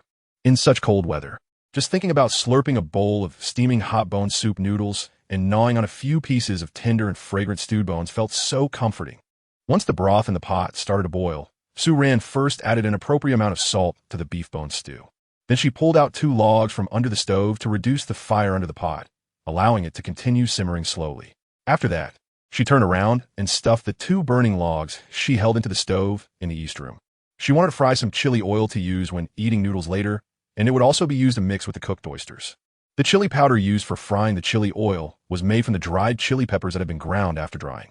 A while ago, Su Ran had already made chili oil with chili powder, but it was long gone. She cut a few fingers of onion in half, and then took out a piece of star anise. She added mutton fat to the pot, letting it heat up and melt, then added the star anise and onion to the pot, stirring to release the aroma. She waited until the onions started to turn golden brown from frying and the skin lost moisture and became wrinkled. Then quickly used a slotted spoon to remove the onion and star anise from the pot. Next, she scooped a few spoonfuls of chili powder into a large bowl that had no water stains, added a bit of sweet leaf powder and salt, and mixed it well. After that, she poured the hot oil from the pot into the bowl spoon by spoon. The hot oil made a sizzling sound when it met the dry chili powder. Su Ran stirred the chili oil in the bowl slowly with her chopsticks, while continuing to scoop hot oil from the pot and pour into the bowl until no more oil could be scooped out. After more than half an hour, Su Ran lifted the wooden lid from the pot, where she was stewing bones, and poked at the meat inside with a chopstick. Before she could apply much force, a small piece of the poked meat fell off. At that moment, Su Ran quickly tossed a few of the previously cooked oysters into the pot. These oysters, meant for making oyster sauce, weren't very tasty anymore. If there were only a few, Su Ran might have fed them all to the chickens. However, the reality was that there were too many. Su Ran felt that in this world where food freedom had just been achieved, and not knowing whether she could continue to enjoy that freedom in winter, she wasn't qualified to waste so much food so casually. After throwing the oysters into the pot of simmering bones, Su Ran did not add any more fire to the stove. At that moment, the fire in the stove was already burning low. Su Ran waited for a few more minutes before lifting the pot lid and serving a bowl of braised beef bones. The amount she served was only about 1/3 of the pot. After serving, Su Ran covered the pot again to keep the remaining braised beef bones warm. Then, she brought the large bowl of braised beef bones directly into the room. At this time, in the middle of the heated Kong, a large animal skin had already been laid out. On top of the animal skin, there was a long Kong table measuring 2 meters by 1 meter. Su Ran had made this Kong table after the weather had turned cold. Since the weather outside was no longer suitable for dining during the early and late hours, Su Ran moved the dining area back indoors. Originally, she intended to make a large table to place directly on the ground inside the room. However, she later thought that when deep winter came, she might not want to eat on the ground due to the cold. So in the end, she decided to make a super large Kong table, allowing her and Hui to sit directly on the heated Kong while eating. The animal skin underneath the Kong table was to protect it from any oil stains or bones that might accidentally fall during meals, preventing the animal skin blanket or cotton mat underneath from getting dirty. Su Ran placed a pot of stewed beef bones onto the padded animal hide, then returned to the kitchen and quickly sliced a few oysters, mixing them with oyster sauce, sweet leaf powder, and chili oil. At that moment, Hui walked in from outside, bare-chested. His hair was wet, and his body was also damp, clearly having just taken a shower. Su Ran turned her head to glance at it, and quickly reminded, Hui, you need to change into clean pants before you can sit on the Kong. Okay, Hui replied and walked into the room, then took off its shoes and rummaged through the fire Kong to find a pair of capris. After changing, it threw the dirty pants out of the half-open window. Then, it twitched its nose and turned its bright eyes toward the pot of steaming, fragrant stewed beef bones nearby. However, it only took a greedy glance before nimbly jumping down to the ground, turning around, and walking into the kitchen. Ran, is there anything else? Hui sniffed, and its gaze followed the rich meaty aroma to the pot covered with a lid. At this moment, Su Ran was gently shaking the cut noodles while putting them into the pot on the east side. Hearing the sound, Hui casually replied, I'm cooking some meat soup noodles. It's very delicious. Delicious? Upon hearing this word, Huey's eyes lit up. The two large triangular ears on its head instantly stood straight up, and a happy smile involuntarily appeared on its face. It happily swished its big tail behind it a couple of times, standing close behind Su Ran and watching her movements, almost pressing its body against her. Its usually clear voice lowered, carrying a sticky and spoiled tone. Hui is hungry. Noodles, hurry, please. Su Ran turned her head to glance at the wolf man behind her, who had a greedy look on his face, and couldn't help but smile while giving him a sidelong glance. She turned back, picked up the pot lid, and covered the pot. At the same time, she said to Hui, if you're hungry, go ahead and eat. The meat in that bowl is ready to eat. Upon hearing this, Hui shook his head, his clear, green eyes looking at Su Ran with full warmth. No, who wants to be with Ran? Chapter 147. Winter daylight. The noodles were quickly cooked. Su Ran took out 2 wooden bowls, one large and one small, and used a slotted spoon to scoop up the noodles, draining the water and placing them into the 2 bowls. Then she ladled a bit of the bone broth from the pot where the beef bones were simmering and poured it over the noodles in both bowls. Hui took the 2 bowls of noodles and directly brought them into the house, with Su Ran following behind, carrying the chili oil she had just made. Once they entered the house and sat down on the Kong, it was officially time to eat. As she settled on the Kong and took in the sight of all the food on the Kong table, Su Ran suddenly felt a bit teary-eyed. This was the first time in the nearly year-long span since she arrived in this world that she saw food that looked so similar to what she used to eat. Su Ran scooped 2 spoonfuls of chili oil into her bowl and stirred it evenly with chopsticks. She then picked up the bowl and took a sip of the aromatic bone broth. The broth was perfectly salty, and she could clearly feel the essence of the bone and meat stewed into the soup. It was smooth and fragrant on the palate, and, after swallowing, there was a noticeable sweetness left in her mouth. The flavor of the chili oil stimulated her taste buds, making her crave another bite. Next, Su Ran tried a bite of the noodles in the soup. The noodles were wide and had a chewy texture. They were coated in the thick bone broth, and after chewing a few times, the unique aroma of the flour burst out between her teeth. Su Ran took a few bites of the noodles. While in front of her, there was already a large pile of cleanly gnawed bones in front of Hui. When encountering small bones that were very tender from being stewed, she would just crunch them together with the meat and swallow them down. Su Ran also took a piece of bone and put it in her bowl. The meat on the bone was really tender and soft from the stew, and it could easily be pulled away from the bone without much effort. Even the marrow in the large bones was soft and glistening. Soon, a whole pot of bones was cleaned out by Su Ran and Hui. After finishing, without Su Ran saying anything, Hui took the pot back to the kitchen and returned with another big bowl. It was clear that it really enjoyed the stewed bones this time. The new bowl of beef bones it brought back was piled high, almost forming a peak. Besides the bones, Hui also really liked the bowl of bone soup noodles. It imitated Su Ran and scooped some chili oil into its own noodle bowl. Of course, its noodle bowl could no longer be called a bowl. It should be referred to as a small basin. Hui became very skilled at using chopsticks. Even with long nails, it did not affect its proficiency. That small basin of noodles was quickly devoured by Hui, and even the soup in the basin was left with just a little at the bottom. The cold dish made by Su Ran from the leftover oyster meat and the oyster sauce was surprisingly good, although the texture of the oyster meat was a bit lacking. The sweet and spicy sauce paired well enough to cover up the shortcomings. Today's dinner was completely finished off by Su Ran and Hui. Of course, most of it was still eaten by Hui. Sue Ran felt that Gray's appetite seemed to have increased a bit recently. Similarly, due to the increased appetite, its body appeared to be a bit more robust than before. After finishing a warm meal, Sue Ran felt warmth radiating from her entire body. Even though it was already evening and the window was open, she didn't feel too cold. The light outside had dimmed significantly, and in another half hour, the sky would be completely dark. Sue Ran looked out at the half-open window, revealing only a partial view, and suddenly remembered something. She still hadn't made the animal skin window cover that was supposed to be nailed to the window. When she was building the house, she had thought about the lighting inside. It was fine in summer. During the day, she could simply open the window boards. However, in winter, without glass and even lacking paper to cover the windows, how could she let a little light into the room became a problem. Recently, when she found cotton, Sue Ran tried twisting the cotton into wicks and using sheep oil as lamp oil to make 2 oil lamps. The oil lamps made from sheep oil could indeed be lit and worked reasonably well, but the only drawback was that they consumed too much oil. It was fine to light them for a while at night, but in winter, if the windows had to be closed to keep out the cold air, the lamps would need to be lit almost all day long. At that point, no matter how many white-headed sheep Gray caught in the autumn, the oil from them would probably not be enough. During the house construction, Sue Ran had thought about trying to thin the animal skin to see if it would allow some light to pass through. However, she had forgotten about this since she was busy with other things and thought there was still time. Recently, she finally remembered it. The next morning, after breakfast, Gray went out to continue hunting, and upon returning, he would process the game into salted meat. The game they had caught yesterday was broken down into strips by Sue Ran and Gray in the evening while there was still some light, coated with plenty of sea salt, and stored in a large wooden barrel, which was then placed in the small shed used for winter meat storage.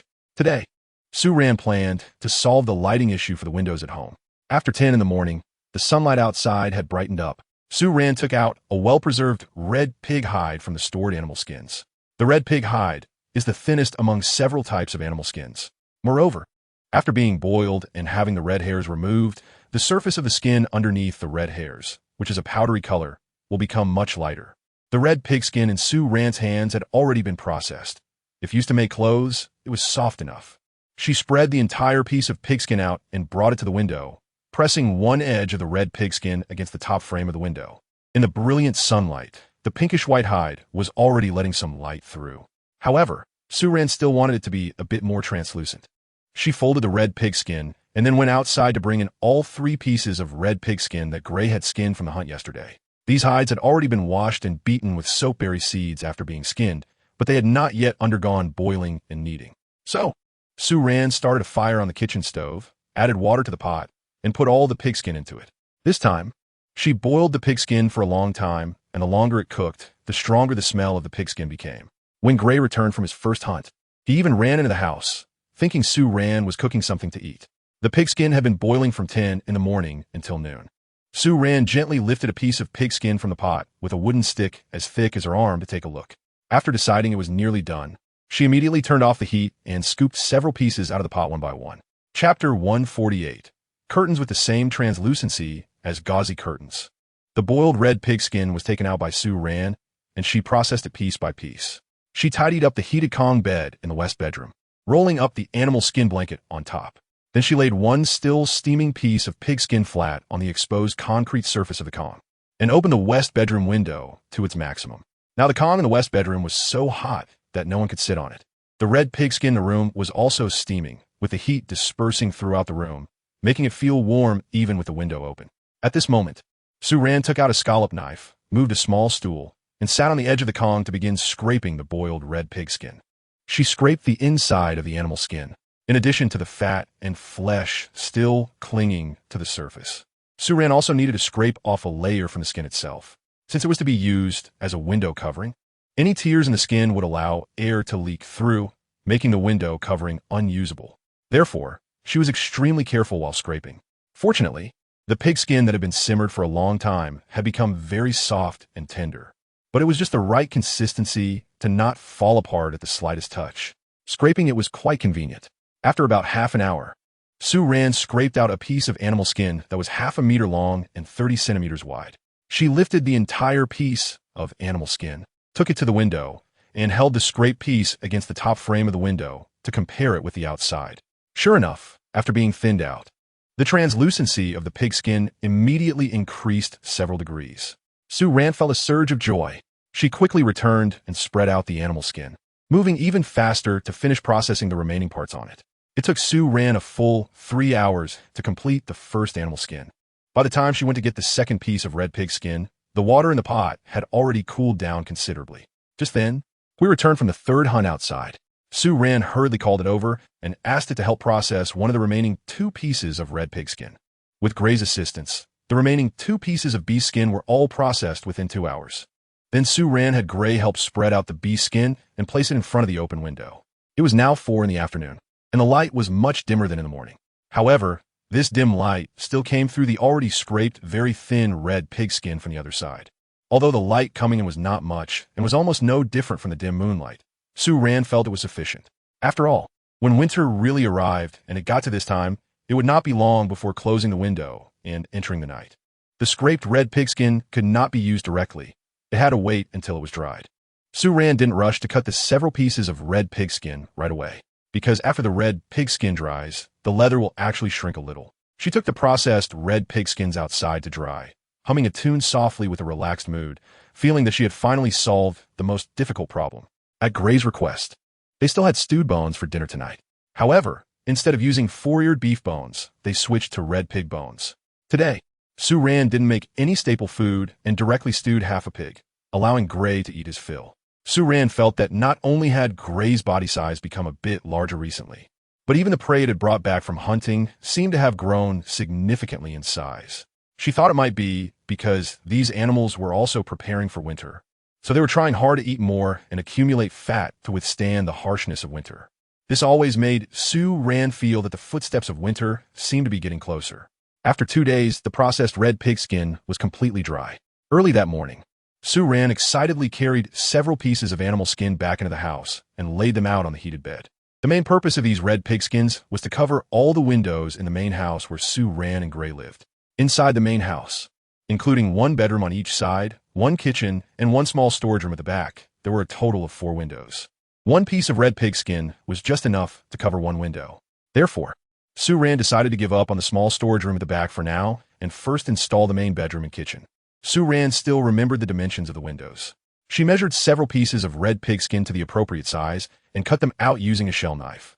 Since the window panels could only open outward, the red pigskin had to be installed on the inside of the window panels, which meant on the inside of the house. At this moment, Sue Ran regretted the direction in which the window panels had been installed when they built the house. Because the panels opened outward, the red pigskin couldn't be placed on the outside of the house. If it were installed outside, the window panels would be blocked by the pigskin and couldn't be opened. However, if it were installed inside the house, the panels could still be opened, but every time she wanted to open them, she would have to go outside to open the panels from the outside. Moreover, she would have to leave a small hole about a finger's width in the pigskin. Since the size of the window panels fit perfectly into the window frames, normally, they could only be pushed open from the inside. Therefore, after installing the animal skin window coverings, she had to leave a hole in the covering. When she wanted to open the window, she would use a stick from inside the house to push through the hole, lift the window panel slightly, and then go outside to fully open the panel. It was indeed a bit troublesome. Sue Ran stared at the window in front of her for a long time, pondering a solution in her heart. After hesitating for more than half an hour, she finally decided to make another inward opening window panel. Fortunately, when she made the window, the frame was relatively wide, so it would be convenient to install the new panel once it was completed. However, this meant that making the window panel would delay her plans by another 2 days. She thought it was best to install this as soon as possible so she could focus on other tasks afterward. Sue Ran only made new panels for the 4 windows in the main room. After installing the new panels, she removed the old ones and placed them in the outdoor storage room.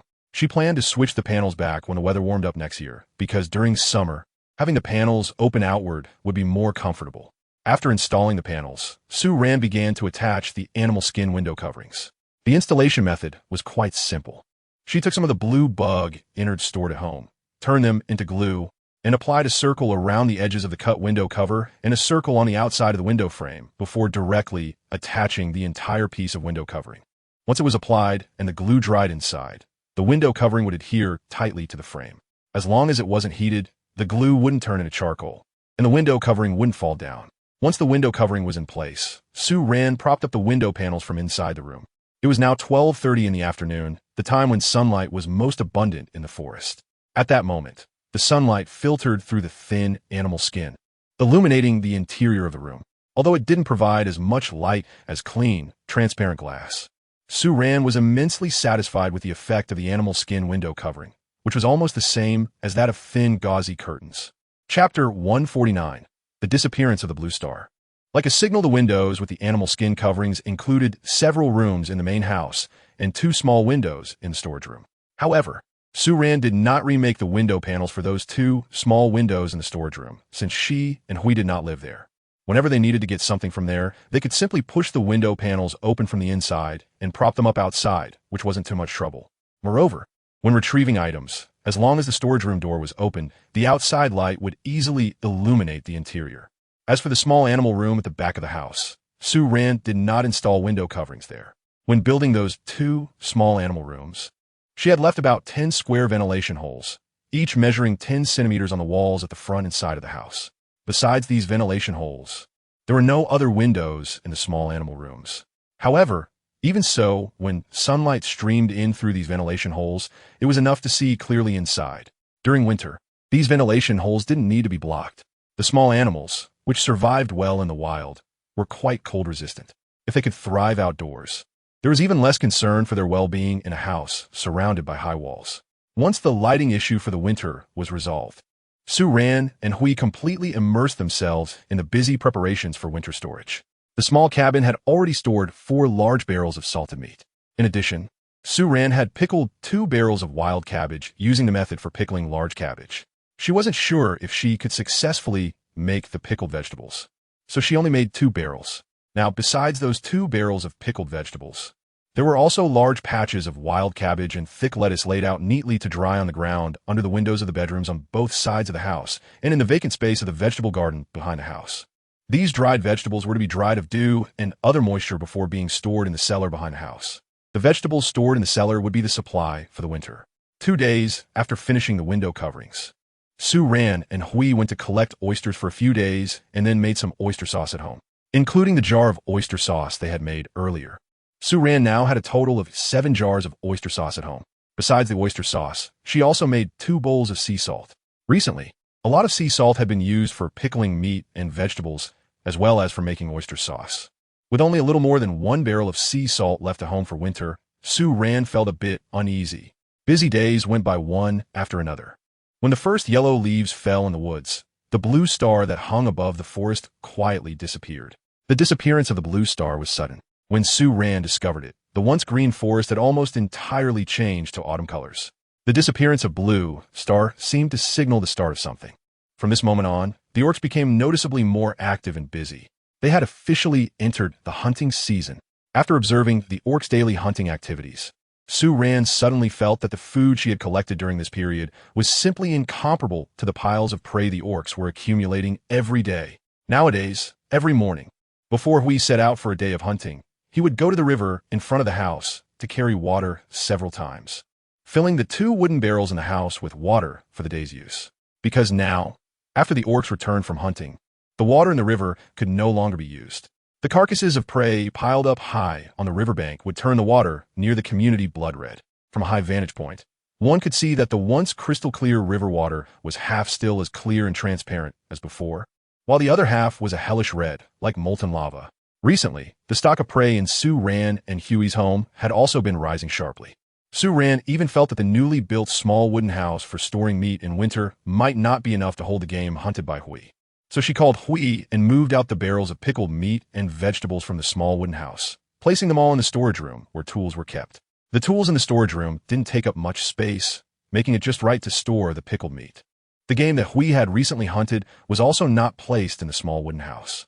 Although the weather had turned cold recently, it had only just started to freeze. Putting the meat in the small wooden house at this time might actually insulate it. Therefore, Su-Ran asked Hui to first place the meat under the 2 rain shelters at home. On this continent, whether male or female orcs, they were almost equal in terms of strength and hunting ability. Su-Ran had already witnessed this one day when Yao Yao came running with a dead red-skinned pig slung over her shoulder, cheerfully delivering it to Su-Ran as a thank you for teaching her how to make salted meat. So during the hunting season, except for the young and elderly orcs, The orcs in the community almost all set out for hunting. While Hui was busy hunting and stockpiling food, Su Ran was not idle either. Although she was not as strong or physically capable as the orcs, she had the experience and knowledge of surviving winter in the rural areas of modern society, so she did not feel inferior about her physical weakness. Recently, Su Ran took a walk deep into the forest behind her residence. Because there were traces of orcs hunting everywhere in the forest lately, she didn't have to worry about safety in this area. However, when going out, Su Ran still habitually brought along a multifunctional axe and a bow, both for self-defense and to hunt if she encountered any prey. She set up several traps deep in the forest, being cautious not to harm the orcs, so the traps she set were not lethal, mostly involving snares made of rope or deep pits. The animals she caught were mainly small creatures like wild chickens, two-tailed beasts, and dwarf deer. When Su Ran discovered these animals trapped, most of them were still alive. Therefore, for those that were not seriously injured or were unharmed, she would take them home to raise. Any method of storage could not compare to the freshness of live animals. Over nearly 2 months, the number of small animals in Su Ran's animal room had almost doubled compared to before. Among these newly raised small animals, 2/3 were the result of the traps she set in the forest. Chapter 150, Seasonal Patterns. Su Ran felt that she could probably find the time of the seasonal changes in this continent. The time of 1 year in this world is clearly much longer than that of 1 year on Earth. From the 3 seasons she has experienced so far, since she arrived here in spring, she couldn't determine if spring also lasts 5 to 6 months. However, the durations of the summer and autumn she experienced were both around 5 to 6 months. In other words, 1 year in this world is equivalent to 2 years on Earth. Su Ran wrote down the new date on the board she recently made to keep track of time. Today marks the 12th month and 13th day since she came into this world. She arrived at the end of spring in this world. And now, so much time has passed, yet autumn has still not come to an end. Su Ran made a simple clock the size of a basin out of stone and placed it at the edge of the rain shelter in front of her house. She looked at the watch on her wrist and etched the time markings onto the clock she had made. To save time, she only carved 12 numbers for the hours and did not detail every minute within. The multifunctional watch was part of a tool set, and naturally, the battery was new as well. However, Su Ran thought that since it was a gift, the battery probably wouldn't last long, estimating a lifespan of about a year. So, to be on the safe side, she made a tool to tell time first. In just half a month, the leaves on the trees in the forest quickly turned yellow and fell. However, the hunting season for the beastmen seemed far from over. Recently, the temperature dropped a few degrees again. Feeling cold, Su Ran had already put on a sweater and layered a fur-lined coat over it. The vegetables that were drying outside had been moved into the cellar by Su Ran. Now, in the backyard garden, there was a patch of wild cabbage and thick lettuce. These were brought back by Gray during his hunting trips and by Su Ran when she went hunting in the forest. With the current weather, it was fine during the day when the sun was out, but at night, anything left outside began to freeze. Therefore, each night, Su Ran would cover the drying vegetables with a layer of straw, and then place a layer of bee skin blankets on top for warmth. The blankets she used were sewn from the hay she had pressed and stored for the 4-eared cows.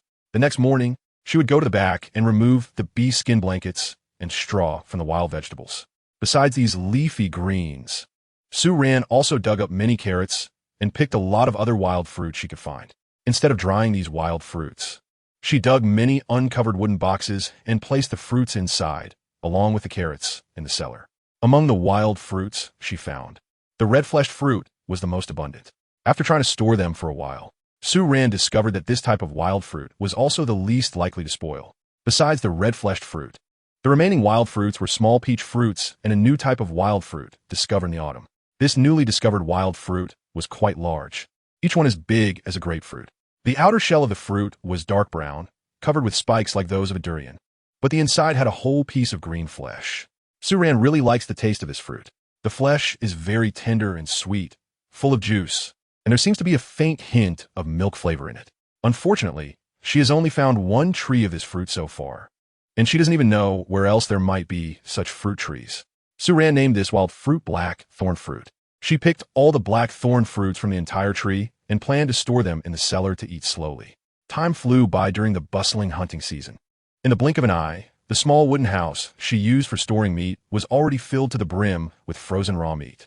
The raw meat inside the wooden house piled up like a small hill, and even the ceiling was hung with processed raw meat. And this was not even all the game brought back from this hunting season. Besides the wooden house, The tool room and the grain room in the storage area were also piled high with mountains of frozen meat. Outside, under the rain shelter next to the wooden house where firewood was stored, half of the space was also cleared to stack frozen meat. In the past couple of days, Gray had gone hunting less frequently, and the amount of game brought back had decreased significantly.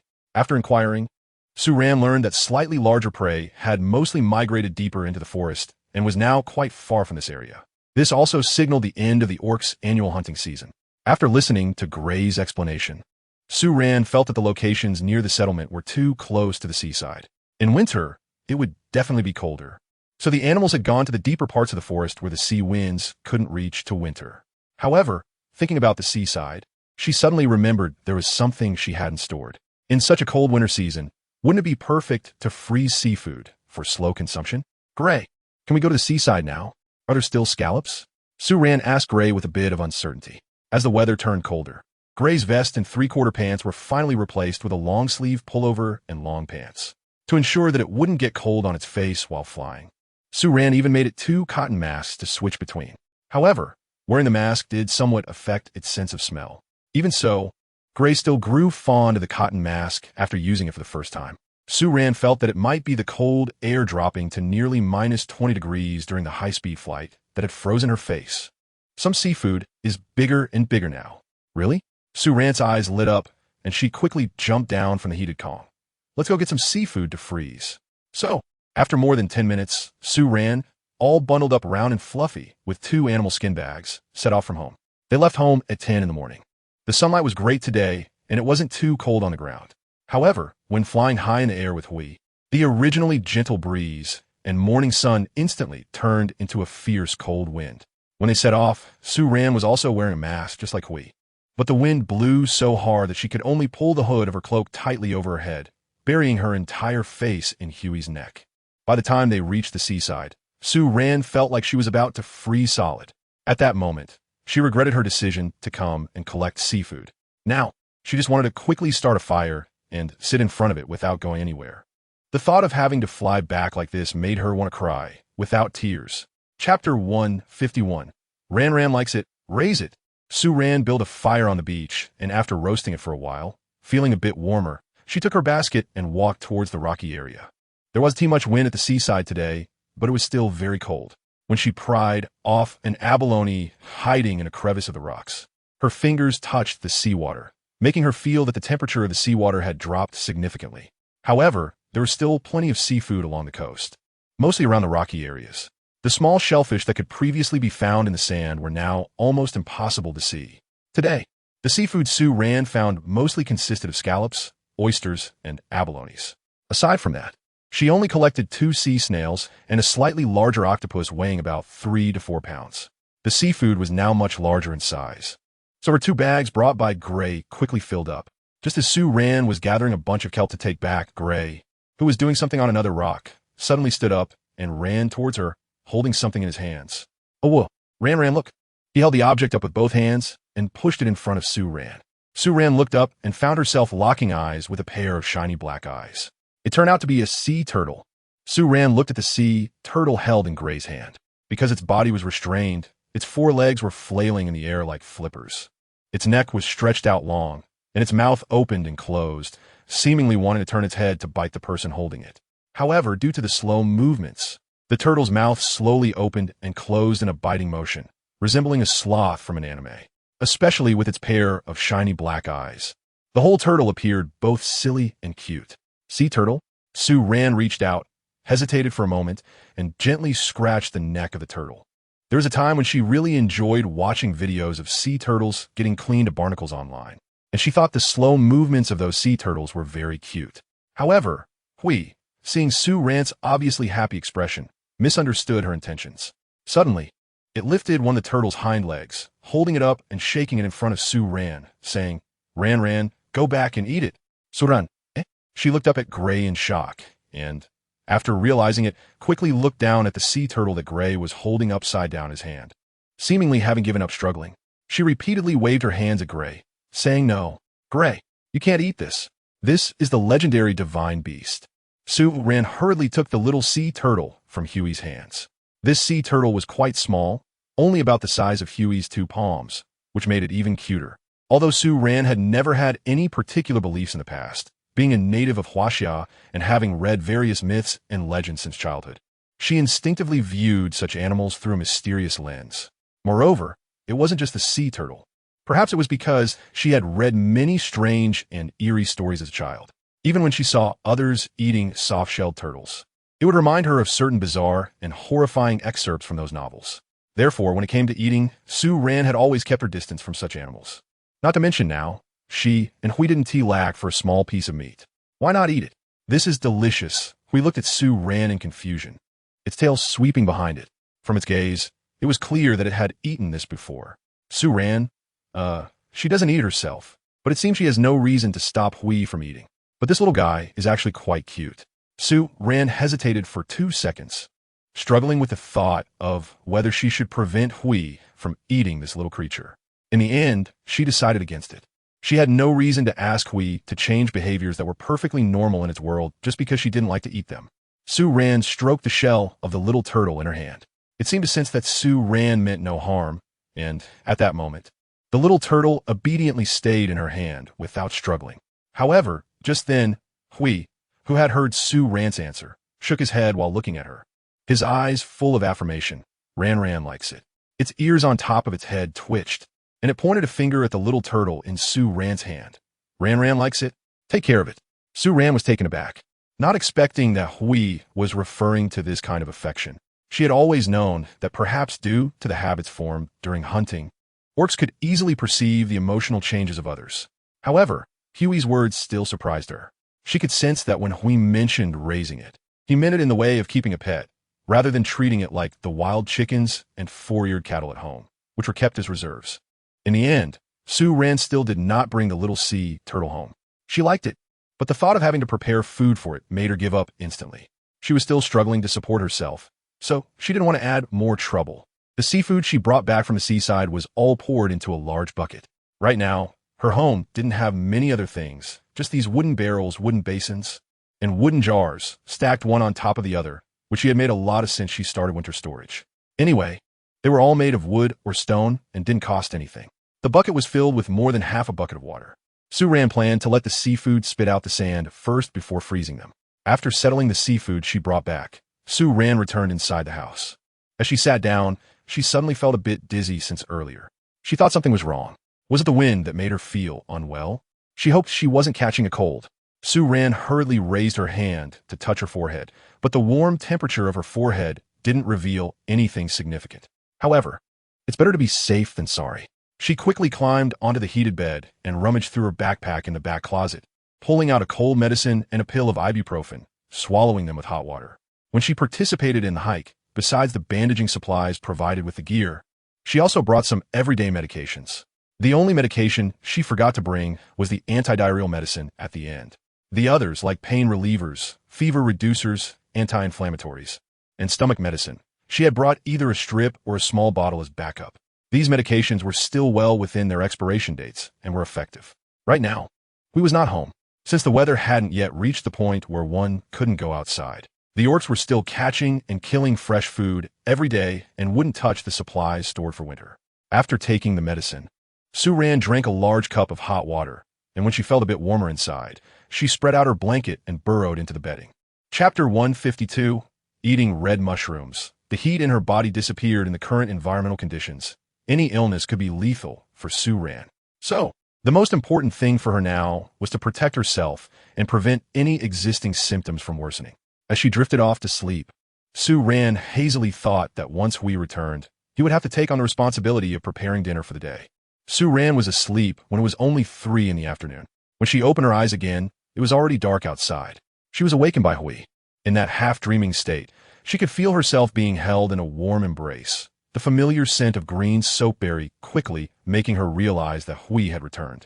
Then, she felt warm, soft lips gently kissing her face and forehead repeatedly. At the same time, there were gentle, soothing sounds in her ear, like soft purring. Soon after, she drifted back to sleep. When she opened her eyes again, it was completely dark outside. Inside the room, an oil lamp was lit, its small flame casting a tiny patch of light on the table. Su Ran raised her head and met the gaze that seemed to sigh with relief. In the dim light, the eyes that seemed to glow in the dark revealed every tiny emotion that could not be hidden. Su-Ran moved slightly, wanted to sit up from under the blanket. As soon as she moved, a gust of cold wind rushed in through the gap in the blanket, causing her to shiver immediately. Inside the blanket, her fur coat felt sticky, as if she had broken out in a sweat. Just a moment ago, she had felt very hot, which was uncomfortable. Gray noticed Su-Ran's shiver from the cold and quickly wrapped the blanket tighter around her. Its ears were perked up in tension, frowning as it looked at Su-Ran with concern. Su-Ran looked at it and opened her mouth to make sound, but the voice that came out was hoarse. This made her throat a little sore. She wrapped herself in the quilt again and sat up from Huey's embrace, only to feel dizzy and a bit painful in her head, and her nose was also slightly stuffy. In short, she had all the symptoms of a cold and felt quite uncomfortable. At that moment, Huey naturally loosened his hold on her, turned around, and walked to the dining table that had already been set, bringing over a bowl of soup. Judging by the color of the soup, it seemed to be meat broth. When Huey brought it over, there were no pieces of meat in it. Instead, a few slices of red mushrooms of varying thickness were floating on top. Su-Ran stared at the red mushrooms in the bowl, surprised. Wasn't this the mushroom that Bai had sent her as a consolation gift the first time she had her period here? Ran, if you eat this red mushroom, the heat in your body will go away. It handed the bowl to Su-Ran, and seeing her dazed expression while looking at the bowl, it added, "Make sure to eat the mushrooms before having any other food." This was to prevent Su-Ran from misunderstanding. It didn't want her to eat anything else. Su-Ran, is there any hot water? Yes. Do you want some, Ran? The gray one quickly nodded. Su-Ran nodded and said, "Help me fill that basin with hot water and also bring me my towel." She was covered in sweat, feeling sticky all over, especially the sweater made of wool yarn she was wearing inside. It was both prickly and clingy against her skin. She wanted to wipe herself down first before changing into a fresh set of clothes. While Hui went to fetch the hot water, Su-Ran wrapped herself in a blanket, got up, and walked to the wardrobe, taking out a clean outfit. She then sat back on the edge of the Kong, a traditional heated bed, and removed her clothes inside the blanket. When Hui brought over the towel and water, she was still wrapped in the blanket, only extending her hand outside to soak the towel in hot water, wring it out, and then bring it back inside the blanket to wipe the sweaty areas of her body. The towel was also made of white goat wool. Because the back fur of the white goat is black, the towel's color, as well as the clothes Su-Ran knitted, were also black. After wiping herself with a wet towel, Su-Ran quickly dried herself with a dry towel. Then she put on her clothes, and finally draped a thick blanket over herself before moving from the bed to the dining table, ready to eat. The food on the table was quite lavish. Half a roasted white goat was golden and fragrant, with a large patch of golden goat fat left on the plate underneath the meat. There was a big plate of roasted seafood, cooked together with their shells, with obvious juices oozing out, making one's mouth water just by looking at it. In addition, there was a pot of boiled white beans, 2 roasted bluefish, and a large bowl of soup. However, this soup was not meat soup, but wild chicken soup. It probably looked a bit like meat soup because the color of the red mushrooms had bled into it. At the very edge of the dining table, there was a small plate of fresh, clean sweet leaf tree leaves. These were collected by Su-Ran and Hui when the leaves in the forest started to turn yellow. Some were dried and ground into powder, while others were stored in the cellar. Su-Ran first drank a large bowl of wild chicken and red mushroom soup, as requested by Hui. Hui wasn't very good at making stews or stir-fries yet, but had already become quite skilled at roasting meat and making soup. Su-Ran had liked the fish soup it made before. Today's chicken soup was no different. In fact, it might have been even more delicious due to the addition of red mushrooms. However, she wondered if it was safe to eat a lot of red mushrooms, which had medicinal properties. If eating more wouldn't negatively affect her health, she could use them like ordinary mushrooms in her cooking, perhaps due to her illness. Su-Ran's appetite wasn't great. After finishing a bowl of chicken soup, she felt quite full. She actually wanted to eat a roasted oyster. But thinking about how seafood is cold in nature, she feared it might upset her stomach, so she hesitated for a while and ultimately decided against it. In the end, she only drank a bowl of chicken soup and nibbled on half a chicken leg before feeling unable to eat more. We looked at her, noticing that her appetite was clearly much less than usual, and watched her with some concern. Su-Ran smiled at it reassuringly and said, "I'm not hungry. I've already eaten enough." Awu, the gray creature, flicked its big tail, and its tightly knitted brows didn't relax at Su-Ran's comfort. It was worried about Su-Ran and didn't eat well during this meal. Clearly, it hadn't had enough, having only eaten half of its usual portion, and wanted to clear the table. However, when it was about to take the food away, Su-Ran saw it and quickly called out to stop it. She forced it to eat the chicken from the pot of chicken soup and also made it drink a full bowl of red mushroom chicken soup before finally letting it stop. Su Ran watched as Hui drank the soup and slightly relaxed her mind. Although Hui showed no signs of illness, it was better to be cautious.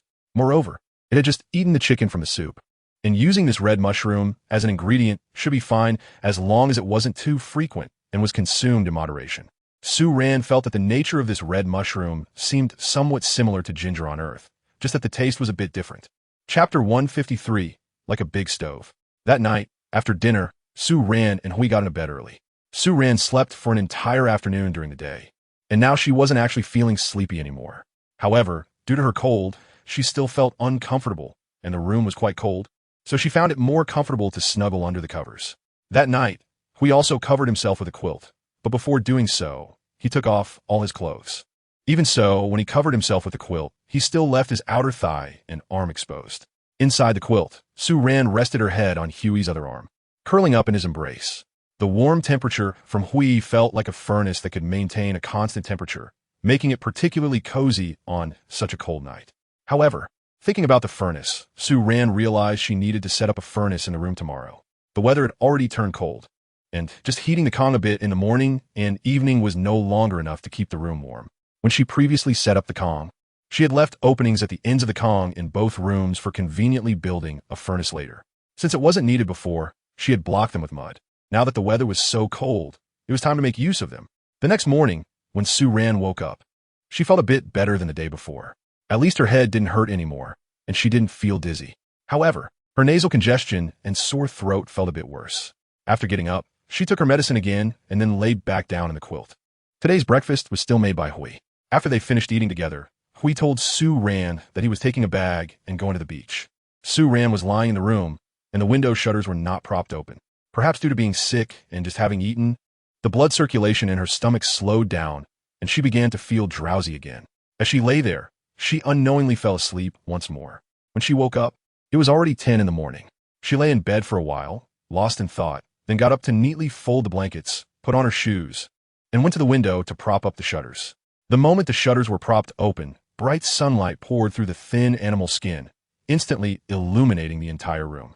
Su Ran's eyes lit up, and she instantly felt much more energized. She walked to the door, and when she went outside, she had closed the window shutters of the house. She removed the shutters and hung them to the side, and sunlight poured in, warming the cold air considerably. The sunlight today was abundant, there was hardly any wind outside, and the temperature had clearly risen a few degrees. The scenery in front of the house had completely changed now. Almost all the leaves in the forest had fallen, making the entire forest appear much emptier. Su Ran could even clearly see the scene in the forest across the river. There were several beastmen by the riverbank dealing with their catch. These new beastmen, who successfully joined the community through combat, had been getting along harmoniously with the original beastmen since the day they joined. Among the nearby beastman families living close to Su Ran, there were a few that had spent the longest time interacting with her and Hui. At the same time, under Su Ran's intentional demonstration, some convenient lifestyles and skills that she found useful were quickly mastered by these beastmen. The most obvious change was that these beastmen began to raise small animals, just like Su Ran. A few beastmen even came over to ask Su Ran how to keep these small animals from running away. Among the nearby beastman families, the one most familiar with Su Ran was a family where everyone was in the form of a leopard beastman. This family had a newly adult female leopard beastman who looked about the same size as Bai and loved to run over to play with Su Ran, while also getting some food. Over time, their relationship became increasingly close. This little female's name was Xiao Guai.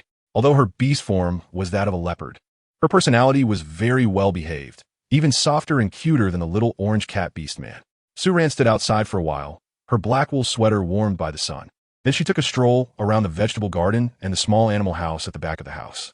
Half of the vegetables in the garden had been cut by Su Ran and were left on the ground to dry, waiting to be stored in the cellar. She also wanted to see if some of them would produce seeds in the end. If they did, she would collect them all and plant them directly in the ground next spring, saving herself the trouble of transplanting them one by one. The four-legged animals and birds in the small animal house had already been fed in the morning. Su Ran took a turn and saw that there was nothing urgent to do, so she remembered her decision to build a stove yesterday.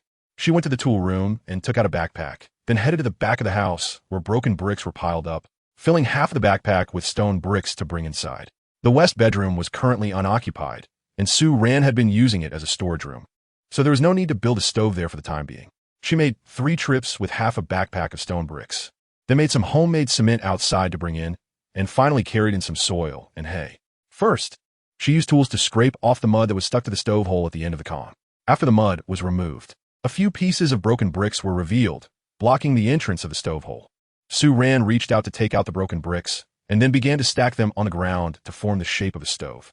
The shape of the stove was not difficult to build. The bricks were still bonded with homemade cement in the middle. However, after completing the structure, to prevent smoke from escaping through the cracks while the stove was burning, Sue Ran applied a layer of black mud, made from a mixture of soil and hay, inside the stove. Finally, she found the last bit of black flower horse grass in her home that still had some green leaves, mashed it into a paste. Then she took a piece of stone of suitable thickness and crafted a grate to be installed inside the stove, as well as a lid to place over the stove's opening. The purpose of this grate was to separate the burning wood above from the ashes that would fall down. She then took some hay and firewood, lit a fire inside the stove to dry out the mud. Using bricks, she created a small circle about 20 centimeters wide at the bottom of the stove to catch any ashes and sparks falling from the grate, to prevent a fire in the house. After finishing all this, Sue Ran threw in 2 slightly larger pieces of wood into the stove and let it burn directly. Then she collected the remaining bricks and soil from the room and cleaned the floor. By the time everything was done, a thin layer of sweat had appeared on Sue Ran's body. At that moment, a sound of a heavy object falling could be heard from outside the house. Chapter 154. It's very delicious. Sue Ran took the hat off the simple clothes rack made of branches that was hanging at the door and put on her head while turning to walk outside. Before she could reach the door, she bumped into Hui, who was hurriedly coming in. When Hui stepped inside, there was a look of deep worry on its face. But upon seeing Sue Ran, it was momentarily stunned, and then a happy expression appeared. Ran, are you feeling better? It said as it stepped forward to hug Sue Ran, leaning down to press its cheek against her forehead and gently nuzzling her. I'm fine now, much better. Sue Ran comfortingly hugged Hui back, naturally raising her head to kiss it on the chin. Then she led Hui into the house and pointed to the newly built stove. Hui, this is the stove. Hui followed her finger and, upon seeing the stove clearly, shook its ears and said as Sue Ran, with the stove, Ran won't be cold anymore. After it finished speaking, Sue Ran looked at it in surprise and quickly nodded. Yes, it could be used for warmth. She didn't expect that this wolf's understanding ability had improved so quickly. Just by seeing something and knowing its name, it could think of the purpose of that item. Ran is amazing. Hui looked at the stove, then turned and rubbed against Sue Ran's face. It was very happy that Sue Ran could always create new things, but because it knew she could always make new things, it was gradually becoming less surprised, no matter how special the item was to the Beastman continent. After introducing the new items in the house, Sue Ran pulled Hui outside and asked while walking, what prey did you bring back just now? Seafood and red-skinned pigs. Hui obediently followed Sue Ran outside. Before they even stepped out the door, Sue Ran had already seen 2 dead red-skinned pigs thrown not far from the entrance. From their size, both red-skinned pigs were already adults, and Hui had brought them back after killing them. Beside the 2 red-skinned pigs, there was also a large bag full of seafood. Looking at it this way, Huey's physical strength had really increased a lot in a short time. It should be noted that back in spring, Hui could only carry her while lifting 1 adult 4-eared cow at the same time, and those red-skinned pigs were more than twice her weight. After coming out of the house, Hui let go of Sue Ran, stepped forward to lift one of the red-skinned pig's thighs with one hand, and then with a strong swing of its arms, both red-skinned pigs were thrown onto its shoulders. Hui directly took the 2 red-skinned pigs toward the riverbank. Sue Ran, who was dumbfounded by Huey's sudden display of strength, took 2 seconds to recover before following it to the riverbank. At this time, there were no other beastmen around the riverbank. These beastmen must have gone out to continue hunting. Sue Ran followed behind Hui, watching as Hui skillfully skinned the 2 red-skinned pigs. While watching it eviscerate the pigs, she said to it, Hui, how about making sausages from these 2 red-skinned pigs? Upon hearing the word sausage, Huey's eyes instantly lit up. It quickly wagged its tail at Sue Ran and nodded vigorously. Okay, Hui likes sausages. However, after saying that, it suddenly furrowed its brows and looked at Sue Ran. But Ran is still uncomfortable. It frowned, seemingly thinking for a moment, then continued, Ran should go back to sleep. And we can make it tomorrow. Puffed.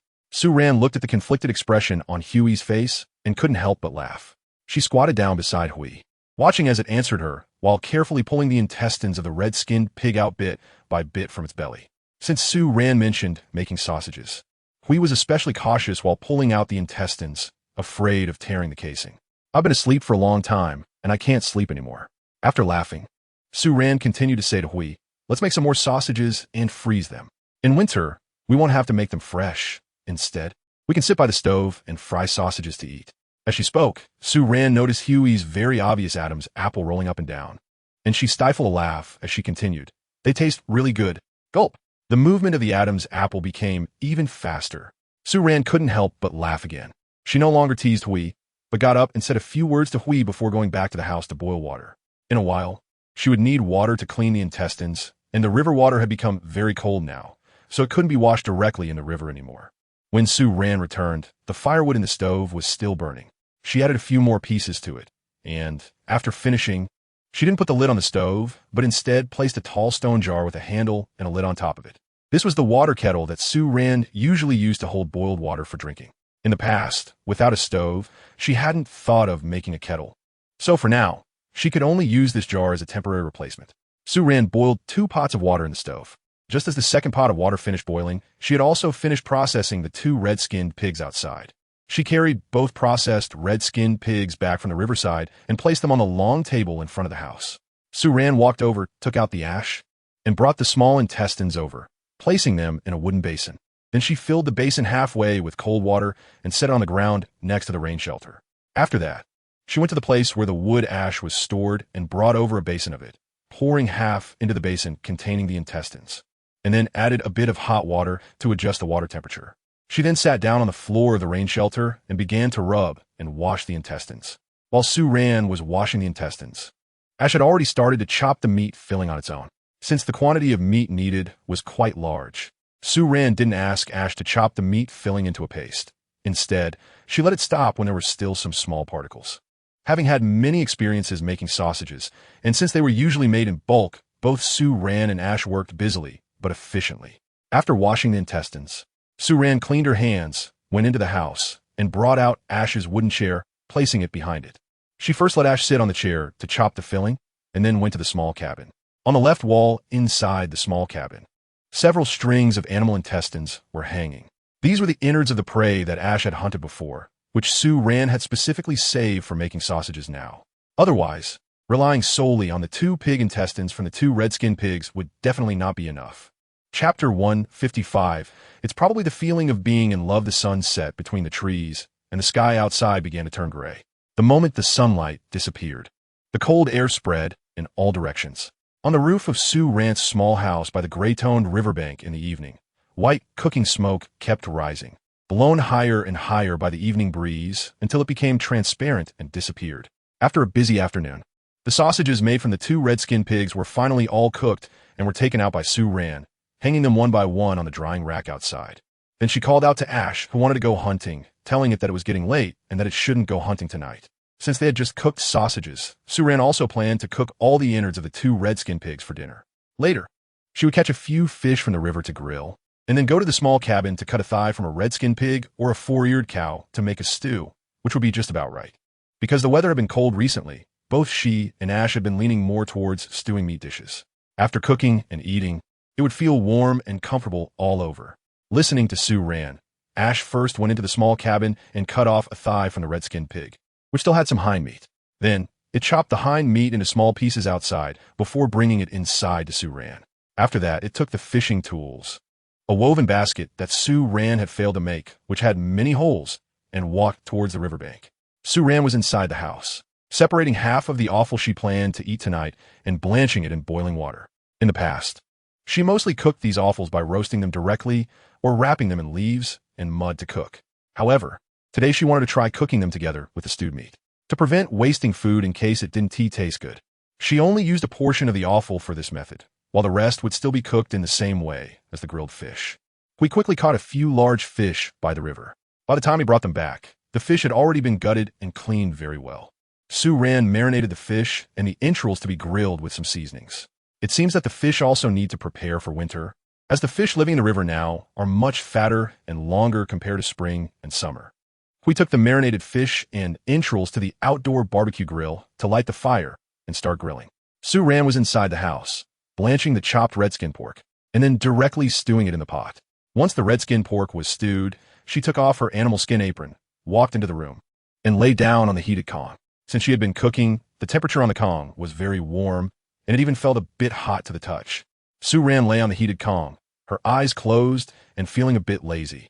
She had taken the medicine she brought in the morning and at noon, and her body felt much better than when she first got up in the morning. In the evening, she didn't plan to take the medicine. Instead, she intended to eat some red mushrooms later. Since she wasn't sure if the medicine would react negatively with the mushrooms, she hadn't eaten any red mushrooms during the day when she took her medicine. Now, it had been 5 or 6 hours since her last dose, and her cold symptoms had eased quite a bit. She thought it should be fine to switch from medicine to red mushrooms. Moreover, she wanted to try using only red mushrooms for the next couple of days to see how long it would take for her cold symptoms to improve. Her supply of medicine was limited, and eventually, it would run out or expire. She needed to experiment with the medicinal effects of this food as a substitute while she still had some medicine on hand, just in case the results were not satisfactory. With this thought, she reached for the pillow stuffed with cotton next to her, placed it under her face, and lay down, closing her eyes. The meat stew still needed some time to be ready, and she felt a bit drowsy now, likely still due to her illness, as her body felt a bit weak. Su-ran was lying on the Kong and had not fallen asleep. After about 10 minutes, she heard footsteps coming from the doorway. She was already very familiar with these footsteps. They were definitely Gray's. The reason the footsteps were so clear was also because there was no door separating the entrance from the bedroom. Su-ran thought that she should make a curtain for the door of the room where she was sleeping. It wasn't necessary in summer, but in winter a thick curtain was needed. The main issue was that the outer door was always open, allowing cold air to come in directly. At that moment, Su-ran suddenly realized the downside of having a panel door. Opening and closing it frequently was too troublesome, but leaving it open would make it very cold. She had only been lying in the room for a little while, and she felt the heated Kong underneath her was scorching hot. But the cold air on her back was seeping into her clothes, truly a contrast of ice and fire. While Su-ran was still lying there thinking about the curtain, we had already walked from the doorway into the room. Seeing Su-ran lying on the heated Kong, it instinctively called out in concern. Ran. Su-ran lazily moved one foot that was hanging off the edge of the Kong after hearing this. Sensing the laziness in Su-ran's voice, we let out a slight sigh of relief. It sat down beside Su-ran, thought for a moment, then shifted its body inward, pulling over the fur blanket that was at the foot of the Kong and covering it over Su-ran. Although the fur blanket was only a thin layer, it blocked the cool air that was creeping in from outside, and Su-ran instantly felt much warmer. She turned on her side and opened her eyes to see Hui sitting beside her, looking at her eagerly. A surge of emotion rose in her heart. It was probably that feeling of being in love, just a simple gaze exchanged, and her heart couldn't help but flutter. She reached out her right hand toward Hui. Huey's tail, which was resting on the edge of the Kong, swished slightly, and a bright smile appeared on its face as it quickly laid down beside Su-ran, wrapping her in its embrace. Compared to some beast-like figures, such as tigers or bears, Huey's physique seemed a bit more slender. However, this slenderness became noticeably more robust when compared to the smaller Su-ran. Su-ran was held in Gray's arms with one of his arms wrapped around her back. Although Gray's arm didn't look overly muscular, it was able to completely shield her upper body in his embrace. The two of them maintained this hugging position, lying quietly in the room for a while. Su-ran was wrapped in Gray's arms, feeling the warmth surrounding her from beneath and beside. The heat made her increasingly drowsy. Just as she felt Gray slowly releasing her and getting up to go outside, she suddenly woke up, her eyes wide open. She sat up from the heated bed, wanted to move, but was pressed back down by Gray. "I'll go get it, Ran, don't come out." Chapter 156. It snowed. We won't go out anymore. After thinking about making a wind-blocking curtain, Su-ran quickly found some animal skins to create it. She made a total of 4 curtains. 1 for the entrance door, 2 for the bedrooms, and 1 for the storage room at the back, excluding the kitchen. The curtains for the room door and the east bedroom were made a little thicker, sewn from 2 pieces of 4-eared cowhide to form double-layer curtains. The animal skin curtains were heavy, so they were particularly effective at blocking the wind. Once the curtains were hung up, the temperature inside the room noticeably increased. The winter storage was clearly nearing its end. Due to her illness, Su-ran hadn't ventured far in recent days. She mostly wandered around the nearby woods, collecting food to feed the small animals at home, occasionally managing to catch 1 or 2 small prey from the nearby forest. The animals were now plump all over, working hard to store energy for the winter.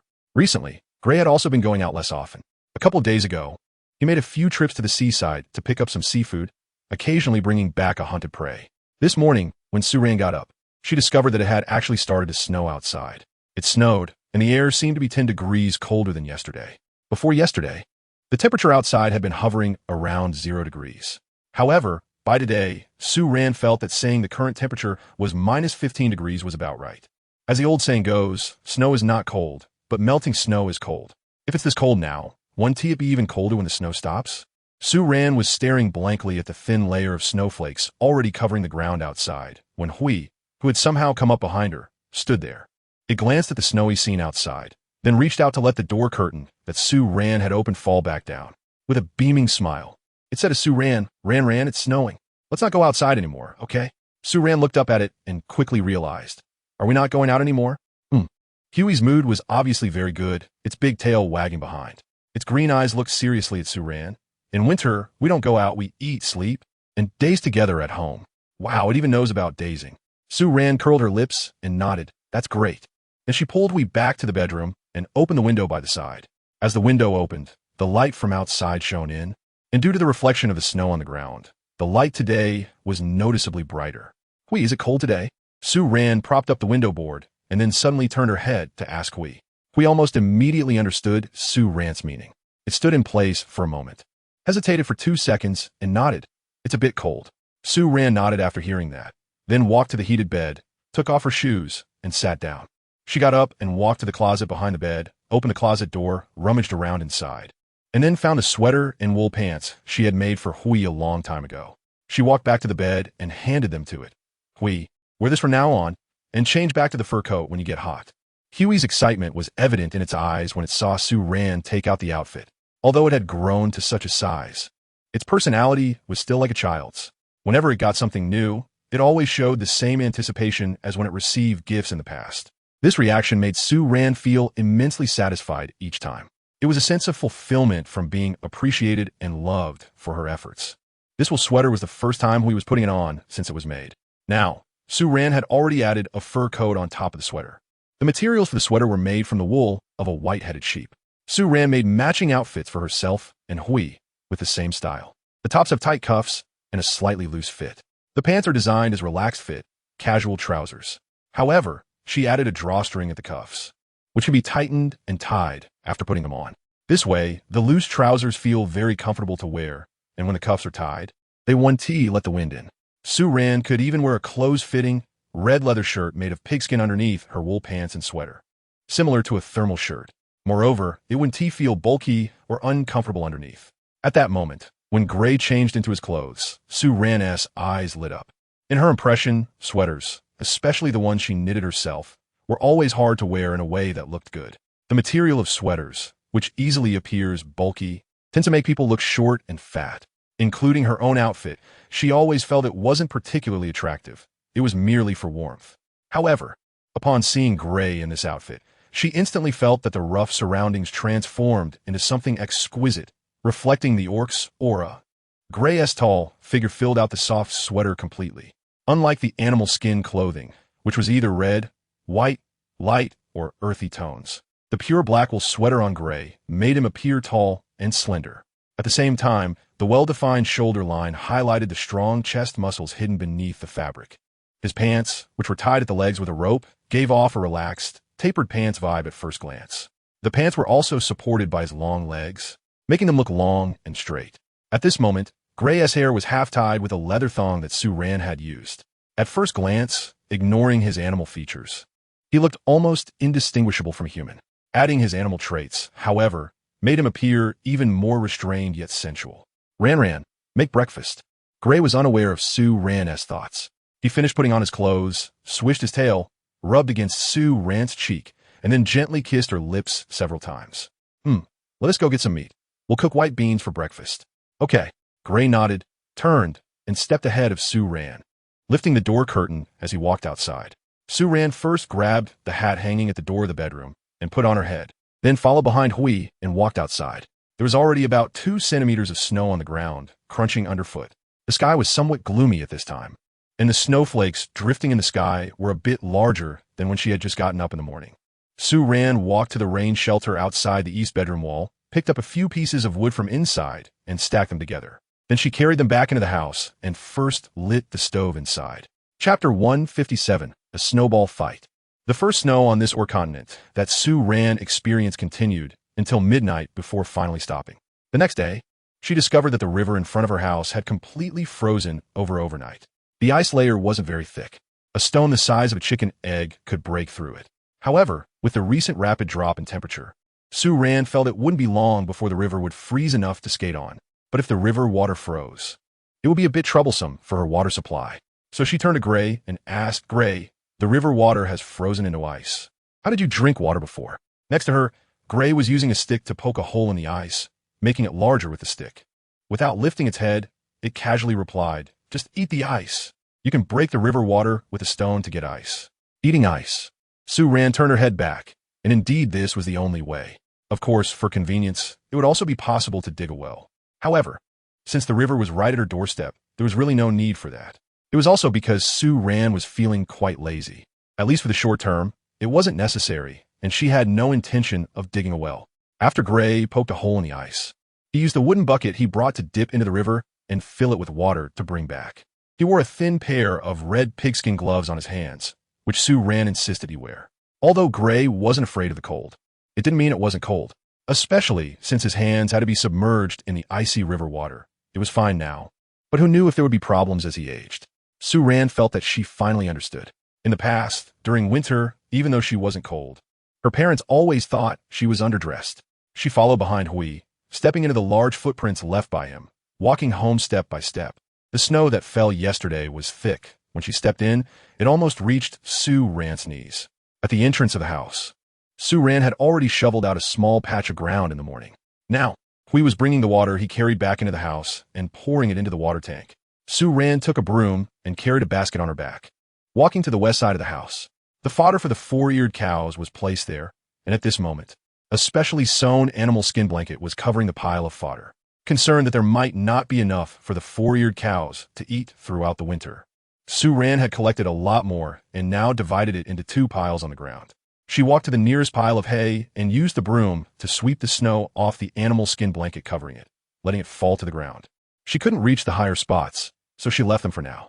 After sweeping, she lifted one corner of the animal skin blanket and took a few handfuls of hay from underneath to stuff in her basket.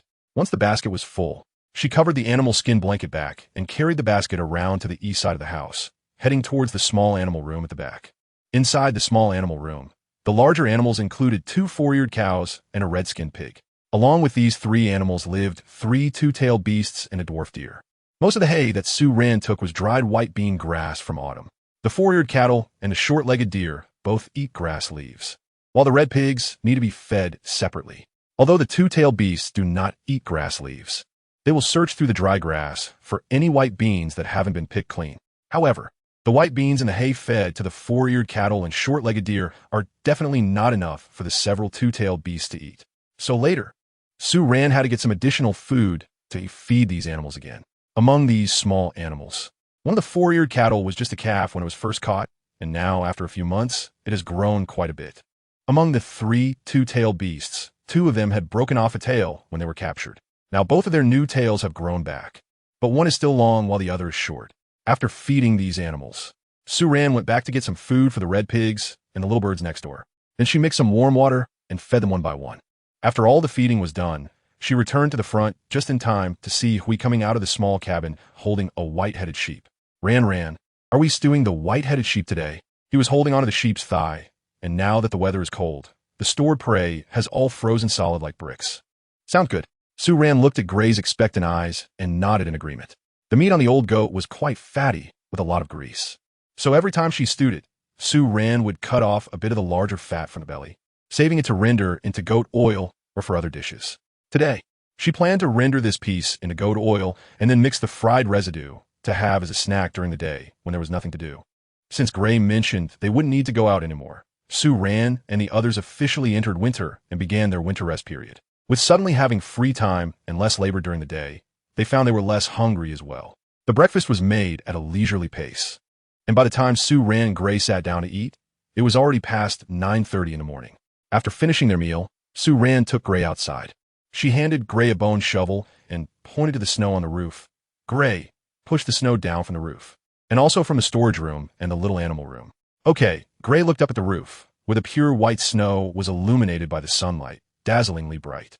Gray instinctively squinted and then, holding the bone shovel, spread its huge wings behind it and flew up to the roof in the blink of an eye. The wind from its flapping wings blew the dry snow off the roof. Sue Ran happened to look up, and suddenly, a face full of coldness hit her. Ah, snow! The chilly snowflakes poured directly into her clothes from her neck, and Sue Ran gasped in shock from the cold, quickly jumping and dodging away from under the eaves. Meanwhile, the Gray on the roof inexplicably leaned down to look at her. Huh? Ran. Sue Ran hurriedly brushed off the snowflakes on her hat and helplessly rolled her eyes at the innocent-looking werewolf on the roof. It's fine. Hurry up and shovel the snow. Woo, shaking its tail, saw that Sue Ran was okay and then lowered its head to start shoveling the snow. At that moment, Sue Ran walked over to a clean patch of snow, squatted down, and patted the ground for a while. After 2 minutes, she suddenly stood up and shouted towards the werewolf who was focused on working on the roof. Woo. Huh. Woo raised its head in response. But the moment it looked up, it felt a dangerous aura rapidly approaching. It quickly flared its wings to shield itself. The next second, there was a loud bang. A white snowball crashed directly into its wings, instantly shattering. Chapter 158. Open your grandpa's door? You stinky wolf. Once again, hit precisely by Woo. Sue Ran was so angry she jumped up and down. She didn't care that the snowball in her hand wasn't fully formed. She quickly shaped it and threw it at Woo. However, even though Sue Ran had ordered Woo not to use its wings as a shield, Woo easily dodged her attack. It sidestepped the snowball. Sue ran through and jumped onto the edge of the awning. The snow, accumulating on the roof, slid down like a waterfall with the vibrations from its jump, and the next second, it suddenly landed behind Sue Ran. Ran. It called out suddenly from behind her. Sue Ran quickly turned her head. Under the bright sunshine after the snow, the smile on her face was radiant and dazzling. Sue Ran was almost going crazy with excitement, completely forgetting that she still hadn't recovered from her cold. She screamed while holding 2 handfuls of snow and ran toward Hui. This time, however, Hui didn't dodge. Instead, he opened his arms and pulled her into his embrace. In the next moment, before Sue Ran could react, she felt a cool breeze rushing past her, and Huey's gray wings unfolded behind him, taking the 2 of them soaring into the sky. Hui! Sue Ran exclaimed. Instinctively, she tightened her grip on the clothes of the gray figure. In the next moment, however, she was so shocked by the magnificent scenery before her that she found herself momentarily speechless. As the gray figure rose rapidly, the view beneath her expanded quickly. Everywhere her gaze landed was a world dressed in silver, with layers of trees covered in snow, stretching to places her eyes could no longer reach, merging with the distant horizon into a pure white world. At first glance, it seemed like a fairyland. Sue Ran twitched her nose, which had turned red from the cold, snapping back to reality from the beautiful scenery that resembled an ink wash painting. At that moment, Hui, who was equally astonished by the view, suddenly spoke up. Ran, the snow in the forest is so beautiful. Its tone conveyed a pure and unadorned admiration for the wonderful things. Sue Ran looked at its amazed expression. Her hand that was holding its clothes transformed into an embrace around its neck. Then her head rested on its shoulder, her gaze following to the forest below with a cool beauty, and she couldn't help but smile. Yes, it's very beautiful. Gray nodded heavily in response to her answer. A second later, it suddenly lowered its head and rubbed against Sue Ran's nose, then gave her a kiss on her icy lips. Ran, you are also very beautiful. Its light green eyes gazed deeply at Sue Ran, but at this moment, the emotions in its eyes contained something beyond mere simplicity compared to when it praised the beautiful scenery earlier. Sue Ran felt a stir in her heart under its unabashed gaze. Just as she was about to say something, Hui suddenly became excited again. It eagerly said to Sue Ran, Ran, shall we go back? Sue Ran couldn't keep up with its leaps in thought. Just as she was about to say, okay, she suddenly felt a sense of weightlessness beneath her. In the blink of an eye, she was forced to follow the gray shifting posture, turning her body upside down, with her head facing the ground, rapidly plunging towards the ground below. Sue Ran never imagined. She actually completed the entertainment activity she had always wanted to try, but never dared to attempt. Bungee jumping on this continent. She stood on the ground, almost feeling weak in her hands and legs. Even though her feet were on the ground, She was still leaning against the arm of the gray wolf that tightly hugged her waist, preventing herself from sitting down in the snow. At this moment, the stinky wolf in front of her actually looked quite pleased, wagging its big tail behind it and looking at her innocently. Ran, are you happy? Sue ran, open your grandpa, open, tears streaming. A person and a wolf have been playing outside for nearly an hour, but not much snow has been shoveled off the roof. At this point, Sue Ran simply doesn't let Hui continue shoveling. Both of their clothes are soaked with snow, so she pulls Hui back inside to change into dry clothes, then asks Hui to add a few more pieces of firewood to the stove. She then takes a wooden tray to the storage room, fills it with some dried blue worms and dried fruit, and cuts 2 sausages to bring back. On the way back, she also stops in the kitchen to scoop some chili powder into one corner of the tray and grabs a handful of sheep fat scraps that she fried in the morning. Once back in the room, she places a newly made small table by the edge of the Kong. This small table is about the same height as the Kong, measuring 60 centimeters long and half a meter wide. Sue Ran specially made it to hold things while warming by the fire in winter. At this moment, the table holds the food she just brought, along with 2 cups of water and her stainless steel tea mug and kettle from earlier. Then, she goes to the back kitchen to bring out a slightly larger stone plate. She places the stone plate on the blazing stove and uses chopsticks to arrange the sliced sausages on the plate, one by one. After a few minutes, the sausages, which were still a bit frozen, begin to slowly shine with grease and emit a sizzling sound. Hui, close the door, we're not going out.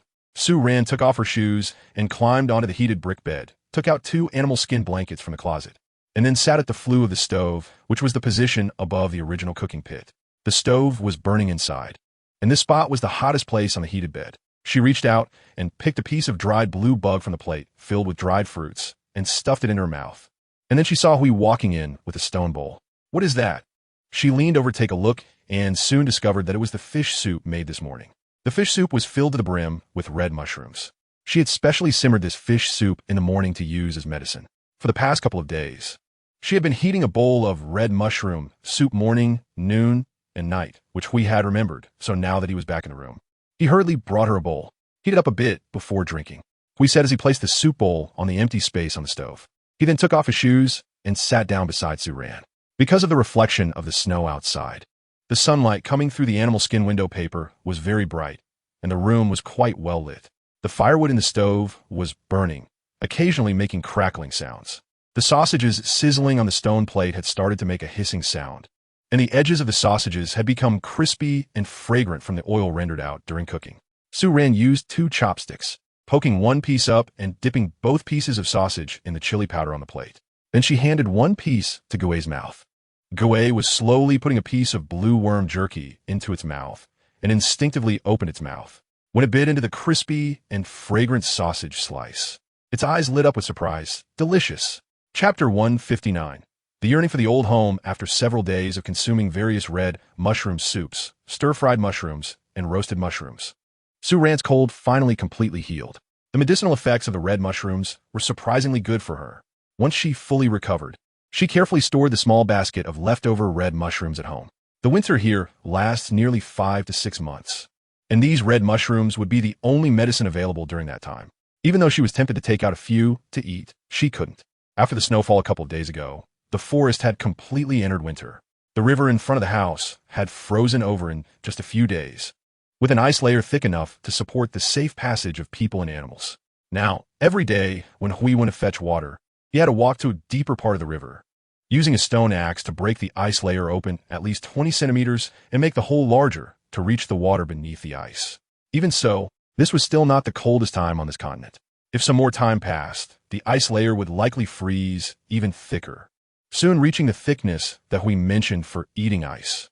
A small path had already been made by Hui, and Sue ran from their front door to the riverbank.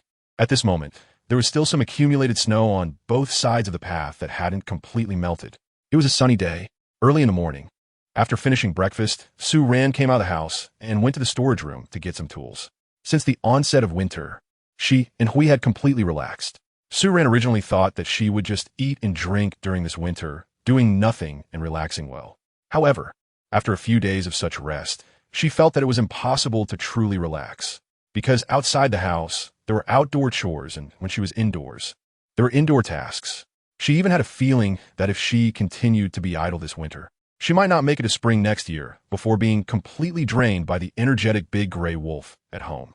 So this morning, even though her whole body was still sore, she persisted and made an effort to crawl out of the warm, comfortable bed. It's important to know how difficult it is to wake up early on a cold winter morning. But no matter how hard it was, compared to the recent addiction to exercise of the lecherous wolf at home, waking up early and getting dressed in the cold air didn't seem so unbearable. Sue ran, took a spade and a hoe made of stone, and went to the back of the house. She wanted to dig a toilet.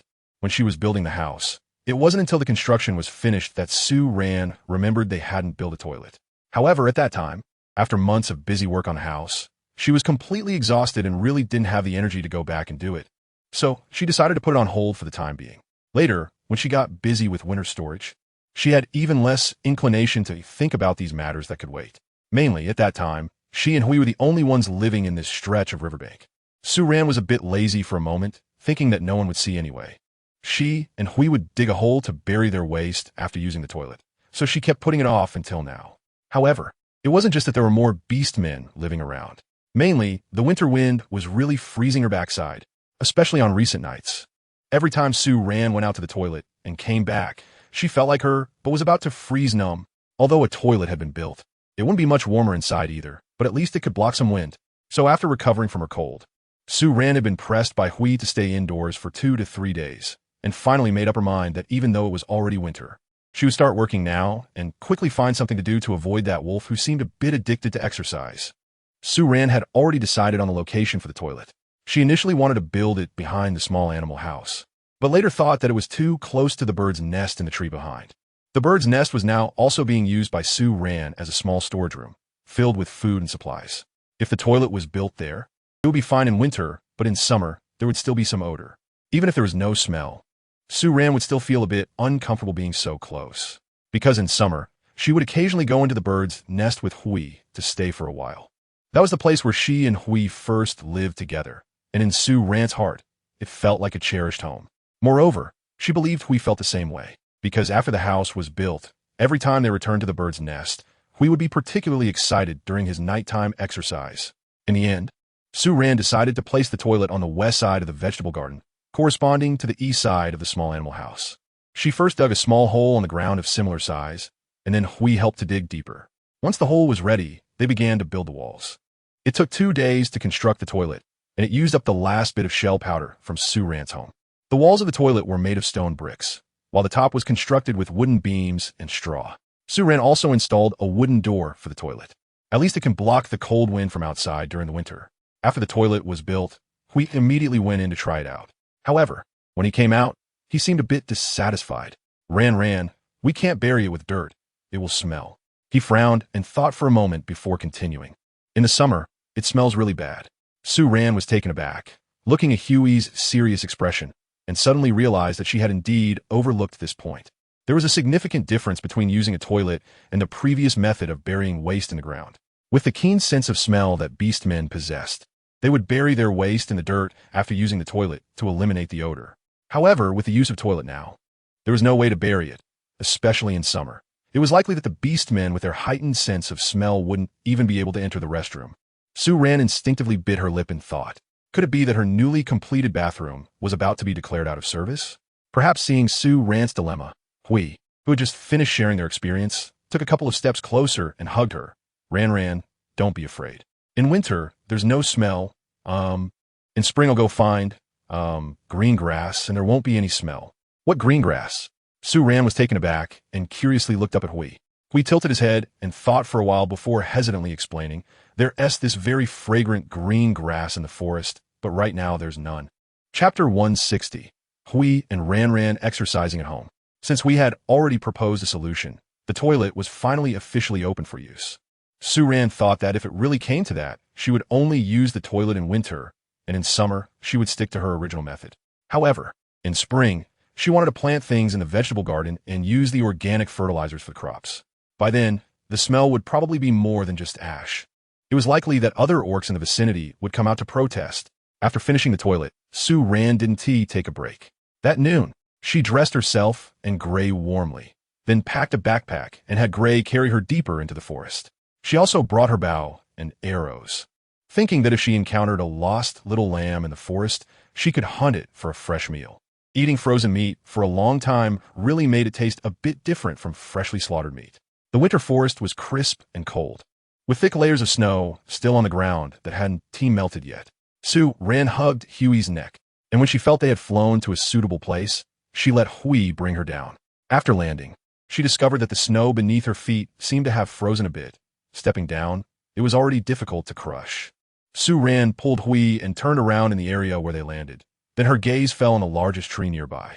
She walked over, placed her backpack on the ground, and used the bone shovel she brought to scrape away a patch of snow, revealing the damp, decayed, dark fallen leaves underneath. Then she scooped down with the shovel. Although the soil beneath the leaves looked very moist, it was still a bit frozen. Even though Sue had gained a lot of strength compared to when she first arrived in this world, she still couldn't scoop up much soil with that one shovel. We watched her actions from the side and quickly understood that Sue wanted the soil. Its gaze showed confusion, but it still reached out to take the bone shovel from Sue hands, only to be dodged by her. No need, I want to get some exercise. Sue dodged the hand that Gray reached out and stubbornly continued to thrust the shovel into the ground with force. Gray's outstretched hand paused for a moment, then slowly retracted, with a look of confusion deepening on his face. What is movement? Sue was suddenly stumped by the question. How should she explain this? She paused her movements, thought for a moment, and slowly explained to Hui, what I'm doing now, shoveling dirt, counts as exercise. Running, jumping, swimming. Those are all considered exercise too. But isn't Ran working right now? Is working considered exercise? Hui was even more confused. Its two eyebrows above its eyes were furrowing, and its gaze was fixed on Sue With a blink of its green eyes, Sue couldn't help but start scratching her head. In some cases, working could be considered a form of exercise. Sue pouted, feeling that the more the child understood, the harder it was to teach. Gray could be understood as the idea that as long as we are moving or active, it counts as exercise, and occasionally exercising is good for the body. Woof! The werewolf's light green eyes flickered for a moment. It looked at Sue its ears on top of its head twitching as if it thought of something, and asked Sue in a tone of pure curiosity. So when evening comes, is it good for the body if Gray and Ran exercise at home? After it finished speaking, it didn't notice Sue's body stiffening for an instant, and suddenly reached out to grab her wrist. Woof! Ran and Gray exercised together. At that moment, Sue looked into its bright, excited eyes and felt her legs go weak. She couldn't help but silently scream in her heart. I refuse. Why did it have to bring up this word and smash its own foot with a rock? Sue frowned as she looked at Hui, who was wagging his tail with a happy face. His sharp and handsome features were now filled with a pure and innocent smile. However, at this moment, Sue who had never doubted Hui before, couldn't help but start to suspect in her heart that this wolf was actually a black-hearted one in disguise, a cunning schemer wrapped in the guise of a simple little white flower. Sue ignored the lively-minded wolf and continued to fill her backpack with black soil. From this black soil, it could be seen that this world, at least in this forest, had very fertile land which was highly suitable for planting crops. Sue was focused on shoveling the soil when, at some point, we had once again habitually squatted beside her.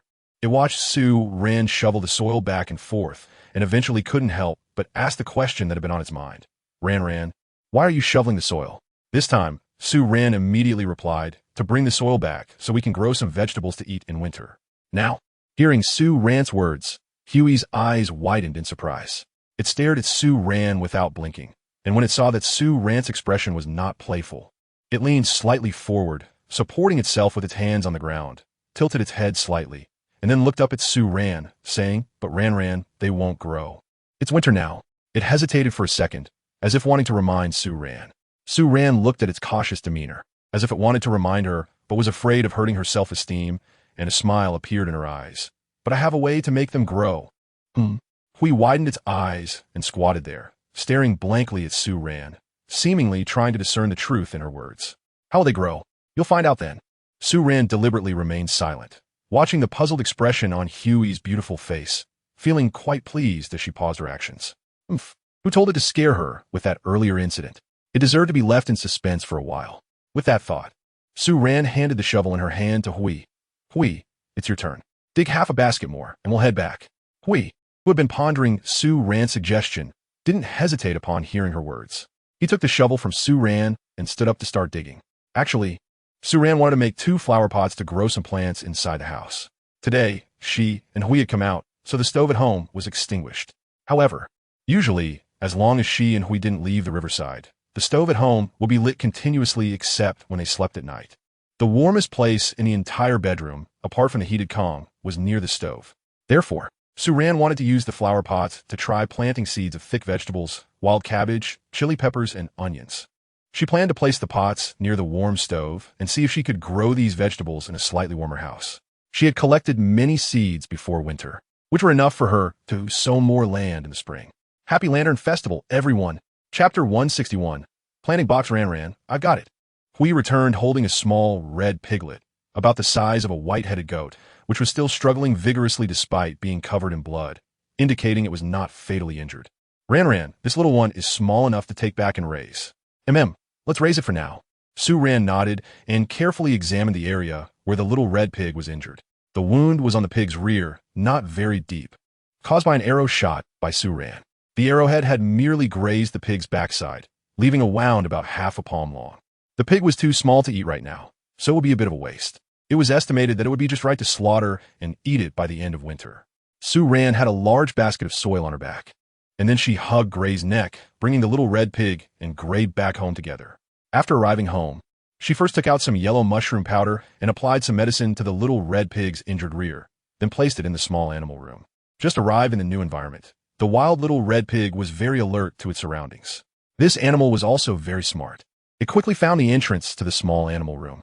After realizing that Sue-Ran and Gray had left, it began to frantically ram against the door, trying to break out from inside. The door was rattling loudly from its vigorous actions, scaring the other animals in the same room, who silently hid in the innermost corner, quietly watching its performance. However, the door of the small animal room had been specially built thick by Sue-Ran, and even Gray would have to exert some effort to break it. So, after 20 minutes, when Sue-Ran came to bring food for the animals, she saw the little red pig she had just brought back lying on the ground, panting heavily. Upon seeing her enter, it bared its teeth and fiercely let out a growl. However, before it could let out a second growl, the aroma of the steaming pig food that Sue-Ran had just poured into the stone feeding trough captured its attention. This was far more delicious than the scant and cold food it had found digging around in the snow during winter. The pig food that Sue-Ran brought was actually not just for the pigs. The two-tailed beasts, the four-eared cows, and the dwarf deer would also eat a little. But Sue-Ran gave them less because they still had hay and the white bean fruits in the hay to eat. The red pig could basically only eat this. The main ingredient of the pig food was mostly white bean fruits. However, Sue-Ran would always add a whole crushed green soap fruit into it, along with the not-so-good vegetable leaves and the peels from the radishes that she would set aside while eating vegetables. Once everything was added, she would use a scallop knife tied in a cross shape with a long handle to poke and crush all the food in the bucket little by little, then add hot water to stir it, and that would be it. However, now that there was an additional small red pig, the amount of food needed for feeding had increased significantly. The original large red pig had already reached adulthood and wouldn't grow much more. Sue-Ran thought about slaughtering it one day, otherwise it would just waste the stored white bean fruits. After taking care of a few small animals, Sue-Ran returned to the front. She first got some water from inside the house to rinse out the wooden bucket used for feeding the pigs, took off her apron, and then walked over to Hui. Hui was sitting under the rain shelter, holding a half-meter-long wooden stump, diligently digging out the wooden planting box that Sue-Ran wanted. Sue-Ran needs a total of 2 planting boxes. One is for growing edible vegetables like mustard greens and wild cabbage, while the other is for planting some flavoring vegetables like finger onions and chili peppers. The soil she dug from the forest was set aside, but it wasn't enough for both planting boxes, so she went to the woods behind the house to dig up some more soil. However, it was clear that the soil near the edge of the forest is different from the soil deep in the forest that hasn't seen sunlight for years. The soil here doesn't look as dark as that inside the forest, giving the impression that it isn't as fertile. Moreover, because it's close to the riverbank, there are many small stones in the soil, so after digging it up, she had to pick out the more obvious stones. After finishing the planting boxes made from tree stumps, they still couldn't be used immediately because Sue-Ran was worried that prolonged watering would cause the wooden boxes to rot and leak. Therefore, she needed to apply a layer of cement inside the planting boxes for simple waterproofing. The shell powder she had at home was already used up, so Sue-Ran specially burned some shells. The area of the planting boxes is not large, and the amount of shells burned was also small, so it was quickly done. When making the homemade cement, Sue Ran only mixed and stirred the shell powder with blue bug glue, and that was it. However, because the blue bug glue has a good film-forming effect after solidifying, she used quite a bit of it. Sue Ran carefully applied the homemade cement to the inner side of the planting box. While she was applying the cement, Hui squatted beside her, diligently picking out the stones from the soil she had brought back from the nearby forest. It was meticulous, even though Sue Ran had already told him that it wasn't necessary to be so thorough, and that a few small stones wouldn't be a problem. Nevertheless, he still wanted to make sure not to miss a single small stone. After Sue Ran finished the planting box, she took a dustpan and put the remaining soil into it, shaking it back and forth to bring the stones to the surface. Then quickly grabbed all the stones on top at once. By this time, it was already 4 in the afternoon, the sun had set, and the air was starting to cool down. The planting box, freshly coated with cement, couldn't be used yet. Sue Ran instructed Hui to take both planting boxes back inside the house first and wait until tomorrow when the cement had completely dried before filling them with soil. Meanwhile, she packed the processed soil back into the backpack for easy use tomorrow. Hui, what do you want to eat tonight? Sue Ran went into the room to wash her hands and asked the werewolf following her. Beef noodles? Gray answered without any hesitation, clearly having been thinking about that bowl of noodles for a while. Sue Ran curled her lips and turned to look at the eager Gray. Then go get a 4-eared cow leg. After thinking for a moment, she added, and find a 2-tailed beast, then bring some seafood.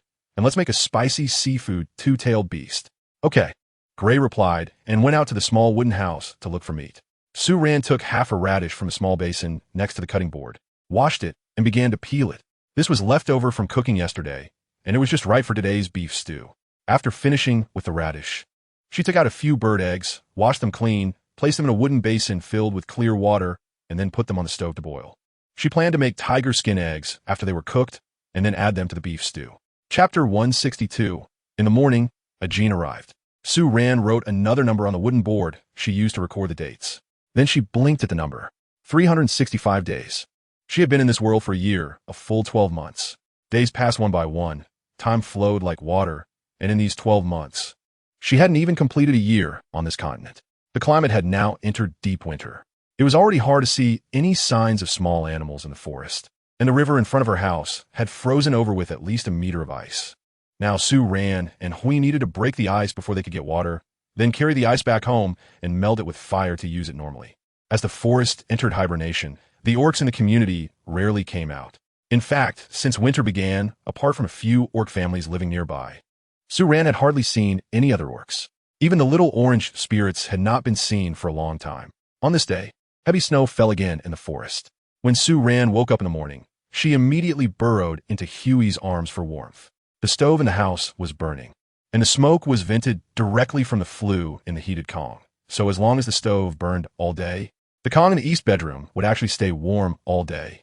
To avoid damaging the animal skin blanket on the Kong, Sue Ran generally rolled up the large cotton blanket at the stove, rolling it up to near the head of the Kong, leaving just enough space for her and Hui to lie down and rest. When it was time to sleep at night, she would lower the blanket back down. This was to facilitate the heat from the Kong to dissipate through the animal skin blanket. Moreover, the warm air released from the Kong through the animal skin blanket would waft into the room, warming the air inside, almost like a heating system. However, because of this, sometimes at night, when it was time to sleep, the Kong would still be very hot, making it difficult for Hui to fall asleep. So later on, around 6 o'clock in the evening, Sue Ran would stop the stove to allow the Kong to cool down. By around 7, she would put the cotton blanket back down. Then Sue Ran would also lay a soft mattress on top of the cotton blanket. This thickness was just right to insulate Hui from the still, somewhat hot temperature of the Kong, while allowing the heat beneath the blanket to slowly dissipate, ensuring that when she got up the next morning, the bedding would still be warm. However, because it was snowing, although the bedding was still very warm today, her head, which was exposed outside the blankets, felt particularly cold. Sue Ran's nose was frozen cold by the chilly air inside the room. She shrank her entire head into the quilt, pressing it tightly against Huey's chest. When her icy face touched Huey's warm chest, Sue Ran distinctly felt the werewolf's body shiver violently in response to the cold. Awoo! It instinctively let out a soft howl, lowering its head to look at Sue Ran with half-open eyes, clearly still not fully awake. After all, last night, it had been addicted to pulling Sue Ran along and had been busy for most of the night, so it was no wonder it was still groggy. However, even though the entire wolf was not fully awake, it instinctively tightened its embrace around Sue Ran and let its big tail slip from behind to wrap around her waist. The tired little couple snuggled together and fell back asleep.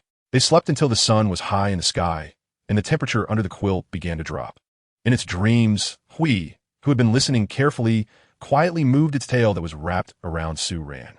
The tail extended from the quilt and gently patted the bed surface.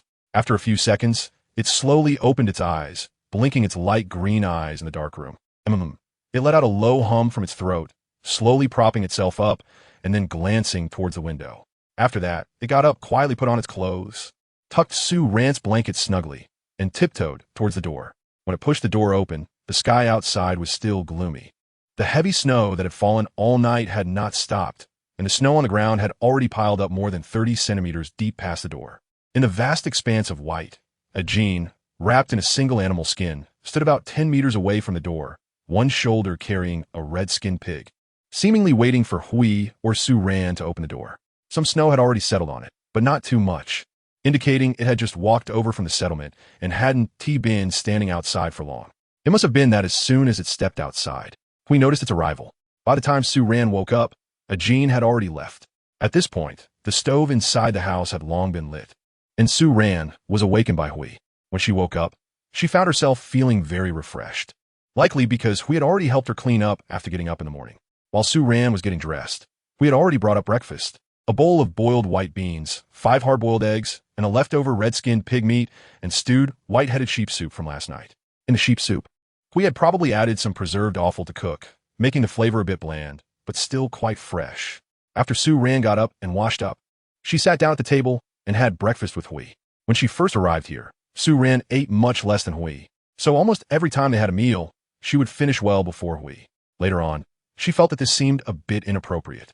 Since cooking was something they both worked together to complete, mealtimes should naturally be spent eating slowly together, sharing the fruits of their labor, which would bring a greater sense of satisfaction to both.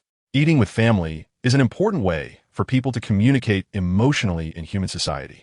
Even though Hui is slightly different from humans in terms of species, this difference does not affect emotional connections. Therefore, once Su Ran realized this, she began to consciously control her eating speed. Although she still finished before Hui, at least she wouldn't be done before Hui had a sense of fullness. After finishing breakfast, Su Ran sat on the heated Kong without moving, waiting for Hui to finish. After Hui finished the last piece of red-skinned pork, it put down its chopsticks and wiped its mouth with the small cloth Su Ran had prepared for each of them. Then, it looked at Su Ran somewhat hesitantly. Su Ran was confused by its gaze and couldn't help but raise her eyebrows. "What's wrong?" After hesitating for a moment, Hui slowly spoke. "This morning, a Jean came. A Jean exchanged 2 large red-skinned pigs for a pot of seafood." Chapter 163. Wanting Hui and Ran's little beast men. Su Ran was taken aback. Not because Hui agreed to trade 2 red-skinned pigs for seafood with a Jean, but rather because she was a bit surprised that this feline beastman liked seafood so much that even in the harsh winter, when hunting prey was already very difficult, he would rather part with 2 red-skinned pigs just to have it. Was it because of the little orange? Hui frowned, unable to think of a suitable adjective for a moment, and even his habitual sentence-ending tone turned into the that Su Ran often used. Little orange and a Jean. We need to have little beast men." "Little beast men?" Su Ran was taken aback, then widened her eyes in surprise. "Are you saying that Xiao Ju is pregnant? Xiao Ju has a baby? A baby? Is a little beast man?" Hui shook his head, correcting Su Ran's incorrect choice of words. Su Ran smiled and held its hand. "Little orcs are just like little babies, and we will have little babies in the future too." Su Ran felt joyful, and the words popped in her mind without thinking. She said them out loud. By the time she realized what she had said, the words had already left her lips. Her face froze, and she quickly understood what she had just claimed. She said that she and Hui would also have a baby in the future. However, in reality, it had been at least 6 months since she and Hui had been intimate, yet there had been no signs of anything happening. In her previous world, the habit in her family was that everyone had to undergo a full body checkup twice a year. The results had always shown that her health was good, with no major issues. And Hui, based on his robust physique, also didn't seem like a male with hidden health problems. So after they officially became intimate, they had been together almost every other day, and each time felt endless. Yet despite this situation lasting for 6 months, her belly still showed no signs of change. Did this mean that there was actually reproductive isolation between her and Hui? Thinking of this, Su Ran's previous joy for Xiao Ju's pregnancy immediately turned into gloom. She looked at Hui, and the thought of that possibility filled her with panic. For the beastmen, the ultimate goal of finding a mate should be to reproduce, right? But it seemed she couldn't bear children for Hui. Would he be able to accept that? Would there be regrets? Ran. Su Ran was lost in thought for too long, and the sadness and helplessness in her eyes were too obvious. Hui looked at her with concern, immediately put on her shoes, and walked over to her side. Ran, why are you unhappy? She gently bent down and nuzzled Su Ran's icy face. Su Ran came back to her senses and met Gray's gentle eyes. Her heart trembled. Does Gray want a little beastman too? Although she knew the answer, Su Ran still asked Gray. Oh, Gray pondered for 2 seconds after hearing Su Ran's question before realizing what she meant. Once it understood her meaning, its eyes immediately brightened, the joy in its gaze evident, as if the whole wolf appeared much brighter. Gray wants a little beastman with Su Ran. Gray likes it. It hugged Su Ran tightly, then sat on the edge of the bed, rubbing its cheek against hers vigorously, and then asked Su Ran back. Does Su Ran also like little beastmen? Its gaze was intense, which made Su Ran even more silent. Su Ran felt for the first time what it was like to have her heart sink to the bottom of the valley, a feeling she had only read about in words before. In the midst of feeling the Gray emotions and holding on to such eager expectations, in an instant, she was overwhelmed by a heavy sense of helplessness. She couldn't provide the future that Gray wanted, but selfishly didn't want to let go. Didn't want to realize this dream elsewhere. She was afraid that Gray would abandon her upon discovering that there was no possibility of offspring between them. Yet, she was powerless. Gray had been carefully observing Su Ran's emotions, and almost the moment Su Ran fell silent, it noticed something was off. The joy on its face faded, and it loosened its embrace around Su Ran, allowing her to lift her head from its arms. When their eyes met, and Su Ran's slightly reddened eyes came into view, Gray immediately panicked. It hesitated for 2 seconds with its hand that was supporting Su Ran's arm, but didn't dare to let it fall on her. In the next moment, it thought of something, and a look of sorrow crossed its face. Ran, you don't like little beastmen? You don't like having a little baby with Gray? Upon hearing this, Su Ran reacted. She lifted her head and looked at the handsome face of the wolfman. It lowered its gaze, long eyelashes casting shadows over its eyes, but couldn't hide the tension within them. Su Ran couldn't help but lean forward, cupping the werewolf's strong chin with her hands, and gently pressed her lips against it. I really like the little beastman we could have together, but Gray, I may not be able to have little beastmen with you at all. I can't have babies. Oh, Gray was affected by the sadness emanating from Su Ran, and even the ears atop its head drooped down. However, it still couldn't understand what Su Ran meant by not being able to have babies. It tightened its grip around Su Ran's arms, furrowing its brow slightly. Why can't you, Ran, have little beastmen? After saying that, it paused for a moment, as if realizing something, and quickly scanned Su Ran from head to toe before speaking again, panic creeping into its voice. Ran, is your body unwell? Hurt? No. Su Ran shook her head. At this moment, her emotions had calmed down. Regarding the issue of pregnancy and childbirth, she had actually been avoiding it all along. At first, she was avoiding the possibility of becoming a mother at a young age, especially since her surrounding environment was not particularly favorable. However, later on, as her feelings for Hui deepened, her avoidance shifted to the potential impact on her ability to conceive due to the biological and anatomical differences between her and Hui. Su Ran had been contemplating this issue for a long time. She had realized it early on, but had never brought it up with Hui. Selfishly, she wanted this problem to erupt as late as possible. She was afraid that once the problem was exposed, she would have to face the state of the world alone. And she was also more attached to the pure and beautiful sincerity that Hui had given her in this relationship. She wanted to believe that Hui wouldn't give up on the gradually stable and profound love they had developed because of this issue. However, she had to admit that she and Hui had only been living together for just 12 months. 12 months was merely half a year in this world. It didn't seem like a long time at all. Hui, we are different. Su Ran left the embrace of Gray and stood in front of him. She reached out to hold down the werewolf, who also wanted to get up. Their sitting heights were perfectly level. Gray, I am human, and you are a beast man. Chapter 164. With that said, do you still want to be with me? Su Ran stared at the green eyes of Hui, which were fixated on her, and took a step forward. She leaned slightly, reaching out with her left hand to gently pinch the soft ears on top of the werewolf's head. The ears are different, and the tail is different too. Then she grasped Huey's hand, pressing her fingertips against Huey's sharp nails. The palms are different as well. After that, she lifted her head to look at Hui, feeling a sense of loss. Hui, we are not the same. So, maybe there will never be little beast men in the future. With that said, does Hui still want to be with me? Su Ran's long string of words was somewhat difficult for Hui to understand. It sat there, looking at Su Ran, and after pondering for a while, its expression slowly began to change. No, that's not right. It suddenly started shaking its head vigorously, then raised its hand to touch its own ears. Little Orange's ears.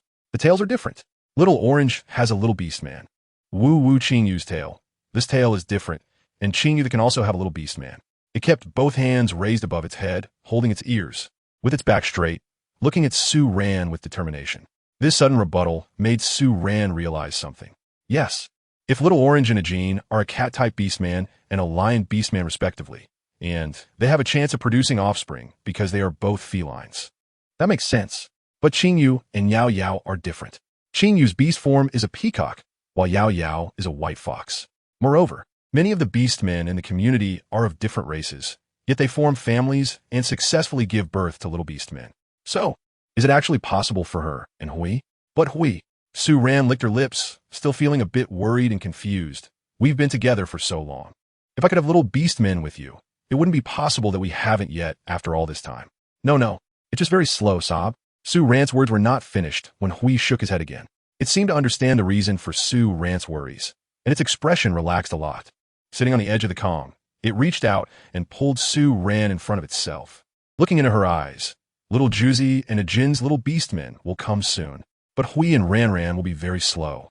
And Qingyu and Yao Yao will also be very slow. Little Juzi and Ajin will have 1 in 1 winter. Wu Ran and Hui. Qingyu and Yao Yao will take 2 or 3 winters to have little beastmen. Seeing Su Ran's thoughtful expression, it continued to explain, because they are a bit like little Juzi and Ajin. At this point, it hesitated for 2 seconds, then suddenly shook its head. No, they are somewhat similar, so little beastmen will come soon. But Ran and Hui are different, and Qingyu and Yao Yao are also different. It will take a long time to have little beastmen, little babies. Su Ran listened to Gray's explanation and, in a moment of surprise, almost instantaneously understood the deeper meaning behind Gray's words. Firstly, among the beastmen, reproduction and the early stages of nurturing life is inherently a lengthy process. This is not just a difference between Su Ran and the beastmen. There is actually reproductive isolation even among the beastmen themselves. However, this isolation can be broken. Xiao Ju and Ajin, being both feline beastmen, could break this barrier more quickly, which is why they were able to conceive life in just 1 year. This short span of 1 year, or 24 months, is already considered fast for reproduction among beastmen. Unlike Xiao Ju and Ajin, Su Ran and Gray, as well as Yao Yao and Qingyu, are completely different species in their beast forms. Therefore, the reproductive isolation between them is even more pronounced. To break this isolation, it likely requires the 2 partners to live together for a long time. Gradually, perhaps due to certain factors within each of them or changes in some substances in their bodies, their cells or elements start to change to resemble each other. Ultimately, this breaks the isolation. Of course, this is just Su Ran's speculation. In her previous world, she had seen explanations about the phenomenon of couples resembling each other. This resemblance actually arises because couples live together for extended periods, sharing the same routines, food, and water quality. Over time, the pigment deposits in their bodies become similar. In terms of appearance, they start to look alike. Additionally, in daily life, both partners influence each other's words and actions, so their temperaments and habitual body language also become similar, giving the impression that they resemble each other. Su Ran feels that the principle of breaking reproductive isolation in this world might be similar to the principle of couples resembling each other. Although this guess seems quite absurd and fantastical, according to Huey's explanation, Su Ran can't imagine any other explanation that could serve as an alternative. So, how long will it take for her and Hui to break this isolation? Su Ran stared intently at the gray in front of her, her light green eyes filled with her own reflection. So we will have little beastmen, little Gray, little Ran, right? She softly asked, still wanting to hear confirmation from Gray. However, Gray's attention was completely focused elsewhere. Huh, little Gray, little Ran? It slightly widened its eyes, its ears twitching gently on top of its head, looking at Su Ran with confusion and saying, "There are no little Gray or little Ran, only little beastmen, baby." It corrected Su Ran's words with a serious attitude, but looked somewhat adorably clumsy. But that was enough for the stone in Su Ran's heart to fall to the ground. For her, whether or not there were descendants was quite irrelevant. However, she didn't want Gray to feel any regrets in its heart. Nor did she want to lose Gray over this matter. Even though, according to Earth's timeline, they had only been together for a year, Gray's sincerity and innocence had already touched her deeply. Therefore, she naturally was more willing to accommodate and care for it more as they spent time together.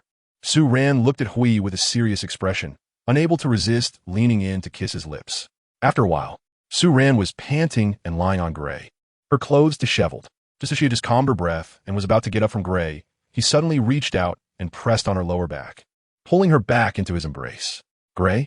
Su Ran lay on Huey's chest, unable to resist pulling down the hem of the clothes she had lifted up to smooth it out, then looked at it in confusion. Woo! The tail behind Hui stretched out a little beyond the heated bed. The tip of it moved slightly, just enough to tap against Su Ran's thigh. It looked up at Su Ran, its gaze steady and determined in a way she had never seen before. Ran wasn't afraid of Wu. There were no little beast men. And she wasn't afraid of Wu. Hui and Ran had always been together. Chapter 165. Little Orange's belly had already swollen. Little Orange was pregnant.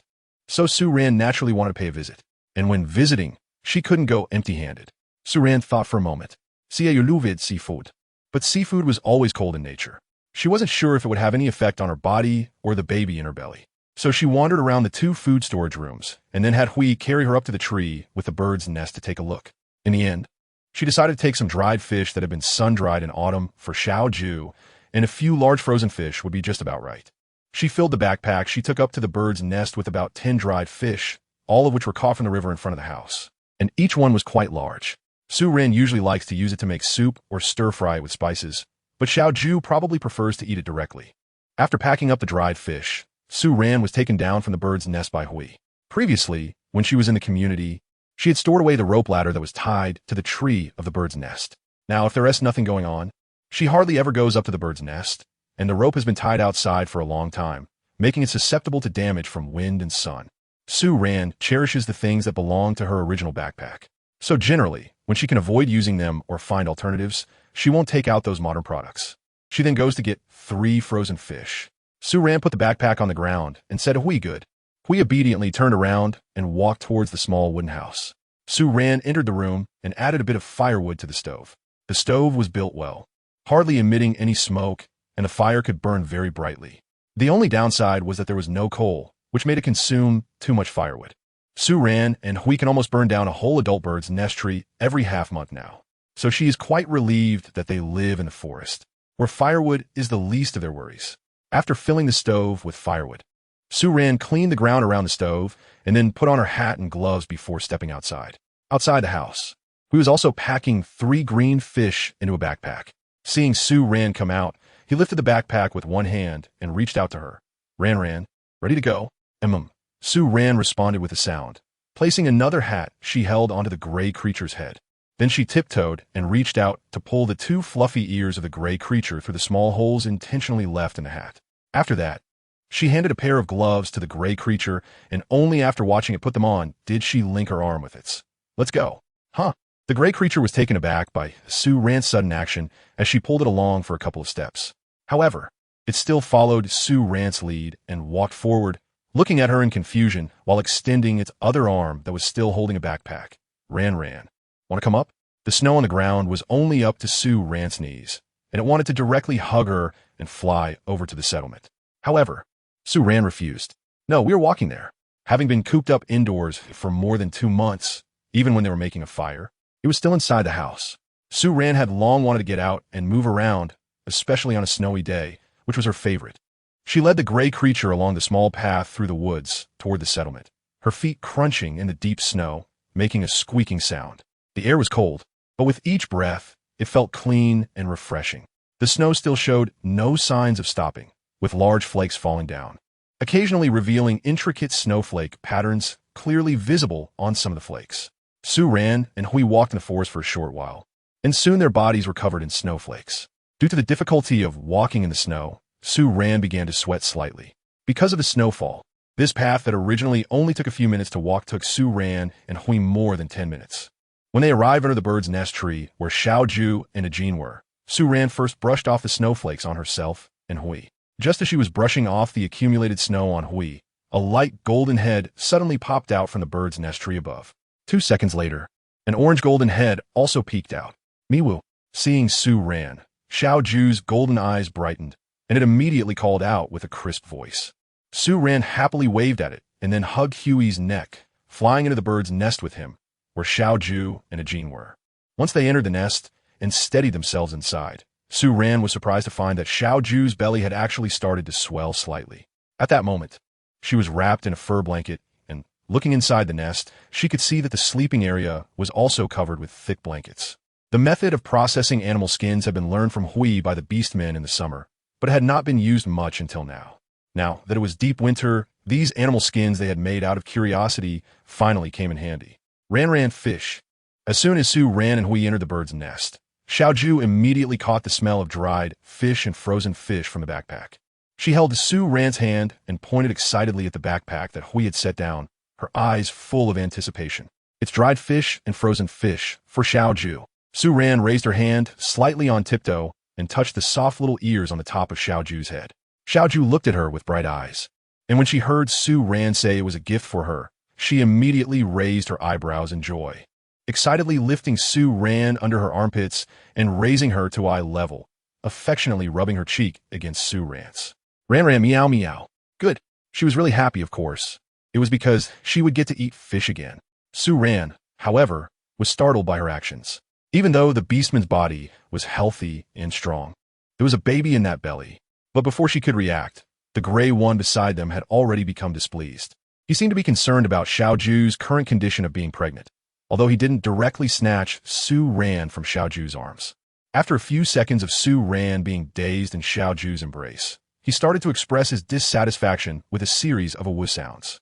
Xiao Ju ignored Gray's displeasure and only gently set Su Ran down when she began to struggle. Oh, the moment Su Ran landed, Gray quickly pulled her behind him, casting an unhappy glance at Ajin, who was beside Xiao Ju. However, Ajin had a silly expression, smiling helplessly at Gray. Su Ran and Hui didn't stay at Xiao Ju's place for too long. After delivering the items, Su Ran curiously circled around the pregnant Xiao Ju twice. Once her curiosity was satisfied, she pulled Hui out of the bird's nest and headed back home along the same route. On the way back, they could see several small mountains of frozen prey piled up beneath each bird's nest tree, as well as beside the entrances of the burrows. Besides the frozen meat, there were also many visibly frozen wild vegetables and fruits piled up there, which were the food stored by the beastmen for winter, just stacked in large heaps outside. Chapter 166. Let's build a snowman when they return home. The footprints they had made when they first went to the settlement were already filled with a thick layer of falling snow. As Su Ran walked out of the woods, she looked at the thick layer of snow on the roof of her house, not far away, and felt a bit regretful. It's a pity that there was no phone or internet here. Otherwise, the stunning snow scene before her would definitely rival the beautiful scenery of the snow town in Huagua. After returning home, Su Ran didn't rush to go inside. Although the snow on the roof looked beautiful, for safety reasons, it needed to be cleared away first. At this moment, the advantages of the beastmen having wings became apparent. We didn't even need a ladder. He could fly directly up to the roof and hover in midair to push the snow off, without worrying about slipping. We busily cleared the snow from the roofs of the rain awning, the storage room, the main house, and the several houses in the back, one by one. The thick snow cascaded down from the roof like a waterfall, quickly falling and bringing a cool breeze with it. Su Ran wiped the snowflakes off her face with her hand and took a step back. The amount of snow on this roof had piled up into sharp peaks on the ground. If Su Ran were standing underneath it, the snow could bury her up to her chest. Meanwhile, on the ground, Su Ran was using a T-shaped wooden shovel to clear a 10-meter-long path leading to the storage room and the rain shelter. After clearing this area, she still needed to remove all the accumulated snow from the walls of the house, exposing the ground. Hui cleared the snow from the roof quickly. After finishing the snow on the toilet roof, he returned to help Su Ran with the snow accumulation under the house. However, it was already close to 10 o'clock, and the snowflakes in the sky showed no sign of stopping. The freshly cleared ground was soon covered with another layer of white snow. After clearing a small path and removing the snow around the main house and the small animal house in the back, Su Ran looked up at the still overcast sky and called out to Hui, who was about to clear the snow around the storage room. Hui, push the snow in front of this window to both sides, and once we're done, we'll go back inside. Su Ran pointed at the snow piled up in front of the east bedroom window, which was almost as high as the window frame. That snow had just fallen from the roof, and now was piled too high, blocking the light from inside the house. Oh no! Hui came over with a shovel. With such a large accumulation of snow, the T-shaped shovel was no longer effective. Su ran, and Hui were shoveling snow side by side. And then each of them pushed the snow in front of the window to the sides. While the snow shoveling was easy for Hui, it was quite tiring for Su ran. Added to the heaviness of her clothing, her movements were very clumsy. After shoveling for a while, she stopped, raising her hand to touch her nose, which was still cold and stiff even with a wool mask on. In the cold air, even taking a breath would make her nasal cavity ache painfully. Ran, go back. Leave the rest to me, Hui said, stopping her movements and speaking with concern when she saw Su ran frowning and rubbing her nose. Su ran shook her head and said, "It's okay, there's just this left." As she spoke, she picked up the shovel and continued to clear the snow. Gray looked at the dwindling pile of snow and didn't say anything more, but silently quickened his pace in cleaning. A few minutes later, the snow in front of the window was quickly cleared away. As Su ran looked at the tall piles of snow on either side of the cleared area, a sudden idea popped into her head. "Gray, let's build a snowman," she said with a bright smile. Gray, who had just taken the shovel from her, tilted his head in confusion and asked, "Huh?" For Su ran, who grew up in the north, building a snowman was not a difficult task. It didn't need to be too elaborate. With a burst of inspiration, she stacked the snowman in front of the door using the clean white snow that had fallen from the roof. First, she piled up 2 half-meter-tall snowman bodies, then rolled 2 equally sized snowballs for their heads. Once the overall shape was done, she found a few dried red chili peppers to use as the snowman's eyes. Not having anything suitable for noses, she decided to carve 2 sharp, half-hand-long noses from a radish and attach them. Finally, she arranged some dried blue worms vertically on the snowmen's bellies to look like buttons, and the 2 snowmen were completed. However, after finishing, Su ran wasn't very satisfied. She looked at the 2 cute but somewhat ugly snowmen and pondered for a while before her eyes lit up. She then went to the side, took some clean snow, and ran to the larger snowman to pile the snow on top. Gray, who was watching her actions in confusion, suddenly realized what she was doing as he saw the shape gradually forming with the snow she brought back multiple times. He grabbed Gray, who had just stood up, and excitedly pointed at the snowman, saying, "Ran, Gray. This is Gray. It has a tail." Then, thinking of something, he looked expectantly at the other snowman beside him and asked, "This is Gray. So who is this Ran?" "Yes, this is Gray. This is Ran. Does Gray like it?" Su ran also looked at the 2 snowmen and smiled as she asked Hui. As expected, she immediately received Huey's affirmative response. "Yeah, I like it." After saying that, he wrapped his big tail around to the front, grabbed it with his hand, and pointed at the tail made of snow that Su ran had piled up behind the snowman. Huey's tail. The snow tail he was pointing at was actually just a rough, curved line made by a pile of snow on the ground. But it was enough for him to happily circle around the snowman, reluctant to go back inside. In the end, Su ran had no choice but to ignore him and went back inside by herself. The stove inside was burning vigorously, and the heat rising from the section of the heated bed that had the mat lifted was warming up the whole room. As soon as Su ran entered the room, the snow on her hat began to melt. The frost that had formed on her eyebrows and eyelashes from the cold air and her breath outside also melted within just a few seconds, with even droplets of water trickling down from the corners of her brows. She hurriedly took off her hat and mask, then removed her coat and hung it on the wooden coat rack. At this moment, the ash finally decided to come in from outside. The snow on him was even more pronounced, with snowflakes sticking to the triangular ears on top of his head. "Hey, wait a minute." Su ran hurriedly pulled him to the door outside. Then, while brushing off the snow from his body with her hands, she said, "Let's shake off the snow before going inside. Otherwise, the melted snow will leave the floor all wet." Chapter 167. Last winter, there was even more snow. The snow continued to fall until the next morning. Su ran was relieved that during the day yesterday, she and Hui had been clearing the snow in front of the door. It was also fortunate that the door was made to be a sliding door. If it had swung outwards, they wouldn't have been able to leave the house in the morning. After the snow fell, the temperature in the forest dropped significantly. Su ran felt that the current temperature was at least -30 degrees, and the time was still less than half of the entire winter. When she got up early, the sky outside was already bright. Su ran felt the cold temperature in the room that made people shiver. She wrapped herself in a blanket and stood up, opening the closet to find the thicker clothes she had made. And it wasn't just her. Even Hui, after getting up and bringing in some firewood to the stove, looked at Su ran with a face full of grievance, saying that he was cold. Su ran quickly took out 2 coats for him and also found a thin red pigskin set of autumn clothes. For Hui, She prepared 2 outer clothing sets. One was a long-sleeve shirt and pants made of single-layer animal skin with the hair removed, and the other was a similar style made of animal skin with the fur left on. We took off the long-sleeved single-layer sweater pants he was originally wearing and put on the autumn clothes that Sue Ran had just brought out. Then he put the sweater pants back on and finally wore the single-layer coat without fur. The coat with fur was still a bit thick for him at the current temperature, making him feel a bit hot.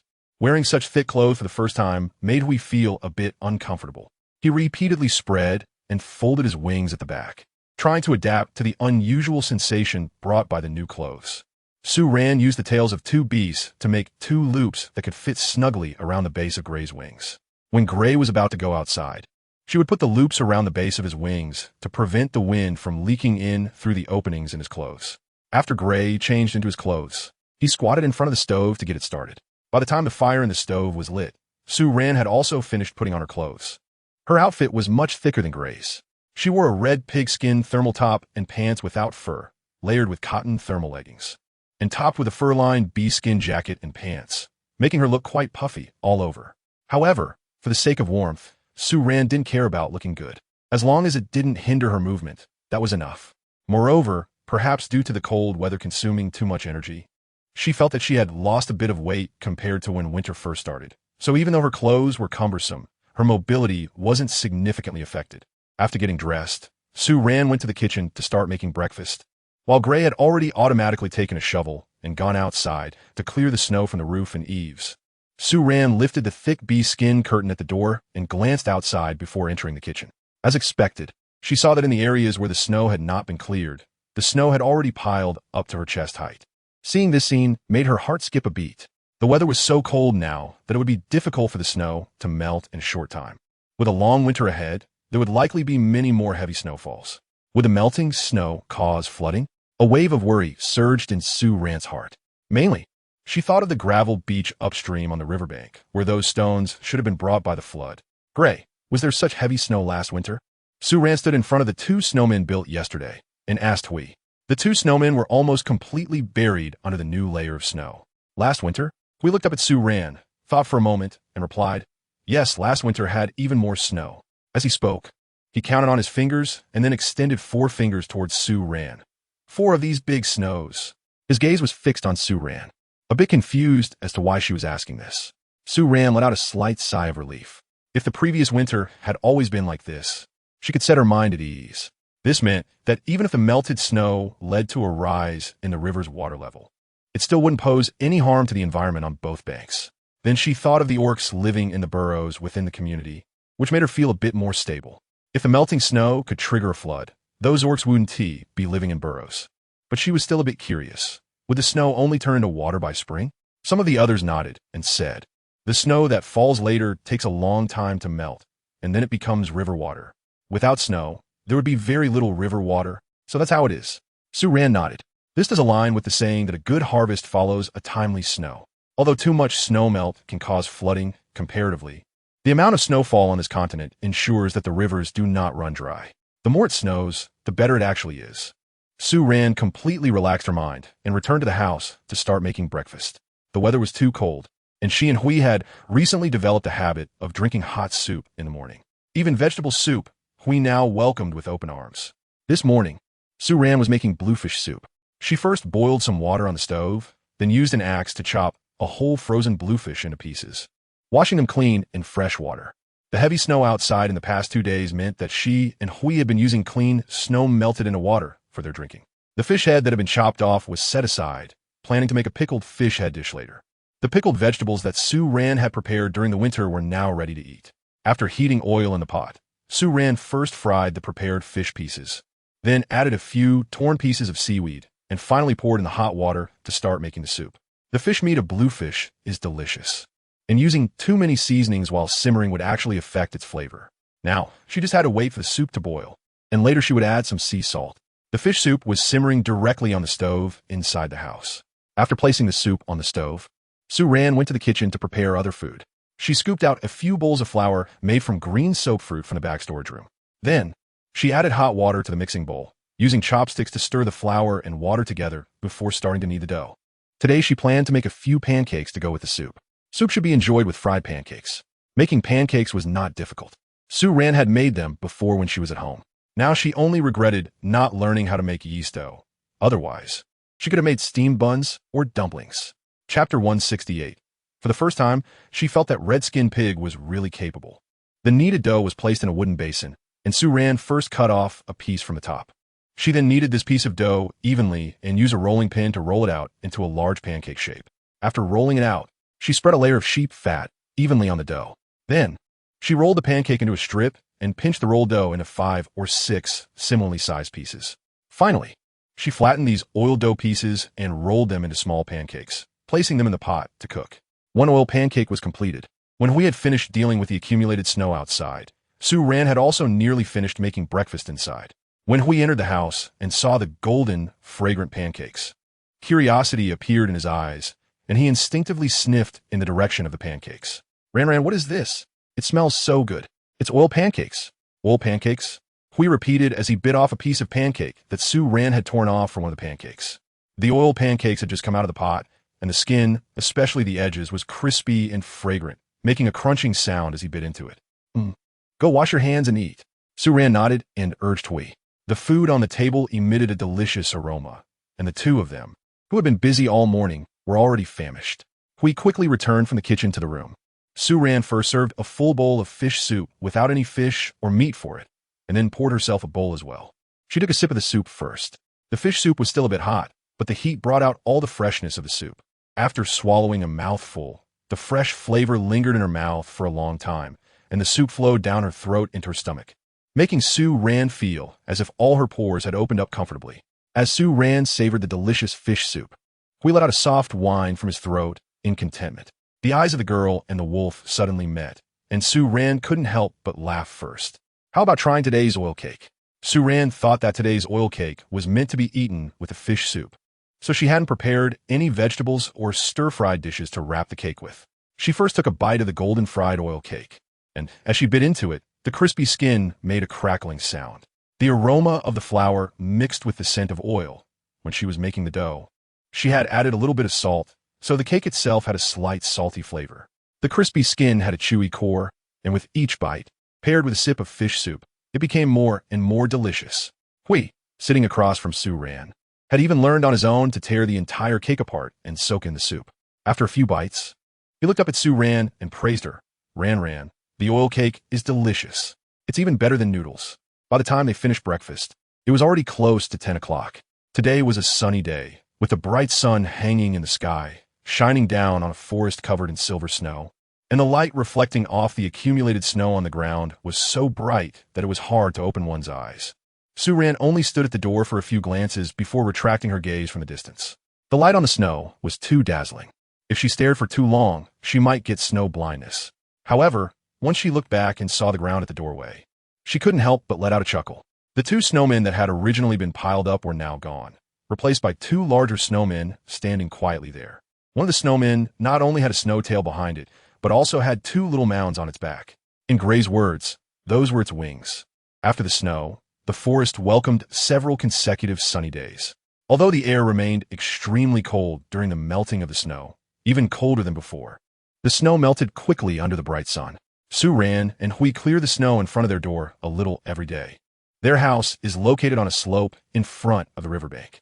If the snow melts quickly, the melted water is likely to form a flow towards the river below. However, the weather is cold now.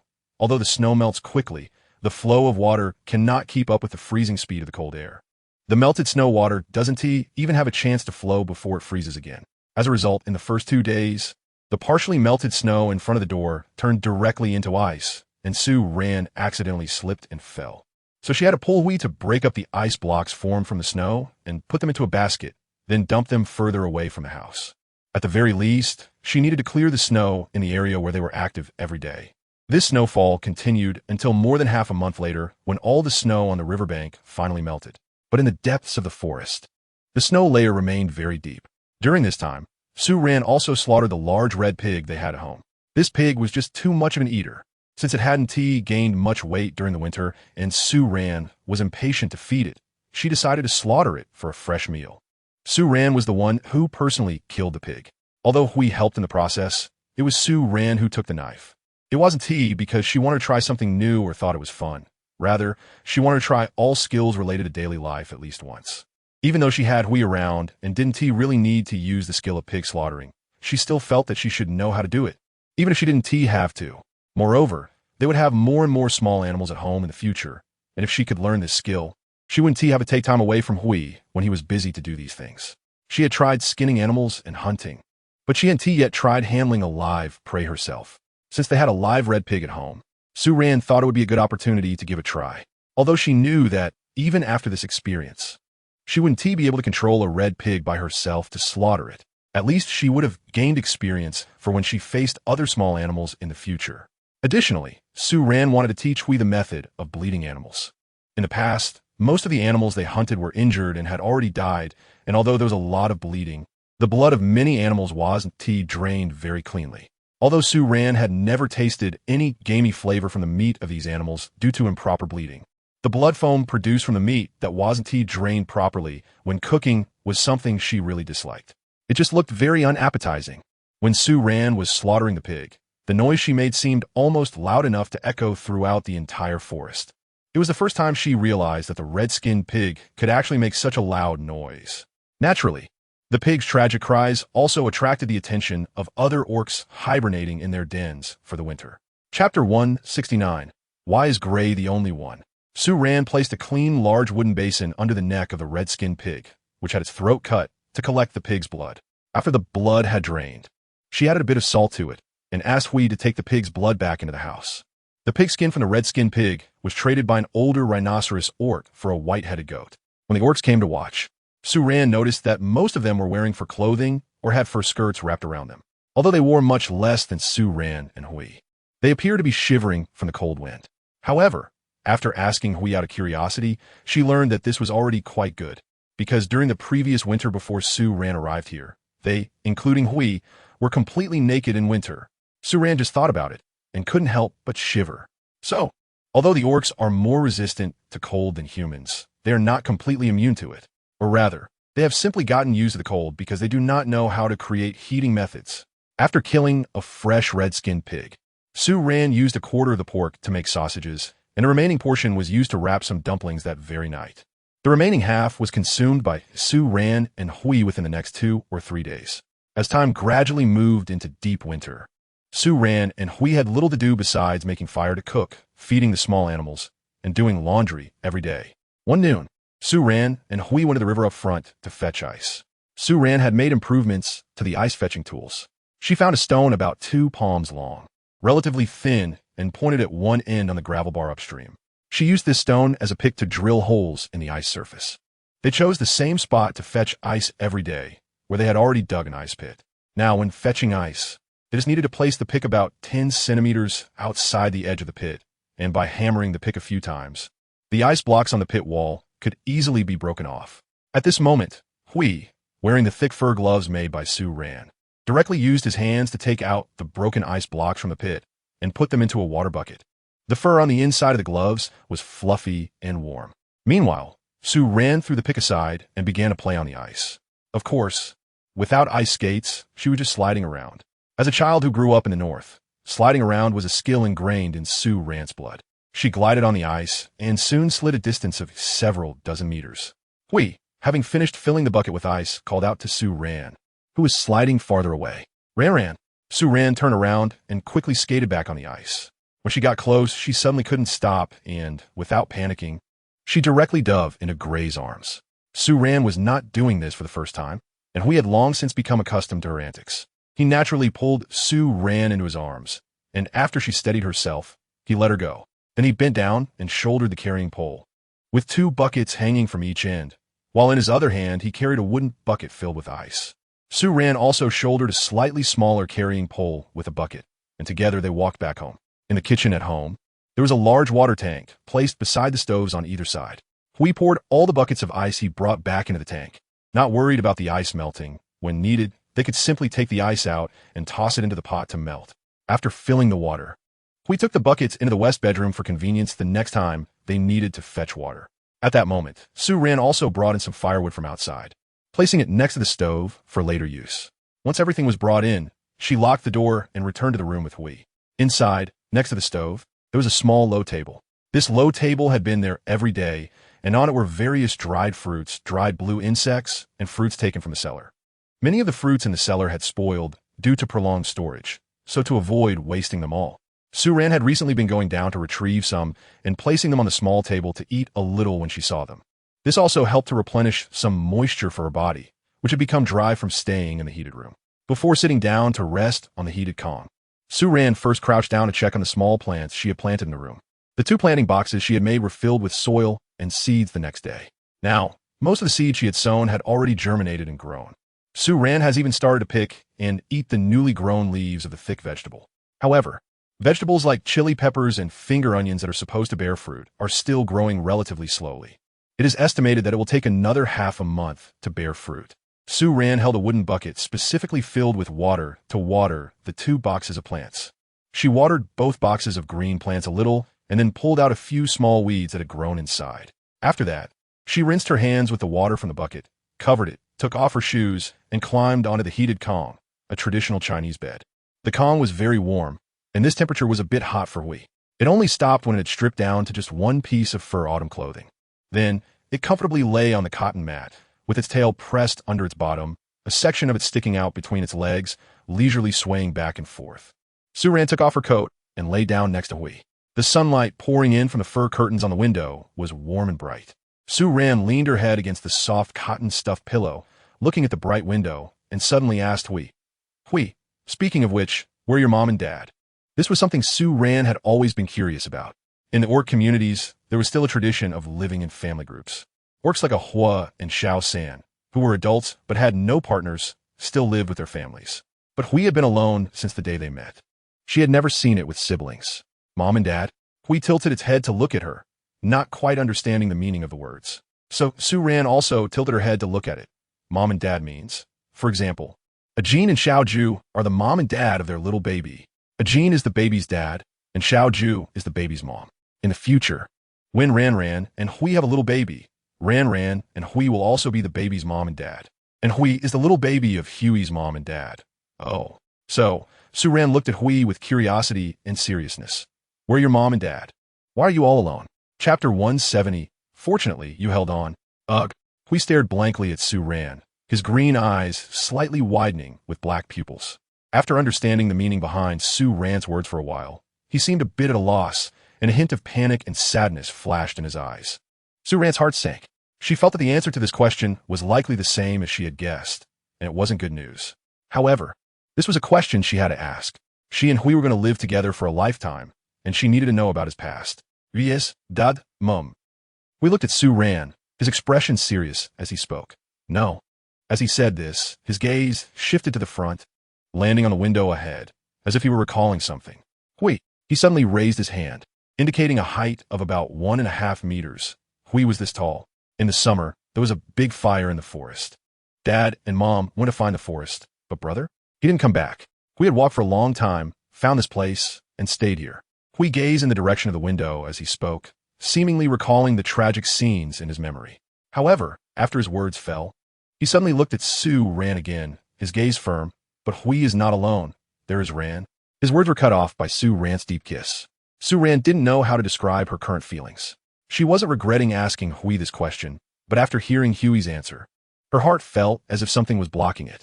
In the autumn, when Ahua's younger brother came to play, Hui already understood what his brother meant. Now that he mentioned his brother, it meant that besides his parents, he had also lost an elder brother. At that time, Hui was only 1.5 meters tall, meaning he was still not an adult. And it was at that moment that he lost his parents and his brother all at once. Su-Ran couldn't imagine how such a small gray could survive alone in the forest and how it managed to traverse mountains and rivers to find its current community. Although it seems that the gray's combat power is exceedingly high now, the wild beasts in the forest are still very dangerous for young beastmen. Moreover, how did it manage to survive each winter all by itself? Now, Su-Ran only feels an overwhelming sense of relief, thankful that you persevered. Su-Ran hugged Huey's waist, feeling a warmth in her eyes. Luckily, it persevered, and fortunately they met. No matter how things were in the past, at least in the future, they would definitely be together, snuggling until old age. Ran, don't cry. Huey's lips gently licked Su-Ran's cheek, one soft stroke at a time. And only then did Su Ran realize that she had unknowingly burst into tears. It was at that moment she suddenly understood that every word Hui had said to her before, that Hui and Ran would always be together, perhaps contained deeper meanings. That was Huey's promise, as well as his innermost wish. Because they had experienced loss, they cherished what they had now even more. Let's always be together from now on. Su Ran kissed Huey's chin, her gaze meeting its light green eyes, her tone firm. Woo. We seemed quite surprised that Su Ran would say this, but it quickly reacted, its tail thumping loudly on the mat behind it, while it nuzzled Su Ran tightly in front. Always together, woo. Su Ran smiled as she looked at Hui, who was openly displaying his happiness. And then she recalled something. So, Hui wasn't afraid of fire at all when I first arrived here, because of that big fire? Is that right? Hui nodded slightly, furrowing his brow in thought, and then said to Su Ran, It rained, the fire went out. We went to look for Mom and Dad, but they weren't there. But there were roasted animals inside. I ate a lot, just as I thought. Su Ran looked at Gray, who had a hint of nostalgia on his face, and wrapped her arm around his waist, leaning against him. From the very beginning, when she first lit a fire to roast meat in front of Gray, she had already speculated that Gray might have seen fire before, or even eaten cooked food. Otherwise, he wouldn't have shown such a longing and nostalgic expression for roasted meat, while other beastmen were afraid of fire. The reason he could eat roasted meat was probably due to the carcasses of animals that were burned to death in the forest fire. What she didn't expect was that for Gray, that fire was not the beginning of his experience with cooked food, but rather the start of separation. Su Ran unexpectedly opened a heavy topic. After the discussion ended, the atmosphere in the room became somewhat silent. However, it was Su Ran who was silent, not Hui. Perhaps it was because girls are naturally more sentimental, and as a mature human being, her emotional fluctuations were bound to be richer than those of the orcs. As for Hui, the subject of the topic, although he seemed a bit down when the topic was brought up, he had already returned to normal by the end of the discussion. Su Ran thought that it might also be related to Gray's young age at that time. He was over a meter tall, but looked less than 1.5 meters, which, for the already tall orcs, was an age of not yet 10, and not a time when one could remember much. That's why Gray's reaction seemed not so sad. However, not being sad still meant there would be regrets. That's why he was so concerned about Su Ran's every solo venture. Why he was so angry when Su Ran first sneaked off to take a bath by herself. And why he was afraid of the summer's blue star that Su Ran was curious about and yearned for. Because those things could lead to a separation between him and Su Ran. The stove at the end of the bed was burning very hot. The heat in the room rose, making people feel drowsy. Su Ran hugged Gray's narrow waist, repeatedly thinking about what Gray had just said and the past they had shared. Unknowingly, she fell asleep. However, the sleeping Su Ran did not notice that Gray, who was holding her closely, gently bit her cheek after she fell asleep. The pair of usually innocent green eyes now had a hint of shrewdness. Winter days fall dark early, and when Su Ran opened her eyes again, the room was pitch black. Gray was not in the room at that moment. Su Ran groped in the dark and found her coat to put on. The window shutters were still open, and through the thin animal skin curtain, she could see flickering flames not far outside. She put on her shoes, felt her way out of the bedroom, and walked to the door. Then she saw Gray throwing firewood into the fire pit in front of the long table outside. Opposite the fire pit, on the barbecue grill, several large pieces of meat, the animal type unrecognizable, were being roasted. The moment Su Ran appeared at the door, Gray had already noticed her movement. He turned to look, saw Su Ran, and hurried over joyfully. Ran, we're having barbecue today. Chapter 171. How long will Xiao Ju's baby take to come out? After the third snowfall of this winter, according to Gray, it had reached the coldest time of the year. This snow lingered for a long time, and the wind in the forest began to blow frequently. At this time, when Su Ran went outside, even wearing thick clothes was no longer enough to ward off the cold wind. She made a large cloak from the thick 4-ear cowhide. Each time she went outside, besides wearing her clothes, she had to put on a cloak and wear a hat, scarf, mask, and gloves to go out. However, Gray was doing fine. He didn't wear a cloak much, but changed his single-layer outer coat to one with a layer of thin cotton inside. Still, his inner clothes were just single-layer animal skin shirts and single-layer woolen pants. A few days ago, a Jean came by again and exchanged some frozen fish for prey. When he left, Su Ran gave him an animal skin cloak to take back to Xiao Ju. The winter here was so cold that even if the bird's nest blocked the wind, it couldn't stop the chill in the air. Although a Jean and Xiao Ju had prepared animal skin blankets, blankets were not as convenient as cloaks, which could wrap around a person completely. She thought about whether to give Xiaoju a full set of her clothes, but after considering it, she decided against it. She and T prepared many sets of winter clothes for herself, and she was a bit short on them. Moreover, her pants didn't have a tail hole, so Xiaoju couldn't wear them either. Gray, how long will it take for Xiaoju's baby to come out? A winter, a little more. Gray thought for a moment and looked at Su Ran as he replied. A winter, which means about 5.5 months, maybe a little more. That would be 6 to 7 months, or a bit more. In any case, it should be shorter than human gestation time. Su Ran nodded thoughtfully. The unoccupied winter felt particularly long in its day-to-day monotony. However long it may be, there's always an end. When the cold wind recedes and the sun shines brightly over the forest, the frozen snow that has accumulated over half the winter begins to gradually melt. At first, only the thick layer of snow reveals traces of melting water seeping into the soft soil beneath. Su Ran's house is built on an open riverbank, where it can fully bask in the warming sunlight. The snow melt around the house has already started to melt, gradually seeping into the soil. At this moment, the ice on the river also shows signs of melting along the edges of both banks. However, despite the abundant sunlight, the temperature on the riverbank hasn't warmed up much, likely due to the melting snow and ice. The process of melting snow and ice is a long one. It has been over a month since the first snow pile began to melt, and a narrow stream of water has formed as the ice on the river melts near the riverbanks. At this point, the speed of the river's melting has suddenly increased. The rapidly rising temperature has caused Gray to take off his outer coat and the animal skin shirt underneath. Su Ran also changed her padded sweater to a single-layer one. However, she had not yet taken off her padded coat. The scene by the riverside still looked desolate, but Su Ran felt that in the warming temperature. She could already smell the scent of plants growing in spring. By this time, the orcs had mostly consumed the food they had stored for the winter.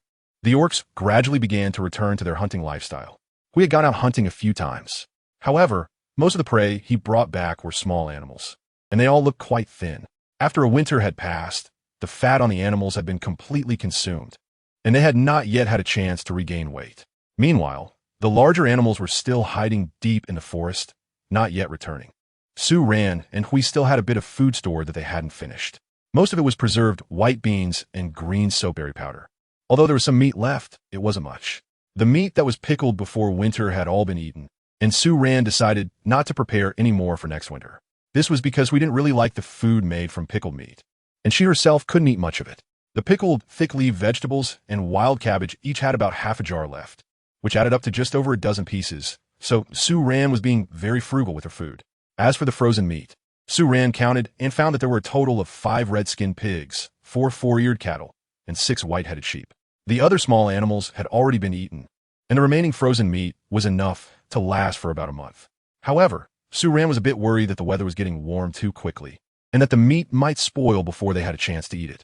In addition, all the various dried fruits they had stored as snacks, including the blue worm snacks, had long been eaten.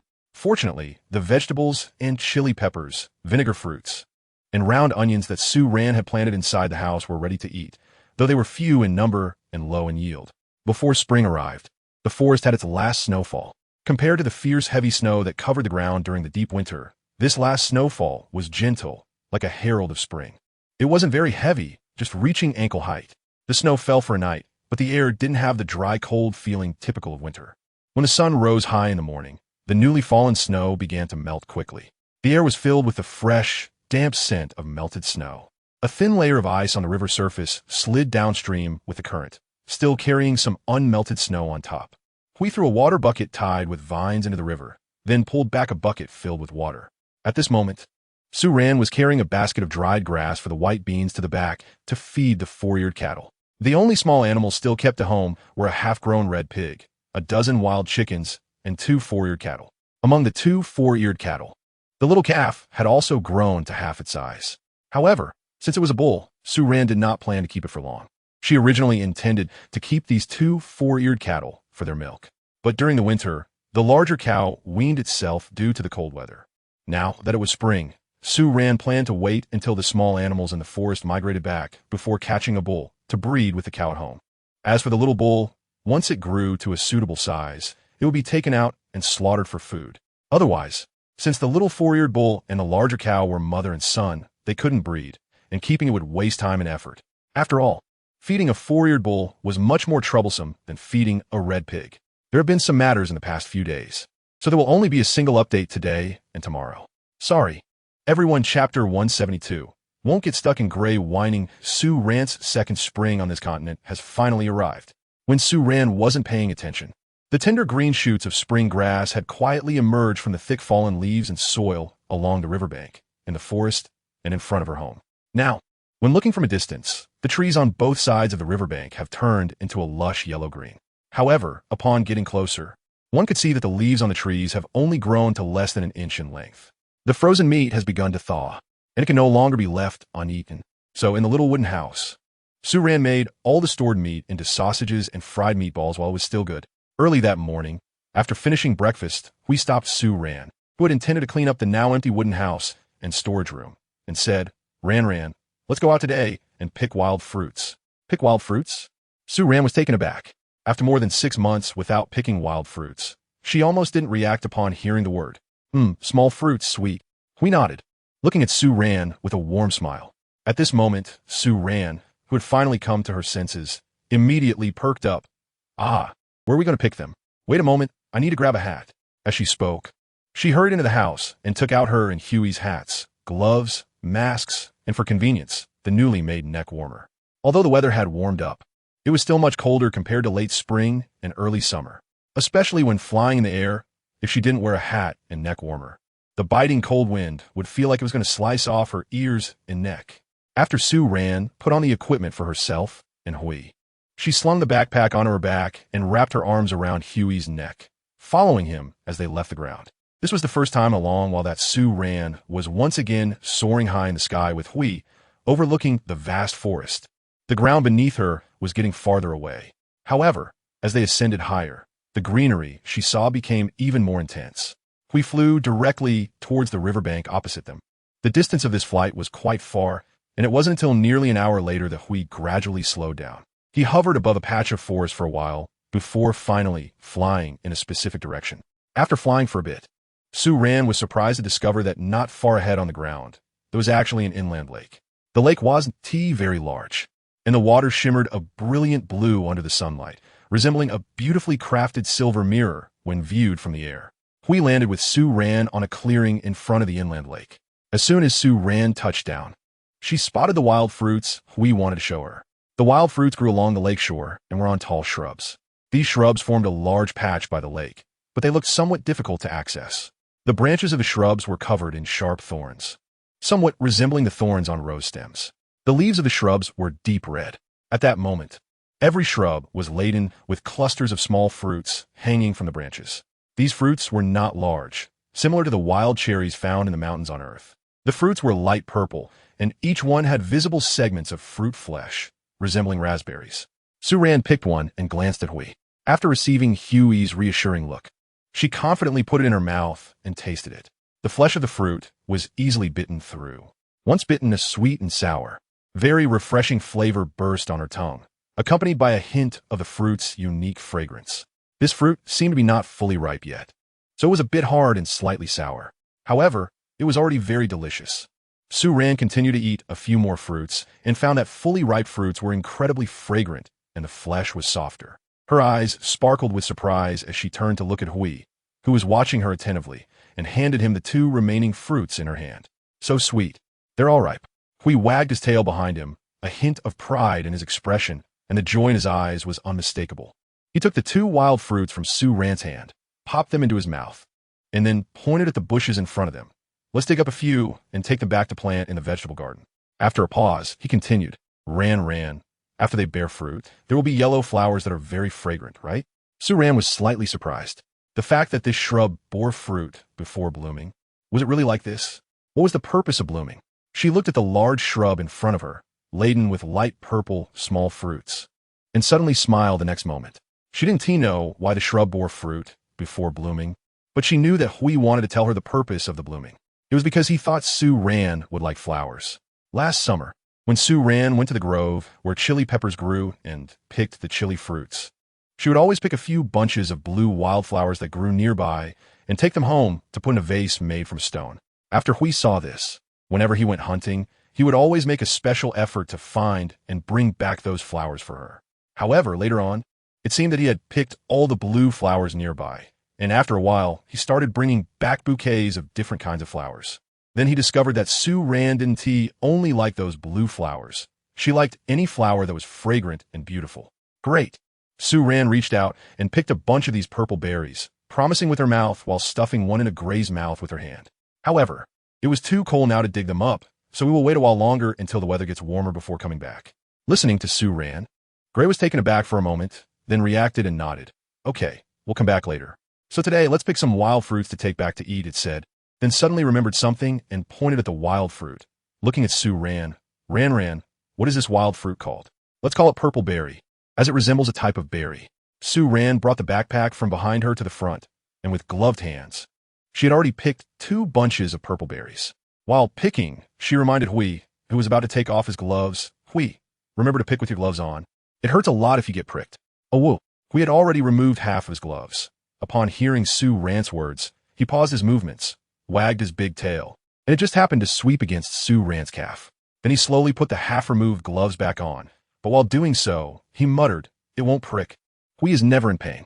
Sue Ran, frowning, yes, with tough skin and thick flesh, of course it won't hurt. She fixed her eyes on the action of Hui picking wild fruits, and while thinking this, she suddenly stepped forward and grabbed Huey's 2 hands, pulling off both gloves in one swift motion. After pulling them off, she let out a heavy huff at Hui, then turned around with her back to him to pick berries on the other side. And suddenly, Hui, who had received an obvious huff, filled with emotion. Chapter 173. Tilling the soil. After Sue Ran completed a series of actions, she immediately regretted it. She didn't understand how she suddenly became so childish. In the past, she would never have acted so immaturely or emotionally. After frowning and analyzing for a while, she thought it might be due to her impending period causing emotional instability. Also, it seemed she had become a bit spoiled by Hui. This kind of spoiled feeling wasn't in her daily busy and tiring life, but rather emotionally, as she had gotten used to Huey's compliance.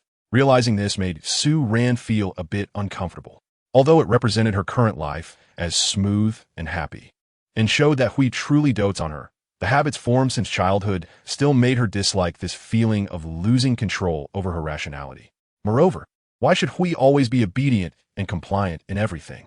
After recognizing the change in her state, Sue Ran's mind seemed to clear instantly. She shrugged to relax herself, but did not explain what had just happened. Instead, she continued to pick berries with Hui, filling the basket with purple berries. After picking about half a basket, Sue Ran stopped. The amount they had was enough for them to eat for 2 or 3 days. With the current weather, things were gradually becoming unmanageable, and berries were prone to spoiling, so it was better to eat them fresh. After finishing picking berries, Sue Ran and Hui didn't rush back, but instead strolled around the nearby forest and lakeside. From above, the lake didn't seem very large, but standing by the lakeside made it feel quite expansive. At least, the distant shoreline was not clearly visible at a glance. Sue Ran walked to the lakeside, crouched down, and carefully looked at the water. The lake water, free from chemical industrial pollution, was clear enough to see the bottom, and she could even spot small fish swimming 2 meters away. However, the fish here seemed smaller than those in the river in front of her house. Sue Ran stood up and walked forward along the lake shore. On one side of the lake, there was an open space, while on the other side was a dense forest. The spot where Hui and Sue Ran landed was just near the edge of the open space, not far from the woods.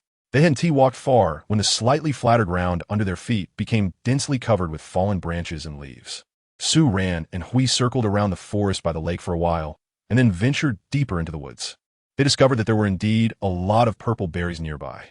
As Sue Ran walked deeper into the forest for nearly 10 minutes, the purple berry trees gradually became sparse. However, this also indicated that in this area, aside from purple berries, there was hardly anything else they could bring back to eat. Even if there were other options, they were all familiar to Sue Ran, and she didn't find any new food, seeing that there were really no new discoveries. Sue Ran popped a purple berry into her mouth and called Hui to take her home. In the days that followed, the grass grew, the warblers flew, the glaciers melted, and the snow in the deepest part of the forest completely thawed. The ground that had been frozen all winter also began to warm up and thaw. Even the river in front of their home rose in water level due to the melting snow, spreading out more than 2 meters along the bank. Large animals began to appear frequently in the forest, and the beastmen, including Hui, gradually resumed their normal hunting activities. At this time, Sue Ran began to prepare for farming. Currently, the seeds she had were all collected last autumn. These seeds included chili peppers, finger onions, vinegar fruits, thick-leaved vegetables, wild cabbage, as well as red fruits and leisurely fruits. Because the number of seeds was relatively large, the area Sue Rand designated for the vegetable garden was not enough to plant all these seeds. So, Sue Rand decided to keep 1/3 of each type of seed. This way, in case any wild vegetables or fruits failed to grow, she would still have some seeds left to replant. Sue Rand spent more than a week turning over the vegetable garden behind her house.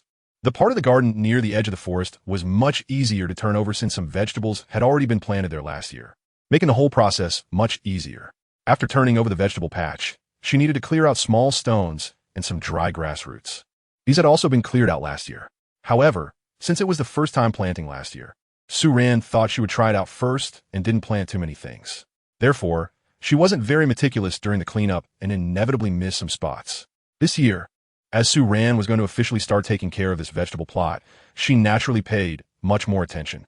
However, when it came to maintaining the soil, her gaze turned to the large area of green plants around the toilet that looked like foxtails, which we had mentioned to her recently as a solution to the toilet's unpleasant odor.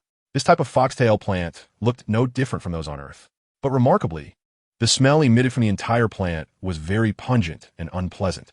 However, for some reason, when the scent of this plant mixed with the odor from the toilet, they seemed to neutralize each other.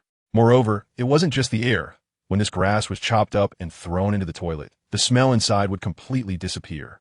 After Sue Rand learned about this situation, her first thought was that she no longer had to worry about fertilizing the fields, as the strong smell would affect the other beastmen. Although she had no intention of using the fertilizer from the toilet anymore, she planned to switch to using the waste from the small animals that she cleaned daily for compost. However, the smell of the small animals' waste was not much better than that from the toilet. Therefore, the dogtail grass would definitely come in handy.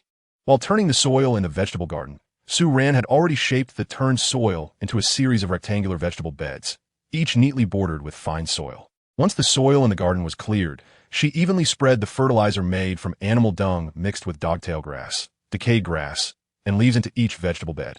After laying it out, she used a hoe to turn the soil along with the fertilizer in each bed, finally sprinkling a layer of fine soil on top of the freshly turned beds. This large vegetable garden was thoroughly prepared. The day after Sue Rand finished preparing the garden, it rained for half a day. The rain was moderate, not too heavy, but the garden was still muddy after the rain. Coincidentally, Sue Rand got her period, so she had to wait another 5 days until the puddles on the ground disappeared and her discomfort from her period subsided before she started taking out the seeds to prepare for planting. Tomorrow we'll resume Double Updates, Chapter 174. Planting at the end of the second month of spring, Sue Rand completed all the planting in her vegetable garden. The shrubs transplanted last year, such as vinegar fruit, finger onions, and chili peppers, had already started to sprout and grow leaves again. Most of the shrubs transplanted last year were successful, so this year, Sue Rand began preparing to transplant a large number of trees back. Among the plants sown in the vegetable garden, thick-leafed vegetables and wild cabbage were the most abundant, followed by chili peppers, finger onions, and vinegar fruit. Although the chili peppers and finger onions were also from last year's transplants, the amount was not enough to last a whole year, so more needed to be planted. Besides leafy vegetables, shrubs like red fruit and yo-yo fruit were only planted along the edges of the garden. In addition, Sue Rand tried to bury a small patch of soapberry and cotton tree seeds in a vacant area behind the small animal house. She planned to use her own planting and transplanting methods to cultivate a grove of soapberry and cotton trees in that area behind her house. Soapberry trees bear fruit from the end of spring until the last maturation in autumn, and the cotton is essential for winter warmth. Therefore, Sue Rand wanted to plant more of these two types of trees near her home to avoid having to search for and collect them all over the forest in autumn. The weather has been warming up rapidly these days. Sue Rand had changed into a single autumn shirt paired with a sweater, only needing to add a coat in the early morning and evening. Meanwhile, the gray clothing he wore had been replaced with a single piece of fur clothing. Since there was no need to go out that day, Sue Rand spent the entire morning tidying up several rooms in the house. After finishing the food that had been stored in the utility room and the small cabin for the winter, both rooms were almost completely emptied. Sue Rand took out some tools that had been stored in the west bedroom and put them back in the utility room. Then she had we take her to the bird's nest at the back, where she tidied up a bit. After everything was done, Sue Rand took a small wooden basin, picked some purple berries that were planted by the rain shelter, and comfortably sat in the rain shelter covered with a fur blanket, eating and taking a break. On the sundial that Sue Rand made herself, the shadow had already aligned with the vertical pointer, indicating that it was exactly noon. The temperature outside was at its most comfortable time of the day. The multifunctional watch she brought from her original world had run out of battery and was no longer working. Even the flint striker on the watch chain wasn't as effective as it used to be when trying to start a fire. Su-Ran was lying under the rain shelter, eating mulberries when Hui came back from behind the house. It had just finished watering the vegetable garden behind the house. The vegetable garden was not small, and last year, since there weren't many transplanted plants, watering wasn't too troublesome. However, this year, after the entire garden was seeded, it would be much more difficult to water the whole area. Without electric power, Su-Ran and Hui could only use the most primitive method, carrying one bucket of water at a time to water the land. This ultimately made Su-Ran decide that they needed to dig 2 wells in the garden. Otherwise, even Hui would be very tired from making repeated trips to water the vegetable field. Thinking this, Su-Ran leaned against Hui, who was lying beside her, rested her head on its outstretched arm, and then took 2 mulberries from the small bowl beside her and stuffed them into Huey's mouth. Hui, tomorrow we will dig 2 wells in the garden. What is a well? A well is a deep pit, and if the pit is deep enough, water will come out. Once there is water, Hui won't have to keep running to the river to fetch water to water the land. Su-Ran ate a purple berry herself, and after speaking, she turned her head to look at Hui beside her. Hui seemed to have just finished watering, looking a bit tired, with its eyes closed and chewing on the purple berry that Su-Ran had just fed it. After listening to Su-Ran, it remained silent for a while, and in the end, it wasn't clear whether it understood the long string of words from Su-Ran, but it nodded. Okay, let's dig a well tomorrow. Su-Ran looked at it and chuckled lightly, saying nothing more, and closed her eyes. The next morning, after breakfast, Su-Ran and Hui prepared to dig a well. The 2 wells were to be dug on the east and west sides in front of the vegetable garden. After Su-Ran confirmed the location, she and Hui each took a shovel and began to dig. The soil in the vegetable garden was soft because it was near the forest, making it easy to dig. With Huey's help, the 2 of them dug a nearly 6-meter deep pit in just 1 hour. At this depth, only Hui was left at the bottom of the pit, while Su-Ran was above, responsible for shoveling the earth Hui dug out into a large wooden basket and pulling it up with a rope to dump it out. To facilitate this, Su-Ran even made a simple pulley using wood to support it at the well's opening. At this point, the soil being dug out by Hui from the bottom of the pit was becoming wetter and heavier, indicating that water was about to emerge from the well. Su-Ran was pulling water while constantly paying attention to the movements below the well. After she sent down an empty wooden basket again, she suddenly heard the gray creature below the well let out a surprised owl. Before Su-Ran could lean over to look down, it had already jumped up from the bottom of the well, pushing against the well wall with its feet. Then, it looked at Su-Ran in astonishment and said, Ran, water is coming out. Su-Ran hurriedly looked down into the well, and, sure enough, a layer of muddy water had already accumulated at the bottom. However, that wasn't the end of it.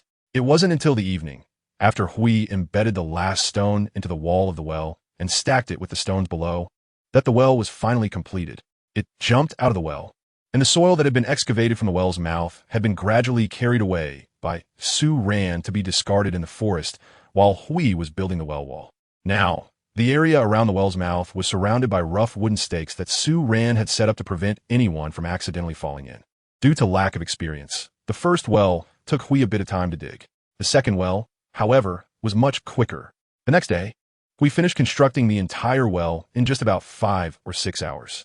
After finishing, it followed Su-Ran's instructions and tried throwing the water bucket, tied with a rope, into the well. When it felt the rope in its hand become heavy, it quickly pulled it back up. It then watched as the bucket, filled with water, was pulled up to the ground in just a few seconds, its eyes filled with surprise as it couldn't help but wag its tail.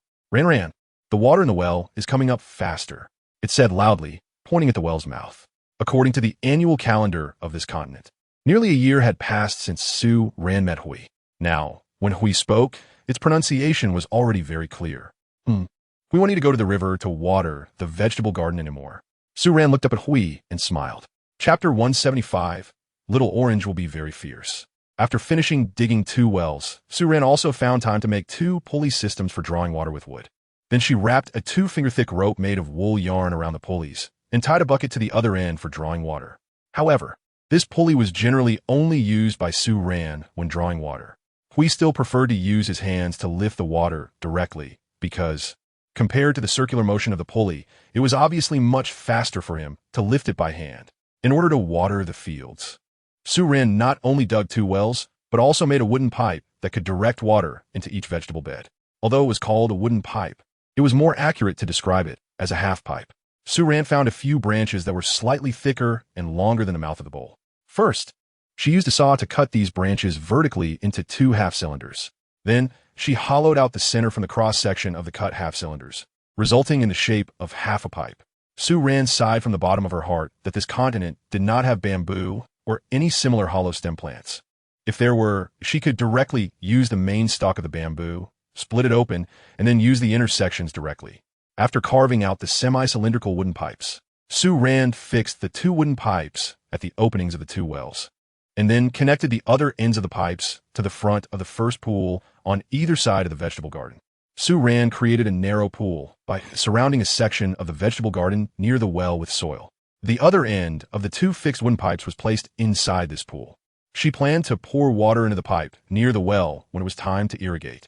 Su-Ran half-buried a line of stones under the pipe, with the height of the stones decreasing from high to low, allowing the water to flow smoothly through the pipe, or rather, the trough, into the narrow pool. When the water flowed into the newly formed narrow pool, she intended to dig a hole in the dam in front of the vegetable bed she wanted to irrigate, allowing the water from the narrow pool to flow into the vegetable bed. After setting up the water collecting pool, Su-Ran thought that when the blue bug season arrived, she would make some homemade cement. Since there was no blue bug glue available now, she could only lay a layer of stones on the ground of the pool to slow down the speed at which water would seep directly into the soil.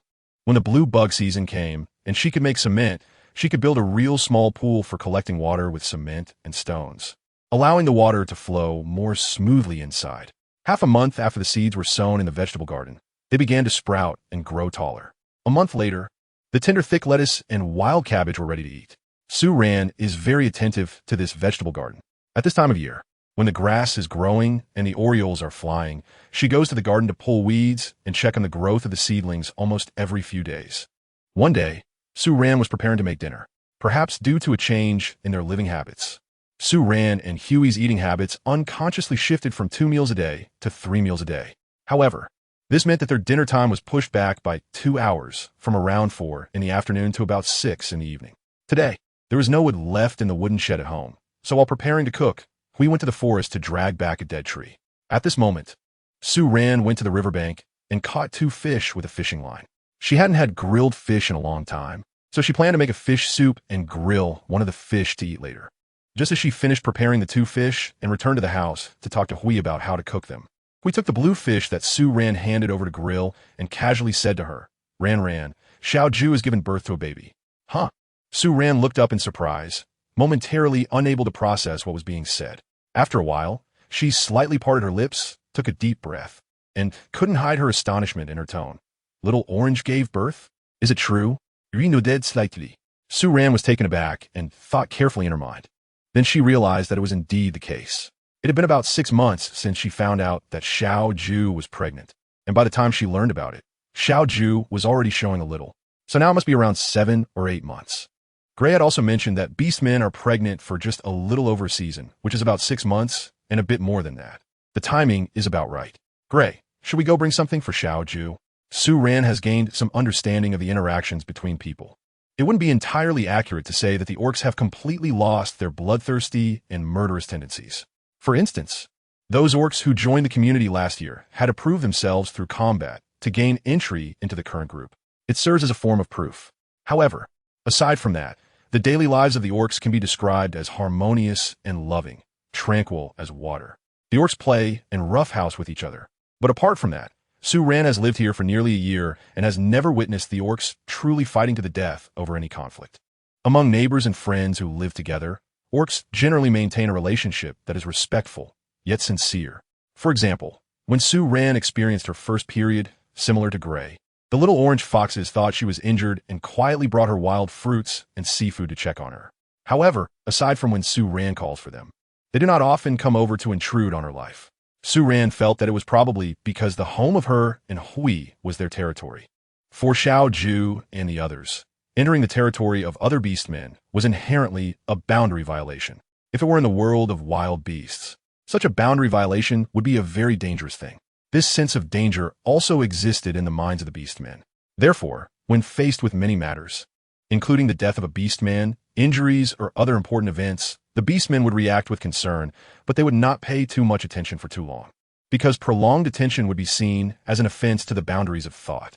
Now, Su Ran felt that according to the past, when she had her period, Xiao Ju and the others thought she was injured and would bring her food.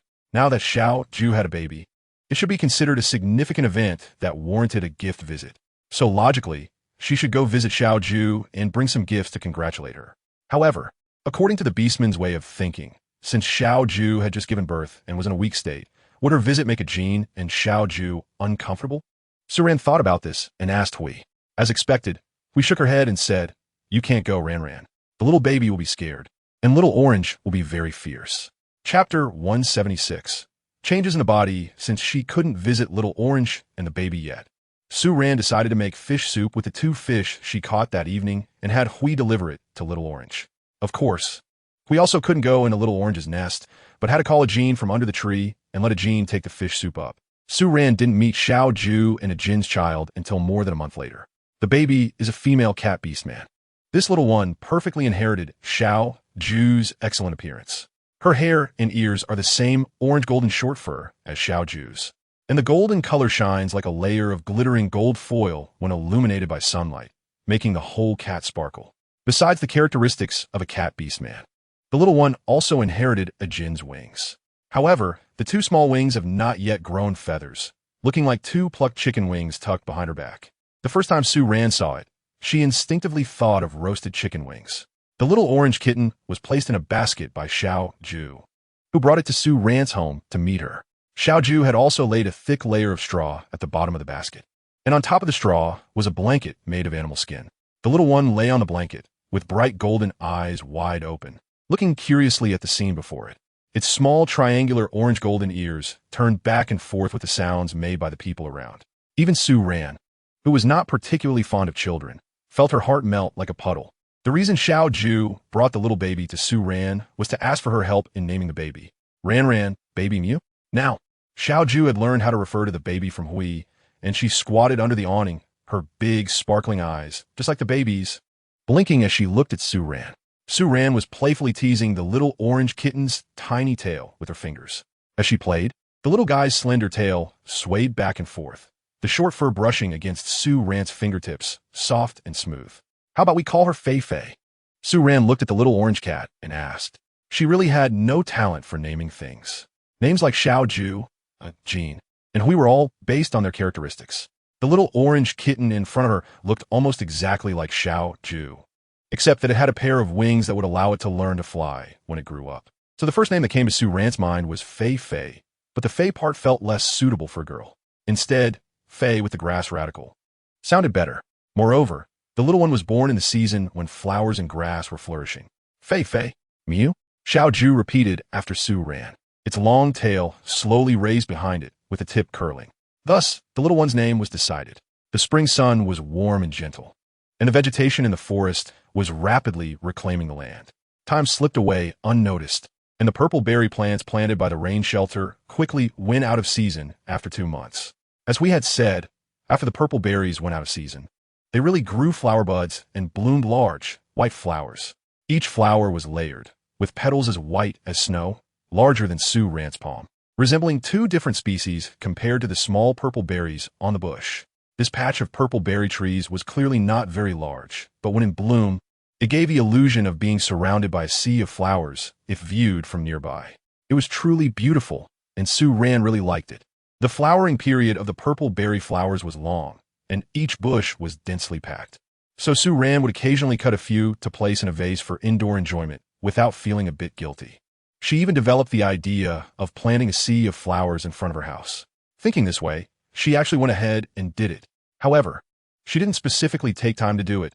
Instead, whenever she went out and found beautiful wildflowers, she would dig them up and plant them along the edge of the purple berry bushes, allowing the sea of flowers to spread towards the riverbank and the adjacent forest. In just half a month, she had unknowingly created a large area. Among the brightly colored flowers, Su Ran left some space between each row of blooms. Most of the wildflowers she dug up were spring bloomers, and by summer, they would enter their fruiting period.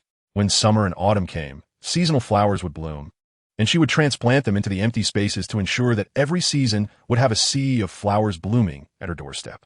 Shortly after the purple berry trees blossomed, the yu fruit, red fruit, and green soap fruit trees in Sue Rand's vegetable garden gradually began to bear fruit, maturing one after another in a little over half a month.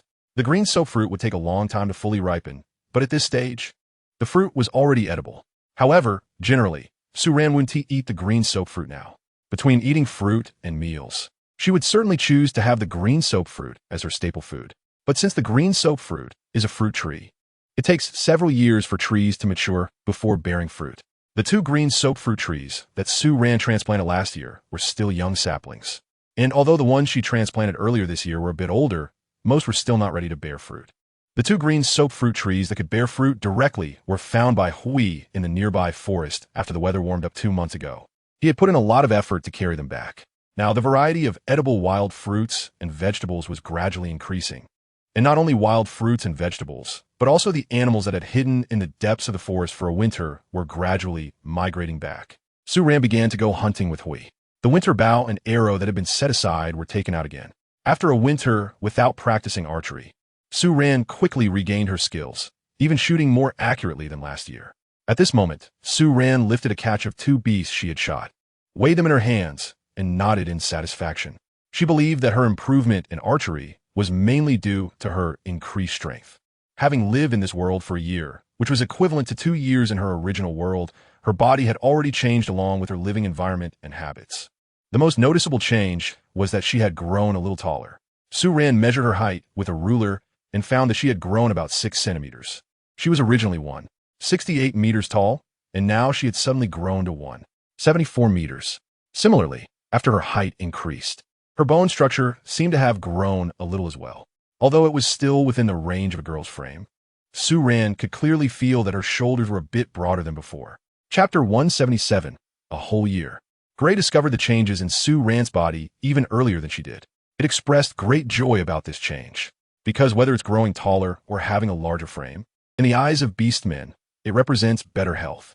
Sue Rand actually felt happy about the changes in her body, living in such a primitive environment. Being too thin would affect her quality of life. Being a bit stronger would make her life easier. As long as she didn't end up looking too bulky, she welcomed this further development of her body. However, the only thing that worried Sue Rand was that she didn't know how long this physical development would last.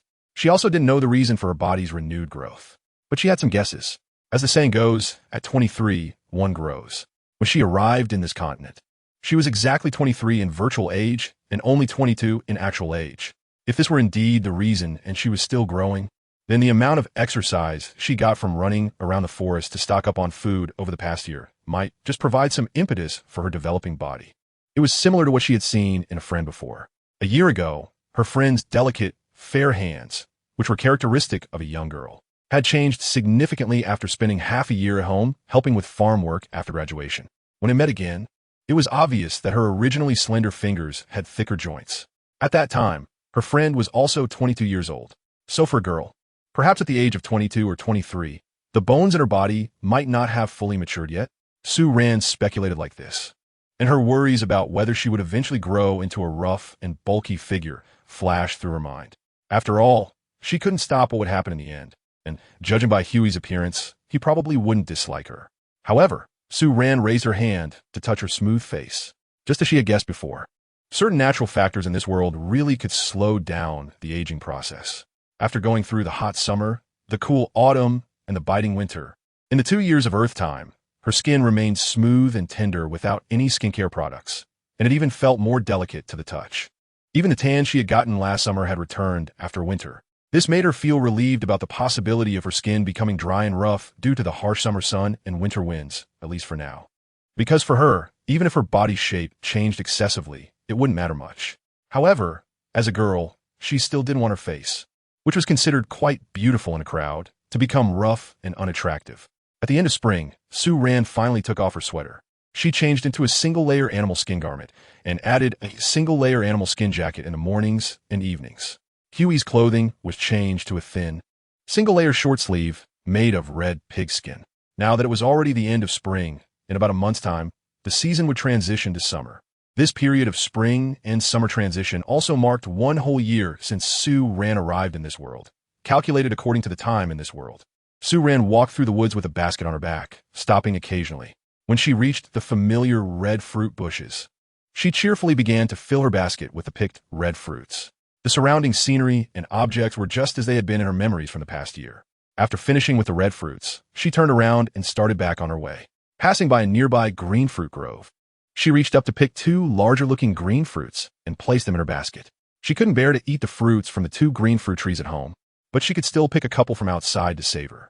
Just as she was about to leave the woods, she heard the sound of branches scratching above in the thicket behind her. Sue Ran turned her head and happened to see Hui carrying a white-headed goat. Jumping down from the treetops, it landed steadily on the ground, while the white-headed goat on its shoulder was still struggling and bleeding continuously. Upon closer inspection, one could notice that there were no wounds on the white-headed goat's body. However, its 4 hooves were tightly bound by resilient shrub branches, showing faint signs of struggling to the point of breaking skin.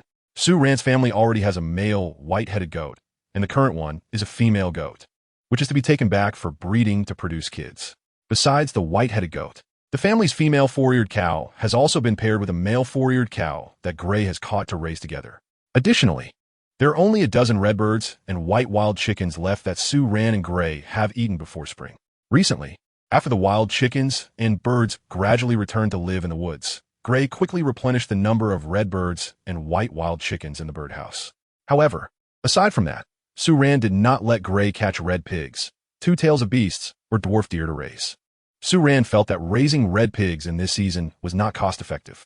In this season, when prey is abundant, if the animals do not have any other outputs, there's really no need to raise them.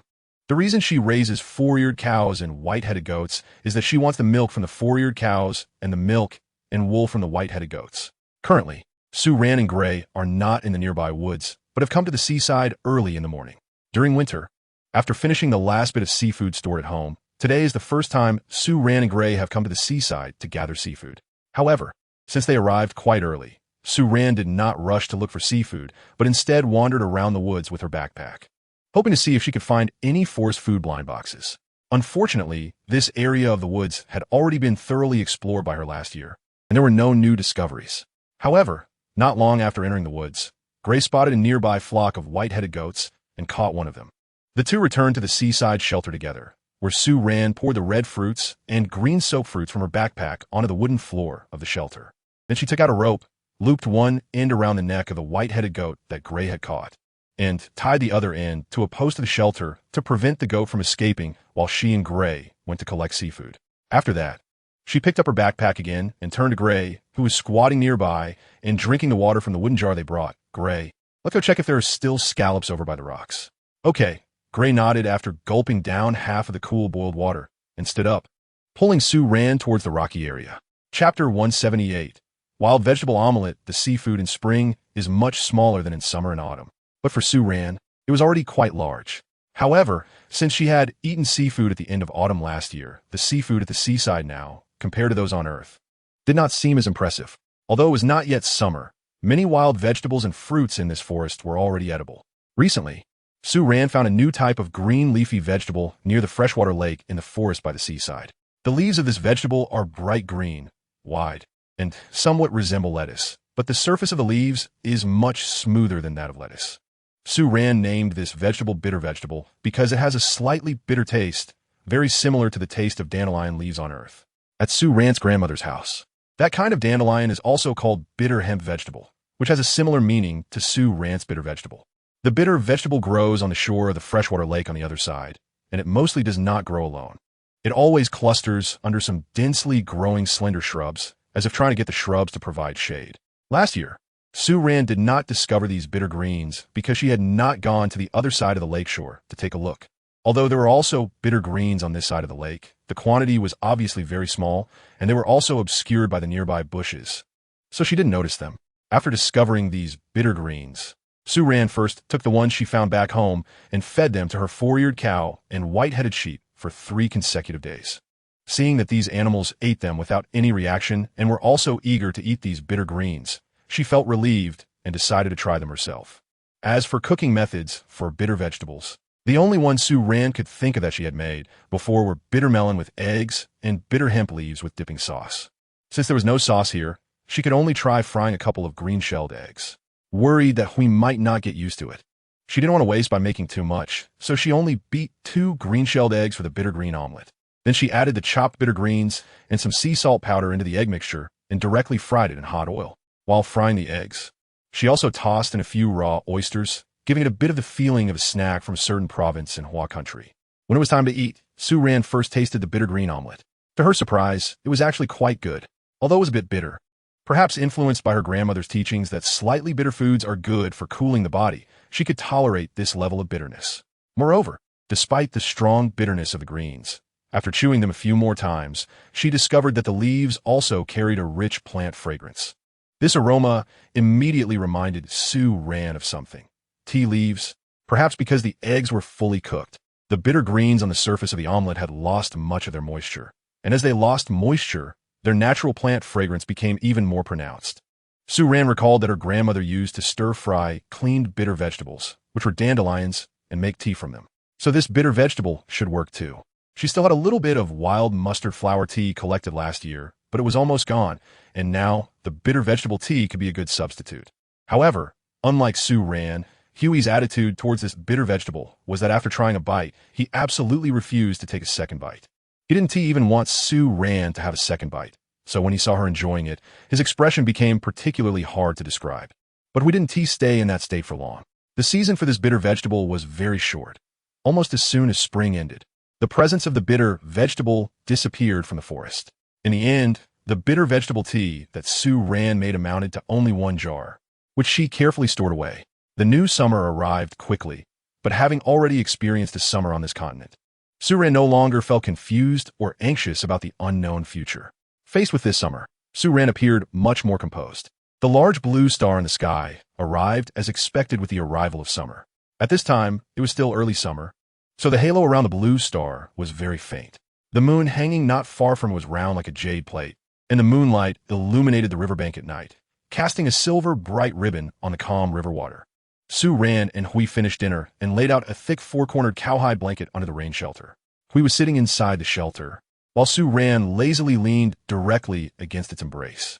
Beside them was a jar of wild cauliflower flower tea that Sue Ran had brewed. The fragrance of wild cauliflower flowers was refreshing. After being dried and steeped in water, the floral aroma became particularly strong, and possibly due to the flower nectar. The brew tea also had a hint of sweetness. Hui really liked drinking it. The moonlight tonight was bright enough, so there was no fire lit outside. The night breeze carried the fragrance from the purple berry flower bushes next to the shelter, which had a heavy scent that Sue Ran loved. A little in front of the purple berry flower bushes, the blue flowers that Sue Ran often picked last year had already bloomed. The flowers were blooming in large clusters, complementing the white-purple berry flowers, creating a particularly harmonious and beautiful scene. In the summer, under Sue Ran's influence, Huey's sleeping time was pushed back by 2 hours. If it weren't for Sue Ran, we would normally go to sleep around 6 or 7 in the evening. This was because it would go hunting at 4 in the afternoon, finish eating around 5, and then have nothing else to do. But now with Sue Ran, she was very unaccustomed to going back to sleep before it got dark, especially now that it was summer when it got dark later and later. If it reached midsummer, Sue Ran's bedtime would even be pushed back to 8 or 9 in the evening. However, recently, not only Sue Ran and Hui were sleeping late, other beastmen were also not going to bed early. This was because some of the beastmen in the community had seen the benefits of the houses that Sue Ran built and were also preparing to build their own. Among them were Xiao Ju, Yao Yao, Bai Bai, Ahua, and Xiao San. Sue Ran and several neighbors next to the Hui family were also preparing the stone bricks needed for building their houses. However, when Sue Ran and Hui were building their houses, they had not yet arrived here. So the method of making stone bricks was that they exchanged their prey with Sue Ran. Sue Ran was naturally willing to teach them. Moreover, she focused on teaching the orcs how to avoid being corroded by the juice of the black flower marlin grass. Although it couldn't completely prevent the orcs from getting hurt, it could at least reduce some damage. For example, after being injured by the juice of the black flower marlin grass, they could immediately use fire to burn it off, quickly alleviating the damage to the skin. Chapter 179. Gray, tie your hair. While the orcs were busy making materials for building houses, the first batch of vegetables in Sue Ran's garden had a great harvest. The first batch of thick leaf vegetables and wild cabbage had grown to the point where they had to be eaten, Otherwise, they would become overripe. Su Ran cut a lot of vegetables to send to Bai and the little umbrella. She also sent a bit to Yao Yao, Xiaoju, and Ahua. But since they usually didn't care much for vegetables, she didn't send too much. She also gave some to a few neighbors near her home.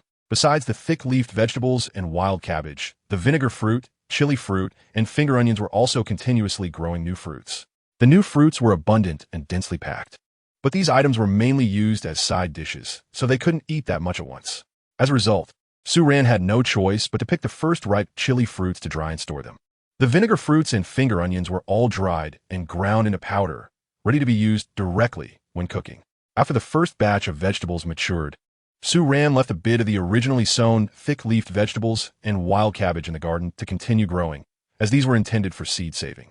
On the ground that had already been harvested, she sowed half of the remaining radish seeds.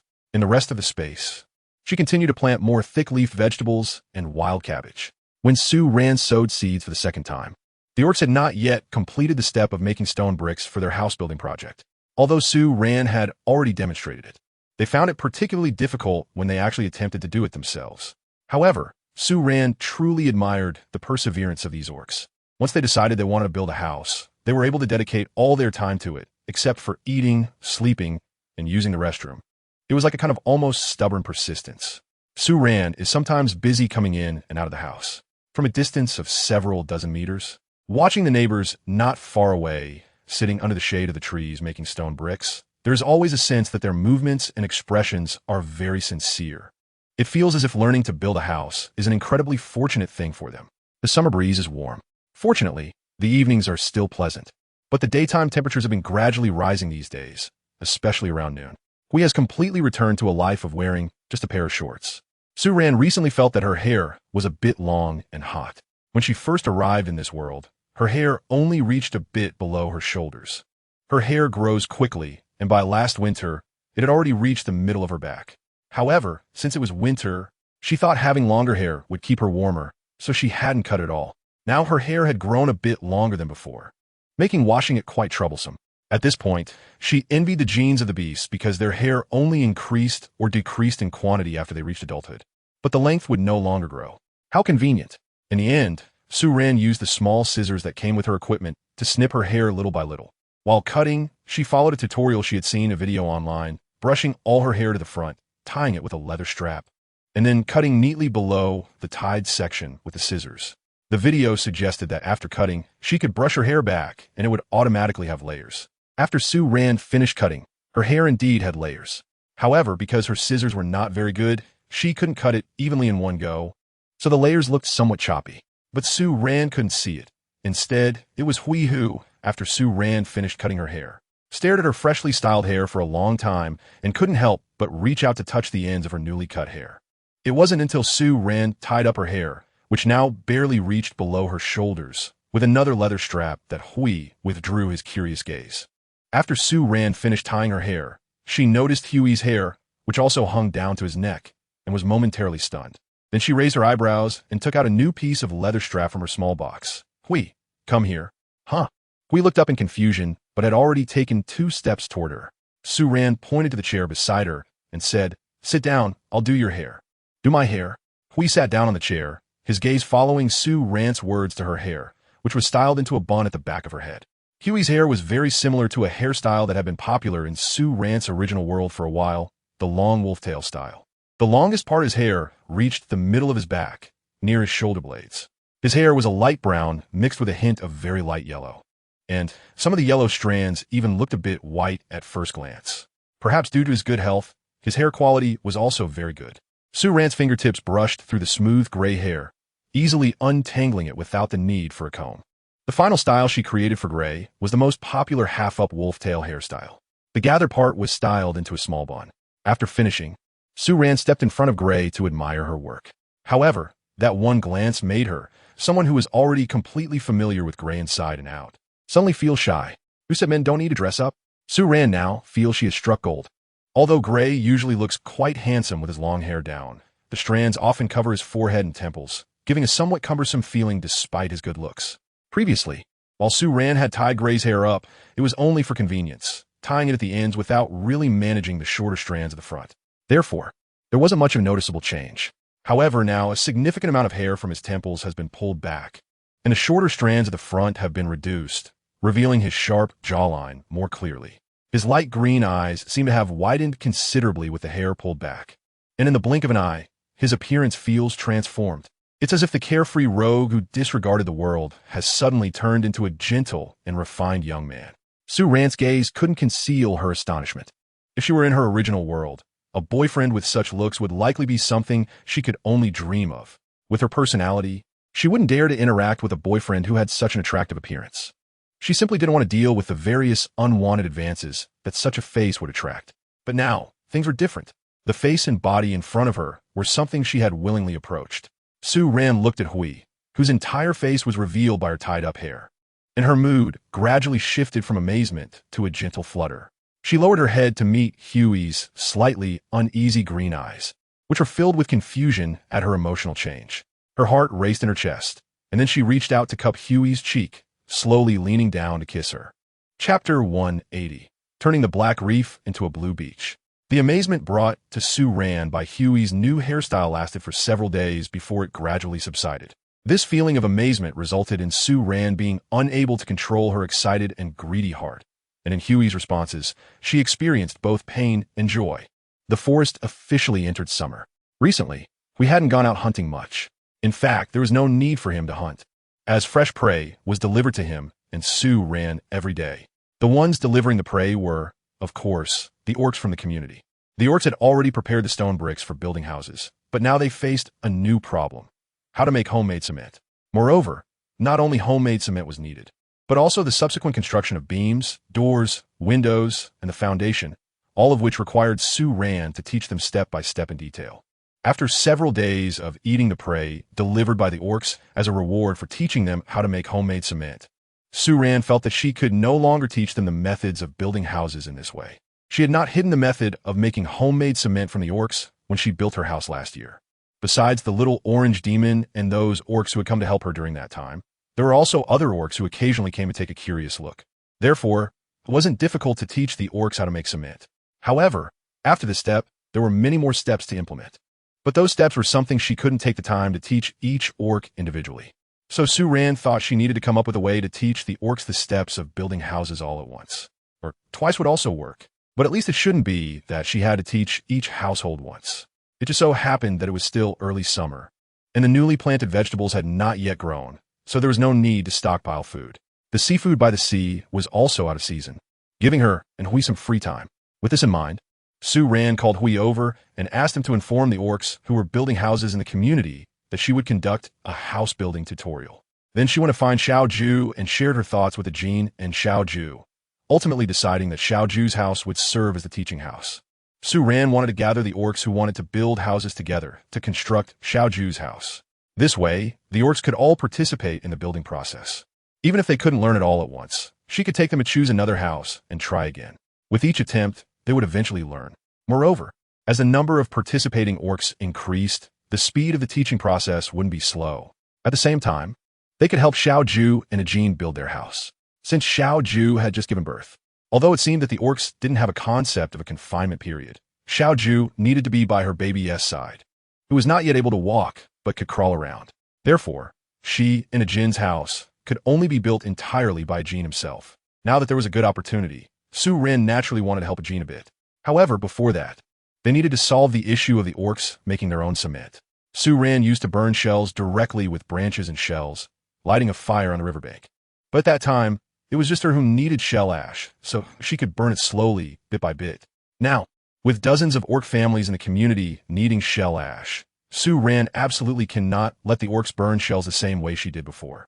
Because if there is a large-scale fire, just one careless orc could potentially set the entire forest ablaze.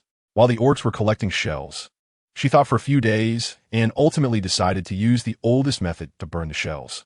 She planned to build a few earth kilns. Since a house requires a lot of shell ash, the kilns would need to be larger, aiming to produce all the shell ash needed for a house in 2 or 3 batches. When Su Ran and Hui were digging the kiln, orcs had already come to help. She decided to place the earthen kiln at the pile of gravel upstream on the riverbank.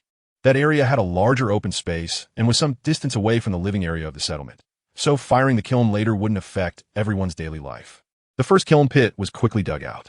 The pit was round and about 10 square meters in size.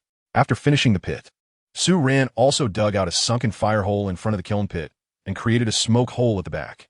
Once everything was ready, she began the first experiment of firing shells. The method of firing shells involved layering shells and firewood alternately.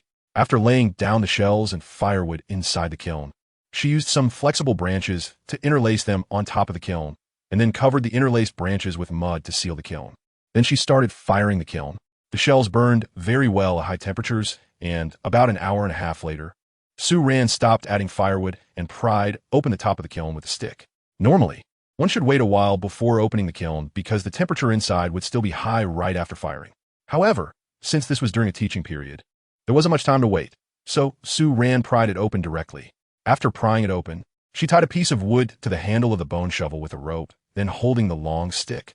She picked up the bone shovel and scooped out a shovel full of shells that were already charred from the still smoking kiln, placing on the ground, and then smashing them before pouring water over them.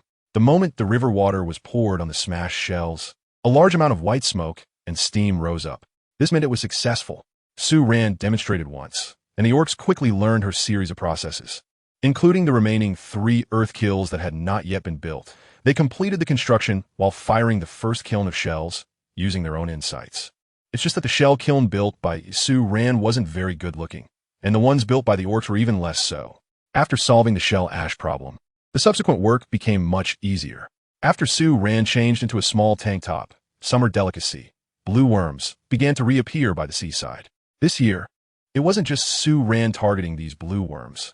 Almost the entire orc community had their eyes on these little blue creatures. In the first few days when the orcs started frantically hoarding blue worms, Sue Ran was even a bit worried that with every orc family able to pile up a mountain of blue worms at their doorstep each day, they might eat all the blue worms into extinction. It wasn't until we found out and took her along the coastline, flying north towards the sea. After flying for nearly 20 minutes, Sue Ran spotted in the distance a vast stretch of reefs almost 1,000 meters long, and at that moment, these reefs were completely covered with a layer of light blue worms. The sheer number of these blue worms covered the reefs, almost turning the black rocky beach into a blue sandy beach. Chapter 181. It's all Sue Ran and Huey's territory. Sue Ran felt that the dried blue worms stored this year were definitely enough for her and Hui to eat for an entire year. After the beastmen collected the blue worms and removed their innards for house construction, many of those who didn't particularly like seafood gave the collected blue worms to Sue Ran. As a result, Sue Ran and Hui spent a whole week at home cutting blue worms. Even then, many of them spoiled. Fortunately, the beastmen stopped collecting blue worms once they had gathered enough innards.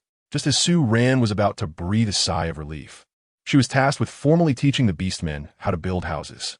However, once she actually started teaching them, Sue Ran found it much easier than teaching them how to make homemade cement or burn shells. This was because, while building houses, Hui, Ajin Ahua, and Xing Yu Yao Yao had already come to help when Sue Ran was constructing houses, so they were already capable of directly teaching the other beastmen these skills. Sue Ran only needed to teach the beastmen how to measure the foundation and use the ruler, and then she could just watch from the side, correcting any incorrect operations by the beastmen as needed. Aside from the time spent preparing stone bricks and homemade cement, the beastmen took only 2 days to build the overall framework of Xiao Ju and Ajin's new house. Their house was not built under the original bird's nest tree where they used to live, but rather on the riverbank near Sue Ran and Huey's house. Sue Ran's house is located on the slope behind a small bend of the riverbank upstream from the community. Xiao Ju and Ajin's house is also built on this riverbend, on the opposite slope separated by a small forest from Sue Ran's house. Including this small forest, the straight line distance from Xiao Ju's house to Sue Ran's house is about 60 to 70 meters.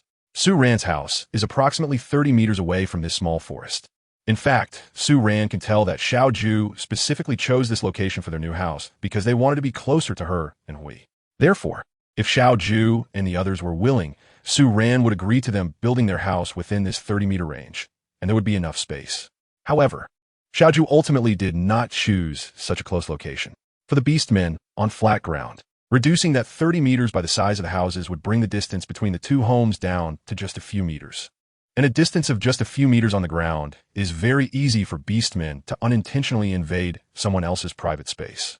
Although everyone usually lives in harmony and even shows solidarity and friendship, being constantly intruded upon by others is quite uncomfortable for beastmen. Currently, Between Su Ran's house and Xiao Ju and Ajin's house, there is a 30-meter open space and a 20-meter forest. Xiao Ju has already built their house on the other side of the forest, so it's even less likely for other beastmen to live in this open space. This means that this open space is entirely Su Ran and Huey's territory. Realizing this, Su Ran instinctively felt a bit pleased. After all, who wouldn't want a larger territory for their home? After the framework of Xiao Ju's house was completed, the next day, Su Ran began teaching the beastmen the steps to make the roof beams using mortise and tenon joints. This step is slightly more difficult than constructing the main framework, and it took the beastmen 3 days just to understand the installation positions of each processed piece of wood. However, after they figured it out the first time, they quickly learned to analyze the installation method for the new roof beams by themselves during the second round. Once the roof beams were completed, tasks like adding the roof, building the heated Kong, and installing doors and windows became much simpler. These tasks were all completed in just a day and a half, thanks to the collaborative efforts of dozens of beastmen. By this time, Xiao Ju and Ajin's house was successfully completed in just a week. After the house was finished before moving in, Ajin took a few days to give a share of the prey to all the beastmen who helped build the house, including Su Ran and Hui. This was their way of rewarding everyone. After personally participating in the construction of Xiao Ju and Ajin's house, the beastmen who wanted to build their own houses had already roughly memorized the steps. However, they did not immediately disperse to build their own houses. Instead, they chose another beastman family to gather together and start building another house from scratch. This was only their second time building a house. But the beastmen could already draw inferences from one instance to another, expanding the 3-room house that Su Ran taught them into a 4-room house. The foundation and framework were mostly completed by the beastmen themselves, and they only called Su Ran for help when it came to the roof beams. This house was slightly larger than Xiao Ju and Ajin's, but the construction speed was not slower than that of Xiao Ju's house. In fact, it was completed half a day earlier than Xiao Ju and Ajin's house. This once again amazed Su Ran with the intelligence and learning ability of the beastmen. After this, the beastmen hardly needed Su Ran's help when building houses. Although Su Ran was still uneasy and would check on them in the beginning, she eventually found that the walls were straight, the foundations were solid, and the beastmen followed her teaching steps meticulously in building their houses. Moreover, the beastmen were not building their own houses in isolation. They were helping each other as if they had agreed upon it. The result of this approach was that the completion time for all the houses was significantly advanced. After realizing this, Su Ran completely put her mind at ease. The beastmen's thinking was clearly more logical and analytical than she had imagined, and they were also more adaptable. It seemed she really had nothing to worry about. However, this made Su Ran a bit puzzled. Since the intelligence of the beastmen has reached such a level, why does their current lifestyle still remain so primitive and wild? Or is it that they are just beginning to transition from a primitive lifestyle? This question had puzzled Su Ran for a long time. She had observed the community for a long time, but had never found a satisfactory answer. However, she eventually decided not to think about it anymore. Even if she could find the answer, it wouldn't significantly impact her life. At most, it would only slightly improve her quality of life. But Su Ran actually felt that things were already quite good. Other matters were inconsequential for Su Ran, as long as she could live steadily with Hui. She was already very satisfied. Chapter 182. This home is taking shape more and more. While the orcs were building houses, Su Ran also made some homemade cement and smoothed the floors of several rooms in the main house to create cement floors. Otherwise, during winter it would be fine, but in summer, just sprinkling a little water on the floor could keep it damp all day. After redoing the floors, Su Ran modified all the windows. The animal skin window coverings that had been fixed to the window frames last winter had long been taken down. Now, Su Ran removed the original window boards as well. She sawed each window board in half and hollowed out the wood between the two halves, leaving only a rectangular wooden frame. Then, Su Ran cut the newly processed animal skin window coverings to fit the size of the 2 window sashes and carefully adhered them to the wooden frame using blue insect glue. Once finished, the window sashes were transformed. At first glance, the new window sashes looked almost identical to normal windows, except that instead of glass, they were fitted with translucent animal skin. After reprocessing the window sashes, the installation method for the windows also needed to be changed. Su Ran changed the originally needed wooden stick-supported window to a style that could be pushed outward from both sides, using stones for the pivot and nails that connected the window frame to the window sash. The pivot she made was the old-fashioned hinge type because that was the only kind she remembered. Once the pivots were completed, Su Ran directly installed outward-pushing doors on the main house's front door the 2 bedroom doors, as well as the outdoor storage room and the small wooden house. On the 2 doors at the entrance, she also carved out 2 small windows at the top part of the doors and covered them with animal hide window cloth. This way, even in winter when the doors needed to be closed, light could still come into the corridor space. However, she did not modify the door of the small animal room, keeping it as the original sliding board door. Su-Ran felt that the sliding board door was a bit safer than the outward pushing style, especially for the room of the 4-eared cow. It would be harder for these larger animals to push the door open. Although the animals at home had gotten used to their current way of life and had not exhibited any aggressive behavior, when new animals were caught in the future, the door would still get pushed. It's worth noting that when Su-Ran made the door of the small animal room, the door panel itself was much thicker than the doors of the other rooms. On the first night after Gray brought home the new 4-eared cow, that thick door panel was still cracked by the cow's impact. So if the door of the small animal room were changed to a pivot style, the strength of the 4-eared cow might easily knock the entire door off. After all the doors were replaced, Gray stood at the entrance, repeatedly pushing the door open and then pulling it back to close it. His tail hung down to the ground, with the tip pointing upwards, swaying left and right. This door is good. He fixed the door open and turned to look at Su-Ran. The method to secure the door in place was to nail a peg on each of the 2 side walls outside the door. Then, a rope was tied above the pegs, with the other end tied to a stone hook. The hook would catch the handle at the top of the door, preventing it from being blown shut by the wind. Su-Ran looked at Hui, who had a satisfied, dark expression on his face, smiled, and did not speak.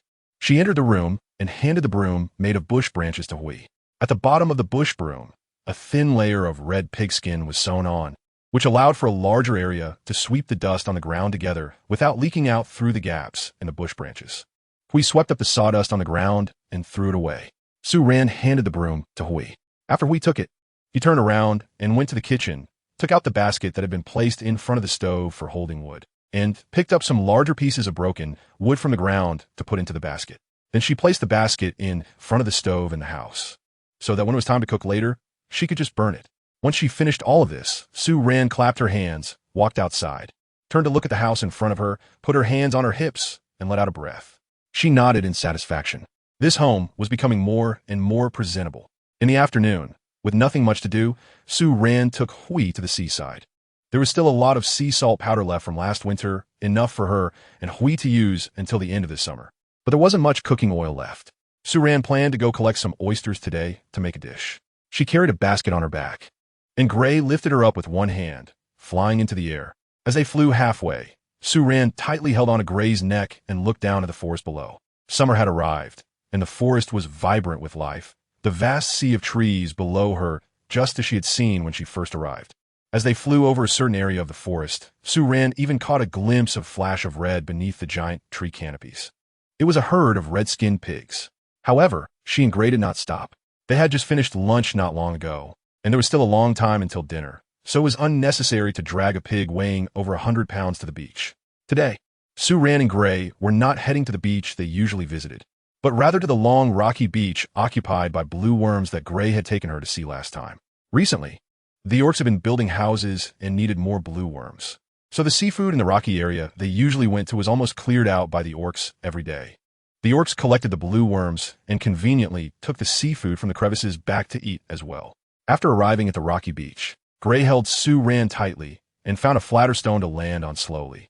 In just over half a month, the blue worms by the sea had grown larger than before. Before stepping onto the stone, Gray first used his tail to sweep the blue worms off the stone before stepping on it. After Su-Ran steadied herself on the black rocks, she first looked around at the surroundings of the sea area. The rock formations here are vast. Standing on the ground and looking around, one cannot see the end of the rock formations.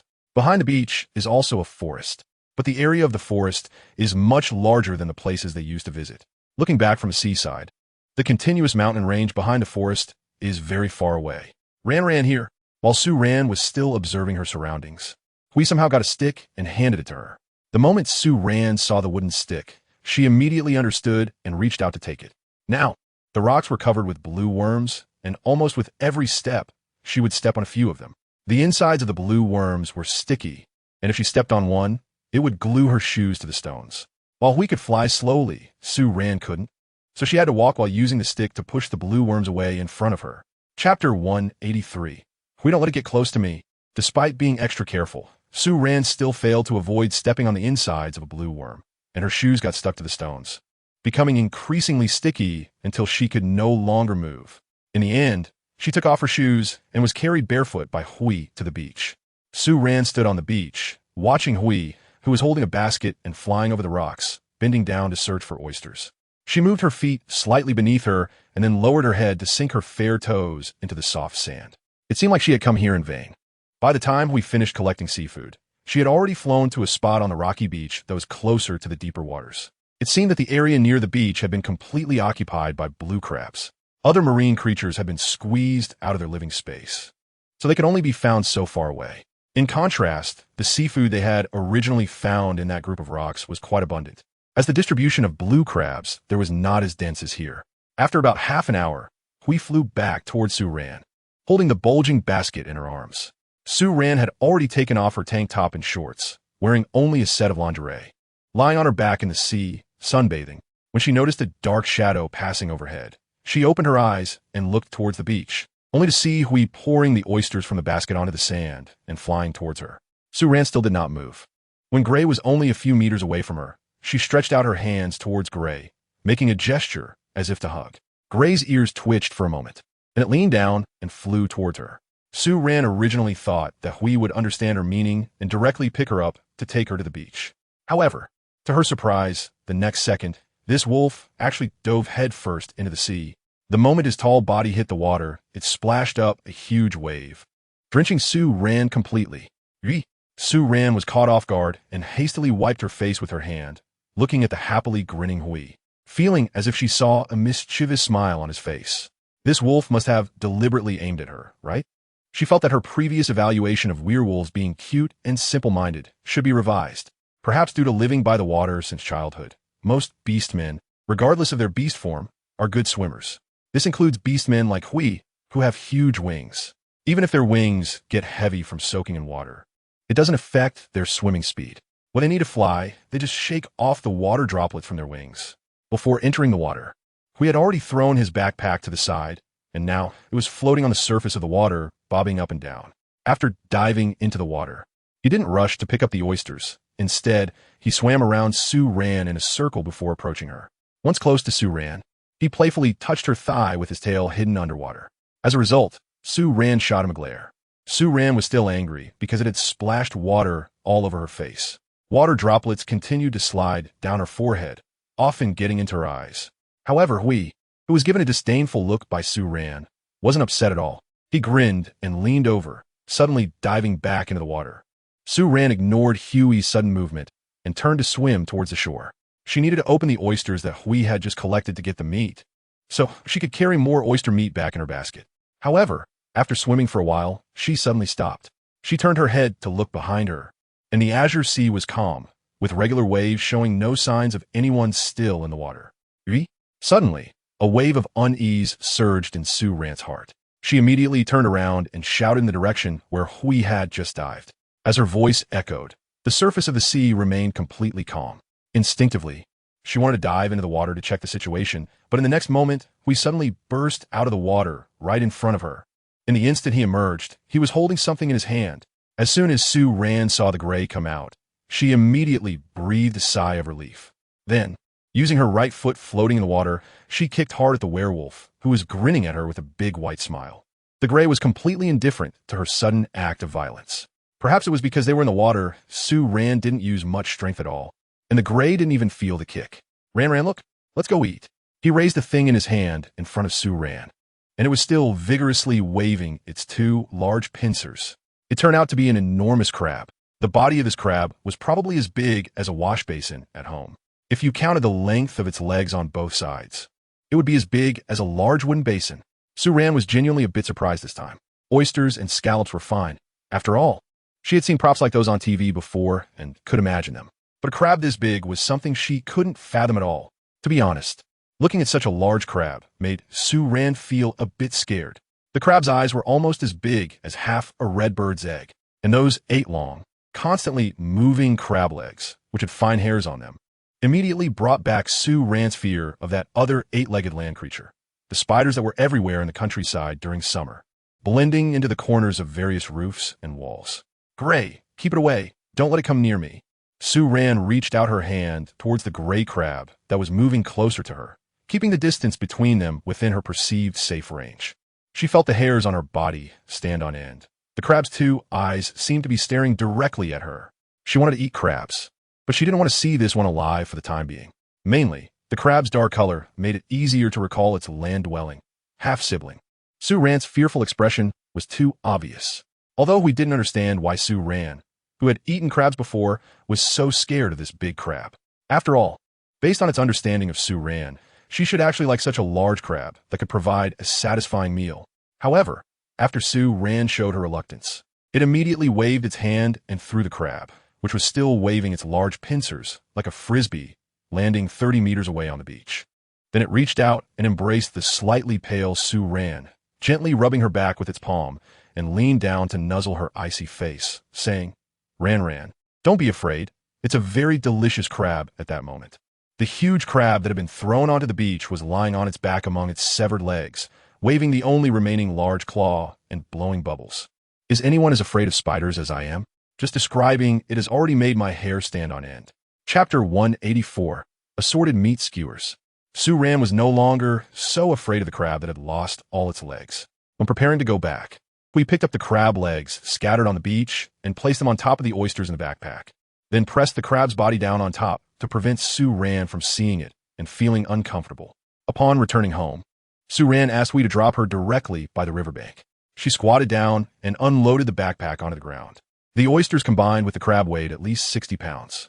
A year ago, even if we carried her back, she would definitely feel sore for several days from carrying such a heavy load. But now, this weight was no longer a problem for Sue Ran. She could even carry these things herself and walk for half an hour. Originally, after returning today, we were supposed to fly out again to hunt for dinner. But that was no longer necessary, because under their rain shelter, someone had placed a white-headed goat there. We sniffed the goat and then stood up straight to tell Sue Ran, Orc the horned one sent it. Sue Ran knew Jiao Jiao, who was a tall rhinoceros orc with white wings. A couple of days ago, when it was making beams for its house, it had asked Sue Ran for help. This should be the thank you gift it brought over, or perhaps a reward. So let's have barbecue today.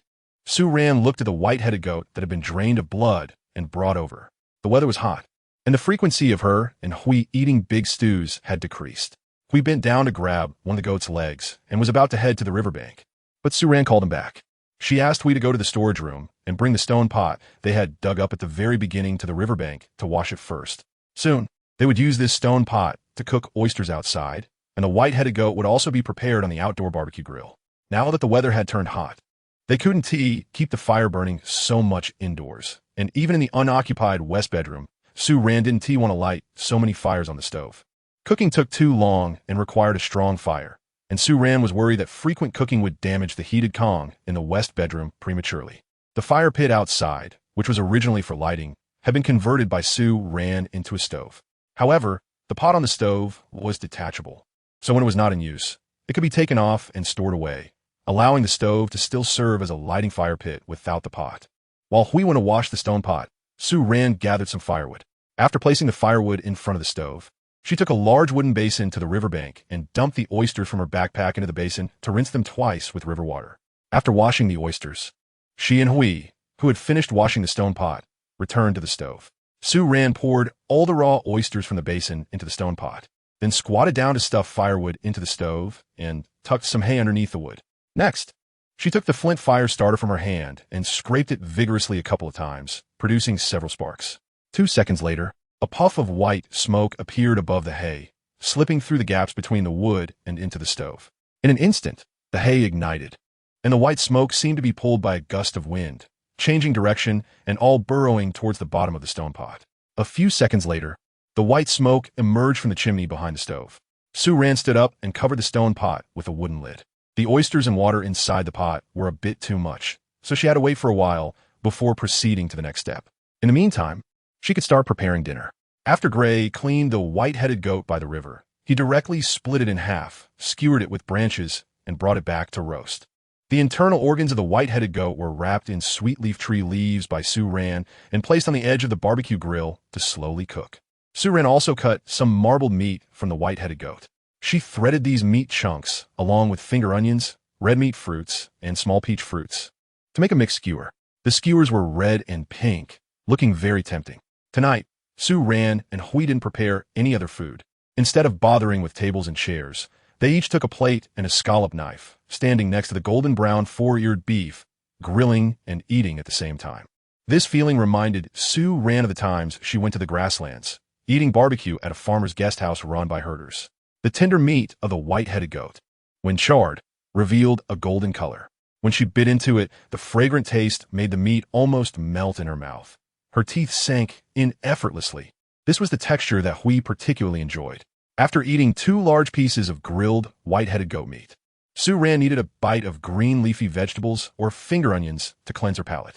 In comparison, she preferred eating grilled offal. The mixed skewers were also good. After roasting, the special fruity aroma of the small peach fruits seemed to become even more intense. Sue Ran and Hui were eating grilled meat for dinner while simmering oyster sauce. The sky gradually darkened. The halo of the blue star above was a bit brighter than it had been recently. Hui stood in front of the stone pot, stirring the significantly reduced oyster juice with a spatula.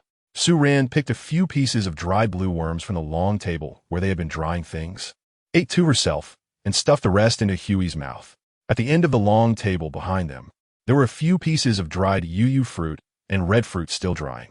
These 2 types of fruit were basically out of season now. Sue Ran had dried many of these fruits for preservation at the end of spring. What was left on the table was the last bit she managed to find that was still drying. She walked over, picked up a piece of yuyu fruit, and took a bite. The dried fruit was not completely dry. It still had a slightly moist and dense texture. Especially the sugar inside the fruit made the flesh taste as if it had been soaked in syrup, giving it a texture more like candied fruit when bitten into. It was delicious, but a bit too sweet. After Sue Ran finished a piece of yuyu dried fruit, she walked to the rain shelter and poured herself a cup of water from a jar placed in the shelter. The water was infused with wild cabbage flower tea that she had stored from last year. Today's pot of oyster sauce had been simmering from 5 in the evening until 8 at night. After finishing, Sue Ran took the jar that had been cleaned and used for storing oysters and carefully poured the simmered oyster sauce into a stone jar little by little. After filling it, she covered the stone jar and had Hui take it to the small storage room in the back. Then she used a spatula to scrape off the remaining oyster sauce from the stone pot's walls, collecting every bit into a small stone jar that was only a hand high. This jar was usually used to store oyster sauce when cooking, and since making the oyster sauce was time-consuming and labor-intensive, she didn't want to waste any of it. Chapter 185, Climbing Over. A month later, most of the orc houses had been completed. The rapid construction was due not only to the orcs' incredible physical strength and speed, but also because most of them built only the main houses for sleeping, just like Sue Ran, without extra structures for storage or small animal housing. At most, they built 2 small wooden houses for storage. The orcs who, like Sue Ran, chose to build stone brick houses on the ground, mostly selected locations by the riverbank, similar to Xiaoju. Now, on the right side of Sue Ran's house, the riverbank, which originally had only a few orc families, had grown to 12 families, including Yao Yao, Qingyu, and Ahua. Having more neighbors around brought both advantages and disadvantages. The advantage was that compared to the previously sparse population of the riverbank, Sue Ran felt a bit safer living here now. Even Hui was more at ease, letting her move around outside. However, the downside was that with more people around, it felt less free and casual than when there were fewer people. Sue Ran actually preferred the feeling of living here before, when it was just her and Hui, feeling free and at ease. Now, when she wants to take a shower, she needs Hui to take her to a spot further upstream, away from their living area, to wash. Sue Ran carried a large pile of animal skin blankets from the house and threw them onto the wooden floor of the rain shelter. Then, she took each blanket one by one and hung them on the clothesline. The weather was nice today, perfect for drying clothes and bedding. After hanging up the animal skin blankets, she went back inside and brought out her thick winter comforter. There wasn't enough space left on the clothesline for the comforter. So in the end, she set up a temporary wooden drying rack beside the clothesline, allowing her to drape the large comforter over it. The weather was getting hotter day by day, and the plants in the vegetable garden were growing quite well. The second batch of radishes, thick lettuce, and wild cabbage were already ready to be harvested little by little. Moreover, Sue Ran recently discovered a new type of leafy green. However, this leafy green wasn't a newly discovered plant species. It was actually the radish greens from the tops of the radishes. Sue Ran had eaten radish greens in her previous world, whether raw, stir-fried, or made into fillings. So now that the radishes in the garden had grown, she plucked some leaves. She first let the small animals taste them, and after confirming they were fine, she took some back chopped them into filling, mixed them with meat, and made dumplings or pan-fried pies. Once the radishes in the garden were ripe, Su Ran began to experiment with various dishes made from radishes, such as steamed dumplings with radish filling, radish pies, fried radish balls, and radish soup. The radishes here did not have the peculiar taste that those on Earth did. Instead, they had a slight grassy flavor, especially the fresh radishes, which were very juicy and crisp. What surprised Su Ran was that Gray, who usually didn't tea like vegetables, actually enjoyed the steamed radish dumplings and the fried radish balls without any meat filling.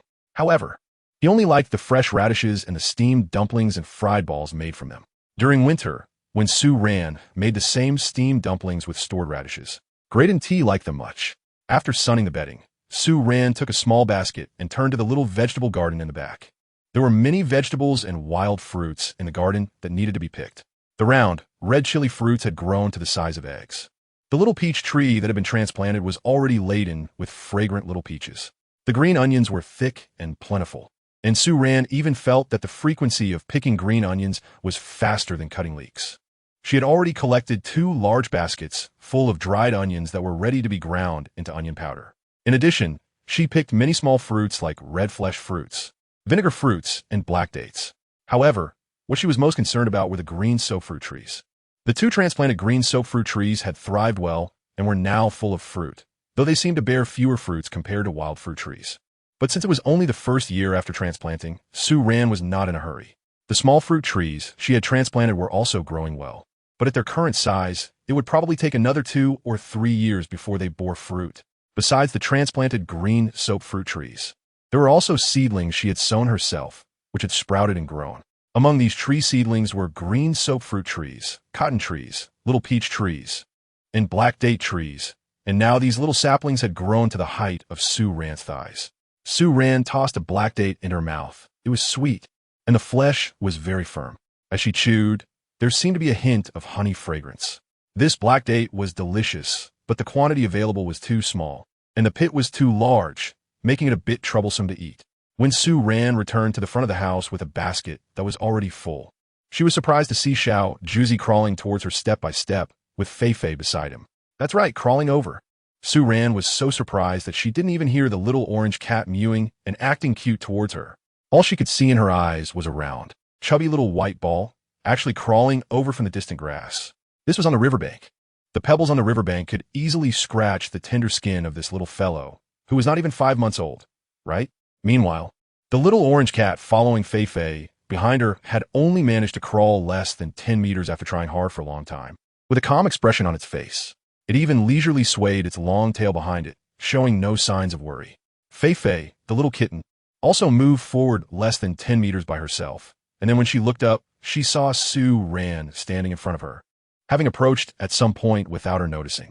The little one seemed to be momentarily stunned, and after reacting, she reached out her paw towards Su Ran, her golden eyes looking at her. Meow. Su Ran, so cute. This golden hair, golden ears, and golden tail, with golden eyes as clear as water. She couldn't help but bend down to touch Fei Fei's head. The baby's hair was soft and dense, smooth and soft to the touch. Meow. When Fei Fei saw that Su Ran only touched her and didn't intend to pick her up, the little one quickly called out to Su Ran. After crawling so far, she was a bit tired. Unlike the constant mewing of the little orange cat, Fei Fei's meow was softer and even more irresistible to Su Ran. In the end, Su Ran got the little orange cat's consent and picked up the little one, who had dirt all over her knees, and held her in her arms. Chapter 186. The fire is too big, can't be extinguished. After the houses of the beastmen were gradually completed, the forest returned to peace. The pleasantly warm early summer soon passed, and the weather became hotter, making Hui less inclined to go out in the blazing sun. In the 4th month of summer, Su Ran planted the 3rd batch of thick vegetables, wild cabbage, and the 2nd batch of radishes in her vegetable garden. After the 2nd batch of thick vegetables, wild cabbage, and radishes matured, Su Ran left a quarter of each vegetable in the garden for seeds. These seeds would be planted in the autumn, and by then, they would be grown and stored as food for winter. Recently, Huey's hunting time has been after 4 in the evening. Most of the prey he hunted were large animals like red-skinned pigs and 4-eared cows. The size of red-skinned pigs and 4-eared cows is large, and recently, due to the hot weather, Huey's appetite has also decreased. Catching one would be enough for Su Ran and Hui to eat 3 times. When there weren't many other things to do, Sue Ran would also take her bow and arrow and go hunting with Hui. At first, she could only hunt small animals, mostly wild chickens, wild birds, and dwarf deer.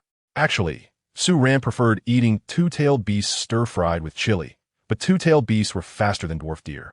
And most of the time, when Sue Ran spotted them, they had already escaped, leaving only their tails behind. However, later on, Sue Ran came up with the idea of changing her hunting tool. She made a spear. The spear was made from a straight, smooth tree trunk, with a four-eared cow bone spearhead tied to one end, which had been sharpened to a very fine point. The first prey that Sue Ran hunted with this spear was a red-skinned pig. The spear tip pierced into the neck of the red-skinned pig, but did not penetrate through.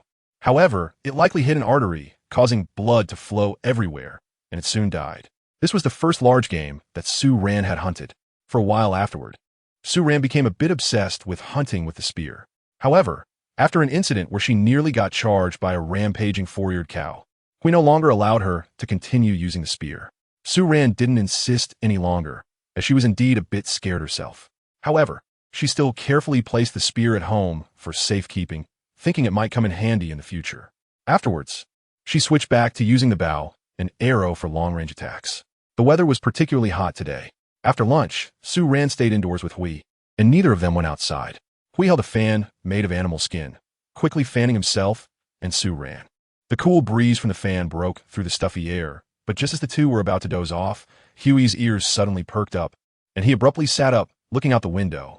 The commotion startled the drowsy Sue Ran, who lost all her sleepiness.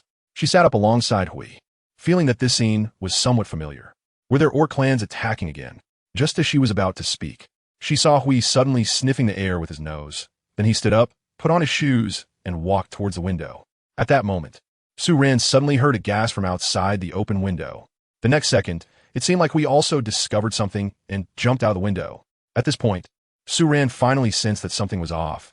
There seemed to be a strange smell wafting in from the window, and it was a bit choking.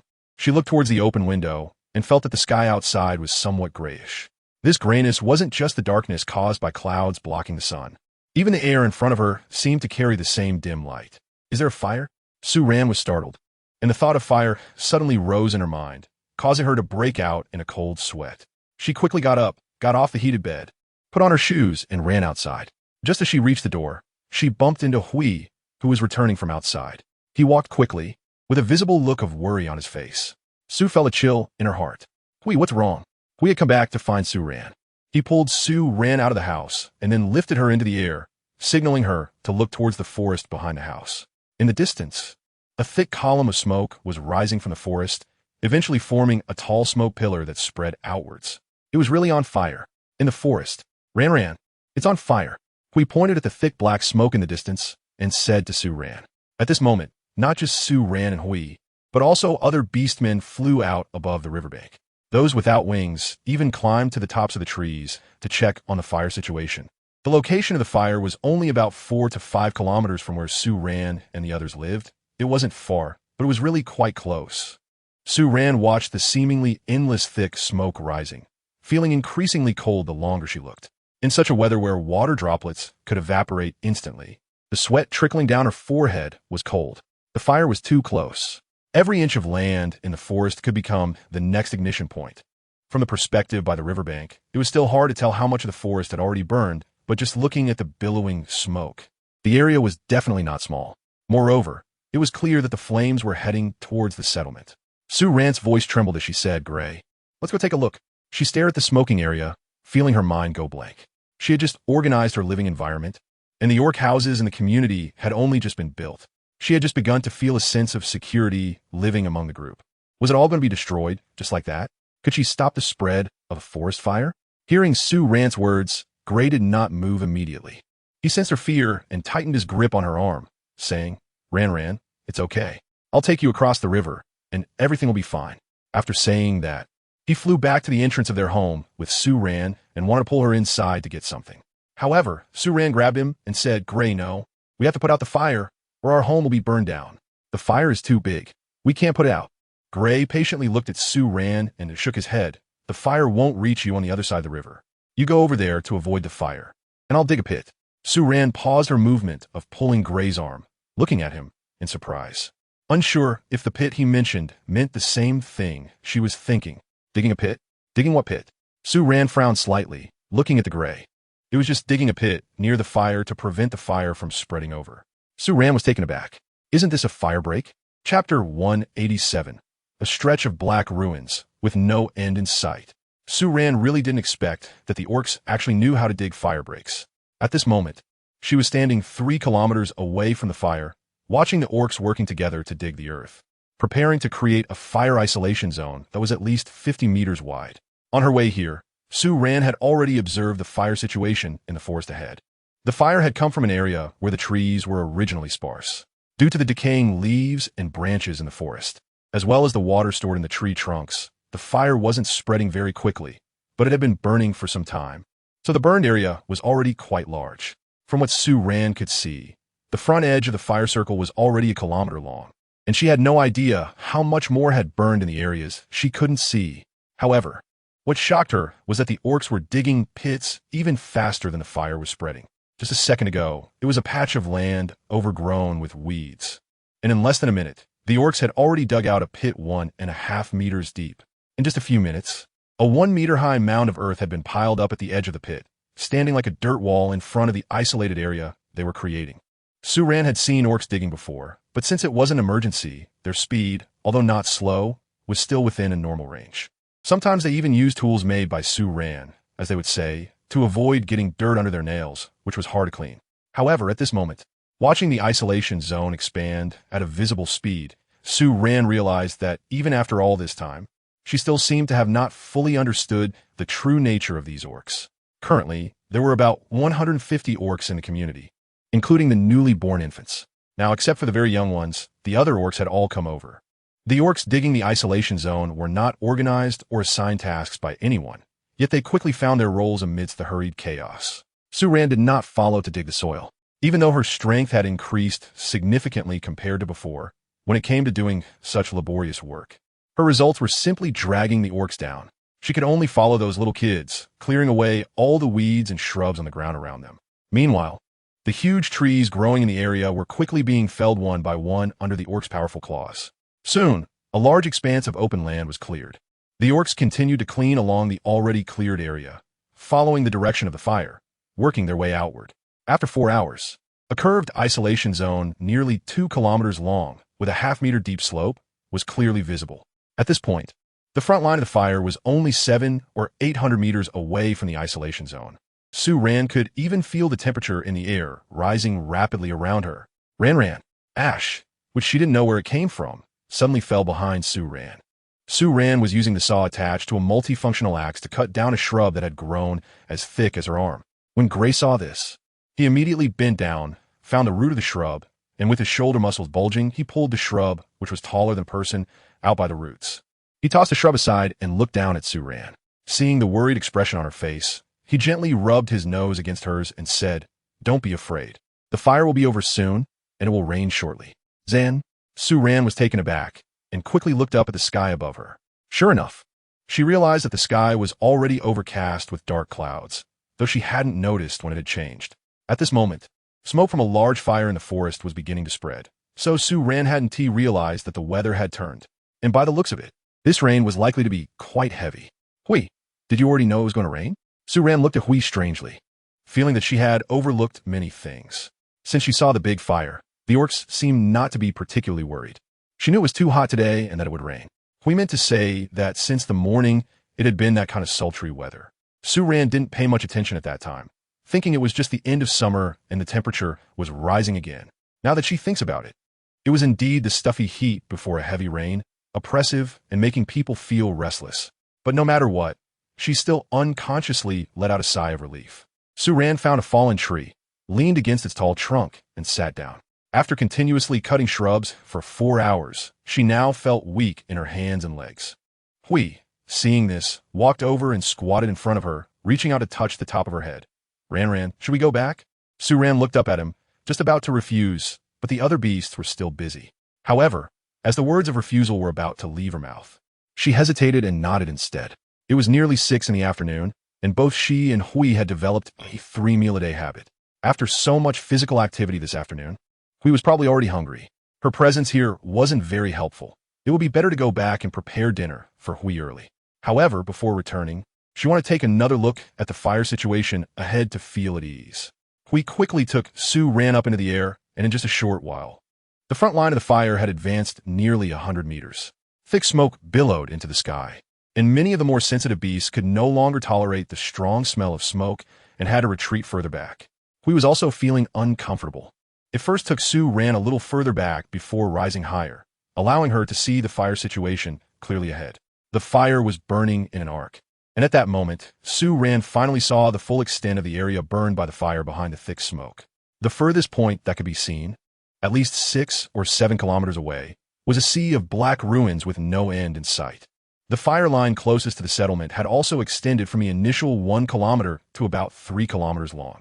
However, this was only manageable because the beasts were deliberately controlling it. But they could only manage this side. They did not attend to the fire spreading in other directions, as I no longer had the energy to do so.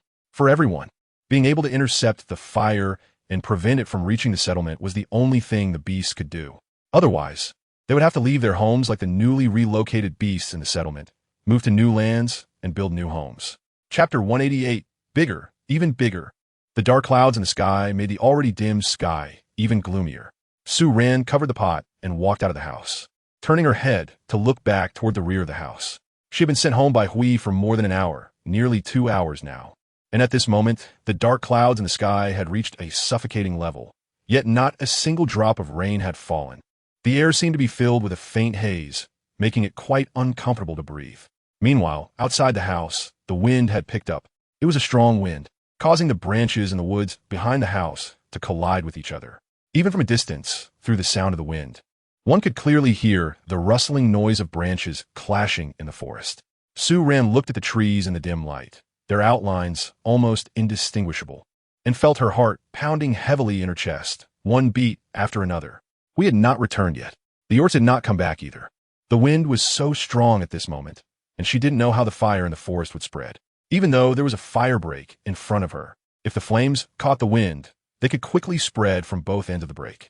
She looked up at the sky. At this time, neither the moon nor the blue star had appeared, and even if they did, they would be obscured by thick clouds. Dark clouds pressed down like they were about to crush the city. But why hadn't the rain fallen yet?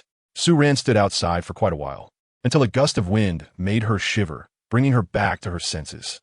She withdrew her gaze and raised her foot to walk back into the house, only to realize her legs had stiffened from standing. In the kitchen, a pot was simmering with braised beef and radishes, filled to the brim with beef, while another pot contained steamed beef dumplings, all of which were Gray's favorites. For this pot of braised beef, Su ran had taken a mature 4-eared cow and left only one hind leg. The rest, except for the head, was thrown into the pot to stew. The reason she left that hind leg was that the pot was already full, but she chopped the hind leg meat into pieces and made it into dumplings. However, since it was just her, she was worried about time and didn't have much strength, so the chopped beef was in large chunks. The reason she made so much food was that she wanted to cook it and send some to the nearby beastmen. Although it was only enough to distribute among the beastmen living around, and each household wouldn't receive much, the advantage was that her cooking tasted great. At times like this, her so-called intelligence and the advantages of a so-called advanced society were of no help against the forest fires. But she still wanted to do something for the community. Su ran forced herself to suppress the anxiety in her chest.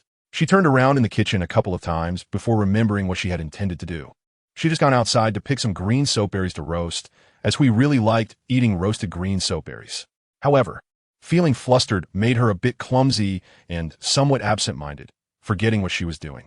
She walked out of the house again, went to the storage room to get a basket, and headed towards the back of the house with it.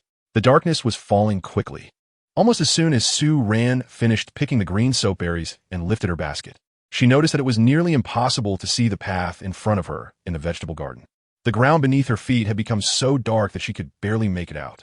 Holding the basket, Su ran took careful steps, first tapping the ground with her toes to feel it out before slowly making her way back to the front of the house. Upon returning, the only light came from 2 small patches illuminated by the stove in the kitchen. Su ran took advantage of the light to light 2 oil lamps in the kitchen, then took 1 lamp and a basket to the vegetable garden to pick 2 batches of green soap fruits. After that, she gathered some firewood and placed it next to the stove outside, then went to the storage room to stand up the stone pot she had used before, rolling it to the edge of the stove bit by bit. With a strong push against the edge of the stove for support, she moved the stone pot onto the stove. Once done, she placed the dozen or so green soap fruits she had picked into the pot and added half a bowl of water. This was a new method Sue Ran had discovered recently for roasting green soap fruits, putting them in the pot, adding a bowl of water, and then directly heating them over a high flame at the bottom of the stove. Generally, after about 20 minutes, the green soap fruits would be cooked. However, the amount of water in the pot could only be 1 bowl. If it was too little, the water would dry up too quickly, and the skin of the green soap fruits could easily burn, while too much water would result in boiled green soap fruits. The texture of boiled green soap fruits is sticky and mushy, similar to lotus root powder, but their taste is far inferior to that of lotus root powder, which both Sue Ran and Hui dislike. After adding the water, Sue Ran covered the pot, stuffed the firewood and dried grass into the stove, and lit it. Once the fire was going, she added a few larger pieces of wood inside and cleaned the area around the stove to prevent sparks from causing any danger. After finishing these tasks, she returned to the house with the oil lamp. The steamed dumplings inside the house were already ready. Sue Ran hurriedly took out the unburned firewood from the stove and stuffed it under the pot where the beef was stewing. There was a lot of beef, so it needed to stew for a longer time. After everything was ready, she walked to the door and looked outside. The sound of the wind outside tugged at one's nerves, and in the pitch-black night, only the flickering flames in the stove not far ahead provided any light. Sue Ran entered the bedroom, lit the oil lamp inside, then went outside and removed the fixed window hook from the outside of the window before closing it. At that moment, a strong gust of wind blew through, and something unknown was knocked loose, crashing to the ground and making a series of loud noises. Sue Ran was startled and looked over, but it was just a pitch-black void. Sue Ran is just a young girl, and after experiencing such a fantastical event as time travel, it would be impossible for her not to have any guesses or imaginations about such mysterious things. And with imagination comes fear. She hurriedly lifted her foot to walk into the house, but just as she took a step, she suddenly felt a chill on her face. A drop of water fell on her face. Then 2 drops, 3 drops, 4 drops. It started to rain. Sue Ran touched the water droplets on her face, stunned for a second, and suddenly came to her senses. Great! The rain had finally started. She was so happy that she almost jumped up right where she was. She didn't care that the rain had quickly intensified within just a few seconds. She even ran out from under the eaves, standing in the open space at the door with her arms outstretched, spinning around and looking up at the sky. The large raindrops fell rapidly, hitting her exposed skin, and it even hurt. However, at that moment, Sue Ran was oblivious to all of this. Her gaze was fixed on the dark night sky behind the house. The night was deep, and she couldn't see the flames rising hundreds of kilometers away, but the rain falling on her made her feel that there was finally hope, and her heart finally calmed down. Now, she just wanted to pray that this rain could come down a little harder, even harder, to extinguish that big fire, to protect her hard-earned home and the beautiful life that had just started to fall into place. Chapter 189. This face is hers, and this beast man is also hers. Outside the house, the rain started to patter down. The wind hadn't stopped, and the raindrops were blown by the wind, falling even more urgently. In just a while, the ground at the door was splashed with a puddle. On the right side of the door, Sue Ran had hung a small stone platform for placing an oil lamp when she finished with the door. Now she took an oil lamp and placed it on the stone platform, then took out a beast-hide raincoat to wear. After that, she grabbed a few pieces of wood and ran to the stove outside, stuffing the wood inside and then quickly running back. Just then, a sound of flapping wings came, and before she could react, she heard a cheerful voice from above. Ran. In the next second, she was embraced by a familiar figure. Ree! Sue Ran looked up in surprise and quickly took off the raincoat hood she was wearing. Her gray eyes sparkled in the night, clear and bright green. He held Sue Ran in his arms, and the smile on his face, illuminated by the oil lamp at the door, appeared gentle and radiant. It was incredibly reassuring. Ran, the fire will soon go out. The orcs did not wait for the fire to extinguish completely before returning. Instead, they came back to the settlement as soon as they noticed the rain was getting heavier. From the intensity of the rain, it was clear that such a downpour would inevitably put out the fire. Moreover, the most important thing was that there were always orcs in the settlement who had experienced wildfires before, so they were well prepared. Some orcs were lucky enough to encounter smaller fires. Either the area where the fire started had sparse vegetation and burned slowly, allowing the orcs to extinguish it quickly, or the orcs managed to dig fire breaks in time to stop the fire from spreading. Sometimes, like today, the rain just happened to put out. However, those unfortunate orcs would have to find new places to live, just like the orcs who joined the settlement later. At this moment, their settlement was undoubtedly very fortunate. The location of the fire was far from the settlement, and before the fire spread too much, it was discovered by the orcs. In the end, just when the fire had started, this heavy rain arrived. Sue Rand's hair was already drenched by the rain, and the water seeped down into her collar, making her raincoat feel as if she weren't wearing it at all. But at that moment, she didn't care at all. She stood on tiptoe, wrapping her arms around Huey's neck, kissing him in the rain. The heat radiating from Huey's body, warm with excitement, seeped through the fur raincoat and her inner layers of clothing, still enveloping her in warmth. Both of them were soaked, and Sue Rand couldn't even tell if the moisture on her face was rain or tears. She was terrified for the first time, even when she suddenly arrived in this strange world. Facing these oddly shaped beastmen, she had never felt such fear.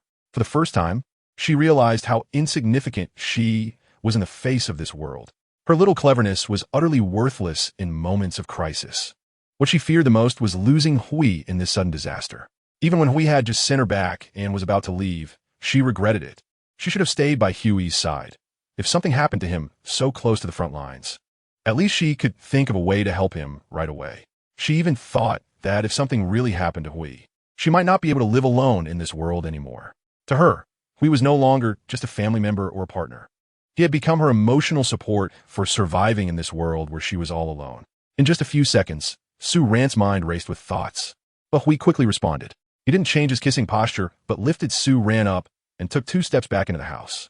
Noticing that Sue Rand was slightly trembling, whether from cold or fear, he tightened his embrace around her and said, Rand, it's okay. Don't be afraid. Sue Rand didn't expect that at this moment. Her reaction would be so intense. She even felt a bit unable to control her emotions, as if she had tears uncontrollably streaming down her face. It wasn't until we cleaned her up and changed her clothes that she finally stopped crying, but her mind was still immersed in an indescribable emotion. However, she still forced herself to regain her composure, and after feeling a bit better, she went to serve the food from the kitchen. Then we put on a raincoat and went to deliver the extra food to a few nearby orc families before returning to prepare dinner with Sue Rand.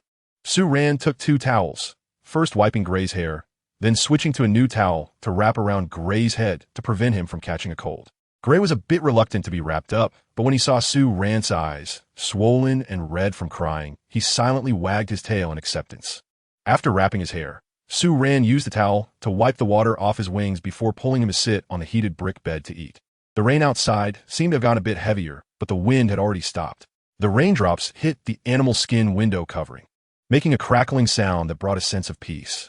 At this moment, Sue Rand was no longer worried. With such heavy rain, if the fire didn't go out, it would truly be a fantastical event. Tonight was a sleepless night.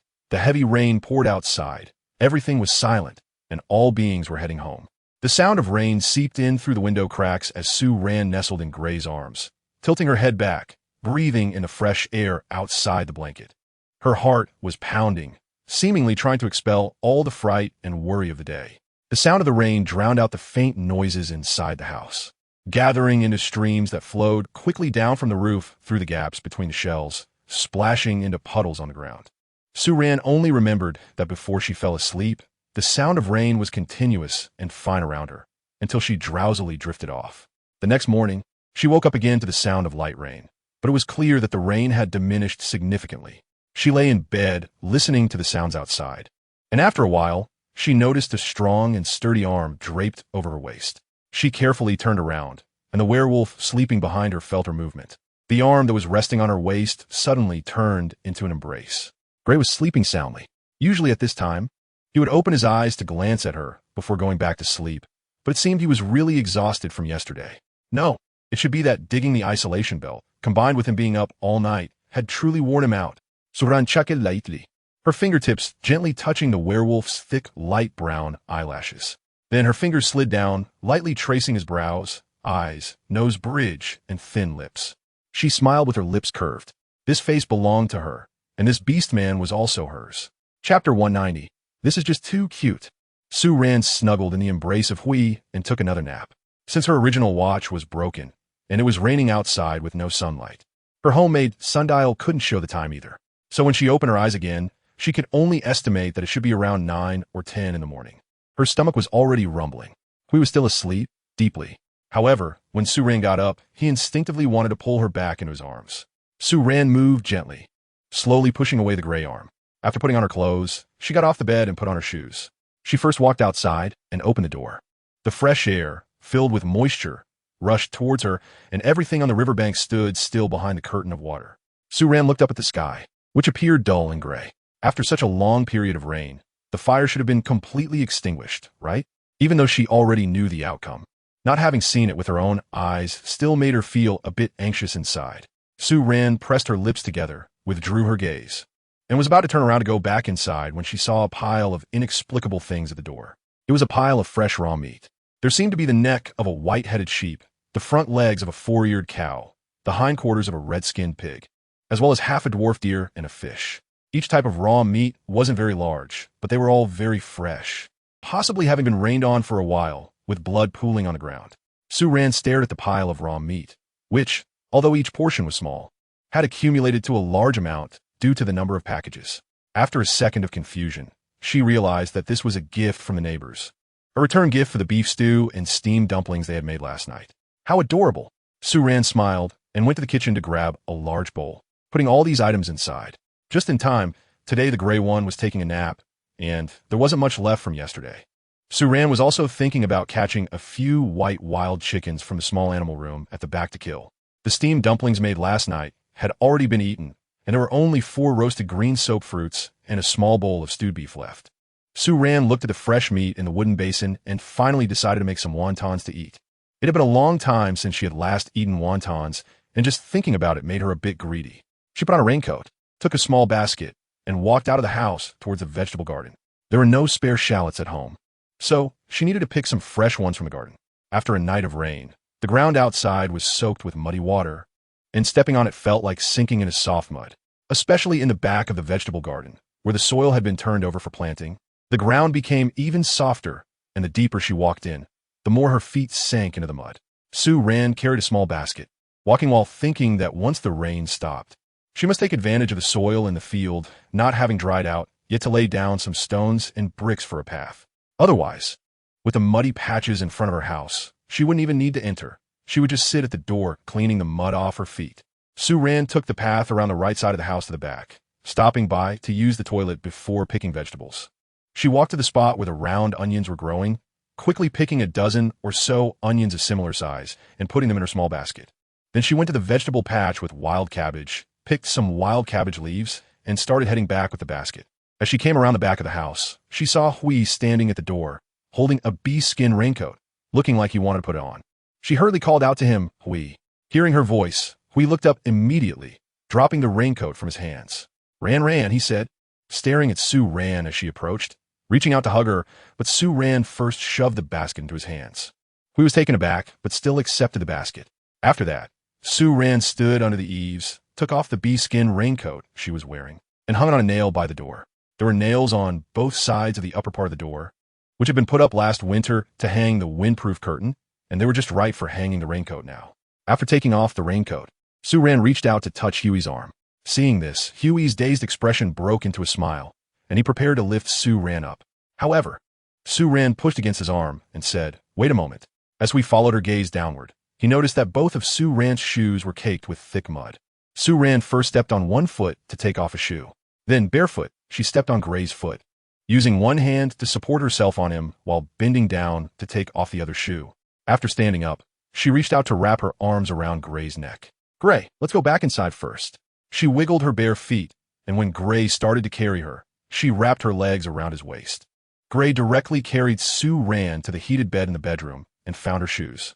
Then, while he was bowing his head to perform their daily morning ritual, her stomach, which hadn't had breakfast yet, suddenly let out 2 grumbling sounds. His movements paused, and his pointed ears seemed to twitch as he looked down at Su-ran. "Ran, what do you want to eat today?" The dim light on a rainy day made the room even darker, and since the windows were closed, Su-ran didn't see that this tall werewolf actually blushed because of her stomach growling. "Let's make something that Gray hasn't eaten before. How about we make some steamed dumplings?" She put on her shoes and got off the heated bed. She wanted to eat wontons, but since Gray had a big appetite, Relying solely on wontons to fill him up would mean cooking enough for him, which would probably take until noon, directly leading into lunch.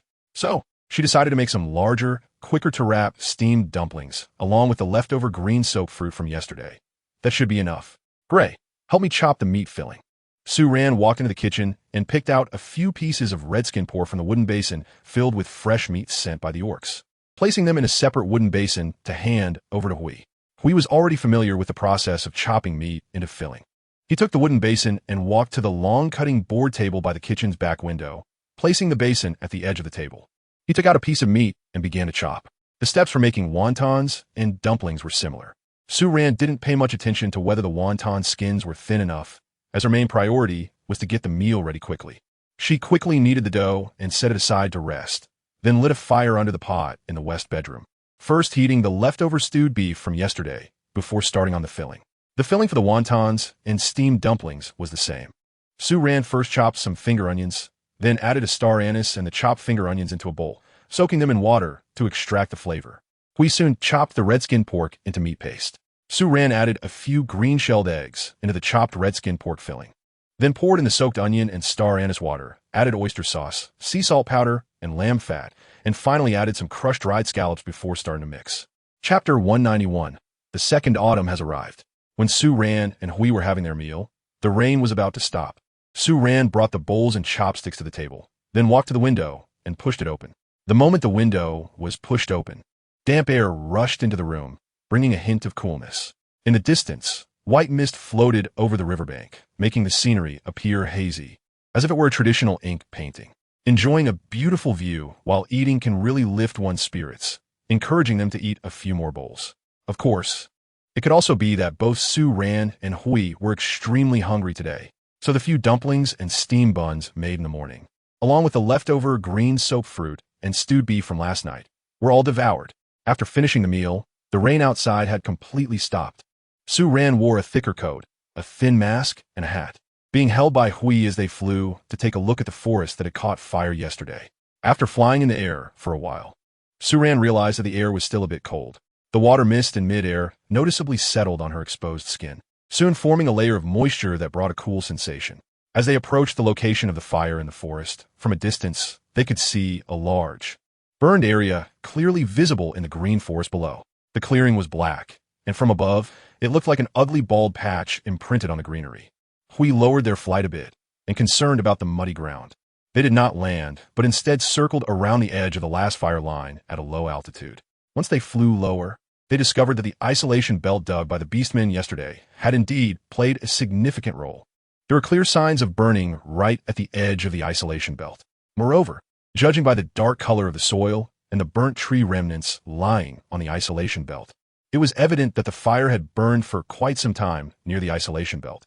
It just couldn't spread further because there was nothing left to burn. At this point, Sue Ran finally felt relieved. The fire was finally over. The day after the rain, the cloudy skies cleared, and the forest regained its sunny appearance. In the days that followed, the temperature continued to rise, and the scorching sunlight made everyone, including Sue Ran, start to go out less frequently. Sue Ran still had to get up every morning to draw water from the well before the weather got hot to water the vegetables in the garden behind the house. Because it was too hot and the garden was exposed without any trees for shade, if she didn't water the vegetables every day, they would dehydrate and wither at a visible speed, eventually being sun-dried to death. However, no matter how hard it was to endure, time would eventually pass. When this batch of vegetables in the garden was ripe, the second autumn in this world arrived for Sue Ran. Facing the winter storage season for the second time, Sue Ran was no longer as flustered as she had been last year. She first harvested all the vegetables from the garden and spread them out in front of the house to dry into vegetable strips. The empty space in front of the house had already been paved with thick stone slabs by Sue Ran. Even the space on both sides of the house leading to the garden had a layer of large gravel laid down, making the gray and white stones appear clean and tidy at first glance. The dried vegetables were carefully strung together with wool yarn and hung from the roof of the storage room. With these dried vegetables, there would be no need to dry the new vegetables she would plant later. These would be enough for her and Gray. After finishing the harvest of this batch of vegetables, Sue Ran immediately sowed a new batch of seeds. In the second month after autumn began, the weather would quickly turn cooler and the growth rate of plants would slow down, so Sue Ran wasn't sure if she could sow again after this batch. Therefore, When she scattered these seeds, she planted a little more than in previous sowings. After arranging the garden behind the house, she immediately needed to start storing blue worms. The blue worms were about to go out of season, but they were large now, and she could pick a lot at once. Moreover, the blue worm meat that the beastmen had given Sue Ran when building the house, which she had dried and preserved, had not been eaten much, so there was still a lot left at home. Therefore, this autumn, when Sue Ran and Gray collected blue worms, they were a bit casual about it. For example, they didn't pick the too small ones, the ones that were too light in color, or those that were oddly shaped. However, for Sue Ran, the main reason for going to the seaside was not just to collect blue worms, but mainly to make sea salt and pick oysters to make oyster sauce. The remaining sea salt at home was actually enough for her to last until the end of winter. But if she wanted to wait a while to make pickles and cured meat, it would be a bit insufficient. However, since she didn't plan to make many pickled products this year, even if she needed to make salt, she wouldn't need to boil too much. One night, the blue star hanging in the sky suddenly disappeared again, and at the same time, the blue worms on the beach also vanished from the shore. The feeling of autumn began to become more and more apparent, and Gray started to catch new live animals to bring back to the small animal house at home. Now, the animals in the small animal house had added 4 half-grown 4-eared cattle, 10 white-headed sheep, 4 red pigs, and a dozen white wild chickens. This time, Sue Ran didn't let Gray catch any more redbirds because that one bird was too small after raising it for so long. It wouldn't be enough to fill the gaps when it was time to eat, in the room where the large animals lived.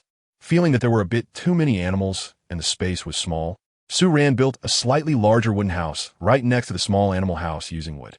Although the walls of the wooden house were made of wood, they were very thick, so even in winter, they could block out the raging winds outside.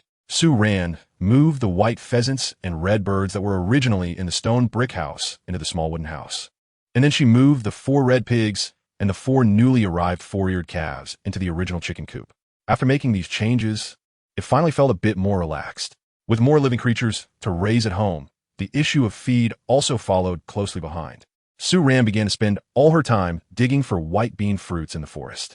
This was not only food for the animals at home, but also the provisions for her and Gray during the winter. During the day, she would dig up the white bean fruits along with the grass and bring them home, laying them out to dry in an open space. In the evenings, when she had some free time, she would sit with Gray under the rain shelter, picking the white bean fruits while relaxing under the moonlight after a busy day.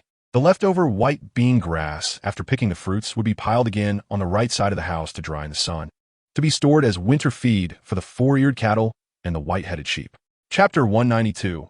Wintertime doesn't tea suddenly stretch, so there is no problem. The colors in the forest gradually change from lush green to golden yellow, and finally to a faint lead gray. Autumn was always a bit busier than spring and summer. Sue Ran is stockpiling food for herself and Hui, as well as food for the small animals at home. The storage room is already filled with more than 20 large leather bags, packed to the brim. Inside are ground soapberries, along with the white bean fruits that Sue Ran and Hui picked one by one. These white bean fruits are not only Sue Ran and Huey's food for the winter, but also food for the white wild chickens at home. The more than 20 leather bags are piled against the innermost wall of the storage room, taking up 1/3 of the space. This year, Sue Ran did not use wooden baskets or barrels to store food. Instead, she switched entirely to leather bags, saving a lot of space in the room. The weather has completely turned cold, and all the leaves in the forest have fallen. The orcs have begun to intensify their hunting efforts, storing prey for the winter. When Sue Ran and Hui were hunting for prey, they did not forget to collect seafood from the beach to freeze. Most of the time during this trip, it was Hui who hunted in the nearby forest by the sea, while Sue Ran wore thick clothes to search for seafood in the crevices of the rocks on the beach. After Hui hunted some prey, he would first place it in the rain shelter by the beach. Once the time was right, he would take Sue Ran back home before making several trips to the beach to transport the hunted prey. After they had stored enough food for the year, Sue Ran made a few new pairs of thick cotton shoes, hats, and gloves for winter. When the New Year's cotton fruit ripened, Sue Ran picked it but found that the clothes and quilt she needed had already been made last year and could still be worn this year.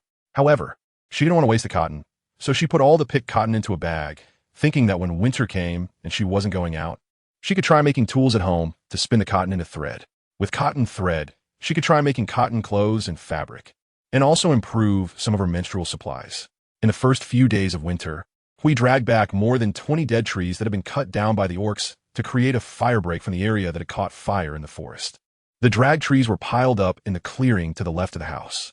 In the following days, Sue ran, and Hui selected 2 dead trees that looked a bit drier, and using a saw and claws, they slowly cut the trunks and branches into logs, dividing them into several pieces, then using an axe to chop them into firewood, which they piled under the shelter on the left side of the house. Just from these 2 trees, the firewood shelter was already filled.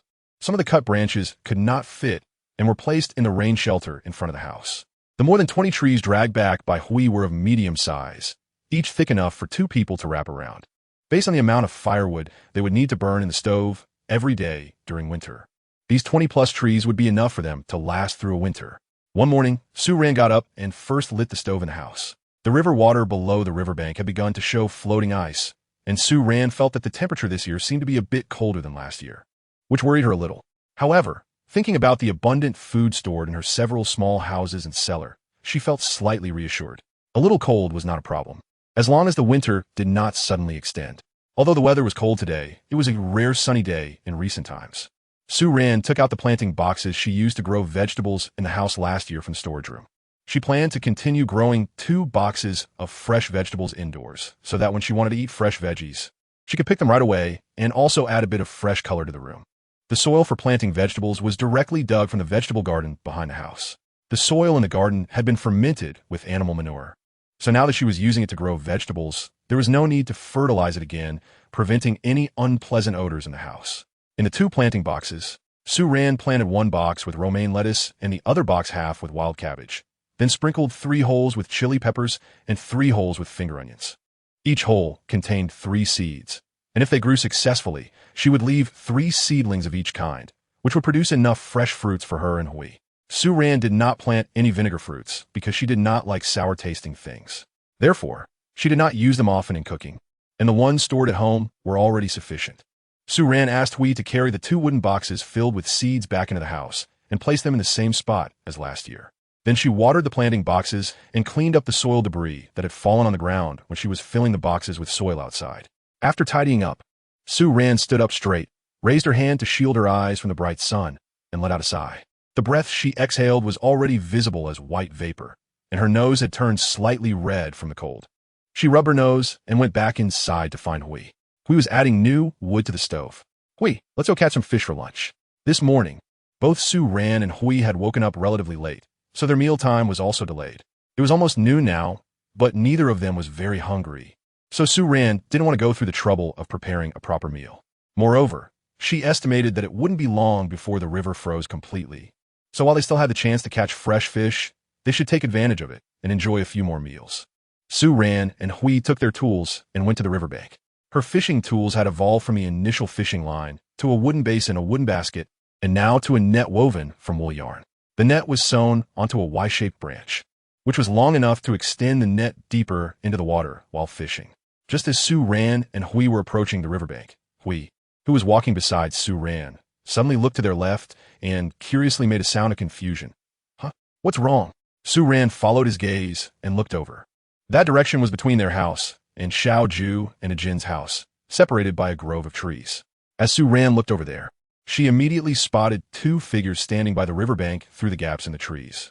It was Xiao Ju and Ajin. Ajin was also fishing. Look over there, she said softly. Those 2 were indeed fishing.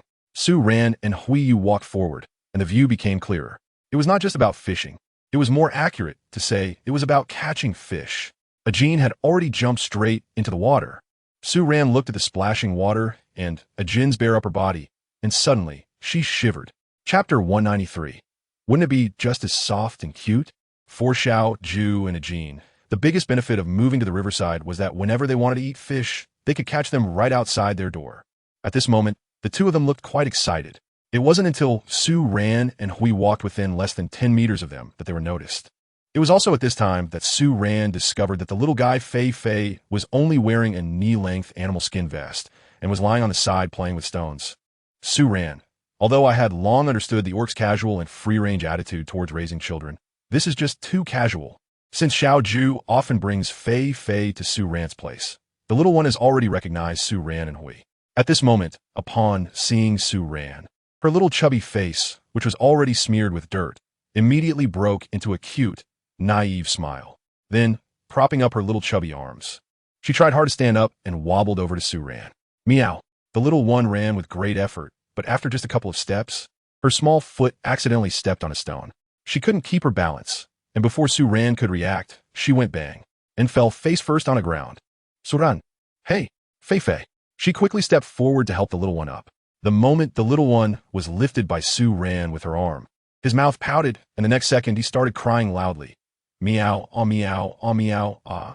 However, when Su Ran turned her head, she saw those two unreliable parents who didn't even glance this way. Xiao Ju was even holding two large blue fish, trying to stuff them into the backpack that Su Ran had brought over. In the end, for lunch, Xiao Ju and Ajin ate at Su Ran and Huey's house. The main dish for lunch was grilled fish, and since the weather was cold, Su Ran also made a fish soup. In addition, she heated up a few sausages. The sausages were made a few days ago and had been hung up in the small cabin after being cooked. Now, since the things were placed outside, they could already freeze, but the temperature hadn't dropped too low yet, so they weren't frozen solid. Also, because the weather hadn't gotten extremely cold yet, the beastmen sometimes still went out to hunt.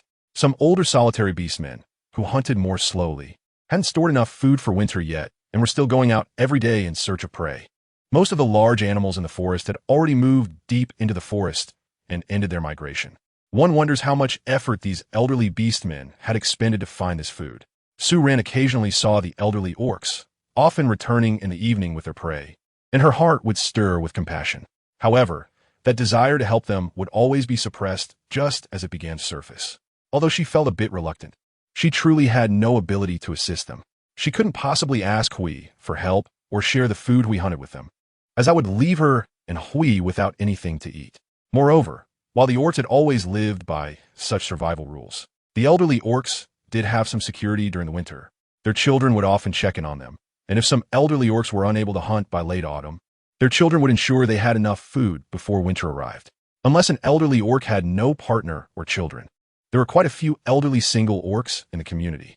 Some had never encountered a suitable partner throughout their lives and thus remained unwed.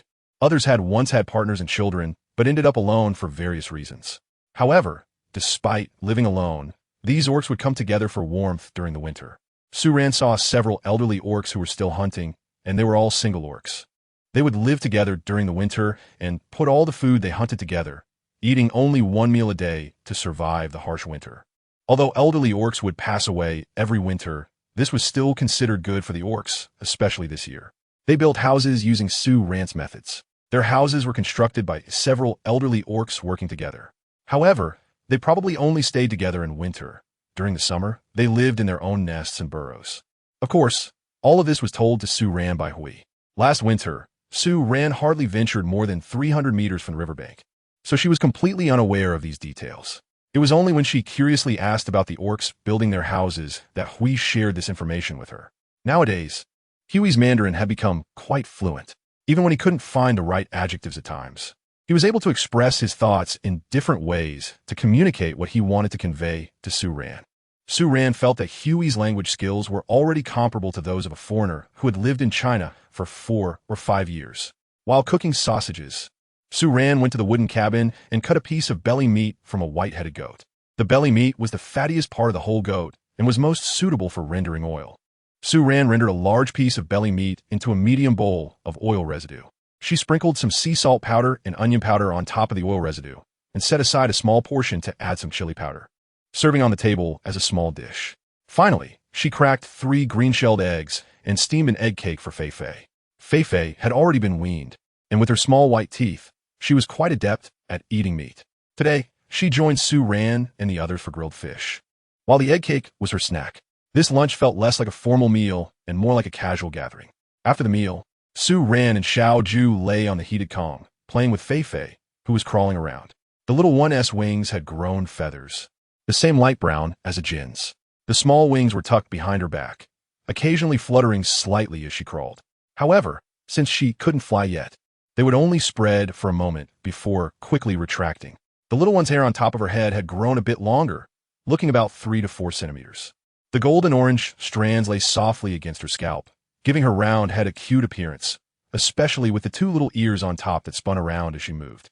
Su Ran, who had no resistance to fluffiness, adored her even more.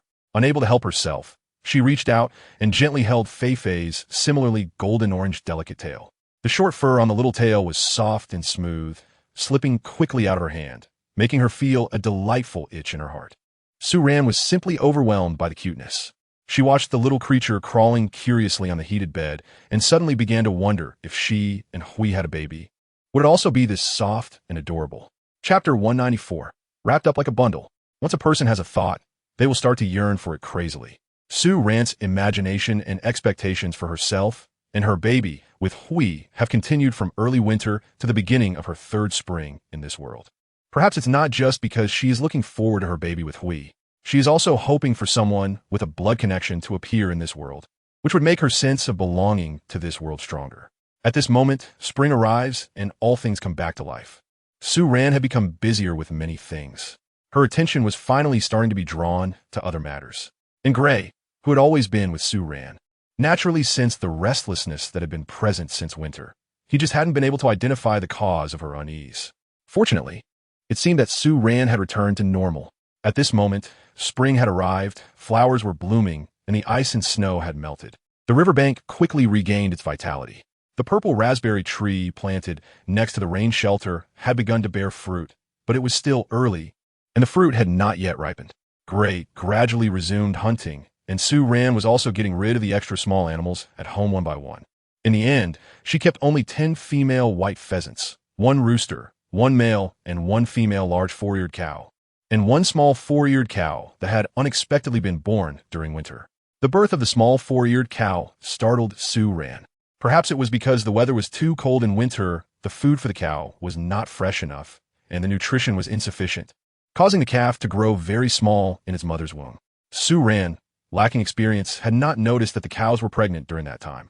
So that day, when she went to feed the 2 cows and a few white-headed sheep living with them hay, she was shocked when she opened the door to see the chaotic scene inside. When she saw the little calf, still kneeling on the ground and soaking wet, she was dazed for a couple of seconds. Gray, who had come in with 2 buckets of warm water to feed the small animals, appeared completely unfazed when he saw the little 4-eared cow and gently said to Su-ran, "Ran, the 4-eared cow has a baby." "You knew the 4-eared cow was having a baby already?" Su-ran placed the hay into the feeding trough. Looking at the water, she put in front of the 4-eared cow that had just given birth. She knew that it had been a long time, and its belly had grown big. Su-ran, how did she not notice? Although the little 4-eared cow came unexpectedly, Su-ran was still very happy. Moreover, it was born in winter, which allowed Su-ran to enjoy milk during this season. Not only milk, but Su-ran also brewed milk tea with this year's freshly dried wild cabbage flower tea and dried peach fruit. The rich milky aroma had no trace of any fishy smell, only a slight sweetness mixed with the unique fragrance of dried peach and the floral scent of wild cabbage flowers. Su-ran felt that her homemade milk tea was not inferior to that from the tea shops on Earth, and she even thought that because of the special flavor of the peach fruit, her version surpassed those from the tea shops. It was simply extraordinary. If the wild cabbage flower tea was the first beverage she made in this world, then this milk tea with added peach fruit and wild cabbage flower could definitely be considered the first processed and mixed drink born on this continent. Gray loved this milk tea even more than Su-ran did. If it weren't for the concern that there wouldn't be enough milk from the 4-eared cow, he could almost drink a large bucket of milk tea made with milk every day. Starting this spring, Su-ran decided to officially try long-term animal husbandry. The reason was that she wanted to begin domesticating these animals. For example, the white wild chickens. Although Su-ran had clipped the feathers from their wings, these creatures were still full of wildness, always wanting to escape. Not only that, but during feeding, they would sometimes exhibit aggressive pecking behaviors, although they didn't cause much harm. As their numbers increased over time, they became quite bothersome. If the wild chickens she caught could hatch chicks, and after 1 or 2 generations of breeding, they could be domesticated, Su-ran would at least not have to keep such a close eye on them. Every time she went to collect eggs, she wouldn't have to put on a long coat in advance to protect herself from the wild chicken's sharp beaks. As for the larger 4-legged animals, Su-ran had no plans to raise more for now. She intended to start with a pair of each, the 4-eared cow, the white-headed sheep, and the red-skinned pig.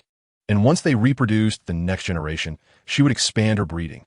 With the arrival of spring, the frozen ground began to thaw, and stepping on the ground, she could easily feel the softness beneath her feet, a stark contrast to the hardness of winter.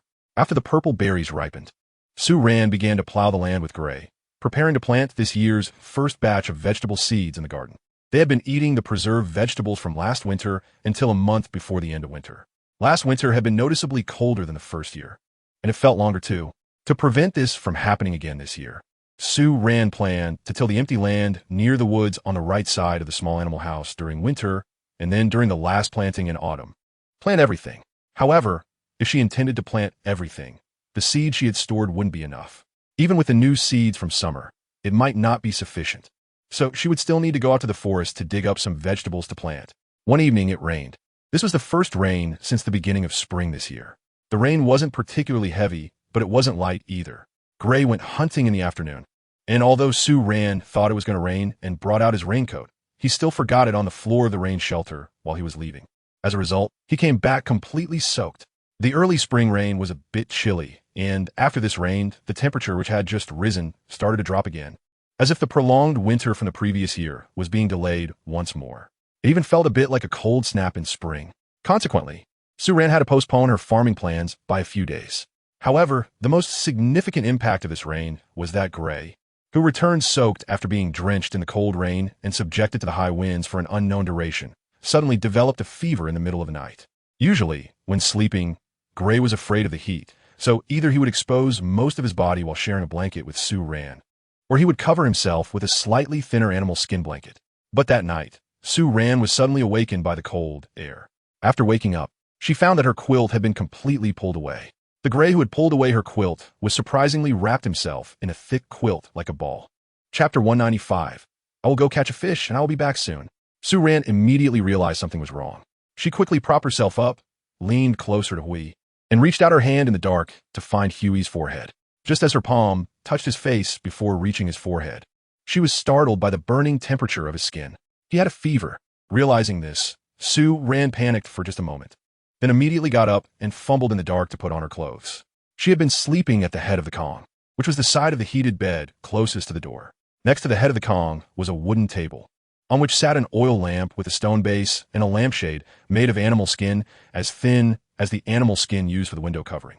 Sue Rand had come up with the idea for this stone base and lampshade during the winter. Sue Rand touched the oil lamp, removed the cover, and used flint to light the lamp. Then she took the lamp to look at Huey.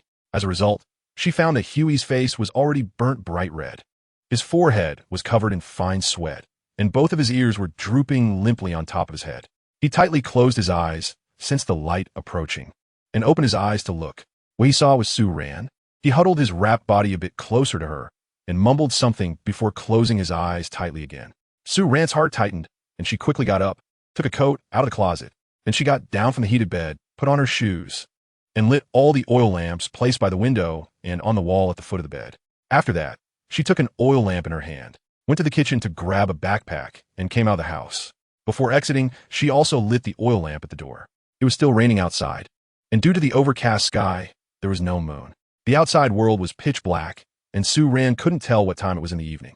The darkness outside frightened her for a moment, but soon her concern for the ashes overcame her fear.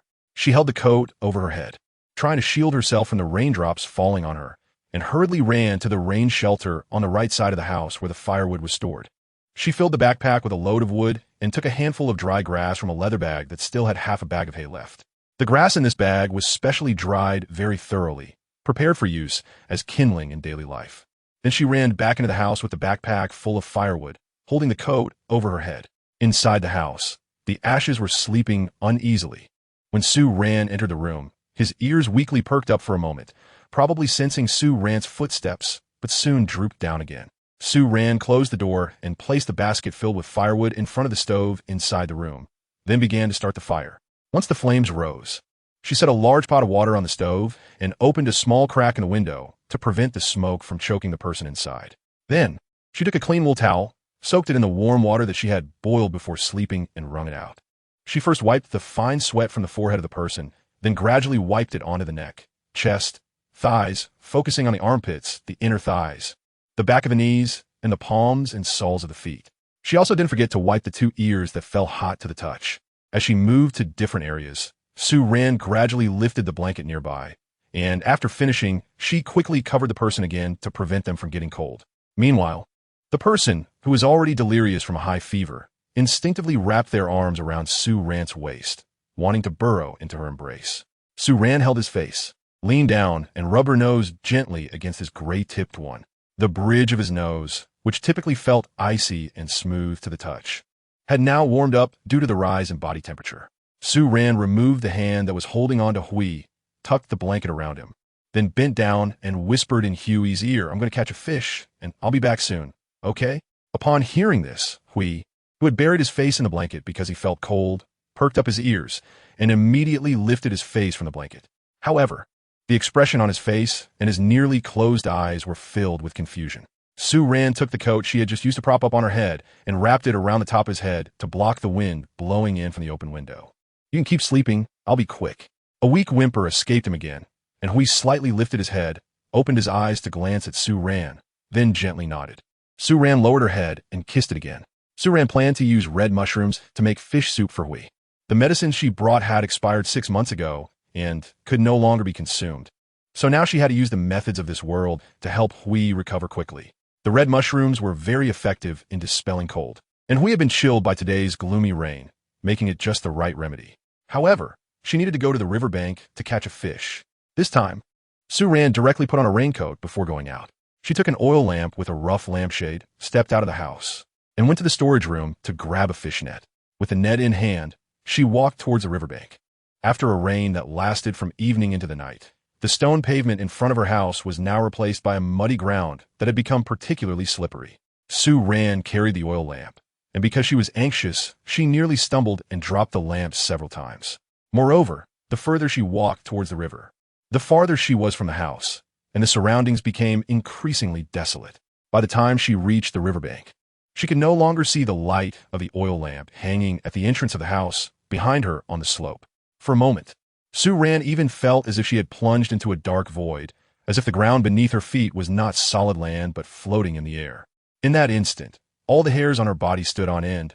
Her heartbeat was so loud it caused a ringing in her ears, and she felt as though her heart was lodged in her chest. The fear of the night caused Su Ran to momentarily freeze, and she took a deep breath, slowly exhaling, and after that, she jumped twice on the ground. The feeling of her feet firmly planted on the earth helped to calm her inner turmoil. She bent down and placed the oil lamp by the riverbank, its glow casting a small circle of light around her. Then, she took the rod for the fish net and carefully looked into the water. At night, if there was light, the nearby fish would be drawn closer, making it not difficult to catch them. Su Ran didn't ask for much, just one was enough. Sure enough, she waited for no more than 2 minutes, and within the range of the light, a blue fish swam in, waving its tail. Su Ran was quick-witted and swiftly grabbed the net, trapping the big fish in one go. She quickly exerted force, flipped the net up, and then tossed the fish onto the shore. The night was deep, and amidst the sound of the fine rain, the fish could be heard flopping and struggling on the riverbank with a splash. Splash. Hello, my dear readers.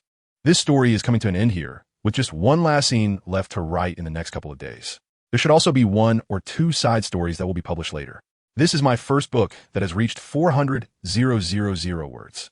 Although my writing isn't great, and there are many issues with the plot, I'm still very happy that I managed to keep writing it. Chapter 196, like a spoiled little child. When Su Ran returned to the house holding the fish, the water on the stove had just begun to boil. She quickly took off her raincoat, poured more than half a cup of hot water, and mixed in a bit of the leftover cool boiled water before bringing it to Gray. At that moment, there was another layer of fine sweat on Gray's forehead. Su Ran reached out and gently patted Gray's face. Having just come in from outside, her fingers were a bit cold, and the contrast against Gray's burning hot cheeks was particularly noticeable. "Hey, Gray, have a sip of water." Su Ran patted his shoulder wrapped in the blanket, holding a wooden cup in her other hand. As her words fell, 2 seconds later, the werewolf in the quilt moved slightly, struggling to lift his head and squinted his eyes open. Su Ran hurriedly brought the cup of water to his lips, gently supporting his gray head with one hand to help him. Gray's lips were already dry and wrinkled, and he seemed quite thirsty himself. After taking the first sip of water, he seemed to realize it and quickly gulped down more than half the cup. Then he shook his head, refusing to drink any more, instead burying his head into Su Ran's embrace. The sick werewolf became exceptionally clingy, appearing particularly weak and childlike. Su Ran reached out to tuck the blanket around him and patted his back twice. Then she got up, poured herself a cup of hot water, and gulped it down in one go. After finishing, she felt warmth spread through her body, inside and out, and finally let out a sigh of relief. She had just been outside catching fish, standing in the rain for quite a while. Although she was wearing a fur raincoat that kept her dry, she was still chilled to the bone from the wind, and was even shivering a bit now. Hui was already sick. She couldn't afford to fall ill too. After drinking the water, Su Ran squatted down to add firewood to the stove, then mixed the freshly boiled hot water with cold water to soak a towel, which she used to wipe down Huey's body. His temperature was still quite high, but after Su Ran finished wiping him, the frown on his face noticeably relaxed. Su Ran took a small wooden bowl and went to the small storage room behind the kitchen to fill it with half a bowl of dried red mushrooms. She then brought it into the room and poured some of the remaining hot water from a jar into it. After pouring, she filled the jar with water again. Then she took an oil lamp and went to the kitchen to handle the blue fish. She gutted the entire blue fish, cleaned it thoroughly, chopped it into several large pieces, and sliced 3 fingers worth of onions. At this point, the mushrooms soaked in hot water had expanded quite a bit. Su Ran picked and cleaned the mushrooms one by one and brought everything into the room. First, she took the bubbling water jar off the stove and set it aside, then placed a stone bowl on the stove to use as a pot. While the pot heated, she wrapped a cloth around her head to cover the ash and slightly covered her forehead, then walked to the window and pushed it open a little, about the width of a hand. At this moment, she added the sheep fat into the pot. After the pot was hot, she first added the sliced onions, quickly stir-frying them until fragrant, then removed the onions and added the chopped blue fish pieces, allowing the hot oil to lightly fry the pieces for a while.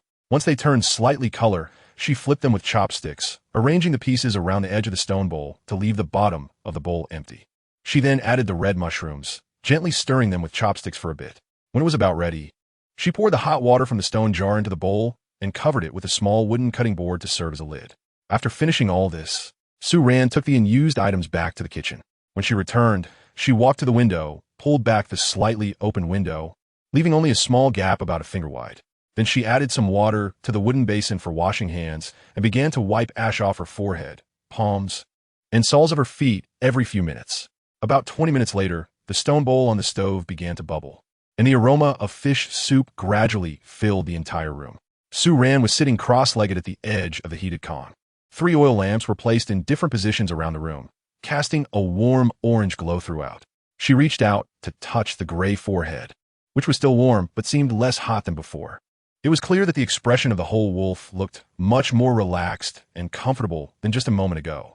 Su Ran got off the heated khan, took the cooled water from the wash basin outside to pour it out, and after returning, poured a little of the remaining hot water from the jar into the basin.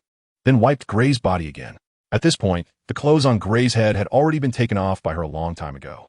Su Ran was wiping his body while glancing at Huey's ears, which were noticeably dry and upright. She felt a slight relief in her heart. After finishing wiping Huey's body, she put down the towel and prepared to check the fish soup on the stove. Just as she was about to move, Huey suddenly reached out from under the blanket and grabbed her wrist. Ran, he said, pulling Su Ran's hand and pressing his face against her palm. Woo. Su Ran paused her movement, looking down at the big gray wolf with its eyes tightly closed, yet still holding on to her, usually full of energy and strong. The wolf now appeared particularly fragile and soft, like a spoiled child. She reached out and touched the fluffy ears on its gray head, and as she did, the ears couldn't help but twitch continuously. However, compared to its damp and soft appearance from over 2 hours ago, it seemed much more spirited now. The gray wolf, half asleep, let out a low whimper from its throat, accompanied by a faint rumbling sound from its belly that came from under the blanket. Su Ran couldn't help but smile when she heard that. The fish soup was almost ready, and the entire room was filled with the rich aroma of blue fish soup, making Su Ran feel a bit hungry herself. Not to mention, Gray, who had been restless all night, was in need of something comforting. Gray, how about having some fish soup? The sick wolf had an especially childlike demeanor, and when Su Ran spoke to Gray, she unconsciously adopted a tone as if coaxing a child. She lifted her own bedding that was spread right next to Gray, placed a small table used for eating on the heated bed, right next to Gray's nest. At that moment, Gray, who was curled up in the blanket, stirred, lifted his head, and looked at Su Ran with half-closed eyes, letting out a soft whoa. Su Ran lowered her head and kissed his nose tip, then brushed against his cold lips. I'll go get a bowl for you to serve the soup. After saying that, she went to the kitchen to get a bowl, chopsticks, and a spoon, placing them on the small table. Then she removed the cutting board from the stone pot that was stewing fish soup on the stove, added a bit of sea salt powder to the fish soup, and gently stirred it with a wooden spoon. The fish soup in the stone pot had already turned milky white, and, as she stirred, the aroma became even richer. In the milky white soup, small red mushrooms had fully cooked and opened up, their tiny round, umbrella-shaped caps floating on top of the fish soup, looking particularly beautiful. Chapter 197. An existence she couldn't let go of. After adding salt to the soup, Su-Ran let the fish soup simmer on the stove for about a minute before using a large wooden spoon to scoop a full bowl of fish soup with red mushrooms into it and placed it on the table. At this time, Hui had already sat up from the bed. This silly wolf preferred to shiver with his bare upper body out of the bed rather than wrapping himself in the blanket. Su-Ran put down the wooden bowl that had just been filled with fish soup, then grabbed the gray blanket and draped it over him. "Don't take the blanket off, or you'll get hot again if the wind blows," she said as she wrapped him tightly in the blanket. Then she took off her shoes and climbed onto the heated bed. "Wait, I'll find you some clothes, put them on first." Su-Ran walked to the wardrobe, opened the door, and rummaged inside for a while. Finally, she found a gray top made of red pigskin. The animal hide used for the clothing still had the short red fur on it, with the fur facing inside the garment, soft and warm. "Gray, put this on first." After Su-Ran wrapped him up in the blanket again, he just sat there in a daze. Perhaps it was because Su-Ran's tone when she spoke earlier was a bit stern, he didn't dare to move at all. Su-Ran was amused by the expression on his face. She knelt down beside him with the clothes and reached out to tug at the blanket on him, saying, "Take off the blanket and put on your clothes." Ahu, with his large light brown tail, stretched out from under the blanket and swept across the cotton-covered heated bed. We took the clothes from Su-Ran's hand and put them on over his head. Without Su-Ran having to say anything, he picked up the steaming fish soup from the table and drank a large bowl in just a few gulps, finishing off the bowl full of red mushrooms inside. Su-Ran quickly served him another bowl, this time filled with several large pieces of fish meat. After serving Gray, Su-Ran also took a bowl for herself, which was similarly filled with half a bowl of red mushrooms. She was especially cautious about her health now, particularly since someone in the house was already sick. Just a moment ago, when she went out to catch fish, she was chilled by the cold air outside. Although she had warmed up now, her hands and feet still felt icy, so it was best to eat some red mushrooms to prevent anything. The fish soup she had just served was still a bit hot, so Su-Ran blew on the edge of the bowl and took a small sip. Immediately, she raised her eyebrows slightly. The soup had developed a gelatinous texture from simmering. It was smooth and thick in her mouth, with the fresh flavors of the fish and red mushrooms merging together, creating a delightful burst of flavor. After tasting a spoonful of the soup, Su-Ran scooped up 2 pieces of red mushroom with a small wooden spoon, blew on them, and then placed them in her mouth. After chewing a few times, she couldn't help but nod her head and let out a satisfied hum. The dried mushroom caps became smooth and tender after being simmered, while the mushroom stems, having lost water, soaked up plenty of fish soup. With one bite, the 2 flavors burst open in her mouth. Su-Ran quickly served the second bowl of soup to Hui Shang, and he finished it completely. After eating something, he looked much more energetic overall. After Su-Ran finished her bowl of soup, she broke into a slight sweat. After eating a large piece of fish, she found she couldn't eat anymore. So the remaining half basin of fish soup and fish meat, along with the red mushrooms, all went into Huey's stomach. After Hui finished the warm fish soup, he was sweating much more than Su-Ran. A layer of fine sweat covered his forehead and the tip of his nose. Su-Ran cleared the bowls and chopsticks off the table, then took the table down and set it aside. Half of the firewood in the stove had already burned away, and Su-Ran didn't plan to add more. There was still a little hot water left from earlier, so Su-Ran poured a cup for herself and for Gray, and rinsed her mouth with it.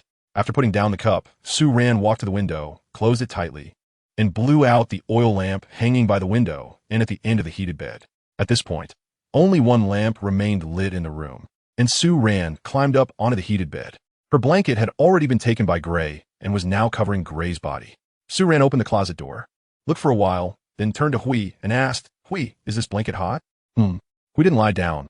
Instead, the blanket was draped over his legs as he looked at Su-Ran. Having probably slept for half the night, he wasn't sleepy anymore, and with a slight reduction in his fever, he felt much better. At this moment, he was quite energetic, his pair of green eyes shining brightly in the dim light. Particularly clear.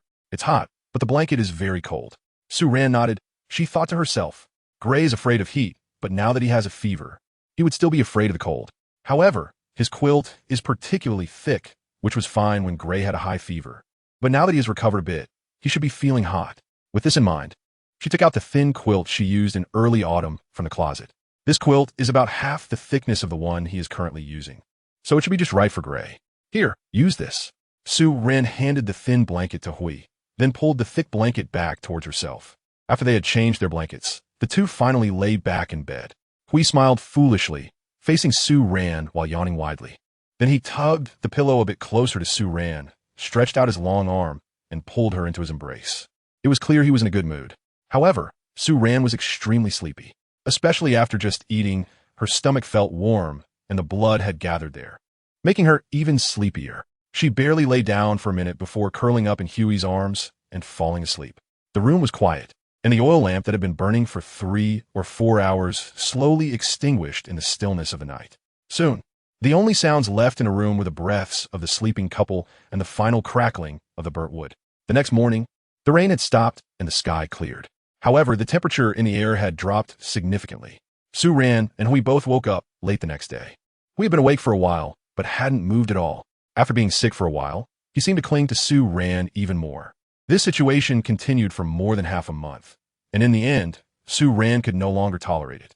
After throwing a tantrum and giving the clingy Hui a good scolding, things finally improved. The new season of spring gradually slipped away in such plain yet warm days. A complete cycle of 4 seasons on this continent is roughly equivalent to 2 years on Earth. Unknowingly, Su Ran had already been on this continent for over 3 years. She began to get more accustomed to life here, became more familiar with the characteristics of this continent, and grew to like the orcs she lived with, as well as the free and unrestricted life here. Of course, occasionally, she would think of the people and events from her past on Earth, as well as those emotions and memories she couldn't let go of. However, she understood that she would be living here for a long time. So she started learning to not be sad about the past, but just to cherish the memories. More importantly, there were already people on this continent that she couldn't let go of. Chapter 198. With such heavy rain, will there be flooding? In the 4th autumn that Su Ran spent on this continent, Yao Yao also became pregnant. Before winter arrived, she gave birth to a pair of dragon and phoenix twins. The 2 babies looked exactly alike, but their beast forms were different. Among the 2, the female inherited Yao Yao's beast form and was a female white fox. The male, on the other hand, was a male peacock beast. Besides Yao Yao and Qingyu, Su Ran was surprised to find that Xiao San and Ahua had somehow gotten together. The 2 young beastmen quickly moved in together. Meanwhile, the beastman community was gradually undergoing significant changes. The way beastmen lived was slowly transforming into stone houses like Su Ran's. Many beastman families began to raise animals year-round, and those with herbivorous beast forms started to cultivate land near their homes, learning to plant. However, they were still somewhat unsure about the methods of sowing, so most were still using transplanting techniques. In the bird's nest forest, the community's former living area gradually became empty as one bird's nest after another was removed. In contrast, the slope near the riverbank became increasingly lively. Su Ran and Huey's days were as plain as ever. But amidst the simplicity, there was an unspoken sense of connection between them, something that other orc couples did not possess. This sense of connection, to put it simply, could be described by a phrase: to support each other through thick and thin. In the first spring, after Yao Yao's baby was born, Su Ran and Hui once again turned over the garden behind their house and then scattered the seeds. After the first year of transplanting various fruit trees and cotton trees, Su Ran's plants have begun to bear fruit. The seeds she sowed have also grown into trees. Now, behind the vegetable garden and the small animal house, they stretch all the way to the empty land on the right, reaching close to the forest next to Xiaoju's house, lush and green, forming a dense area. In front of the small animal house, due to the increase in the number of animals being raised, she built another 3-room house in front of the original 3 rooms. This new house is slightly larger than the original small animal house. Each of the 3 rooms is twice the size of the original small animal house. After the house was completed, Su Ran moved all the small animals from her home into the new house. 2 of the original 3 small animal rooms were used to store animal feed, while the other room was used to store tools needed for organizing the vegetable garden, making it convenient to access them while tidying up the garden. The fruiting period of the purple berry is very short, taking less than 3 months from ripening to off-season. Next to the rain shelter in front of the house, there are not just the initially planted purple berry trees.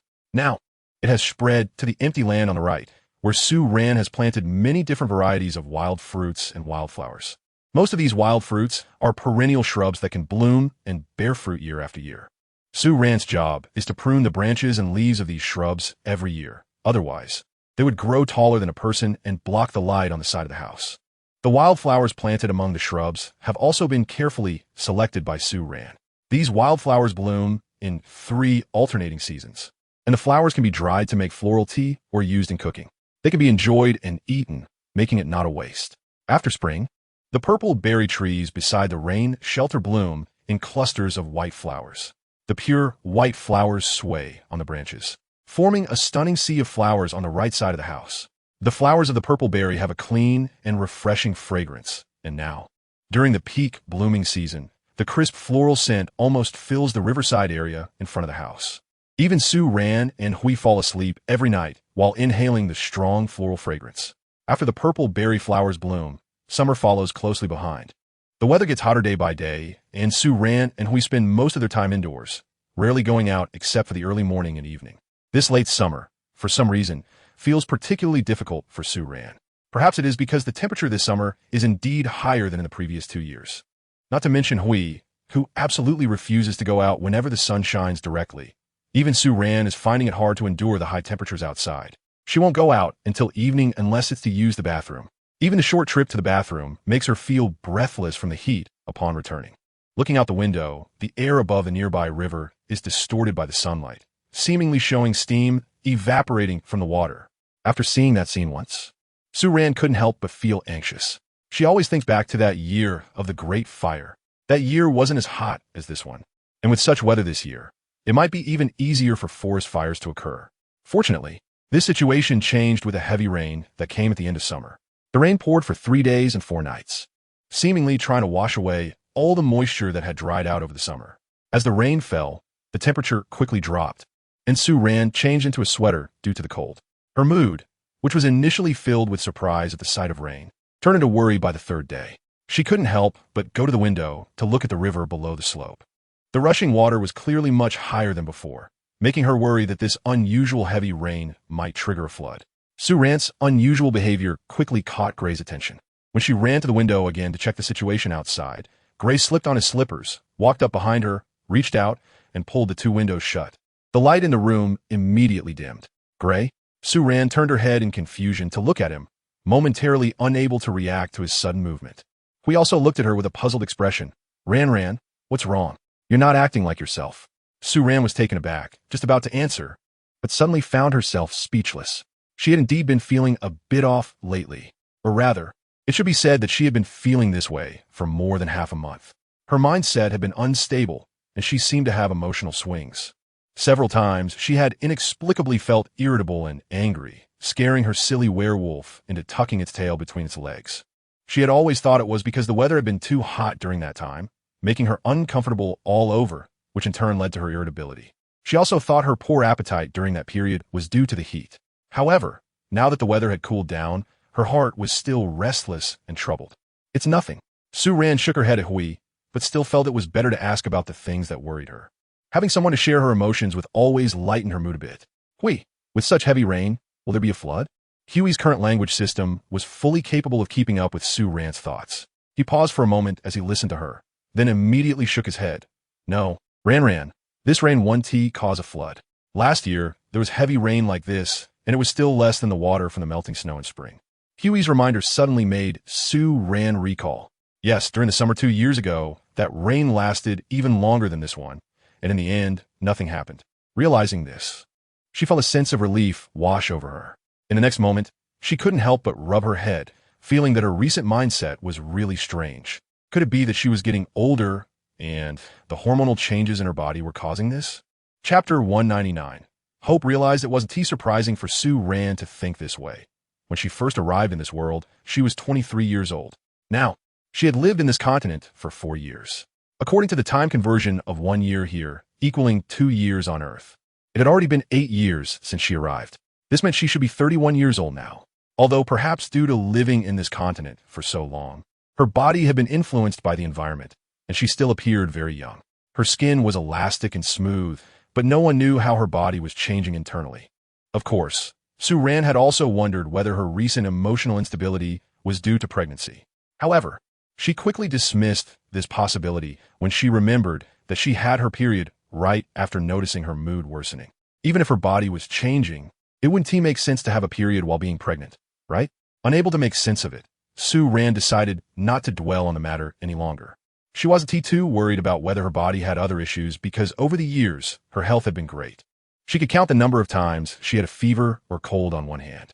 Moreover, she paid special attention to her health and would always put down her work to force herself to rest whenever she felt unwell.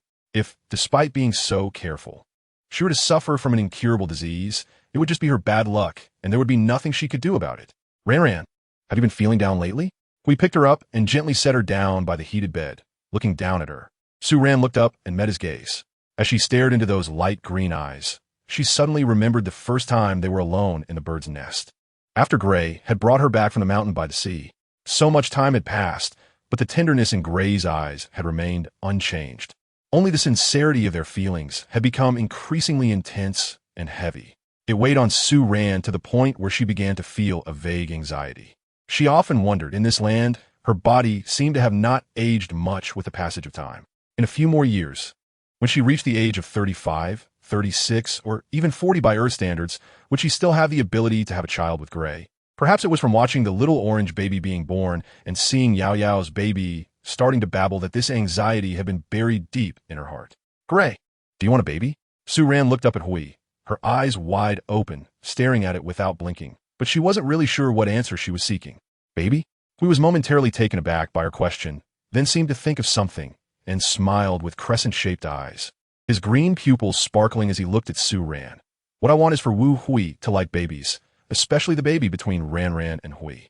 As he spoke, he leaned down and kissed Ran's forehead, then squatted down, gently placing his large hand on Ran's belly, as if there was already a precious little one inside. Being careful, watching Huey's actions made Ran's nose tingle, although she had always known Huey's anticipation regarding this matter. Actually hearing it from his lips made her feelings of sadness and helplessness multiply, because now, Ran was no longer sure if she and Hui could truly cross the boundaries of species and different worlds, breaking through the obstacles. Hui had once mentioned the natural rules of breeding the next generation of little beastmen among the different beast forms on the Beastman continent. Did that even apply to her? An outsider? Then what if in the future, Ran lifted the gray face, making it look at her? After a pause, she continued, Gray, but what if in the future, we don't have any babies at all? Huh? Why? Gray shook its ears, frowning, with its green eyes looking at Ran, revealing a hint of nervousness.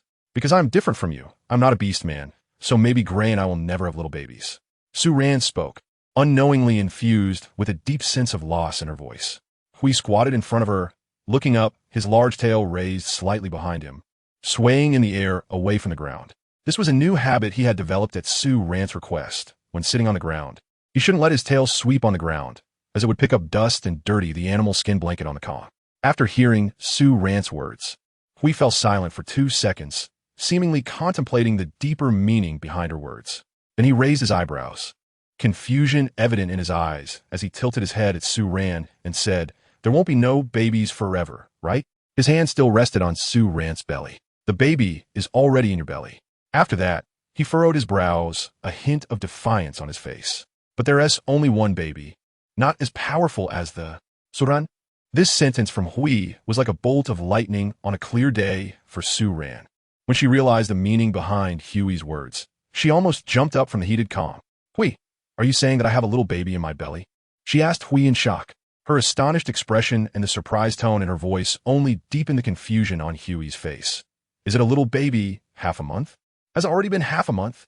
Ran was still a bit lost in thought, but her mind was automatically calculating the time. Half a month ago was during her last period, which had just ended a few days ago. Before that, her mood had not been great, so she had been ignoring those few occurrences. So Ran was shocked and then became puzzled. So you already knew I had a baby? She asked Gray, and Gray nodded. Yes, I smelled it about 6 or 7 days ago. Ran, then why didn't you tell me? However, unexpectedly when she asked this, Gray's expression became even stranger. Does Ran not know there's a baby? Can't Ran smell it? Ran, she could smell a ghost. She finally understood why Gray had been especially caring and cautious with her lately. Before, although she appreciated it, it still felt a bit strange. She always thought that Gray's reactions were a bit over the top, just because he saw her in a bad mood and wouldn't let her do anything. When she tried to do some work, he would pull her back, which seemed excessive. Now it seemed that it wasn't Gray overreacting, but that they had fundamentally different ways of thinking. After all, Gray had never thought that the partner he picked up not only had a poor sense of smell that couldn't detect the scents of other beastmen and animals, but also couldn't smell the special scent emitted when she was pregnant. Thinking of this, Sue Ran couldn't help but chuckle. She laughed at Gray's silly appearance and at her own naivety. But more than that, she laughed because the hope she and Gray had always held on had come true. From now on, in the beautiful forest and playful waters, there would be their family's silhouette. Chapter 200 Extra 1. Baby, for more months until you come out. Sue Ran found out she was pregnant at the end of summer. The timing of the baby's arrival was just right. Before Sue Ran's belly had grown significantly, the weather had gradually turned cooler. The sweltering heat faded away, and the crisp autumn air spared Sue Ran from having to endure the discomfort of a big belly in the sweltering heat, sweating profusely. Once Sue Ran confirmed that she was indeed pregnant, her body seemed to instinctively accept the news. The anxiety, emotional instability, and poor appetite she had experienced earlier were all physical reactions to her pregnancy. However, once she learned she was pregnant, all those symptoms vanished instantly. As soon as Gray realized that Sue Ran was pregnant, he no longer allowed her to do any heavy work. At that time, he thought Sue Ran still wanted to be active, so he didn't completely prevent her from doing household chores. He didn't expect that Sue Ran truly had no idea she was pregnant, which directly led Gray to question her ability to take care of herself. The most immediate result of this doubt was that he began to forbid Sue Ran from doing any household work at all. Even cooking was completely taken over by him. He only allowed Sue Ran to help gather firewood. Eventually, while Sue Ran was stuffing wood into the stove, she looked at Gray, who was flustered by the stone pot at the stove, and felt that their roles had somehow reversed. It wasn't just a reversal of roles. Gray had taken on both of their responsibilities. He completely assumed all the chores Sue Ran used to do at home. Even when it came time to prepare for winter storage, he showed no intention of asking Sue Ran for help. When Sue Ran wanted to sit by the sea to shell the seafood she had collected, she was not allowed to do so.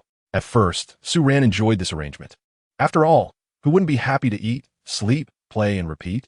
However, this happiness didn't last long. Soon, she began to feel bored. In a world without phones, internet, or television, simply eating and sleeping would quickly lead to a sense of restlessness. Sue Ran started wanting to find something to do. The main reason was that watching Hui busying himself inside and outside the house, tending to the vegetable garden, drying food on the long table, and still having to go out hunting and gathering other food, Sue Ran felt really sorry for him. So finally, after her repeated protests, she managed to take back the tasks of feeding the small animals and cooking.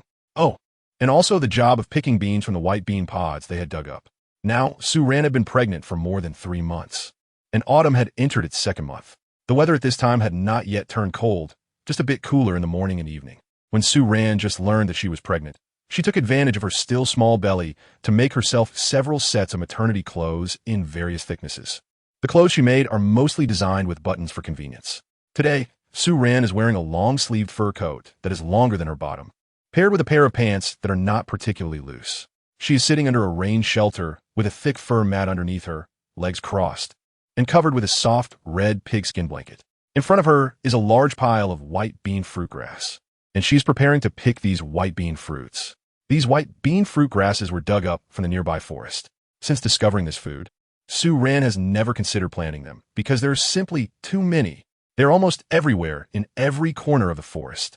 Even in the nearby area where the community resides, over the past few years, the beastmen have begun to collect and store white bean fruits in large quantities every autumn. Every place that has been dug for white bean fruits by the beastmen leaves behind a patch of land that is turned over and completely clean. However, no matter how clean the ground in this forest is turned over, the white bean fruits will come back in large numbers the following year. Sue Ran even suspected that the roots of these white bean fruits might spread underground like bamboo, or perhaps they were similar to mushrooms, actually a type of fungus that could proliferate in the soil and grow as long as the temperature was right. At this moment, Hui was not at home. He had gone to the seaside to collect seafood. The seafood he collected needed to be dried in the sun while it was still abundant. Some of it would be stored for winter, while another portion would be ground into powder along with dried kelp, to be used as a seasoning to enhance the flavor when cooking. The time was just a little past 2 in the afternoon, and the sunlight was just right. The leaves of the purple berry bush next to the rain shelter had turned a light red, with several clusters of vibrant deep pink wildflowers blooming among them. These wildflowers had large blossoms and a strong fragrance. The petals were layered, reminiscent of peony flowers. But the flowers were even larger than the biggest peonies Sue Ran had ever seen. When they bloomed, the open buds would release a heavy floral scent that increased exponentially. The fragrance was so powerful that just passing by the flowers would leave the scent lingering on one's clothes, even better than the effect of perfume. Hui had brought this flower back because he thought Sue Ran would like its fragrance after discovering it. However, after he transplanted the flower, Sue Ran quickly discovered another use for it. The petals of this flower had a subtle sweetness and were edible. Because the petals had a certain thickness, they had a pleasant texture when bitten into, and they were also juicy. In addition to the sweetness, the petals carried a rich floral aroma. Sue Ran likes to mix flower petals with onions and seafood, adding a bit of vinegar for a sour and spicy flavor. However, recently the weather has turned cooler, and the seafood is cold too, so she's a bit hesitant to eat it this way. Instead, she often wraps the flower petals in egg batter and fries them. After frying, the petals are coated in a golden and crispy egg layer, which even her gray cat enjoys. Due to the special fragrance of these flowers, Sue Ran later named them Qianli Xiang, thousand-mile fragrance. At this moment, she is surrounded by the scent of Qianli Xiang. In a small willow basket beside her, there is a basket of fried golden flower petals, which Sue Ran now treats as a substitute for chips. Especially after sprinkling a bit of salt and chili powder on top, the flavor elevates even more. Sue Ran stuffed a piece of fried flower petal into her mouth, and the fragrance of the petals burst open in her mouth, filling her nostrils with a strong floral scent. She felt very happy and swayed her body. Then she stretched out her legs, sitting cross-legged, and stretched her body lazily, her gaze turning towards the river not far away. The river flowed quietly, just like when she first saw it. She placed her hands on the floor and slowly stood up. The white bean fruits that Gray had brought over before leaving were almost all picked. There were still some particularly small ones, which she decided not to keep, leaving them as extra food for the small animals. After picking the white bean fruits, Sue Ran did not move. That large pile of grass had to wait for Gray to come back to move it to the small animals' room. Gray did not allow Sue Ran to do any of this moving, but in truth, Sue Ran herself was also afraid to do so. Now her belly had already bulged a bit, and these actions of squatting, standing up, bending down, and reaching out were really easy to strain herself. She wondered if there were any doctors around, as she did not want to complicate matters at this special time. However, she needed to fetch some new white bean grass to continue picking the white bean fruits. The newly picked white bean fruits were piled on the right side of the house, where the small animals' food was originally stored. The location was not far from the rain shelter, so making 2 trips to bring the already dried white bean grass to the shelter was manageable for Sue Ran. Sue Ran filled 3 baskets tightly with white bean fruits and carried them one by one to the rain shelter, sitting down to continue picking fruits. By the time she finished picking the 3 baskets of white bean fruits, another hour had passed. Around 3 in the afternoon, the sunlight weakened, and the temperature slightly cooled down.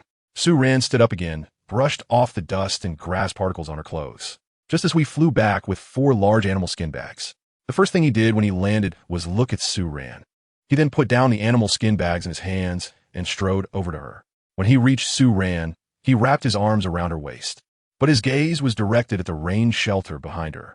Upon seeing the extra pile of white bean grass that was clearly not brought by him, he frowned slightly, flicked his tail, and looked down at Sue Ran. Ran, are you tired? Not all. Sue Ran shook her head, reached up to pluck a leaf from above his head, and then asked him, are you hungry? There are fried snacks. Do you want some? Yes, I want some. Hui nodded, smiling and revealing 2 little sharp teeth, looking at Sue Ran and waiting for her to act. Sue Ran smiled at his expression, turned around, and picked up the small basket on the ground under the awning. Hui had already walked to the edge of the awning, his gaze following Sue Ran's movements. Sue Ran took a piece of fried flower petal from the basket and held it up to Huey's mouth. Hui opened his mouth and bit down, making a crunching sound. After chewing a couple of times, his eyes brightened, delicious and spicy. After more than 4 years of eating spicy food with Sue Ran, Huey's tolerance for spice had significantly improved. After saying that, he took another fried petal from the basket and put it in his mouth, then turned to Sue Ran and said, I'll go pour out the seafood. With that, he walked over to the long table where the dried goods were laid out. These 3 long tables had been made for 3 or 4 years, and after years of exposure to wind and rain, they showed signs of erosion. At this moment, we placed the bag containing the seafood on the ground beside him, picked it up one by one, and poured the seafood out onto the long table. He had already washed the seafood with seawater before bringing it back, so there was no need to wash it again with river water. It could be directly dried. After pouring out the seafood, we took a small wooden spatula and began to push the seafood spread across the 2 long tables, flattening it out. Once he finished, he walked back to where Sue Ran was standing in front of the rain shelter, bent down to grab some fried petals from the basket, and one by one, held them out in front of her.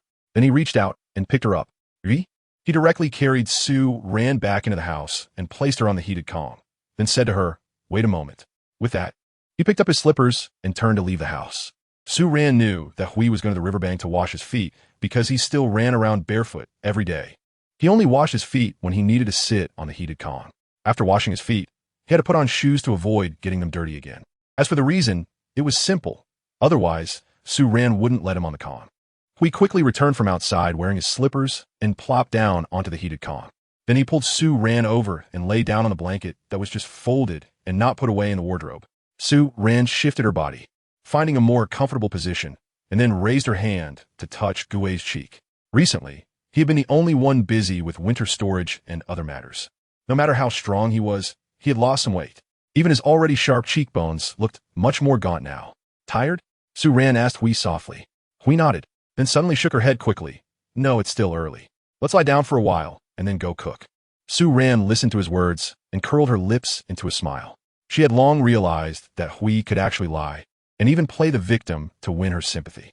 Moreover, sometimes this guy could be a bit scheming. However, she didn't mind his little thoughts. They were like a seasoning for their ordinary life, even making her feel that Hui was cuter. It also made her feel that the human-like traits in Hui were more vibrant. All right, then today Hui won't go hunting. Let's eat fish. And that little 4-eared cow. Let's kill it and eat it today. Sue Ran shifted her body downwards and lay flat. This way, she felt a bit more comfortable. The little 4-eared cow that Sue Ran mentioned is a calf born half a year ago from a 4-eared cow in her family. However, it seems that it didn't develop well in the mother's womb, and this little 4-eared cow was born with a limp. Sue Ran originally thought that even if it had a limp, it would still be able to eat meat as long as the other parts were normal. However, up until 3 months ago, this little 4-eared cow had stopped growing altogether. After Sue Ran discovered this, she observed the calf for a month and found that it indeed wasn't growing anymore. She then started planning when to deal with it, as we didn't want to go out hunting. Today is just right. Good, I want to eat beef noodles. Okay, then I'll make noodles soon. Sue Ran finished speaking, and Hui moved his body slightly. He took the pillow that was pressed against the quilt and placed it under his head, then rested Sue Ran's head on his arm while pulling her waist closer to him. Afterwards, Huey's warm palm rested on Sue Ran's slightly protruding belly, gently rubbing it up and down a couple of times. Sue Ran remembered having seen somewhere that pregnant women's bellies shouldn't be rubbed, as it could cause the umbilical cord to wrap around the baby's neck. So when Hui did this for the first time, she quickly stopped him. Hui had kept this in mind ever since. Ran, the baby will be out in 4 months. Sue Ran looked down at Huey's large hand covering her belly and smiled.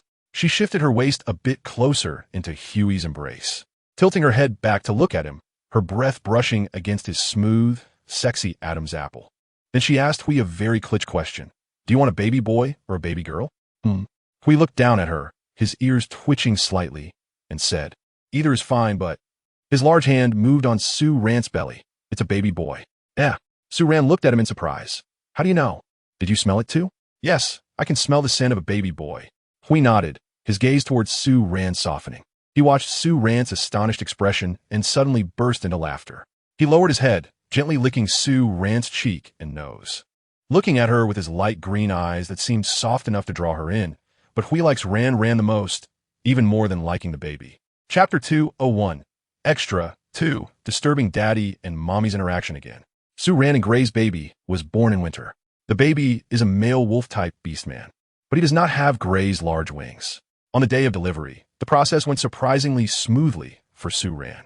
Perhaps it was because her physical strength had increased after years of hard work, and her body had indeed developed a bit more. Although giving birth was painful for Sue Ran, it wasn't as prolonged as she had imagined. She had also prepared the necessary items for childbirth 2 months before her calculated due date. She specifically made 2 clean quilts from the cotton harvested this year, one for use during delivery and the other to change into afterward. Both quilts were made from cotton and fabric woven from cotton threads, rather than using animal skins. 3 or 4 years ago, Sue Ran decided to make cotton thread and crafted a spindle out of wood herself.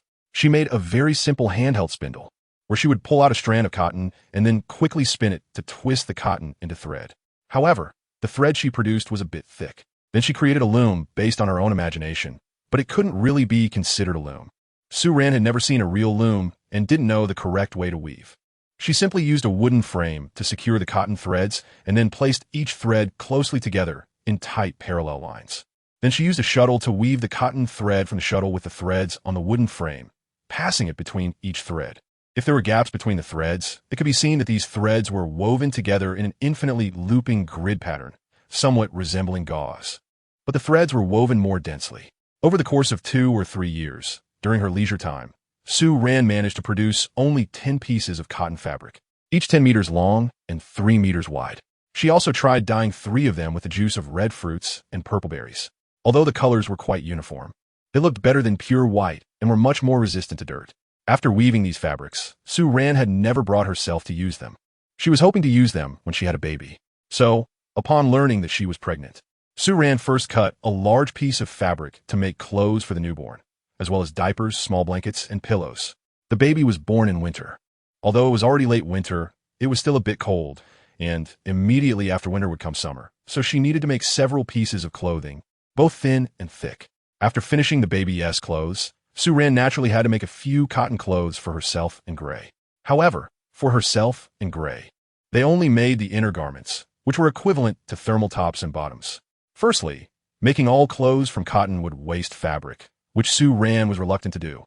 Secondly, even if they made cotton outerwear, it wouldn't be as warm as fur clothing.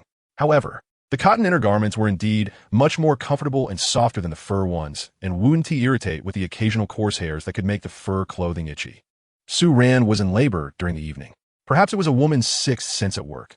Although Sue-Ran wasn't sure how long the gestation period for works was, she had a vague feeling that it should be around those days. At that time, he had long stopped her from touching any household matters. He only allowed her to slowly stroll around the yard when she was bored, and she wasn't even permitted to go to the riverbank anymore. That day, she had just finished dinner, and Hui had just served the meal on the table. Sue-Ran got up and walked out of the house, preparing to go to the bathroom. However, when she reached the small path on the right side of the house leading to the back, she suddenly realized something was wrong. She wasn't just going to the bathroom. She was about to give birth. A flurry of chaos ensued. In this world, the hardest part of giving birth for Sue-Ran was that besides Hui, there were no other beastmen around to help her. She could only rely on herself and Hui. When she realized she was going into labor, she had already rehearsed countless times in her mind what she would face since finding out she was pregnant. Although Sue-Ran was nervous, she didn't panic too much. She called out to Hui outside, and he appeared before her in the blink of an eye. Once Hui carried her back into the house, she first had him lay a thick bee skin blanket over the original felt blanket on the firebed.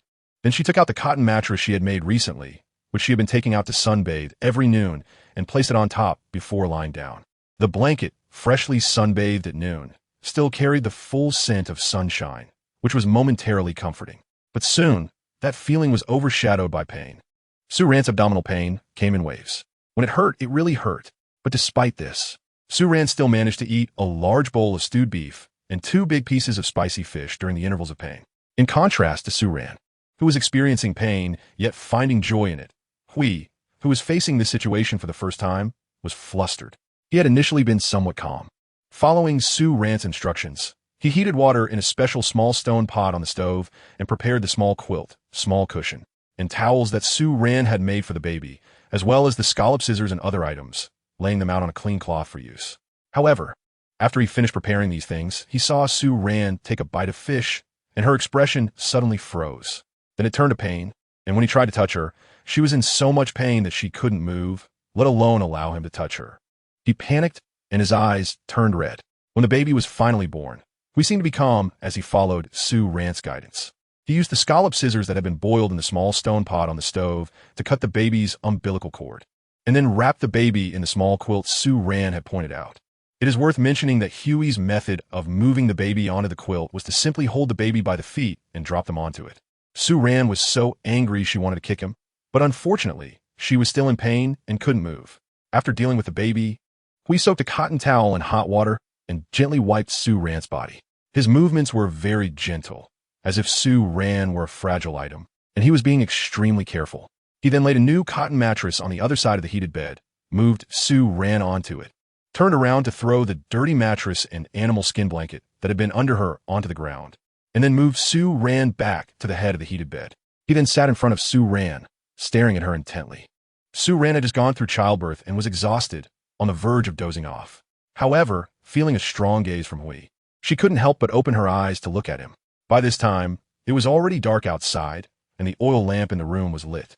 In the flickering light, Huey's sharply defined facial features softened considerably. His deep green eyes, even under the light, were still bloodshot. When he saw Su Ran looking over, he even raised his arm to wipe away the tears from his eyes. Su Ran was taken aback, realizing Gray's thoughts. Amidst her amusement, there was more warmth in her heart. She stretched out the hand closest to Gray from under the blanket and tugged at the animal skin pants he was wearing. Feeling Su Ran's movement, Gray paused his actions and immediately leaned down to get closer. Ran, does it hurt? His voice was a bit hoarse, and the remnants of tears in his eyes sparkled under the light. Su Ran looked at him with her moist eyes and smiled. I want a kiss. Hui was taken aback, not expecting Su Ran to say that. But he didn't say anything. Instead, he lowered his head and pressed his lips heavily against Su Ran's somewhat pale ones. In the midst of rapid breathing, Su Ran felt dazed. In fact, at that moment, she was also a bit scared. There was a wave of pain, and she really thought she was going to leave this world. After a while, Hui reluctantly followed Su Ran's request and moved their already quiet baby, who had fallen asleep, into Su Ran's arms. Then he laid down beside her, stretching out his long arms to embrace both Su Ran and the baby. Outside, the cold wind whistled, but inside the house, the family slept soundly and peacefully. A year later, at the end of spring, everything was growing.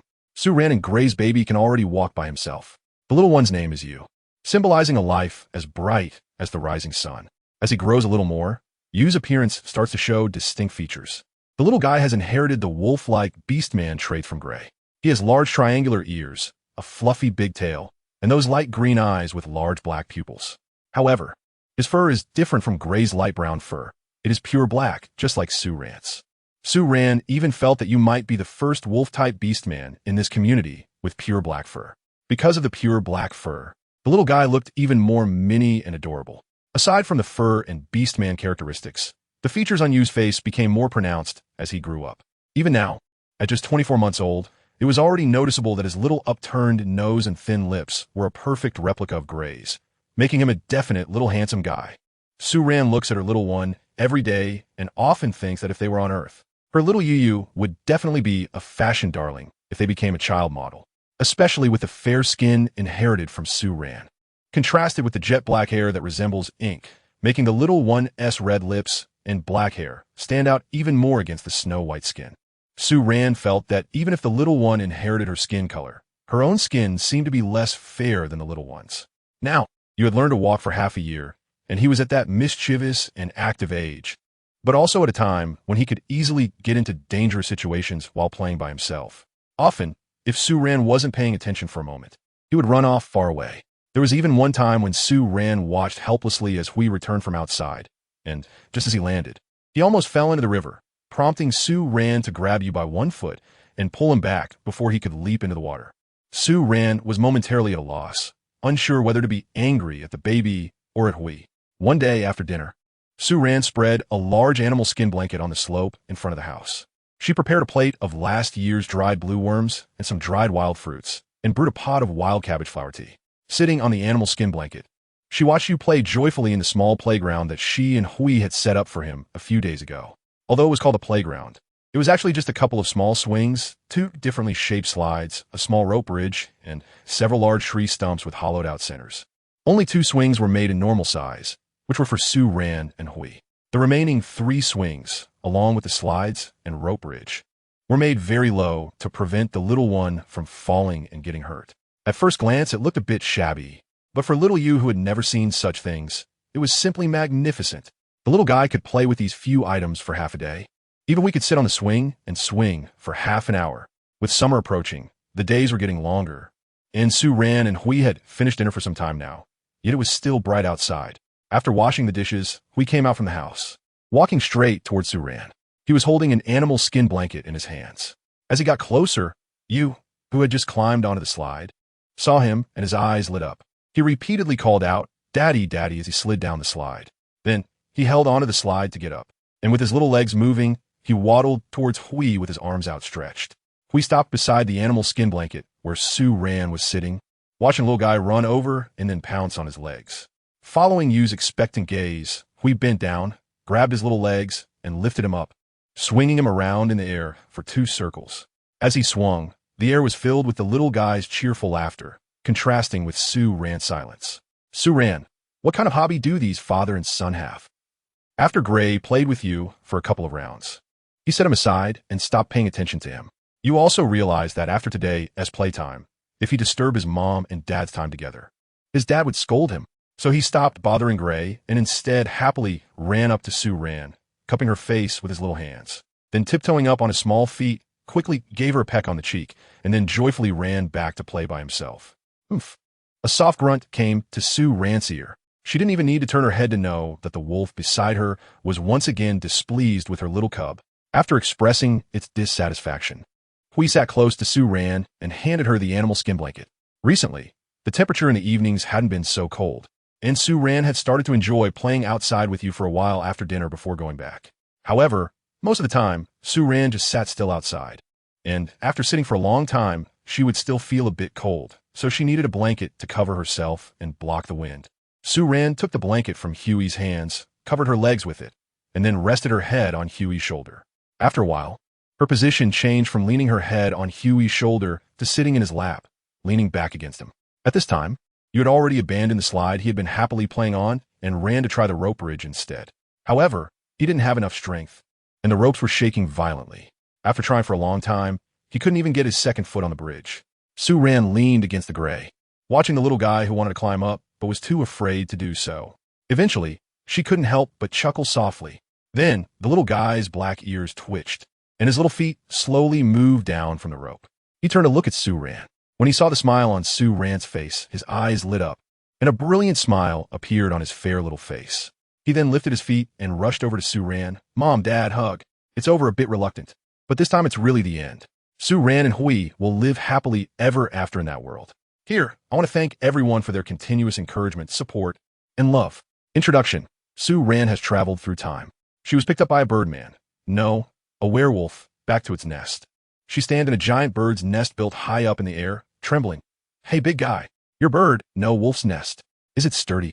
The werewolf in front of her, who has a pair of wings, tilts its head, its fluffy ears twitching, and a pair of light green round eyes shows confusion. A what?